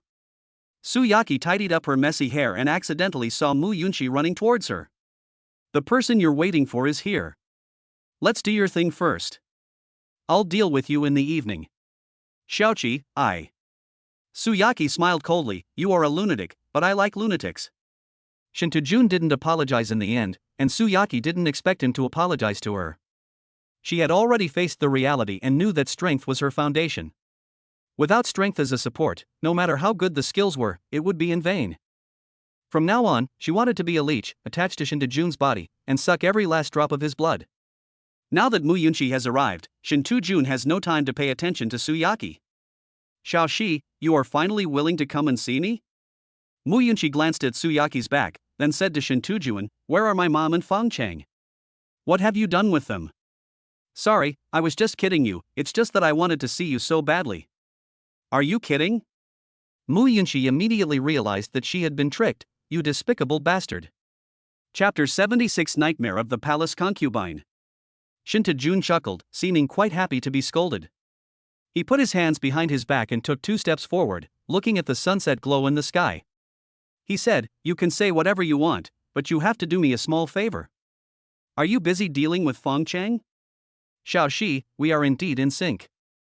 You guessed it before I even said it. Shinta Jun said with a cunning and shameless smile. Don't even think about it. Yunxi squeezed out these words from between her teeth, her voice cold and resolute. There's no way I can help you deal with Fong Cheng. Are you in love with him? Shinta Jun stared at Yunxi closely, hoping to find some flaws on her face. He didn't believe this was true. This is my business, it has nothing to do with you. After saying that, Yunxi subconsciously turned around, looking like she didn't want to pay attention to you. Seeing her like this, Shinta Jun suddenly became furious. Are you really in love with him? After saying that, he rushed over, grabbed Yunxi's arm and pulled her over. Yes, I do like him. What's wrong? I like him, I love him. You want me to help you deal with him? I advise you to give up this idea. How can you like him, you bastard? How am I inferior to that loser? Do you like him but not me? You are inferior in every way. You are not even worthy of carrying his shoes. Yunxi raised her hand and broke free from Shinta Jun's hand. However, Shinta Jun could see at this moment that his beloved Bai Yue Guang had really fallen in love with Fong Cheng. Seeing Yunxi break free, the feeling of reaching for nothing made him subconsciously raise his hand and slap Yunxi. After the slap, he regretted it and quickly stepped forward and said, I'm sorry, Xiaoxi, I didn't mean it. Yunxi touched her face, which felt burning with pain. Holding back the tears in her eyes, she took advantage of the moment when Shinta Jun came over, raised her leg and kicked him accurately and fiercely at the point of the word tie. Shinta Jun felt pain in his vitals and subconsciously protected his lower body. Yunxi took the opportunity to turn around and run. Shinta Jun was completely crazy now. He rushed over, grabbed her hair and pulled her back hard. Yunxi screamed miserably as Shinta Jun grabbed her arms and said with a ferocious look on his face, Why? Why do you like that bastard? I'm no match for him, you bitch. Yunxi used the same trick again and kicked Shinta Jun in the vitals. Taking advantage of the moment when he was protecting his lower body, she turned into a gust of wind cat and jumped out. She now has only one belief, which is to escape, even if it means death. She will not become a burden to Fong Cheng. Just when Shinta Jun seemed unable to catch up, a mercenary suddenly appeared behind her, grabbed the back of her neck, and exerted force, causing her to faint. Then he casually threw her in front of Shinta Jun and said with disdain, "Young master, stop playing games with your beast mother in the future. You have become a weakling and can't even catch a woman." After Fong Cheng comforted Teacher Mu, he stood up and began to destroy the body. At the same time, he collected all the competition plates of these people. Teacher Mu, who was helping him dispose of the body, saw this and couldn't help but remind him, "We can't take these points, Xiao Fong." Fong Cheng smiled lightly, "I know, but if I spread it out, there will definitely be a lot of people fighting over it." Are you trying to put the blame on someone else? You could say that, but the main purpose is to give the authorities an excuse, or a way for them to step down. After all, these people are not ordinary people. The Jing'an division must give an explanation to the Xinshi Guild, otherwise they will keep holding on to this matter. Teacher Mu nodded, not quite understanding. "Okay, Yao Yao, it's time for us to go home." When I returned to the Lingqi Guild's service station with Teacher Mu, it was already dark. "Little sister he? Mu Yunxi?" Fong Cheng called out twice, but heard no response. He couldn't help but ask Teacher Mu in confusion, "Where's the person? It's so late, are you still out there?" Teacher Mu smiled slightly, "Okay, are you hungry? What do you want to eat? I'll make it for you." Just then Yun ran back from outside. When she saw Fong Cheng and Teacher Mu, she was frightened as if she had seen a ghost. "Sister He, are we that scary? You are back? What happened to Missy?" Yun's abnormal behavior gave Fong Cheng a bad feeling. Xiao, she was kidnapped." Fong Cheng and Teacher Mu were shocked and asked quickly, "Who took him away? When did it happen?" Then he quickly comforted Teacher Mu, saying, "Don't panic, it's okay. I'll take care of everything." Yes, don't panic. Someone has already gone to look for her." Yun said quickly. "Who went to look for it?" "Gongyu, the specially appointed instructor of the Jing'an division, rest assured, she's one of our own." It was a coincidence that Gongyu saw the flustered Yun as soon as she appeared in the town this afternoon. I learned from her that Mu Yunxi was missing. Because Yun had agreed with Mu Yunxi to make Rujiamo at noon, Mu Yunxi went to the street to buy meat and she made the steamed bun at home. But he had already made the steamed buns, but Mu Yunxi had not come back yet. He called her but she didn't answer, so he had to go out and look for her. After all, the town was not big. I searched everywhere but couldn't find it, and I couldn't help but wonder if something had happened. Just then she met Gong Yi, who had just arrived in the town. When Gong Yi heard this, she was still suspicious. Something must have happened. When Mu Yunxi got into trouble at this time, there was no need to guess, as everyone knew it was Shintu's doing. He opened the bracelet and quickly locked onto Mu Yunxi's location based on her competition ID, then rushed to the foot of the hill without stopping. "Shinta Jun, what are you doing?" Shinta Jun held the unconscious Mu Yunxi in his arms, with an obsessed and weird look on his face, as if he was holding a rare treasure with great care. His eyes were filled with greed and madness as he stared straight at Mu Yunxi's face, as if he wanted to deeply imprint every aspect of her features in his mind. Then the corners of his mouth rose slightly, but before he started to make a move, he was frightened by Gong Yu's angry shout and almost became impotent. "Instructor Gong, why are you here?" Anyone who has participated in the contract training knows Instructor Gong. When everyone first saw her, they were all captivated by her beauty and secretly admired her, thinking that she was the most beautiful scenery on the training ground. However, once training began, everything changed. She is extremely strict in her training. Her serious expression is chilling. Her sharp eyes seem to be able to penetrate people's souls and make people feel creepy. Anyone who wanted to take advantage of her, whether they were students or instructors, would often be woken up in the middle of the night after being interviewed by her alone. I don't know what kind of terrible psychological shadow she left in these people's hearts. In a word, she is like a rose blooming on the edge of a cliff, making people want to get closer to admire her, but also afraid of the hidden danger. Gong Yi took 2 steps at a time and walked up to him, then picked up the unconscious Mu Yunxi. "What did you want to do just now?" "I didn't want to do anything. When I saw her, she fell to the ground. I just helped her up when you came." "Are you sure?" Gong Yu's eyes narrowed, Shintu Jun's heart twitched, and his legs began to retreat uncontrollably, because he was also one of those people who were often frightened awake in the middle of the night. At this moment, the mercenaries in the camp noticed the movement here and ran over quickly. As soon as he came over, the mercenary captain was dumbfounded. "Instructor Gong? Do you know me? Don't you remember when you were leading the students from the Jing'an division to a field training camp and ran into a few of us?" You almost beat us to death? I can't remember. Never mind. It's not important. I want to take this person away now. Do you have any objections? No problem, Instructor Gong, do you want our help? Get lost. Gong Yi reference picture. Chapter 77. The best man has always been by my side. As soon as Gong Yi left, all the mercenaries looked at Shinta Jun. Shinta Jun was startled. Why are you looking at me? How did you get her here? It would have been fine if this matter had not been mentioned. As soon as it was mentioned, Shinta Jun became furious. He had finally caught the opportunity to have sex with Yunxi, but in the end, he almost became impotent because of the fear he caused the woman. I recruit her? I recruit that crazy. Before Shinta Jun could finish his words, he was interrupted by the mercenary. Shut up, Shinta Jun, if you want to die, don't implicate me. Another person said, now that she's here, I'm afraid we can't kill this guy. Shinta Jun was immediately displeased when he heard this. What do you mean? You guys have already received the money. We did receive money, but the contract said we would help you win the championship, not kill you. Nonsense, who would dare to write something like murder in Longwei in black and white in a contract? At this time, another mercenary said, our mercenary group's reputation is at stake. There are only less than 2 days left until the end of the competition.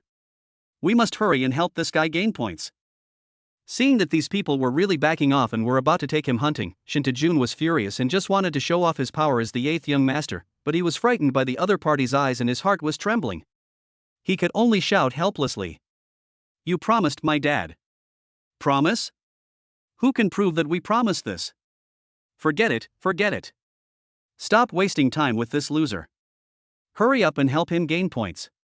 The guy Fong Cheng is in first place now. His score is much higher than this loser's. We have to hurry. Su Yaqi, who was hiding in the tent, saw everything that had just happened. With just a look and a word from Gong Yu, these murderous mercenaries became like frightened rats. Her eyes lit up, as if she had found her life goal. She is a woman, and I am a woman too. Why can't I be like her? Fong Cheng also thought of Shinta Jun at the first moment.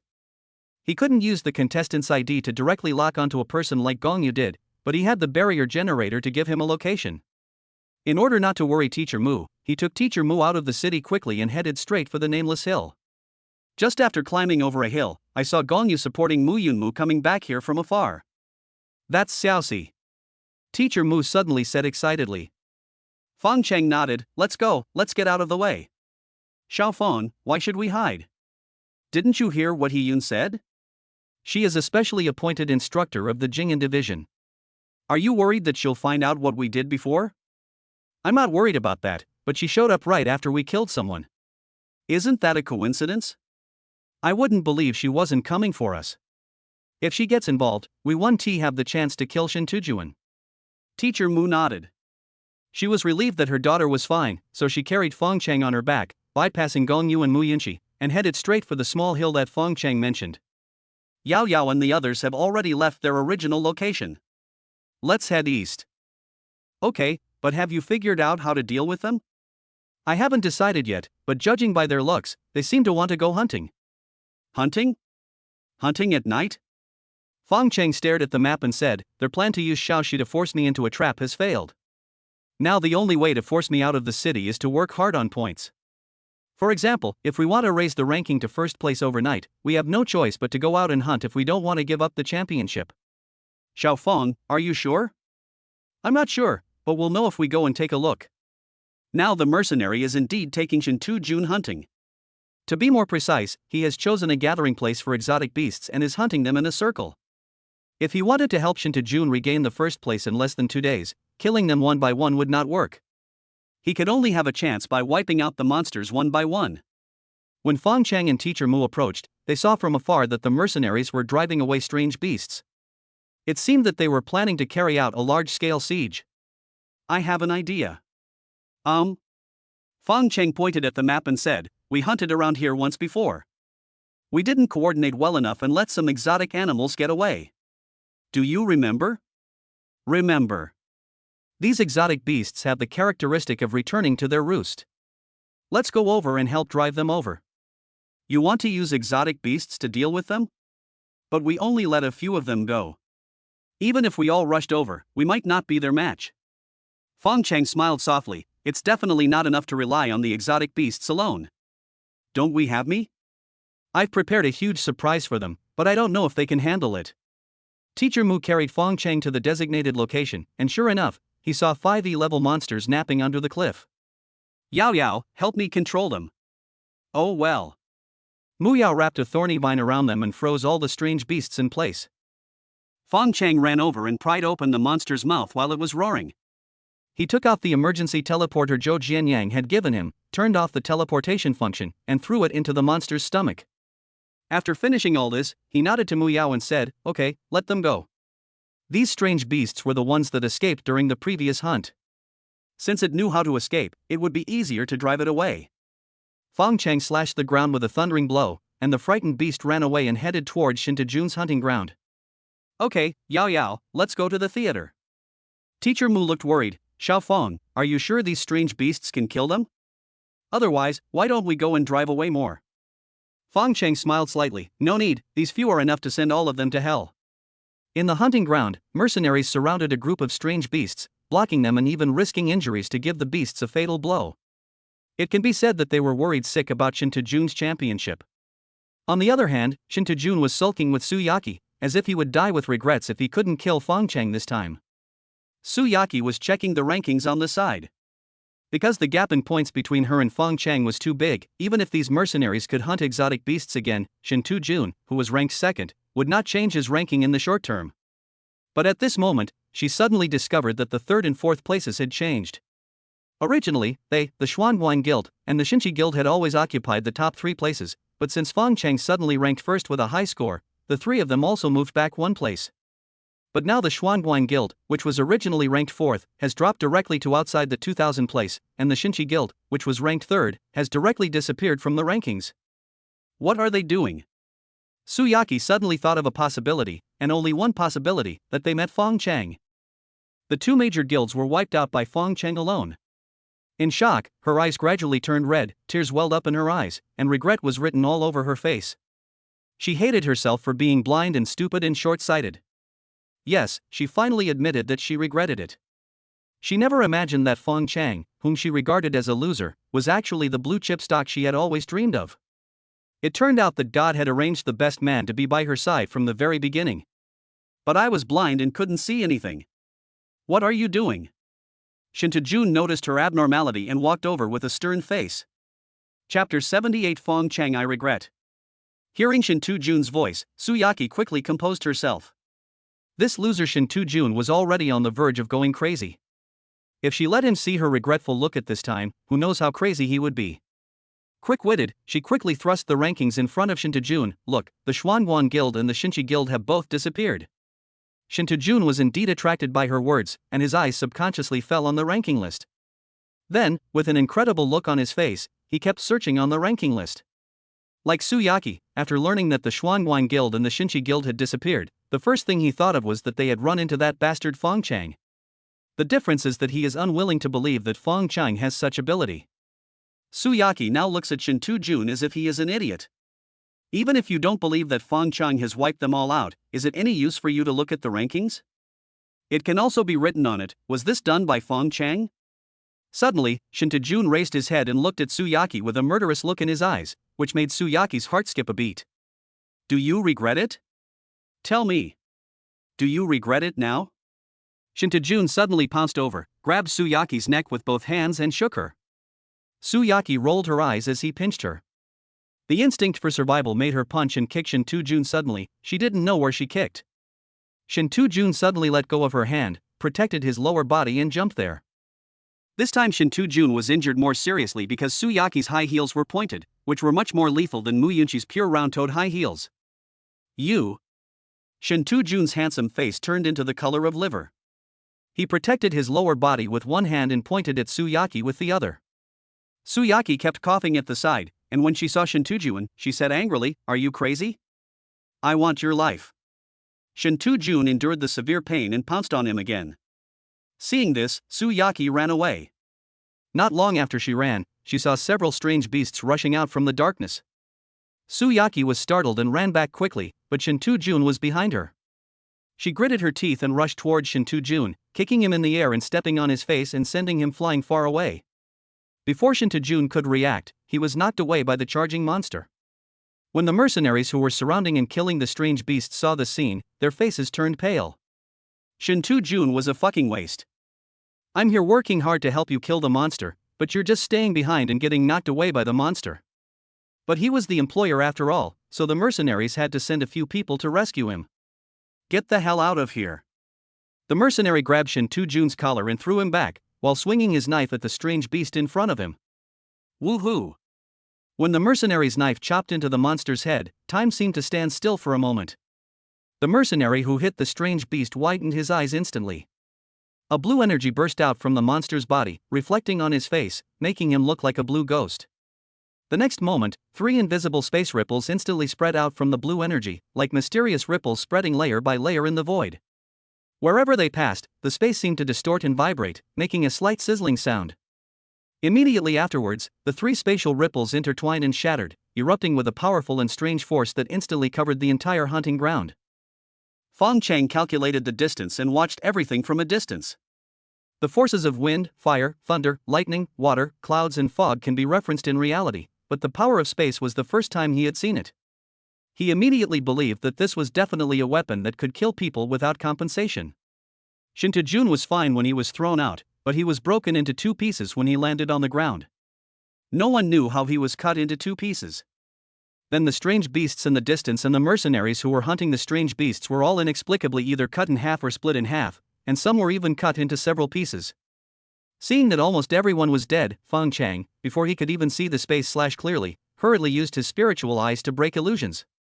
The scene before him suddenly changed, and a black whirlwind appeared in the wilderness. The black ones are cracks, and nothing is broken wherever they pass. At the same time, they collide and cut each other, turning into smaller spatial cracks, which become thinner and smaller until they disappear. The spiritual eye that can see the blade of space, so this trip was not in vain. Among the supernatural powers in this world is the ability of space. Although I have never seen it before, I know what it is today. If I encounter it in the future, I will have experience. After seeing all the space blades disappear, Fong Cheng was about to go down to see the results of the battle, but was stopped by Teacher Mu. Wait a minute, Xiao Fong, it must be very dangerous to go down now. It's okay, all the space blades have disappeared. Let's go. Fong Cheng dragged Teacher Mu to the hunting ground and they split up to see if all the people were dead. Fong Cheng walked straight towards Shinta. He was already half dead, but he was still breathing. When he saw Fong Cheng, he suddenly became much more energetic. A flash of astonishment first flashed across his eyes, followed by endless anger and resentment. His eyes were as big as a bull's, staring at Fong Cheng intently, his teeth chattering, and he roared with his last bit of strength, You dare to plot against me? Bah, you have a stupid brain, isn't this obvious? Why are you asking? No one knew where this guy suddenly got the strength from, but he desperately crawled towards Fong Cheng. Fong Cheng slowly backed away, watching his internal organs spread all over the floor. Finally, when he was about to touch Fong Cheng's toes, he suddenly turned his head and took a look. The butt next to him seemed to be his own. Then he turned back suddenly and was stunned on the spot. Don't look at it, you just pooped it yourself. Save me, please save me, I don't want to die yet. Fong Cheng squatted down and looked at him, smiling coldly. Okay. Really? Shinta suspected that he had heard it wrongly. Fong Cheng took out the Xuanyuan Guild's badge and handed it to Shinta. Put these in the space in your bracelet, and I will save you. Are you so kind? Then you can just wait to die here. Wait a moment. Shinta quickly activated his bracelet and collected all the number plates in Fong Cheng's hand into his own bracelet, then looked at Fong Cheng expectantly. Fong Cheng smiled slightly. I'm sorry, I just lied to you again. I just want to see how miserable you look before you die. Why are you so unconvinced? Get up and fight me. I want to kill. Before he could finish his words, he froze. This guy has such a strong vitality. Even when his stomach is empty, he can still talk so much nonsense. He is comparable to cockroaches. Just as Fong Cheng got up to leave, he suddenly heard someone calling him. Following the sound, I saw a person lying in the grass not far away. Who else could it be but Su Yaqi? Like Shinta, she was broken into 2 pieces. At this time, she crawled out from the messy grass, with blood all behind her. Her eyes fell straight on Fong Cheng, and she just stared at him infatuatedly, as if she wanted to carve Fong Cheng's appearance into the depths of her soul. His eyes were full of regret. His originally lively eyes were now dull and filled with tears. He didn't blink, and the tears kept flowing down his cheeks, leaving 2 clear marks on his dirty face. Her lips trembled slightly, and she uttered an almost inaudible sound, Fong Cheng I regret it. This made Fong Cheng, who originally wanted to go up and finish off the enemy, hesitate for a moment, then he turned around and left indifferently. Su Yaqi suddenly widened her eyes, and the regret in her eyes was instantly replaced by despair. She stretched out her hand, trying to grab the corner of Fong Cheng's departing clothes, but she only grabbed nothing. Don't go. Don't go. Her voice was filled with tears and broke in the air. Her body trembled violently, as if she had lost the strength to support herself, and she collapsed to the ground. Her heart was filled with pain and sorrow. She knew that this turn would mean a farewell forever and she would never have the chance to make up for her mistake. I destroyed everything with my own hands. I was so stupid. If there is an afterlife, I will never let go. Her tears flowed freely, dripping onto the ground, splashing up teardrops, as if it were her broken heart. She could only watch Fong Cheng's figure gradually go away until it disappeared, and she was imprisoned in this wilderness forever by endless regret and pain. Chapter 79, Plaster Country's Death List. When Fong Cheng and Teacher Mu returned to the town, the streets were still bustling, perhaps because it was still early. But if you listen carefully, you will find that everyone is discussing the same thing. The top 3 that were originally chosen by everyone are all out this time. Have you heard? Those people who were originally sure to be in the top 3 are all dead this time. Someone said in astonishment. That's right. Shinta Jun and Xuanguan Guild have 60 or 70 people in total. They just disappeared out of thin air. It's incredible. Another person continued, his voice full of disbelief.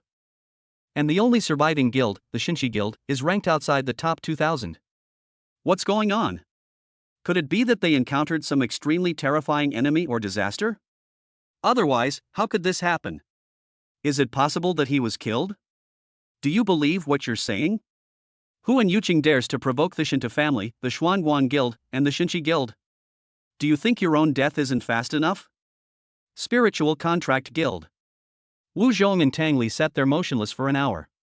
Suddenly Wu Zhong swallowed his saliva, and the two of them exchanged a glance as if they understood each other, then said in unison, "Do you think that kid did it?"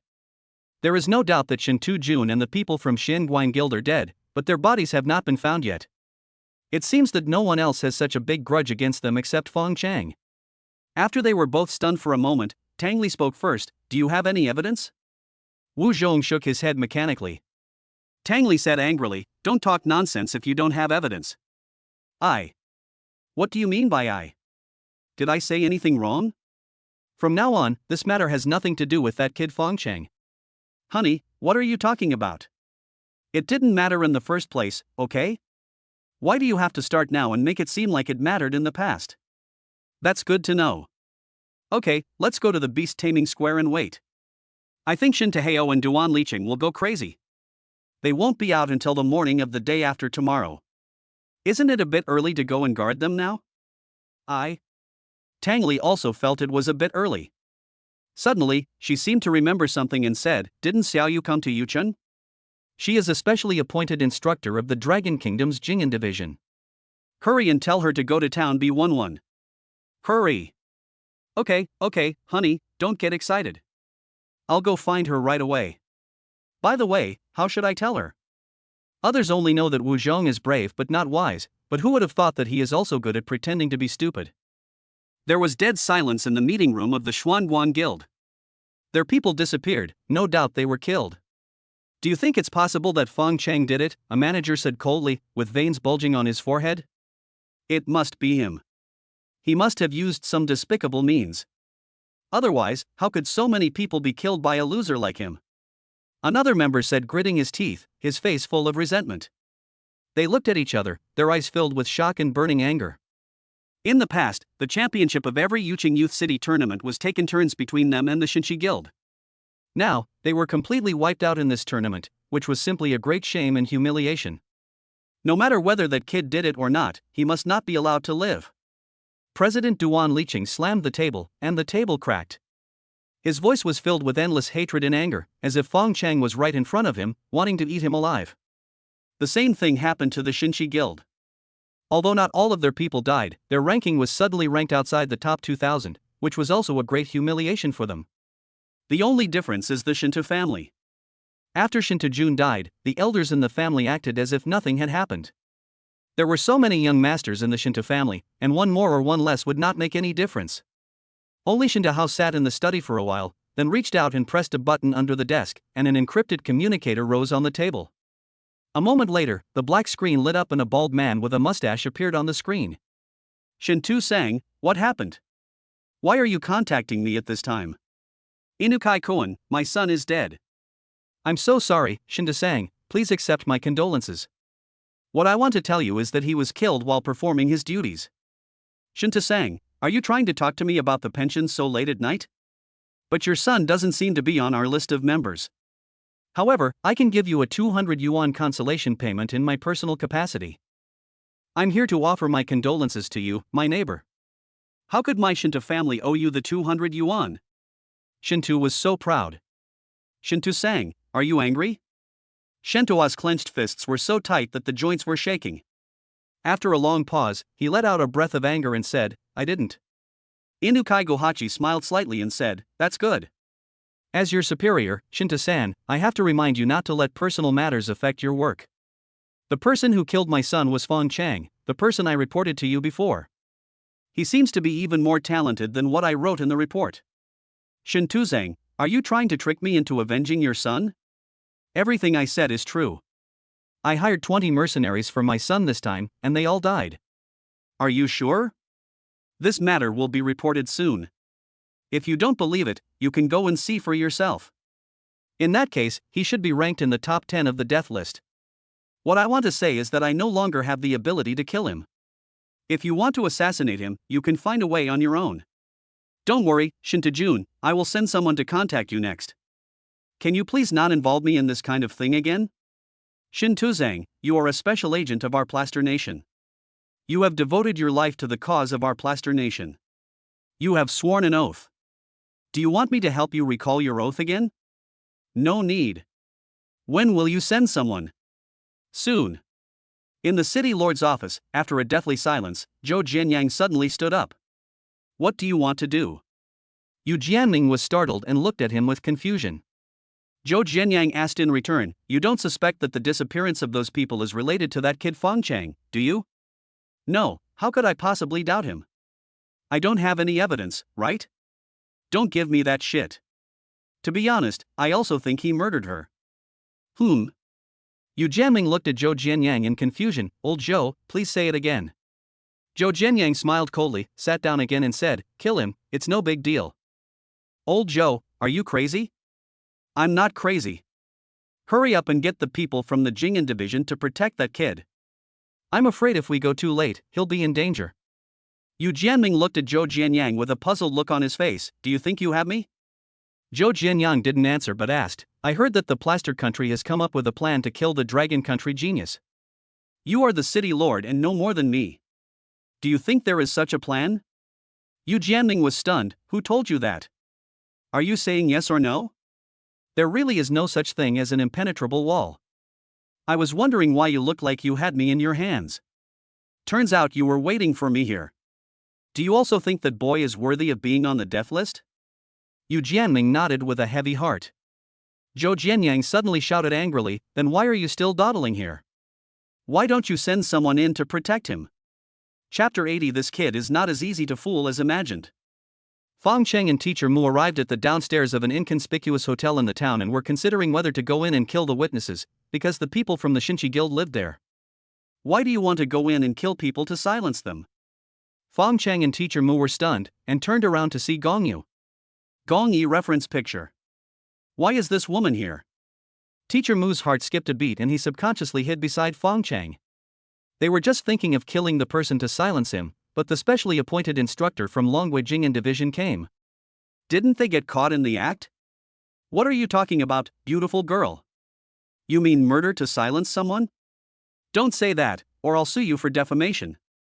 Teacher Mu was stunned for a moment before she realized, yes, she knew us, but we didn't know her. Gong Yi smiled coldly, and walked gracefully to Fong Cheng in her high heels, clacking with the sound of a click. She stared at Fong Cheng with a cold gaze. What did you just say? I can't say anything careless. Be careful or I'll sue you for defamation. Silencing someone is a serious crime in Dragon Country. Gong Yu raised her head and interrupted Fong Cheng. The previous sentence. The previous sentence? Fong Cheng thought for a moment and asked tentatively, Beauty? Gong Yu sneered. Just now you said that I accused you of murder and silenced you, which was slandering you. Now you're teasing me, but I didn't make a false accusation, did I? Calling you beautiful is teasing, but does that mean I have to call you miss? This miss. Shut up. Gong Yi frowned. She wanted to take advantage of Fong Cheng's young age and inexperience, and teach him a lesson first. But this boy was so slick and didn't fall for it at all. If you want to sue me for molesting you, go ahead. I don't have time to waste with you. After saying that, he winked at Teacher Mu and quickly left. Regardless of the fact that this woman is an instructor of the Jing'an division, she was able to bring Mu Yunxi back unharmed from the hands of 20 mercenaries by herself. Her strength is not something he can afford to provoke now. Stop, did I let you go? If you don't leave, do you still want me to stay with you overnight? You little brat, do you know who I am? I don't know, and I don't want to know. Do you know Lao Wu?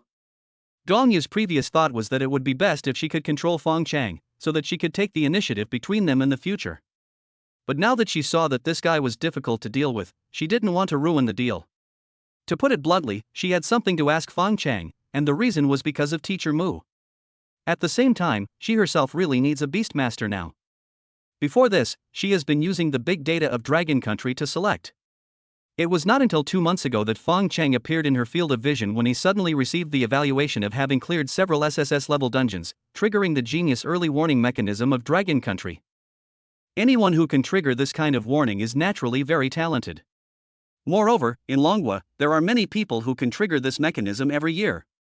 What really made Gong Yu interested in Fong Cheng and made her go to Yucheng for an on-site inspection was because of Teacher Mu. Through her observation of Mu Yao, she knew that both the power of Mu Yao's wood-type ability and the self-healing ability she gave back to Fong Cheng were far from being comparable to an A-level beast. She needed Mu Yao's healing ability because she failed to advance last time.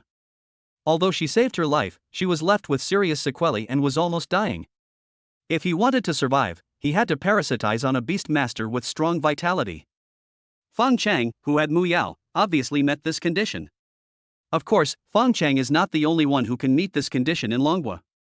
But after checking Mu Yao's information, she found that Mu Yao's original beast form was an F-level exotic beast, a flower-horned deer, and her evolutionary form was an E-level sickle deer. How did Fong Cheng see that she had a hidden evolutionary form, and that her hidden evolutionary form was far more powerful than that of an A-rank thorn deer? Fong Cheng's talent revealed is that of an SS-level beastmaster.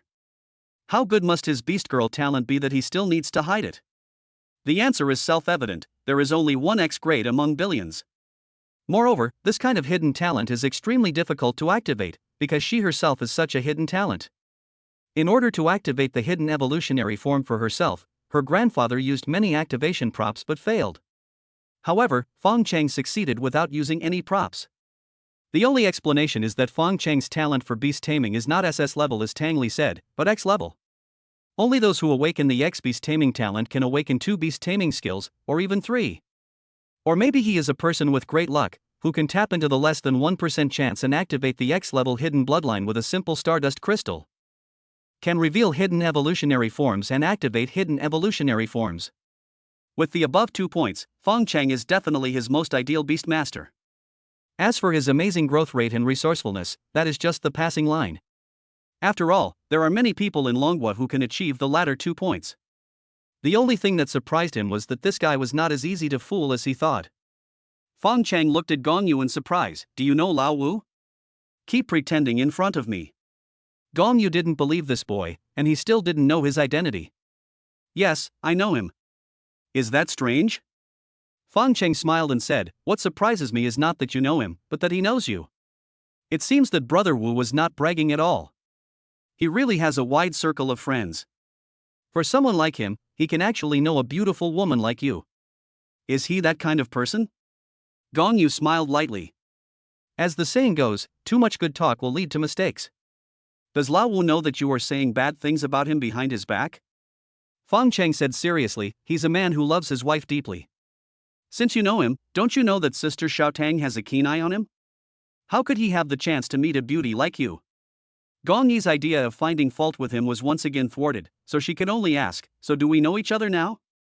No, I don't even know your name. Seeing Fong Cheng still pretending to be stupid, Gong Yu silently clenched her fists, then loosened them helplessly. My name is Gong Yu, what's yours? Keep pretending. You already know I know Lao Wu, but you still don't know who I am? You? Gong Yi almost couldn't hold it in. This kid actually turned the tables. Who the hell was pretending from the beginning? Okay, we know each other now. See you later. You're leaving now? Isn't that rude? Fong Cheng smiled and said, I can't help it. My intuition tells me that you are too dangerous. It's better for me to stay away from you. After saying that, he pulled Teacher Mu away. Gong Yu looked at his back and stamped her feet in anger. You want to run? I wonder where you can run to. After thinking about it, she followed him. Xiao Feng seems to be following us all the time. Don't worry about her, let's go our way. When they returned to the guild service station, Gong Yu also arrived. When Yun saw the three of them coming back, she hurried to greet them. Instructor Gong, Fong Cheng, and Sister Mu, you're back. Gong Yu glanced at Fong Cheng in a protesting manner and said, Boy, aren't you curious about my identity at all? Fong Cheng simply ignored her gaze and said, I'm not curious at all. Then Gong Yi quickly winked at Yun and told him who saved Mu Yunxi. Since I can't find any evidence against you, I'll do the next best thing and try to repay you with a favor. Nai He and Yun looked bewildered, which made Gong Yu extremely anxious, so she asked, Where's that girl Xiaoxi? Oh, Instructor Gong, you're talking about Xiaoxi. Yun finally reacted and said to Fong Cheng, By the way, Fong Cheng, not long after you and Sister Mu left, Instructor Gong rescued Xiaoxi. Did you know that? Chapter 81 Teacher Mu's Little Thoughts. I know. Instructor Gong told us on the way. Fong Cheng's words directly disrupted Gong Yu's plan to blackmail her into repaying a favor. Gong Yu was stunned. You are really lying with your eyes open. When did I tell you that? You must have done it on purpose. Now that you have said that, what else can I say? At this time, Mu Yunxi heard the noise and ran out. Seeing that Fong Cheng and her mother were safe and sound, she couldn't help but feel happy. Mom, Fong Cheng, you're back. Fong Cheng said hello to her and slipped away. Gong Yu, that woman, had wanted to find something to hold against him from the very beginning. No one knew why. But in order to avoid making mistakes by talking too much, it is better to slip away first. About an hour later, Teacher Mu came back. When he opened the door, he didn't see Fong Cheng. Just as he was wondering, he heard the sound of water in the bathroom. It turned out that someone was taking a shower. She gently pushed open the bathroom door, and the warm light sprinkled in the bathroom, filled with a faint mist. Seeing Fong Cheng taking a bath, a peaceful smile appeared on her face. I saw her gently roll up her sleeves and walk to the bathtub. At this time, Fong Cheng took off the towel covering his face and said with a smile, Why are you back so soon? Maybe it's because of the generation gap. I can't communicate with them. Mu Yao knelt beside the bathtub, put her hands in the water, and gently touched Fong Cheng's shoulders. The slender and long fingers are sometimes gentle and sometimes powerful, as if playing a soothing melody. Each stroke is filled with endless tenderness and care. Is this the right amount of force? Fong Cheng closed his eyes slightly, enjoying the gentle touch, and hummed with a look of satisfaction. Teacher Mu smiled slightly and continued to massage Fong Cheng, as if this was a very important and happy thing for her. After a moment, Fong Cheng finally couldn't help but ask, Do you have anything to say to me? Why do you ask? Fong Cheng smiled slightly, opened his eyes and looked at Mu Yao, and saw that her eyes were full of confusion. You forget that I'm your beast master. If I can't even tell that you're thinking about something, then I'm a terrible beastmaster. Hateful. Mu Yao gently pushed Fong Cheng, then said in a thoughtful tone, Actually, it shouldn't be a big deal. Is it about that Gong Yi? Or Xiaoxi? Let's talk about Gong Yu first. I feel like she came here specifically to see you. Did you really not know her before? Teacher Mu looked at Fong Cheng seriously, as if trying to tell whether he was lying from the subtle changes on his face. Fong Cheng laughed and said, Why do I smell a sour taste in your words? Mu Yao said shyly, How could that be? You're just talking nonsense. Fong Cheng chuckled, No, I've never seen her before. What else did you find out? I heard she doesn't have a beast master. What do you think of her talent? I think I know her purpose. Fong Cheng asked back, what do you think of her? I think she's a pretty good person. Although she seems a bit strong, as an instructor of the Dragon Kingdom's security division, she doesn't have any airs. I think she's someone who's easy to get along with. It's only our first meeting, and you're so sure. Aren't you afraid she's just pretending? With you here, I have nothing to fear. Besides, if she becomes your beast girl, regardless of her experience or background, it will only benefit you, not harm you. Fong Cheng chuckled, that makes sense. Okay, don't press it down, let's watch together. Oh, don't, there's one more thing. We'll talk about Xiaoxi later. Teacher Mu's reference picture. Because of the disappearance of athletes, and not just one or two, but dozens of people disappeared collectively, this year's city youth competition ended one day early. As the space gate opened, everyone returned to the Beast Taming Square in Yunxi.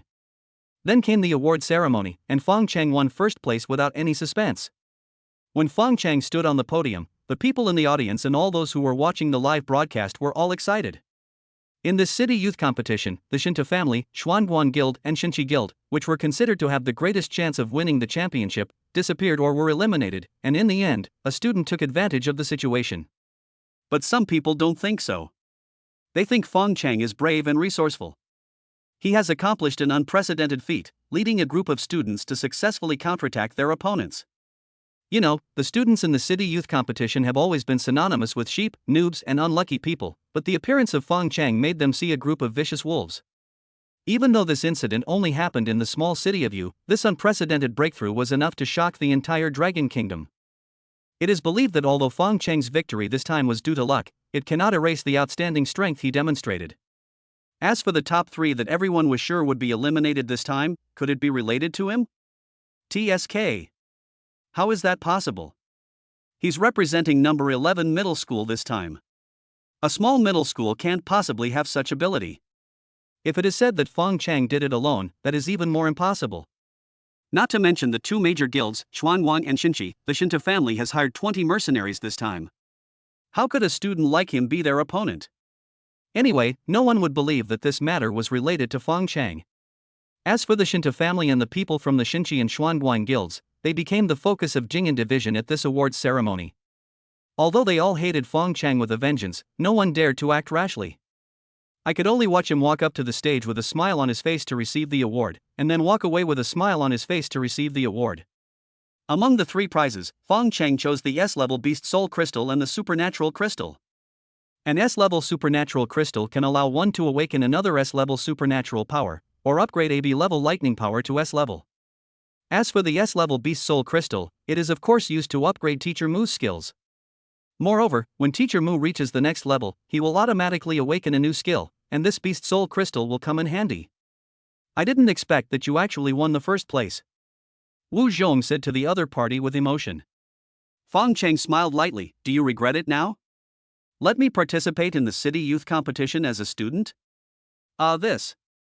Wu Zhong scratched his head awkwardly. To be honest, he felt a little regretful.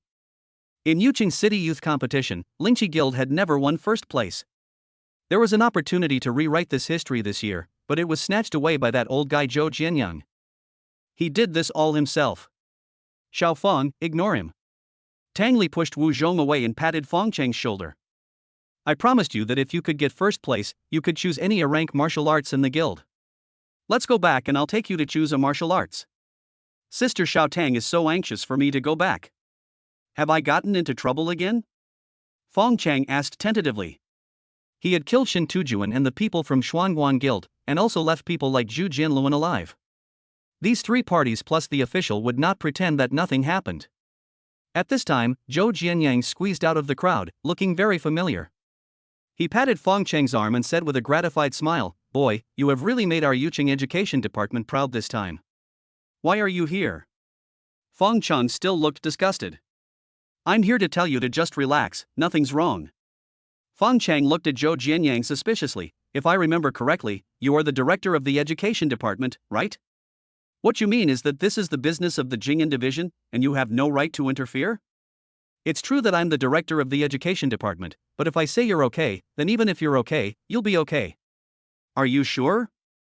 Confirmation and certainty. Finally, the official explanation given for this incident was that the contestants of Xuanguang Guild died at the hands of Shinta Jun because the number plates of all the contestants of Xuanguang Guild were found in his bracelet. Shen Tujuan died because he accidentally collided with a mutated space beast, and both sides died. As for the Xinchi Guild, the only one who knew the truth, it became unusually quiet this time. Moreover, both the Shinta family and the Xuanguang Guild became unusually quiet this time, as if they had accepted the result from the bottom of their hearts. But after Fong Cheng learned about this, he smelled something unusual. But that was all later.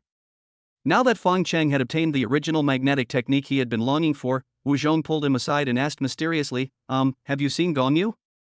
Chapter 82 Xiao Fong and Xiao Shi make a contract. Fong Cheng looked at Wu Zhong, not sure what he meant.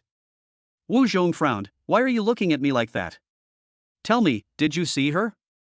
You know her well? So she mentioned me? Seeing Wu Zhong's surprise and delight, Fong Cheng smiled and said, you and her are not a good match. Wu Zhong nodded subconsciously, then suddenly realized, what do you mean by that, kid? Fong Cheng smiled and said, I'm mainly worried that you'll get beaten up by little sister Tang. So she left a good impression on you? Fong Cheng thought for a moment and said, she has a nice figure. Just the body shape? It's also good looking. Just looks? How about you tell me what other advantages she has? Wu Zhong subconsciously glanced around. Didn't she tell you that she is a specially appointed instructor of the Dragon Kingdom's Jing'an division? Her grandfather is the president of our Yunxi guild? Her father is the commander of the Dragon Kingdom's 5th Legion? She also has a good friend, who is the wife of the head of the Shen Yuan family, one of the 3 major families in our dragon country. Otherwise, why do you think others are so afraid of her? Do you really think that she is so powerful? What's her strength? Alas, I was originally S rank, but because I failed to advance, I fell to B rank and it's still unstable. So pitiful? That's nothing. The most pitiful one is my sister. She can only live for 2 years at most, and that's even before she uses her supernatural powers. Fong Cheng finally understood why she wanted to make a contract with him. It turned out that she was about to die. This meant she must be very anxious. What are you laughing at, kid? Wu Zhong was puzzled when he saw Fong Cheng's mouth corners inadvertently raised. I won first place this time, so I can't just smile. Wu Zhong said with disdain, you're so flattered by winning the City Youth Championship. If you have the guts, go win me a regional championship. Fong Cheng changed the subject and said, by the way, doesn't Gongyu, the girl you just mentioned, have a beastmaster? I think her situation can be easily resolved if her beastmaster contracts a wood-type beast girl. Wu Zhong sighed, do you think her family wouldn't have thought of this? It's just that my sister is so proud and arrogant that she doesn't even look down on ordinary beastmasters. By the way, how does she feel about you? You don't mean to say that she wants to make a contract with me? You wish. Wu Zhong said with disdain, you kid, don't you think about your own weight? Can she be interested in you? Fong Cheng breathed a sigh of relief and said, that's good. That woman is too strong. Whoever contracts with her will be in trouble. Huh? What are you talking about? Wu Zhong looked at Fong Cheng with confusion. Fong Cheng explained, you don't know that I only met her once, and she wanted to find fault with me right away. What do you think she wants to do? Is she mentally ill? Did I provoke her? She wants to find something to hold against you? A hint of joy suddenly appeared on Wu Zhong's face. Yeah, you said that with her personality, who can get along well with her in the future? That's not right. She might just be acting out of habit and want to take the initiative. What initiative? I think she's too controlling. Hey, it seems you're right. She really is like that. But then again, she's not a bad person. If you spend more time with her, you'll realize that her assertiveness is just a disguise for her social incompetence. Get along with her? Well, Brother Wu, please forgive me. I can't stay with her for even a minute. By the way, Brother Wu, are you okay? If you are, I'll go back. Teacher Mu is still waiting for me to go back and move. What are you talking about, kid? Is moving house so important? Then Sister Tang seems to be looking for you, you should go quickly. Wu Zhong subconsciously looked back at his wife. When he turned back to look at Fong Cheng had already run away. Tang Li glared at Wu Zhong angrily, what are you looking for, you idiot? The guy ran away when you turned around. By the way, how did your talk with him go? Alas, not very good. That guy has a big prejudice against Xiaoyu. He has a strong prejudice against Xiaoyu? What's going on? Isn't it because of Xiaoyu's spoiled little sister's temper? She always wants to take the initiative in everything. How can Fong Cheng be so easily controlled? So Xiaoyu has taken a fancy to him? Yes, but that boy doesn't seem to be interested in her. This? Tang Li said angrily, that kid is still provoking me? Instead of being angry with that guy here, you should go and persuade Xiaoyu to be more humble. After all, she needs help now. Fong Cheng and his family of 3 finally moved into the big villa. Under the huge transparent dome, there was a villa full of science fiction. From a distance, it looked like a spaceship parked in a glass cover, with smooth lines emitting a metallic luster. There is a small grassy garden in front of the villa, which obviously has not been taken care of for a long time. In addition, there is a swimming pool hidden under the garden, which can be raised and placed in the garden, or retracted into the field. Thanks to the smart butler, the villa is very clean and you can move in directly with your luggage. Fong Cheng and Teacher Mu had been here before and were no longer surprised by some of the smart facilities in the villa. Mu Yunxi was very curious since it was her first time here. She touched and looked around, wanting to try it out, but was worried about breaking it. Fong Cheng smiled slightly. Shall we? Exist. The space in front of Fong Cheng's eyes suddenly flickered a few times, and a virtual beauty in tights appeared in front of him. Take our eldest lady and go pick a room. Okay. Seeing Mu Yunxi's curious face, Fong Cheng smiled and said, look, it's a voice-controlled smart housekeeper. If you have any questions, just go to her directly. I know, but I don't know her name. By the way, what did you call me just now? Miss? Isn't it? You're the boss. If you dare to say anything nonsense again, I'll kick you to death. After saying this, she showed off her infertile kick as if in protest. Ha, only children wear round-toed leather shoes. I still like Teacher Mu's pointed high heels, and when paired with black stockings, they are the favorite of big boys. Muya watched Xiaoxi follow the smart housekeeper upstairs, then pulled Fong Cheng and said, I asked Xiaoxi about what happened before. What's the matter? Fong Cheng withdrew his gaze from the little girl's back and fell on the royal sister in front of him. It's about the contract between Xiaoxi and you. So, what do you think about this matter? She doesn't agree, right? No, she wants to gamble too. Ha? No way, what if I lose the bet? If I lose the bet, I'll accept my fate.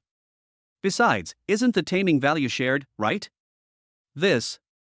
Fong Cheng was speechless for a moment. After thinking about it, he really didn't know how to comfort Teacher Mu. What if I lose the bet? I can't terminate this contract. What do you want her to do in the future? Teacher Mu suddenly raised his head and looked at Fong Cheng and said, Xiao Fong, are you willing to let us have a gamble? Fong Cheng was still hesitating, but he saw Mu Yunxi, who was originally going upstairs, stopped on the second floor at some point and stood there motionless, her fingers tightly gripping the railing. Her eyes were filled with anticipation, nervousness, and uneasiness. Chapter 83 Xiaoxi calls Daddy. Mu Yunxi's eyes were fixed on Fong Cheng downstairs, as if she wanted to glimpse the answer in advance from his every move. Her heart was filled with anxiety and desire. She wanted him to tell her the answer quickly, but she was also afraid that the answer would shatter all her illusions and expectations. Teacher Mu stood quietly beside Fong Cheng. The hand holding Fong Cheng had begun to sweat slightly. There was a hint of imperceptible tension on his seemingly calm face. Time seemed to be particularly long at this moment, and every passing second made the two women's heartbeats accelerate a little. Feeling Teacher Mu's increased heartbeat, Fong Cheng reached out and stroked her cheek with a faint smile. Actually, the probability of triggering the highest contract is not as high as you think. It's only half at most. Really? Did Xiao Fong agree? Mu Yunxi upstairs also breathed a sigh of relief. At first, she might still hesitate about what kind of contract to sign with Fong Cheng, but now, she no longer cares about so much. As long as she can sign a contract with Fong Cheng, otherwise what if this guy changes his mind? Fong Cheng chuckled and said, When have I ever lied to you, little fool? Teacher Mu blushed slightly, then mustered up the courage to ask, Then when do you think we can sign the contract? Mu Yunxi's heart began to lift again, fearing that the little guy would go back on his word again. Fong Cheng understood Teacher Mu's little thoughts. He was afraid that the night would be too long and he would have more dreams. This beast master's talent is too great, but it also has its troubles, as there are always beast girls rushing to sign contracts with him. Gong Yu hadn't been dealt with yet, and Mu Ya was already thinking about taking the initiative. Could it be that Gong Yu's appearance had given her a sense of crisis? But where did this sense of crisis come from? Fong Cheng couldn't understand it, but he would never let down a woman who only cared about him. So the contradiction arises, because she is teacher Mue's own daughter. Since you insist on me being a scumbag, then let me be a scumbag more thoroughly. You decide the time. When is convenient for you? Mu Yao blurted out, how about now? After saying that, he felt a little rash, so he added, what do you think? I think there's nothing to do now anyway. Other parents beat their children on rainy days because they have nothing to do anyway. You have nothing to do anyway, so why not just sign a contract? Fong Cheng nodded, okay. After hearing Fong Cheng's words, Mu Yao finally felt relieved. Then Fong Cheng turned around and looked at Mu Yunxi on the second floor. What do you think? Mu Yunxi's body suddenly stiffened, and a trace of panic flashed in her eyes, as if she had been caught doing something bad by Fong Cheng. Then she quickly turned her face away and raised her hand to smooth the hair by her ear, trying to hide her discomfort and make herself less embarrassed. Why don't you just say something? Is it okay or not? If it's okay, come down quickly. If not, just pretend I didn't say anything. Mu Yunxi was already feeling awkward, and after being teased by Fong Cheng, she immediately said unconvincedly, of course I have no problem with that, but why do you want me to go down? Can't you come up? Xiao Shi. Mu Yao frowned. Why was this girl acting like a spoiled brat again? Mu Yunxi also realized her own willfulness, but Fong Cheng was really too irritating. Alright, I'll go up. Yao Yao, don't bother with your daughter.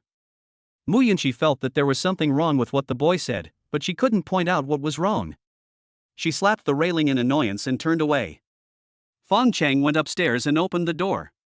Mu Yunxi was standing in front of the window with her back to him.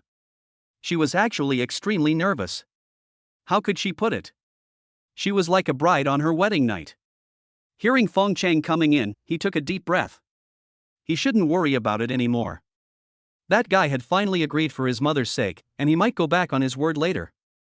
After thinking about it, he turned around suddenly. Fong Cheng, I'm ready. Do you want to be ready? You don't regret it? I mean, what if you signed the strongest contract? Mu Yunxi shook her head, no regrets. I said it very firmly, but I couldn't help but complain in my heart, this kid looks very smart usually, why does he look like a wooden man now? Can't he see my feelings for him at all? Fong Cheng nodded, okay then, come closer. Mu Yunxi took a step forward nervously. Fong Cheng frowned and said, can't you take 2 more steps? Humph. This time Mu Yunxi walked directly in front of Fong Cheng. The moment she raised her head, Fong Cheng pointed a finger at her forehead. At this moment, Mu Yunxi's eyes suddenly went dark, as if her whole body was swallowed by the darkness, as if she had fallen into an endless void, without any perception at all. I don't know how much time has passed, it seemed like a century, yet it also seemed like just a moment. Mu Yunxi suddenly opened her eyes and looked at Fong Cheng with drunken eyes. Fong Cheng snapped his fingers in front of her, hey, wake up, are you asleep? She was startled at first, as if she was suddenly pulled back from distant thoughts. Her eyelids blinked lazily a few times, and there was still a trace of confusion and trance in her eyes. There was a bit of ignorance and cuteness on her delicate face. Then she seemed to gradually wake up, and a blush quietly climbed up her cheeks. Fong Cheng, are we considering this a successful contract? Fong Cheng thought for a moment and said, I don't know, how about we give it a try? Try it? Mu Yunxi looked confused. Yeah, call me Daddy. Dad. Mu Yunxi said, and quickly covered her mouth. She was completely sober now. Then he pinched Fong Cheng's arm angrily, asshole, how dare you play tricks on me? Hiss, let go, let go. How can you be so strong, little girl? If you pinch it and leave a mark, aren't you afraid that your mother will see it? Mu Yunxi reluctantly let go, but she had no intention of letting Fong Cheng go. Unless you promise not to play tricks on me again, I will kick you to death. I'm kidding you, I don't have the time. If you have nothing to do, just arrange flowers and weeds with your mother. Isn't it nice? Oh, and now we have a large garden that's all overgrown with weeds. I need to buy a lawn mower right away. Also, what kind of flowers does your mother like? I'll buy them all. They are just the ones we grow at home. Can't you tell them apart after you brought them here? Fong Cheng walked to the door and turned back to look at Mu Yunxi again. Beast Mother, Mu Yunxi. Beast Tamer, Fong Cheng. Upgrade progress, 78%. Loyalty, 100%. Favorability, 100%.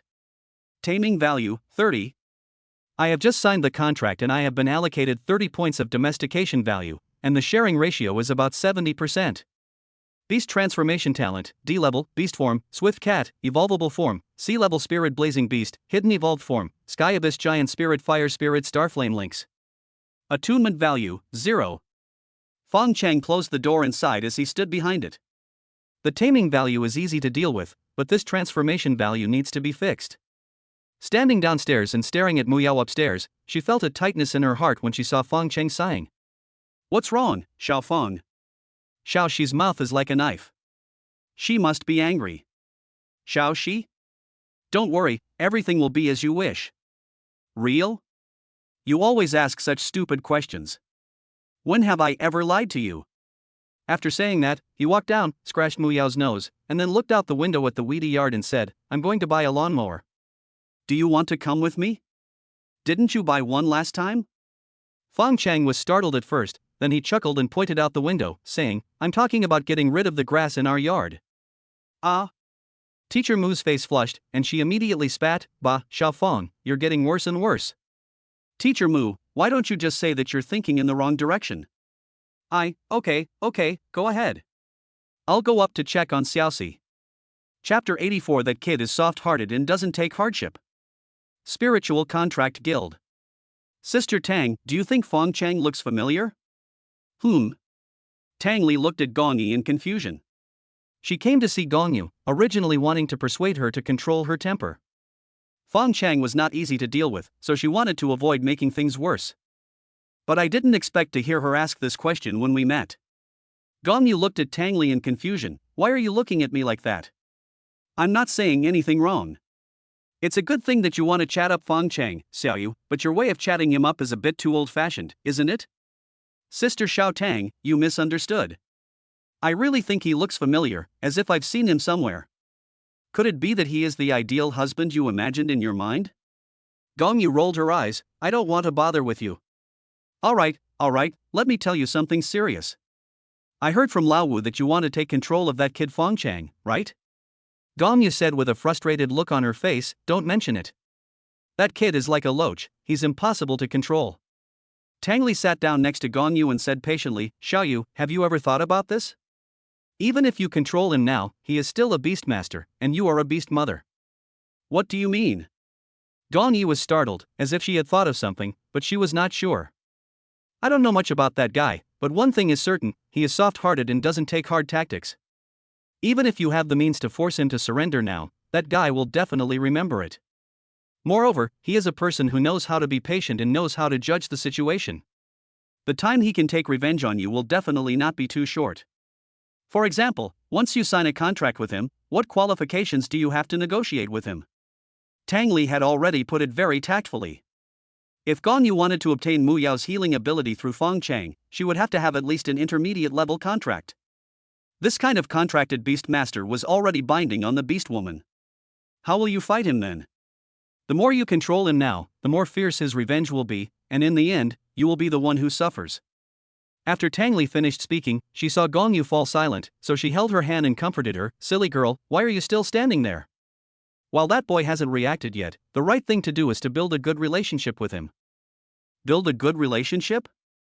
Do you think that kid still won't react? You have to give it a try. Can you find someone more suitable for you than him? Gong Yu said with lingering fear, is that brat really going to torture me to death in the future? Sister Xiao Tang, don't scare me. Tang Li smiled and said, are you scared now? Lao Wu and I have told you before, to control your temper, but you just wouldn't listen. But don't worry, remember what I just told you, that kid is soft-hearted, this is his soft side. You're so smart, and you found his weak link, so why worry about not being able to deal with him? That's true, but the question is, are you and Brother Wu mistaken? Is he really that weak? Tang Li immediately said proudly, of course, otherwise, given the situation of your brother Wu and I, how could we keep him in the spiritual contract guild? Gong Yi nodded doubtfully, then I will trust you again. Tianyu community is the new home of Fong Cheng and his family of 3. In the garden, Fong Cheng bought a lawn mower, the kind with a blade wheel. He pushed it forward by hand, loosening the soil and weeding at the same time. Mu Yunxi followed behind, wearing gloves and holding a rake, and she gathered the cut grass together. Teacher Mu was at the back, holding a small shovel and carefully dealing with the grass in the corners. Mu Yunxi slammed the rake into the ground, wiping the sweat off her face as she said, "Fong Cheng, if you're buying a lawnmower, can't you just get a smart one?" Fong Cheng turned around and smiled slightly. "Don't you think this is interesting?" Teacher Mu, who was planting flowers, heard this and said with a smile, "I also think this is quite interesting and meaningful."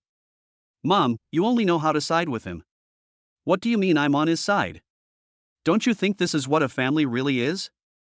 Mu Yunxi pursed her lips, obviously not convinced, but her hands became more and more serious in raking the grass, and she was muttering something under her breath.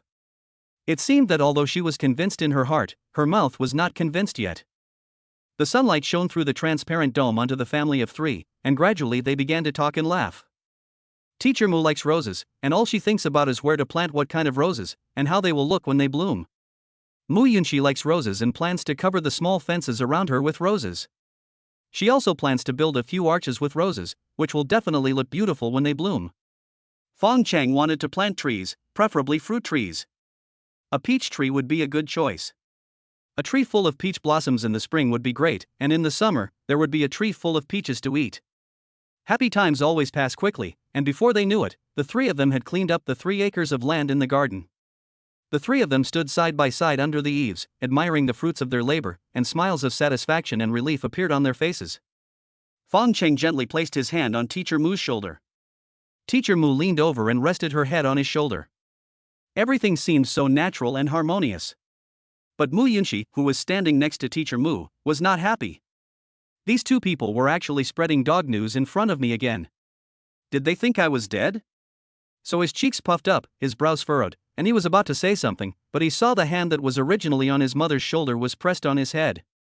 She couldn't help but be stunned. Is this the legendary head-patting killer? Feeling the warmth coming from Fong Cheng's palm, Mu Yunxi showed a shy smile on her face. She felt as if she was wrapped in a warm cloud, and waves of sweetness surged in her heart. However, the next moment Fong Cheng pushed him out with force and said, "Get out of the way, little brat. Don't disturb me and your mother from having a good time here." Ouch! Mu Yunxi staggered, jogged a few steps to the side, and almost fell to the ground. Humph. She rubbed her head and looked at Fong Cheng coldly. Fong. She had just opened her mouth when Fong Cheng gave her a look, glaring back at her, making her stamp her feet in frustration. Teacher Mu naturally noticed their little movements, but she leaned on Fong Cheng's shoulder and just smiled slightly. Just then the doorbell rang, and the rare warmth was broken. When I looked up, I saw that the person standing outside ringing the doorbell was Gong Yu. Who else could it be? Mu Yunxi was stunned for a moment when she saw Gong Yu, not understanding why Instructor Gong would come to her house. The next moment, her eyes lit up like bright stars, and the depression in her heart was swept away, and surprise and excitement intertwined on her beautiful face. It's such a pity that this girl doesn't perform Sichuan opera. Instructor Gong is my idol, why is she here? Mu Yunxi ran over happily, opened the door of the transparent dome, and asked excitedly, "Instructor Gong, why are you here? Why can't I come and see you? Are you here to see me? You're not welcome?" No, it was just too unexpected. Gong Yi smiled and said, "I heard you moved to a new house, so I came to see you. Here's a small gift to congratulate you on your new home." After saying that, Gong Yu handed a wrapped gift box to Mu Yunxi. "Thank you, Instructor Gong. Why are you being so polite to me? Don't you want to invite me to your new home? Look, I'm so excited that I've forgotten everything. Instructor Gong, please come in." Gong Yu smiled faintly and walked into the transparent dome. When she passed Mu Yunxi, she was stunned for a moment, then looked at Mu Yunxi carefully. "Have you made a contract with someone?" Chapter 85. I like women who are generous to me. A blush appeared on Mu Yunxi's face, like the sunset in the sky. Seeing Mu Yunxi like this, Gong Yu knew she was right and asked, "With that guy?" Mu Yunxi nodded. "That kid is really..." Gong Yi said this, but didn't know how to continue. Mu Yunxi quickly defended Fong Cheng. "Instructor Gong, Fong Cheng isn't as bad as you think." "Oh, you're speaking up for others so soon?" Well, that guy is my beast master, I can't just turn my elbow outward, right?" Gong Yu was stunned for a moment. If what this girl just said was written on paper, there would be no problem reading it, but why did it sound a bit uncomfortable? Forget it. Sister Tang said that guy is soft-hearted and doesn't respond to tough measures. Since this girl is the boy's beast mother, she will be his sister in the future. The elder sister will not bear grudges against the younger sister, not only for the boy, but also for the entire team. So Gong Yi changed the subject to something lighter. Is it okay to disturb you if I come to visit you today? How could that be? Instructor Gong, it's my honor that you can come. Shouldn't you ask your beast master? Him? To tell you the truth, that guy can't beat me. Now it was Gong Yi's turn to be curious. Yunxi laughed and said, that guy is so dumb with words. He always loses every time we argue. Are you still arguing? Well, it's not really a quarrel, it's just that guy always makes me angry, like he wants to piss me off to death. Seeing Yunxi, who looked like she wanted to bite Fong Cheng to death, Gong Yu couldn't help but smile. After crossing the garden and arriving in front of the villa, Mu Yao had already learned from Yunxi that it was Gong Yi who saved her last time. Of course, she saw it too, but the situation was different now, and she could no longer pretend not to know. Hello, Instructor Gong, thank you for saving my Xiaoxi last time. Hello, Sister Mu. Gong Yu is 31 years old this year, 5 years younger than Teacher Mu. Teacher Mu was stunned for a moment, because she knew Gong Yu's purpose or thoughts. Due to her woman's nature, she couldn't help but think, is she reminding me that she is younger than me? It's getting late. I'm going to make dinner. Instructor Gong, do you have any dietary restrictions? I feel a little embarrassed to come here uninvited and even eat at your house. Gong Yu is not stupid. She can feel that Sister Mu in front of her is hostile to her. It seems that she and Fong Cheng already know her purpose. If I tell her the foods I avoid at this time, and Sister Mu specifically cooks the foods I avoid, should I eat them or not? Although Teacher Mu now has some hostility towards Gong Yu, she is not as vicious as she thinks. It's just because she saved her daughter, so she still has to be polite to her, unless Xiao Fong hates her or finds out that she likes to make trouble. Then I'll just do whatever I want. Then I'll trouble you, Sister Mu. After she finished speaking, she looked at Fong Cheng, who had been silent the whole time. Why aren't you happy to see your sister? I didn't kick you out because of Xiaoxi's face. You still want to make me happy. Are you sick? You. Gong Yu guaranteed that Fong Cheng was definitely the first person who dared to speak to her like this, and he would also be the last one. Humph, forget it, I won't bother with this kid. But she didn't know that Fong Cheng had already got her under his control. Little guy, I don't think I've ever offended you in any way, have I? You said you didn't offend me. If I said I did, wouldn't it make me look petty? Gong Yu couldn't help but look at Yunxi subconsciously. Is this kid's mouth really as stupid as you say? Are you kidding me? Alright, Instructor Gong, don't bother with this guy. Let's go in and sit down. After saying that, he pulled Gong Yu into the house. Gong Yu suddenly turned around and took out a gift box and said, "Here, congratulations on your new home. This is a small gift for you." Fong Cheng took a look and didn't answer. What? An upgraded version of the original magnetism technique. Fong Cheng quickly took the box and asked, is there an upgraded version of the original magnetism technique? What's so strange about this? Primordial magnetism is originally an SSS level skill. The one placed in the branch is just a castrated version. Didn't Sister Xiao Tang tell you? I was wondering why she was suddenly so generous, letting me choose any A-rank martial arts technique I wanted. It turns out they were all castrated versions. Gong Yi smiled and said, that's not true. Most of the A-level skills in the branch are real, and only a small number are castrated versions of S-level and above. After all, there aren't many S-rank or higher martial arts in the world. When it comes to inheriting such martial arts, any guild or group must consider the loyalty of its members. Then if you just give it to me like this, wouldn't that be breaking the rules? If you think I broke the rules, you can give it back to me. You took it seriously even though it was a joke. Gong Yu discovered that in addition to the points Sister Tang mentioned, this kid had another point: he was thick-skinned. Fong Cheng had heard from Lao Wu before that Gong Yu had a strong background, but he only saw the tip of the iceberg of how strong it was. SSS level martial arts, just given away for free. But at this moment, Gong Yu said, by the way, the original magnetic technique can only be studied for 1 week. If you want to learn it, you'd better hurry up. Really? You want something back that you gave away? What? I'm not as stingy as you. Don't you know that the guild's martial arts are all replicas? Martial arts above S rank can only be copied for a week at most before disappearing. Didn't Sister Xiao Tang even tell you this common sense? Tang Li really didn't tell Fong Cheng about this, but Lan Xiao told him about it the last time Fong Cheng went to choose martial arts. No matter what, there is still one good thing about this woman Gong Yu, and that is her generosity. I like women who are generous to me. However, what he didn't know was that Gong Yi turned around, raised the corner of her mouth slightly, and smiled cunningly. The A-level original magnetism is not a castrated version, but an introductory version. If you don't learn the A-level original magnetism and start directly from the SSS level, it will be impossible to learn it. During the meal, Gong Yu gave Mu Yao another gift, an S-level inheritance crystal, which had a certain chance of allowing the beast girl to awaken a bloodline skill in advance, and it would not conflict with the skills awakened during the promotion. As for Xiaoxi, it was an S-star flame crystal, which had a certain chance of helping her awaken her hidden bloodline, which was her hidden evolutionary form. It seems that I am not the only one with a sharp eye. Gong Yu also noticed that Xiao Xiyong has a hidden evolutionary form. Does that mean she also saw Teacher Mu's true identity? That shouldn't be the case. What's hidden on Teacher Mu now is my own skill of being blinded by the tree. Even the identification instrument can't identify it, so how can she see it? Gong Yu couldn't see it, but she could guess, which made her even more curious about what method Fong Cheng used to hide Sister Mu's true identity. Anyway, with these three gifts paving the way for Gong Yi, this family dinner was a joyful one. After seeing Gong Yi off in the evening, Fong Cheng and his family of three sat in the living room and used crystal.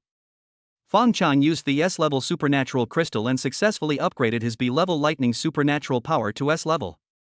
Teacher Mu used the S-level inheritance crystal and successfully awakened the bloodline skill Imu Ling Guangzhan, an energy state attack skill that was released in a half-moon shape with an attack range of 50 meters. When used with a D-level supernatural bow, the attack distance can reach 550 meters, but the attack surface will be reduced. Next, Mu Yunxi used the Starflame crystal, and the enlightenment value was directly maxed out. Looking at what the three of them had gained, Fong Cheng's favorable impression of Gong Yu increased even more. Fong Cheng likes women who are generous to him. How could Fong Cheng not like a woman who was generous to her own woman more? Chapter 86 Mu Yunxi was caught in the act. The night falls like a soft velvet curtain, gently covering the earth. The stars are like shining gems, inlaid in the vast night sky, shining with mysterious and charming light. The bright moon hangs high in the sky, casting silvery light, making the whole world look like a dream. The room was silent. Mu Yunxi lay on the soft bed, but couldn't fall asleep. For no reason, an inexplicable desire surged in her heart. This feeling had no reason, but it occupied her body and mind so real and strongly. She kept turning over and over, her body seemed to be driven by an invisible force, turning from one side to the other, but she could never find a comfortable position. Every time I turned over, my heart was throbbing, and the beating seemed to have lost its rhythm, becoming disordered and rapid. Her eyes were wide, gleaming uncomfortably in the darkness. She tried to calm herself down, staring at the dark ceiling and counting sheep foolishly. It was not until the bright moon set that the shy feeling gradually disappeared. Just when she thought she could finally have a good sleep, strange noises came from the garden downstairs. Who is this? Can't I sleep? She held a pillow in her left hand and a clothes hanger in her right hand, and walked to the balcony and looked down angrily. Why is it Fong Cheng? Her heart suddenly jumped, as if a deer was running around. What is he doing in the garden so late at night? Fong Cheng finally managed to get Teacher Mu to sleep. He was now seizing the time to practice the original magnetism technique. Gong Yu said that the original magnetism technique she gave him was just a replica and would only last for a week in the skill crystal card. He had taken a look at it before and found that this thing was extremely difficult to practice compared to D-level skills. The opportunity was rare, so he had to seize the time. He had just paid his tax payment when he came to the garden to practice. He placed the small shovel that Teacher Mu had used before in front of his eyes, and then used the method of magnetism to use the lightning system's special ability to generate magnetism, trying to control the small shovel in front of him. He practiced very seriously, but the small shovel in front of him did not give him any respect and did not move at all. He opened the crystal card again to check for his shortcomings, to see if he had misunderstood something, and then tried again, and then tried again. Circles of electric arcs appeared around him, and it really looked like that, but the little shovel still lay there like a salted fish, as if it was already in conflict with him. Time passed by bit. Due to the long-term high-intensity output of supernatural powers, sweat had soaked his pajamas. Even with his extraordinary recovery ability, Fong Cheng felt that he could not bear it. Finally, Fong Cheng sat down on the ground. He must have misunderstood something. If the real magnetic technique was so energy-consuming, then it would be useless on the battlefield. After Fong Cheng sat down, he didn't want to get up anymore, so he simply lay back and cleared his mind to think carefully. Just practicing like this can easily lead to a dead end. Originally, Fong Cheng just wanted to look at the starry sky before dawn, but out of the corner of his eye he saw Yunxi on the balcony. Did that girl get up early or didn't sleep all night? Did she wake her up again? No, what is that girl doing there holding a pillow? In this quiet early morning, Yunxi on the balcony seemed to have realized that her previous inexplicable shyness came from the bad guy downstairs.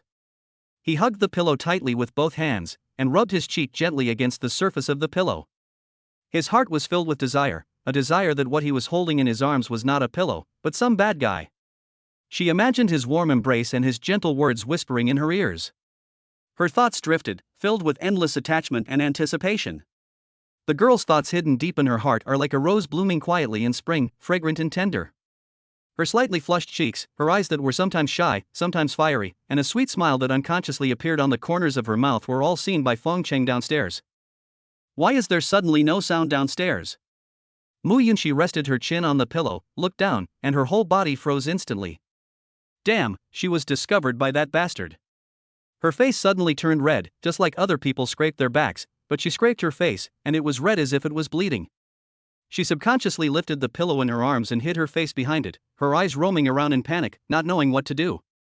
I wanted to turn around and run back to my room, but I stumbled out of nervousness and almost fell.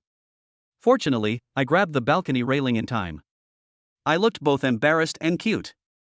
Looking at her helpless look, Fong Cheng couldn't help but laugh. It's over. In that girl's mind, I must have been unclean. Fong Cheng stood up, brushed the dust off his butt, went back to the house and took a shower. He hadn't slept all night, but now he wasn't sleepy at all. This was the benefit of having a strong recovery ability. The sun had just risen from the horizon when Teacher Mu got up on time and made breakfast for everyone. When he came downstairs and saw Fong Cheng coming out of the bathroom, Teacher Mu immediately showed a gentle and nostalgic smile on his face, and his eyes sparkled with happiness. Honey, why are you up so early today? Practice the original magnetic technique. Didn't Gong Yu tell me yesterday? I only have a week, so I have to hurry. Then why were you busy so late last night? Staying up late is not good for your health. Teacher Mu's words were filled with a little complaint. Then he took the towel from Fong Cheng's hand and began to wipe Fong Cheng's hair. The star flame crystal that Gong Yu gave me yesterday has awakened Xiaoxi's hidden bloodline, so we may have to work a little harder for the time being. Real? What are you asking about? Teacher Mu shyly hit Fong Cheng's shoulder and said, of course it's about hiding your bloodline. This is indeed true. There's no need to rush. It won't be too late to talk about it after a week. You really think so? Of course, in my opinion, your body is more important than anything else. Don't let Xiaoxi hear this, or she'll get upset again. That girl just likes to show off with words, don't take it to heart. Don't worry, I won't argue with a silly girl. Teacher Mu smiled slightly. By the way, why hasn't she gotten up today? While the two were playing, the sun had risen high, and the sunlight coming in through the window was no longer red. Maybe you didn't sleep well last night? Fong Cheng said casually. Teacher Mu blushed slightly. How is it possible? She couldn't sleep well last night even though we were so far apart? Fong Cheng nodded. That makes sense. In that case, it's just pure laziness. Teacher Mu added, she used to get up as soon as the alarm went off when she was in school, but now she's still lying in bed even when the sun is shining brightly. What's wrong with a girl like this? I have to go and wake her up. Yunxi had just closed her eyes and had not had time to indulge in that bit of comfort when she was pulled out of the bed by her young and beautiful mother. At this moment, her eyes were full of confusion and astonishment, as well as deep reluctance. Teacher Mu wanted to look more serious, but Wanwan's personality could not be scary no matter how serious she was. The most important thing was that she was still thinking that her daughter was so old now, and if she scolded her like before, would it hurt her self-esteem?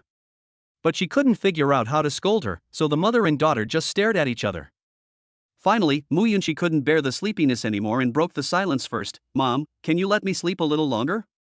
I'm really sleepy. You're still sleeping even though the sun is shining on your butt. Look at Xiao Fong, he gets up before dawn to practice martial arts, and you're just thinking about sleeping. Do you think everything will be fine after making a contract with Xiao Fong? It would have been fine if Teacher Mu didn't mention that bad guy. As soon as he mentioned him, Yunxi felt very aggrieved. She thought it was that guy's fault that she couldn't sleep all night, but she didn't dare to say it out loud. After all, she was caught red-handed by that guy last night. Thinking about it now, she felt so embarrassed. Chapter 87: The Widow and the Deciphering of the Original Magnetism. Yuqing Funeral Home. There were 2 crystal coffins in the mourning hall. Shinta Jun lay in one and Su Yaqi lay in the other. Although Su Yaqi is not the registered daughter-in-law of the Shinta family, she is the contracted beast mother of his son. According to the rules of this world, from the moment she signed the intermediate contract with Shinta Jun, she can actually be regarded as his daughter-in-law. Today is the day of their funeral, but Shinta Hao is the only living person in the mourning hall. He sat there in silence, glancing outside the door from time to time, as if waiting for someone. Not long after, footsteps were heard outside the door. Knock knock. The slender heels stepped on the hard floor. The sound was crisp and ethereal, echoing in the empty mourning hall. Shinta Hao turned his head and saw a woman wearing a small hat with a black veil and a black slim-fit suit. She was in her 30s, with a black miniskirt tightly wrapped around her waist, showing off her graceful curves. Her hair was neatly combed behind her head, her charming eyes were hidden in the veil, and her lips were painted with seductive lipstick. There was a studied affectation in her manner, and every movement seemed carefully choreographed. It is undeniable that this woman has a great figure, but Shinta Hao has no interest in her because under the enchanting black slim suit is a cold metal body, including the pair of high heels on her feet, which are actually part of her feet. Her name is Koizumi Meiko, and she is also Shinta Hao's immediate superior. She first glanced at Shinta Hao, then walked straight to the 2 crystal coffins, put her hands on the coffins and stroked them, her face showing an expression of savoring and intoxicated. After a moment, she said to Shinta Hao, "These 2 materials are very fresh." Shinta sang, "You wouldn't mind giving them to me, right?" Casual. Shinta Jun clenched his fists tightly, then gently loosened them. It was obvious that he didn't want to be casual. But he had no choice. The reason why the Shinta family was able to jump from a family on the verge of bankruptcy to the richest family in Yuqing was inseparable from the support of the plaster country. In Longwa, there are many families like the Shinta family that are secretly supported by Gao Yogwo. They are involved in various fields of Longwa, and the Shinta family is just a drop in the ocean. Koizumi Meiko waved his hand, put the 2 crystal coffins into his bracelet, turned around and asked, "Shinta sang, how are your preparations for the project I asked you to build the plaster country style street in Yuqing going?"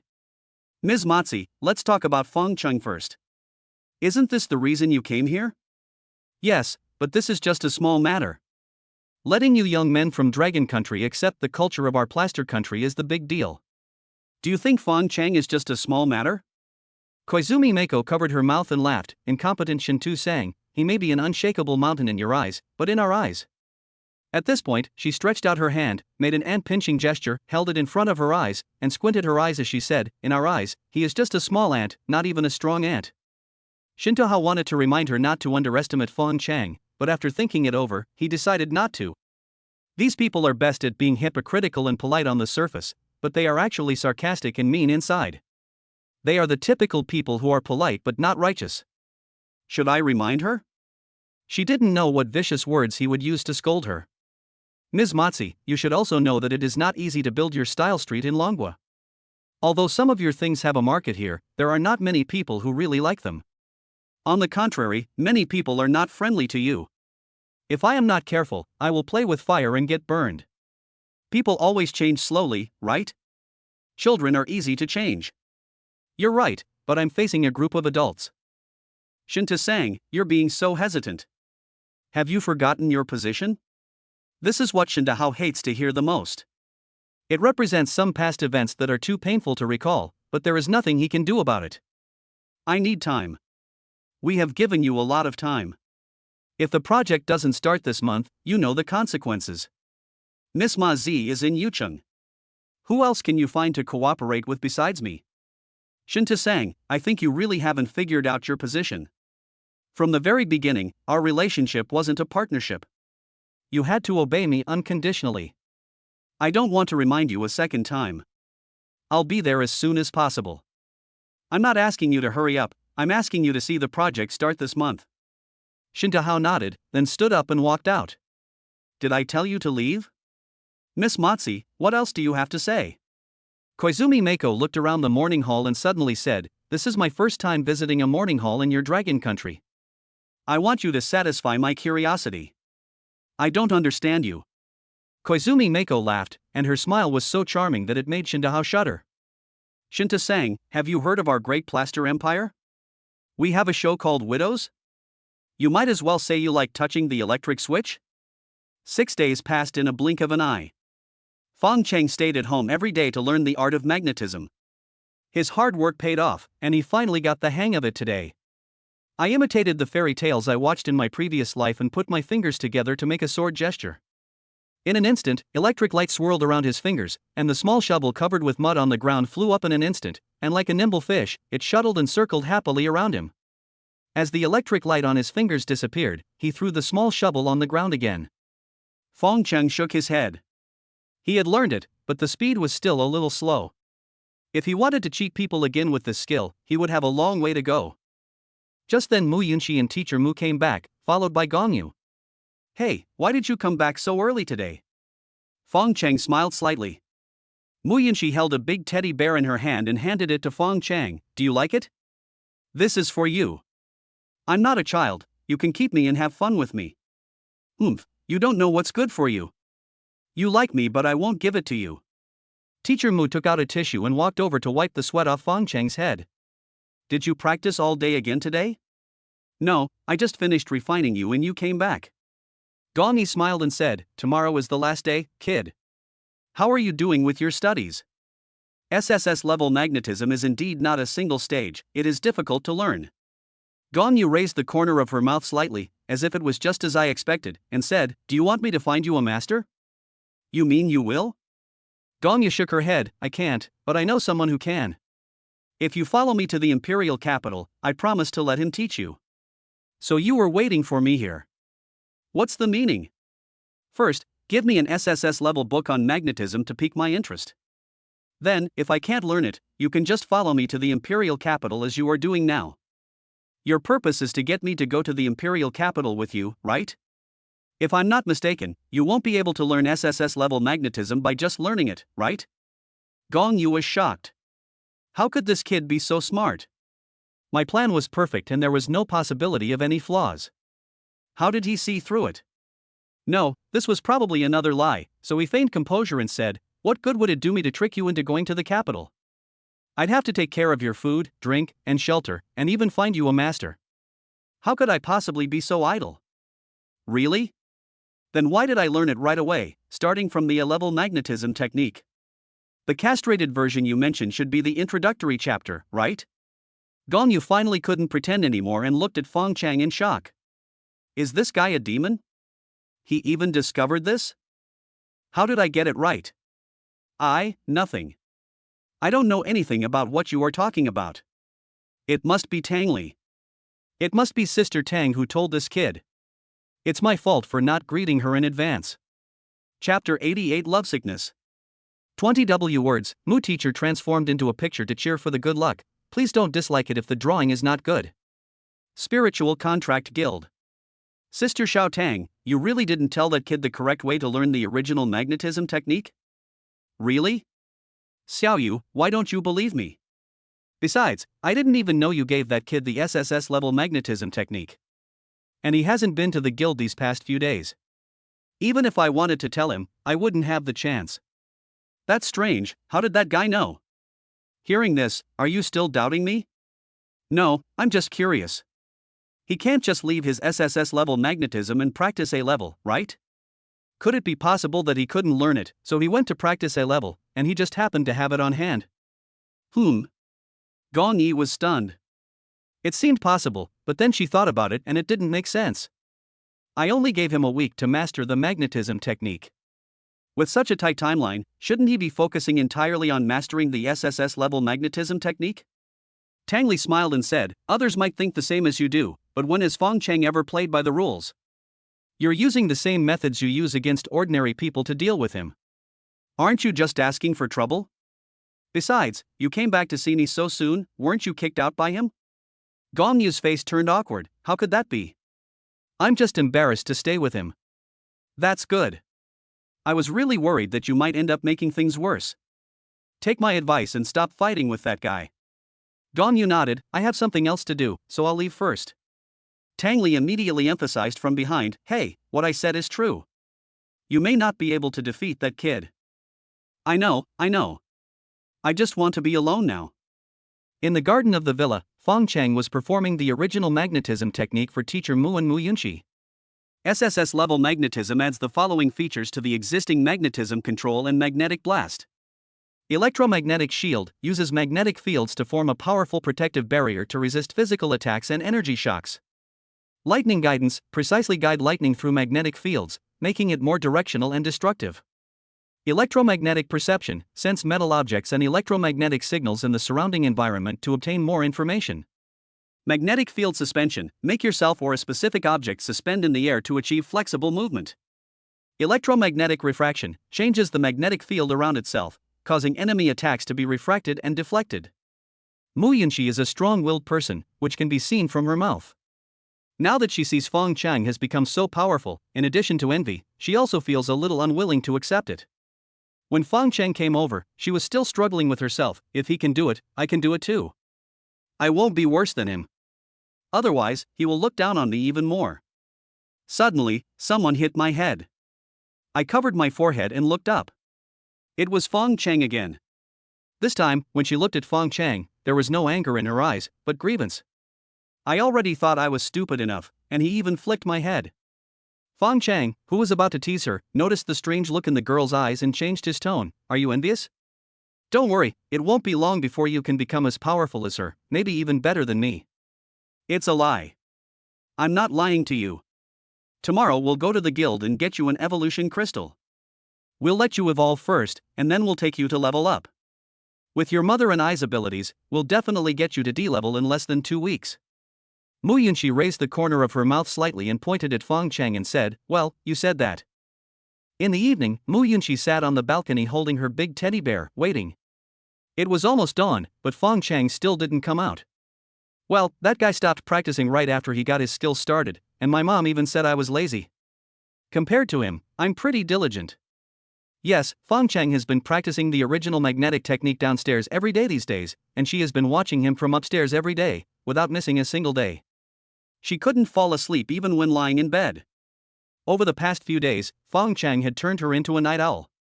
I kept thinking about that bad guy in my heart, feeling unwilling, just like going to a store to buy milk and vegetables every day, but when I wanted to drink it today, the store was suddenly closed.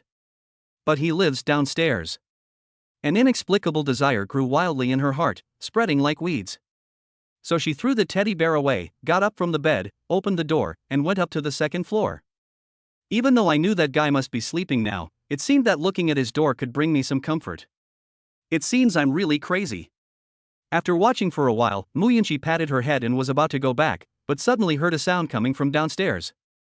Suddenly, an idea struck her, and she quickly leaned over the railing to look down. The light was on in the kitchen, and the shadow cast by the light, who else could it be but Fong Cheng? As if possessed by a ghost, she went downstairs and sneaked to the kitchen. Fong Cheng was standing in front of the stove, eating an apple, as if he was cooking something. I turned around inadvertently and was startled by Mu Yunxi at the door. Oh my god, you want to scare me to death? What are you doing here in the middle of the night? Mu Yunxi pursed her lips and said disdainfully, you're just a D-rank beast tamer, but you didn't even notice someone was walking behind you. A D-rank beast master is also a human being. Even humans have their downtime, especially in their own home. What are you doing? Mu Yunxi stretched her neck to look at the stove. Cook noodles. Cooking noodles in the middle of the night? Fong Cheng had no other choice. In order to help the girl in front of him quickly accumulate enough taming points for upgrading, he had been spending a lot of energy these days. Although the recovery ability is amazing, it still requires energy, and this energy comes from the food we eat on a daily basis. Otherwise, why would Teacher Mu, knowing that he had recovered so well, still stew sea cucumbers for him every day? Now that his family conditions are better, he has been upgraded from a sea cucumber to a strange beast. What else can I do if I don't cook noodles? Do you want some? Mu Yunxi licked her lips. Is it delicious? It's not tasty, go to bed now. Poof. Mu Yunxi walked into the kitchen, opened the refrigerator and took out a seasoning packet. If it doesn't taste good, remember to add this seasoning. It's already prepared, just mix it in and you can eat it. After that, he came to the stove, picked up the frying pan and said, would you like me to fry a few more eggs for you? What do you want to do? Fong Cheng looked at the girl warily. Humph, you don't know what's good for you. I know you must be very tired these days because of my affairs. You must have consumed a lot of energy, otherwise why would you come here in the middle of the night looking for food? You know quite a lot. Aren't you afraid that I'll kill you to silence you? Tisk, although these things weren't taught in school, the instructors did explain them in the training camp. Don't think I don't know anything. Why is the instructor telling you this? He's sick. You're the one who's crazy. This is beast taming knowledge, the price a beast tamer pays for their dominance, and it's common sense. Don't you know that? As he spoke, Yunxi had already fried 3 soft fried eggs for him and gently placed them on the plate. Your noodles seem to be burnt. Yunxi looked at the noodles in the pot and said, "It's okay, I'll cook more for you." Is this enough? Actually, you're pretty cute sometimes. Yunxi turned her back to Fong Cheng, and a smile appeared on her face, which was both sweet and proud. La! Yunxi turned around and wanted to ask Fong Cheng to keep an eye on the matter and not let it get messed up again, but she forgot that the bad guy was very close to her. His face suddenly enlarged in front of her eyes, and the distance between them was unbelievably close. Time seemed to freeze at this moment, and her eyes widened instantly, full of surprise and shyness. Smelling the scent on Fong Cheng's body, she felt an inexplicable attraction that made her want to get closer. Yunxi had already closed her eyes. At this moment, as a boy, Fong Cheng should of course take the initiative, so the noodles got messed up again. Chapter 89, Yunxi's Wild Thoughts. Yunxi reference picture. Although Yunxi slept very late yesterday, she was in particularly good spirits today. While stretching beautifully, she walked to the sink and gave a bright smile to the mirror. Hey, what is this? Yunxi looked in the mirror and plucked a hair from the corner of her mouth. When she saw it clearly, her cheeks turned red. Bah, you bad guy, you only know how to bully me. Yunxi spat and quickly brushed her teeth. Before my mother came up to wake me up, I skipped downstairs. Fong Cheng, are we going to the guild today? Mu Yao, who was about to go upstairs to wake her daughter, looked at Yunxi, who ran down like a rabbit with a puzzled look. Usually, this girl would look sleepy and reluctant at this time of the day, so why was she so cheerful and energetic today? Fong Cheng, who was drinking porridge, smiled and said, "Of course. Wasn't this agreed upon yesterday? Do you want some beast milk? I heard from your mother that this comes from a D-rank exotic beast. It's very nourishing." Yunxi looked at the glass of milk in front of Fong Cheng. She didn't know what she remembered. Her cheeks flushed and she shook her head in panic. "I don't want to drink it. It tastes too fishy." Fong Cheng turned around and smiled at Mu Yao. "See, I told you it smelled too fishy, but you didn't believe me. Now Xiaoxi says so too, so you should finally believe it, right?" Mu Yao walked over, picked up the cup of animal milk on the table and sniffed it. "Could it be that I handled it incorrectly?" "Forget it, Xiao Fong, you should just drink a little. This animal milk is precious. I'm full, you give it to Xiaoxi." Fong Cheng quickly took out a tissue to wipe his mouth, stood up and ran away. As expected, Teacher Mu looked at Yunxi again. "Xiaoxi? Mom, I've been weaned for years, don't you know?" Teacher Mu was immediately choked by these words, and she said angrily, "What nonsense are you talking about, you little girl? You have to drink this beast milk today, whether you want to or not." After saying that, he put the animal milk in front of her with a plop, then sat opposite her, looking like "I'm watching you drink it." Fong Cheng sat on the sofa in the living room, looking at Yunxi's face full of reluctance, and couldn't help but feel funny in his heart. This girl really said one thing in front of you and another behind your back. She was not like this last night. She was drinking happily, not like now, with a face full of dissatisfaction and grievance. But it's no wonder that Teacher Mu is heartbroken. The milk of a D-level monster costs 500,000 yuan per liter, and that cup costs at least 100,000 yuan. It's really a pity to just throw it away.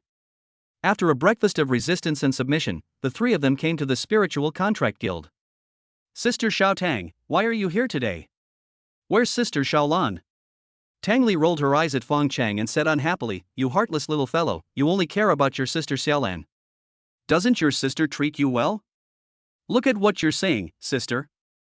You're the wife of our guild's president. Isn't it surprising that you're standing here? If I were you, I'd deduct Sister Xiaolan's salary. I always ask you to cover for me. I'm hiring a waitress, not a young lady." Tang Li smiled slightly. "You're just a chatterbox. What do you want to do this time?" "I haven't seen Sister Tang for a long time." "Of course, I came all the way to see our beautiful and generous Sister Tang." "Go away, men's words are deceiving. I won't fall for your tricks."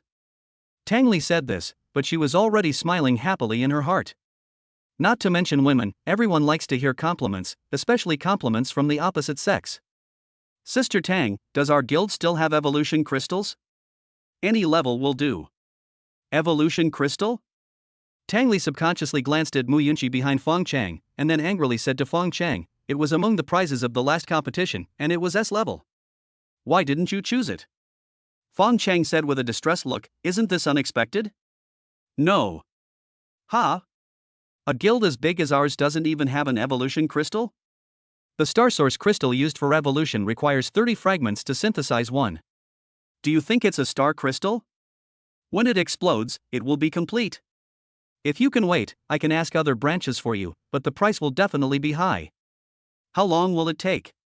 "It could take 3 days at the fastest, or a week at the slowest. "And since it's a loan, there's no discount or credit, so you might not be able to afford it." Fong Cheng thought for a moment and suddenly asked, "By the way, where is Sister Gongyu? I haven't seen her for several days." Tang Li chuckled, "You finally remembered her? I heard from Brother Wu that she's a wealthy woman. She should have a lot of crystals like this on her hands, right? It's not as easy as you think, brat. Didn't I tell you before?" It takes 30 fragments to synthesize one crystal, and even for the lowest grade B-level crystal, the chance of fragments dropping is less than 1 in 1,000. "But..." At this point, Tang Li pulled out a metal box from her bracelet and slammed it in front of Fong Cheng's face in annoyance. "But Xiaoyu said when she left that whenever you think of her, she asked me to give this to you." "What is that?" Fong Cheng picked up the box suspiciously and opened it. "S-grade star source crystal? Didn't you just say you didn't have it, Sister Tang? There's none in the guild. This is what Xiaoyu left for you." "Left it for me? Where is she?" "Go home, didn't your brother Wu tell you about her situation? With her current condition, if she stays outside for too long, her family will be worried. She was dying and had less than 2 years to live." Fong Cheng nodded, glanced at the star source crystal in his hand, and muttered to himself, "This damn favor." "What did you say?"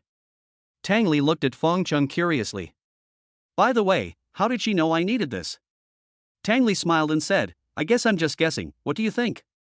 Fong Cheng smiled slightly, "You guessed it right, Sister Tang, I want to rent an evolution room." "No need to rent. You are now a member of our guild and can use it for free." After that, he checked on the computer for Fong Cheng. "I have opened it for you, evolution room number 9.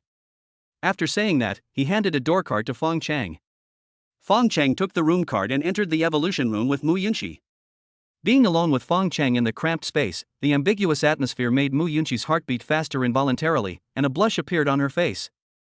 My little head couldn't help but think of the scene of having supper together last night. It seemed as if the hot warmth still lingered in my mouth, and there seemed to be a small voice in my heart whispering that I wanted to taste it again. However, a hint of shyness shrouded her like a veil, making it difficult for her to speak. Fong Cheng saw her standing there motionless and finally noticed something was wrong with her. He walked over and hit her on the head. Then he said with a playful smile, "Little girl, what are you thinking about?" Yunxi subconsciously covered her head, confused by this sudden incident. Then she glared at the male protagonist in annoyance, her cheeks turning even redder. Her originally tangled thoughts were temporarily put aside by this interruption. "Still looking? Hurry up and evolve." After saying that, he pulled her hand and slapped the evolution crystal into her hand. It is pitiful to see the love of parents in the world. Teacher Mu stood quietly outside the evolution room with a slightly anxious look on his face. His eyes were fixed on the door of the evolution room and he rubbed his arms from time to time. While she silently prayed for her daughter, hoping that she could successfully complete the evolution, she was also worried that her daughter would fail in the evolution. Chapter 90, Learn More, Lead Fong Cheng out of the city. The door of the evolution room opened, and seeing Fong Cheng coming out, Teacher Mu hurried to greet him. "How is Xiaofang and Xiaoxi?" Fong Cheng smiled slightly. "Don't worry, everything is going well." "She will be out soon. You go in first. I'll go buy her some equipment." Fong Cheng held her waist and sent her into the evolution room, but when he looked back he was stunned. Why did it feel like giving birth in the hospital? Look how nervous my mother-in-law is. Fong Cheng shook his head and couldn't help laughing. As time passed bit by bit, Yunxi's light cocoon slowly spread out like petals in the soft halo. The entire evolution room was instantly illuminated red by the fire. A red cat-eared girl quietly appeared, curled up on the ground like a baby, with a layer of holy light surrounding her. Every line of her slender body showed unparalleled softness and elegance, interpreting the beauty of the girl to the fullest. The light gradually faded away, revealing a head of red hair as bright as flames, spreading out wantonly and faintly flickering with the afterglow. Cat ears are delicate and agile, as if they can capture the slightest sounds around them at any time. Her face was as exquisite as a sculpture, her fair skin was slightly flushed, her long eyelashes trembled gently, she slowly opened her eyes and looked around blankly. Her tender and rosy lips opened slightly. "Mom, where is Fong Cheng?" "Xiao Fong went to buy you some equipment, so hurry up and put on your clothes first." "Oh." Mu Yunxi took the clothes handed to her by Teacher Mu, but she felt inexplicably lost in her heart. At this time, Fong Cheng cleared his throat outside, then pushed the door and walked in. How does the saying go? It's better to let others know than to let others see. It's better not to expose some things to avoid embarrassment. But Mu Yunxi might not think so. Instead, the girl thought it was very exciting. Is this your final form? Shouldn't it be a lynx? What lynx? It's so ugly. What? It's afraid that you don't like it, so it deliberately turned into this shape. Fong Cheng looked at Teacher Mu in confusion. The latter understood and lowered his head shyly, saying, "I didn't think so much before. Besides, I didn't know what you liked at the time. Are you overthinking it again? I just didn't expect that beast girls could choose their own form when evolving. I feel like I've learned something new." Mu Yunxi corrected him, "It's not like you can transform at will. I heard from the instructor that only beast girls above level A can do this. And no matter how you transform, you will always retain the characteristics of a beast." So, Teacher Mu had done his best at that time? Next, Fong Cheng used the skill of one leaf blocking the view as usual to hide Mu Yunxi's talent as a level fire cloud beast. Beast Mother, Mu Yunxi. Host, Fong Cheng. Age, 18. Strength level, F. Upgrade progress, 78%. Strength, 156, Agility, 312, Spirit, 156, Stamina, 156. Maximum Energy, 720. Beast Form, X-Level Sky Abyss Giant Spirit Fire Spirit Starflame Lynx. Growth Talent, 10 stars. Skills, Blazing Wind Blade Level 1, Explosive Bomb Level 1. Loyalty, 100%. Favorability, 100%. Return ability, Speed plus 55%, Fire Resistance plus 100%, Firepower Amplitude 35% not activated. Repayment Ratio, 100%. Taming Value, 100-100. Life Countdown, Days. Mu Yunxi reference picture. Because she evolved too late, although she is also an X-level beast girl, her attributes are not as good as those of Teacher Mu at the time. Fong Cheng, didn't you go buy equipment for me? Where is my equipment? Mu Yunxi stretched out her hand in front of Fong Cheng and said, "Don't mention it. When I got there, I just remembered that I don't even know your attributes yet." Humph. Mu Yunxi snorted unhappily, as if to say, "I've seen through you a long time ago. You're a speed type.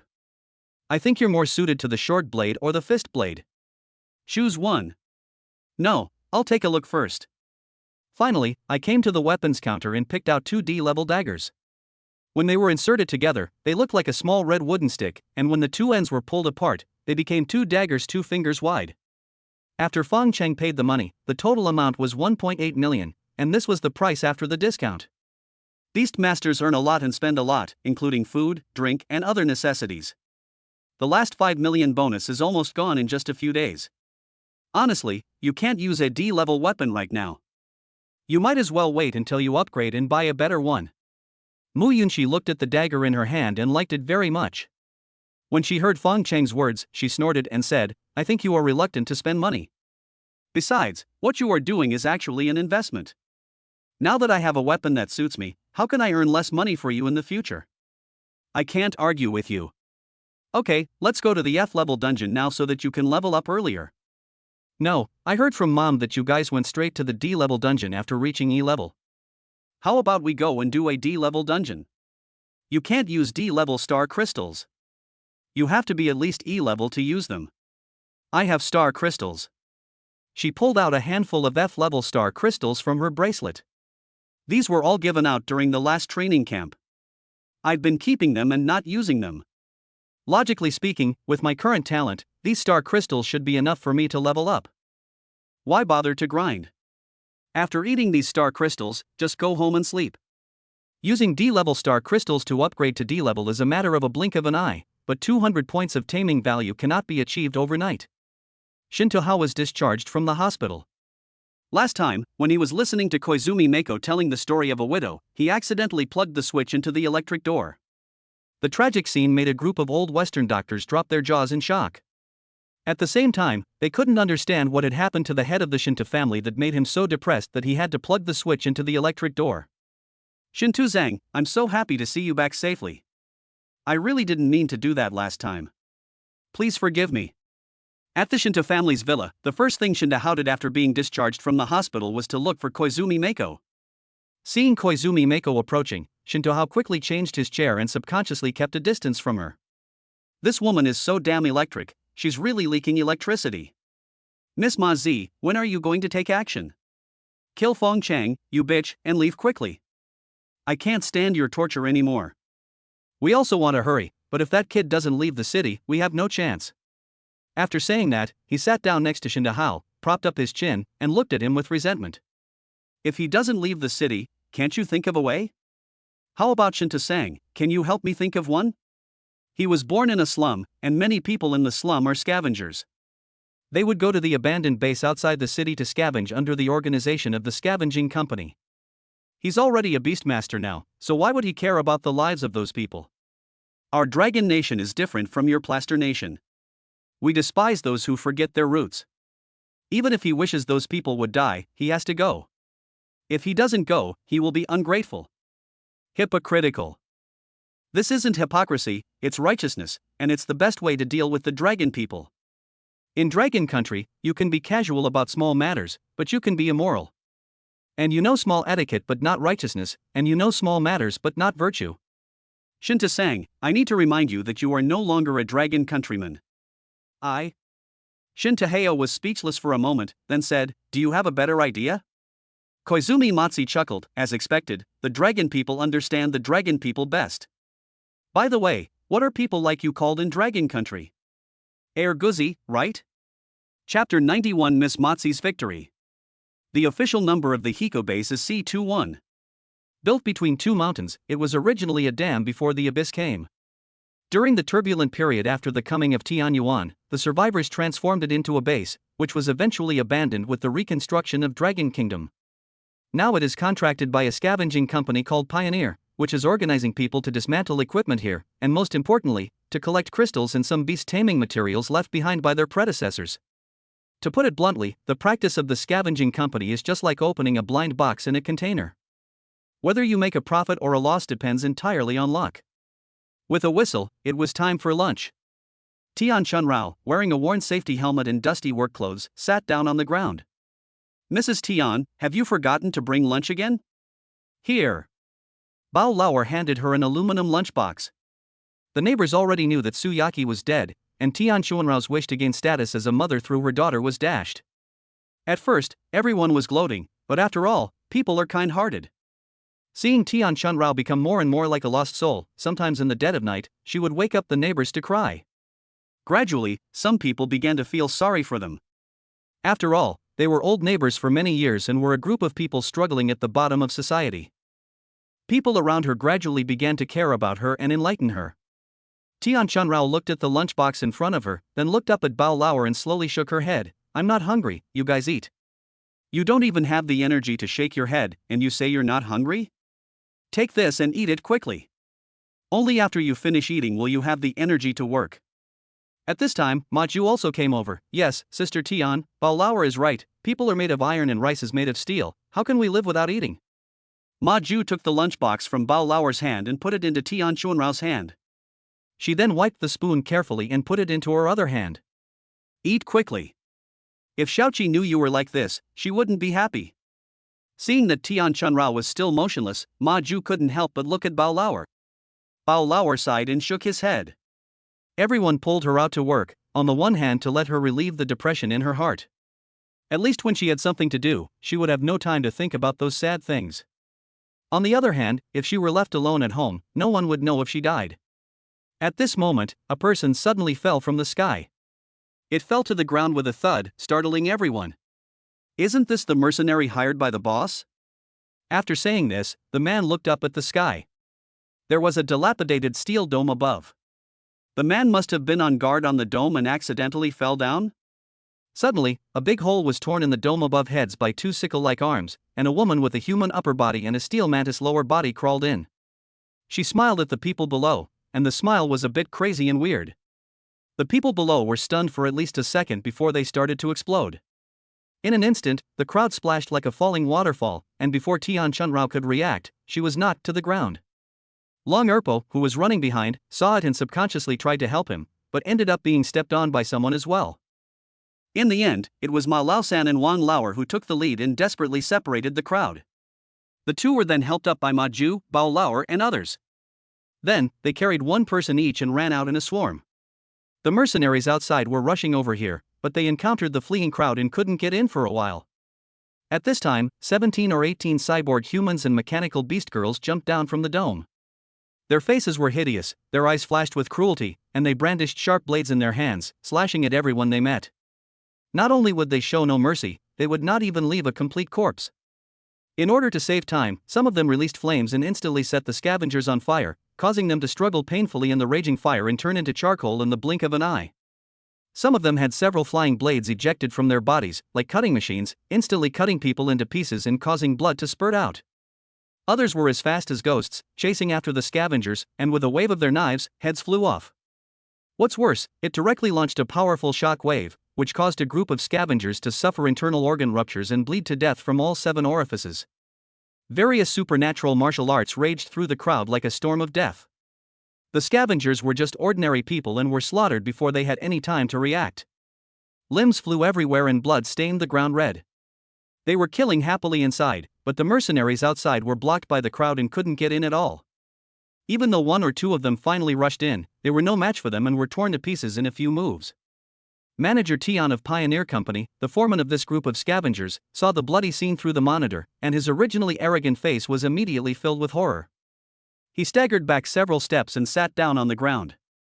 Pointing at the monitor, he frantically shouted at the mercenaries, his voice changing into a distorted tone as he stammered, "Go, run, run." Then he turned around desperately, took a step forward with his weak legs, and stumbled away desperately. He looked extremely embarrassed, with no trace of his usual domineering demeanor. Although the mercenaries were a little hesitant, they followed him and left in a hurry at his urging, completely abandoning the scavengers. Manager Tian has really killed everyone with this move. Koizumi Asako only had 34 people this time, while Pioneer Company hired more than 100 mercenaries, so his number was less than a quarter of the mercenaries. With the strength of these mercenaries, if they fight head-on, all of Koizumi Asako's men will be killed here today. But the frightened manager Tian wanted to escape. It would have been fine if he just escaped alone, but he also ordered the mercenaries to escape with him. As they ran away, the fighting spirit in their hearts was lost, and they lost the courage to fight like the defeated soldiers. Major, just as you expected, they have already started to escape. A spy from the plaster country, looking at the monitor in his hand, reported to Koizumi Asako with a happy face. Koizumi Mako smiled slightly. "It's time to hunt, tell the people inside not to kill anymore, there are still some civilians left. The rest of you follow me and chase." Asako Koizumi also knew that with the few people she had, she could not take over the base. But this is Longwa, and she can't transfer more people. So he used a little trick, using cruel and bloody methods to scare the managers. These people were used to living a life of luxury and superiority, and their psychological defenses were the most vulnerable. The most important thing is that everyone in the base has to listen to them. As long as these people order the mercenaries to retreat, they will have 1 foot in the grave. Asako Koizumi and his men began to chase, killing the people at the back. By the time the mercenary captain reacted, there were less than 30 people around him, and it was obviously too late.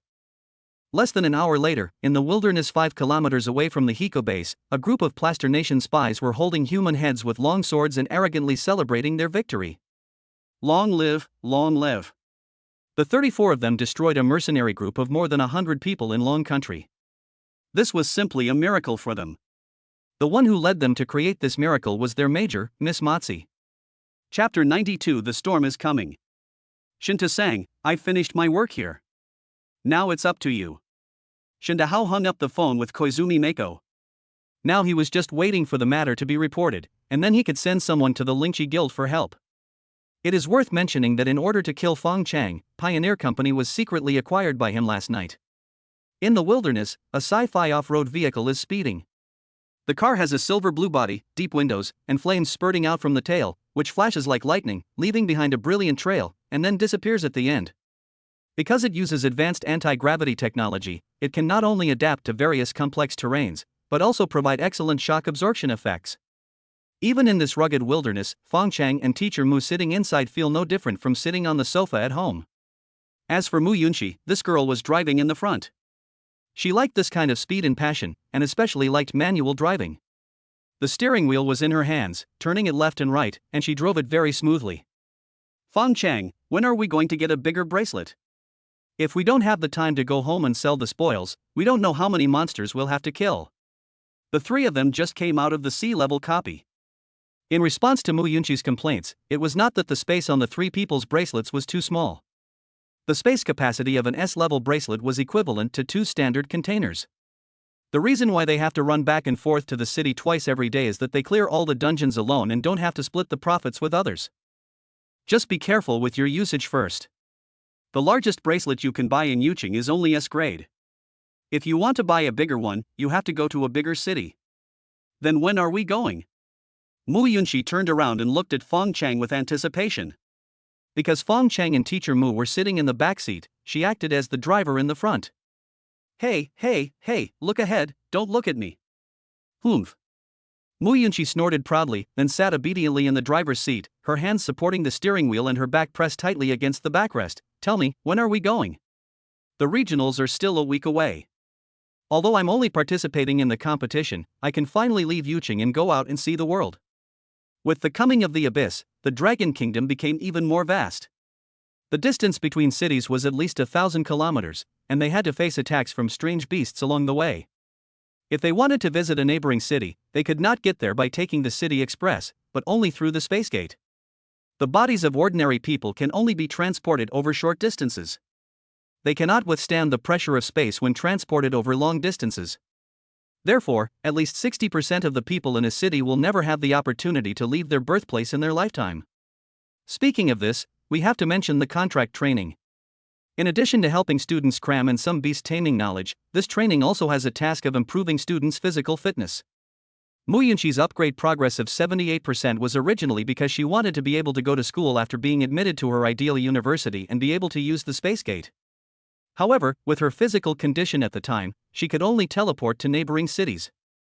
If the university she applied to was far away, she could only jump over step by step like playing checkers. I heard that Longwei is building armored trains and constructing safe passages between cities so that ordinary people can travel conveniently. But for a small place like Yunxi, it is unknown when the road will be open to traffic. Fong Chengdu no longer cared about these things. He and teacher Mu had already reached level C. After Mu Yunxi finished eating the star crystals in her hand, she would be able to reach level C. Fong Cheng was glad that he was the only one who could see the taming value, otherwise he really didn't know how to explain to teacher Mu the more than 100 points of taming value he gained from talking nonsense with Xiaoxi. Fong Cheng, look ahead. Mu Yunxi, who was driving in the front, suddenly said. Fong Cheng took a look and saw that they were a group of mercenaries, and their signature weapon was the wasteland-style chariot. They're probably out hunting. Stay away and don't provoke them. It's different outside the city than inside. Anyone you meet on the way may become a robber. With Fong Cheng's current strength, he is not afraid of them, but he also does not want to cause himself unnecessary trouble. The main reason is that most of the mercenaries who come to rob are poor. At the same time, the smell of human blood can easily attract strange beasts, which will delay time. Mu Yunxi turned the steering wheel and made the car turn 90 degrees, causing the two people in the back seat to stick directly to the car window. Xiaoxi, why are you so reckless? Are you doing this on purpose? Hearing her mother's complaints, Mu Yunxi chuckled. This is creating an opportunity for you too, and you're still blaming me. You really don't know how to appreciate kindness. After saying that, she checked the radar and then the rearview mirror. Oh no, Fong Cheng and the others seem to be chasing us. Parking. Are you going to kill someone again? Mu Yunxi looked excited. What are you so excited about? No, I just feel like showing off lately. She used to be a weakling in combat, but now after her bloodline awakened, she was taken by Fong Cheng for a period of practical training. Now, facing 5 or 6 sea mercenaries at the same time, she could kill them as easily as cutting melons and vegetables. As soon as the car stopped, the 5 mercenary vehicles behind instantly surrounded the 3 people. The small plasma cannons on the roof were instantly activated, making a series of mechanical clicking sounds, and the muzzles were all aimed at the car of Fong Cheng and the other 2. At this time, a young man got out of the car opposite. He was wearing a black battlesuit and carrying 2 swords on his back. He had long hair parted in the middle, a pale face and bloody lips, as if he had just drunk blood. There was a hint of weirdness in his sickly state. "Get out of the car." As the sick man said this, his right hand was already on the hilt of the knife. Fong Cheng sat in the car and used his spiritual eyes to look at all the mercenaries. No matter if they were hiding in the car or standing outside the car, none of them could escape the sight of his spiritual eyes. The one with the highest level is the sick man in front of you, with a B-level upgrade progress of 56%. The one with the lowest level is the driver in the car on the right, who is only at level D. Whether it's B-level or D-level, the talents are poor, and there isn't even a single S-level one. With the current strength of Fong Cheng and the other 2, they can kill all these people in less than 2 minutes. But the other party was not like other robbers who would open fire impatiently before the car stopped. He wanted to attack quickly and unexpectedly. Most importantly, he did not want others to obtain too much of his biological information. Although the Dragon Kingdom cannot control the wilderness, there is a wanted order. Unless you stay in the wilderness all your life and never return to the city, once you are on the wanted order, as long as you approach the defense tower outside the city, the system will automatically identify you and then kill you with heavy plasma cannons. Is Fong Cheng going to take action? Yunxi had already grasped her dagger with both hands, looking eager to try. We are not vicious robbers. Let's get out of the car and see what they want to do. If they really don't know how to live or die, it's not too late to take action later. Yunxi nodded and got out of the car with Fong Cheng and her mother. The sick man took a look and saw that it seemed to be 3 siblings, dressed neatly and not very strong, so he secretly breathed a sigh of relief. Where are you from? Fong Cheng Dao, Mushroom Forest Dungeon. Mushroom Forest Dungeon? That's a C-rank dungeon. Just the 3 of you? Fong Cheng smiled and said, "We're just going to take a look." The sick man gave a rather calm expression and asked, "Did you see any Red Scorpion mercenaries on the road?" Red Scorpion mercenary group? Seeing Fong Cheng's puzzled expression, the sick man thought to himself, they are indeed 3 weaklings. They don't even know about the Red Scorpion mercenary group. There's a Red Scorpion on the car. Fong Cheng shook his head, they really didn't see it. At this moment, someone on one of the chariots suddenly said, "Brother, I just received news that the Red Scorpions have arrived at the Hiko base." Fuck, those bastards are so fast? The sick man looked furious. Just as he was about to get in the car to chase them, he turned back and said to the other 3, "All right, hurry up and get in the car and go back. It's not peaceful out there lately. Don't hang around outside if you have nothing to do." Looking at the yellow sand in the sky left by the 5 chariots speeding away, Fong Cheng seemed to be lost in thought. It seemed that something had really happened. The mercenaries he met along the way didn't even want to rob. Chapter 93, the first mission in the guild. Why did Fong Cheng and the others leave like this? Yunxi looked confused. I don't know. Okay, let's go home quickly. It's getting late. By the way, can you get promoted to C level today? Don't call me girl anymore. You'll die if you call me Xiaoxi. In the past, when Teacher Mu saw Yunxi talking to Fong Cheng like this, she would say a few words to her. Now she is completely numb. This girl is very good at talking. Yunxi angrily jumped into the car first and slammed the door. Teacher Mu said to Fong Cheng Dao outside the car, Xiaoxi has reached C level so quickly, is her taming value sufficient? Fong Cheng smiled and said, Teacher Mu, you have worked so hard recently, don't you know? Teacher Mu blushed and shyly punched Fong Cheng. You're talking nonsense. Be careful that the kid hears it, or I'll be too embarrassed to face anyone. Fong Cheng smiled slightly. Teacher Mu, this is a typical ostrich mentality. Xiaoxi, a top student, knows as much about the knowledge of domestication value as you, her mother. Ha! Speaking of which, I seem to be an ostrich too, but judging by Teacher Mu's expression, she probably doesn't know it yet. Late at night, after Yunxi took the last star crystal, an upgraded glow appeared on her body. Beast Mother, Yunxi. Host, Fong Cheng. Age, 18. Strength level, C. Upgrade progress, 0%. Strength, 2076, Agility, 3952, Spirit, 2086, Stamina, 1976. Maximum energy, 1720. Beast form, X-level Sky Abyss Giant Spirit Fire Spirit Starflame Links. Growth talent, 10 stars. Skills, Blazing Wind Blade level 2, Explosive Bomb level 1. Loyalty, 100%. Favorability, 100%. Return ability, Speed plus 35%, Fire Resistance plus 80%, Firepower Amplitude 25% not activated. Repayment ratio, 100%. Taming value, 100-100. Life countdown, days. Although Mu Yunxi evolved late, judging from her current data, after breaking through 1000, the gap between her and Mu Yao does not seem to be that big. At the same time, this girl looks innocent, but she is lively in character. On the battlefield, she is a tomboy who prefers close combat. As a mother, teacher Mu loved her daughter dearly. For her safety, she gave her the Beast Soul Crystal and upgraded the Blazing Wind Blade to level 2. I want to use my speed advantage to make up for her lack of defense.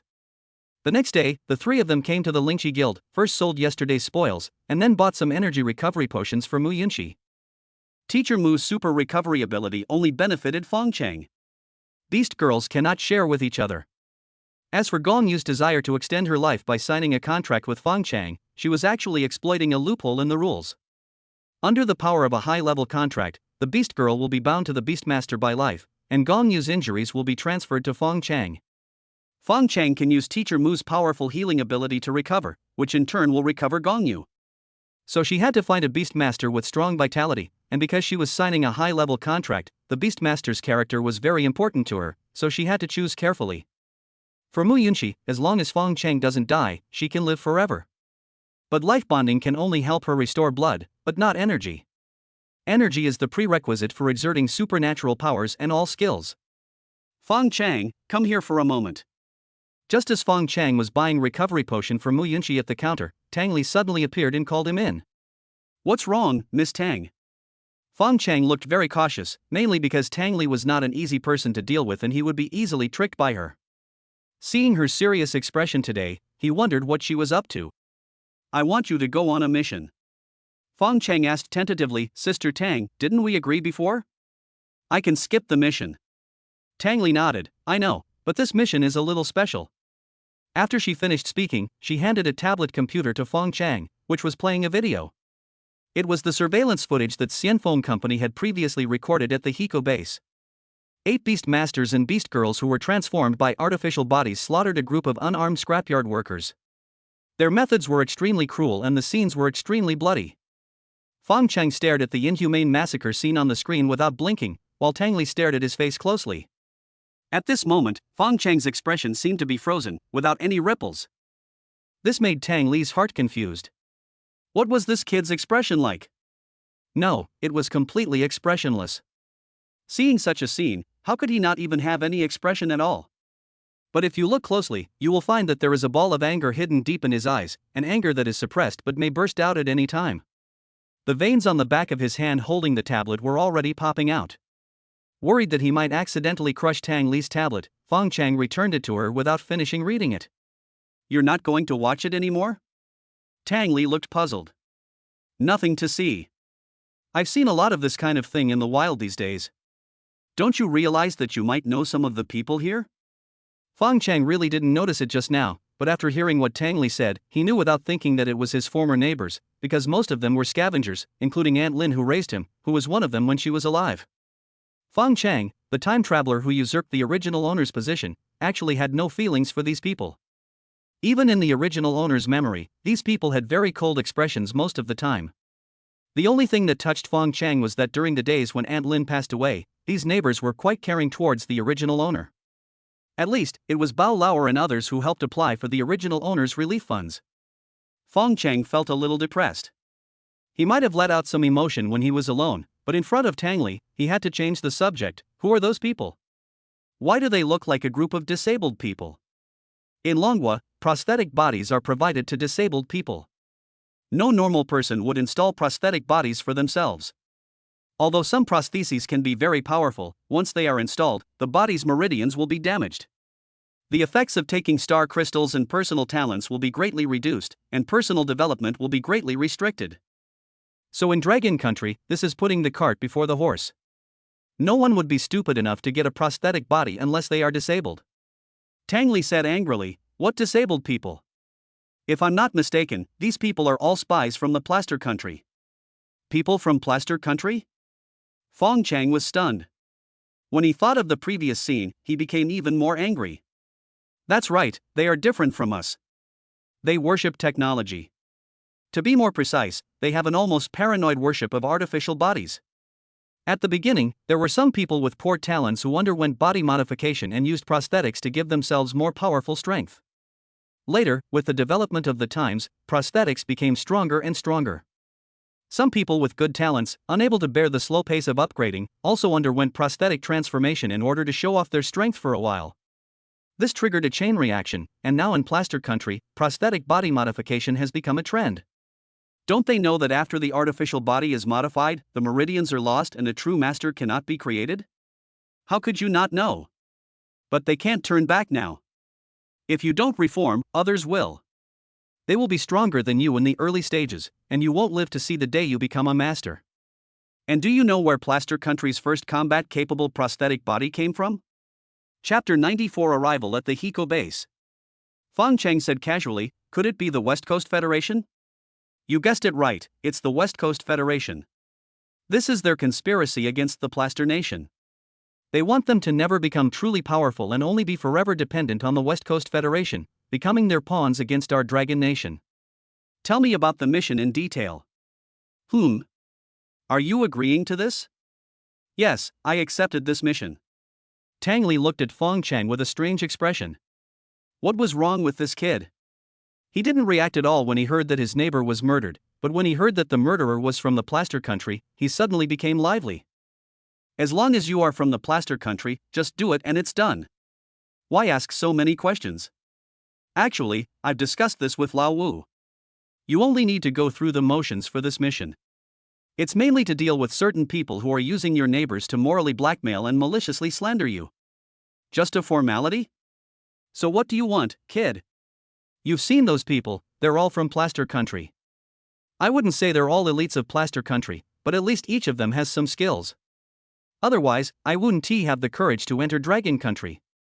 With your current strength, it's not even enough to fill the gaps in their teeth. Fang Cheng was too lazy to waste words with her on such meaningless things, so he asked directly, who will lead the team this time? Song Yong, an A-level beast master with S-level talent. Besides you have 50 teammates. Their personal talents and beast mothers are all above B level, and their strength is also around B level.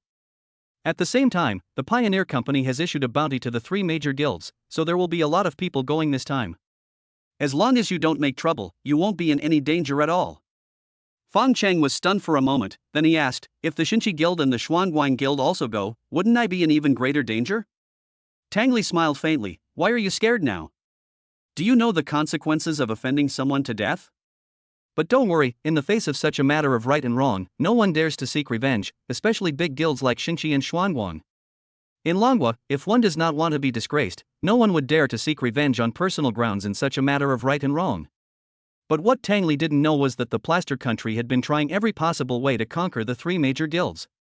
Although this seemed a bit beyond their capabilities, they were indeed planning to take over the 3 major guilds all the time. This time, Koizumi Mako saw the opportunity and took advantage of the hatred between Fong Cheng and the 2 families. He sent Shinta to have secret contact with the 2 families early in the morning. As long as they can kill Fong Cheng this time, Koizumi Mako would not hesitate to let her men commit suicide collectively so that they can complete the mission smoothly and ensure that no one knows about this. Likewise, the fact that they killed Fong Cheng will become a handle for the Plaster Country to control them. If they don't want to be disgraced in the Dragon Country, they will have to be at their mercy in the future. They are very familiar with doing this kind of thing. Shinta was instigated by them in this way. Now he can only serve them wholeheartedly and be their dog. Hey, Fong Cheng, when are we leaving? In the guild hall, Yunxi came running over, grabbed Fong Cheng's hand, a bright smile on her face, her bright big eyes twinkling, and she shook Fong Cheng's hand playfully. Yunxi reference picture. Let's not go to the dungeon today, let's go do the quest. You mean the mission at the river mouth base? How do you know? Mu Yunxi pointed at the information board in the distance and said, "Look, a lot of people over there are talking about this. I heard that the gangsters are from the plaster country." Is that true? Are you afraid? Mu Yunxi smiled slightly. "I'm not afraid of them. As long as I can be with you, I'm not afraid of anything." After saying that, she naturally wanted to lean on Fong Cheng, but at this moment she heard Mu Yao say, "What are you talking about?" Mu Yunxi was so frightened that she quickly stood up straight, turned around to look at Teacher Mu and said with a complaining look on her face, "Mom, where did you go just now? Why did you come back just now?" There was a hint of apology on Teacher Mu's face, but his eyes were still as gentle as water. "How do you talk to your mother like that?" Then he took out a white lunchbox like a magic trick and handed it to Mu Yunxi. "Hey, didn't you say you were hungry before? I bought you dumplings, fried dough sticks and soy milk. Which one do you want?" "I want them all. I won't leave any for that guy." After saying that, he glared at Fong Cheng. Teacher Mu always had a gentle smile in her eyes and never argued with her daughter. She walked to Fong Cheng naturally, reached out and gently adjusted his collar. The movement was gentle and delicate, showing the care of a good wife and mother. "Xiao Fong, are we still going to clear the dungeon today?" Mu Yunxi, holding a dumpling in her mouth, didn't wait for Fong Cheng to answer and said vaguely, "No, your Xiao Fong said that we should do a quest today." "Doing a mission?" Teacher Mu's face was slightly surprised, but she still said gently, "Why did you suddenly change your mind?" "But it doesn't matter, I support you no matter what decision you make." "Mom, aren't you curious at all? You agreed so quickly." Mu Yunxi was curious, but at the same time she felt a little disappointed. Her mother was just too weak and listened to that guy in everything. "I'm not curious.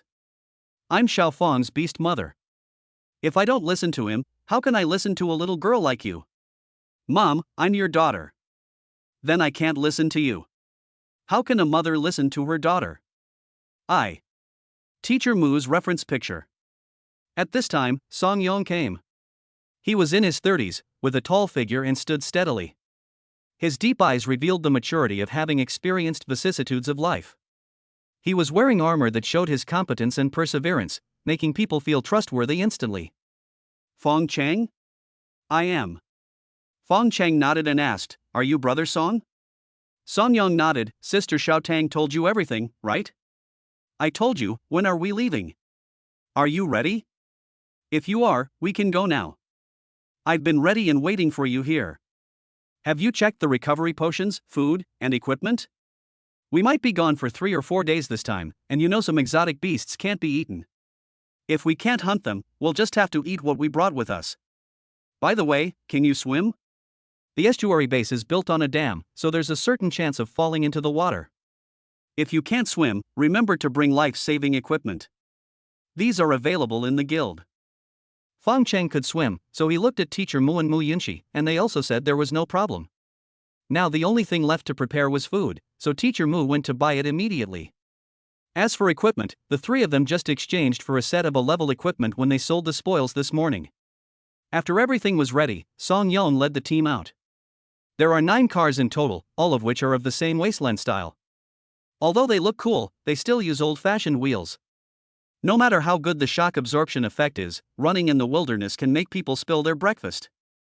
So Fong Cheng did not squeeze into the same car with them, but drove his own. Although the seller said it was an off-road vehicle, whether it was the body defense or the machine gun on the roof, it was not inferior to their tanks at all.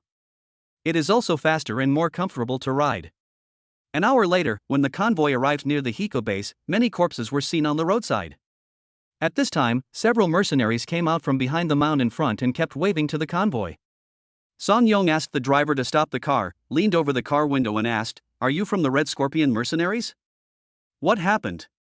The man nodded and said, "Are you from the Spiritual Contract Guild?" "We can't go any further. There are strange beasts all ahead." Chapter 95 Bait. The smell of human blood is like catnip to strange beasts. When Asako Koizumi was at the Hiko base, he deliberately made it so bloody, on the one hand to scare the executives of Pioneer Company, and on the other hand to attract strange beasts. They were alone and deep in the enemy's territory. If they didn't have the exotic beasts to cover them, they would easily be killed by the mercenaries of the Dragon Country, and there would be no chance to deal with Fong Cheng. As for whether they would end up making things worse and be killed by the strange beasts, they were naturally prepared for this. These cyborgs did not have blood flowing in their bodies, but a black biotech fluid that looked like motor oil. In addition to having the functions of blood, they can also make them look like ordinary stones in the eyes of low-level monsters. There are also people among humans who can awaken similar special abilities and block the perception of strange beasts, but they are rare and not everyone can have this ability. Therefore, it is easy for these modified humans to develop a sense of superiority. The people of Plaster Country are keen on this kind of prosthetic modification, and being able to gain this kind of superiority is one of the reasons. Song Yong subconsciously glanced in the direction the mercenary pointed, then turned around and asked, "Have you seen anyone from the Yunxi and Xuanguan guilds here?" "I saw it. It just passed by not long ago." Song Yong nodded. "Do you need help?" "Not for now. Our boss is injured and we are preparing to go back. Be careful on the road." After saying that, Song Yong ordered the convoy to continue moving forward. After crossing a hill, they saw the people from Yunxi and Xuanguan Guild in the open space in front. "Song Yong? Is there no one left in your Yunxi guild? Why did you send a loser like you?" "Fuck you, you scared me with all your sudden movements." "Xiaosan, why the hell did you just come here? Come here quickly. What are you still standing there for?" "I don't eat people." The leader of the Xuanguan Guild this time is Lu Weixin, and the leader of the Yunxi Guild is Xia Mingwu. Although they both look unhappy with Song Yong now, they are high school classmates. Later, because Song Yong's college entrance examination score was not as high as theirs, the three of them went to different universities. When they met again, Xia Mingwu, the most talented one, went to the Yunxi Guild, the second oldest Lu Weixin went to the Xuanguan Guild, and the third oldest Song Yong went to the Yunxi Guild, and he was the kind of person who had to take the Yunxi Guild exam twice. Song Yong jumped out of the car, picked up 2 stones from the ground, and threw one to each of them. "Why are you two bastards here?" Fong Cheng sat in the car and watched Song Yong throwing stones at the two of them. He turned around and said to Teacher Mu, "Song Yong doesn't look so dull after all. He even knows how to joke." Teacher Mu smiled slightly. "Maybe you met an acquaintance?" Some introverts don't know how to express themselves in front of outsiders, making people mistakenly think they are aloof, but they act crazy in front of acquaintances. Mu Yunxi, who was sitting in the front row, turned around and asked, "Isn't it said that the 3 major guilds have bad relations? Why do these 3 seem to be like brothers?" Fong Cheng shook his head and continued to look outside. When Xia Mingwu and Lu Weixin saw the stone flying towards them, they jumped away with laughter, and then took advantage of Song Yong's unpreparedness and quickly circled around Song Yong, one grabbing his left hand and the other grabbing his right hand. Seeing that Song Yong was captured, the 2 men couldn't help but burst into laughter. Just when they felt proud, they saw Song Yong do a somersault forward, straighten the joints of his hands, and directly lift the 2 men up. While the 2 men were surprised, it was Song Yong's turn to laugh. Xia Mingwu was startled and even grabbed Song Yong's hand, saying angrily, "Fuck you, you little bastard. Let go now. My brothers are watching us from behind." Lu Weixin on the other hand had the same expression as him. Song Yong held the 2 of them tightly and said with a smile, "Who the hell is the loser now? You, it's okay for you, right? Go to hell." Song Yong took one in each hand and threw them far away. Xia Mingwu got up from the ground and said with a puzzled look, "I haven't seen you for a while, and your strength has improved." The other Lu Weixin said unconvincedly, "Maybe it's because his sister-in-law raised him well, it has nothing to do with him. By the way, where's Wu Tong?" Wu Tong is Song Yong's beast girl and also his wife. She was the class beauty that the 3 of them pursued together when they were in high school. Unfortunately, the white moonlight in the hearts of the 3 people at that time finally chose Song Yong, who was the least good-looking, the least talented, and came from the poorest family. This made Lu Weixin and Xia Mingwu very dissatisfied. After some greetings, the 3 beast girls gathered together, and it seemed that the 3 women had a good relationship. The 3 grown men gathered together to discuss how to wipe out the bandits from the Plaster Country and rescue the scavengers. That is also the purpose of this mission. The others also got off the bus, but unlike the 3 of them, the people from the 3 guilds separated into 3 groups according to the rules, and no one wanted to pay attention to each other. Fong Cheng and the other 2 came to a cliff and looked forward. The Hiko base was just opposite, about 1 or 2 kilometers away. Now the entire base can no longer be seen, because it is full of strange beasts. The level is not high, mostly below D level, but there are many of them. The whole base is like an ant nest that has been dug out, densely packed with strange beasts. So many strange beasts. Fong Cheng, do you think there are any living people in there? Mu Yunxi asked doubtfully. Fong Cheng said confidently, "Yes, and quite a few." Yunxi looked curious. How do you know? Did you see it? Fong Cheng looked at it and smiled slightly. There is a skill in the original magnetism called electromagnetic perception. Although I can't see it, I can sense it. How can we save them then? If we were to kill all these strange beasts, how long would it take? And what if they kill us? I heard that the people of Plaster Country appear modest and reasonable on the surface, but in their hearts they are all thieves and whores. They would definitely do something like murder and killing people. How do you know those bandits inside are from the Plaster Country? Everyone in the hall said that before in the guild. Don't you know? Just then Song Yang found the three people. Brother Xiaofeng, so you are here. Brother Song, is your meeting over? Song Yang nodded, then glanced at teacher Mu and Yunxi. There is something I want to tell you, is it convenient? Fong Cheng smiled and said, that's convenient. Brother Song, just say what you want to say. We just discussed two plans, one of which is to use you as bait. Let me be the bait? Why? The reason is a long story, but to put it simply, those people from the Plaster Country are causing all this trouble just to get rid of you. Brother Song, are you sure? Song Yang nodded. According to Xia Mingwu and Lu Weixin's speculation, this may be a conspiracy against you by Shinta. They have already found out that this pioneer company was secretly acquired by the Shinta family some time ago. Shinta wants to kill you, naturally, to avenge his son. Although there is no evidence to prove that you killed Shinta Jun, for people like them, they don't need any evidence at all. They can kill as long as there is suspicion. So I hired a group of assassins from outside the country to lure you out of the city and then kill you. So you want to use a trick against me? Song Yang nodded. That's right. What's the alternative? Chapter 96, Using the Tricks and Using the Tricks. Song Yang said, besides outsmarting, we can also attack with force. Lure out the strange beasts and eliminate them bit by bit. Once the strange beasts are cleared, we can clear out the people. At the same time, dispatch reinforcements to block all entrances and exits to the Hiko base. This will not only speed up the process of clearing out the alien beasts, but also prevent those inside from escaping. Fong Cheng asked, Brother Song, which plan do you think is right? Song Yang said without a second thought, I naturally prefer the second option. After all, Sister Tang told me that this mission is just a formality. I don't want you to have any excuses. It seems that Sister Tang knows the relationship between Song Yang, Xia Mingwu and Lu Weixin, and also knows that the other party will send these two people this time. To put it bluntly, she really just wants to get away with it. Fong Cheng turned and glanced at the Hiko base. The corner of his mouth raised slightly, and he said, There's something I don't understand. It's been 5 days since the incident, right? Even if the smell of blood was strong at the time, these beasts should have dispersed, right? You want to wait until these strange beasts disperse before taking action? I'm just curious, maybe there's a third option. Song Yang sighed and said, That's impossible.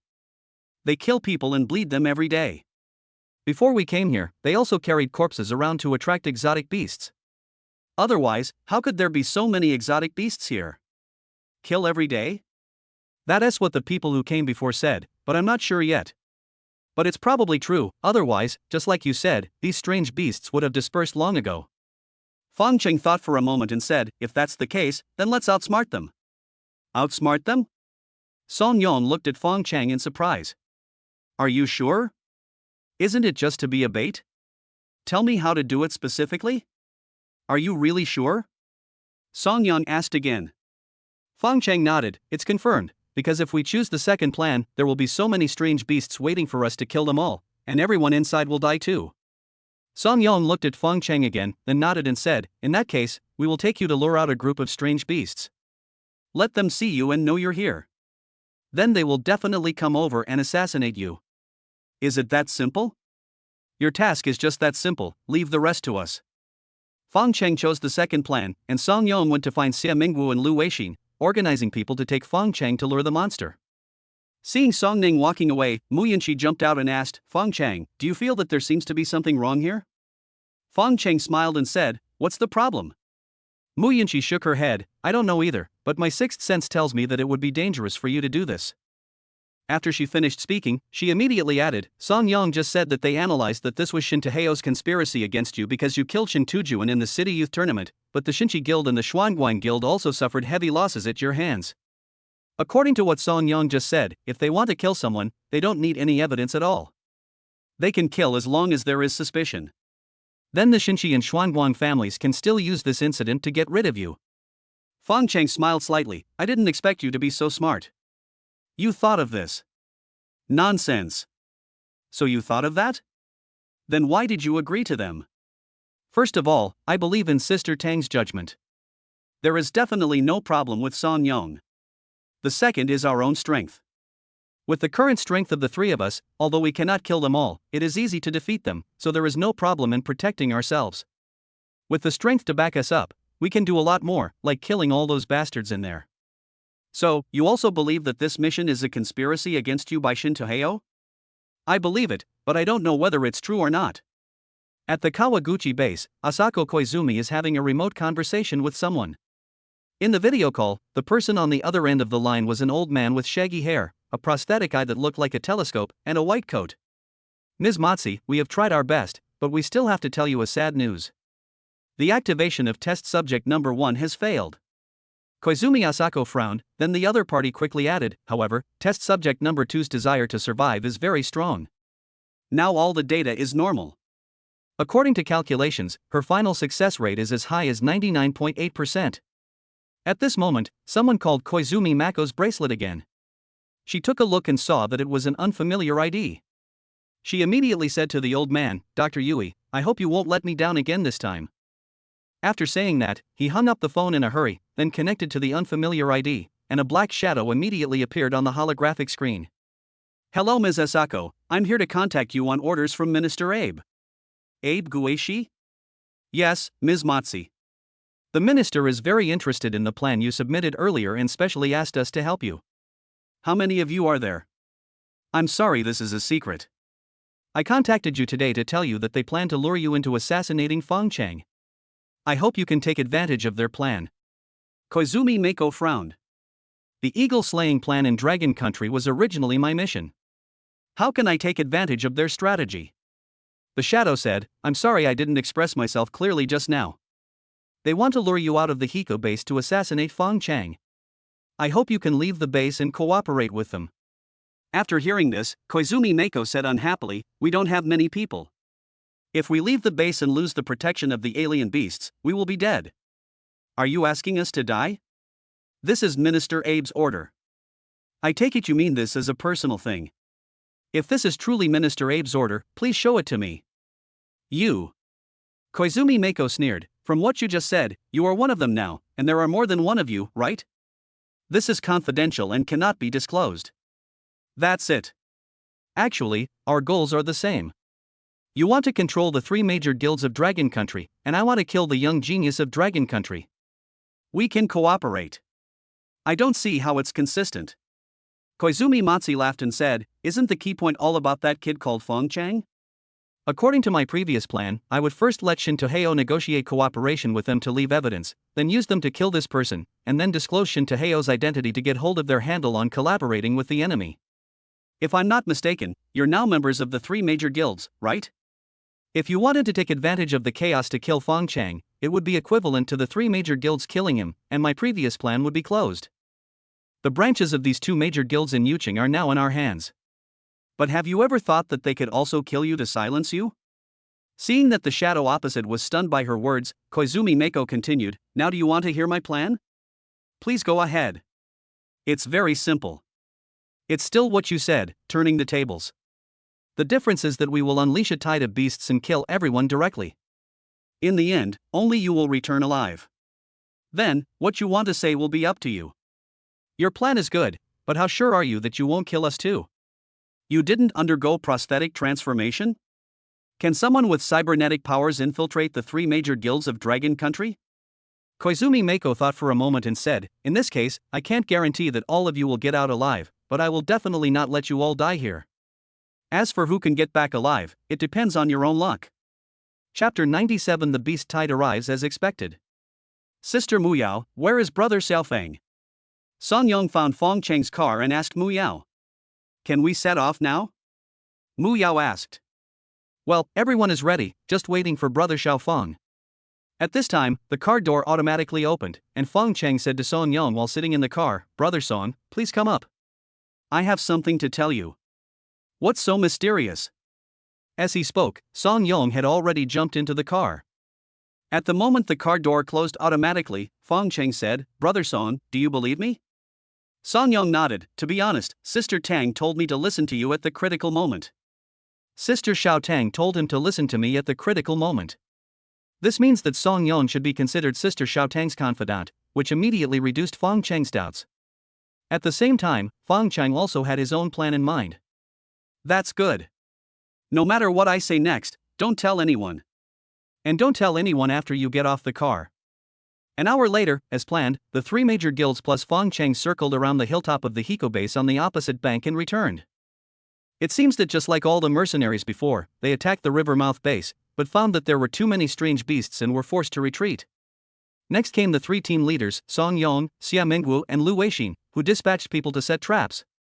"Xiao San, do you think the boss's plan can succeed?" Lu Weixin asked uncertainly. Xia Mingwu was annoyed when he heard this and said, "How can we know if it will work if we don't try? Do you have a better plan, second brother?" Song Yong hesitated for a moment and said, "There's something I don't know whether I should say or not." Lu Weixin was delighted. He put his hand on Yong's shoulder and said with a smile, "When did the third brother become so polite? If you have anything to say, just tell the dads. Our spiritual contract guild is the weakest among the three of us. Do you have any objection to this?" Lu Weixin smiled and said, "Third child, you have finally grown up.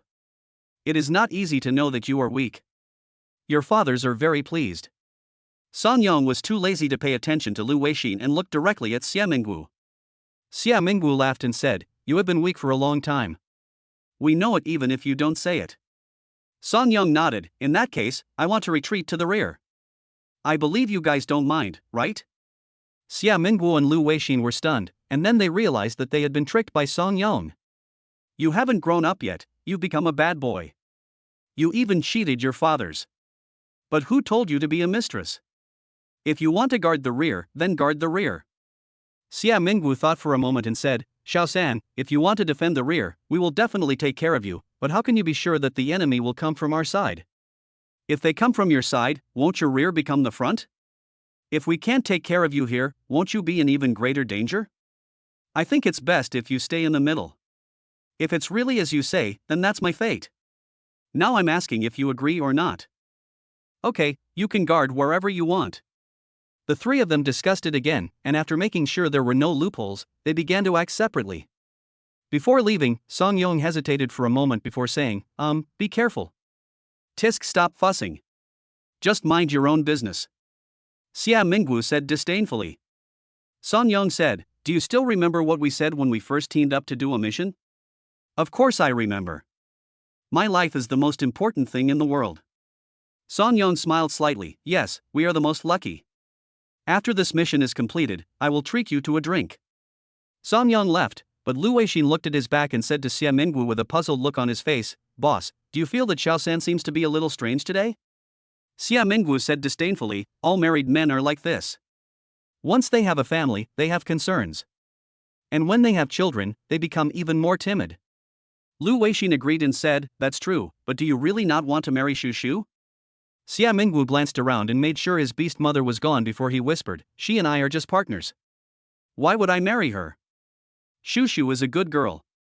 I heard that she had never been with any other beastmaster before." "TSK, you believe what she said? Are you going to marry Yin? Of course I won't marry her. I'm not her first beastmaster, so I don't need to be responsible to her, right?" "That's it, alright, get busy now." Xia Mingwu and Lu Weixin led their men to guard the only intersection coming from the opposite side, while Song Yong led his men to guard the exit at the back. Following Fong Cheng's instructions, Song Yong deliberately kept a distance from the two of them. Time passed quickly and it was night, but there was still no sign of the person everyone was waiting for. Song Yong and Fong Cheng stood on the roof of the car, looking at the entrance in the distance. "Brother Xiao Fong, will there really be a beast tide tonight?" "There should be." Can't you be sure?" Fong Cheng laughed and said, "Brother Song, haven't you heard that plans cannot keep up with changes? Even if you are a person with a divine foresight, when God wants to play tricks on you, there is nothing you can do. All I can say is that there's a high chance of a beast tide happening tonight." "Then what did you infer?" This is Fong Cheng's secret, and when it comes to electromagnetic perception, the fewer people who know about it, the better. Otherwise, once more people know about it, everyone will be on guard against him, and the effectiveness of electromagnetic perception will be greatly reduced. That's why he wouldn't be so stupid as to show off in front of everyone. Guess. Guess? Think about it, if Lu Weixin knows how to use the opponent's trick, wouldn't the other party know it? Their current advantage is those strange beasts. Since they can keep the strange beasts gathered for 5 days, they naturally have a way to drive them away and use them for their own purposes. If it were you, would you have left the exotic beast unused and come here to assassinate him foolishly? Song Yong shook his chin and said, of course not. Fong Cheng smiled and said, that's it. In that case, why can't we tell them about this? After all, we are all teammates now. Can I tell you that there are spies from the Plaster Kingdom among us? No, because if I tell you, you will ask me how I know. Fong Cheng looked at Song Yong and said, I know you three have a good relationship, but have you ever thought about whether you three can represent the 3 major guilds?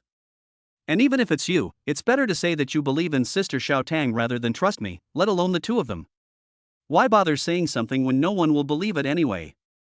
Suddenly the ground shook. Song Yong looked at Fong Cheng in surprise, as if asking, could it be that what you said was right? Fong Cheng asked, Brother Song, do you think it's a beast tide or an earthquake? Song Yong had no time to talk to Fong Cheng at this moment. He jumped down from the roof of the car to calm everyone down and prepare for the battle. If a beast tide really comes, Lu Weixin and Xia Mingguo's men will not be able to stop it at all. As soon as Song Yong left, Teacher Mu and Mu Yunxi jumped onto the roof of the car, protecting Fong Cheng on the left and right. The 2 of them observed the entire battlefield with their eyes and ears open. Soon, the strange beasts rushed out from between the 2 small hills in front like a flood. Lu Weixin and Xia Minggu were dumbfounded at the time. How could a beast tide appear? At the same time, I felt like I had been cheated by that bastard Song Yong. But it was too late to say anything now. All the weapons on the tanks, whether they were particle cannons or small guided bombs, fired at the herd. At the same time, the personnel retreated behind the tanks and prepared to fight. Captain Shao Kong and the others are missing. Chapter 98, It's Always Conscience. At the same time, several people in Lu Weixin's team also disappeared. But now facing the strange beast so close, he has no time to care about these things. Any distraction now would be irresponsible to himself. Fong Cheng stood quietly on the roof of the car, gazing grimly at the battlefield ahead filled with the breath of death. In the darkness, a group of strange beasts surged out from between 2 small hills like a tide. They looked like a group of hairless monkeys, with wrinkled skin that had a disgusting luster and limbs twisted and weird. The densely packed figures were like the embodiment of a nightmare. They let out sharp and piercing screams, like the devil's voice from hell, which made people's scalps tingle and their stomachs churn. Suddenly, the plasma cannon on the chariot in front ejected a dazzling light, accompanied by the buzzing sound of the beam. The shell streaked across the night sky like meteors and slammed heavily into the group of strange beasts. In an instant, flames shot up into the sky, blood and flesh flew everywhere, and the smell of burning filled the air. However, the strange beasts seemed to be stimulated by the blood to become even more crazy, and continued to charge forward regardless of everything.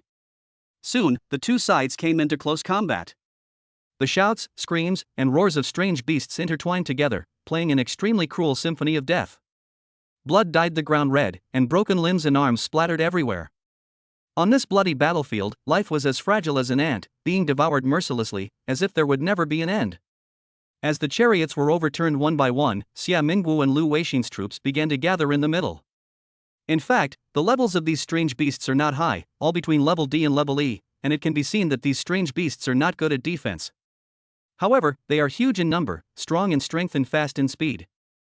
Normally, when they hunt such exotic beasts, the maximum number of exotic beasts they can hunt is 5 times their own number, which is already the limit. But now the number of strange beasts is dozens, hundreds, or even thousands of times greater than its own number. According to Fong Cheng's previous plan, he wanted to take advantage of this opportunity to make these 2 guilds suffer a great loss. This was a normal operation between the 3 major guilds and there was nothing to say. In the end, Song Yong couldn't stand it anymore and ordered the plasma cannons on all the tanks to open fire to buy time for Lu Weixin and Xia Minggu in the front. Only if they unite as one and gather into a group to reduce the contact area with the monsters can they avoid being annihilated. But even if that were the case, there would certainly not be many people who would survive in the end. Fong Cheng wanted to stop him, but he raised his hand and then slowly put it down again. He understood the principle that kindness cannot command the army and righteousness cannot command wealth, but he was not yet able to be so cold-blooded. Then Song Yong ran to Fong Cheng and said, "Fong Cheng, the monster is coming soon. You should evacuate here immediately." This is what Fong Cheng wanted to tell him. Although the Yunxi guild was behind, it was not far away. As soon as Lu Weixin and Xia Minggu in the front tightened their formation, the strange beasts would immediately rush to the front of the Yunxi guild. Taking advantage of the fact that Xia Minggu and Lu Weixin were blocking the way in front, Song Yong quickly led his men to retreat. It is better to let his fellow Taoist die than for himself. But looking at Song Yong's expression, he didn't seem to want to leave now. "What about you?" Fong Cheng asked. "I'm going to save people." "Are you sure you're going to save people, not to die? My brother of many years is gone just like that. I will feel guilty for the rest of my life." Time was pressing, so Fong Cheng was too lazy to persuade him anymore. He just reminded him, "Remember, they may be your brothers, but not all of them are your allies. So, be careful." Seeing Song Yong nod, Fong Cheng prepared to get in the car with Teacher Mu and the others, regardless of whether he listened or not, but after thinking about it, he left the chariot to Song Yong. This car costs more than 10 million yuan. 3 days of copying were wasted. In the end, just as Song Yong said, it allows him to leave with peace of mind. Fong Cheng took Teacher Mu and the others away, while Song Yong took the rest of the people and drove the chariot towards the herd of beasts, trying to meet up with Xia Minggu and the others. When Fong Cheng left, he left the group, which undoubtedly gave Koizumi Mako and the others an opportunity. "Fong Cheng, are we really leaving?" I don't know whether Mu Yunxi has a tendency towards violence or is infected by Song Yong's brotherhood. Looking at her, it seems that she wants to rush back and fight the monster with everyone. Fong Cheng nodded without explanation and just focused on getting on with his journey. Soon someone caught up with him from behind. "Is that brother Fong Cheng in front?" Fong Cheng looked back and saw that there were 6 people from the Yunxi guild. They looked familiar, but he didn't know their names. When the man saw Fong Cheng stop, he quickly said happily, "I am Zhu. "We have met before. You haven't forgotten, right?" Fong Cheng asked, "Why are you here?" "Brother Song is worried about you and asked us to give you a ride. Brother Song is really thoughtful. Let's go quickly. The strange beast is coming soon." When Fong Cheng turned around, he winked at Mu Yunxi and Teacher Mu. Teacher Mu immediately understood what Fong Cheng meant, but Mu Yunxi looked confused. There was no other way, so Fong Cheng had to use the contract to send her a message: "Be careful, these 6 guys are not right." Almost at the moment when Fong Cheng transmitted the message, Zhu and others came from behind with their knives. He swung his knife when Fong Cheng turned around, catching him off guard and choosing the timing perfectly. Just as Zhu's knife was about to split Fong Cheng's head open, Fong Cheng's head seemed to have eyes. He instantly took a step forward, turned around, and snatched the knife from Zhu with his bare hands. Then Fong Cheng put the knife on Zhu's neck and sneered, "Brother Zhu, what are you doing?" Zhu was shocked. Fong Cheng's strength was seriously inconsistent with the intelligence given by the higher-ups. According to the intelligence, Fong Cheng was just a newly promoted D-level Beastmaster. "I am a C-level Beastmaster, but when I launched a sneak attack, he snatched the knife away and put it on my neck. Only then did I realize that this was the strength that a D-level Beastmaster could possess." Fong Cheng glanced at the Beast Girl beside him and his companions. At this time, they had all drawn their swords and the Beast Girl had also transformed. The few people who were about to take action were all stunned by this sudden change. "Brother Fong Cheng, it's a misunderstanding, a misunderstanding. I just took out the knife just now. Maybe I scared you." "Oh, it was just a misunderstanding." Yes, it's a misunderstanding." The other 3 also subconsciously echoed, with awkward smiles on their faces, and their smiles were so stiff. "All right then, to avoid unnecessary misunderstandings, you guys go ahead and we'll go behind." A few people looked at each other and felt that Fong Cheng had no idea that he had fallen into a trap. Moreover, they were all acquaintances, so he would not take action until they took action. In fact, what they thought was right. Generally, young people who have just graduated from school don't want to cause trouble. So Zhu and the others walked to the front, and at the same time they winked at each other, as if asking what to do next since the boy was now on guard. However, the next thing Zhu saw was a bloody knife tip sticking out from his heart. When Mu Yunxi and Teacher Mu saw Fong Cheng taking action, Mu Yunxi instantly rushed out like a red ghost, killed a beast girl with a knife on her left hand, turned around and killed her beastmaster with a knife on her backhand. When he returned to Fong Cheng, Teacher Mu shot his arrow, which hit Zhu's beast girl and 2 other people. With the help of Imu Ling Guangzhan, the arrow passed through their necks like a half moon, taking off their heads. Fong Cheng, how do you know there's something wrong with them? Fang Cheng suddenly raised his hand to interrupt Mu Yunxi and signaled her to be quiet. He closed his eyes and sensed it carefully, then suddenly looked towards the hill not far away and said, "This way." Chapter 99. These dragon country people are crazy, let us retreat. Koizumi Mako and his men mixed in with the beasts and rushed out of the Hiko base. After the strange beasts fought with Xia Mingwu, Lu Weixin and others, they quietly moved out of the battlefield. Then he joined up with the 8 people led by the Black Shadow. Why, do you only have this few people? When Koizumi Mako saw that there were only 8 of them, she looked unhappy. With just a few of you, you want to kill that kid Fong Cheng? I really don't know what Minister Abe is thinking. The leading figure was called Inohara. He had fought his way out of the herd and rushed all the way here. He was almost exhausted. He gasped and pointed at the battlefield behind him and said, "They are all dead in there." Of course there are more than just these few of them, they just didn't run away. Useless. I've known about your affairs for a long time, yet you still managed to do this. You are such a useless bunch of rubbish. It seems that at this critical moment, we have to rely on our Sakurayama group. Inoue was unhappy when he heard this. This was not their previous plan. It was Koizumi Asako who insisted on changing the plan. If she hadn't insisted on triggering a beast tide and killing people to silence them, would his subordinates have died? Ms. Motsi, are you questioning Minister Abe's decision? And as far as I know, Minister Abe hasn't agreed to your plan yet. You are acting on your own initiative. It was because of your own actions that my men died, and you must bear all the responsibility for this. Asako Koizumi was also very angry. The situation on the scene was ever-changing and the opportunity was fleeting. If she really had to wait until Minister Abe made a decision, it would be too late. Oh, that's what a man is like. He has no sense of responsibility at all. I'm irresponsible, but you are. Then why don't you take all the responsibility? What do you think, Ms. Motsi? Shut up. The most urgent thing now is to kill Fong Cheng so that we can continue with our plan, not to listen to your complaints here. Inohara said in the same unpleasant tone, then go ahead. Fong Cheng is over there. He has 50 experts from the Spiritual Contract Guild protecting him. I wish you success. My dear colleague, I think we shouldn't act on impulse like this. If the mission fails, Minister Abe won't care who is responsible. He will hold everyone involved in the operation accountable.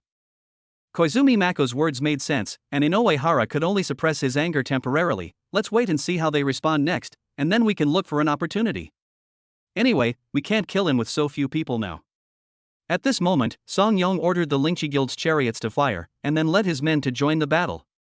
Koizumi Mako's eyes lit up. Fong Cheng doesn't seem to have participated in the battle.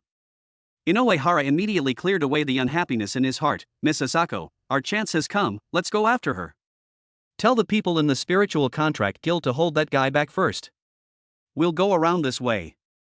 If we rush forward directly, Song Yong and the others will definitely find out, and then we can launch a surprise attack, and no one will be in trouble. They could only wait for Fong Cheng to run farther away, but not too far, or he would get lost. So they had to arrange for someone to hold him back first. Even if they couldn't hold him back, they had to report his location in time to facilitate their pursuit. But what Koizumi Mako didn't expect was that as soon as they climbed over the hill in front of them, they encountered a group of mercenaries. It was during the day that Fong Cheng and his companions encountered the Red Scorpion mercenary group here. In addition, there were mercenaries from 3 other groups, with a total of about 60 or 70 people. Before the 3 major guilds arrived here, they had launched an attack on the Hiko base together. At that time, the number of people was much larger than it is now, with more than a dozen mercenary groups, totaling 300 to 400 people. As a result, Koizumi Mako almost used those strange beasts to capture them. In the end, some died, some were caught, and they were the only ones who escaped. But they were unwilling to leave like this. Firstly, there were still teammates trapped in the base. Secondly, they knew that people from the 3 major guilds would be arriving soon. At that time, they might have a chance to rescue their teammates in the base and get a share of the mission at the same time. To put it bluntly, they just want to fish in troubled waters. Everything was going well for them until they saw Asako Koizumi. The bandits at the Hiko base triggered a beast tide, which was equivalent to clearing the base of all the exotic beasts. At the same time, the 3 major guilds that bore the brunt of the attack would certainly see their strength greatly reduced even if they could survive. By then, they will become the main force, and the three major guilds will become bystanders, or even cannon fodder. But then Asako Koizumi appeared, and her appearance caught these people off guard. The mercenaries thought they were people who had escaped from the three major guilds, and Koizumi Meiko thought she had been ambushed by the three major guilds. Anyway, they both felt that they could not defeat the other side, and subconsciously wanted to escape. The bad thing is that the mercenaries move too fast. This is an instinctive reaction they have developed over the years to seek good fortune and avoid danger. Even when they run away, they are much faster than others. As a result, Koizumi Meiko reacted later and saw that the other party ran away when they saw her. How could this be an ambush by the three major guilds? It must be those mercenaries who came to extort money in the past few days. Although many were captured and killed, many also ran away. Since you want to run now, I will take your life while you are running. Kill them all. Don't leave any alive. At this moment, all the mercenaries who were running forward were stunned. Outsiders? What do you mean by outsider? You can't hear plaster country?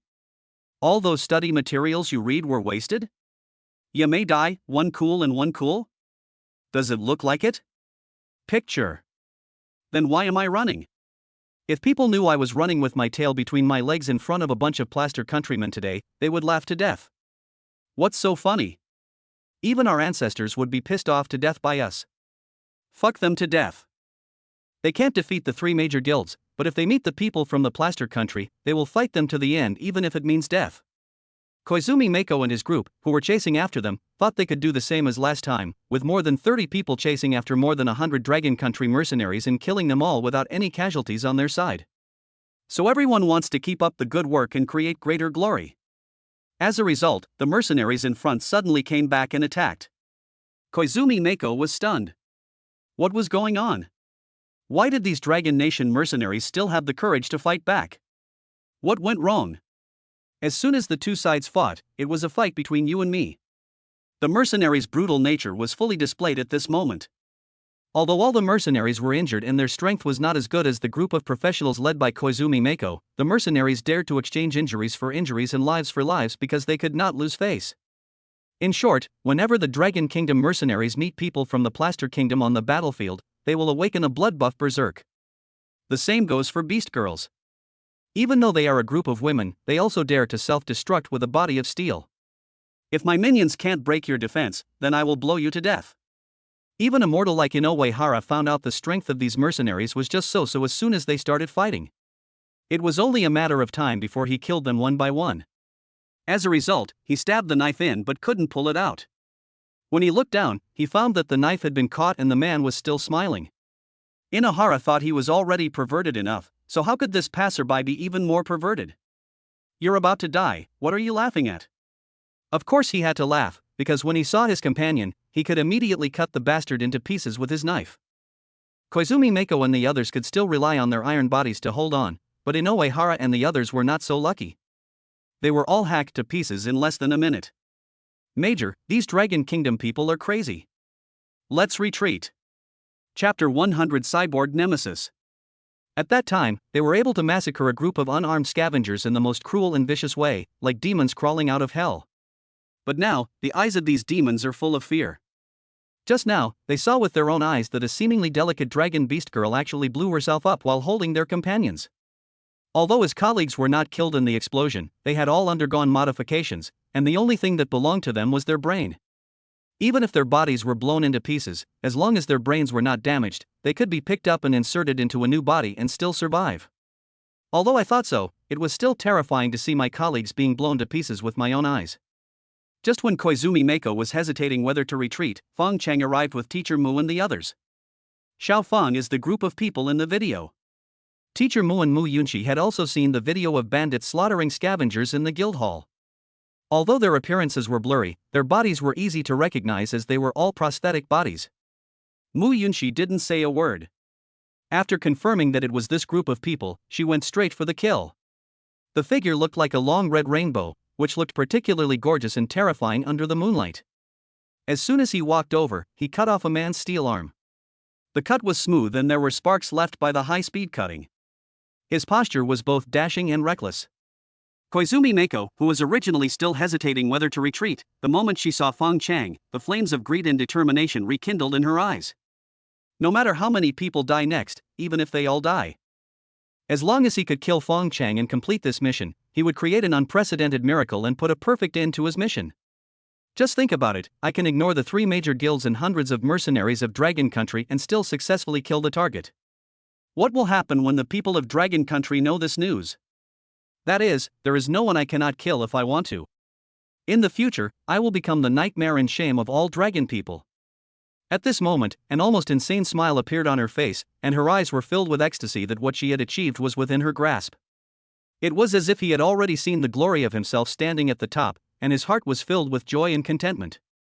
She couldn't wait to order everyone to quickly leave the battlefield and surround and kill Fong Cheng on the hillside. Bang, bang, bang. As clouds of smoke exploded on the battlefield, the spies from the Plaster Country who had just been fighting with the mercenaries disappeared in an instant. When it appeared again, it had already landed around Fong Cheng. Then everyone held a dagger-shaped kunai in their mouths, dragged a knife in their hands, and squatted slightly. The energy in their prostheses was accumulated to the extreme, like a cheetah ready to pounce. His eyes were like those of an icy poisonous snake, fixed on Fong Cheng. There was no emotion in them, only endless coldness and determination. The next moment, with a burst of mechanical sound, the legs suddenly exerted force and lifted the grass, so fast that after-images appeared. A pair of arms seemed to be dislocated and fluttered in the wind behind him. Facing such a group of aggressive spies from the Plaster Kingdom, Fong Cheng stood there quietly, as steady as a towering mountain. There was no panic on his face. His eyes were deep and peaceful, like a calm lake. He just calmly watched them rushing over, reached out and pressed down the supernatural bow that Teacher Mu had already pulled, and there was even a faint smile on the corner of his mouth. That smile seemed to contain disdain for these dwarf mules and absolute confidence in his own strength. In Koizumi Mako's eyes, this kind of self-confidence is no different from being scared silly. Go to hell, Fong Cheng. You will put a perfect end to my trip to Dragon Country and become a stepping stone for me to reach the top. Fong Cheng moved and quickly pulled out the knife. The moment the long knife was unsheathed, electric light swirled around the blade, and then he thrust it into the ground with all his might. He drew the sword and thrust it into the ground in one smooth motion, and then there was a brilliant burst of lightning that illuminated the entire night sky.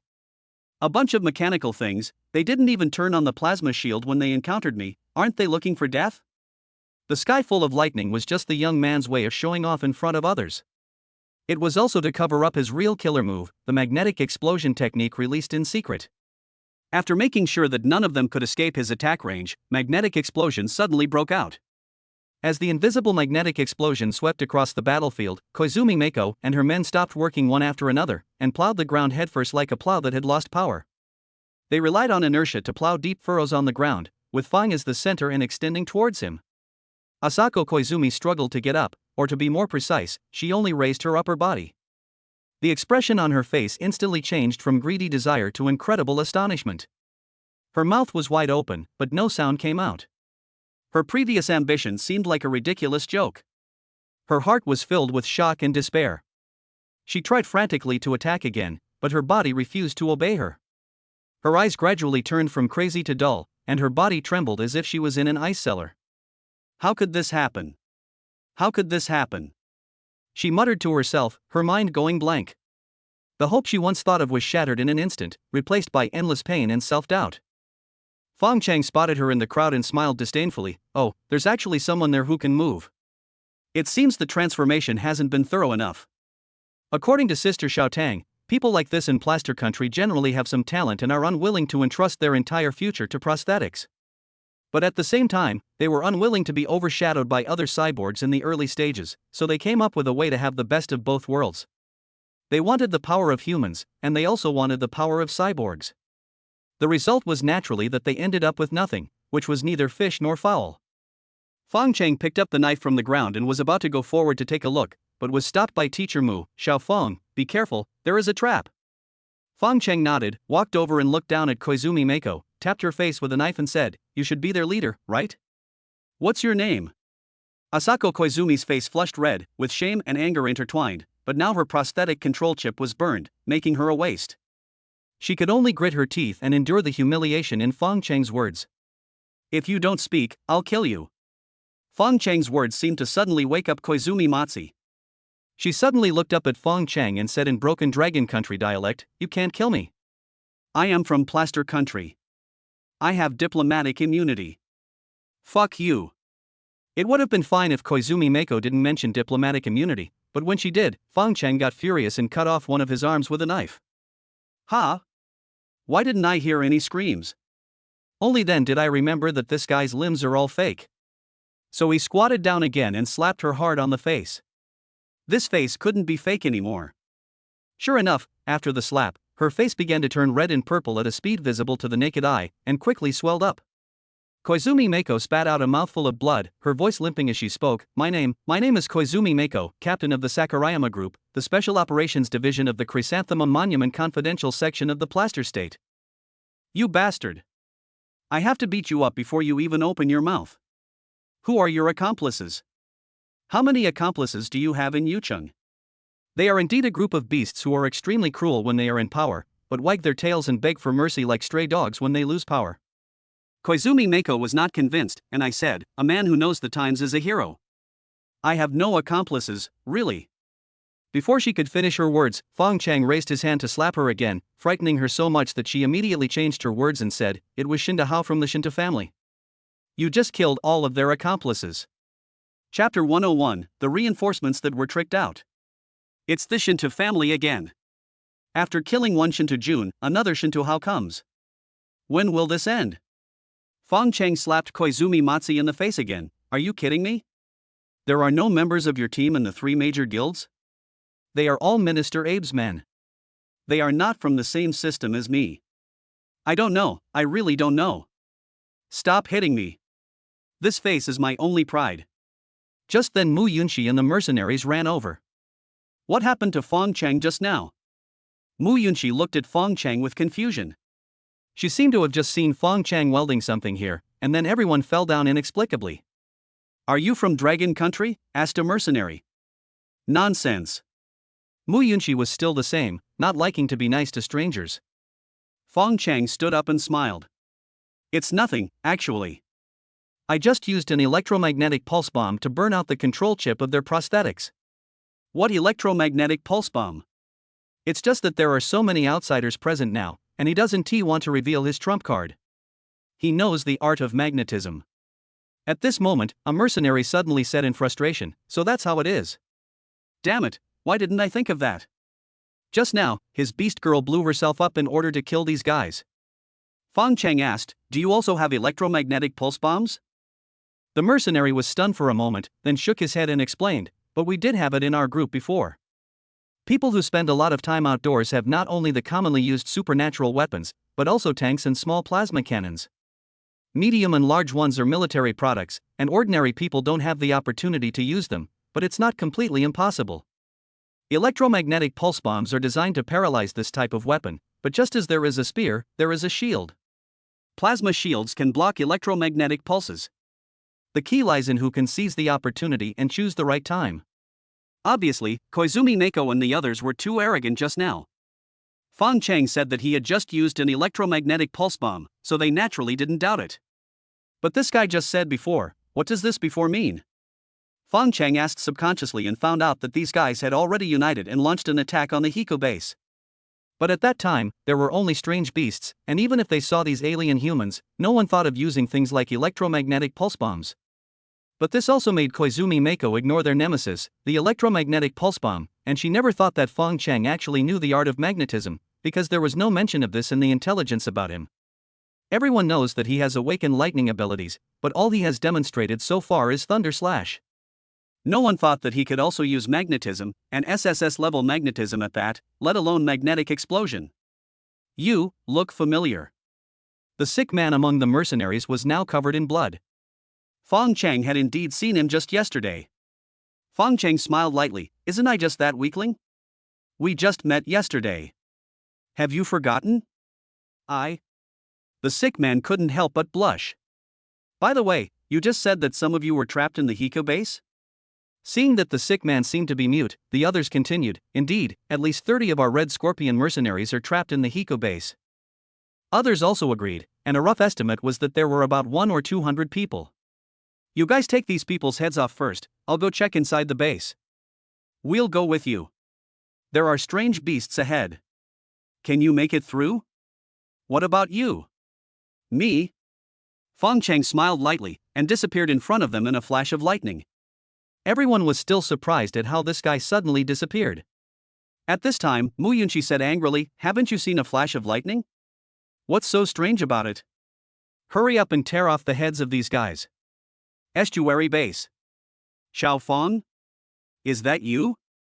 I'm your Uncle Bao. Were you also arrested?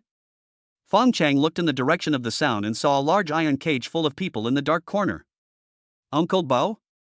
Are you still alive? Where are the others? Fong Cheng was asking the other neighbors. I don't know, maybe they are all dead. After saying that, Bao Lauer lowered his head. I have something to do now. I'll come back to save you later. When they heard the call for help, everyone became alert and looked over. Little brother, don't go. Let us out first. There are strange beasts everywhere outside now. You will die if I let you out. Fong Cheng said without looking back. He disappeared again in a flash of lightning. Although Fong Cheng's electromagnetic perception can penetrate walls and objects, it can only perceive a general idea, unlike the Pahuan Lingtong that can see a person upside down.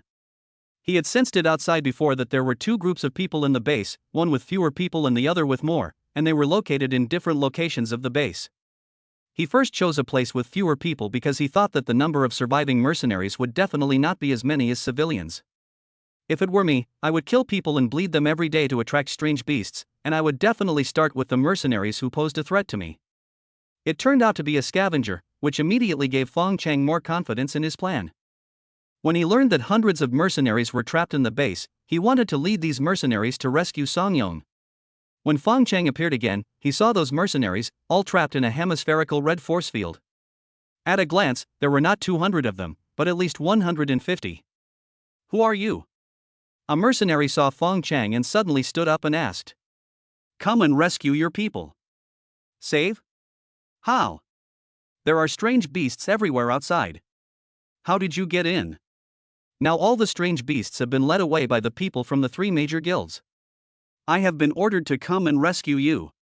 The strange beasts have been lured away? Are you sure? Nonsense, if there are strange beasts outside, how can I get in? Hurry up, they probably won't be able to hold out for long, we have to rush out. After saying that, Fong Cheng smashed the force field controller with a knife, the force field disappeared, and everyone regained their freedom. The man was still hesitating, but another person said, "Why are you still hesitating? Can it get any worse than it is now?" But when they rushed out of the base and reached the two hills, they were all dumbfounded. That kid said that the three major guilds had lured away all the strange beasts. It was true that they were no longer in the base, but they were all blocking the gate. By this time, Fong Cheng had already called teacher Mu and Yunxi over. Seeing that everyone was still dumbfounded, he immediately said angrily, "What are you still standing there for? If they die, you will be the next to die. Hurry and follow me. If you rush over, you can survive."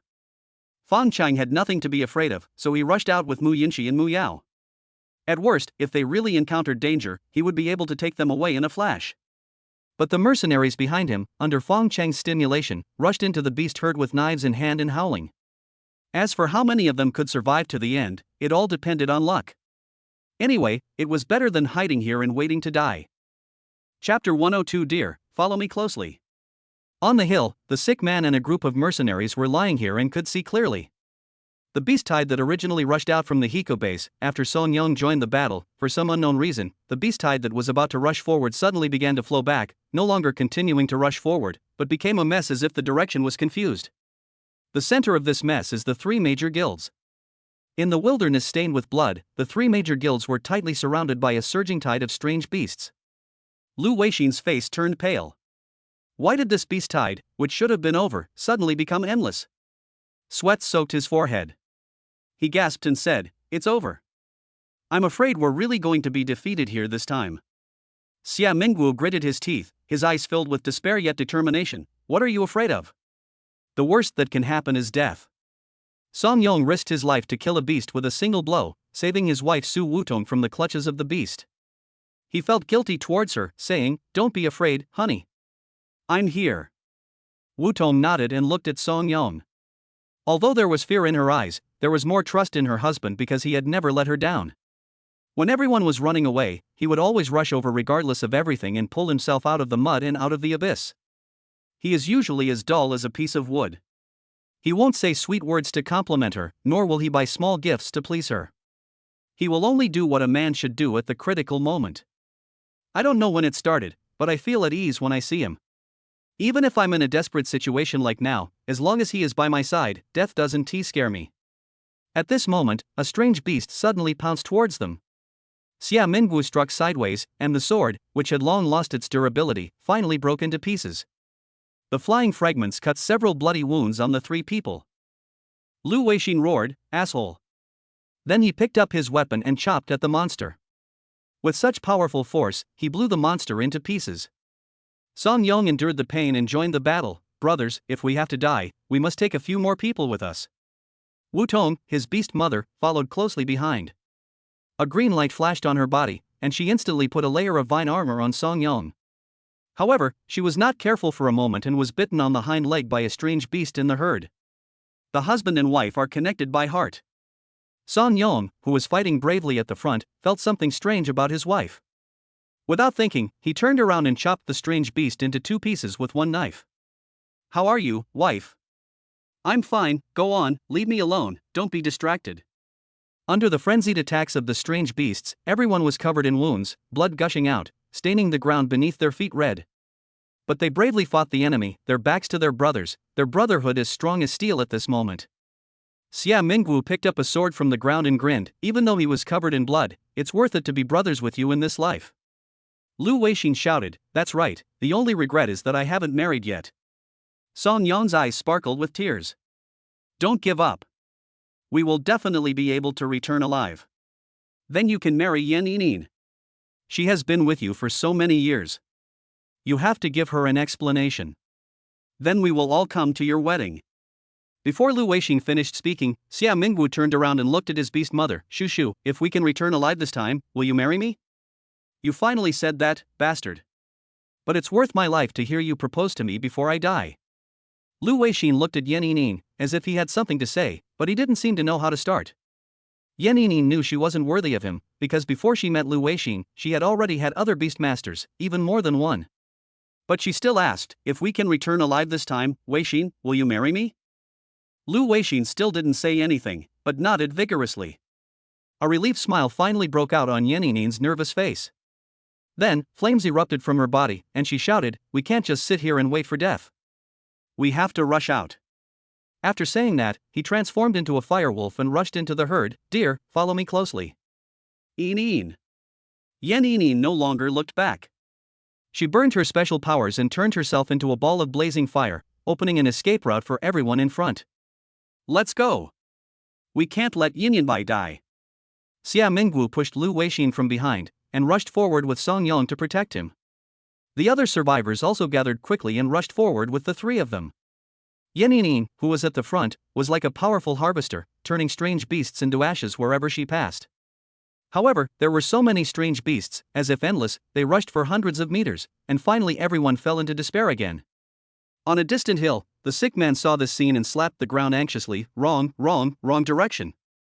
The sick man and the red scorpion mercenaries were lying high and seeing far, and they had already seen from afar Fong Cheng and his men rushing out of the Hiku base. If Yan Yinin had led everyone and rushed towards Fong Cheng, they would have successfully joined forces by now. With Fong Cheng's strength, he would definitely be able to lead them to kill all the strange beasts.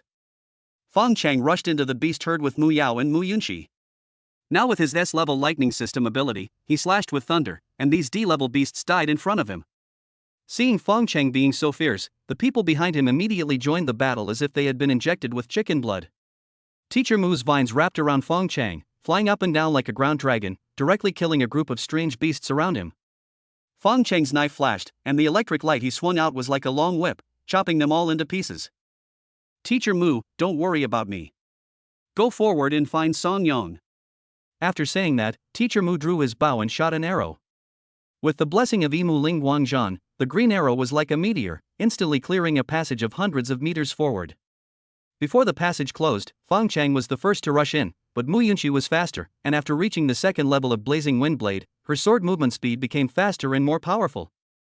In the eyes of others, the strange beasts wherever she passed by seemed to be directly smashed to pieces by her slender body, giving people a strong visual impact. I just can't understand why she, who is obviously a pure and lovely school beauty, behaves like Li Kuei and Lu Zhishan when it comes to fighting. Unfortunately, this girl has poor stamina. She can't use the second-level blazing wind blade for long before she has to stop and replenish energy potions. In the end, Fong Cheng protected him from behind, and Teacher Mu followed behind, and the three of them continued to fight forward together. The three of them were like the sharp tip of a spear, creating a conical gap in the surging herd of beasts. With the addition of more than 100 mercenaries from the rear, the gap gradually widened. Finally, Fong Cheng saw Song Yong and the others in the herd. He joined forces with Teacher Mu to separate the herd again and rushed forward together. Fong Cheng, why are you here? I'm here to save you. Let's fight our way out together. Oh, you shouldn't have come. In Song Yong's eyes, the six of them couldn't handle so many strange beasts, and you, a kid who just graduated from school, would be seeking death by coming in. This is not just about being fearless like a newborn calf, it's about being arrogant. This kid's mentality has become inflated after winning the City Youth Championship. You can go anywhere, this is not the City Youth competition. A sigh expressed his sorrow. For a moment, he felt sorry for Tang Li and the president. They had entrusted this kid to him, but he failed to protect him. But he never thought about how Fong Cheng got in when they couldn't kill so many strange beasts. At this time, Lu Weixin, who looked like a warrior with explosive clothes, said coldly with his bare chest, "Boy, I will lead you to fight out, follow closely. Don't do anything stupid." Before Xia Mingwu could finish his words, Lu Weixin rushed into the herd with a knife in hand. Chapter 103, Once you have the strength, you must take revenge overnight. Only after Yan Yinin died did Lu Weixin realize how important she was to him. At that moment, his whole world seemed to lose its color. At that moment, he woke up from a dream. All the memories of the past came flooding back to his mind like a tide. The tenderness, companionship, and love that he had once ignored were now like sharp thorns, piercing deep into his heart. He never thought that her departure would make him so heartbroken. Without you, my world is meaningless. There was determination in his eyes as he charged into the herd of beasts resolutely. At this moment, it would be more accurate to say that he was seeking death rather than clearing the way for Fong Cheng, wanting to perish together with these strange beasts in front of him. He threw away his defense and swung his sword, but the sword broke. No matter how good a knife is, it cannot withstand endless chopping. Looking at the hand holding the hilt of the knife, at this moment he seemed to see a slender jade hand with a white glow, gently stroking the back of his hand, trying to wipe away the scars on it. He saw Yan Yinin, the woman whom he usually despised, now looking at him tenderly, with the same beautiful smile on her face. Yinin, let me do it. Buzz. A flash of lightning streaked across the sky, sweeping away the strange beast in front of him. The death he was waiting for did not come. When he turned around, Fong Cheng was already beside him. Fong Cheng laughed and said, "Why rush out? We are going to kill them all today." Lu Weixin was completely stunned. The thorny vine suddenly emerged from the ground and swept across like waves, clearing a space around the two of them in the blink of an eye. Then, he used the healing technique that he had never used before, and cast it on the people around him as if it were free. The crowd, who had already been exhausted, suddenly became energetic and saw hope. Fong Cheng's crazy swordsmanship, coupled with thunder slash, killed the surrounding strange beasts as easily as chopping melons and vegetables, killing one with each blow. The surrounding red figures were like ghosts, appearing and disappearing among the beasts, and all the strange beasts exploded wherever they passed. At this moment, everyone's eyes widened and their jaws dropped to the ground. This kid is so powerful? Is his beast girl really a rank? Isn't he only D rank? Why does he seem even more awesome than our rank? What that kid just said was definitely not bragging. With the killing method he used, he can really kill all these strange beasts. Escape? Why are you running away? Kill all these beasts. A moment later, the more than 100 mercenaries finally arrived. The sick man on the hill and a group of mercenaries watching the battle were so excited that they rushed down without hesitation. With the joint efforts of the three parties, the flashes of swords and the shouts of killing shook the earth. Someone was waving a long knife, and the knife shadow fell on the strange beast like a rainstorm, blood splattered, and limbs flew everywhere. Someone drew his strong bow and shot sharp arrows with a sharp whistling sound at the densely packed strange beasts, causing each strange beast to fly in the air among the herd. The three parties worked closely together, not giving these beasts any chance to breathe. Blood splattered in the air and strange beasts wailed in the wilderness. The battle instantly became intense, and everyone was trying their best to exert their strength to the extreme. Sweat soaked their battle suits, but their eyes were still burning. In less than 2 hours, all the strange beasts were slaughtered, but everyone was exhausted. Except for Fong Cheng and Teacher Mu, who were still able to stand, everyone else was either lying down or sitting, gasping for breath. But everyone's face, without exception, was filled with the joy and satisfaction of victory. They looked at each other with admiration and approval in their eyes. They had already foreseen that this battle would become the most exhilarating memory of their lives. Fong Cheng found the sick man. His face was flushed. When he saw Fong Cheng coming, he hurriedly wanted to get up, but his hand slipped on the blood on the ground and he fell flat on his face. He smiled awkwardly at Fong Cheng. Then I wanted to stand up again to show my respect to the other person. Because this guy really did it. Who wouldn't want to run away when seeing these terrifying beasts? You know, a large number of ants can kill an elephant, let alone a group of beasts. But this guy was the only one who said he could kill them all. Who wouldn't think he was dreaming and having delusions? But this guy has a way. First, he went around to the rear, rescued the trapped mercenaries and brought reinforcements to everyone. Then, this guy himself was very fierce. He took 2 beast girls to lead the way, and he really tore a hole in the beast herd. Let everyone see hope. Escape now? Why escape? Just kill them all, and then everyone will really kill them all. When I first met him, I thought he was just a newbie who knew nothing. Now I sincerely admire him, and even have an urge to follow him. He believed that at this moment, there must be more than one person who felt the same way as him. He walked over so calmly, but he seemed to exude a unique charm, which immediately attracted everyone's attention. Although they were originally exhausted, their eyes became hot again because of him. Fong Cheng quickly supported him, and the sick man who almost fell down again was like a dog eating shit. You all rushed down. What happened to those people from the plaster country? Brother Fong Cheng, don't worry. According to your instructions, everyone's brain containers have been removed, except for that woman. If her head was chopped off, she would be dead. Without your order, we wouldn't dare to do it. Where are the people? On the hill. Oh, and we've removed all her prosthetics. She definitely can't escape. At this time, Song Yang asked, Brother, have you met them? Yeah. Fong Cheng nodded. Not only them, but also several members of our Yunxi guild, and members of their guild. After saying that, Fong Cheng looked at Lu Weixin and Xia Mingwu. The two looked bewildered, and then Xia Mingwu said, Brother, are you saying there's a second-rate woozy among us? It's a long story. Wait until I bring that woman named Ma Zi here, and you can ask her yourself. After saying this, Fong Cheng wanted to go up and bring those spies from the Plaster Kingdom, but at this time the sick man called him and said, Brother Fong, my name is Wu Wuji. Fong Cheng didn't even turn his head to ask, Wu and Lao Wu? No, it's the Wu in martial arts. I know your name is Wu Wuji. Wu Wuji laughed, as if it was an honor to have Fong Cheng remember his name. There are spies in the 3 major guilds, and it is the job of the presidents of the 3 guilds to find these spies. What Fong Cheng has to do now is to solve another problem. It is never too late for a gentleman to take revenge, but that is a temporary measure when you lack the strength. Now that I have the strength, I never wait to settle my grudges. It was still dark when everyone returned to Yucheng, and Fong Cheng went straight to the Shinta family's Aoshire Villa. Aoshire Villa is the most famous wealthy community in Yucheng. It is the property of the Shinta family and also the base camp of this family. The light in Shentoha's study was still on, and the room was quiet. Shentoha sat there quietly, his brows slightly furrowed, tapping the table unconsciously with his fingers, an indescribable irritation welling up in his heart for no reason. He always felt that something was about to happen, but he couldn't tell why. That woman, Ma Zi, should have succeeded by now, right? So why hasn't she replied to my message yet? Are they all dead? How is that possible? Shinto immediately overturned his idea. He knew the people sent by the 3 major guilds yesterday. They were no match for the woman with pockmarks. Killing them would be as easy as killing a group of ants. But why did I suddenly feel uneasy? Suddenly, the lights flickered a few times without warning, and then the whole room was plunged into darkness. A gust of night wind blew open the window of his study, and the lifted white curtains fluttered in front of his eyes like soul flags. The shadow of the banner fell, and a figure suddenly appeared in front of him.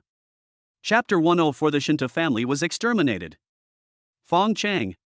With the dim light from the window, Shinta saw Fong Cheng clearly. At this moment, he felt like he saw a ghost and subconsciously wanted to step back. However, because the floor was covered with carpet, the friction was too great and the chair did not move. Instead, it flipped backwards, causing him to fall to the ground. Fong Cheng, why aren't you dead? Shinta hid behind a chair, holding onto it tightly with both hands, his pupils shrunk into needlepoints, his face filled with fear. He looked at Fong Cheng in disbelief. How could this kid appear here? Shouldn't he be dead by now? 2 minutes ago, Fong Cheng, teacher Mu and Mu Yunxi arrived at the gate of Ao Shi Villa. After killing Shinta Jun, Shinta Hao came. Fong Cheng was worried that after killing Shinta Hao, another Shinta X would come. Then he would have no time to do anything else. He would have to deal with the Shinta family all his life. Moreover, it is easy to seize an open attack but difficult to guard against a hidden attack. It is not a good thing to be targeted by a group of people all the time. So he decided to kill all the people in the Shinta family tonight. Have you found out how it went? Fong Cheng said to Mu Yunxi, who was using her bracelet to surf the internet. Yes, I've found out. Mu Yunxi enlarged the holographic screen on the bracelet. This is the relationship chart of Shintujuan that I compiled. I'll send it to you to take a look. The Shinta family is the richest family in Yucheng. Some bloggers on the internet often dig up news about their family in order to attract traffic, and even encyclopedia entries have been compiled. Fong Cheng glanced at Shintujuan's character relationship chart and said, "Okay, let's kill the people listed here." Fong Cheng, are you sure it's okay to do this? We are in the city after all. You reminded me. After Fong Cheng finished speaking, an invisible magnetic explosion quickly spread out with him as the center. Wherever the magnetic storm passed, street lights went out, surveillance cameras burned out, and all electronic equipment was paralyzed. Looking down at the bright Yucheng from high above, it was like someone had suddenly gouged a large hole with a radius of 2 or 3 kilometers. Alright, let's get this over with quickly. Before the authorities react, let's go home quickly. Mu Yunxi seemed to want to say something else, but Fong Cheng had already decided to take action. Anything she said now would only hinder Fong Cheng. It would be better to kill the man in one go. Through electromagnetic perception, Fong Cheng came to the strongest person in the entire villa, but he didn't expect it to be Shintu Hao. Seeing that he was so scared that he was out of his mind, he subconsciously asked why he didn't die. This shows that Koizumi Mako did not lie and he did not kill the wrong person tonight. Fong Cheng answered him by chopping the heavy desk in front of him with a knife. The tip of the knife pierced through the chair in front of him, then pierced his heart, and then nailed him and the chair to the wall. The whole process happened as fast as lightning, in the blink of an eye, leaving Shinta Jun no time to react. At this time, Fong Chengkai said, "I'm not dead, why are you so surprised?" Shentua's face was filled with astonishment and pain. He had never expected Fong Cheng to be so resolute and decisive. Didn't he usually talk first and then act? Why did he do the opposite? He opened his eyes wide and stared at Fong Cheng. Besides disbelief, there was more despair in his eyes. His lips trembled slightly, as if he wanted to say something, but he could only make vague whimpers. In fact, before this, Shinta Hao's psychology had always been very contradictory. On the one hand, Fong Cheng had a grudge against him for killing his son, and he wanted to cut Fong Cheng into pieces. On the other hand, he wanted Fong Cheng to be alive, because if Fong Cheng could survive tonight, then it would be Koizumi Mako who would die, and in this way Fong Cheng could help him get rid of the control of the plaster country. As the richest man in Yucheng, he should be able to call the wind and rain. Why does he have endless wealth but still has to be driven like a dog? Before, he didn't know how to choose. Did he want Fong Cheng to die or live? It's really ridiculous to think about it now. From the moment I accepted funding from the plaster country, I was destined to be a pawn. Isn't it ridiculous that a chess piece actually wants to tell the player how to play chess? He slowly raised his hand and tried to grab Fong Cheng's knife, hoping that he would not draw the knife so quickly, otherwise he would die faster. He also wanted to take another look at this colorful world and the business empire he had built. But Fong Cheng is in a hurry. He turned around and drew his sword, and before leaving, he did not forget to release a stream of sword energy, directly cutting off his neck. Even if he was taken for transformation, he would not be able to be saved. For ordinary people living in Ao Shi Villa, this was just an ordinary night like any other. The only difference was that the alarm clock didn't ring in the morning, and when they were making breakfast, they found that there was no electricity at home. But this is not a big deal. The authorities have already sent people to repair it, and I believe the power will be restored soon. Only after the call came back did they discover that all the electrical appliances in their home were broken. Until a maid screamed. In this picturesque Osher villa, she was like a crowing hen, waking up those who should have overslept. It is not a good thing for a hen to crow at dawn. Before the crowing on one side has died down, the crowing on the other side begins again, echoing one after another throughout the entire Osher villa. All 111 members of the Shinta family died overnight. The early morning sunlight shines through the clear window and falls into Fong Cheng's living room. Fong Cheng's family of 3 sat around the table to eat breakfast as usual. Fong Cheng, as always, liked to watch the morning news while eating breakfast. Has Fong Cheng been reported in the news? Yunxi was tearing fried dough sticks into soy milk when she saw Fong Cheng watching the news. She came over and took a look at the holographic screen in front of him. Fong Cheng asked, "What?" "The Shinta family's tragic annihilation." "No. How is it possible? He's the richest man in Yuching, and his entire family was wiped out, yet there's no news about it? By the way, what did you want to ask me last night?" Actually, it's nothing. I just want to say that the Shinta family is collaborating with the enemy and betraying the country. Even if we don't take action, the authorities will deal with them. Fong Cheng smiled softly. "Do you know how many spies from the Plaster Kingdom there are in the Dragon Kingdom?" Yunxi shook her head. "I don't know, do you know?" "I don't know either, so it's better to do it myself." Because of the mission at the Hiko base and the capture of the Plaster Nation's spy, the 3 major guilds and the Jing'an division held an emergency meeting at the city lord's mansion, which did not end until dawn. Before everyone left the city lord's mansion, news came that Shin Tu-jun's family was killed last night. The crowd, who were about to leave, were petrified. A moment later, Yang Shang, the president of the Yuching branch of the Shinshi Guild, said leisurely, "What do you think about Wu Zhong?" Wu Zhong frowned. The Shinta family was wiped out, and Fong Cheng was undoubtedly the biggest suspect. He had a grudge against the Shinta family. According to the confession of the spies from the Gaoyao kingdom, they collaborated with Shinta how to assassinate Fong Cheng. Now that the assassination has failed, it is only natural for Fong Cheng to want revenge. So he had the motive to wipe out the entire family. "What the hell is your business? Are you bored? Why do I need to report to you?" Seeing Wu Zhong not responding and even arguing with him, Yang Shang was so angry that he stood up and said, "Wu, don't play dumb with me. You dare to say that the Shinta family's annihilation had nothing to do with that kid of yours?" "I have a headache today, so I'm sorry for posting the last chapter late. I'll post a picture on the status bar to express my apology to all of you who support me." Chapter 105. We are now connected to people above us. Wu Zhong said firmly, "I don't think it matters." Another traitor's family was exterminated. Why are you so excited? Is he your brother or your colleague? You are slandering me. What does he have to do with me? If you don't make this clear today, I will never let you go. After saying that, Yang Sheng subconsciously looked at the city lord Yu Jianming, as if to say that I really have nothing to do with Shin Tu Hao. It is a foregone conclusion that the Shinta family is a traitor. Anyone who has anything to do with this family will die. Yang Sheng is also annoyed now. I was just impulsive. Why did I bring up this matter for no reason? The person who is most thankful now is Lu Kuan, the president of Yuching branch of Xuanwan Guild. Shinta family was wiped out, and Fong Cheng of Lingqi Guild is undoubtedly the biggest suspect. He also felt that this was a good opportunity to kick someone when he was down, but he was not as quick as Yang Sheng in speaking.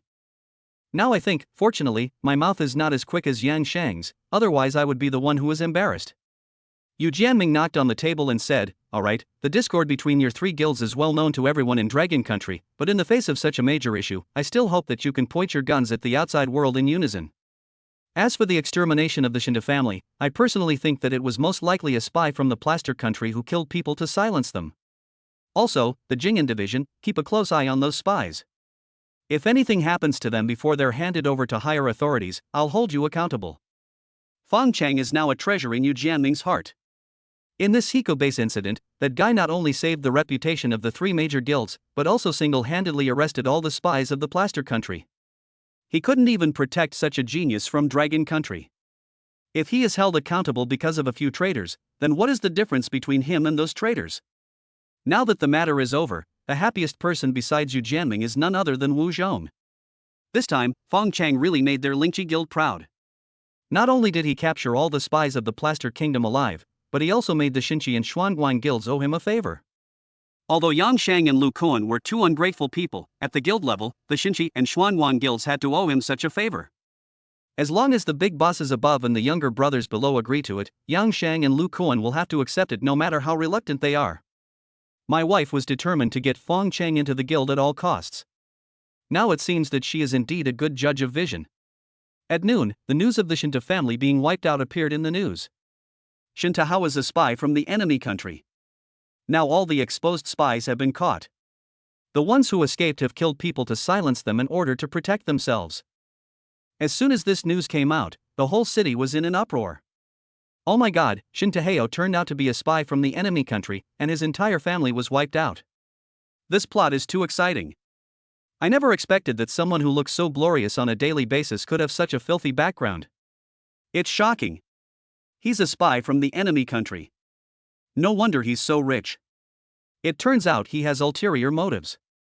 People like him deserve to be hacked into pieces. Ah, that's great.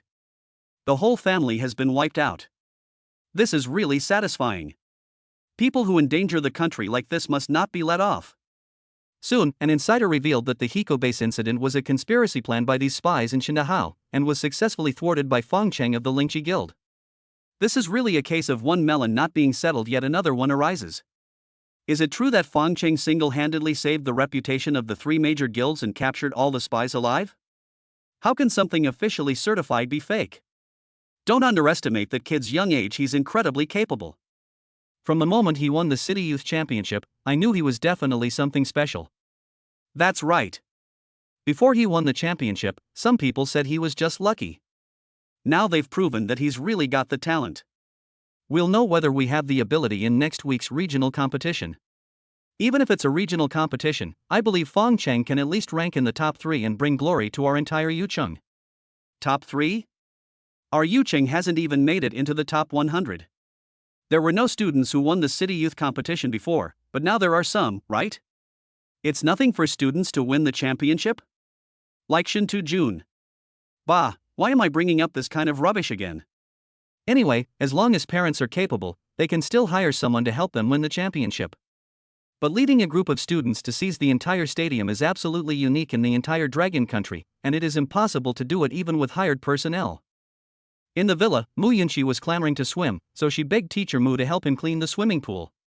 Teacher Mu agreed, but the girl started to act cunningly again, saying that she wanted to go to the toilet and then that she was thirsty. It took me almost half an hour to drink a cup of iced sour plum soup. It seems like everyone on the internet is praising you. Are you feeling really happy right now? Fong Cheng, who was using his wristband to surf the internet, glanced back at Yunxi, then at the sour plum soup in front of her. You've been drinking this cup of sour plum soup for almost an hour, right? No, I just had a drink. Do you want one too? Fong Cheng glanced at Teacher Mu, who was working hard in the swimming pool, and couldn't help feeling a little sad. Why don't you ask your mother if she wants some? I asked her, and she said she wasn't thirsty. By the way, is this the end of the Shinta family's affairs? Did you know this would happen? Fong Cheng rolled his eyes at her and pointed at the swimming pool, saying, "Let me remind you, our swimming pool has a lid. If you slack off here again, I'll have Teacher Mu lock it up. You don't know what's good for you." At this time, the doorbell rang and Zhou Jianyang, director of the education department of Yucheng, came to visit. Why is that old man here? Fong Cheng couldn't help but look puzzled. Yunxi, who had just looked resentful, immediately came over and said happily, "Are you asking me? Get lost. You. Humph, if I pay attention to you again, I will be a dog. Hurry down and help your mother with the work." After saying that, Fong Cheng pushed Yunxi down and turned around to open the door for Zhou Jianyang. Director Zhou is such a rare guest. Zhou Jianyang chuckled, "Thanks to Brother Fong, I might be able to go to the Jing'an division to serve as an operations coordinating captain." Ha? Fong Cheng looked confused. Seeing that Fong Cheng seemed to have misunderstood, he quickly explained, "It's the imperial capital." Fong Cheng suddenly realized, "So you got a promotion? This is all thanks to you. But aren't you from the education department? Why are you going to the Jing'an department?" I was originally supposed to go to the education department, but after what happened recently, they transferred me to the peace and security department. When I took over, I took those things with me. Fong Cheng smiled and said, "Congratulations, Captain. If I ever have the chance to visit the imperial capital, you must protect me." Zhou Jianyang smiled and said, "That's a must." By the way, Brother Fong, I came here this time just to ask if you want to go with me?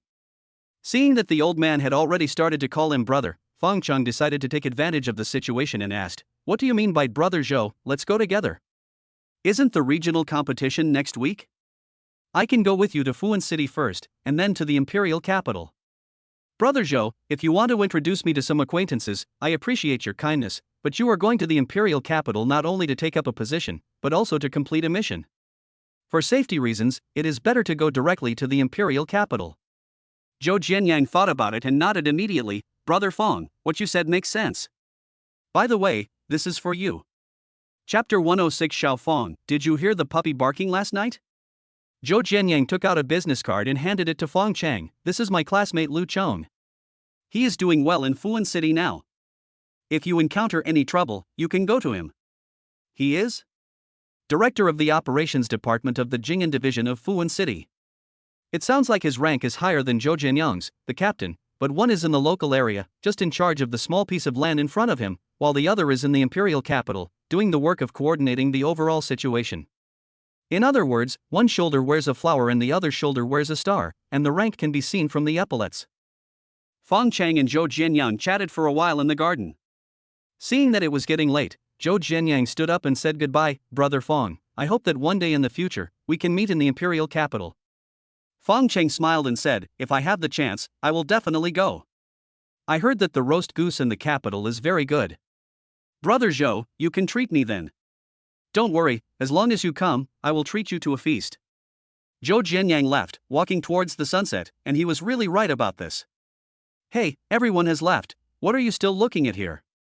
The girl who thought Fong Cheng was a dog came over again. "I was wondering if a willow tree would be a better choice for this place than a peach tree." "Willow tree?" Mu Yunxi looked puzzled. "Haven't you heard? Willow trees grow green in the east wind, lining the imperial river. Lately, it's been hard to pick them, probably because of so many separations. What's the meaning?" Fong Cheng glanced back at her, then rubbed her head with his fingers. "I usually tell you to read more, but you insist on looking at handsome guys. You don't understand anything at the critical moment. Humph, you still have the nerve to criticize me? I actually got first place in the last joint exam. Tell me where you got yourself."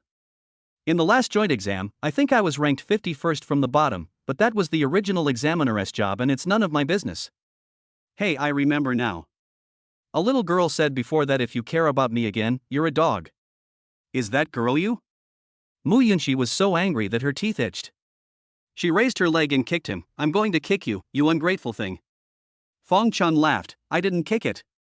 After saying that, he had already reached the swimming pool. "Teacher Mu, please take care of your daughter. She wants to kill your husband."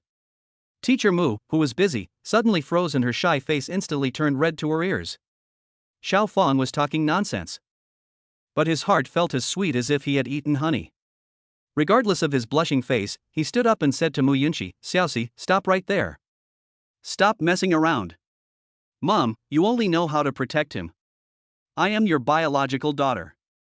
It was a quiet night with a cool breeze. Teacher Mu, who had been playing in the swimming pool with Fong Cheng until midnight, had just laid down on the bed. In a daze, she seemed to hear a puppy barking. She had not slept well the whole night. But when the first ray of sunlight of the next morning just poured down on the living room floor, the gentle figure of Teacher Mu was always the first to quietly appear in the living room. She wore a simple yet elegant white nightgown, with a loose belt that accentuated her slender waist. Dark circles? Not there. Her face was as smooth as white jade, and her complexion was excellent, with a faint blush, as if it had just been kissed by the sun. Her long hair fell on her shoulders like a waterfall, swaying gently as she walked. Her beautiful eyes were filled with soft light, as if they could embrace everything in the world. She walked into the kitchen slowly and made breakfast for everyone day after day. She leaned slightly sideways in front of the stove, and the sunlight made her figure even more graceful and charming. This home becomes more warm and beautiful because of her presence. Now she has mastered the technique of removing the fishy smell from animal milk, and the cooked animal milk tastes even better than cow's milk. But Fong Cheng still didn't like it, so she kept making sweet and delicious double-skim milk, rich and milky animal milk pudding, soft and sticky milk cake, crispy and sweet baked milk skin. In short, as long as it is beneficial to the other party, Teacher Mu will find ways to make him eat it. As for Mu Yunxi, she seems to have gotten used to drinking it now, so just give her a cup of animal milk. When breakfast was ready, Fong Cheng also came down from the bedroom on the second floor. Yao Yao, what are you doing today? Teacher Mu tilted her head slightly, and a warm and sweet arc appeared on the corner of her mouth. That smile seemed to melt people's hearts, like the warmest sunshine in spring falling on Fong Cheng's heart. She said softly, I made these custard buns especially for you. Come and try them and see if they are delicious. The sound was as pleasant as the gurgling of a spring, and accompanied by her smile, it made the whole morning particularly beautiful and warm. Fong Cheng took a bite and it tasted really good. Teacher Mu had really taken great pains to get him to drink the animal milk. But when the words came to his lips, he changed his tone and said, Teacher, you have worked hard. Teacher Mu was slightly startled, then a shy blush appeared on her face, and she immediately said coquettishly, Xiao Fong, you are getting worse and worse. Fong Cheng chuckled complacently. Teacher Mu suddenly seemed to have thought of something and asked, Xiao Fong, did you hear the puppy barking last night? Puppy? Just then, I heard a girl on the third floor slip and almost fall down the stairs. Teacher Mu walked out and looked upstairs. At this moment, the girl with her hands tightly holding the handrail, who else could it be but Mu Yunxi? Oh, girl, you go to bed so early every day, and why do you look so sleepy every day? I really don't know where all your sleep goes. Can't you be more alert? What if you fall? Although Teacher Mu's tone was a little complaining, his eyes were full of love. Mu Yunxi was too embarrassed to say anything and could only admit defeat with a blushing face. After breakfast, Fong Cheng came to the Lingqi Guild and met Tang Li and Wu Zhong. Sister Xiao Tang, are you looking for me? Fong Cheng simply ignored Wu Zhong on the side. It was not that he looked down on Wu Zhong, but there was really no need to do so. This guy was just a henpecked man. As long as you showed a little respect to Sister Tang, it would make him happier than if you showed 10 times the respect to him. I want to ask when you plan to go to Fuan City. What's wrong? Are you in a hurry for me to win the championship? Bah, you're getting more and more conceited. Do you think Fuan City is our little Yucheng? This regional competition has gathered all the top people from the 22 cities in the region. You're lucky to be ranked in the top 100 and win the championship? So you want me to leave early? Tang Li nodded. After all, our Yucheng is a small place and too poor.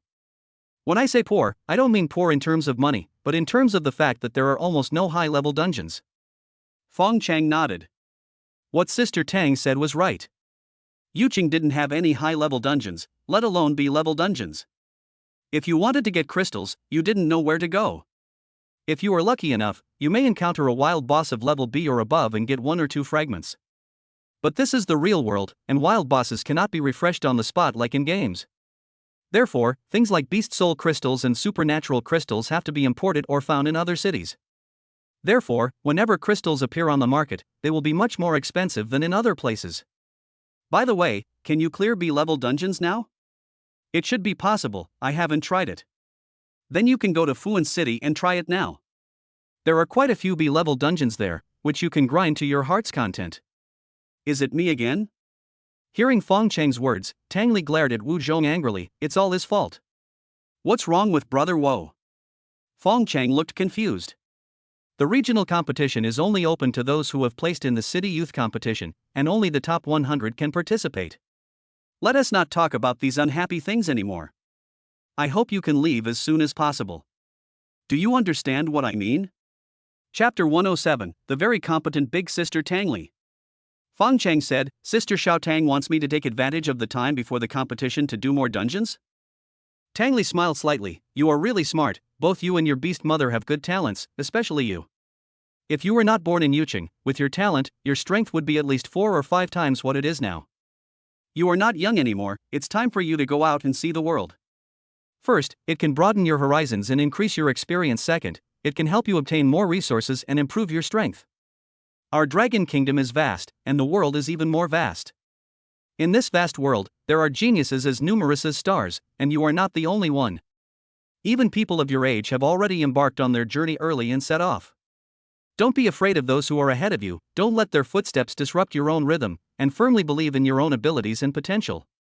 If they can do it, you can do it too, and even better. When she was moved, Tang Li had already come to Fong Cheng's side from behind the desk. She looks like an older sister, with her hand on Fong Cheng's shoulder.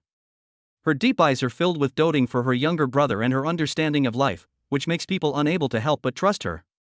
To be honest, Fong Cheng had known Tang Li for such a long time, but this was the first time he saw her so serious. He was just a little bit short of believing it. Suddenly Fong Cheng brushed Tang Li's hand away and said, "Little sister Tang, let's get down to business. I'm about to go on a long trip. Don't you have any words of advice for your brother-in-law?" The warmth that Tang Li had worked so hard to create was shattered by this boy's words. No, just go away." At this moment, Tang Li's voice sounded full of disgust to the other party. "Really? No, go ahead. Then I'll really leave." After saying that, Fong Cheng walked towards the door, but was suddenly stopped by Tang Li, saying, "Come back here, kid." Fong Cheng chuckled, looking like he knew you had something else to do. Tang Li took out 3 bracelets and threw them to Fong Cheng in a bad mood. Fong Cheng quickly caught it with both hands, took a look at it, and was immediately surprised. It's an SSS level bracelet, and it has stars? Hey, you know what's good? You even know the star mark? What's the big deal? Just check it online. There's nothing you can find online these days. In fact, Fong Cheng was looking for this kind of information online because he wanted to replace his bracelet recently. Products with stars are military products and are generally only used by the military. The storage space inside is twice that of an ordinary bracelet. At the same time, the communication is forced to be encrypted, and the communication distance is wider. Ordinary bracelets can only be used as short-range walkie-talkies in the wild, but the Starband bracelet can connect to the global network, just like a satellite phone. The most important thing is that all transactions generated by using S-level or above star bracelets are tax-free, such as personal income tax and purchase tax when buying and selling spoils. They can also pass through space gates across the country for free and enjoy discounts at all military-affiliated institutions, such as hospitals, equipment stores, and guest houses. Fong Cheng asked, "I heard that this star bracelet can only be obtained through military merit. The SSS bracelet must require quite a lot of military merit, right?" Tang Li said unhappily, "Why are you talking so much nonsense? Just take it." "No, Sister Tang, I'm just curious. Where did you get the military merits? I want some too. I heard that star-level equipment is even more powerful." "You want military merit? That's easy. Go to the border for a few years and you'll definitely have a chance to earn it. As for whether you have the ability to earn it, I don't know." "So, you and your brother Wu earned all your military achievements on the border?" Wu Zhong, who had been silent the entire time, suddenly said, "I spent 8 years with your sister Tang on the western border. All the military merits I earned are now in your hands." 8 years? Tang Li said unhappily, "Okay, why are you telling this kid all this?" Fong Cheng smiled and said, "Don't worry, Sister Tang, I will definitely not bring shame to our guild when I go to Fuan City this time." "Who told you to bring honor to us? You're lucky to be alive and well and not bring shame to us. Remember, when you're out in the world, you have to learn to judge the situation. There's no sense in fighting for a moment's anger. The one who laughs last is the winner. Also, you are still young, so don't trust others easily when you are outside, and don't form a team with others easily, otherwise you will easily be used as cannon fodder. You're still young, only 18. Consider this a chance to broaden your horizons, understand? It doesn't matter if you're eliminated early. We can try harder next year."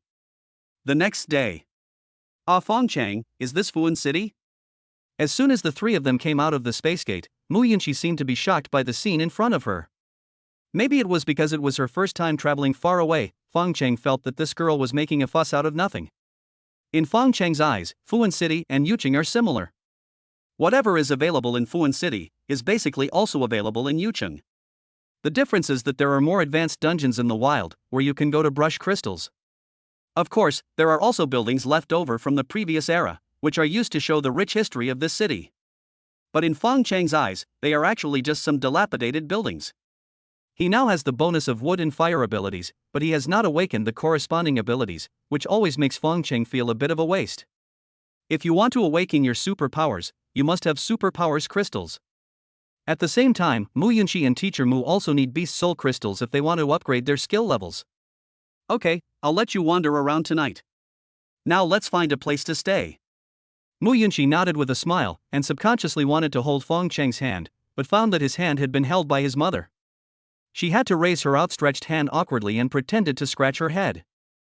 Then she put her hands behind her back and walked to the front with light steps, like a happy little deer. The sunlight fell on her, illuminating her energetic figure. Suddenly, she turned around abruptly, her long hair like a waterfall swung out in a graceful arc, her hair flying in the wind, her clear eyes sparkled with a smart light, and her rosy face was filled with a bright smile. Hurry up, what are you still dawdling about? Mu Yunxi reference picture. The three of them found a hotel to stay in, and then went to the competition organizing committee to register. In the event hall that looks like an airport, the reception ladies in tight uniforms all have amazing figures. Hello, handsome boy, are you here to participate as well? Please show me your points ID. Fong Cheng took out his Beastmaster badge and handed it to the young lady in front of him. Are you Fong Cheng from Yucheng? What's the problem? Sorry. I just heard that you won first place in the Yucheng City Youth Tournament this time. Has your Yucheng fallen to this point? Fong Cheng frowned slightly. Miss, what do you mean? Can I take first place? Oh, sorry, there has never been a student who took first place. Fong Cheng said noncommittally, okay, hurry up and register. I'm in a hurry. Okay. By the way, the system shows that you are participating in this competition as a member of the Yucheng Lingqi Guild. Does that mean you have been specially recruited by the Lingqi Guild? Congratulations. Thanks. By the way, you know what? You're the first player from Yucheng to arrive at this regional tournament. You want to go do a dungeon, right? I have this idea. The young lady returned the registered badge to Fong Cheng and said with a smile, handsome boy, do you know why you were the first to arrive? Chapter 108 I've never lost in a competition of luck. Is there any other explanation for this? Fong Cheng looked at the young lady in front of him suspiciously. The young lady smiled as if to say, I know something you don't know. The people from the Yucheng branch are really something. Didn't they tell you that you need to have real strength to clear high-level dungeons in the capital city? Let me put it this way, it's not that other people don't want to come earlier, but coming early will waste time and accommodation fees. Handsome boy, listen to my advice. In the few days before the competition, take your beast girls and have fun in Fuan City. Don't go to any dungeons. Thanks. Hey, seriously, there are spots available for dungeons above level B. Now that all the geniuses from the 22 cities are here, you can't compete with them. Fong Cheng thanked the young lady for her kindness and left the hall with Teacher Mu. At this time, Teacher Mu said, what the little girl said just now is right, Xiao Feng, look. Teacher Mu pointed to the holographic screen on his wristband and explained, for dungeons above level B, only 20 tickets are issued each day. Each dungeon can only be refreshed 100 times a day. On average, each ticket can only be used to refresh the dungeon 5 times a day. How do I get a ticket? Tickets for each day will be distributed in the afternoon of the previous day. 15 of these tickets will be allocated to the top 15 players based on their Beastmaster rankings and their dungeon results. The remaining 5 will be randomly drawn. What did you say, random selection? Teacher Mu nodded doubtfully. Yes, there are 5 tickets that are randomly drawn. That's great. Teacher Mu, can you please check which dungeon in Fuan City has the highest crystal drop rate? There are a total of 12 B-level dungeons in Fuan City. The one with the highest crystal drop rate is the Starlight Ruins dungeon. Xiao Feng, you're not really going there, are you? Fong Cheng asked doubtfully, why can't I go? Teacher Mu explained, the higher the drop rate, the more people there are. Why don't we go to a dungeon with a relatively low drop rate? That way we can avoid some powerful competitors, such as some S-level teams. Fong Cheng smiled slightly. Who said I want to compete with them in strength? I want to compete with them in luck. Have you forgotten that my luck has always been good? Teacher Mu was stunned. Thinking about Fong Cheng's luck, it seemed that it had always been good. So the three of them followed the navigation and took the City Express to the Star Ruins copy located on the outskirts of the city. In front of the door of the B-level copy, there is no longer a small ticket window, but a ticket hall similar to the securities hall. The hall was crowded with people, all coming for tickets for tomorrow. Fong Cheng looked at the information board in the hall. Wow, the top 100 teams were all S-level teams, which meant that the 5 Beastmasters were at least S-level. How could he compare with them? Not to mention the level, just in terms of strength, the other person is far superior to me at 5-1. And as for the battle record, even the record that I am proud of cannot be compared with others here. They are all veteran teams, and some of them make a living by playing Crystal. Even if they don't have an SSS level evaluation, an A level evaluation alone can defeat you. After all, there are thousands of copy records there. Others came from other places for the regional competition. They did not participate in the major competitions because of the age limit. It was almost impossible for those under 25 to reach S level. At least in this region, no one can reach S level before the age of 25. They came to fight for the crystal for the younger generations in their own faction, and of course there were also mercenaries hired for money. Everyone wants to achieve good results in the regional competition, and the only thing that can improve strength in a short period of time is crystal. For example, an extra ability, the evolution of a beast girl, or the improvement of a beast girl's skill level can all improve the strength of the beastmaster in a very short period of time. Therefore, whenever the regional competition is approaching, the price of crystals in the entire dragon country will experience a crazy surge. After all, success is not achieved just by having crystals, luck is also needed. Those who are unlucky can only rely on piling up a large number of crystals, which will undoubtedly increase the demand for crystals, making crystals even more scarce at this time. Fong Cheng saw that there was still half an hour left before the final registration time, so he quickly asked someone where to register and went to sign up. The young lady at the registration desk smiled slightly and said, "Handsome boy, are you here to try your luck too?" Fong Cheng smiled and said, "Yeah, with my limited strength, I can't compete with them in anything except luck." The young ant chuckled and said, "You are quite self-aware, but this should be your first time in our Fuan city, right? How did you know?" The young ant smiled without saying anything and handed a number to Fong Cheng. "Here you go, this is your number." Fong Cheng took it and took a look, his eyes widened immediately. "Name? Are there so many people?" After saying that, he turned around and looked at the hall. It didn't look like a hall that could accommodate more than 10,000 people. The young auntie explained with a smile, "That's why I said this is your first time in our Fuan city. People who really rely on luck to get tickets directly get accounts online. They get accounts for all 12 copies. Doesn't this increase the chances of winning? Is there still such an operation? Why not? Even if you do get a ticket, most people either don't have the ability or the money to buy one. So even though there are over 10,000 people lining up to draw a number, many of them are just profiteers. Scalping tickets? Isn't that just scalping? The authorities don't care? Why should I care? Those who can afford B-level dungeons don't need that little money. Those who lack money can't do B-level dungeons either. It's better to give it to some beastmasters who are struggling to make ends meet and improve their living conditions. This way, when they grow up, they can contribute to the country, right?" Fong Cheng nodded. "That seems to make sense. But from what you said, isn't there a risk of the ticket being snatched away?" "Ha, you could say that." Then the auntie leaned close to Fong Cheng's ear and whispered, "Handsome boy, I'll tell you a little secret for free. A B-level ticket here can be sold for at least 180,000. Don't sell it cheaply." "Thank you, but I want to keep it for myself." "For your own use? Do you know how much the B-level dungeon entrance ticket costs? Do you know that with your grades, you're just barely enough to enter? Isn't the entrance fee 1 million? Yeah, but if you're sent out as soon as you go in, wouldn't that million be wasted? Considering your young age, it wouldn't be easy for you to earn that million." When Fong Cheng was clearing the C-level dungeon in Yunxi, his daily net profit was over 3 million. It couldn't be said to be easy, but it couldn't be said to be difficult either. Fong Cheng thought that since he had nothing to do, he chatted with the receptionist for a while. Half an hour passed in the blink of an eye. The first 15 tickets went to the top 15 teams without any suspense. The owners of the last 5 tickets were full of suspense. After all, there are more than 10,000 people queuing up for the lottery, and no one knows who will win. As the random lottery system on the big screen started, a series of numbers jumped wildly, and numbers were drawn one after another. 357, 1381. Fong Cheng, look, we won. After confirming again and again, Yunxi finally jumped up, her face flushed with excitement. She shook Fong Cheng's arm excitedly and chirped like a happy little bird. At this moment, someone in the hall immediately noticed Fong Cheng and came over. "Little brother, are you selling your ticket? How about 50,000? You can't swipe it anyway, so why not sell it to me?" Chapter 109 Kidnapped. 50,000?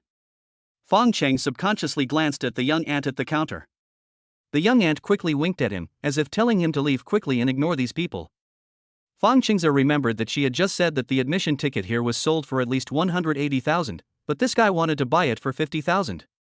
He really took me for a fool. "Sorry, I plan to use this ticket for myself."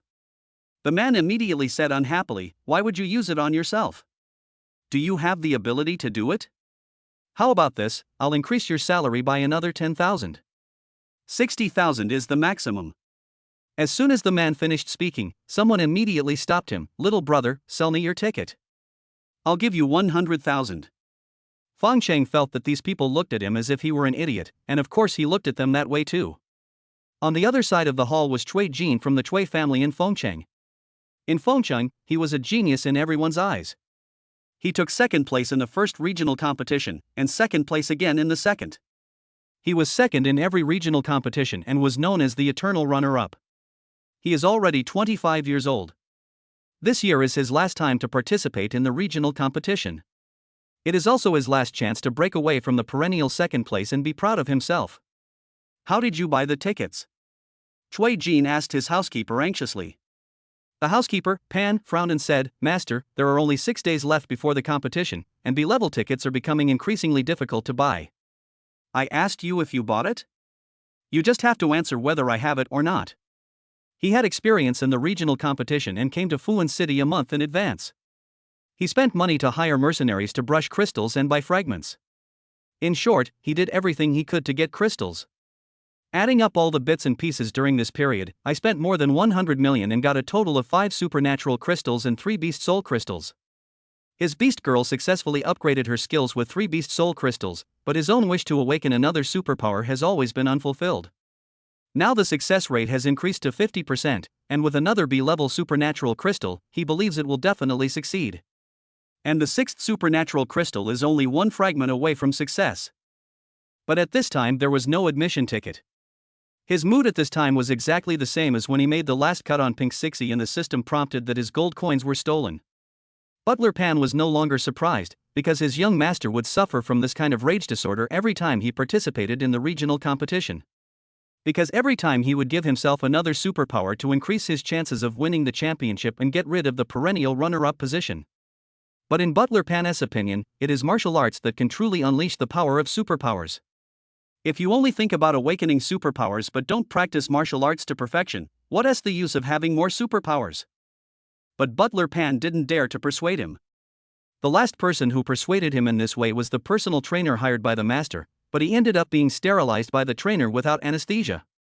Butler Pan felt a chill in his crotch just thinking about it. Master, our internet connection is not good. All the scalper coupons online have been snatched up. What are you doing? You've been with me for so many years, and you can't even get a ticket? What's the point of my Cui family raising you? By the way, Master, there's another person who has it, but he won't sell it. What's the meaning? I just asked around. That guy is from Yucheng. He just arrived in Fuan City today and just won an admission ticket. But with his strength, he can't even clear a B-level dungeon. Why don't you go buy it quickly, or someone will snatch it away again?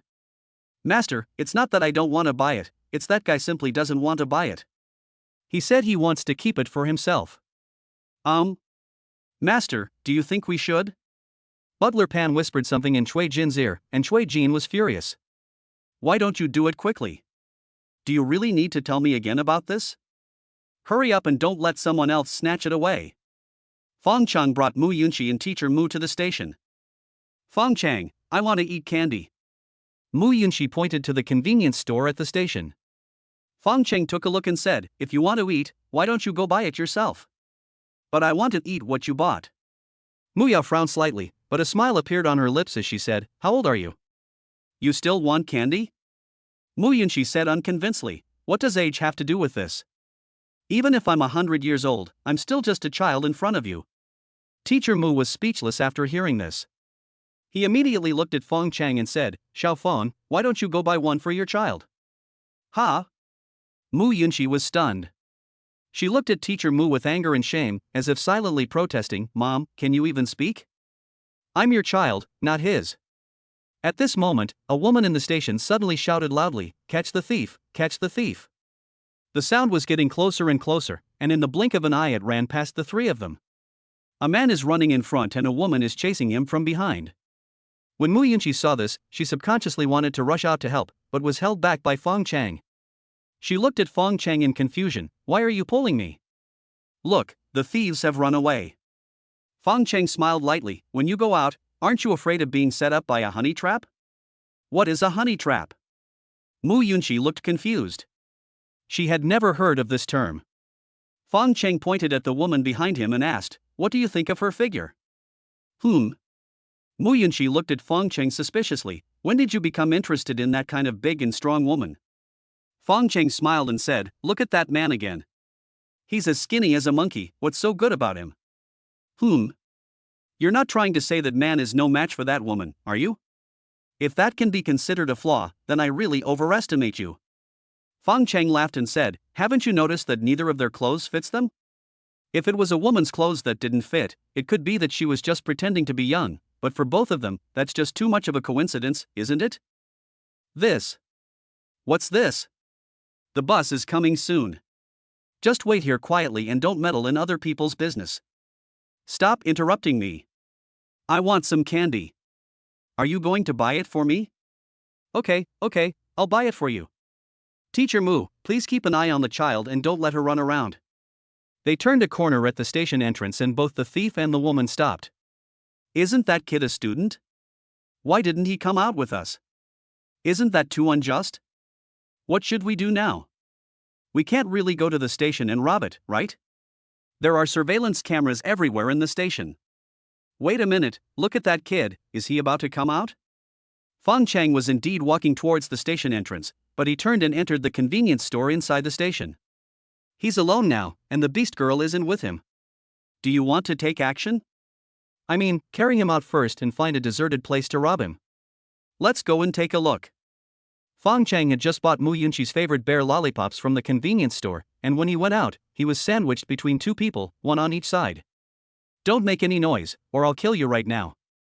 Fong Cheng glanced at the two of them and said, "They are all S-level. Since when did S-level beastmasters become so miserable? They don't go to the wild, but only choose places like train stations to rob? Brothers, calm down. I wonder if you two are robbing me for money or for sex. Stop talking nonsense and come with us." After saying that, worried that Fong Cheng would resist, he added, "Don't worry, I promise not to kill you." The two men carried Fong Cheng out of the station, and Butler Pan, who had been waiting for news outside, came to meet them. "That's right, it's this kid. Now that you have the thing, let him go." After saying that, Butler Pan looked around with a worried look on his face, afraid that it would attract the attention of the city's security system. "Don't look around, let's find a place where there is no one first." Obviously, the two S-level beastmasters were more experienced than Butler Pan in kidnapping. Then the three of them took Fong Cheng to the public toilet, closed the door and put up a sign saying it was under repair. This was their little world. Chapter 110. We were all fooled by that guy. Hand over your B-level ticket, kid. No, I mean buy it, Butler Pan quickly corrected. I've already made inquiries, little brother. With your abilities, you won't be able to use that B-level ticket. How about selling it to my young master? I'll give you 200,000. It's an absolutely fair price. Who is your young master? Why did he buy my ticket? Doesn't he have one of his own?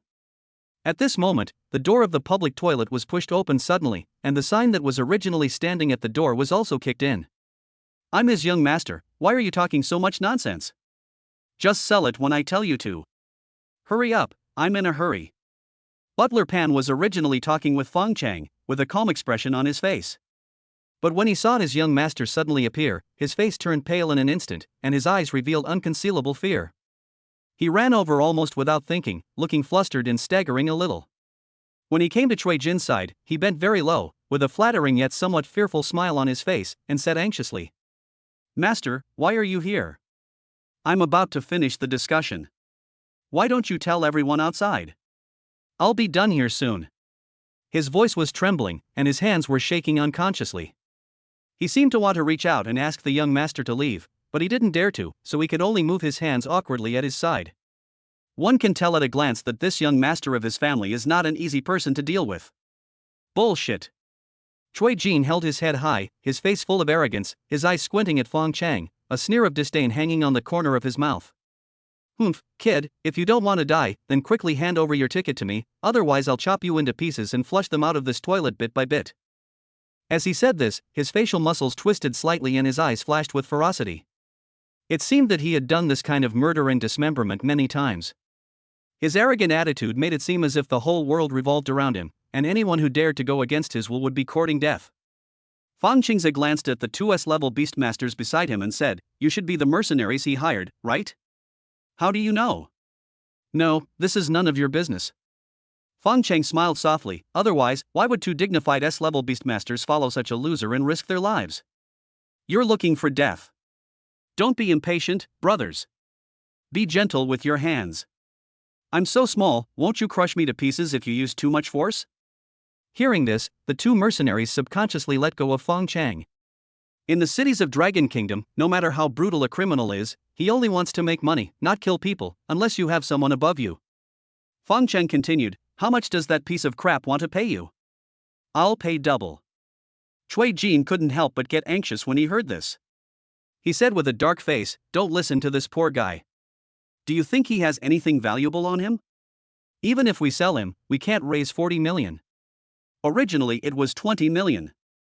Okay, I'll pay 40 million. All the materials for clearing the dungeon for me will be yours. I only want the crystals." "Shut up right there." Cui Jin then turned to the mercenary and said, "Captain Shi, I signed a contract with your leader." Fong Cheng could see that Captain Shi and his companions were already tempted when they heard the conditions he offered. Fong Cheng then said, "Now, please trouble this brother Shi to call your team leader. We can sign another contract right away. As for the liquidated damages, you and him will pay you." "Shut the fuck up." Cui Jin shouted angrily. He could see that Captain Shi was moved. If the two of them turned against him, he would be in trouble. S-level beastmasters all have dual superpowers, so crippling themselves is no different from sneezing. At this time, Fong Cheng said, "Brother Shi, I will transfer 100,000 yuan to you now to buy you 1 minute. You don't have to do anything during this minute. I want to teach that kid a lesson." Cui Jin laughed angrily at this, "Just you?" He has been the runner-up in the regional competition for a long time, so his strength is naturally beyond doubt. Seeing Fong Cheng, "I wonder if that little beast from the remote mountains wants to teach me a lesson? Isn't that courting death?" Fong Cheng had already entered the transfer amount on the bracelet and touched it with the bracelets of the two mercenaries. You can't be stingy when bribing people. Being generous can not only achieve twice the result with half the effort, but sometimes it can also have unexpected effects. Just like Captain Shi now, at first he thought Fong Cheng was talking about 100,000 to be shared between two people, but he didn't expect him to say 100,000 per person. He was really generous. This made him, who was still hesitating, stop hesitating immediately. It's just 1 minute, right?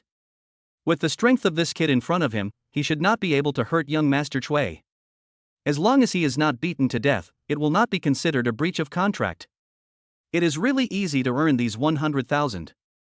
So the two of them stepped aside tacitly. Damn it, you're looking for death. Cui Jin spat out these two words viciously, his distorted face full of cruelty, and his ferocious look seemed as if he wanted to tear everything apart. At the same time, he swung his hands, and a pair of crutches appeared in his hands, the crutches that were like meteors among the 18 kinds of weapons. While holding the crutches, he clenched his hands into fists, assuming a basic boxing fighting posture. Weapons like crutches can be used for both attack and defense, and are very suitable for close combat. Moreover, the short end of Cui Jin's crutches has a gun tip, which undoubtedly increases his attack power. People who use this kind of weapon are generally good at physical skills but lack defense. As for the 4B level abilities he possessed, Fong Cheng simply ignored them. Fong Cheng took out his knife, gripped the handle tightly with the 5 fingers of his right hand, squatted slightly, tensed his muscles, and began to accumulate strength. His eyes were as sharp as an eagle's, staring straight ahead, revealing a determination to kill. The air seemed to freeze at this moment, and the people around unconsciously took a few steps back, with shock and tension written all over everyone's face. The aura emanating from Fong Cheng was like a volcano about to erupt, oppressive and frightening. Before Cui Jin could make a move, he was shocked by the prelude of Fong Cheng's sword-drawing slash. He subconsciously changed his posture, put his hands in front of him, and prepared to meet Fong Cheng's sky-breaking slash. Clang! The sound of the knife coming out was like a dragon's roar. Cui Jin's heart instantly rose to his throat and he subconsciously clenched his fists. His lack of defense was his weakness. He had to withstand this blow. Once the two of them got close, Fong Cheng would be dead. However, just as he subconsciously lowered his head, Fong Cheng suddenly rushed over and stepped directly on his head to gain leverage. When his body fell forward under the force, Fong Cheng had already escaped. This sudden change made everyone stunned. They opened their eyes wide, their faces full of disbelief, as if time had stopped at this moment. Captain Shi and his accomplices opened their mouths slightly, still maintaining their expectant look, their eyes full of confusion and astonishment. Cui Jin lay on the toilet floor in a daze. Even though his head was bleeding from the impact, he didn't react for a long time. Pan Guan rubbed his eyes vigorously, as if he couldn't believe what he saw. What the hell are you guys still doing here? Why don't you just chase them? Cui Jin yelled at Captain Shi and the other two in frustration. Only then did the two of them realize, as if they had just woken up from a dream, that they had actually been fooled by that kid. Cui Jin was the same. He was really shocked by the boy's momentum just now, and really thought that his sword could cut off Eternal. I didn't expect that he was actually playing a trick on me. At that moment, he felt like his lungs were about to explode. He didn't even bother to wipe the blood off his face and chased after me. Chapter 111, Connections are also part of strength. Facing 2S level beast masters with dual superpowers, if he doesn't run away, will he stay and have a feast? As for bribing them, I can clear the dungeon by myself, so why should I waste the money? I don't know how hard it is to make money nowadays. Equipment costs money, and there are tickets required to enter the dungeon. My wife also needs money to buy sanitary pads. Now there is Mu Yunxi. I am almost going bankrupt just by buying medicine. I have 40 million to hire a bunch of idiots. Wouldn't it be nice if I used it to buy crystals? As soon as Fong Cheng rushed out of the toilet, he ran straight to the street. Although this is a suburb, wherever there are many people, there will be surveillance, which are the probes of the city's security defense system. Once anything unusual is detected, the Jing'an division will be automatically notified. As soon as Fong Cheng rushed out, the early warning mechanism was triggered because he looked too much like someone running for his life. Cui Jin and his group were almost angered to death by Fong Cheng just now, so they didn't even think about whether they could take action here. When they came out and saw Fong Cheng, Captain Shi immediately used the Earth-based ability, the Earth Spike technique. Suddenly, spikes emerged from the ground and quickly chased towards Fong Cheng. Fong Cheng jumped onto a telephone pole as if he had eyes on the back of his head. Hey, are you still chasing? Fong Cheng wanted to remind them that there were surveillance cameras here, and if they didn't want to be caught by the uncles, they should stop immediately. But Cui Jin and his group are now so angry with him that even if the King of Heaven comes, you must die today. Go to hell. Cui Jin jumped up and punched Fong Cheng on the electric pole. Fong Cheng dodged and said, Hey, do you guys still have any legal awareness? My law is bullshit. You are talking to me about the law. I am the law. Even if the King of Heaven came today, he can't save you. Cui Jin was so angry that he didn't even notice Captain Shi and the others. He had already stopped when Fong Cheng said, Are you still chasing us? To be honest, no one knows the law better than these mercenaries. If they want to make a lot of money, they can only exploit loopholes in the law without breaking the law. How can they do this without understanding the law? The reason why Longwei is the most stable country in the world is that on this land, no one dares to openly challenge the law. The Longwei officials have the final say, not a certain group or individual. Cui Jin couldn't care less about so many things now. He was the eldest son of the Cui family and a genius in Fong Cheng. From childhood to adulthood, everyone had obeyed him. He had never suffered such humiliation. If the first attack misses, chase again. But this time Fong Cheng did not hide, but stood there and looked at him with a smile. Cui Jin didn't care whether there was any trick or not, and punched him anyway. But just as he was about to smash Fong Cheng's hateful face into a meat pie, his wrist was suddenly grabbed by someone, and then a pair of silver bracelets were put on his wrist at lightning speed. Cui Jin subconsciously looked up and saw a Jing'an Guard C as an administrative unit, Wei as a profession with a stern face. You. Cui Jin had just opened his mouth when he was kicked in the popliteal fossa by the other party. His knees went weak and he was pressed to the ground by the other party. It was only then that he discovered that at some point, dozens of small drones had appeared in the sky, and the plasma cannons on them had locked onto everyone. Captain Shi and his accomplices were as obedient as quails under the watchful eyes of these drones. Master, master. Butler Pan tried to run over crying, but was caught by the Jing'an guards on the way. Be still and don't move. Uncle Jing'anwei, you are here. These people just wanted to kill me. Fong Cheng made a brilliant appearance as a victim, but the Jing'an guards in front of him did not buy it. Because the murderer Cui Jin, with his face covered in blood, looked much worse than Fong Cheng. After taking a look at Fong Cheng, he said, Don't move, kid. Stand still. At this time, 3 Jing'an guards' chariots came speeding over, and 5 more Jing'an guards got off them. Get everyone in the car. At this time, Fong Cheng said, Uncle Jing'anwei, I am a victim. I know, but the victim doesn't have to give a statement? Everyone was taken directly to the Jing'an division and invited into small rooms. This was the first time Fong Cheng had come to a place like this in his 2 lifetimes. For some reason, he felt a little curious and kept looking at the decoration here. Okay, stop looking, what's going on? How did you get involved with those people? I won a B-level ticket today. They wanted to buy it, but I refused to sell it, so they tried to snatch my ticket. Is it that simple? Fong Cheng nodded, yes, it's that simple. The other party looked at Fong Cheng suspiciously, can you win the admission ticket? Fong Cheng quickly took out the ticket from his bracelet, look, this is what I won today. The other party came over and picked up Fong Cheng's ticket, how do you prove that this ticket is yours? Fong Cheng was stunned. In order to facilitate the transaction, the admission ticket did not require real name authentication. Physical evidence could not prove it, but there was a witness. Receptionist number 7 of the Starlight Ruins dungeon can prove it to me. Oh, and I also have a winning record. These can all be faked. Fong Cheng narrowed his eyes slightly, what do you mean? You don't have a ticket, do you? Are the tickets so scarce now? The other party sneered, if it wasn't in short supply, would they take such a big risk to snatch it from you? I wonder what this Master Wei's name is. The other party threw the ticket into his wristband and sneered, are you here to participate in the regional competition? It seems that the competition will start in only 6 days. This is a naked threat. If I don't know what's good for me, he can lock me up for 6 days and make me miss the game. Fong Cheng sighed and said, it's just an admission ticket, no big deal. The other party smiled slightly after hearing this, you have a bright future, okay, just stay here for now. Hey, Master Wei, when can I leave? I will let you go when the time comes. After saying that, Fong Cheng was taken to the detention room by another Jing'an guard. The guard from the Jing'an guard went directly to the stairwell, looked up and down to make sure that no one was there, and then turned on the bracelet.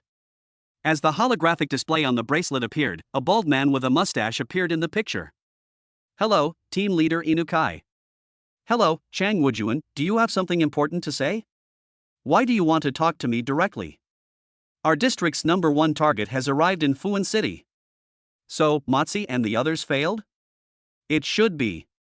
Damn it, why didn't anyone tell me? Team leader Inukai, are you on good terms with Minister Abe? Inukai Gohachi was stunned for a moment, then smiled and said, Minister Abe and I are as close as brothers. On the other side, before his bracelet was confiscated, Fong Cheng took out the business card given to him by Zhou Jianyang. The reason why Fong Cheng dared to bet on Jing'an Guard was because of this business card. He now has connections above him, and these are also part of his strength. You actually know our director Liu? I wouldn't say I know him, but I'm his brother's brother. Brother's brother? The other party was stunned for a moment, then a look of disdain appeared on his face.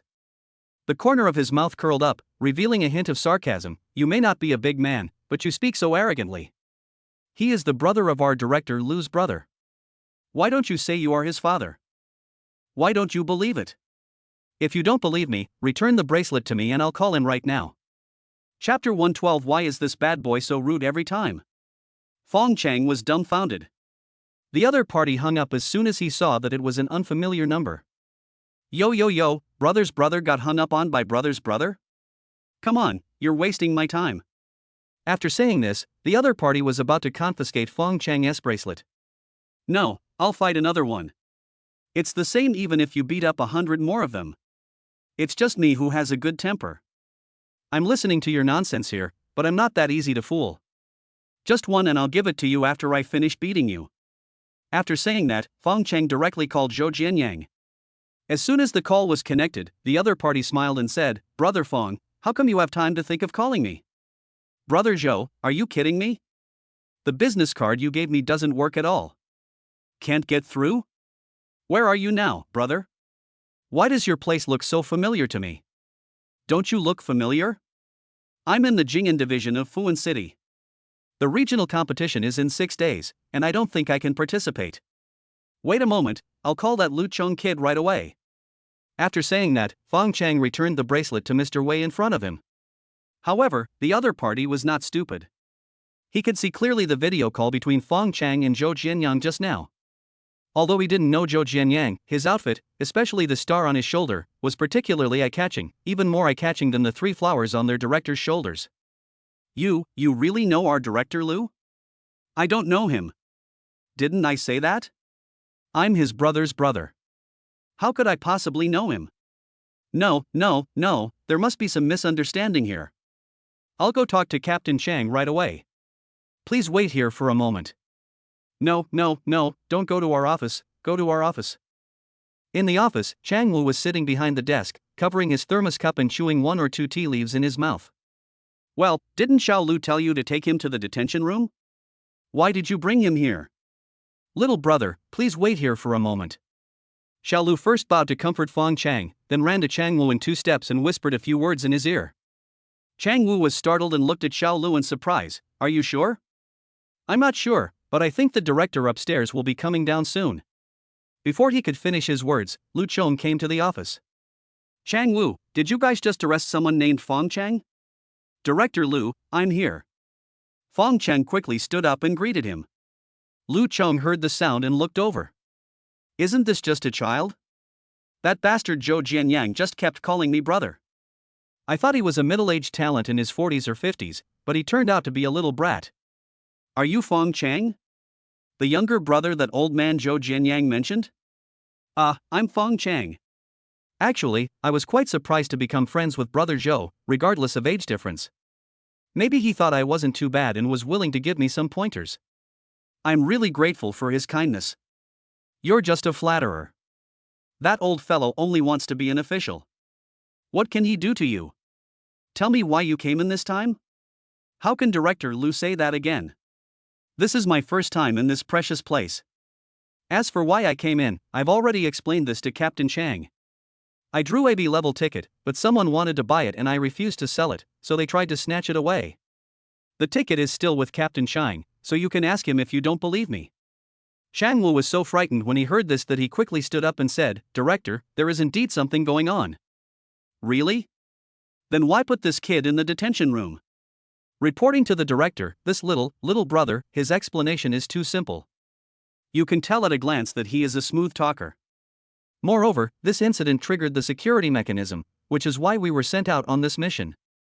So according to normal procedures, we have to understand the truth of the matter before releasing him, and we can't just listen to his one-sided story. Fong Cheng chuckled and said, Captain Chang, that's not what you said at the beginning, right? Little brother, I know you have a close relationship with our director, but you can't falsely accuse me just because I didn't treat you well, right? False accusation? Don't you have a video camera in the interrogation room? Chang Wu looked at Xiao Lu beside him, who immediately understood and said in a panic, I haven't even had a chance to open my mouth yet, and you've already finished asking. Fong Cheng smiled and said, It doesn't matter. If you didn't record it, I would. After saying that, he turned on the video recording on the bracelet. The video clearly recorded how Chang Wu showed off his power, how he wanted to take Fong Cheng's ticket for himself, and the look on his face that showed he had you in his hands. After reading this, Lu Chong, who was standing next to him, suddenly turned pale. But this was a family scandal after all, and he couldn't get angry in front of outsiders.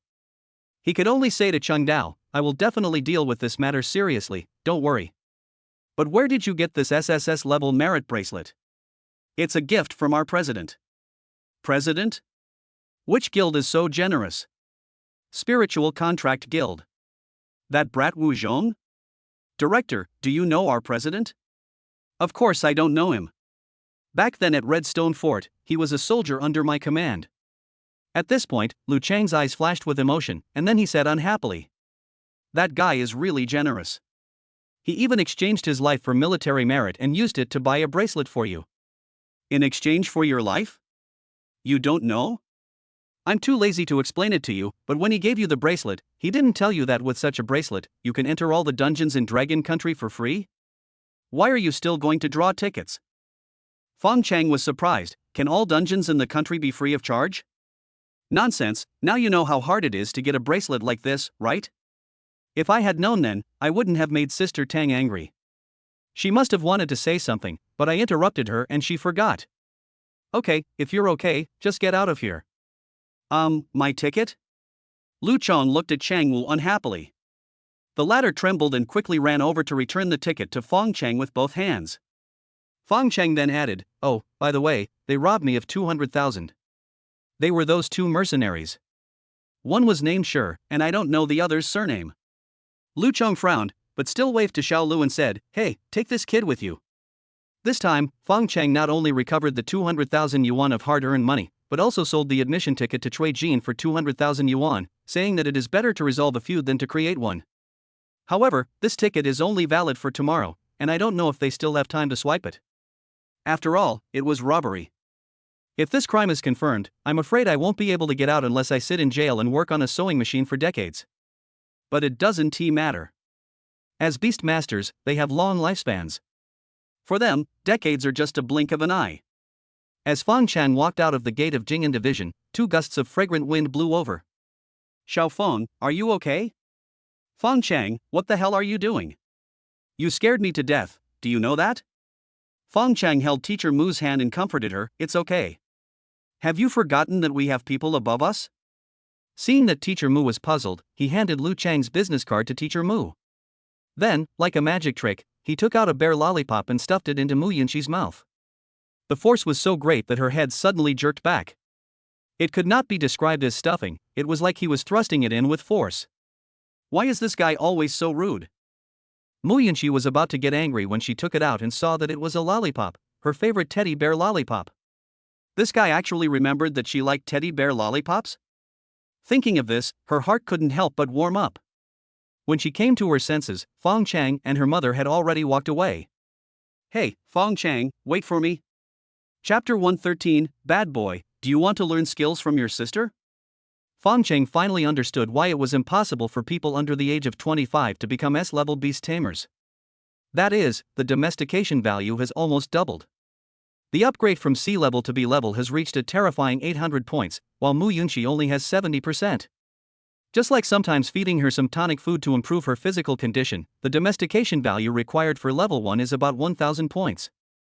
A beast master can only create a maximum of 10 points of taming value at a time, and this is under the most ideal conditions. Even if this state can be maintained for a whole day, a maximum of 35 points of taming value can be generated per day, and the beast girl is also in the state. There can be many beast girls, but there is only one beast tamer. That is to say, no matter how many beast girls there are, the maximum taming value that a contract group can generate per day is only 35 points. It seems that the domestication value can be increased in 1 month, but ordinary people cannot reach the maximum limit and increase the domestication value every day. Would they risk their lives?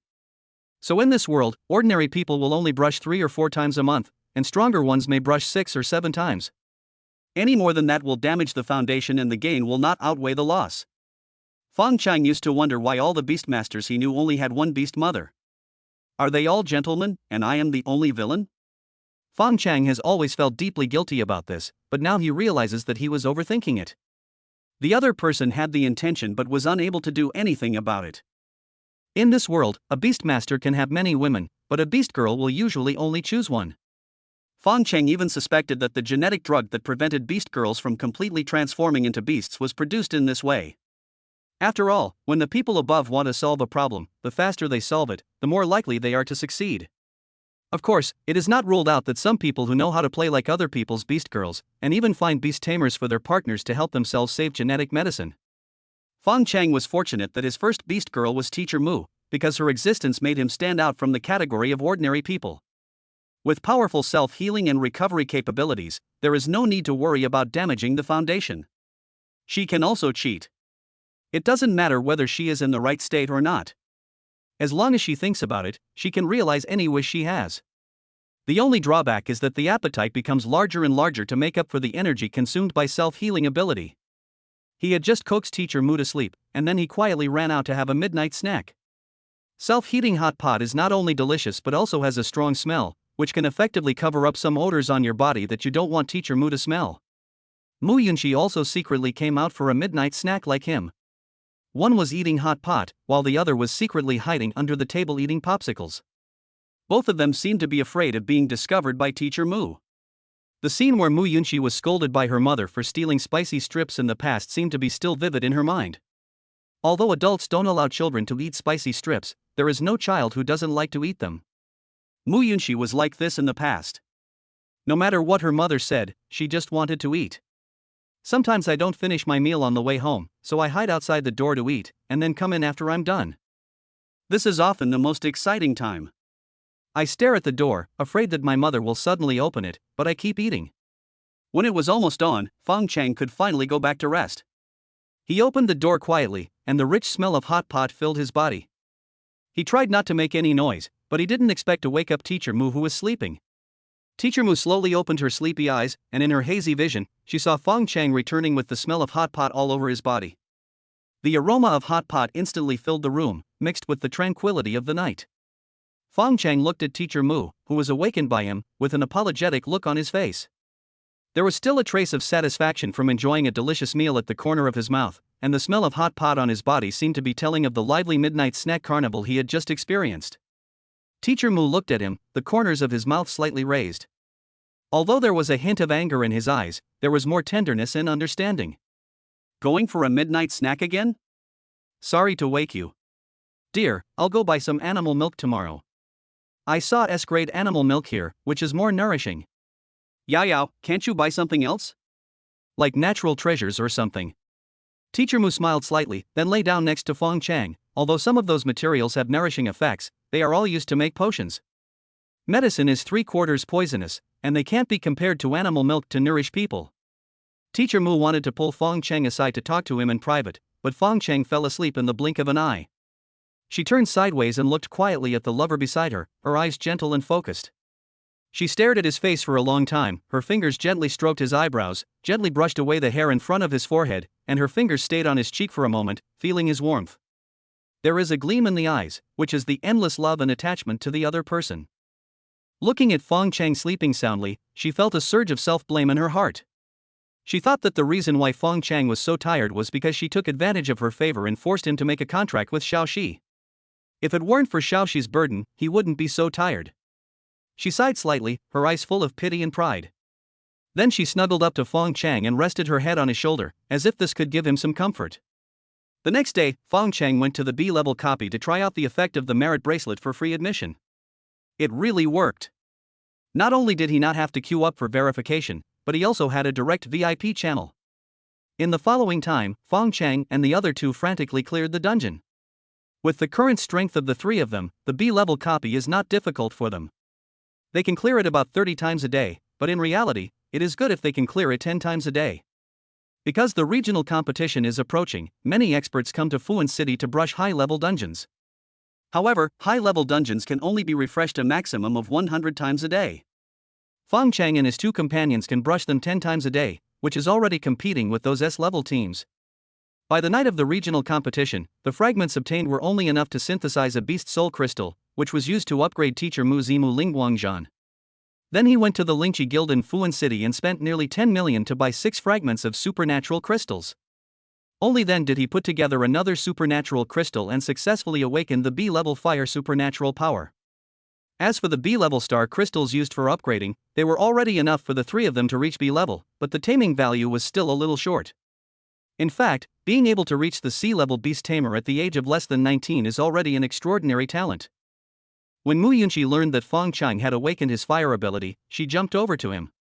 Blinking her bright eyes, she approached Fong Cheng expectantly, tilted her head and said with a smile, "Hey, do you want to learn my skills? I can be your master." Fong Cheng rolled his eyes at her and said, "Go cool down somewhere."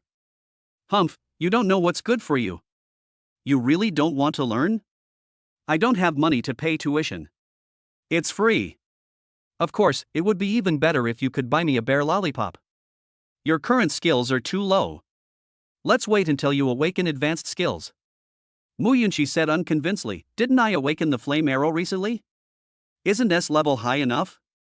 Fong Cheng thought for a moment and said, "This is something I can consider. Hey, if you give me a lollipop every day, I'll teach you for free." "Really, just a lollipop?"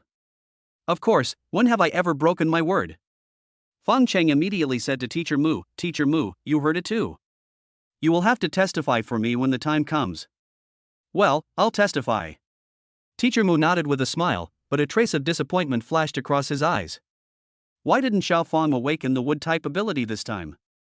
That way I could teach him. I said 1 a day. Okay, 1 a day for a month. Why only 1 month? I'm worried you'll cheat me out of the lollipop. TSK, you cheapskate.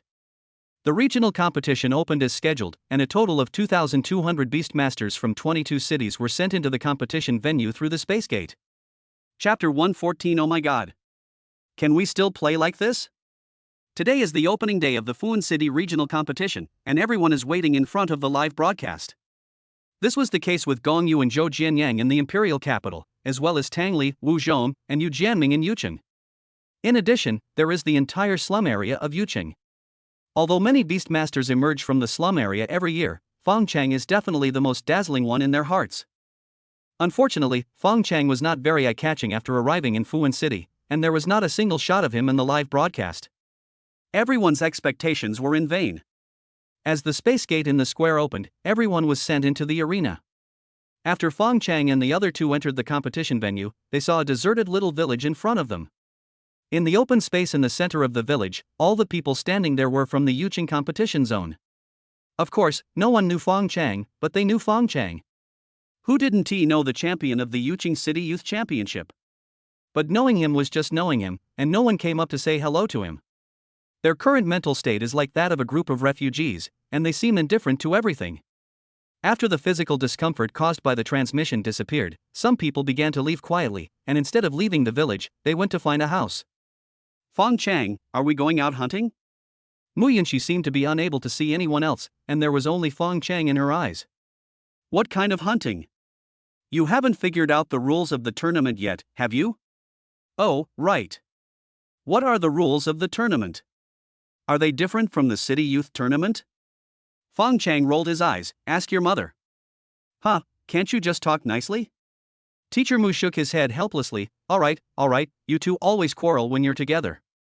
Then Teacher Mu explained, there are a total of 22 local villages in the regional competition, including the village in front of us. Then she scanned the village and pointed at the crystal pillar at the back of the clearing. Do you see that crystal pillar? Our mission is to protect it. When Mu Yunxi heard this, she immediately rushed to say, I know. It's just like when I play games. Whoever pushes the opponent's crystal wins. Girl, can you please listen to me carefully?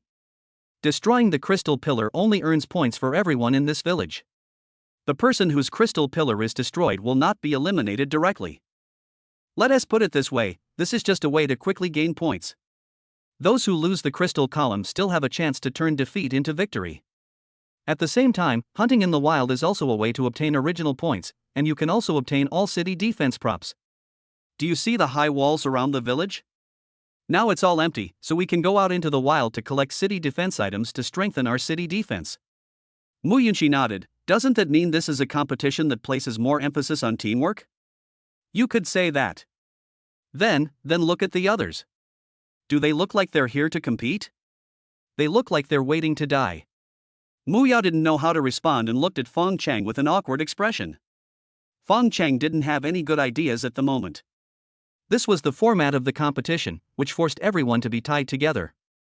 Once the crystal pillar in the village was destroyed, his points would also be taken away.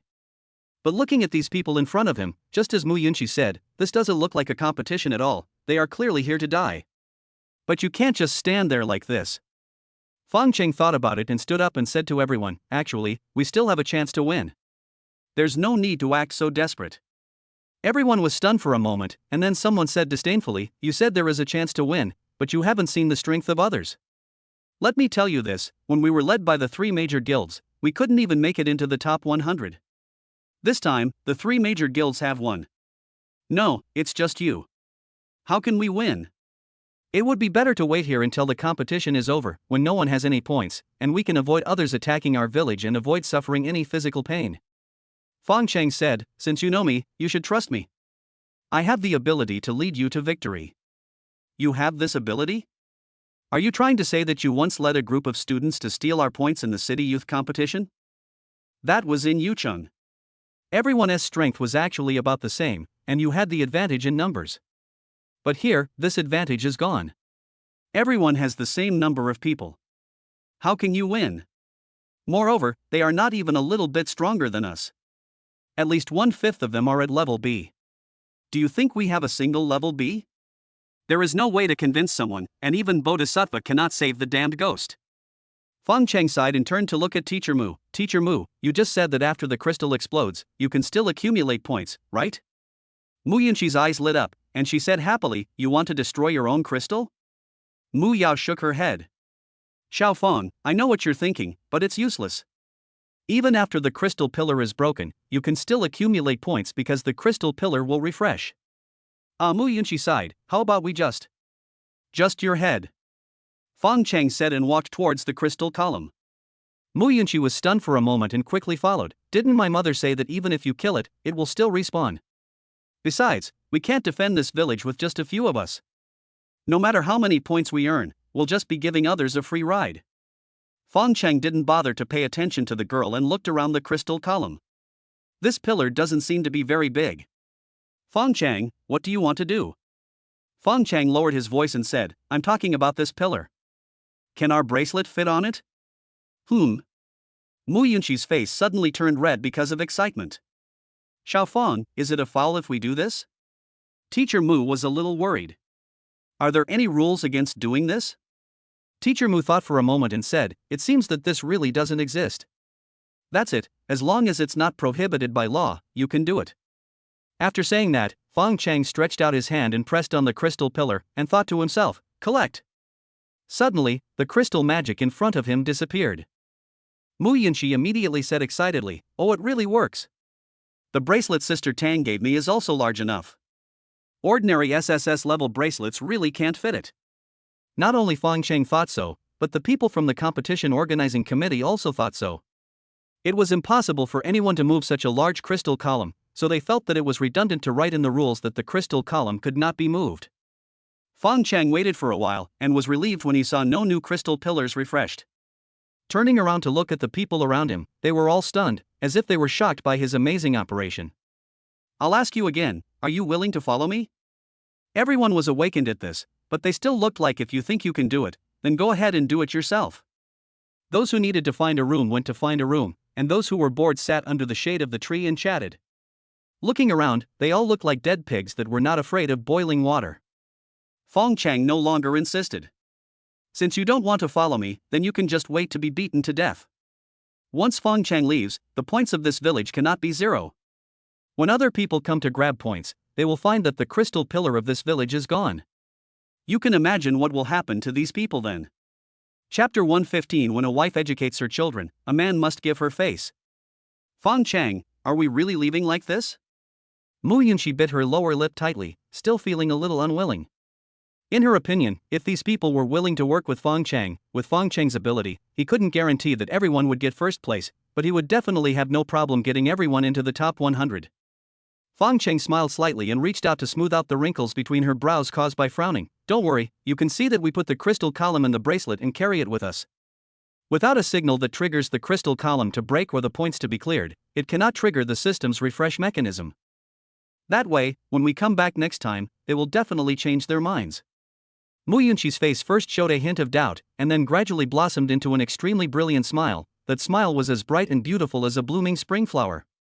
She closed her eyes slightly, enjoying Fong Cheng's gentle gesture, and the corners of her mouth couldn't help but rise.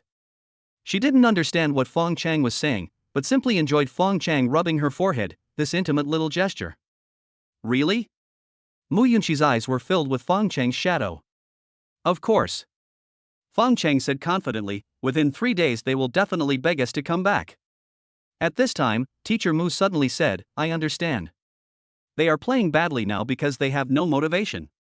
Instead of trying to persuade them now, why not wait until they suffer a little and then gain motivation? Then, organizing them will be more effective. Teacher Mu, we really are in perfect sync. Mu Yunxi finally understood Fong Cheng's intention, but she was still puzzled and asked, Fong Cheng, we can fight alone now, why do we have to take them with us? Don't you think they are a burden? Fong Cheng smiled and said, although we can fight alone now, we can only maintain our points and not get good results. Do you think the 3 of us can overthrow an entire village and destroy the crystals?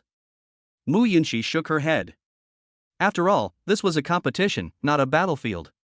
On the battlefield, one could use any means possible and kill them all bit by bit, but on the field, one could only defeat but not kill, which was a great limitation. Fong Cheng continued, so we need someone to help us hold off the opponent. It doesn't matter whether they win or not. The key is to buy us time to steal the home base. There are a total of 100 people from Yunxi coming this time. If I am the only one who wins, don't you think it would be boring? Well, they're the ones who messed up. What does it have to do with us? Besides, we don't have to rely solely on them to hold off the opponent.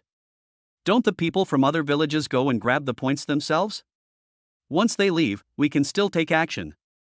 Teacher Mu smiled and said, silly girl, you can do whatever you want in school, but if you still do this when you enter society, the good ones will say you are aloof, and the bad ones will say you are selfish. This way you won't be able to build connections, and your life will be very limited, do you understand? I don't care about that. Yunxi looked unconvinced, thinking that as long as Fong Cheng treated her well in this life, it would be enough for her. Fong Cheng smiled slightly. You must know that if you are rich, you will have distant relatives in the mountains, but if you are poor, no one will care about you in the city. As long as you are strong enough, there will always be people who will try to curry favor with you. There is no need to worry about not having anyone to use you. But Teacher Mu is educating the child now. If I deny her now, she will lose face in front of the child. So he said, actually, the most critical problem is that without the protection of the village, when everyone is targeting us, where can we hide? Yunxi said unconvincedly, how can that shabby village protect us? Although the village looks dilapidated, it's because it's still in its initial state. It will be different once the city defense items are added. Fong Cheng continued, so our task now is to quickly find powerful city defense items. Teacher Mu smiled slightly and opened the competition map. I got together with Fong Cheng and started discussing where to get some cool props. There are 5 levels of city defense props in the arena, with level 1 being the most powerful and level 5 being the weakest. As for where the props appear, there is no specific location, but there is a general area, which can be triggered by killing the boss, but the boss will not stay in one place, it will move in its own territory. Anyway, the areas on the map have been demarcated. Whether you can find the boss depends on luck, and whether you can kill him depends on your strength. The entire competition map is like a sun, and the 22 rays of light radiating out represent the 22 novice villages, with only one way in and out of the village. The place where the props appear is the big circle in the middle. At a glance, there are about 10 first-level city defense guides, 22nd level ones, 33rd level ones, and so on. Similarly, the power of a first-level item is twice that of a second-level item and 5 times that of a 5th-level item. Xiaofang has 1 level 1 item and 5 level 3 items in front of us. Which one should we choose? We only pick the first level ones and deal with the other levels at the same time. The 3 of them were very fast and lucky. As soon as they arrived at the boss area, they saw the boss sleeping there. A 10-meter-long one-horned earth dragon, AB-level boss, with a mountain-like body covered with a thick layer of black scales, flashing with a cold and strange light. On the huge head, a thick and curved horn flashed with cold light, as if it could easily see through everything. Although its mouth is closed now, rows of sharp fangs are still exposed around its lips. There seems to be blood and flesh fragments of the previous prey left between its teeth, emitting a disgusting fishy smell. It looks very good, and most people are really fooled by its appearance. But Fong Cheng and his 2 companions have killed countless B-level bosses in the dungeon these days. At this time, the boss was still napping in front of the 3 of them. There was nothing much to say. Yunxi was the first to rush up, very recklessly. By the time the unicorn sensed the danger and opened its eyes, it had already been stabbed in the eye. The scorching fire element gushed out from the blade, instantly burning its eye into a big hole.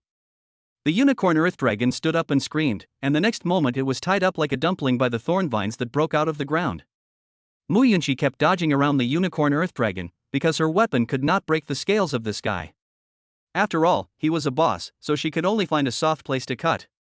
But soon she was almost hit by the unicorn's tail. Fortunately, Fong Cheng arrived in time, grabbed her clothes, and pulled her out in a dangerous way. Teacher Mu. As Fong Cheng finished speaking, a long brewing green arrow shot out and hit the unicorn dragon's jaw. The entire jaw was blown into a bloody mess. Let me go now, I know how to kill it. Yunxi saw the unicorn's body rising uncontrollably, revealing the weak spot in its abdomen, the so-called 7 inches. So she broke free from Fong Cheng and rushed forward, stabbing the dagger in her hand directly into the diamond-shaped belly scale. There was a flash of fire, and the flames spread across the body of the unicorn dragon. Yunxi couldn't help but reveal a smug smile on her lips, but the unicorn dragon not only did not die, but suddenly went crazy. Ha! What's going on? Just when she was at a loss, Fong Cheng appeared again, holding her in one hand and thrusting out a long sword with the other hand. In an instant, a dazzling electric light directly illuminated the body of the unicorn earth dragon. The unicorn was no longer crazy. After shaking for a while like having the hiccups, it suddenly fell to the ground. What happened just now, Fong Cheng? Why can you do it but I can't? Yunxi lay in Fong Cheng's arms, looking at Fong Cheng seriously. Your mother is watching from behind, shouldn't you be more reserved? Yunxi lowered her voice and spat, "Bah, it's not like you haven't hugged me before." Okay, let's hug for a while longer. Seeing that Fong Cheng wanted to do something bad, Yunxi quickly stood up. Some words can be said, but some things cannot be done. You haven't told me yet why you can do it but I can't. Because your knife is too short, and its true fatal point is about 1 meter behind that scale. If you had used the flame gale blade and continued to attack forward, you would have definitely killed it, but you didn't do that. As the two were talking, the Dulong Earth Dragon's massive body was blown away by the wind like sand, leaving behind a metal box with an S written on it. Chapter 116. Do you know how good my man is now? In a blink of an eye, 5 days passed and Fong Cheng had collected 6 first-level props, which was more than half of the total. At the same time, the props bosses encountered along the way were not wasted, including 8 level 2 props, 12 level 3 props, 18 level 4 props, and 20 level 5 props. It can be said that Fong Cheng took almost half of all the city defense props in the venue. This time the others were not happy. Did the rules of this regional tournament change? Why are there so few props? That's impossible. If the rules are changed, the officials can't fail to notify us in advance. Then why are there so few props? Will the people from Fong Cheng take it all? I heard that their leader vowed to take first place this time. Chui Jin? Didn't he go in? I heard that the Chui family paid tens of millions in bail, and with their powerful connections, they got him released. The Chui family is really rich. No, we're talking about props now. Where are you going? Fong Cheng only has 1 first-level item right now, and the number of second-level items is even less than ours. If it's not Fong Cheng, then who could it be? River Valley City? Don't be so foolish. The internet says everyone has about the same number of props. No, there's another city, Yucheng. You forgot about it. There's no mention of Yucheng in the online information. No way. The Yucheng group, ranked last for 1,000 years, can possibly take in so many city defense items this time? Furthermore, none of their 3 major guilds showed up this time. But now there is no other possibility except Yucheng. Why are you guessing here? Why don't you go over and take a look? Even if there are no props, can't we grab some points? These days, there are not just one wave of people who have this idea, but waves after waves. Starting from the second day, people came to the door every day. At first, they were here to grab points. The points Fong Cheng earned alone were almost equivalent to 1/10 of the points earned by others. In previous years, Yucheng village would have been considered a comeback. As a result, when the people who came saw that there was no crystal pillar, they realized that they must have arrived too late and had been destroyed by others in advance. So those people who were as fearless as dead pigs in boiling water were beaten up. It's mainly these guys from Yucheng who think that the crystal pillars have been moved away by that kid Fong Cheng, so why are you still coming to snatch them? The way they looked at him at that time was like they were looking at a bunch of fools. The other party was already angry because he had made a wasted trip. If you looked at him with such eyes again, he would definitely hit you. The people who were trying to grab points left, and someone else came to grab props, and beat them up again. This time, they acted like they were playing badly, which was mistakenly taken as disdain for the other party. After all this, no matter what I did, I couldn't escape a beating. This clay Buddha still has some earthy nature. Don't push him too far and do things to the extreme. So they were beaten again. They couldn't win the fight. They originally only wanted to fight for 10 minutes, but because these people fought back, the fight lasted half an hour. If I had known I was so cowardly, I might as well have worked with Fong Cheng. A bruised guy swollen his face and nose, swirled his tongue in his mouth, spat out a mouthful of blood foam and said, "I don't know where that guy is now." We are all from the same village, why didn't he come back to visit? What's the point of him coming back now? All the props have been taken. That's right. If we wanted to do it, we should have listened to him from the beginning. It's too late to say anything now. Are we just going to be beaten like this until the end of the game? Men all care about their reputation. It's no big deal if they get beaten, but who can stand it if their girlfriend gets beaten too? Don't forget that they all have beast girls, and at their level, they have signed intermediate contracts with the beast girls, and some have even become husband and wife. No one can stand seeing his wife being beaten black and blue every day, lying on the ground and crying in pain. The same goes for the beast girl. She sees her man being beaten and bleeding by others every day, which makes her feel heartbroken and angry. If only I had known earlier, I would have followed that kid Fong Cheng. This is everyone's strongest thought now. But it's too late to say anything now. The competition only lasts for 7 days, and it's already the 5th day. All the props have been snatched away. Moreover, none of the 3 major guilds of Yunxi came this time. Their strength was definitely at the bottom of the entire arena. Without the support of city defense props, how could they fight against others with their own strength? Fong Cheng is capable, but he is not a god. Just when everyone was regretting their mistake, another group of people came to kill them. When he came in, he saw that he had no props and no points, and that everyone dared to glare at him, so he beat them to death. There are 22 villages in the whole area, and there are 21 left excluding Yunxi village. Even if we come 2 a day, it will take almost half a month to go around. It's only the 4th day since the 2nd day. When will it end? Honey, I'm sorry. Looking at his wife with a bruised face and nose, the man wanted to die. Husband, don't scare me, wake up quickly. Looking at her husband whose old wounds had not healed yet and who had new injuries, the woman felt heartbroken. Just then Fong Cheng came back and heard crying and wailing in the village from a distance, like a funeral. What's going on, everyone? All the crying and wailing stopped abruptly, as if someone had pressed the pause button. Fong Cheng. With an exclamation, the still picture started moving again. Everyone stood up, their bodies still trembling slightly with excitement. We were wrong. We were really wrong. A woman covered her face with her hands, her voice choked with sobs. Someone rushed forward, trying to grab Fong Cheng but stopped halfway, his hands hanging in the air, saying with shame on his face, "I'm sorry. We shouldn't have doubted you." Someone clenched his fists and gritted his teeth. Fong Cheng, can you still lead us to revenge now? Even if there is only a 1% chance, I will fight you. Fong Cheng raised a faint smile at the corner of his mouth and looked at Yunxi beside him, his eyebrows slightly raised, as if to say, how is it? I didn't lie to me, did I? I said these people would regret it, now you see it? Yunxi was indeed very unconvinced at first, but now seeing these guys being worse off than each other, the anger in her heart suddenly disappeared. Just like my mother said, we are all fellow villagers. Whether you like it or not, in the eyes of outsiders, you and they are a group.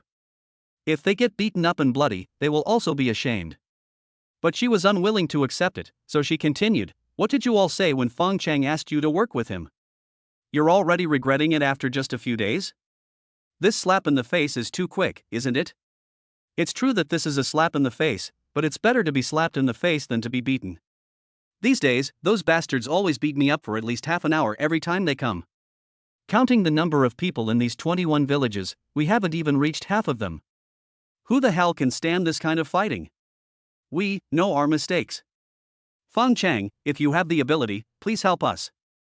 Fong Cheng sighed and said, honestly speaking, if you weren't from Yunxi, I wouldn't agree to your request even if you all knelt down and begged me. So you agree? Listen to me, I can take you with me, but you also know that the game time is already halfway through, and I'm not sure I can win. It's okay. Even if there's only a 1% chance, we'll do it with you. That's right, we're going to fight those bastards to the death. Fong Cheng, you give the order. We'll obey you in everything. If anyone dares to be sarcastic to you again, I'll be the first to skin him alive. Chapter 117, Those who believe in me will prosper. Do you believe me this time? Fong Cheng still followed the old rules and divided the 99 beast masters and more than 100 beast girls in front of him into 10 teams, with one captain in each team for easy command. The reason why there are more beast girls than beast tamers is because some people, like Fong Cheng, have signed more than one beast girl. Although the more beast girls there are, the slower the upgrade will be, but the beast girl's feedback can sometimes make up for one's own shortcomings. Of course, some people are purely lustful and marry concubines openly. The Dragon Kingdom really doesn't care. After all, being loyal has its reasons, being affectionate has its advantages, and there is also the matter of contracts. If the beast girl is not truly willing, it is useless for the beast master to force her. After dividing everyone into teams according to their characteristics, Fong Cheng took out all the prop boxes. When the densely packed prop boxes filled the floor, everyone felt ashamed again. It turns out that Fong Cheng has never let us off, even when we were so bad and said some sarcastic words to him, he still never let us off. For a person to collect so many props, it goes without saying that he must have paid a huge price and endured great hardships to snatch so many props from those people. At this moment, Fong Cheng's image in everyone's mind was like a Lesan giant Buddha, with Buddha's light shining brightly, illuminating these despicable villains, making them feel ashamed and burst into tears. They regretted it, really regretted it. Why were we so confused back then? Yunxi looked at these crying guys and felt so proud in her heart. Now you know how good my Fong Cheng is, right? But he still said angrily, all right, stop howling here, hurry up and install these props, otherwise if someone comes later, you will get beaten again. Yunxi reference picture. Yes, quickly reinforce the city defenses, everyone, hurry up and move. As the boxes were opened one by one, city defense props burst out one by one, and Fong Cheng was dumbfounded. There are a lot of weird city defense props. The electromagnetic net launcher is understandable, but what the hell are these bubble cannons and fart cannons? Are you serious about making these things? Seeing Fong Cheng's puzzled expression, the second captain immediately stepped forward to explain, Brother Fong, this is your first time participating in a regional competition. It's normal that you don't know about these props. Simply put, this is a competition, not a battlefield, so everything is based on control. For example, this bubble cannon fires a super sticky foam. Once this level 1 bubble cannon hits its target, it can make a level B Beastmaster unable to move for at least half an hour. At the same time, the bubbles it launches are dispersed. If the enemy is small in number, sometimes one shot can be enough to take care of them. This stinky cannon, as the name suggests, can emit an unbearable gas, usually used to disperse the opponent, so this thing will not be above level 3. In addition, there is this strong light cannon, which can be used to blind people's eyes. The first level of blinding time is about 40 minutes. There are also electromagnetic net launchers, which are mainly used to restrain opponents. Of course, the most important thing is this. The second captain took out a triangular iron lump from the props on the ground and said with a smile, Brother Fong, this is a plasma shield. There is only one level 1 shield. I didn't expect you to get it. This thing can block all attacks, including electromagnetic pulses. It is almost impossible to be broken in the arena, which means that with it, we are almost invincible. Alright, hurry up and pack these things up, Captain. Here. What do you want, Brother Fong? Take your people and follow me. Where are we going? A captain looked confused. Fong Cheng said unhappily, of course I'm going to grab points. What else can I do? But there are only 10 of us on the team. Why are you scared? The captain was indeed worried. Under normal circumstances, half of the people would go out to rob and half would stay behind to look after the house. But Fong Cheng went out with 10 people. Wasn't this a bit too arrogant? But before that, everyone had sworn to the heavens that they would obey Fong Cheng's orders. Although they were nervous, they immediately straightened their chests and said, I'm not afraid. At this time, the second captain said to the third captain, Brother Fong, do you want to take us with you? You guys? Do you have a team that can run fast? At the beginning, Fong Cheng also wanted to bring 3 teams that were good at close combat and 2 teams that were good at defense together, but after learning about the usage of these city defense props, Fong Cheng decisively gave up this idea. He brought only 1 team. Not only were the people in this team the fastest runners, but they were also all good at long-range attacks. What Fong Cheng wanted was someone who could come and go like the wind, grab something, and run away. As for combat power, he, Teacher Mu, and Yunxi can definitely match their 2 teams. Seeing the second and third captains shook their heads, Fong Cheng smiled and said, that's all. You guys stay home and take good care of the house. If anyone comes to attack our village, you must find out their identities and tell me immediately. Then I can lead a team to rob their homes. The third captain's eyes lit up and he nodded immediately, understood. As the props were installed on the city wall one by one, Fong Cheng led a team out of the village. As for which house to rob first, it depends on which one is empty. This is when the team's fast runners come in handy. 10 people were sent out, and soon news came that in the 3 villages of Hetao City, Sanshu City, and Fong Cheng, only half of the people were left at home to look after the houses. Among them, Hetao City is the closest to everyone, so let's start stealing from this city first. When you arrive at the city, you first attack the city defense props on the city, although the people on the city discovered the thief at the first time. However, the distance between the 2 sides was far, and the speed of both sides' prop attacks and long-range attacks would be slowed down due to the distance, which gave everyone time to dodge. The difference is that people can hide, but the props on the city wall are fixed once they are installed, and you can't hide for a while. There were not many city defense props on the city wall, because half of the props distributed to the 22 villages went into Fong Cheng's pocket. Once the city defense props were knocked over, Fong Cheng and Yunxi rushed up the city wall under the cover of firepower from others. As soon as they started fighting, they found that the people here, apart from having a large number of people, were no match for them. Fong Cheng didn't want to fight anymore. After opening a gap, he rushed into their village and chopped down their crystal pillars with one blow. The hard work of more than 200 people in the village for several days all went into Fong Cheng's pocket. After robbing, leave and go to the next village. Before the people responsible for fire cover outside the city could react, Fong Cheng came back with Yunxi. Is everything going well, Xiao Fong? Teacher Mu is always the first one to come out and show concern for Fong Cheng. Fong Cheng smiled slightly. It went surprisingly smoothly. Don? The team leader looked at Fong Cheng in surprise. So fast? Let's go to the next village quickly. On the other side, Cui Jin brought the people from Fong Cheng to the village of Yucheng, and he was overjoyed. As expected, all the city defense props are here in Yucheng. These guys are not very strong, but their luck is damn good. Nothing much to say, go for it. These city defense props are all mine, all mine. The competition will end in less than 3 days. Starting tomorrow, everyone will start to scramble for points. Fong Cheng village really needs these props. Suddenly, a mass of grayish-white snot shot out from the city wall. Before Cui Jin could react, he and his 3 companions were stuck to the ground by the snot. Chapter 118. What a surprise. Cui Jin was so angry that he screamed, but the 5-meter square area around him was like a rat sticker. They were a group of stuck rats. They could raise their arms, but there was no way they could break free. Super sticky cannonballs, electromagnetic nets and high-intensity light bombs were fired one after another on the city wall. In a blink of an eye, dozens of people in Fong Cheng were either blinded or controlled and unable to move. Brothers, here's your chance, go ahead and beat him to death. Teams 2 to 10 who stayed behind in the village have been beaten every day these days, and each beating lasts for half an hour.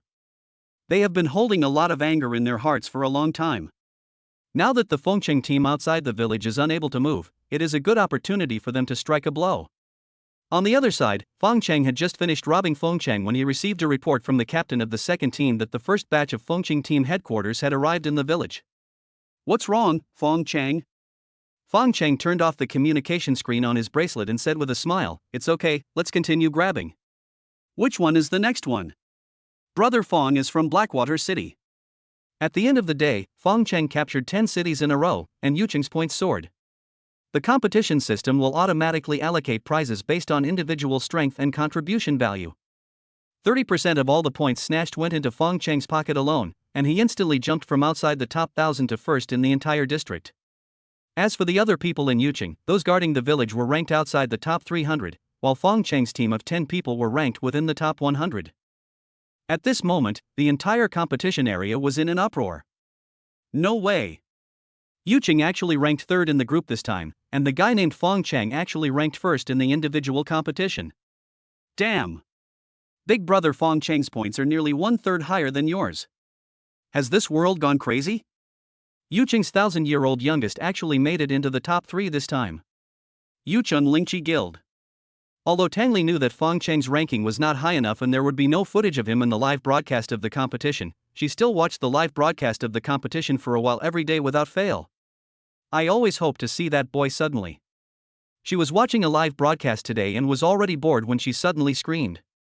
There was no way the surprise came too suddenly. Let us put it this way, by the time the live broadcast system of the event reacted, Fong Cheng had already ranked 1st. Her scream startled Wu Zhong, who was assembling a model. What's wrong, honey? What scared you? Tang Li waved at him quickly, as if something was stuck in her throat. Wu Zhong approached with a puzzled look on his face, and Tang Li's slap landed on him. He excitedly clapped his hands and pointed at the live broadcast of the game, saying, "Quick, quick, quick! Look, that kid Fong Cheng. What happened to that kid?" Live broadcast, there are shots of him in the live broadcast. Wu Zhong carefully watched the live broadcast footage, which showed Yucheng village. He was immediately shocked by the city defense props on the city wall. Why are there so many city defense props? Could that kid have taken all the props in this competition area?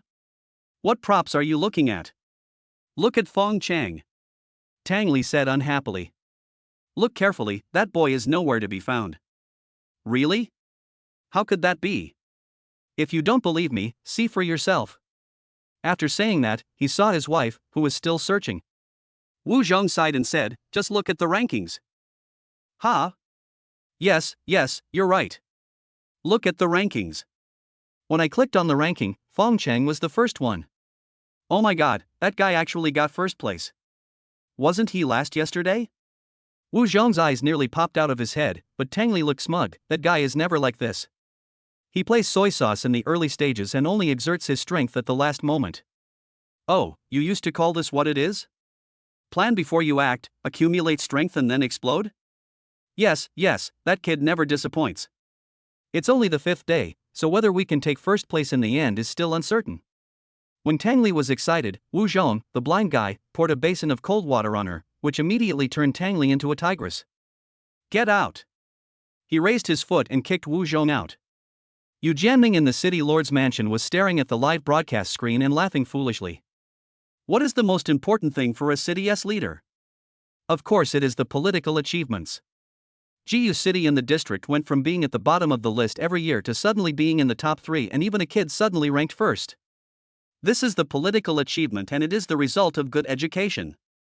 At this moment, Yu Jianming seemed to have seen that the position of regional governor was beckoning to him. At the very least, he would be promoted to the mayor of a first-tier city, which would be more than enough.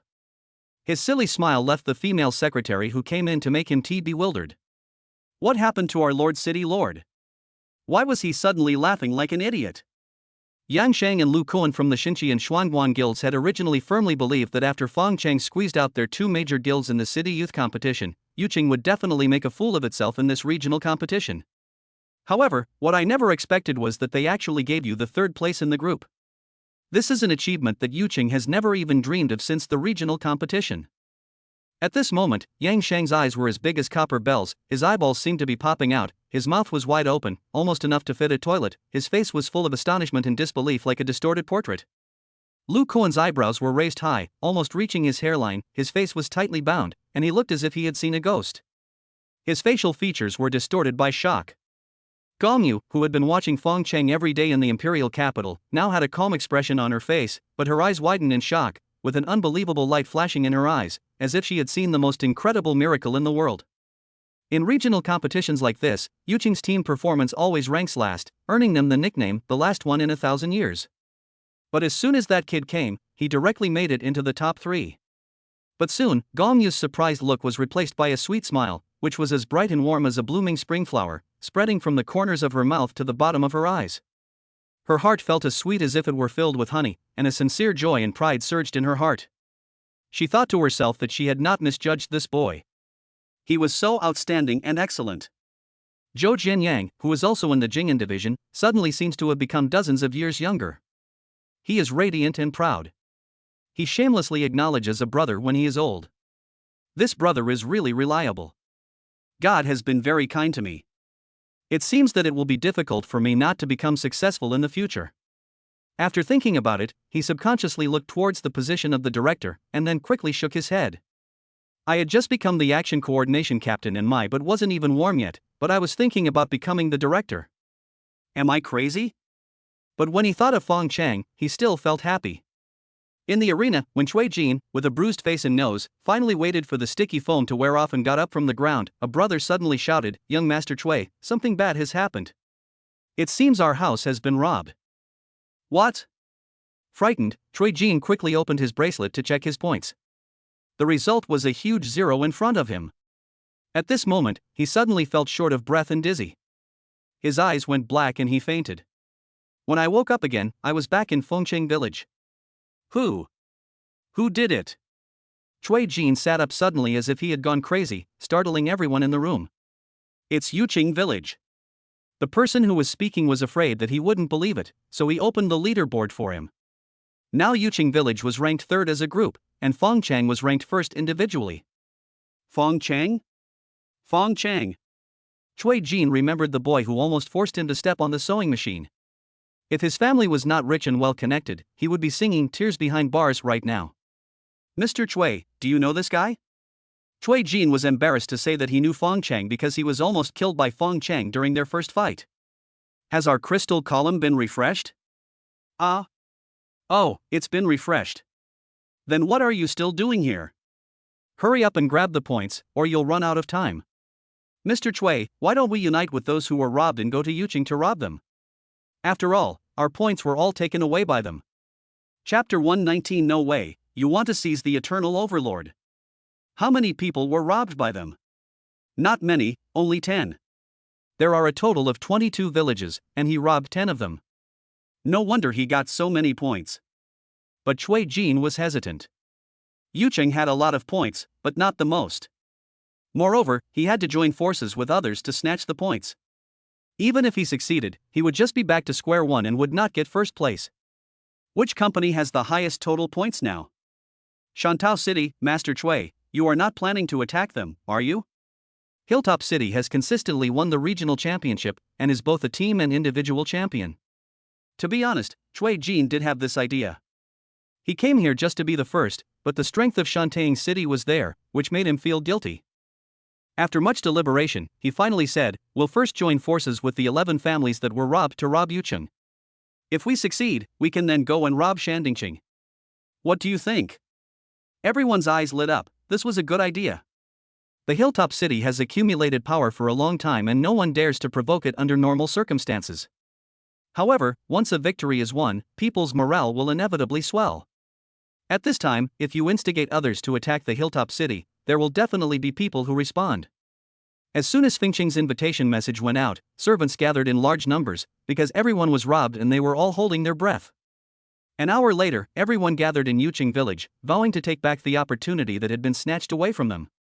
The 9 captains of Yuching village on the city wall were all frightened when they saw the dark crowd below the city.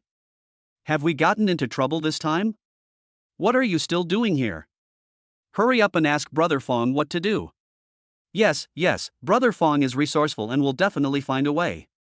When Fong Cheng received the second captain's call for help, the corners of his mouth curled up slightly. Second captain, what are you afraid of? Have you forgotten that our family has a level 1 plasma shield? Didn't you say that no one in the arena can break such a shield? Yeah, why didn't I think of that? That's it, let's teach them a lesson. If they don't obey, I'll beat them until they obey. That's right, beat them until they surrender. The 9 captains who were originally gloomy suddenly became heroic. When did anyone from Yuching dare to say such things in the regional competition? But today, I said, I will beat them until they surrender. After ending the call, Fong Cheng was still a little worried and called a captain over. Is a level 1 shield really unbreakable? A captain thought for a moment and said, let me put it this way. With the strongest spear comes the strongest shield. To achieve a certain balance in the competition and prevent a team's points from being reset to 0, the level 1 shield will only be given to the team with the lowest points. So, we just got lucky? When the props were first opened, Yuching village's points were ranked last. A captain laughed and said, in fact, every level 1 shield is almost a must-have item for us in Yuching village. Looks like I was overthinking it, but we're third in line now, so this shield won't disappear, right? Brother Fong, once you've made your move, there's no regrets. Once it's revealed, there's no reason to regret it. If props can be adjusted at any time, then what's the point in robbing them? At this moment, Yunxi suddenly said, Fong Cheng, look, our group ranking has been squeezed to 4th place. Whose ranking has moved up? It's Beishi City. Fong Cheng took a look at the points on the ranking list. The total points of the 22 participating teams were really scattered. He had snatched points from 11 teams, but he didn't expect to be overtaken by others in such a short time. I had to start reflecting on myself. Was I too impatient at the beginning? I should have started with the villages with high points. Next time, I must be careful and let the protruding rafters rot first. This time we're going to rob the Hilltop City. Mountaintop City? A captain was startled. Brother Fong Cheng, are you sure? What's wrong? Brother Fong, you may not know that since the Mountaintop City started participating in the competition, they have always been the ones who rob others, and no one dares to rob them. Really? That's great. Good. Fong Cheng said in a deep voice, as long as we succeed in seizing the Mountaintop City, we will be the Mountaintop City, and let everyone see our strength.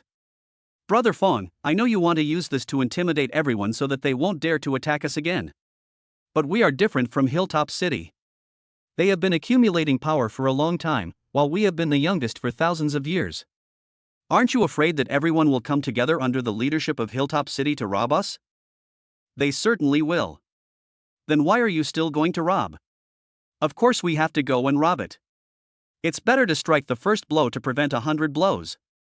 Even if the people from Hilltop City come to rob it, the others will have to think about whether they will be used as cannon fodder. I don't think anyone wants to be used as a gun. Besides, don't we have a level 1 shield? What are we afraid of? A captain nodded and said, "You have a point. So the first city to launch an attack when we arrive must be the Hilltop City. As long as we block them, we block everyone." My only worry now is that those guys in Fong Cheng might get carried away and join the Shanding in attacking the city. Them?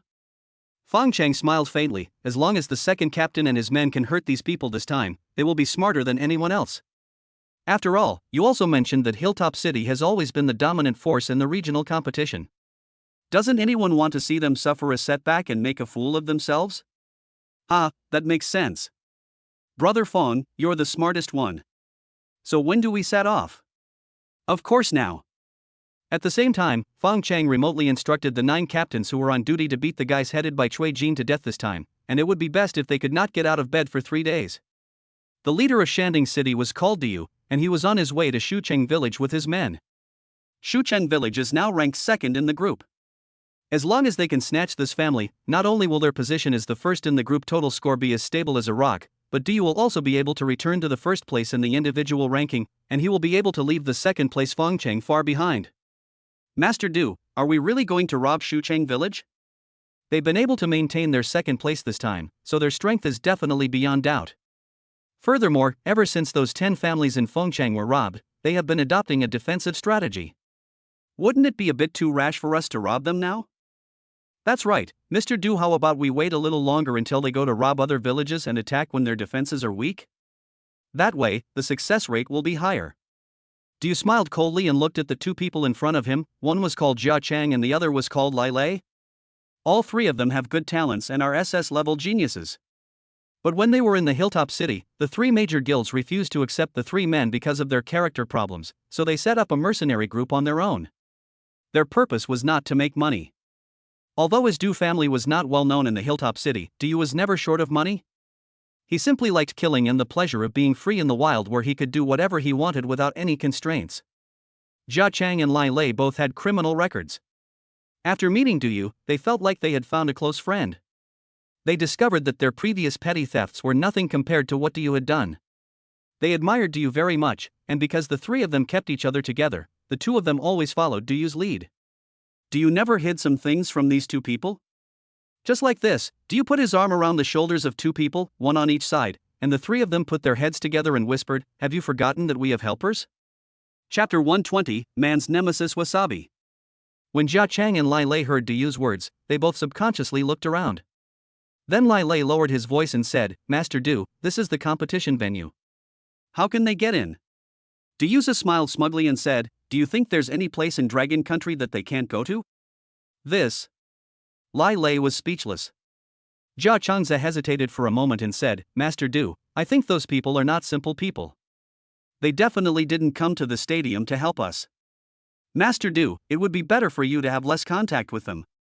Lai Lei nodded in agreement. "We've all seen what those people are doing. They're not like ordinary people at all. They must have other motives for coming to the arena this time.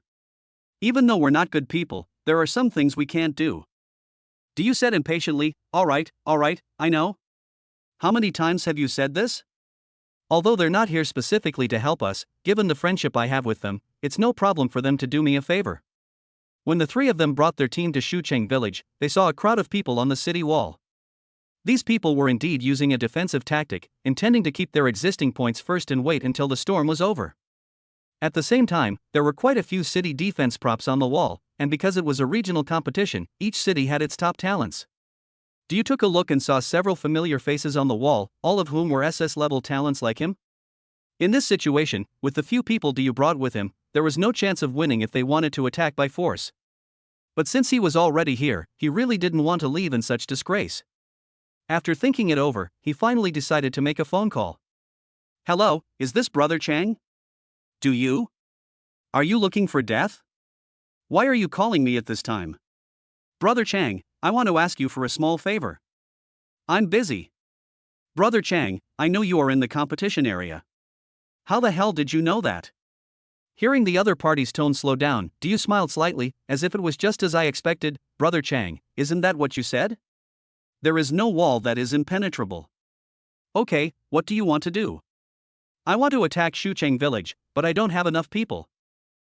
Okay, I'll help you find a solution, just wait. Du hung up the phone and raised his eyebrows at Lai Lei and Jia Chang, as if to say, see, I was right, wasn't I? Given our friendship, this little favor shouldn't be a problem at all. On the other end of the phone, after hanging up, Chang Wu's face suddenly became ferocious, his eyes flashed with murderous intent, and his face was full of murderous intent. This kid do you can't be kept. What's wrong, Mr. Chang Wu? A graceful woman leaned her face on Chang Wu's shoulder from behind. The originally cold metal body has now been warmed up by Chang Wu to give off human body temperature. Her name is Toriyama Wasabi. She has delicate features, a slightly red face, and her hazy eyes seem to still retain the afterglow of the past. Chang Wu touched Toriyama Wasabi's face with the back of his hand. The smooth touch immediately made him feel much better. He smiled slightly and said, "It's okay. I was just pissed off by a little jerk." You want to kill him? I can help you. Just consider it as my thank you. Did we just make a deal? Toriyama Aoi's eyes flickered as she glanced at Chang Wu with a mixture of anger and joy. She opened her red lips slightly, exhaling a sweet breath. What else do you want? I have a beast master. If you want, I can terminate the contract with my beast mother. Of course, if you think I am not as good as your beast master, then just pretend I said nothing.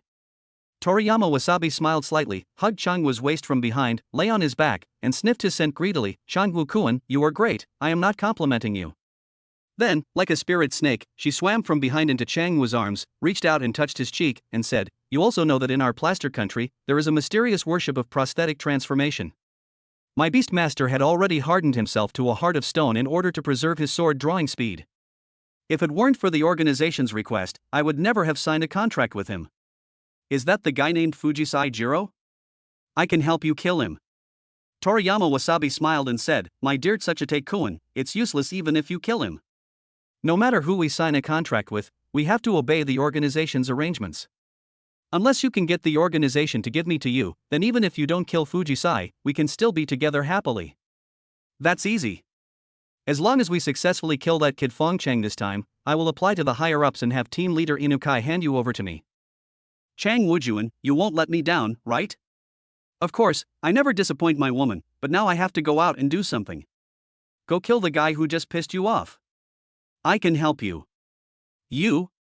Yeah, it's inconvenient for you to move around here because many people know you, but it's different for me.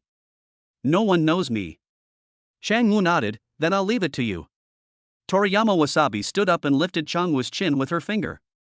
Her eyes were filled with deep affection and love for Chang Wu, like a pool of warm spring water, as if to drown him. Chang Wu-kun, you will definitely ask team leader Inukai to give me to you, right?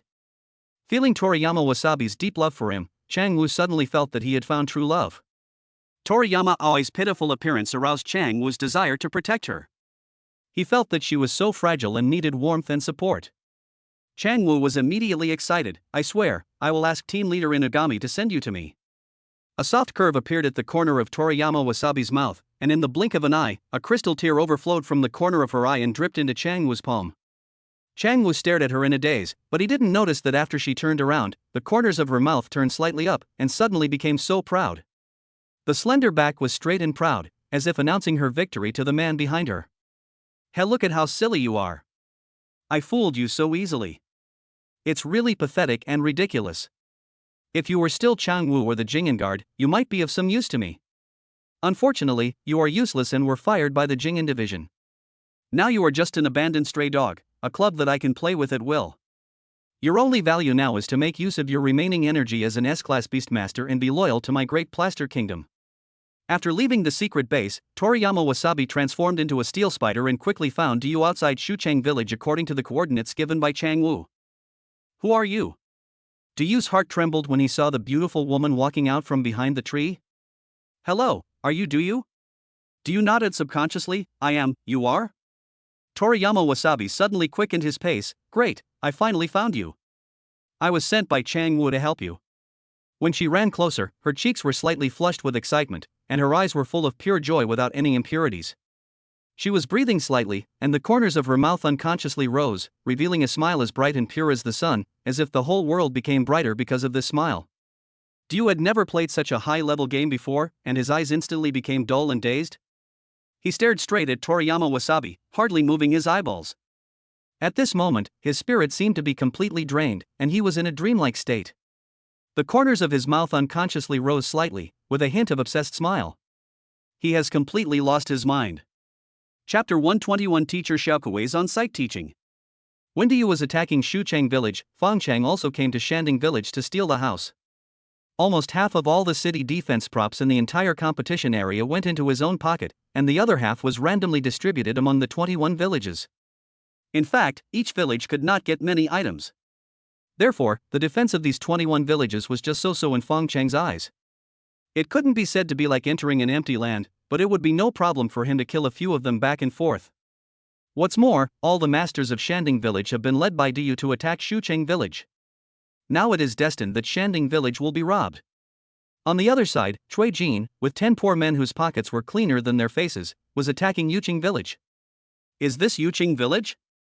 When these people arrived at Yuqing village, everyone except those from Fong Cheng was dumbfounded.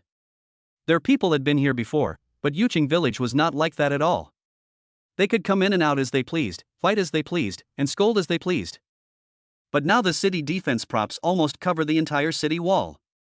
There is not a single prop below level 3. All are above level 3, and level 1 props account for the majority. Nonsense, if this isn't Yuqing village, where else could it be? Cui Jin said angrily, hurry up, let's try to wipe them out in one fell swoop. Don't give them any chance to breathe. I'm going to give those bastards a good beating. Wait a minute, Cui Jin, do you have a grudge against them? Cui Jin asked angrily, don't you have any grudge against them? Where did all your points go? Everyone was speechless. Their points were taken away by the people from Yuqing, but they had also beaten them to death before, so it was just tit for tat. Alright, stop wasting time. Are we going to attack Yuqing or not? Let's fight. We're already here. Besides, the competition will end in 2 days. Now the only way to turn the tables is to grab points. Who will be the vanguard? As soon as these words were spoken, everyone looked at Cui Jin in tacit understanding. Cui Jin said unhappily, why are you all looking at me? He is not stupid.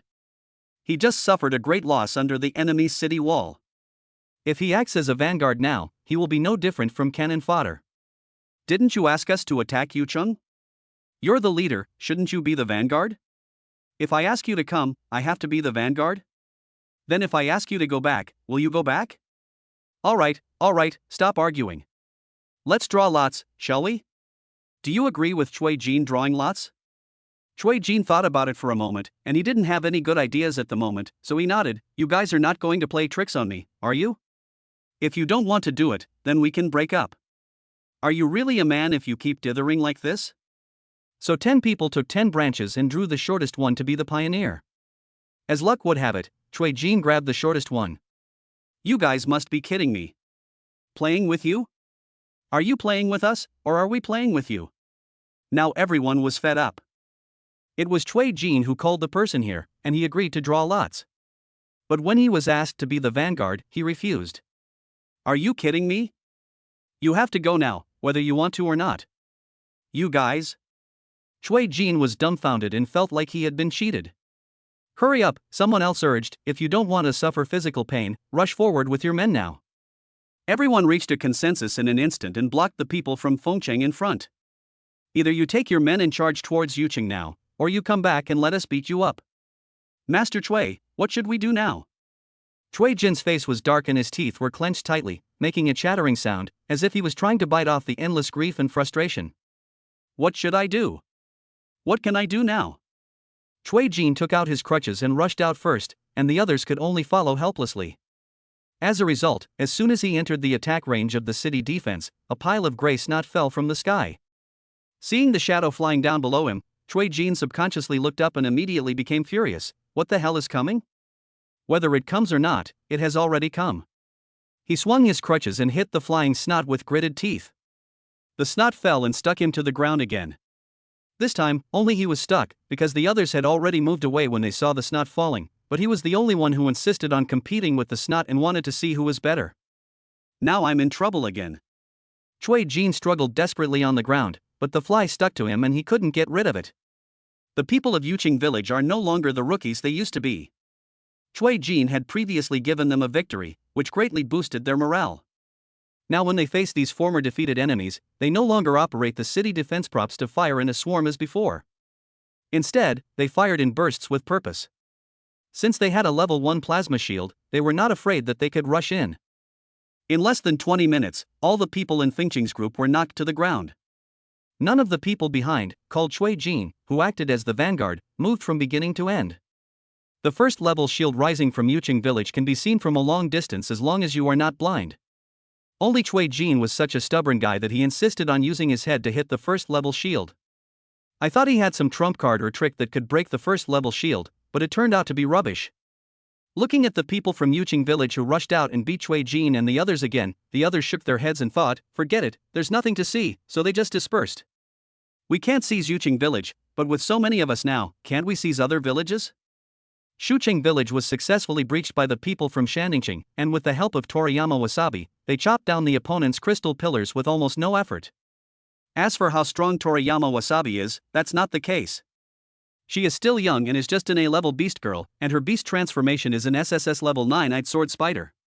The key is that she was transformed into a semi-intelligent body, and she is best at hacking technology.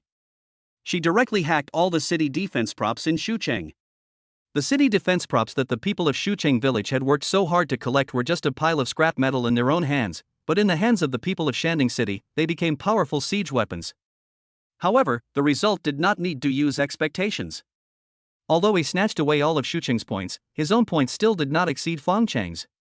Because he did not participate in the siege, he was pulled into the bushes by Toriyama Wasabi to discuss life while everyone was attacking the city. According to the points distribution rules based on combat power and contribution points, the points he got this time were greatly reduced. But he was not angry at all, on the contrary he felt very happy. I have read learning materials for so many years and have experienced practical experience, but who has the privilege of being personally instructed by the teachers and the materials? Mr. Du. Toriyama Wasabi lay lazily on the ground, and her delicate voice made Du's whole body soften. What's wrong, Xiaokue? Are they finished yet? It looks like that. Du turned around and glanced at Shutsuan. Toriyama Wasabi looked at Du in front of her with a dazed look, biting her lower lip and said coquettishly, why don't you help me up quickly, everyone will be back soon. She was the one pretending to be shy, but she made Du blush. Du hurried over and carefully helped her up, but she suddenly said, hiss. What's wrong, Xiaokue? A shy blush appeared on Toriyama Wasabi's face, and she said softly and coquettishly, Humph, it's all your fault. You're too strong. You're the strongest man I've ever seen, bar none. This greatly satisfied Du's vanity, but why did her words sound a little strange? Forget it, these are not important compared to Xiaokue. Chapter 122, Killing Without Blood. Seeing that everyone from the hilltop city had returned, Du showed an unhappy expression because his points had been greatly reduced. Lai Lei came over happily and said, Master Du, your trick really works. This time, the brothers took over Shucheng village without much effort. Zhao Changza noticed the strangeness on Du's face. What's wrong, Mr. Du? You look very unhappy. Nothing? Du said unhappily. I can't say that you guys were firing in the front and I was firing in the back, but in the end I didn't get as many points as you. At this time, Jia Chang and Lai Lei both realized that Du Xiao must be unhappy because he did not participate in the siege this time and did not get as many points as everyone else, which prevented him from getting first place. Lai Lei immediately consoled him, Master Du, your points are the highest among all of us, and you're only a little behind Fong Cheng. Why don't we go rob another one? This time, you'll definitely come out on top. Jia Chang also agreed, that's right, using your method, I don't think there will be any village in this competition area that we can't conquer. At this time, Toriyama Wasabi walked out of the woods. What's wrong, Mr. Du? I heard you speak just now, and you seemed very unhappy. Toriyama Wasabi's voice instantly made Du feel as if he had lost half a pound of weight, and all his anger disappeared in an instant. Du's face instantly blossomed into an almost flattering smile, his eyes filled with infatuation. He took 2 steps at a time and walked towards her, carefully supporting her and saying, "Xiao Kuei, you must have heard it wrong." How could I not be happy? Humph, don't lie to me, I just heard everything. This. Toriyama Aoi smiled understandingly and said, "Is it about the championship?" Diyu nodded, and Toriyama Wasabi smiled slightly. "Show me the standings, I want to see who is ranked first now." Du Yuyen obeyed and opened the scoreboard on the bracelet. Toriyama Wasabi came over to take a look and said, "So it's this guy called Fong Cheng. Do you know him?" Diyu looked at Toriyama Wasabi in confusion, with a hint of jealousy in his eyes. Toriyama Wasabi laughed and said, "How could I possibly know him? I just feel that no one other than you is qualified to take first place. You are the best in my heart, and only you deserve this first place." Diyu immediately turned his jealousy into laughter. "I heard that this guy is very powerful. He brought 10 people and robbed 10 villages in a row." "So what?" Toriyama Wasabi said indignantly, "That's because he hasn't run into you yet. If he runs into you, he'll be in trouble. You alone can beat 10 of them. I'm not as good as you say." "Yes, you do. You are so powerful. Don't you even have this little confidence?" "Who said that?" Diyu immediately puffed out his chest and said, "I'm going to go find him right now. Not only will I take all his points away, but I'm also going to beat him until he kneels down and calls me grandpa." Toriyama Wasabi looked at Diyu with admiration. "That's right, this is the man I like." She really wanted to meet Fang Cheng, the man who could defeat Koizumi Mako, and who was now ranked in the top 10 on the Sakurayama team's must-kill list. Those who can rank in the top 10 on the overall list have always been the children of wealthy families in Longwei or the pride of famous schools. Fang Cheng was just a poor boy born in the slums of Yucheng. He had no resources, no inheritance, and no connections. In short, he was a poor guy with nothing. I heard that he didn't even get into a university in Longwei and was expelled from school. Moreover, he was a cowardly little bootlicker while studying. How did such a person climb up to the 10th place in the overall ranking step by step? Toriyama Wasabi wanted to go and meet him, so as to avoid being killed by Chang Wu's big club and having no chance. But she can't go alone. She can hack into the city defense equipment of Shucheng village, but she can't hack into the official competition system. In order to prevent the system from discovering her as a spy, she needs someone to cover for her. It would be most appropriate to go with the people from Hilltop City and meet him as a person from Hilltop City. Lai Lei and Jia Chang, who were standing by, were both stunned when they saw Diyu's current state. Did that woman suck all of Du Xiao's brains dry? That woman was clearly using him, couldn't he see that? "Mr. Du, I have something to tell you." Du Xiao smiled and said, "If Lao Lei has anything to say, just say it here." Xiao Kuei is not an outsider. Lai Lei opened his mouth and glanced at Toriyama Wasabi. "What do you want me to say in front of her? What's wrong, Lao Lei?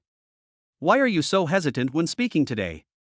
Zhao Chang couldn't bear it any longer and said, "Don't you think there's something wrong with that Du Xiao? Who are you talking about? Xiao Kuei? How could there be something wrong with her? Do you know her background? Don't you think the way she just hacked the city defense equipment is a bit strange? What's so strange about this? Everyone there knows how to do it. As for her origins, I'm sorry, Lao Jia, I really can't tell you her identity." Even without Jia Chang and Lai Lei's advice, they could have guessed it roughly. After being with Duyu for so many years, how could they not know that this guy was reselling information? Otherwise, where did he get all the money from? However, the two were not sure what information he was reselling and who the buyer was, but there was one organization that was certain, and to put it bluntly, he was working for that organization. But now they know, they guessed it from the methods shown by Toriyama Wasabi.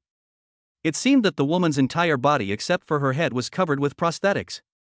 They couldn't think of anyone else in the world who could transform themselves so crazily except the people of Plaster Country.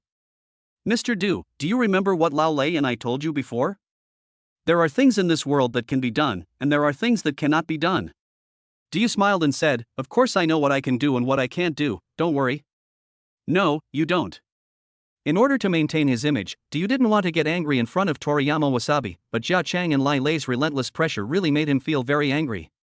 At this moment, Toriyama Wasabi suddenly raised his eyebrows, a fierce look flashed in his eyes, and he said in a sarcastic tone, "I will follow Master Du and call you Jia for the time being. Old Jia heard that young Master Du is your eldest brother, so I want to ask you, you accused your eldest brother in front of so many people, do you respect him in your heart? Do you take him as your eldest brother seriously? Do you felt that Xiao Kuei's words had hit the nail on the head, and he said to Jia Cheng in a bad mood, Xiao Kuei is right. I have been very kind to you all these years. Haven't you spent all the money I earned? You are now actually lecturing me in front of outsiders. You are really two ungrateful wolves. Toriyama Wasabi quickly comforted him. All right, Master Du, calm down first. You're brothers after all. Don't you feel embarrassed with so many outsiders watching? Toriyama Wasabi rolled his eyes at him, then turned to Jia Kuei and Lai Lei and said, I know you three have a deep bond as brothers, but can't you just keep your affairs private? With so many people watching, even if you don't think about young Master Du, you should at least think about yourself, right? Then he said to Du Yu, since there is a misunderstanding between brothers Du Xiao, it is better to resolve it as soon as possible to prevent the misunderstanding from getting deeper and deeper, don't you agree? Du Yu nodded subconsciously, and Toriyama Wasabi said happily, okay, just listen to me. Let's go over there and resolve the matter, and reconcile our brotherhood. Jia Cheng and Lai Lei followed Du Yu, but they never came back. Seeing that only Du Yu and Toriyama Wasabi had returned, the people in Shanding couldn't help but wonder, where are Du Xiao, Lao Lei, and Lao Jia? Wasabi reference picture. Chapter 123 I am a reckless beast girl. Du Yu seemed a little absent-minded and was startled when he heard someone asking about Lai Lei and Jia Cheng. Old Jia and the others. Wasi Shimayama, who was standing by, couldn't help but frown, mentally cursing him for being a loser. His mental state was too poor, so he continued, they left first because of something. You left early because of something? So urgent? Toriyama Wasabi smiled and said, it's to gather information for us, to see which village is not at home, so that we can kill them by surprise.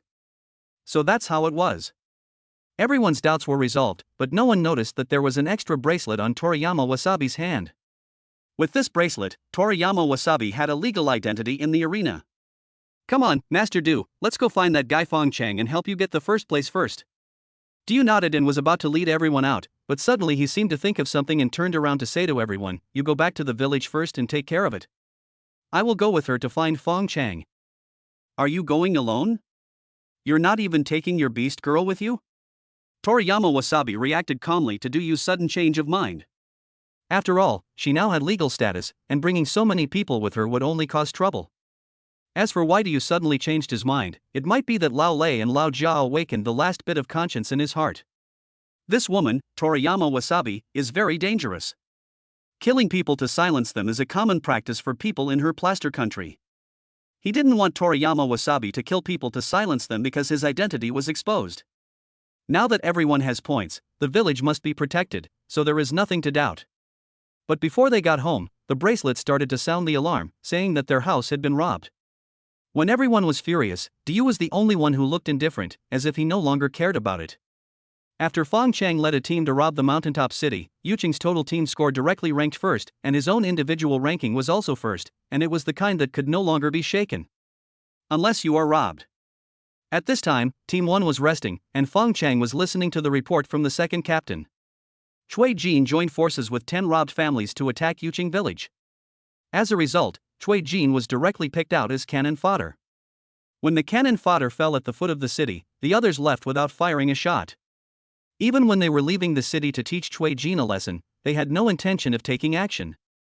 After listening to the second captain's report, Fong Cheng smiled slightly. Selfishness is the original sin of mankind.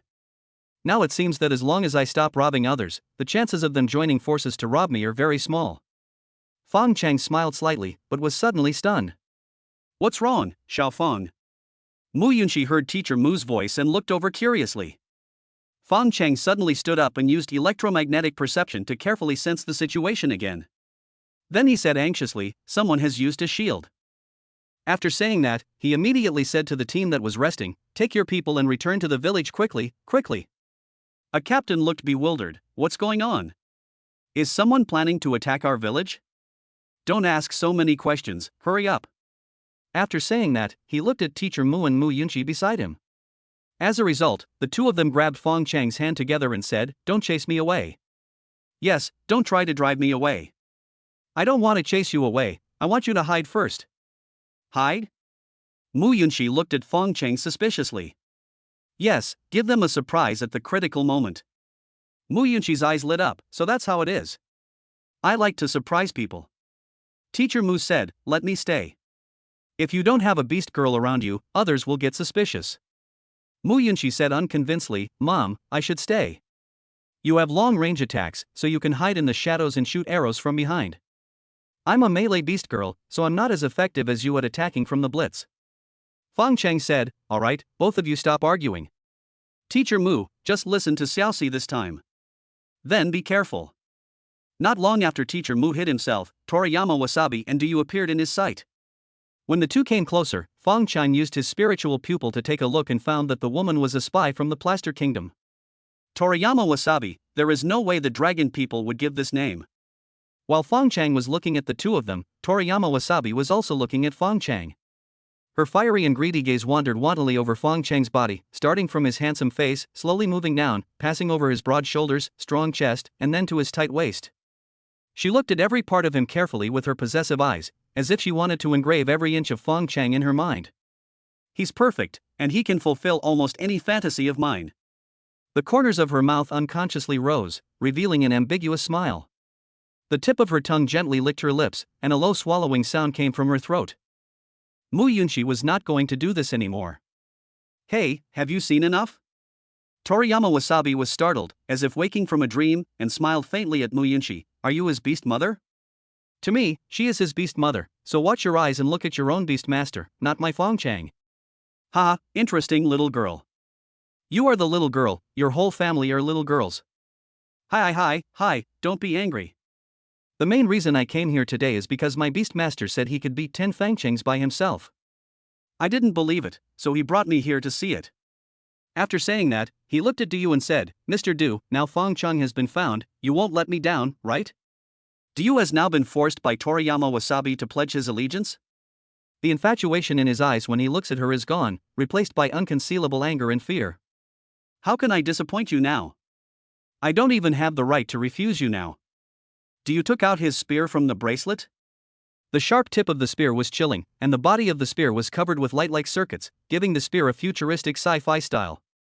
He put the spear behind his back and stared at Fong Cheng as he took a step forward. A hint of helplessness flashed in his eyes, but more of it was determination and cold-bloodedness. He must win. Fong Cheng was just a stranger to him.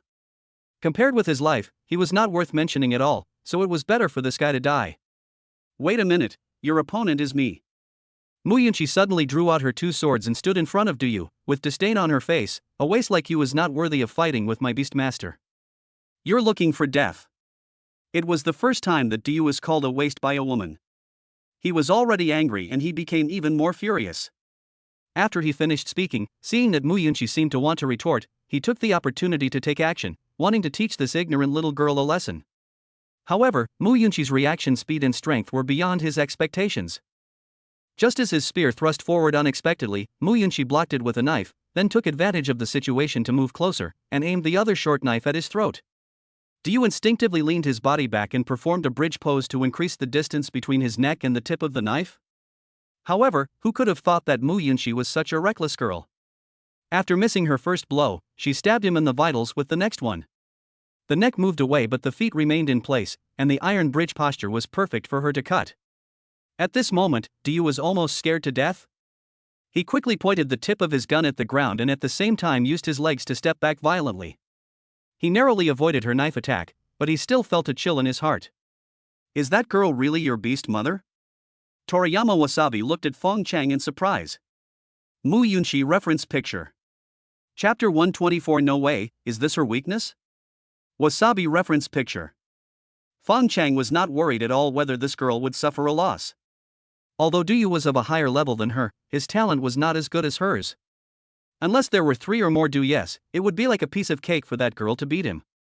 After hearing what Toriyama Wasabi said, Fong Cheng withdrew his gaze from Yunxi and looked at Toriyama Wasabi. Okay, you want to kill me, don't you? Why don't you do it? Who said I wanted to kill you? As Du's beast girl, the most I could do was accompany him here to take a look. Of course, I'm also curious about what you look like. Her voice was as clear as a silver bell, with a childlike innocence and tenderness.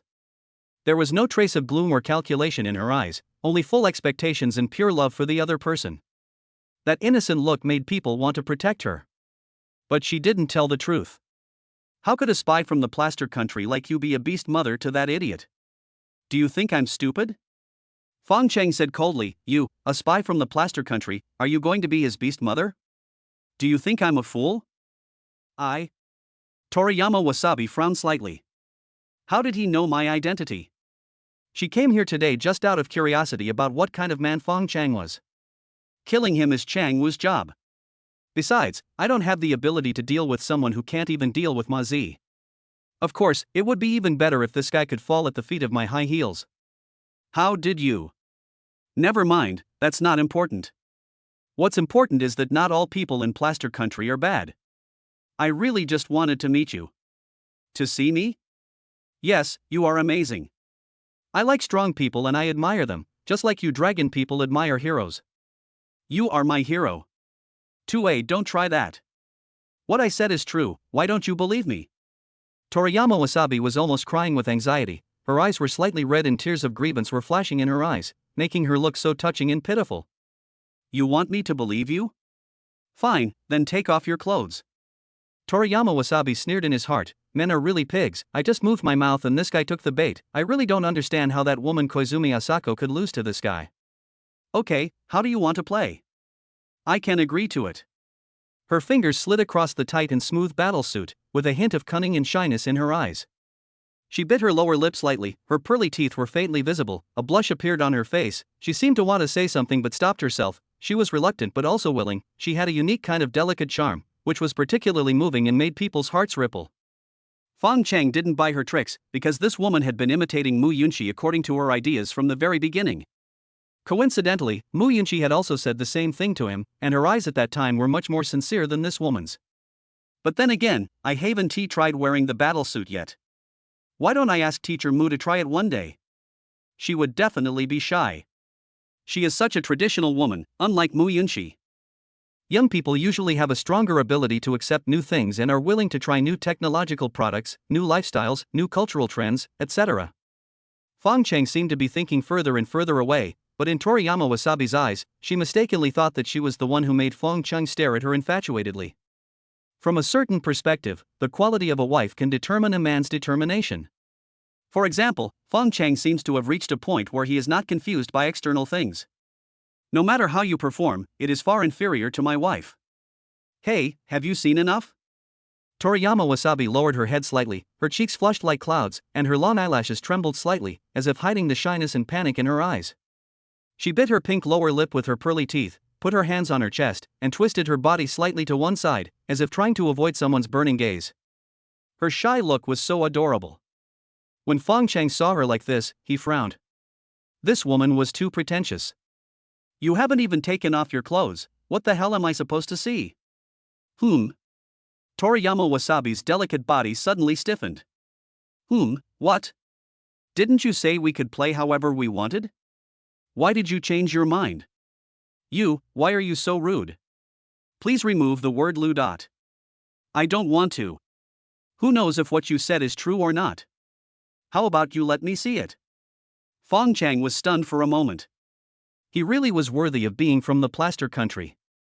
He dared to respond to anything. Toriyama Wasabi laughed and said, "What's the matter? Did I hit the mark?" Fong Cheng pointed at Mu Yunxi, Du and the others and said, "Look, the battle over there is almost over. If you don't take action now, you won't have a chance." Toriyama Wasabi glanced at Du and Mu Yunxi. She originally thought that with Duyu's strength, it would be no problem for him to deal with that little girl. It turned out that Duyu was useless. He was actually beaten by a beast girl of a lower level than him. But upon closer inspection, something was not right. That woman seemed to be using him to feed herself with tricks. Could Fong Cheng's beast girl be so strong? Then she turned around to look at Fong Cheng, and a trace of vigilance arose in her heart. With her own strength, if the two of them joined forces, would she be able to escape today? I was really too arrogant today. I shouldn't have come to see him alone. Why are you scared? Fong Cheng smiled coldly. Yes, I'm scared. I'm afraid you don't have the courage. After saying that, she leaned towards Fong Cheng with an air of throwing herself into his arms. She didn't believe that Fong Cheng would not be charmed by her, because believing him would mean that she would be dead today. She underestimated the strength of Fong Cheng's beast girl, and also underestimated Fong Cheng's strength. If the beast girl is so strong, the beast master will be even stronger. The only thing she could gamble on, and what she was best at, was charm. Her beast form is the nine-eyed spider, and the skill of her ninth eye is charm. But Fong Cheng had already seen through all her cards with his spiritual eyes, and knew that her weakness was her lightning ability. Coincidentally, he had just awakened her lightning ability. She walked closer to Fong Cheng step by step. Seeing that Fong Cheng did not resist her, she suddenly became bolder. The fingers hidden behind his back began to transform into sharp blades. Closer, just one step closer, and he would be absolutely sure to give him a fatal blow. But at this moment, Fong Cheng suddenly moved, grabbed her neck, looked behind her, and sneered, "What are you hiding behind you?" Toriyama Wasabi also laughed. This idiot actually took the initiative to get closer to him. Isn't this courting death? Fong Cheng was stunned for a moment. What are you laughing at?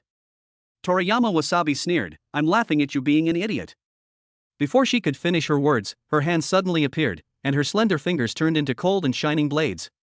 She thought that at this moment, she could scare Fong Cheng and see despair in the eyes of this idiot before her. Even if it was only for a moment, she would be satisfied. But she saw Fong Cheng laughing. Why was he laughing at this time? The next moment, before her blade fell, a dazzling electric light suddenly burst out from Fong Cheng's palm. A powerful electric current passed through her neck and instantly rushed to her limbs and bones. What am I laughing at? Nikaido Benimaru's Benimaru throw, a skill from King of Fighters, can only be performed at close range. Don't you know that, stupid woman? As lightning erupted from the palm of his hand, Toriyama Wasabi, who was held in his hand, rolled his eyes and his body began to tremble as if he had the hiccups. In an instant, green smoke began to come out of his body. She can't die now because Fong Cheng doesn't know how many people have come this time. Then he threw her on the ground like trash. How do you feel now? Great. Fong Cheng was stunned, looking at the burnt black wasabi on the ground. His hair was stuck to his face with sweat. He felt weak all over and his eyes were charming, as if he was enjoying some afterglow. No way, is this her weakness? When did the skill of breaking delusion spiritual eye become so unorthodox? At this moment, Yunxi, who had stabbed Yu to death, ran over and looked at Toriyama Wasabi lying on the ground with a puzzled look on her face. What happened to her? Chapter 125. This ace agent is too watery. Maybe, he was probably electrocuted. Fong Cheng said uncertainly. Ha? Yunxi suddenly turned around and stared at Fong Cheng. Fong Cheng, you bastard. It's not Yunxi's fault for misunderstanding. It's just that Toriyama Wasabi's current appearance makes it too easy for people to have fantasies. How am I a bastard? Fong Cheng was completely confused. You said you weren't an asshole, but look at her? What did you just do here? Do I need to tell you again? Fong Cheng understood now and felt a little amused and helpless. Then he pointed at Toriyama Wasabi on the ground and said, please take a good look at her. What do you think we just did? Only then did Yunxi notice that Toriyama Wasabi's entire body was charred black by the electric shock. Although her expression was strange, she looked extremely miserable. If it is really what he thought, then Fong Cheng is really too unkind to women. As for whether Fong Cheng knew how to be gentle with women, Yunxi had the most say in this matter, and she immediately confirmed that Fong Cheng was not such a person. It seems that I was overthinking it.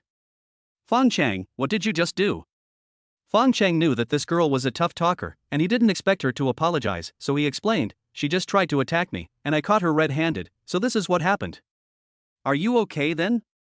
Look at her. Does she look like someone in trouble? After saying that, Fong Cheng walked over to Toriyama Wasabi and squatted down. Tell me, how many of you came this time, and where are you now? If you tell me, I can consider giving you a quick death. Toriyama Wasabi was breathing heavily, her eyes slowly moving up from Fong Cheng's feet, looking up at his face, an indescribable sense of satisfaction welling up in her heart, which was something that the people she had experienced could not give her. Now even the sound of Fong Cheng's voice seemed full of magnetism, echoing in her ears like a spell, causing her body to tremble slightly again involuntarily. No wonder I thought he was so perfect when I saw him for the first time. It turns out that he is my true love, the man arranged by God to tame me. Toriyama Wasabi swallowed his saliva and then smiled softly. Can it be as satisfying as just now? Fong Cheng frowned. You can try. Can I take a break for a bit? Fong Cheng was really defeated by this woman. I'm talking to you about serious matters, and you're just here acting like a fangirl. It seems that if I don't teach you a lesson, you really think I'm easy to fool, right? Before Toriyama Wasabi could react, Fong Cheng grabbed her hair and pulled her up, then threw a red pill at her again. The scorching electric light exploded on her body, and within a moment she began to beg for mercy. That's enough, that's enough. If you continue like this, I will die. This time, Fong Cheng clearly wanted to teach her a lesson, and he turned a deaf ear to her pleas for mercy. After a while, she stopped shouting. Ha! Yunxi was shocked. Did you electrocute her to death? Are you really that weak? I still have a lot of questions to ask. Then why didn't you just be gentler? At this moment, a circle of red light appeared on Toriyama Wasabi's chest, and an electric current ran through her body, just like Iron Man Fong Cheng, who was electrocuted, subconsciously threw her to the ground. She shook a few times on the ground, and suddenly woke up with a deep breath. No way, their prosthetics have automatic defibrillation functions? Yunxi glared at Fong Cheng angrily and said, "Be gentler next time. It won't be too late to kill her after you've asked her questions." When Toriyama Wasabi saw Fong Cheng this time, she subconsciously moved back, but the mechanical joints on her body seemed to be rusted, and her movements became weak. Don't do this again. If you continue like this, I will die. I will really die. Yunxi said angrily, "If you don't want to die, why don't you tell me quickly, how many of you came this time, and where are you now?" It's just me. Just you? Fong Cheng frowned. Are you kidding me? You think you can kill me? Oh, there's another one, he's from your dragon country, his name is Chang Wu. Chang Wu? Fong Cheng was stunned. Why did this name sound so familiar? Yes, that's Chang Wu. He used to be a Gingan guard in Fuan City. I don't know why he was expelled from the Jing'an division. Now he is our abandoned pawn. But he possesses S-rank strength, and not many people know about his expulsion. Taking advantage of this information gap, coupled with his strength, the chances of him killing you are very high, so there's no need to send anyone else. Then why were you sent here? I'm responsible for getting rid of him afterwards. Can you get rid of him? He's different from you. He's just a useless pervert. I bewitched him and he obeys me every time. If I want to kill him, I don't even need to do anything. I can just let him die on his own. Can you really let him die? Really, you have to treat me as an adult. Fong Cheng touched his chin, not knowing what he was thinking. Yunxi said unhappily, "How is that possible? How could there be such a stupid person in this world? Fong Cheng, don't be fooled by her." Fong Cheng smiled and said, "I don't think that's possible either. But if we let her be our insider, it shouldn't be a problem for her to stab Chang Wu in the back. Aren't you afraid that she agreed to you first and then ran away?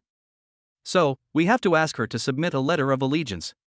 After saying that, Fong Cheng turned on the record function of the bracelet and gave a close-up shot of Toriyama Wasabi. "As long as you tell me everything you know, I will let you go." When Toriyama Wasabi saw that Fong Cheng had not objected to her calling him sir, she couldn't help but feel happy again, and this time it was a happiness that came from the bottom of her heart. "But I don't want to leave you now." "Go to hell, are you going to tell me or not?" "I say, Master Fong Cheng, whatever you want to know, I will tell you." Next, Toriyama Wasabi really told everything she knew, including her trump card, the spirit physique. Because of this ability, she is still the ace agent of their Sakurayama group. In addition, their organizational structure, their encrypted communication channels, the known undercover personnel, and their several secret bases in Longwa were all revealed in detail. Of course, Fong Cheng also recorded everything. Yunxi was secretly surprised after hearing what she said, but she still reminded her, "What if Fong Cheng is lying? Isn't that easy? Just find someone to verify it and you'll know." Verify? Just when Yunxi was confused, he picked out an undercover agent from the Jing'an division and called Lu Chong to check it out. "Aren't you in the middle of a competition? Isn't it a bad time to call me?" Fong Cheng was too lazy to explain and simply pointed the camera at Toriyama Wasabi. "Do you know Director Lu?" Lu Chong, who had just looked disgusted, became serious the moment he saw Toriyama Wasabi clearly. "Why is she here? Are you okay? It seems you know him, which makes things easier. I heard there's a guy named Cheng Yi in your department. Do you know him? Did this woman tell you everything? You knew that a long time ago?" Lu Chong nodded. "We were thinking of casting a long line to catch a big fish, but I didn't expect that you would catch a big fish before you even cast the line. Okay, I get it. When I return to Fuan City, I'll give you another big gift." Fong Cheng hung up the phone and turned back to Toriyama Wasabi and said, "You can go now." Toriyama Wasabi raised her head and looked straight at Fang Cheng, her voice trembling and pleading, "Please, don't chase me away, okay? Don't worry, as long as you're obedient, I'll keep your secret for you." "I'm obedient. I will definitely listen to you, as long as you don't drive me away." Fong Cheng frowned. He felt that his good temper was almost worn away by this woman. "If you're obedient, just go back to Chang Wu and give him some poison or something." "Do you have any?" "Yes, I have spider venom." Fong Cheng was also thinking about her spider venom. Can it kill him instantly? "No, he's too powerful, but please give me 7 days, and I will definitely poison him to death." "Then it's settled. You'll drug him as soon as you get back." Chapter 126, For Xiaokue, I vow to kill Fong Cheng's little animal. After sending Toriyama Wasabi away, Fong Cheng immediately told Lu Cheng about Chang Wu hiding in the stadium. But unfortunately, the Jing'an division searched the entire stadium but found no trace of Chang Wu. They only reassured Fong Cheng not to worry and that they would send someone over immediately. To be on the safe side, Fong Cheng quickly took Mu Yunxi and Mu Yao back to the village. His life was the most important thing in the world. He didn't know whether the people from Jing'an division could catch Chang Wu, but Chang Wu would definitely come looking for him. If the people from the Jing'an division cannot find Chang Wu, they will most likely use themselves as bait. The safest place now is Yuqing village, which has a level 1 shield, but I don't know if it can stop an S-level beastmaster. On the other side, Isamu Wasabi returned to the secret base, and his embarrassed appearance scared Chang Wu. "Xiaokue. What's wrong with you?" Toriyama Wasabi's body was burned black, and her smooth and tight battlesuit became tattered, and even many internal components of her prosthetic hands and feet were exposed. "Get out of here." Seeing Chang Wu rushing over to help her, Toriyama Wasabi pushed him away. "I belong to Lord Fong Cheng now. If a piece of trash like you touches me, I will feel disgusted." "What's wrong, Xiaokue?" Chang Wu felt a little uncomfortable with Toriyama Wasabi's sudden indifference. She didn't treat him like this before she left. "I accidentally ran into Fong Cheng and almost died at his hands. That damn beast, I will definitely kill him for you." Toriyama Wasabi frowned. "How dare you, a waste, slander my dear Lord Fong Cheng?" But she couldn't break up with Chang Wu yet, because the task assigned to her by Lord Fong Cheng had not been completed yet. But this also made her more determined to poison Chang Wu. "Okay, I need to replace my prosthetic body now, please leave." "Xiaokue, I can help you." "You?" Aoi Toriyama closed her eyes in anger, and silently said to herself that all this was for Lord Fong Cheng. After preparing herself mentally, when she opened her eyes again, her shimmering eyes became charming again. "Mr. Chang Wu, I need you to keep watch for me, please." The way she bit her lower lip made Chang Wu's heart tremble. "Okay, Xiaokue, no problem. But do you really not need my help in replacing your prosthetic body?" Her voice was sweet and coquettish, and her tone was as leisurely as a feather gently teasing Chang Wu's heart, making people feel itchy and unable to help but want to get close to her and indulge in her charm. Seeing Chang Wu being seduced by her and walking towards her like a zombie, Toriyama Wasabi felt full of disgust towards him. Look at his disgusting and stupid look. I just used a little trick and he was completely bewitched. My dearest Lord Fong Cheng is still the cutest. He never lets himself get confused. Why is he so outstanding?" Seeing Chang Wu approaching foolishly, Toriyama Wasabi suddenly snorted, biting her lower lip, staring at Chang Wu with a hint of anger in her eyes, to express her dissatisfaction. But in Chang Wu's eyes, those eyes were as bright and charming as autumn water, and their eyes were full of endless charm and style, like a pair of hooks, which had already hooked him into a black carp.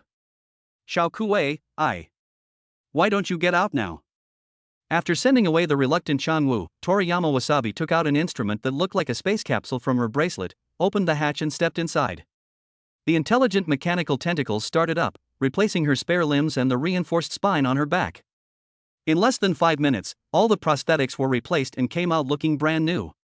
She did not rush to call Chang Wu in, but took out another bottle of wine from her bracelet and poured her spider venom into the bottle. Originally, she had only poured in a little, fearing that the other party would find out if she drank too much. But when she thought of her beloved Lord Fong Cheng, in order to poison that waste Chang Wu to death quickly, she squeezed in a little more. Then he thought about that useless Chang Wu, whose 3 souls and 7 spirits had been seduced by him, and he probably wouldn't be able to notice even if there were more people, so he squeezed in a little more. Then she picked up the bottle and drank it herself, becoming immune to her own spider venom. Chang Wu, who was watching outside, heard the strange noise inside and felt a surge of doubt and curiosity in his heart. He wanted to rush in, but he stopped at the door, knocked on it and said, "Xiaokui, are you okay? Do you need my help?" Toriyama Wasabi in the room didn't bother to pay attention to him and just drank his wine. Changwu waited for a while but saw no response from Toriyama Wasabi, so he finally mustered up the courage to open the door. At worst, Xiaokui would scold him, but nothing was more important than Xiaokui's safety. When he pushed the door open and saw Toriyama Wasabi sitting there drinking alone, Changwu was stunned. "What's wrong, Xiaokui?" "None of your business." Seeing Xiaokui's frustrated look, Changwu's heart felt like it was being cut by a knife. He clenched his fists tightly and slammed his foot hard in anger.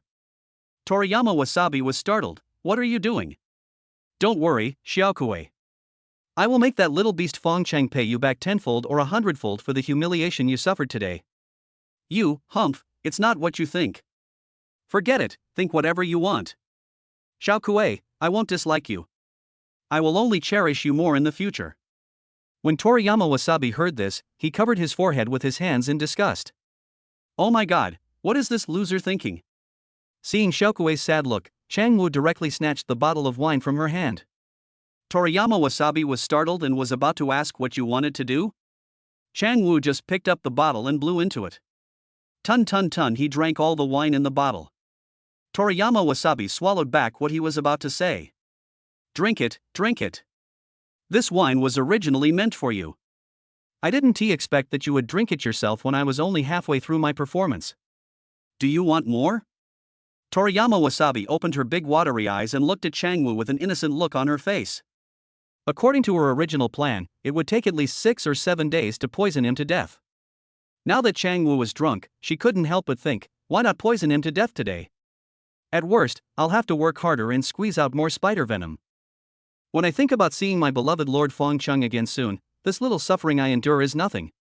But Changwu threw the bottle away, put his hands on Xiaokui's shoulders, and said firmly, "Xiaokui, wait for me to come back."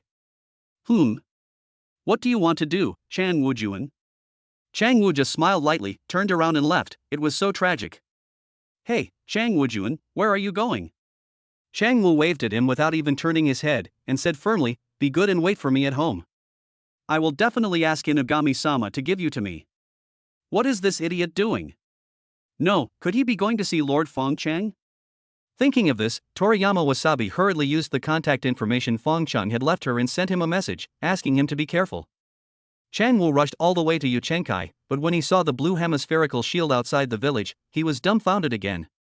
How come this Yucheng has a level 1 shield? With his strength, he could break such a shield, but that would cause a lot of noise and allow the Jing'an division to lock onto him. Now he just wanted to secretly kill Fong Cheng, and then secretly run away with his beloved Xiaokui. Fortunately, there is always a way out. He is not the only one who is still plotting against Yucheng village. Chapter 127 The Unlucky Child Shui Jin. Shui Jin was very unwilling to accept this. This was their last time participating in the regional competition. If he couldn't win the championship this time, he would never have another chance in his life. Now the points of Yucheng village have reached a terrifying level, accounting for almost half of the total points. One can imagine how big the gap is between Yucheng village South Group first place and Fong Cheng's individual first and second place. If he could grab the points from Yucheng, Shui Jin would not only be able to win the championship in one fell swoop, but also put a very perfect end to his regional competitions over the years. He had been beaten twice here, but he still didn't give up. Even after everyone left, he still didn't give up. He was still calling people everywhere, hoping to persuade some people to join him in attacking Yucheng village. Fong Cheng has returned. He just entered the village and I saw everything clearly.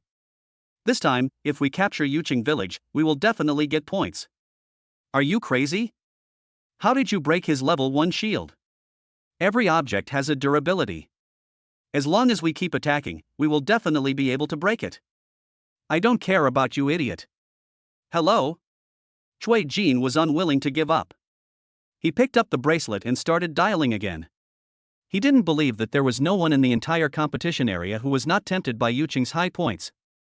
At this moment, his vision darkened and he subconsciously looked up. A stranger appeared in front of him, but when he looked closely, he found that the person looked familiar, but he just couldn't remember who he was. We just met a few days ago. How come you don't recognize me so soon? Changwu smiled lightly. Shui Jin finally remembered that when he was beaten to a bloody pulp by Fong Cheng some time ago, it was this guy who suddenly came out and took him to Jing'an Division. He was a Gingan guard. Captain Chang, why are you here? There are also criminals in the competition area. Is it strange that I am here? Not weird. From what I hear, you mean you want to attack this village? Cui Jin quickly said, "Don't worry, Captain Chang. I promise to follow the rules of the competition. It's completely reasonable and legal. Don't need my help? Help? Don't you want it?" Chang Wu glanced at the shield outside the village. "That's a level 1 shield, do you think you can break it?" Cui Jin was speechless for a moment, but still said unconvincedly, "As long as we keep attacking, we will definitely be able to open it." How long will the fight last? Besides, they won't just stand there and let you hit them. But since you're so persistent, I do have a solution. Do you want to hear it? Cui Jin's eyes lit up, and he asked excitedly, "What method?" Chang Wu laughed and said, "If you can't get in from the outside, can't you try another approach? For example, let the people inside come out." Let the people inside come out? Look at your bruised face. Did you hit your shield? No, they came out to fight. At this point, Cui Jin suddenly reacted and said excitedly, I understand, thank you Captain Chang for your guidance." Chang Wu sneered, "What do you understand? Can you lure them out by yourself?" But no one listens to me now. Just because no one listens doesn't mean no one isn't greedy. As long as you tell everyone about this method, someone will definitely come. After all, this is indeed a method, isn't it? Cui Jin pondered for a moment, then nodded immediately. "I understand, I'll call someone right away." "Okay, I'm leaving now. Take your time shaking people. And don't tell anyone you've seen me. Got it?" I understand.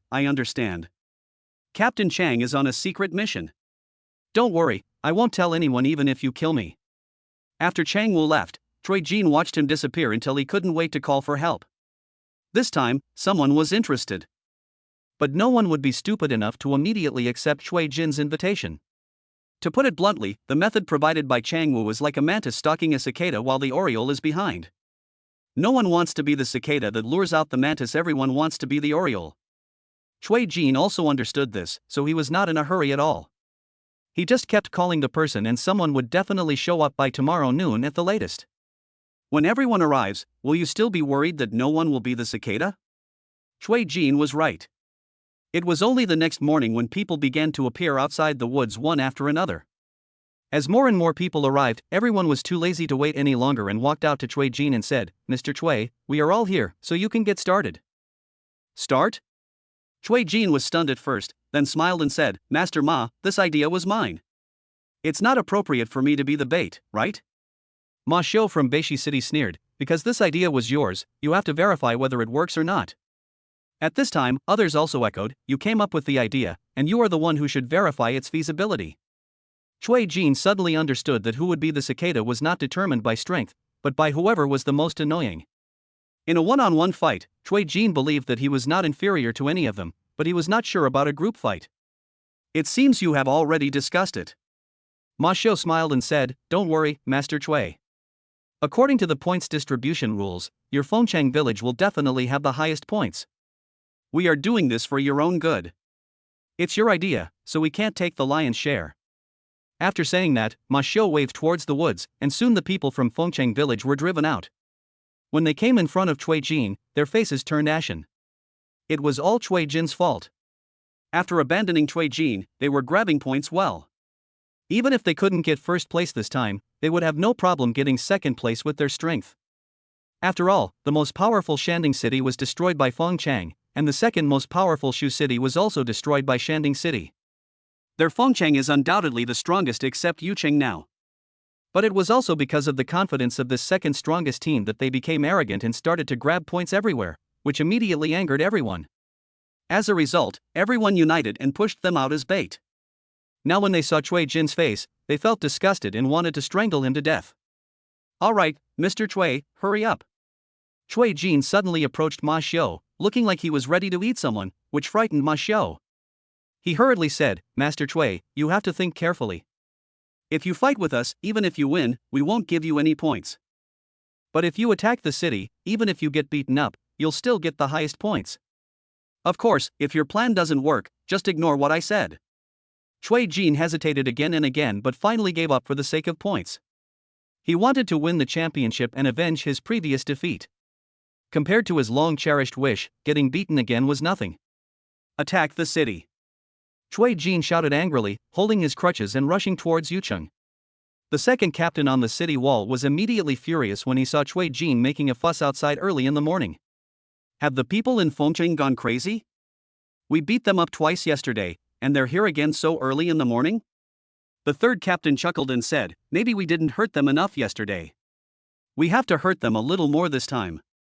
The fourth captain also said with a smug look on his face, should we call everyone out and give them a good beating? The second captain said with disdain, that's not necessary. Why use a butcher knife to kill a chicken? Just a few of us can still beat the shit out of them.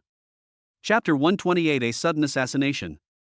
As expected, in less than half an hour, the people of Fong Cheng were trapped outside the city by various props. Several captains rushed out with their men and were about to give these people a severe beating, but something unexpected happened at this moment. Countless rope-like vines, knife-like blades of grass, spear-like stone thorns, and swamps appeared on the ground. Oh no, there's an ambush, retreat quickly. The second captain shouted and wanted to lead his men to retreat. At this time, countless flaming arrows, flaming spears, wind blade tornadoes, flew out from the woods. The explosion outside the village woke up the villagers. Fong Cheng divided the people into 3 groups, one for the night shift, one for the day shift, and one for the mobile team. It was just dawn and the sun had not yet risen, and it was not yet time for the shift change, but explosions were heard outside the village. Fong Cheng was immediately awakened from his bed.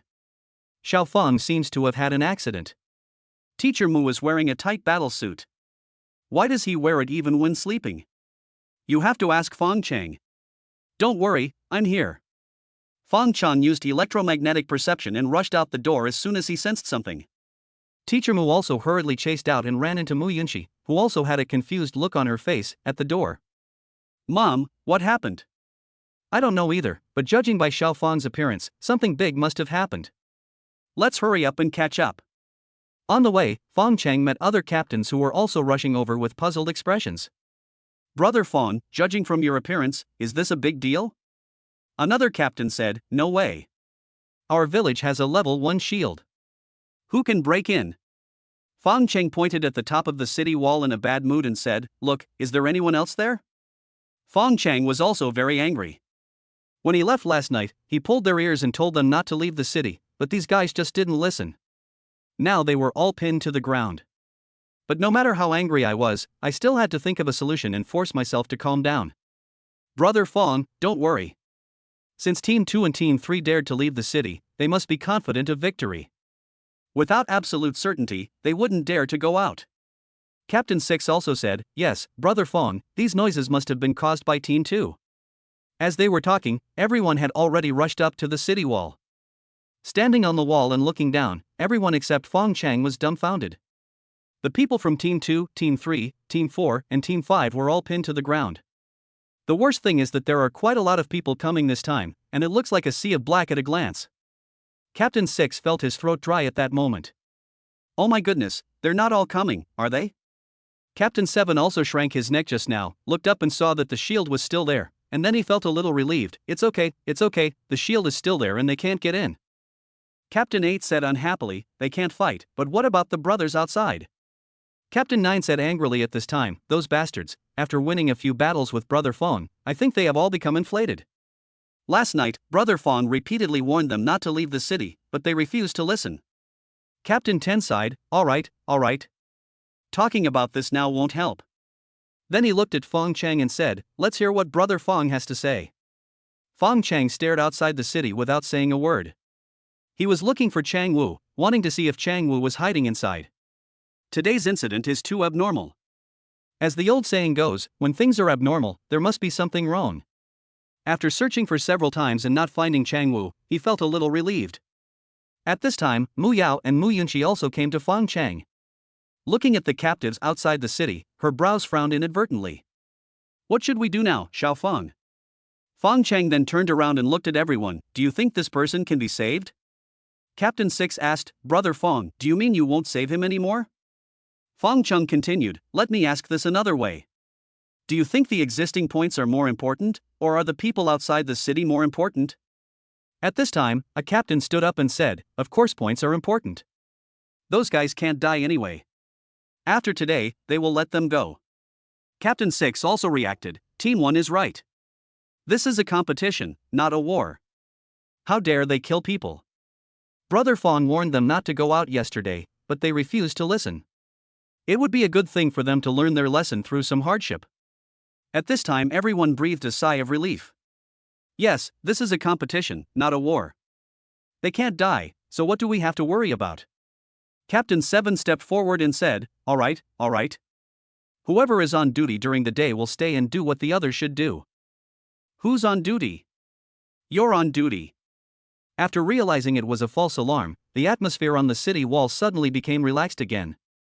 Fong Cheng looked back outside the city again and used electromagnetic perception to search again, but still did not find Chang Wu. Could it be that he guessed wrong? But didn't that Toriyama Wasabi woman say that Chang Wu was already here? Was she kidding me?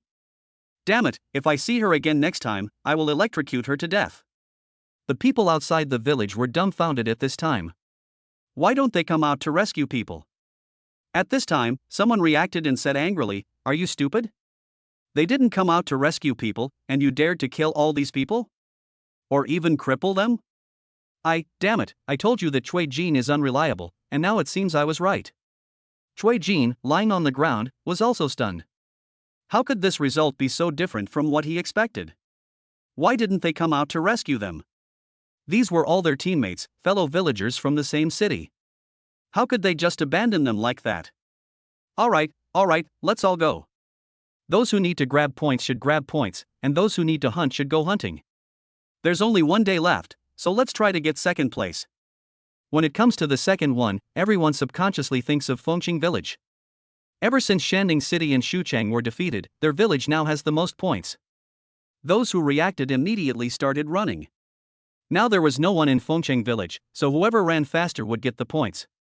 When the people in Fong Cheng village saw this, their hearts immediately sank.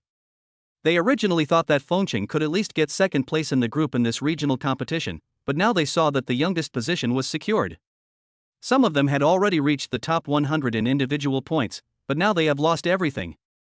Everyone looked at Cui Jin and was furious. Fuck, hit him. Are you crazy? Cui Jin was frightened when he saw everyone rushing towards him. It's all your fault. We could have gotten second place, but it was your stupid idea that caused us to end up in last place. Cui Jin really wanted to say that this idea was not his, but before he could even utter a word, someone hit him on the mouth with a stick. Several captains on the city wall looked puzzled. Why did Brother Fong and the others start fighting among themselves? Oh, Brother Fong, you had expected this to happen a long time ago, right? Okay, let's go out and carry all the brothers in. Wait a minute. Fong Cheng called out to everyone. Chang Wu might be guarding outside. According to him, he really didn't want to care about those people outside anymore. But just when everyone was confused, Fong Cheng suddenly felt a strong sense of crisis in his heart. Not good. Before Fong Cheng could finish his words, a figure suddenly appeared behind him. Chapter 129, I'm willing to die for you. No way, is this the end for me? With that person's speed, Fong Cheng had no time to turn around, but he couldn't just wait to die. In an instant, when Fong Cheng turned around, a figure suddenly bumped into his arms. It was Mu Yunxi.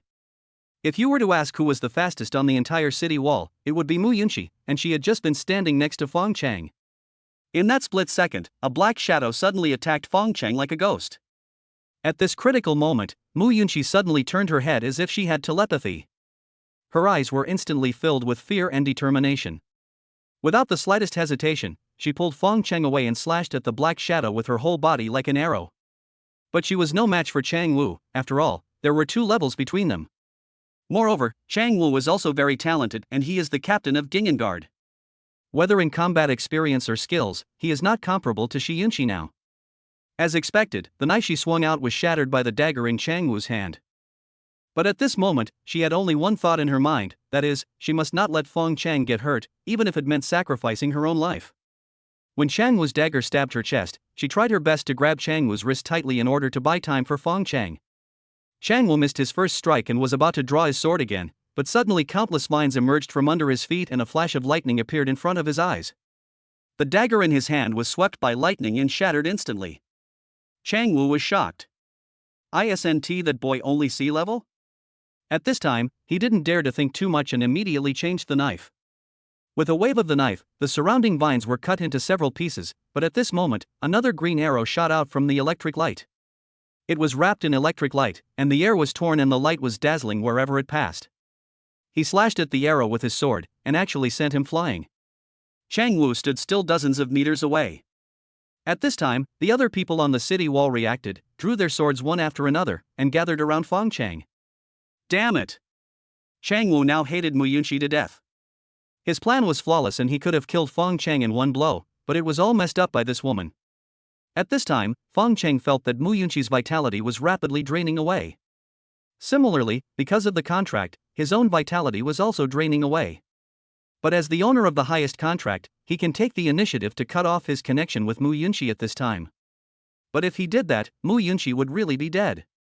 Yao was about to attack when Fong Cheng grabbed her and said, "Your task now is to take good care of Xiaoxi." After saying that, he took out a life potion and gave it to Yunxi to take, and then handed the person to Yao. Yunxi will not die because of Yao's blood bank, but before her injuries are stabilized, I, as the link of life, can do nothing. Just like now, even though Yunxi was given a life potion, Fong Cheng's vitality continued to decline, but the speed had changed a little. He was still no different from a seriously injured and dying person, but it was not visible on the outside. Yao also felt that Fong Cheng's life was slipping away, because her vitality was feeding back to Fong Cheng. The most important thing now was to heal Xiaoxi. Healing magic was continuously sprayed on Yunxi, combined with the self-healing ability she fed back to Fong Cheng, and the life potion. It would not take much time to heal Yunxi's injuries and restore Fong Cheng's combat strength, but before that, Fong Cheng had to delay time. Captain Chang, we are old acquaintances. Isn't it a bit too much for you to greet me like this? Chang Wu is now completely covered in a cloak, and it is because of this SS-level cloak that no one can find him. I'm not Chang Wu, you got the wrong person. If you weren't Chang Wu, you wouldn't say that. How could a murderer whitewash someone else? Do you think I'm right? How did you know it was me? Ha, of course Xiaokuei told me this. Didn't she tell you? Shut up, you are not allowed to mention Xiaokuei. In Chang Wu's heart, it was not Toriyama Iwei who betrayed him, but Xiaokuei could not bear Fong Cheng's torture and had no choice but to resort to a temporary measure. Ultimately, the culprit was Fong Cheng in front of him. As for what kind of torture it was, Chang Wu didn't dare to think about it. Chang Wu's eyes instantly filled with bloodshot, and he roared with endless sadness, "Go to hell." Wait, don't you want her? Chang Wu, who had accumulated enough strength, was about to rush out and chop Fong Cheng down with a knife, but was interrupted by his words. A mouthful of blood rushed into his mouth, but he swallowed it back forcefully. For Chang Wu, what could be more important than getting Xiaokuei? Chang Wu pointed a knife at Fong Cheng and said, "What else do you know?" Fong Cheng smiled lightly. To show her loyalty, Toriyama Wasabi had already told Fong Cheng everything about the relationship between Chang Wu and Toriyama Wasabi. Fong Cheng continued, "Xiaokuei is a good girl. You should cherish her. You don't need to tell me this. What else do you know? You want to know how to get Xiaokuei without going through Inukai Gohachi, right?" Chang Wu did not deny it, but the captains of the Yuqing village around him became more and more confused as they listened. It sounded like Inukai Gohachi was from the plaster country. How could Chang Wu, as a Jingen guard, be involved with people from the plaster country? Fong Cheng said, "In fact, since you were expelled from the Jingen division, you should know that you are no longer valuable to the plaster country, so it is almost impossible for you to ask Inukai to give Xiaokuei to you." If I were you. If it were you, what would you do? Chang Wu's eyes showed great urgency. Fong Cheng smiled and said, "Of course I'm going to take Xiaokuei and fly away." Although Dragon Country and Plaster Country can't accommodate you, there are more than just these two countries on this planet. After hearing this, the captains also realized that Chang Wu was a spy from the Plaster Kingdom and a traitor to the Dragon Kingdom. Why do you have to be a spy for the people of Plaster Country and betray Dragon Country? While they were all filled with righteous indignation, Chang Wu fell into deep thought. The option of running away with Xiaokuei was very tempting to him. But I still feel that something is wrong. After Xiaokuei was transformed with the prosthetic body, her body no longer belongs to her. How could she run away with me? No, this guy is just stalling for time. Although he had a way to avoid detection by the Jing'an division, Fong Cheng now had the right to broadcast live, and everyone could easily find him through him. Chang Wu had thought of this at the beginning, so he wanted to use assassination to kill Fong Cheng and leave before anyone could react. But Fong Cheng's words Xiao Kuwei disrupted his rhythm. Fong Cheng also noticed that Chang Wu had reacted, and he subconsciously looked at Teacher Mu, only to hear her voice transmission, "It will be ready soon." But at this moment, Chang Wu completely exploded. "Even if the King of Heaven came today, he couldn't save you. Fuck, let's fight that bastard." Fong Cheng shouted in the crowd, and everyone rushed over with knives in hand. But then there was a flash of a knife in front of them, and everyone was lifted into the sky again. The knife flashed past the flying crowd, but at this moment, a delicate cry came from the distance, "Asshole, stop it." Chapter 130 Lord Fong Cheng, don't you want me anymore? Toriyama Wasabi's voice startled Chang Wu. Why did she come here? His body instinctively wanted to do as Xiao Kuei instructed, but he was now like an arrow that had been shot out and could not turn back. In a flash, Fong Cheng held a knife across his chest and firmly blocked Chang Wu's powerful and heavy knife. Boom! A circle of air swept out from under Fong Cheng's feet, and Mu Yao and Mu Yunxi, who were not far away, were directly blown away. Then the city wall under their feet cracked and collapsed with a loud bang. Xiao Fong. Lord Fong Cheng. Fong Cheng was buried in the rubble. Chang Wu grabbed Toriyama Wasabi, who rushed over and asked, "Xiao Kuei, why are you here?" "Let me go." Toriyama Wasabi wanted to break free and look at Fong Cheng. Chang Wu was an S-level beastmaster and had been in the Jing'an division for many years. Could Fong Cheng block his fatal blow? Now that the city wall has collapsed, Fong Cheng is buried under the rubble and his life or death is unknown. She is extremely anxious. But no matter how she struggled, Chang Wu not only did not let go, but also hugged her tightly. "Let me go, let me go." While struggling, Toriyama Wasabi stomped hard on Chang Wu's instep with her extremely seductive red high-heeled shoe. The heel of the shoe, as thin as a steel drill, pierced through his instep. The blood gushed out like a small fountain, staining her ankles red. Chang Wu felt the pain and subconsciously loosened his grip, causing Toriyama Wasabi to fall directly to the ground. Then she rolled and crawled towards the gap in the city wall. Lord Fong Cheng. Chang Wu was stunned. What was going on? Wasn't Xiao Kuei's mission to kill Fong Cheng? Why did she feel like her lover had died when Fong Cheng died? Mu Yunxi, who was blown to the village on the other side, endured the severe pain in her heart and raised her head to look at the gap in the city wall. Fong Cheng. Mu Yao had already bent her bow and arrow, and shot an arrow at the dazed Chang Wu. Without even turning back, she said, "Hurry and find a place to hide." After saying that, he turned into a green rainbow and disappeared in front of Mu Yunxi. Chang Wu faced the flying supernatural arrows and didn't even bother to look at them. He just raised his hand and slashed with a knife. The C-rank beast girl's psychic arrows were not worthy of his attention. But this time, when he shattered the arrow, he was knocked back and staggered. For some reason, from the moment he started fighting with Fong Cheng, he felt sore in his waist and knees, as if his body had been hollowed out. He just thought that Xiao Kuei was too good at squeezing, even better than Tang Sang. After killing Fong Cheng this time, he must buy more kidney treasures to replenish his body. Chang Wu walked behind Toriyama Wasabi again and reached out to pull her hand, but Toriyama Wasabi shook her off. "Get away, don't touch me." Chang Wu was stunned on the spot. He was angry, but more of a strange fear, a fear of losing his most beloved thing. At this time, Mu Yao had already arrived. She jumped high from under the city wall and shot a series of arrows at Chang Wu in the air. At the same time, countless vines shot up into the sky from under Chang Wu's feet. "Get out of the way." Fear turned directly into anger at this moment. He chopped all the vines with one knife, and the knife light continued to move forward and chopped directly towards Mu Yao in the air. Mu Yao put her hands in front of her body and activated the plasma shield on her arm guard, but it was directly shattered by the sword light. At this moment, the rubble under the city wall suddenly exploded. Fong Cheng, who had finally recovered, soared into the sky and caught Mu Yao, who was flying backwards. He pushed her waist with his palm as if it was nothing, and the two separated again. As usual, Teacher Mu is responsible for long-range assists, and he serves as the main output. Lord Fong Cheng. Toriyama Ioi looked at Fong Cheng in the sky and suddenly burst into laughter, with incomparable surprise in her eyes. In the eyes of Fong Cheng's divine eyes, this woman is a lunatic. She has zero favorability towards him, but her loyalty to him is 100%. This person is either schizophrenia or has emotional cognitive disorder. In short, he is not a normal person. "You're not dead yet?"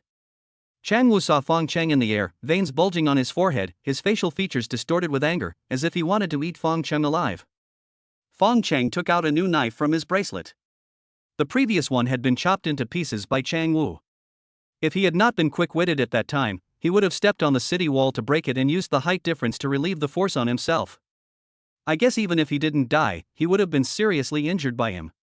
But now it's all over, Yunxi is fine, and Fong Cheng's vitality and combat effectiveness have almost recovered.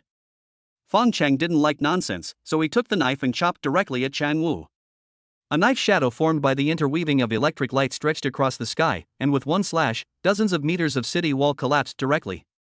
Oh, Master Fong Cheng. Toriyama Wasabi was blown away by the airwave and fell heavily to the ground like the captain's, rolling around like a rolling gourd. Chang Wu was also blown away and crashed directly into the city's protective shield. His cloak and battlesuit were like rags torn by the wind. There was blood at the corner of his mouth, his stomach was churning, and a stream of blood spurted out of his mouth. Then he wiped the blood from the corner of his mouth, tightened the knife in his hand and rushed towards Fong Cheng again. He just couldn't believe that he, an S-level beastmaster who had served in the Jing'an division for many years, could not be defeated by a B-level kid. He had just shot up when he was trapped in the sky by the vines that soared into the sky. In an instant, several green arrows suddenly appeared in front of him. Chang Wu exerted force on his right arm holding the knife, and the veins on his arm bulged. He directly struggled with the vines and chopped the arrows into pieces with another blow. At the same time, on the ground, Fong Cheng finished accumulating strength, caught up with the trajectory of the arrow, and slashed it down with a knife. Suddenly, thunder exploded in the sky, and a bolt of lightning struck Chang Wu in the vines. Chang Wu flew out like a cannonball again, but the difference was that this time, there was a flame gun stuck in his body. That kid actually has 2 superpowers. Chang Wu felt that he had been tricked. He shattered the arrow light and withstood the thunder, but was pierced through by a flaming spear that pierced through the light. In a weapon fight, Fong Cheng's knife shattered as soon as it touched him, so they could only fight with martial arts. The flaming gun blasted Chang Wu on the shield, creating a ball of sparks, and Chang Wu, whose body was charred, fell to the ground. At this moment, several rays of light suddenly appeared in the open space in the village. A dozen Jing'an guards appeared under the leadership of Lu Chong. When Fong Cheng saw the Jing'an guards, he couldn't help but frown. Damn, you guys came here after I finished beating you. What were you doing before? Are you okay, kid? Lu Chong ran to Fong Cheng in 2 steps. You came early. If you had come a little later, I would have repaired the city wall for you. As soon as we discovered Chang Wu, we rushed to your place, but Chang Wu planted a virus in the transmission system, so we were late. Let me go, please let me go, Master Fong Cheng. Toriyama Wasabi was pinned to the ground by 2 Jing'an guards, still struggling desperately. Lu Chong looked at Fong Cheng. What's going on? What's going on? I don't even know her. Hearing Fong Cheng's words, Toriyama Aoi immediately burst into tears and said, Master Fong Cheng, I am Xiao Kuei, your most loyal servant, Xiao Kuei. Don't you want me anymore? The voice was filled with endless sorrow and sadness, and the eyes were filled with tears, and the tears seemed like they would burst at any time. That weak and helpless look actually moved the hard-hearted Lu Chong to feel sympathy. He thought that Fong Cheng was too heartless to do this.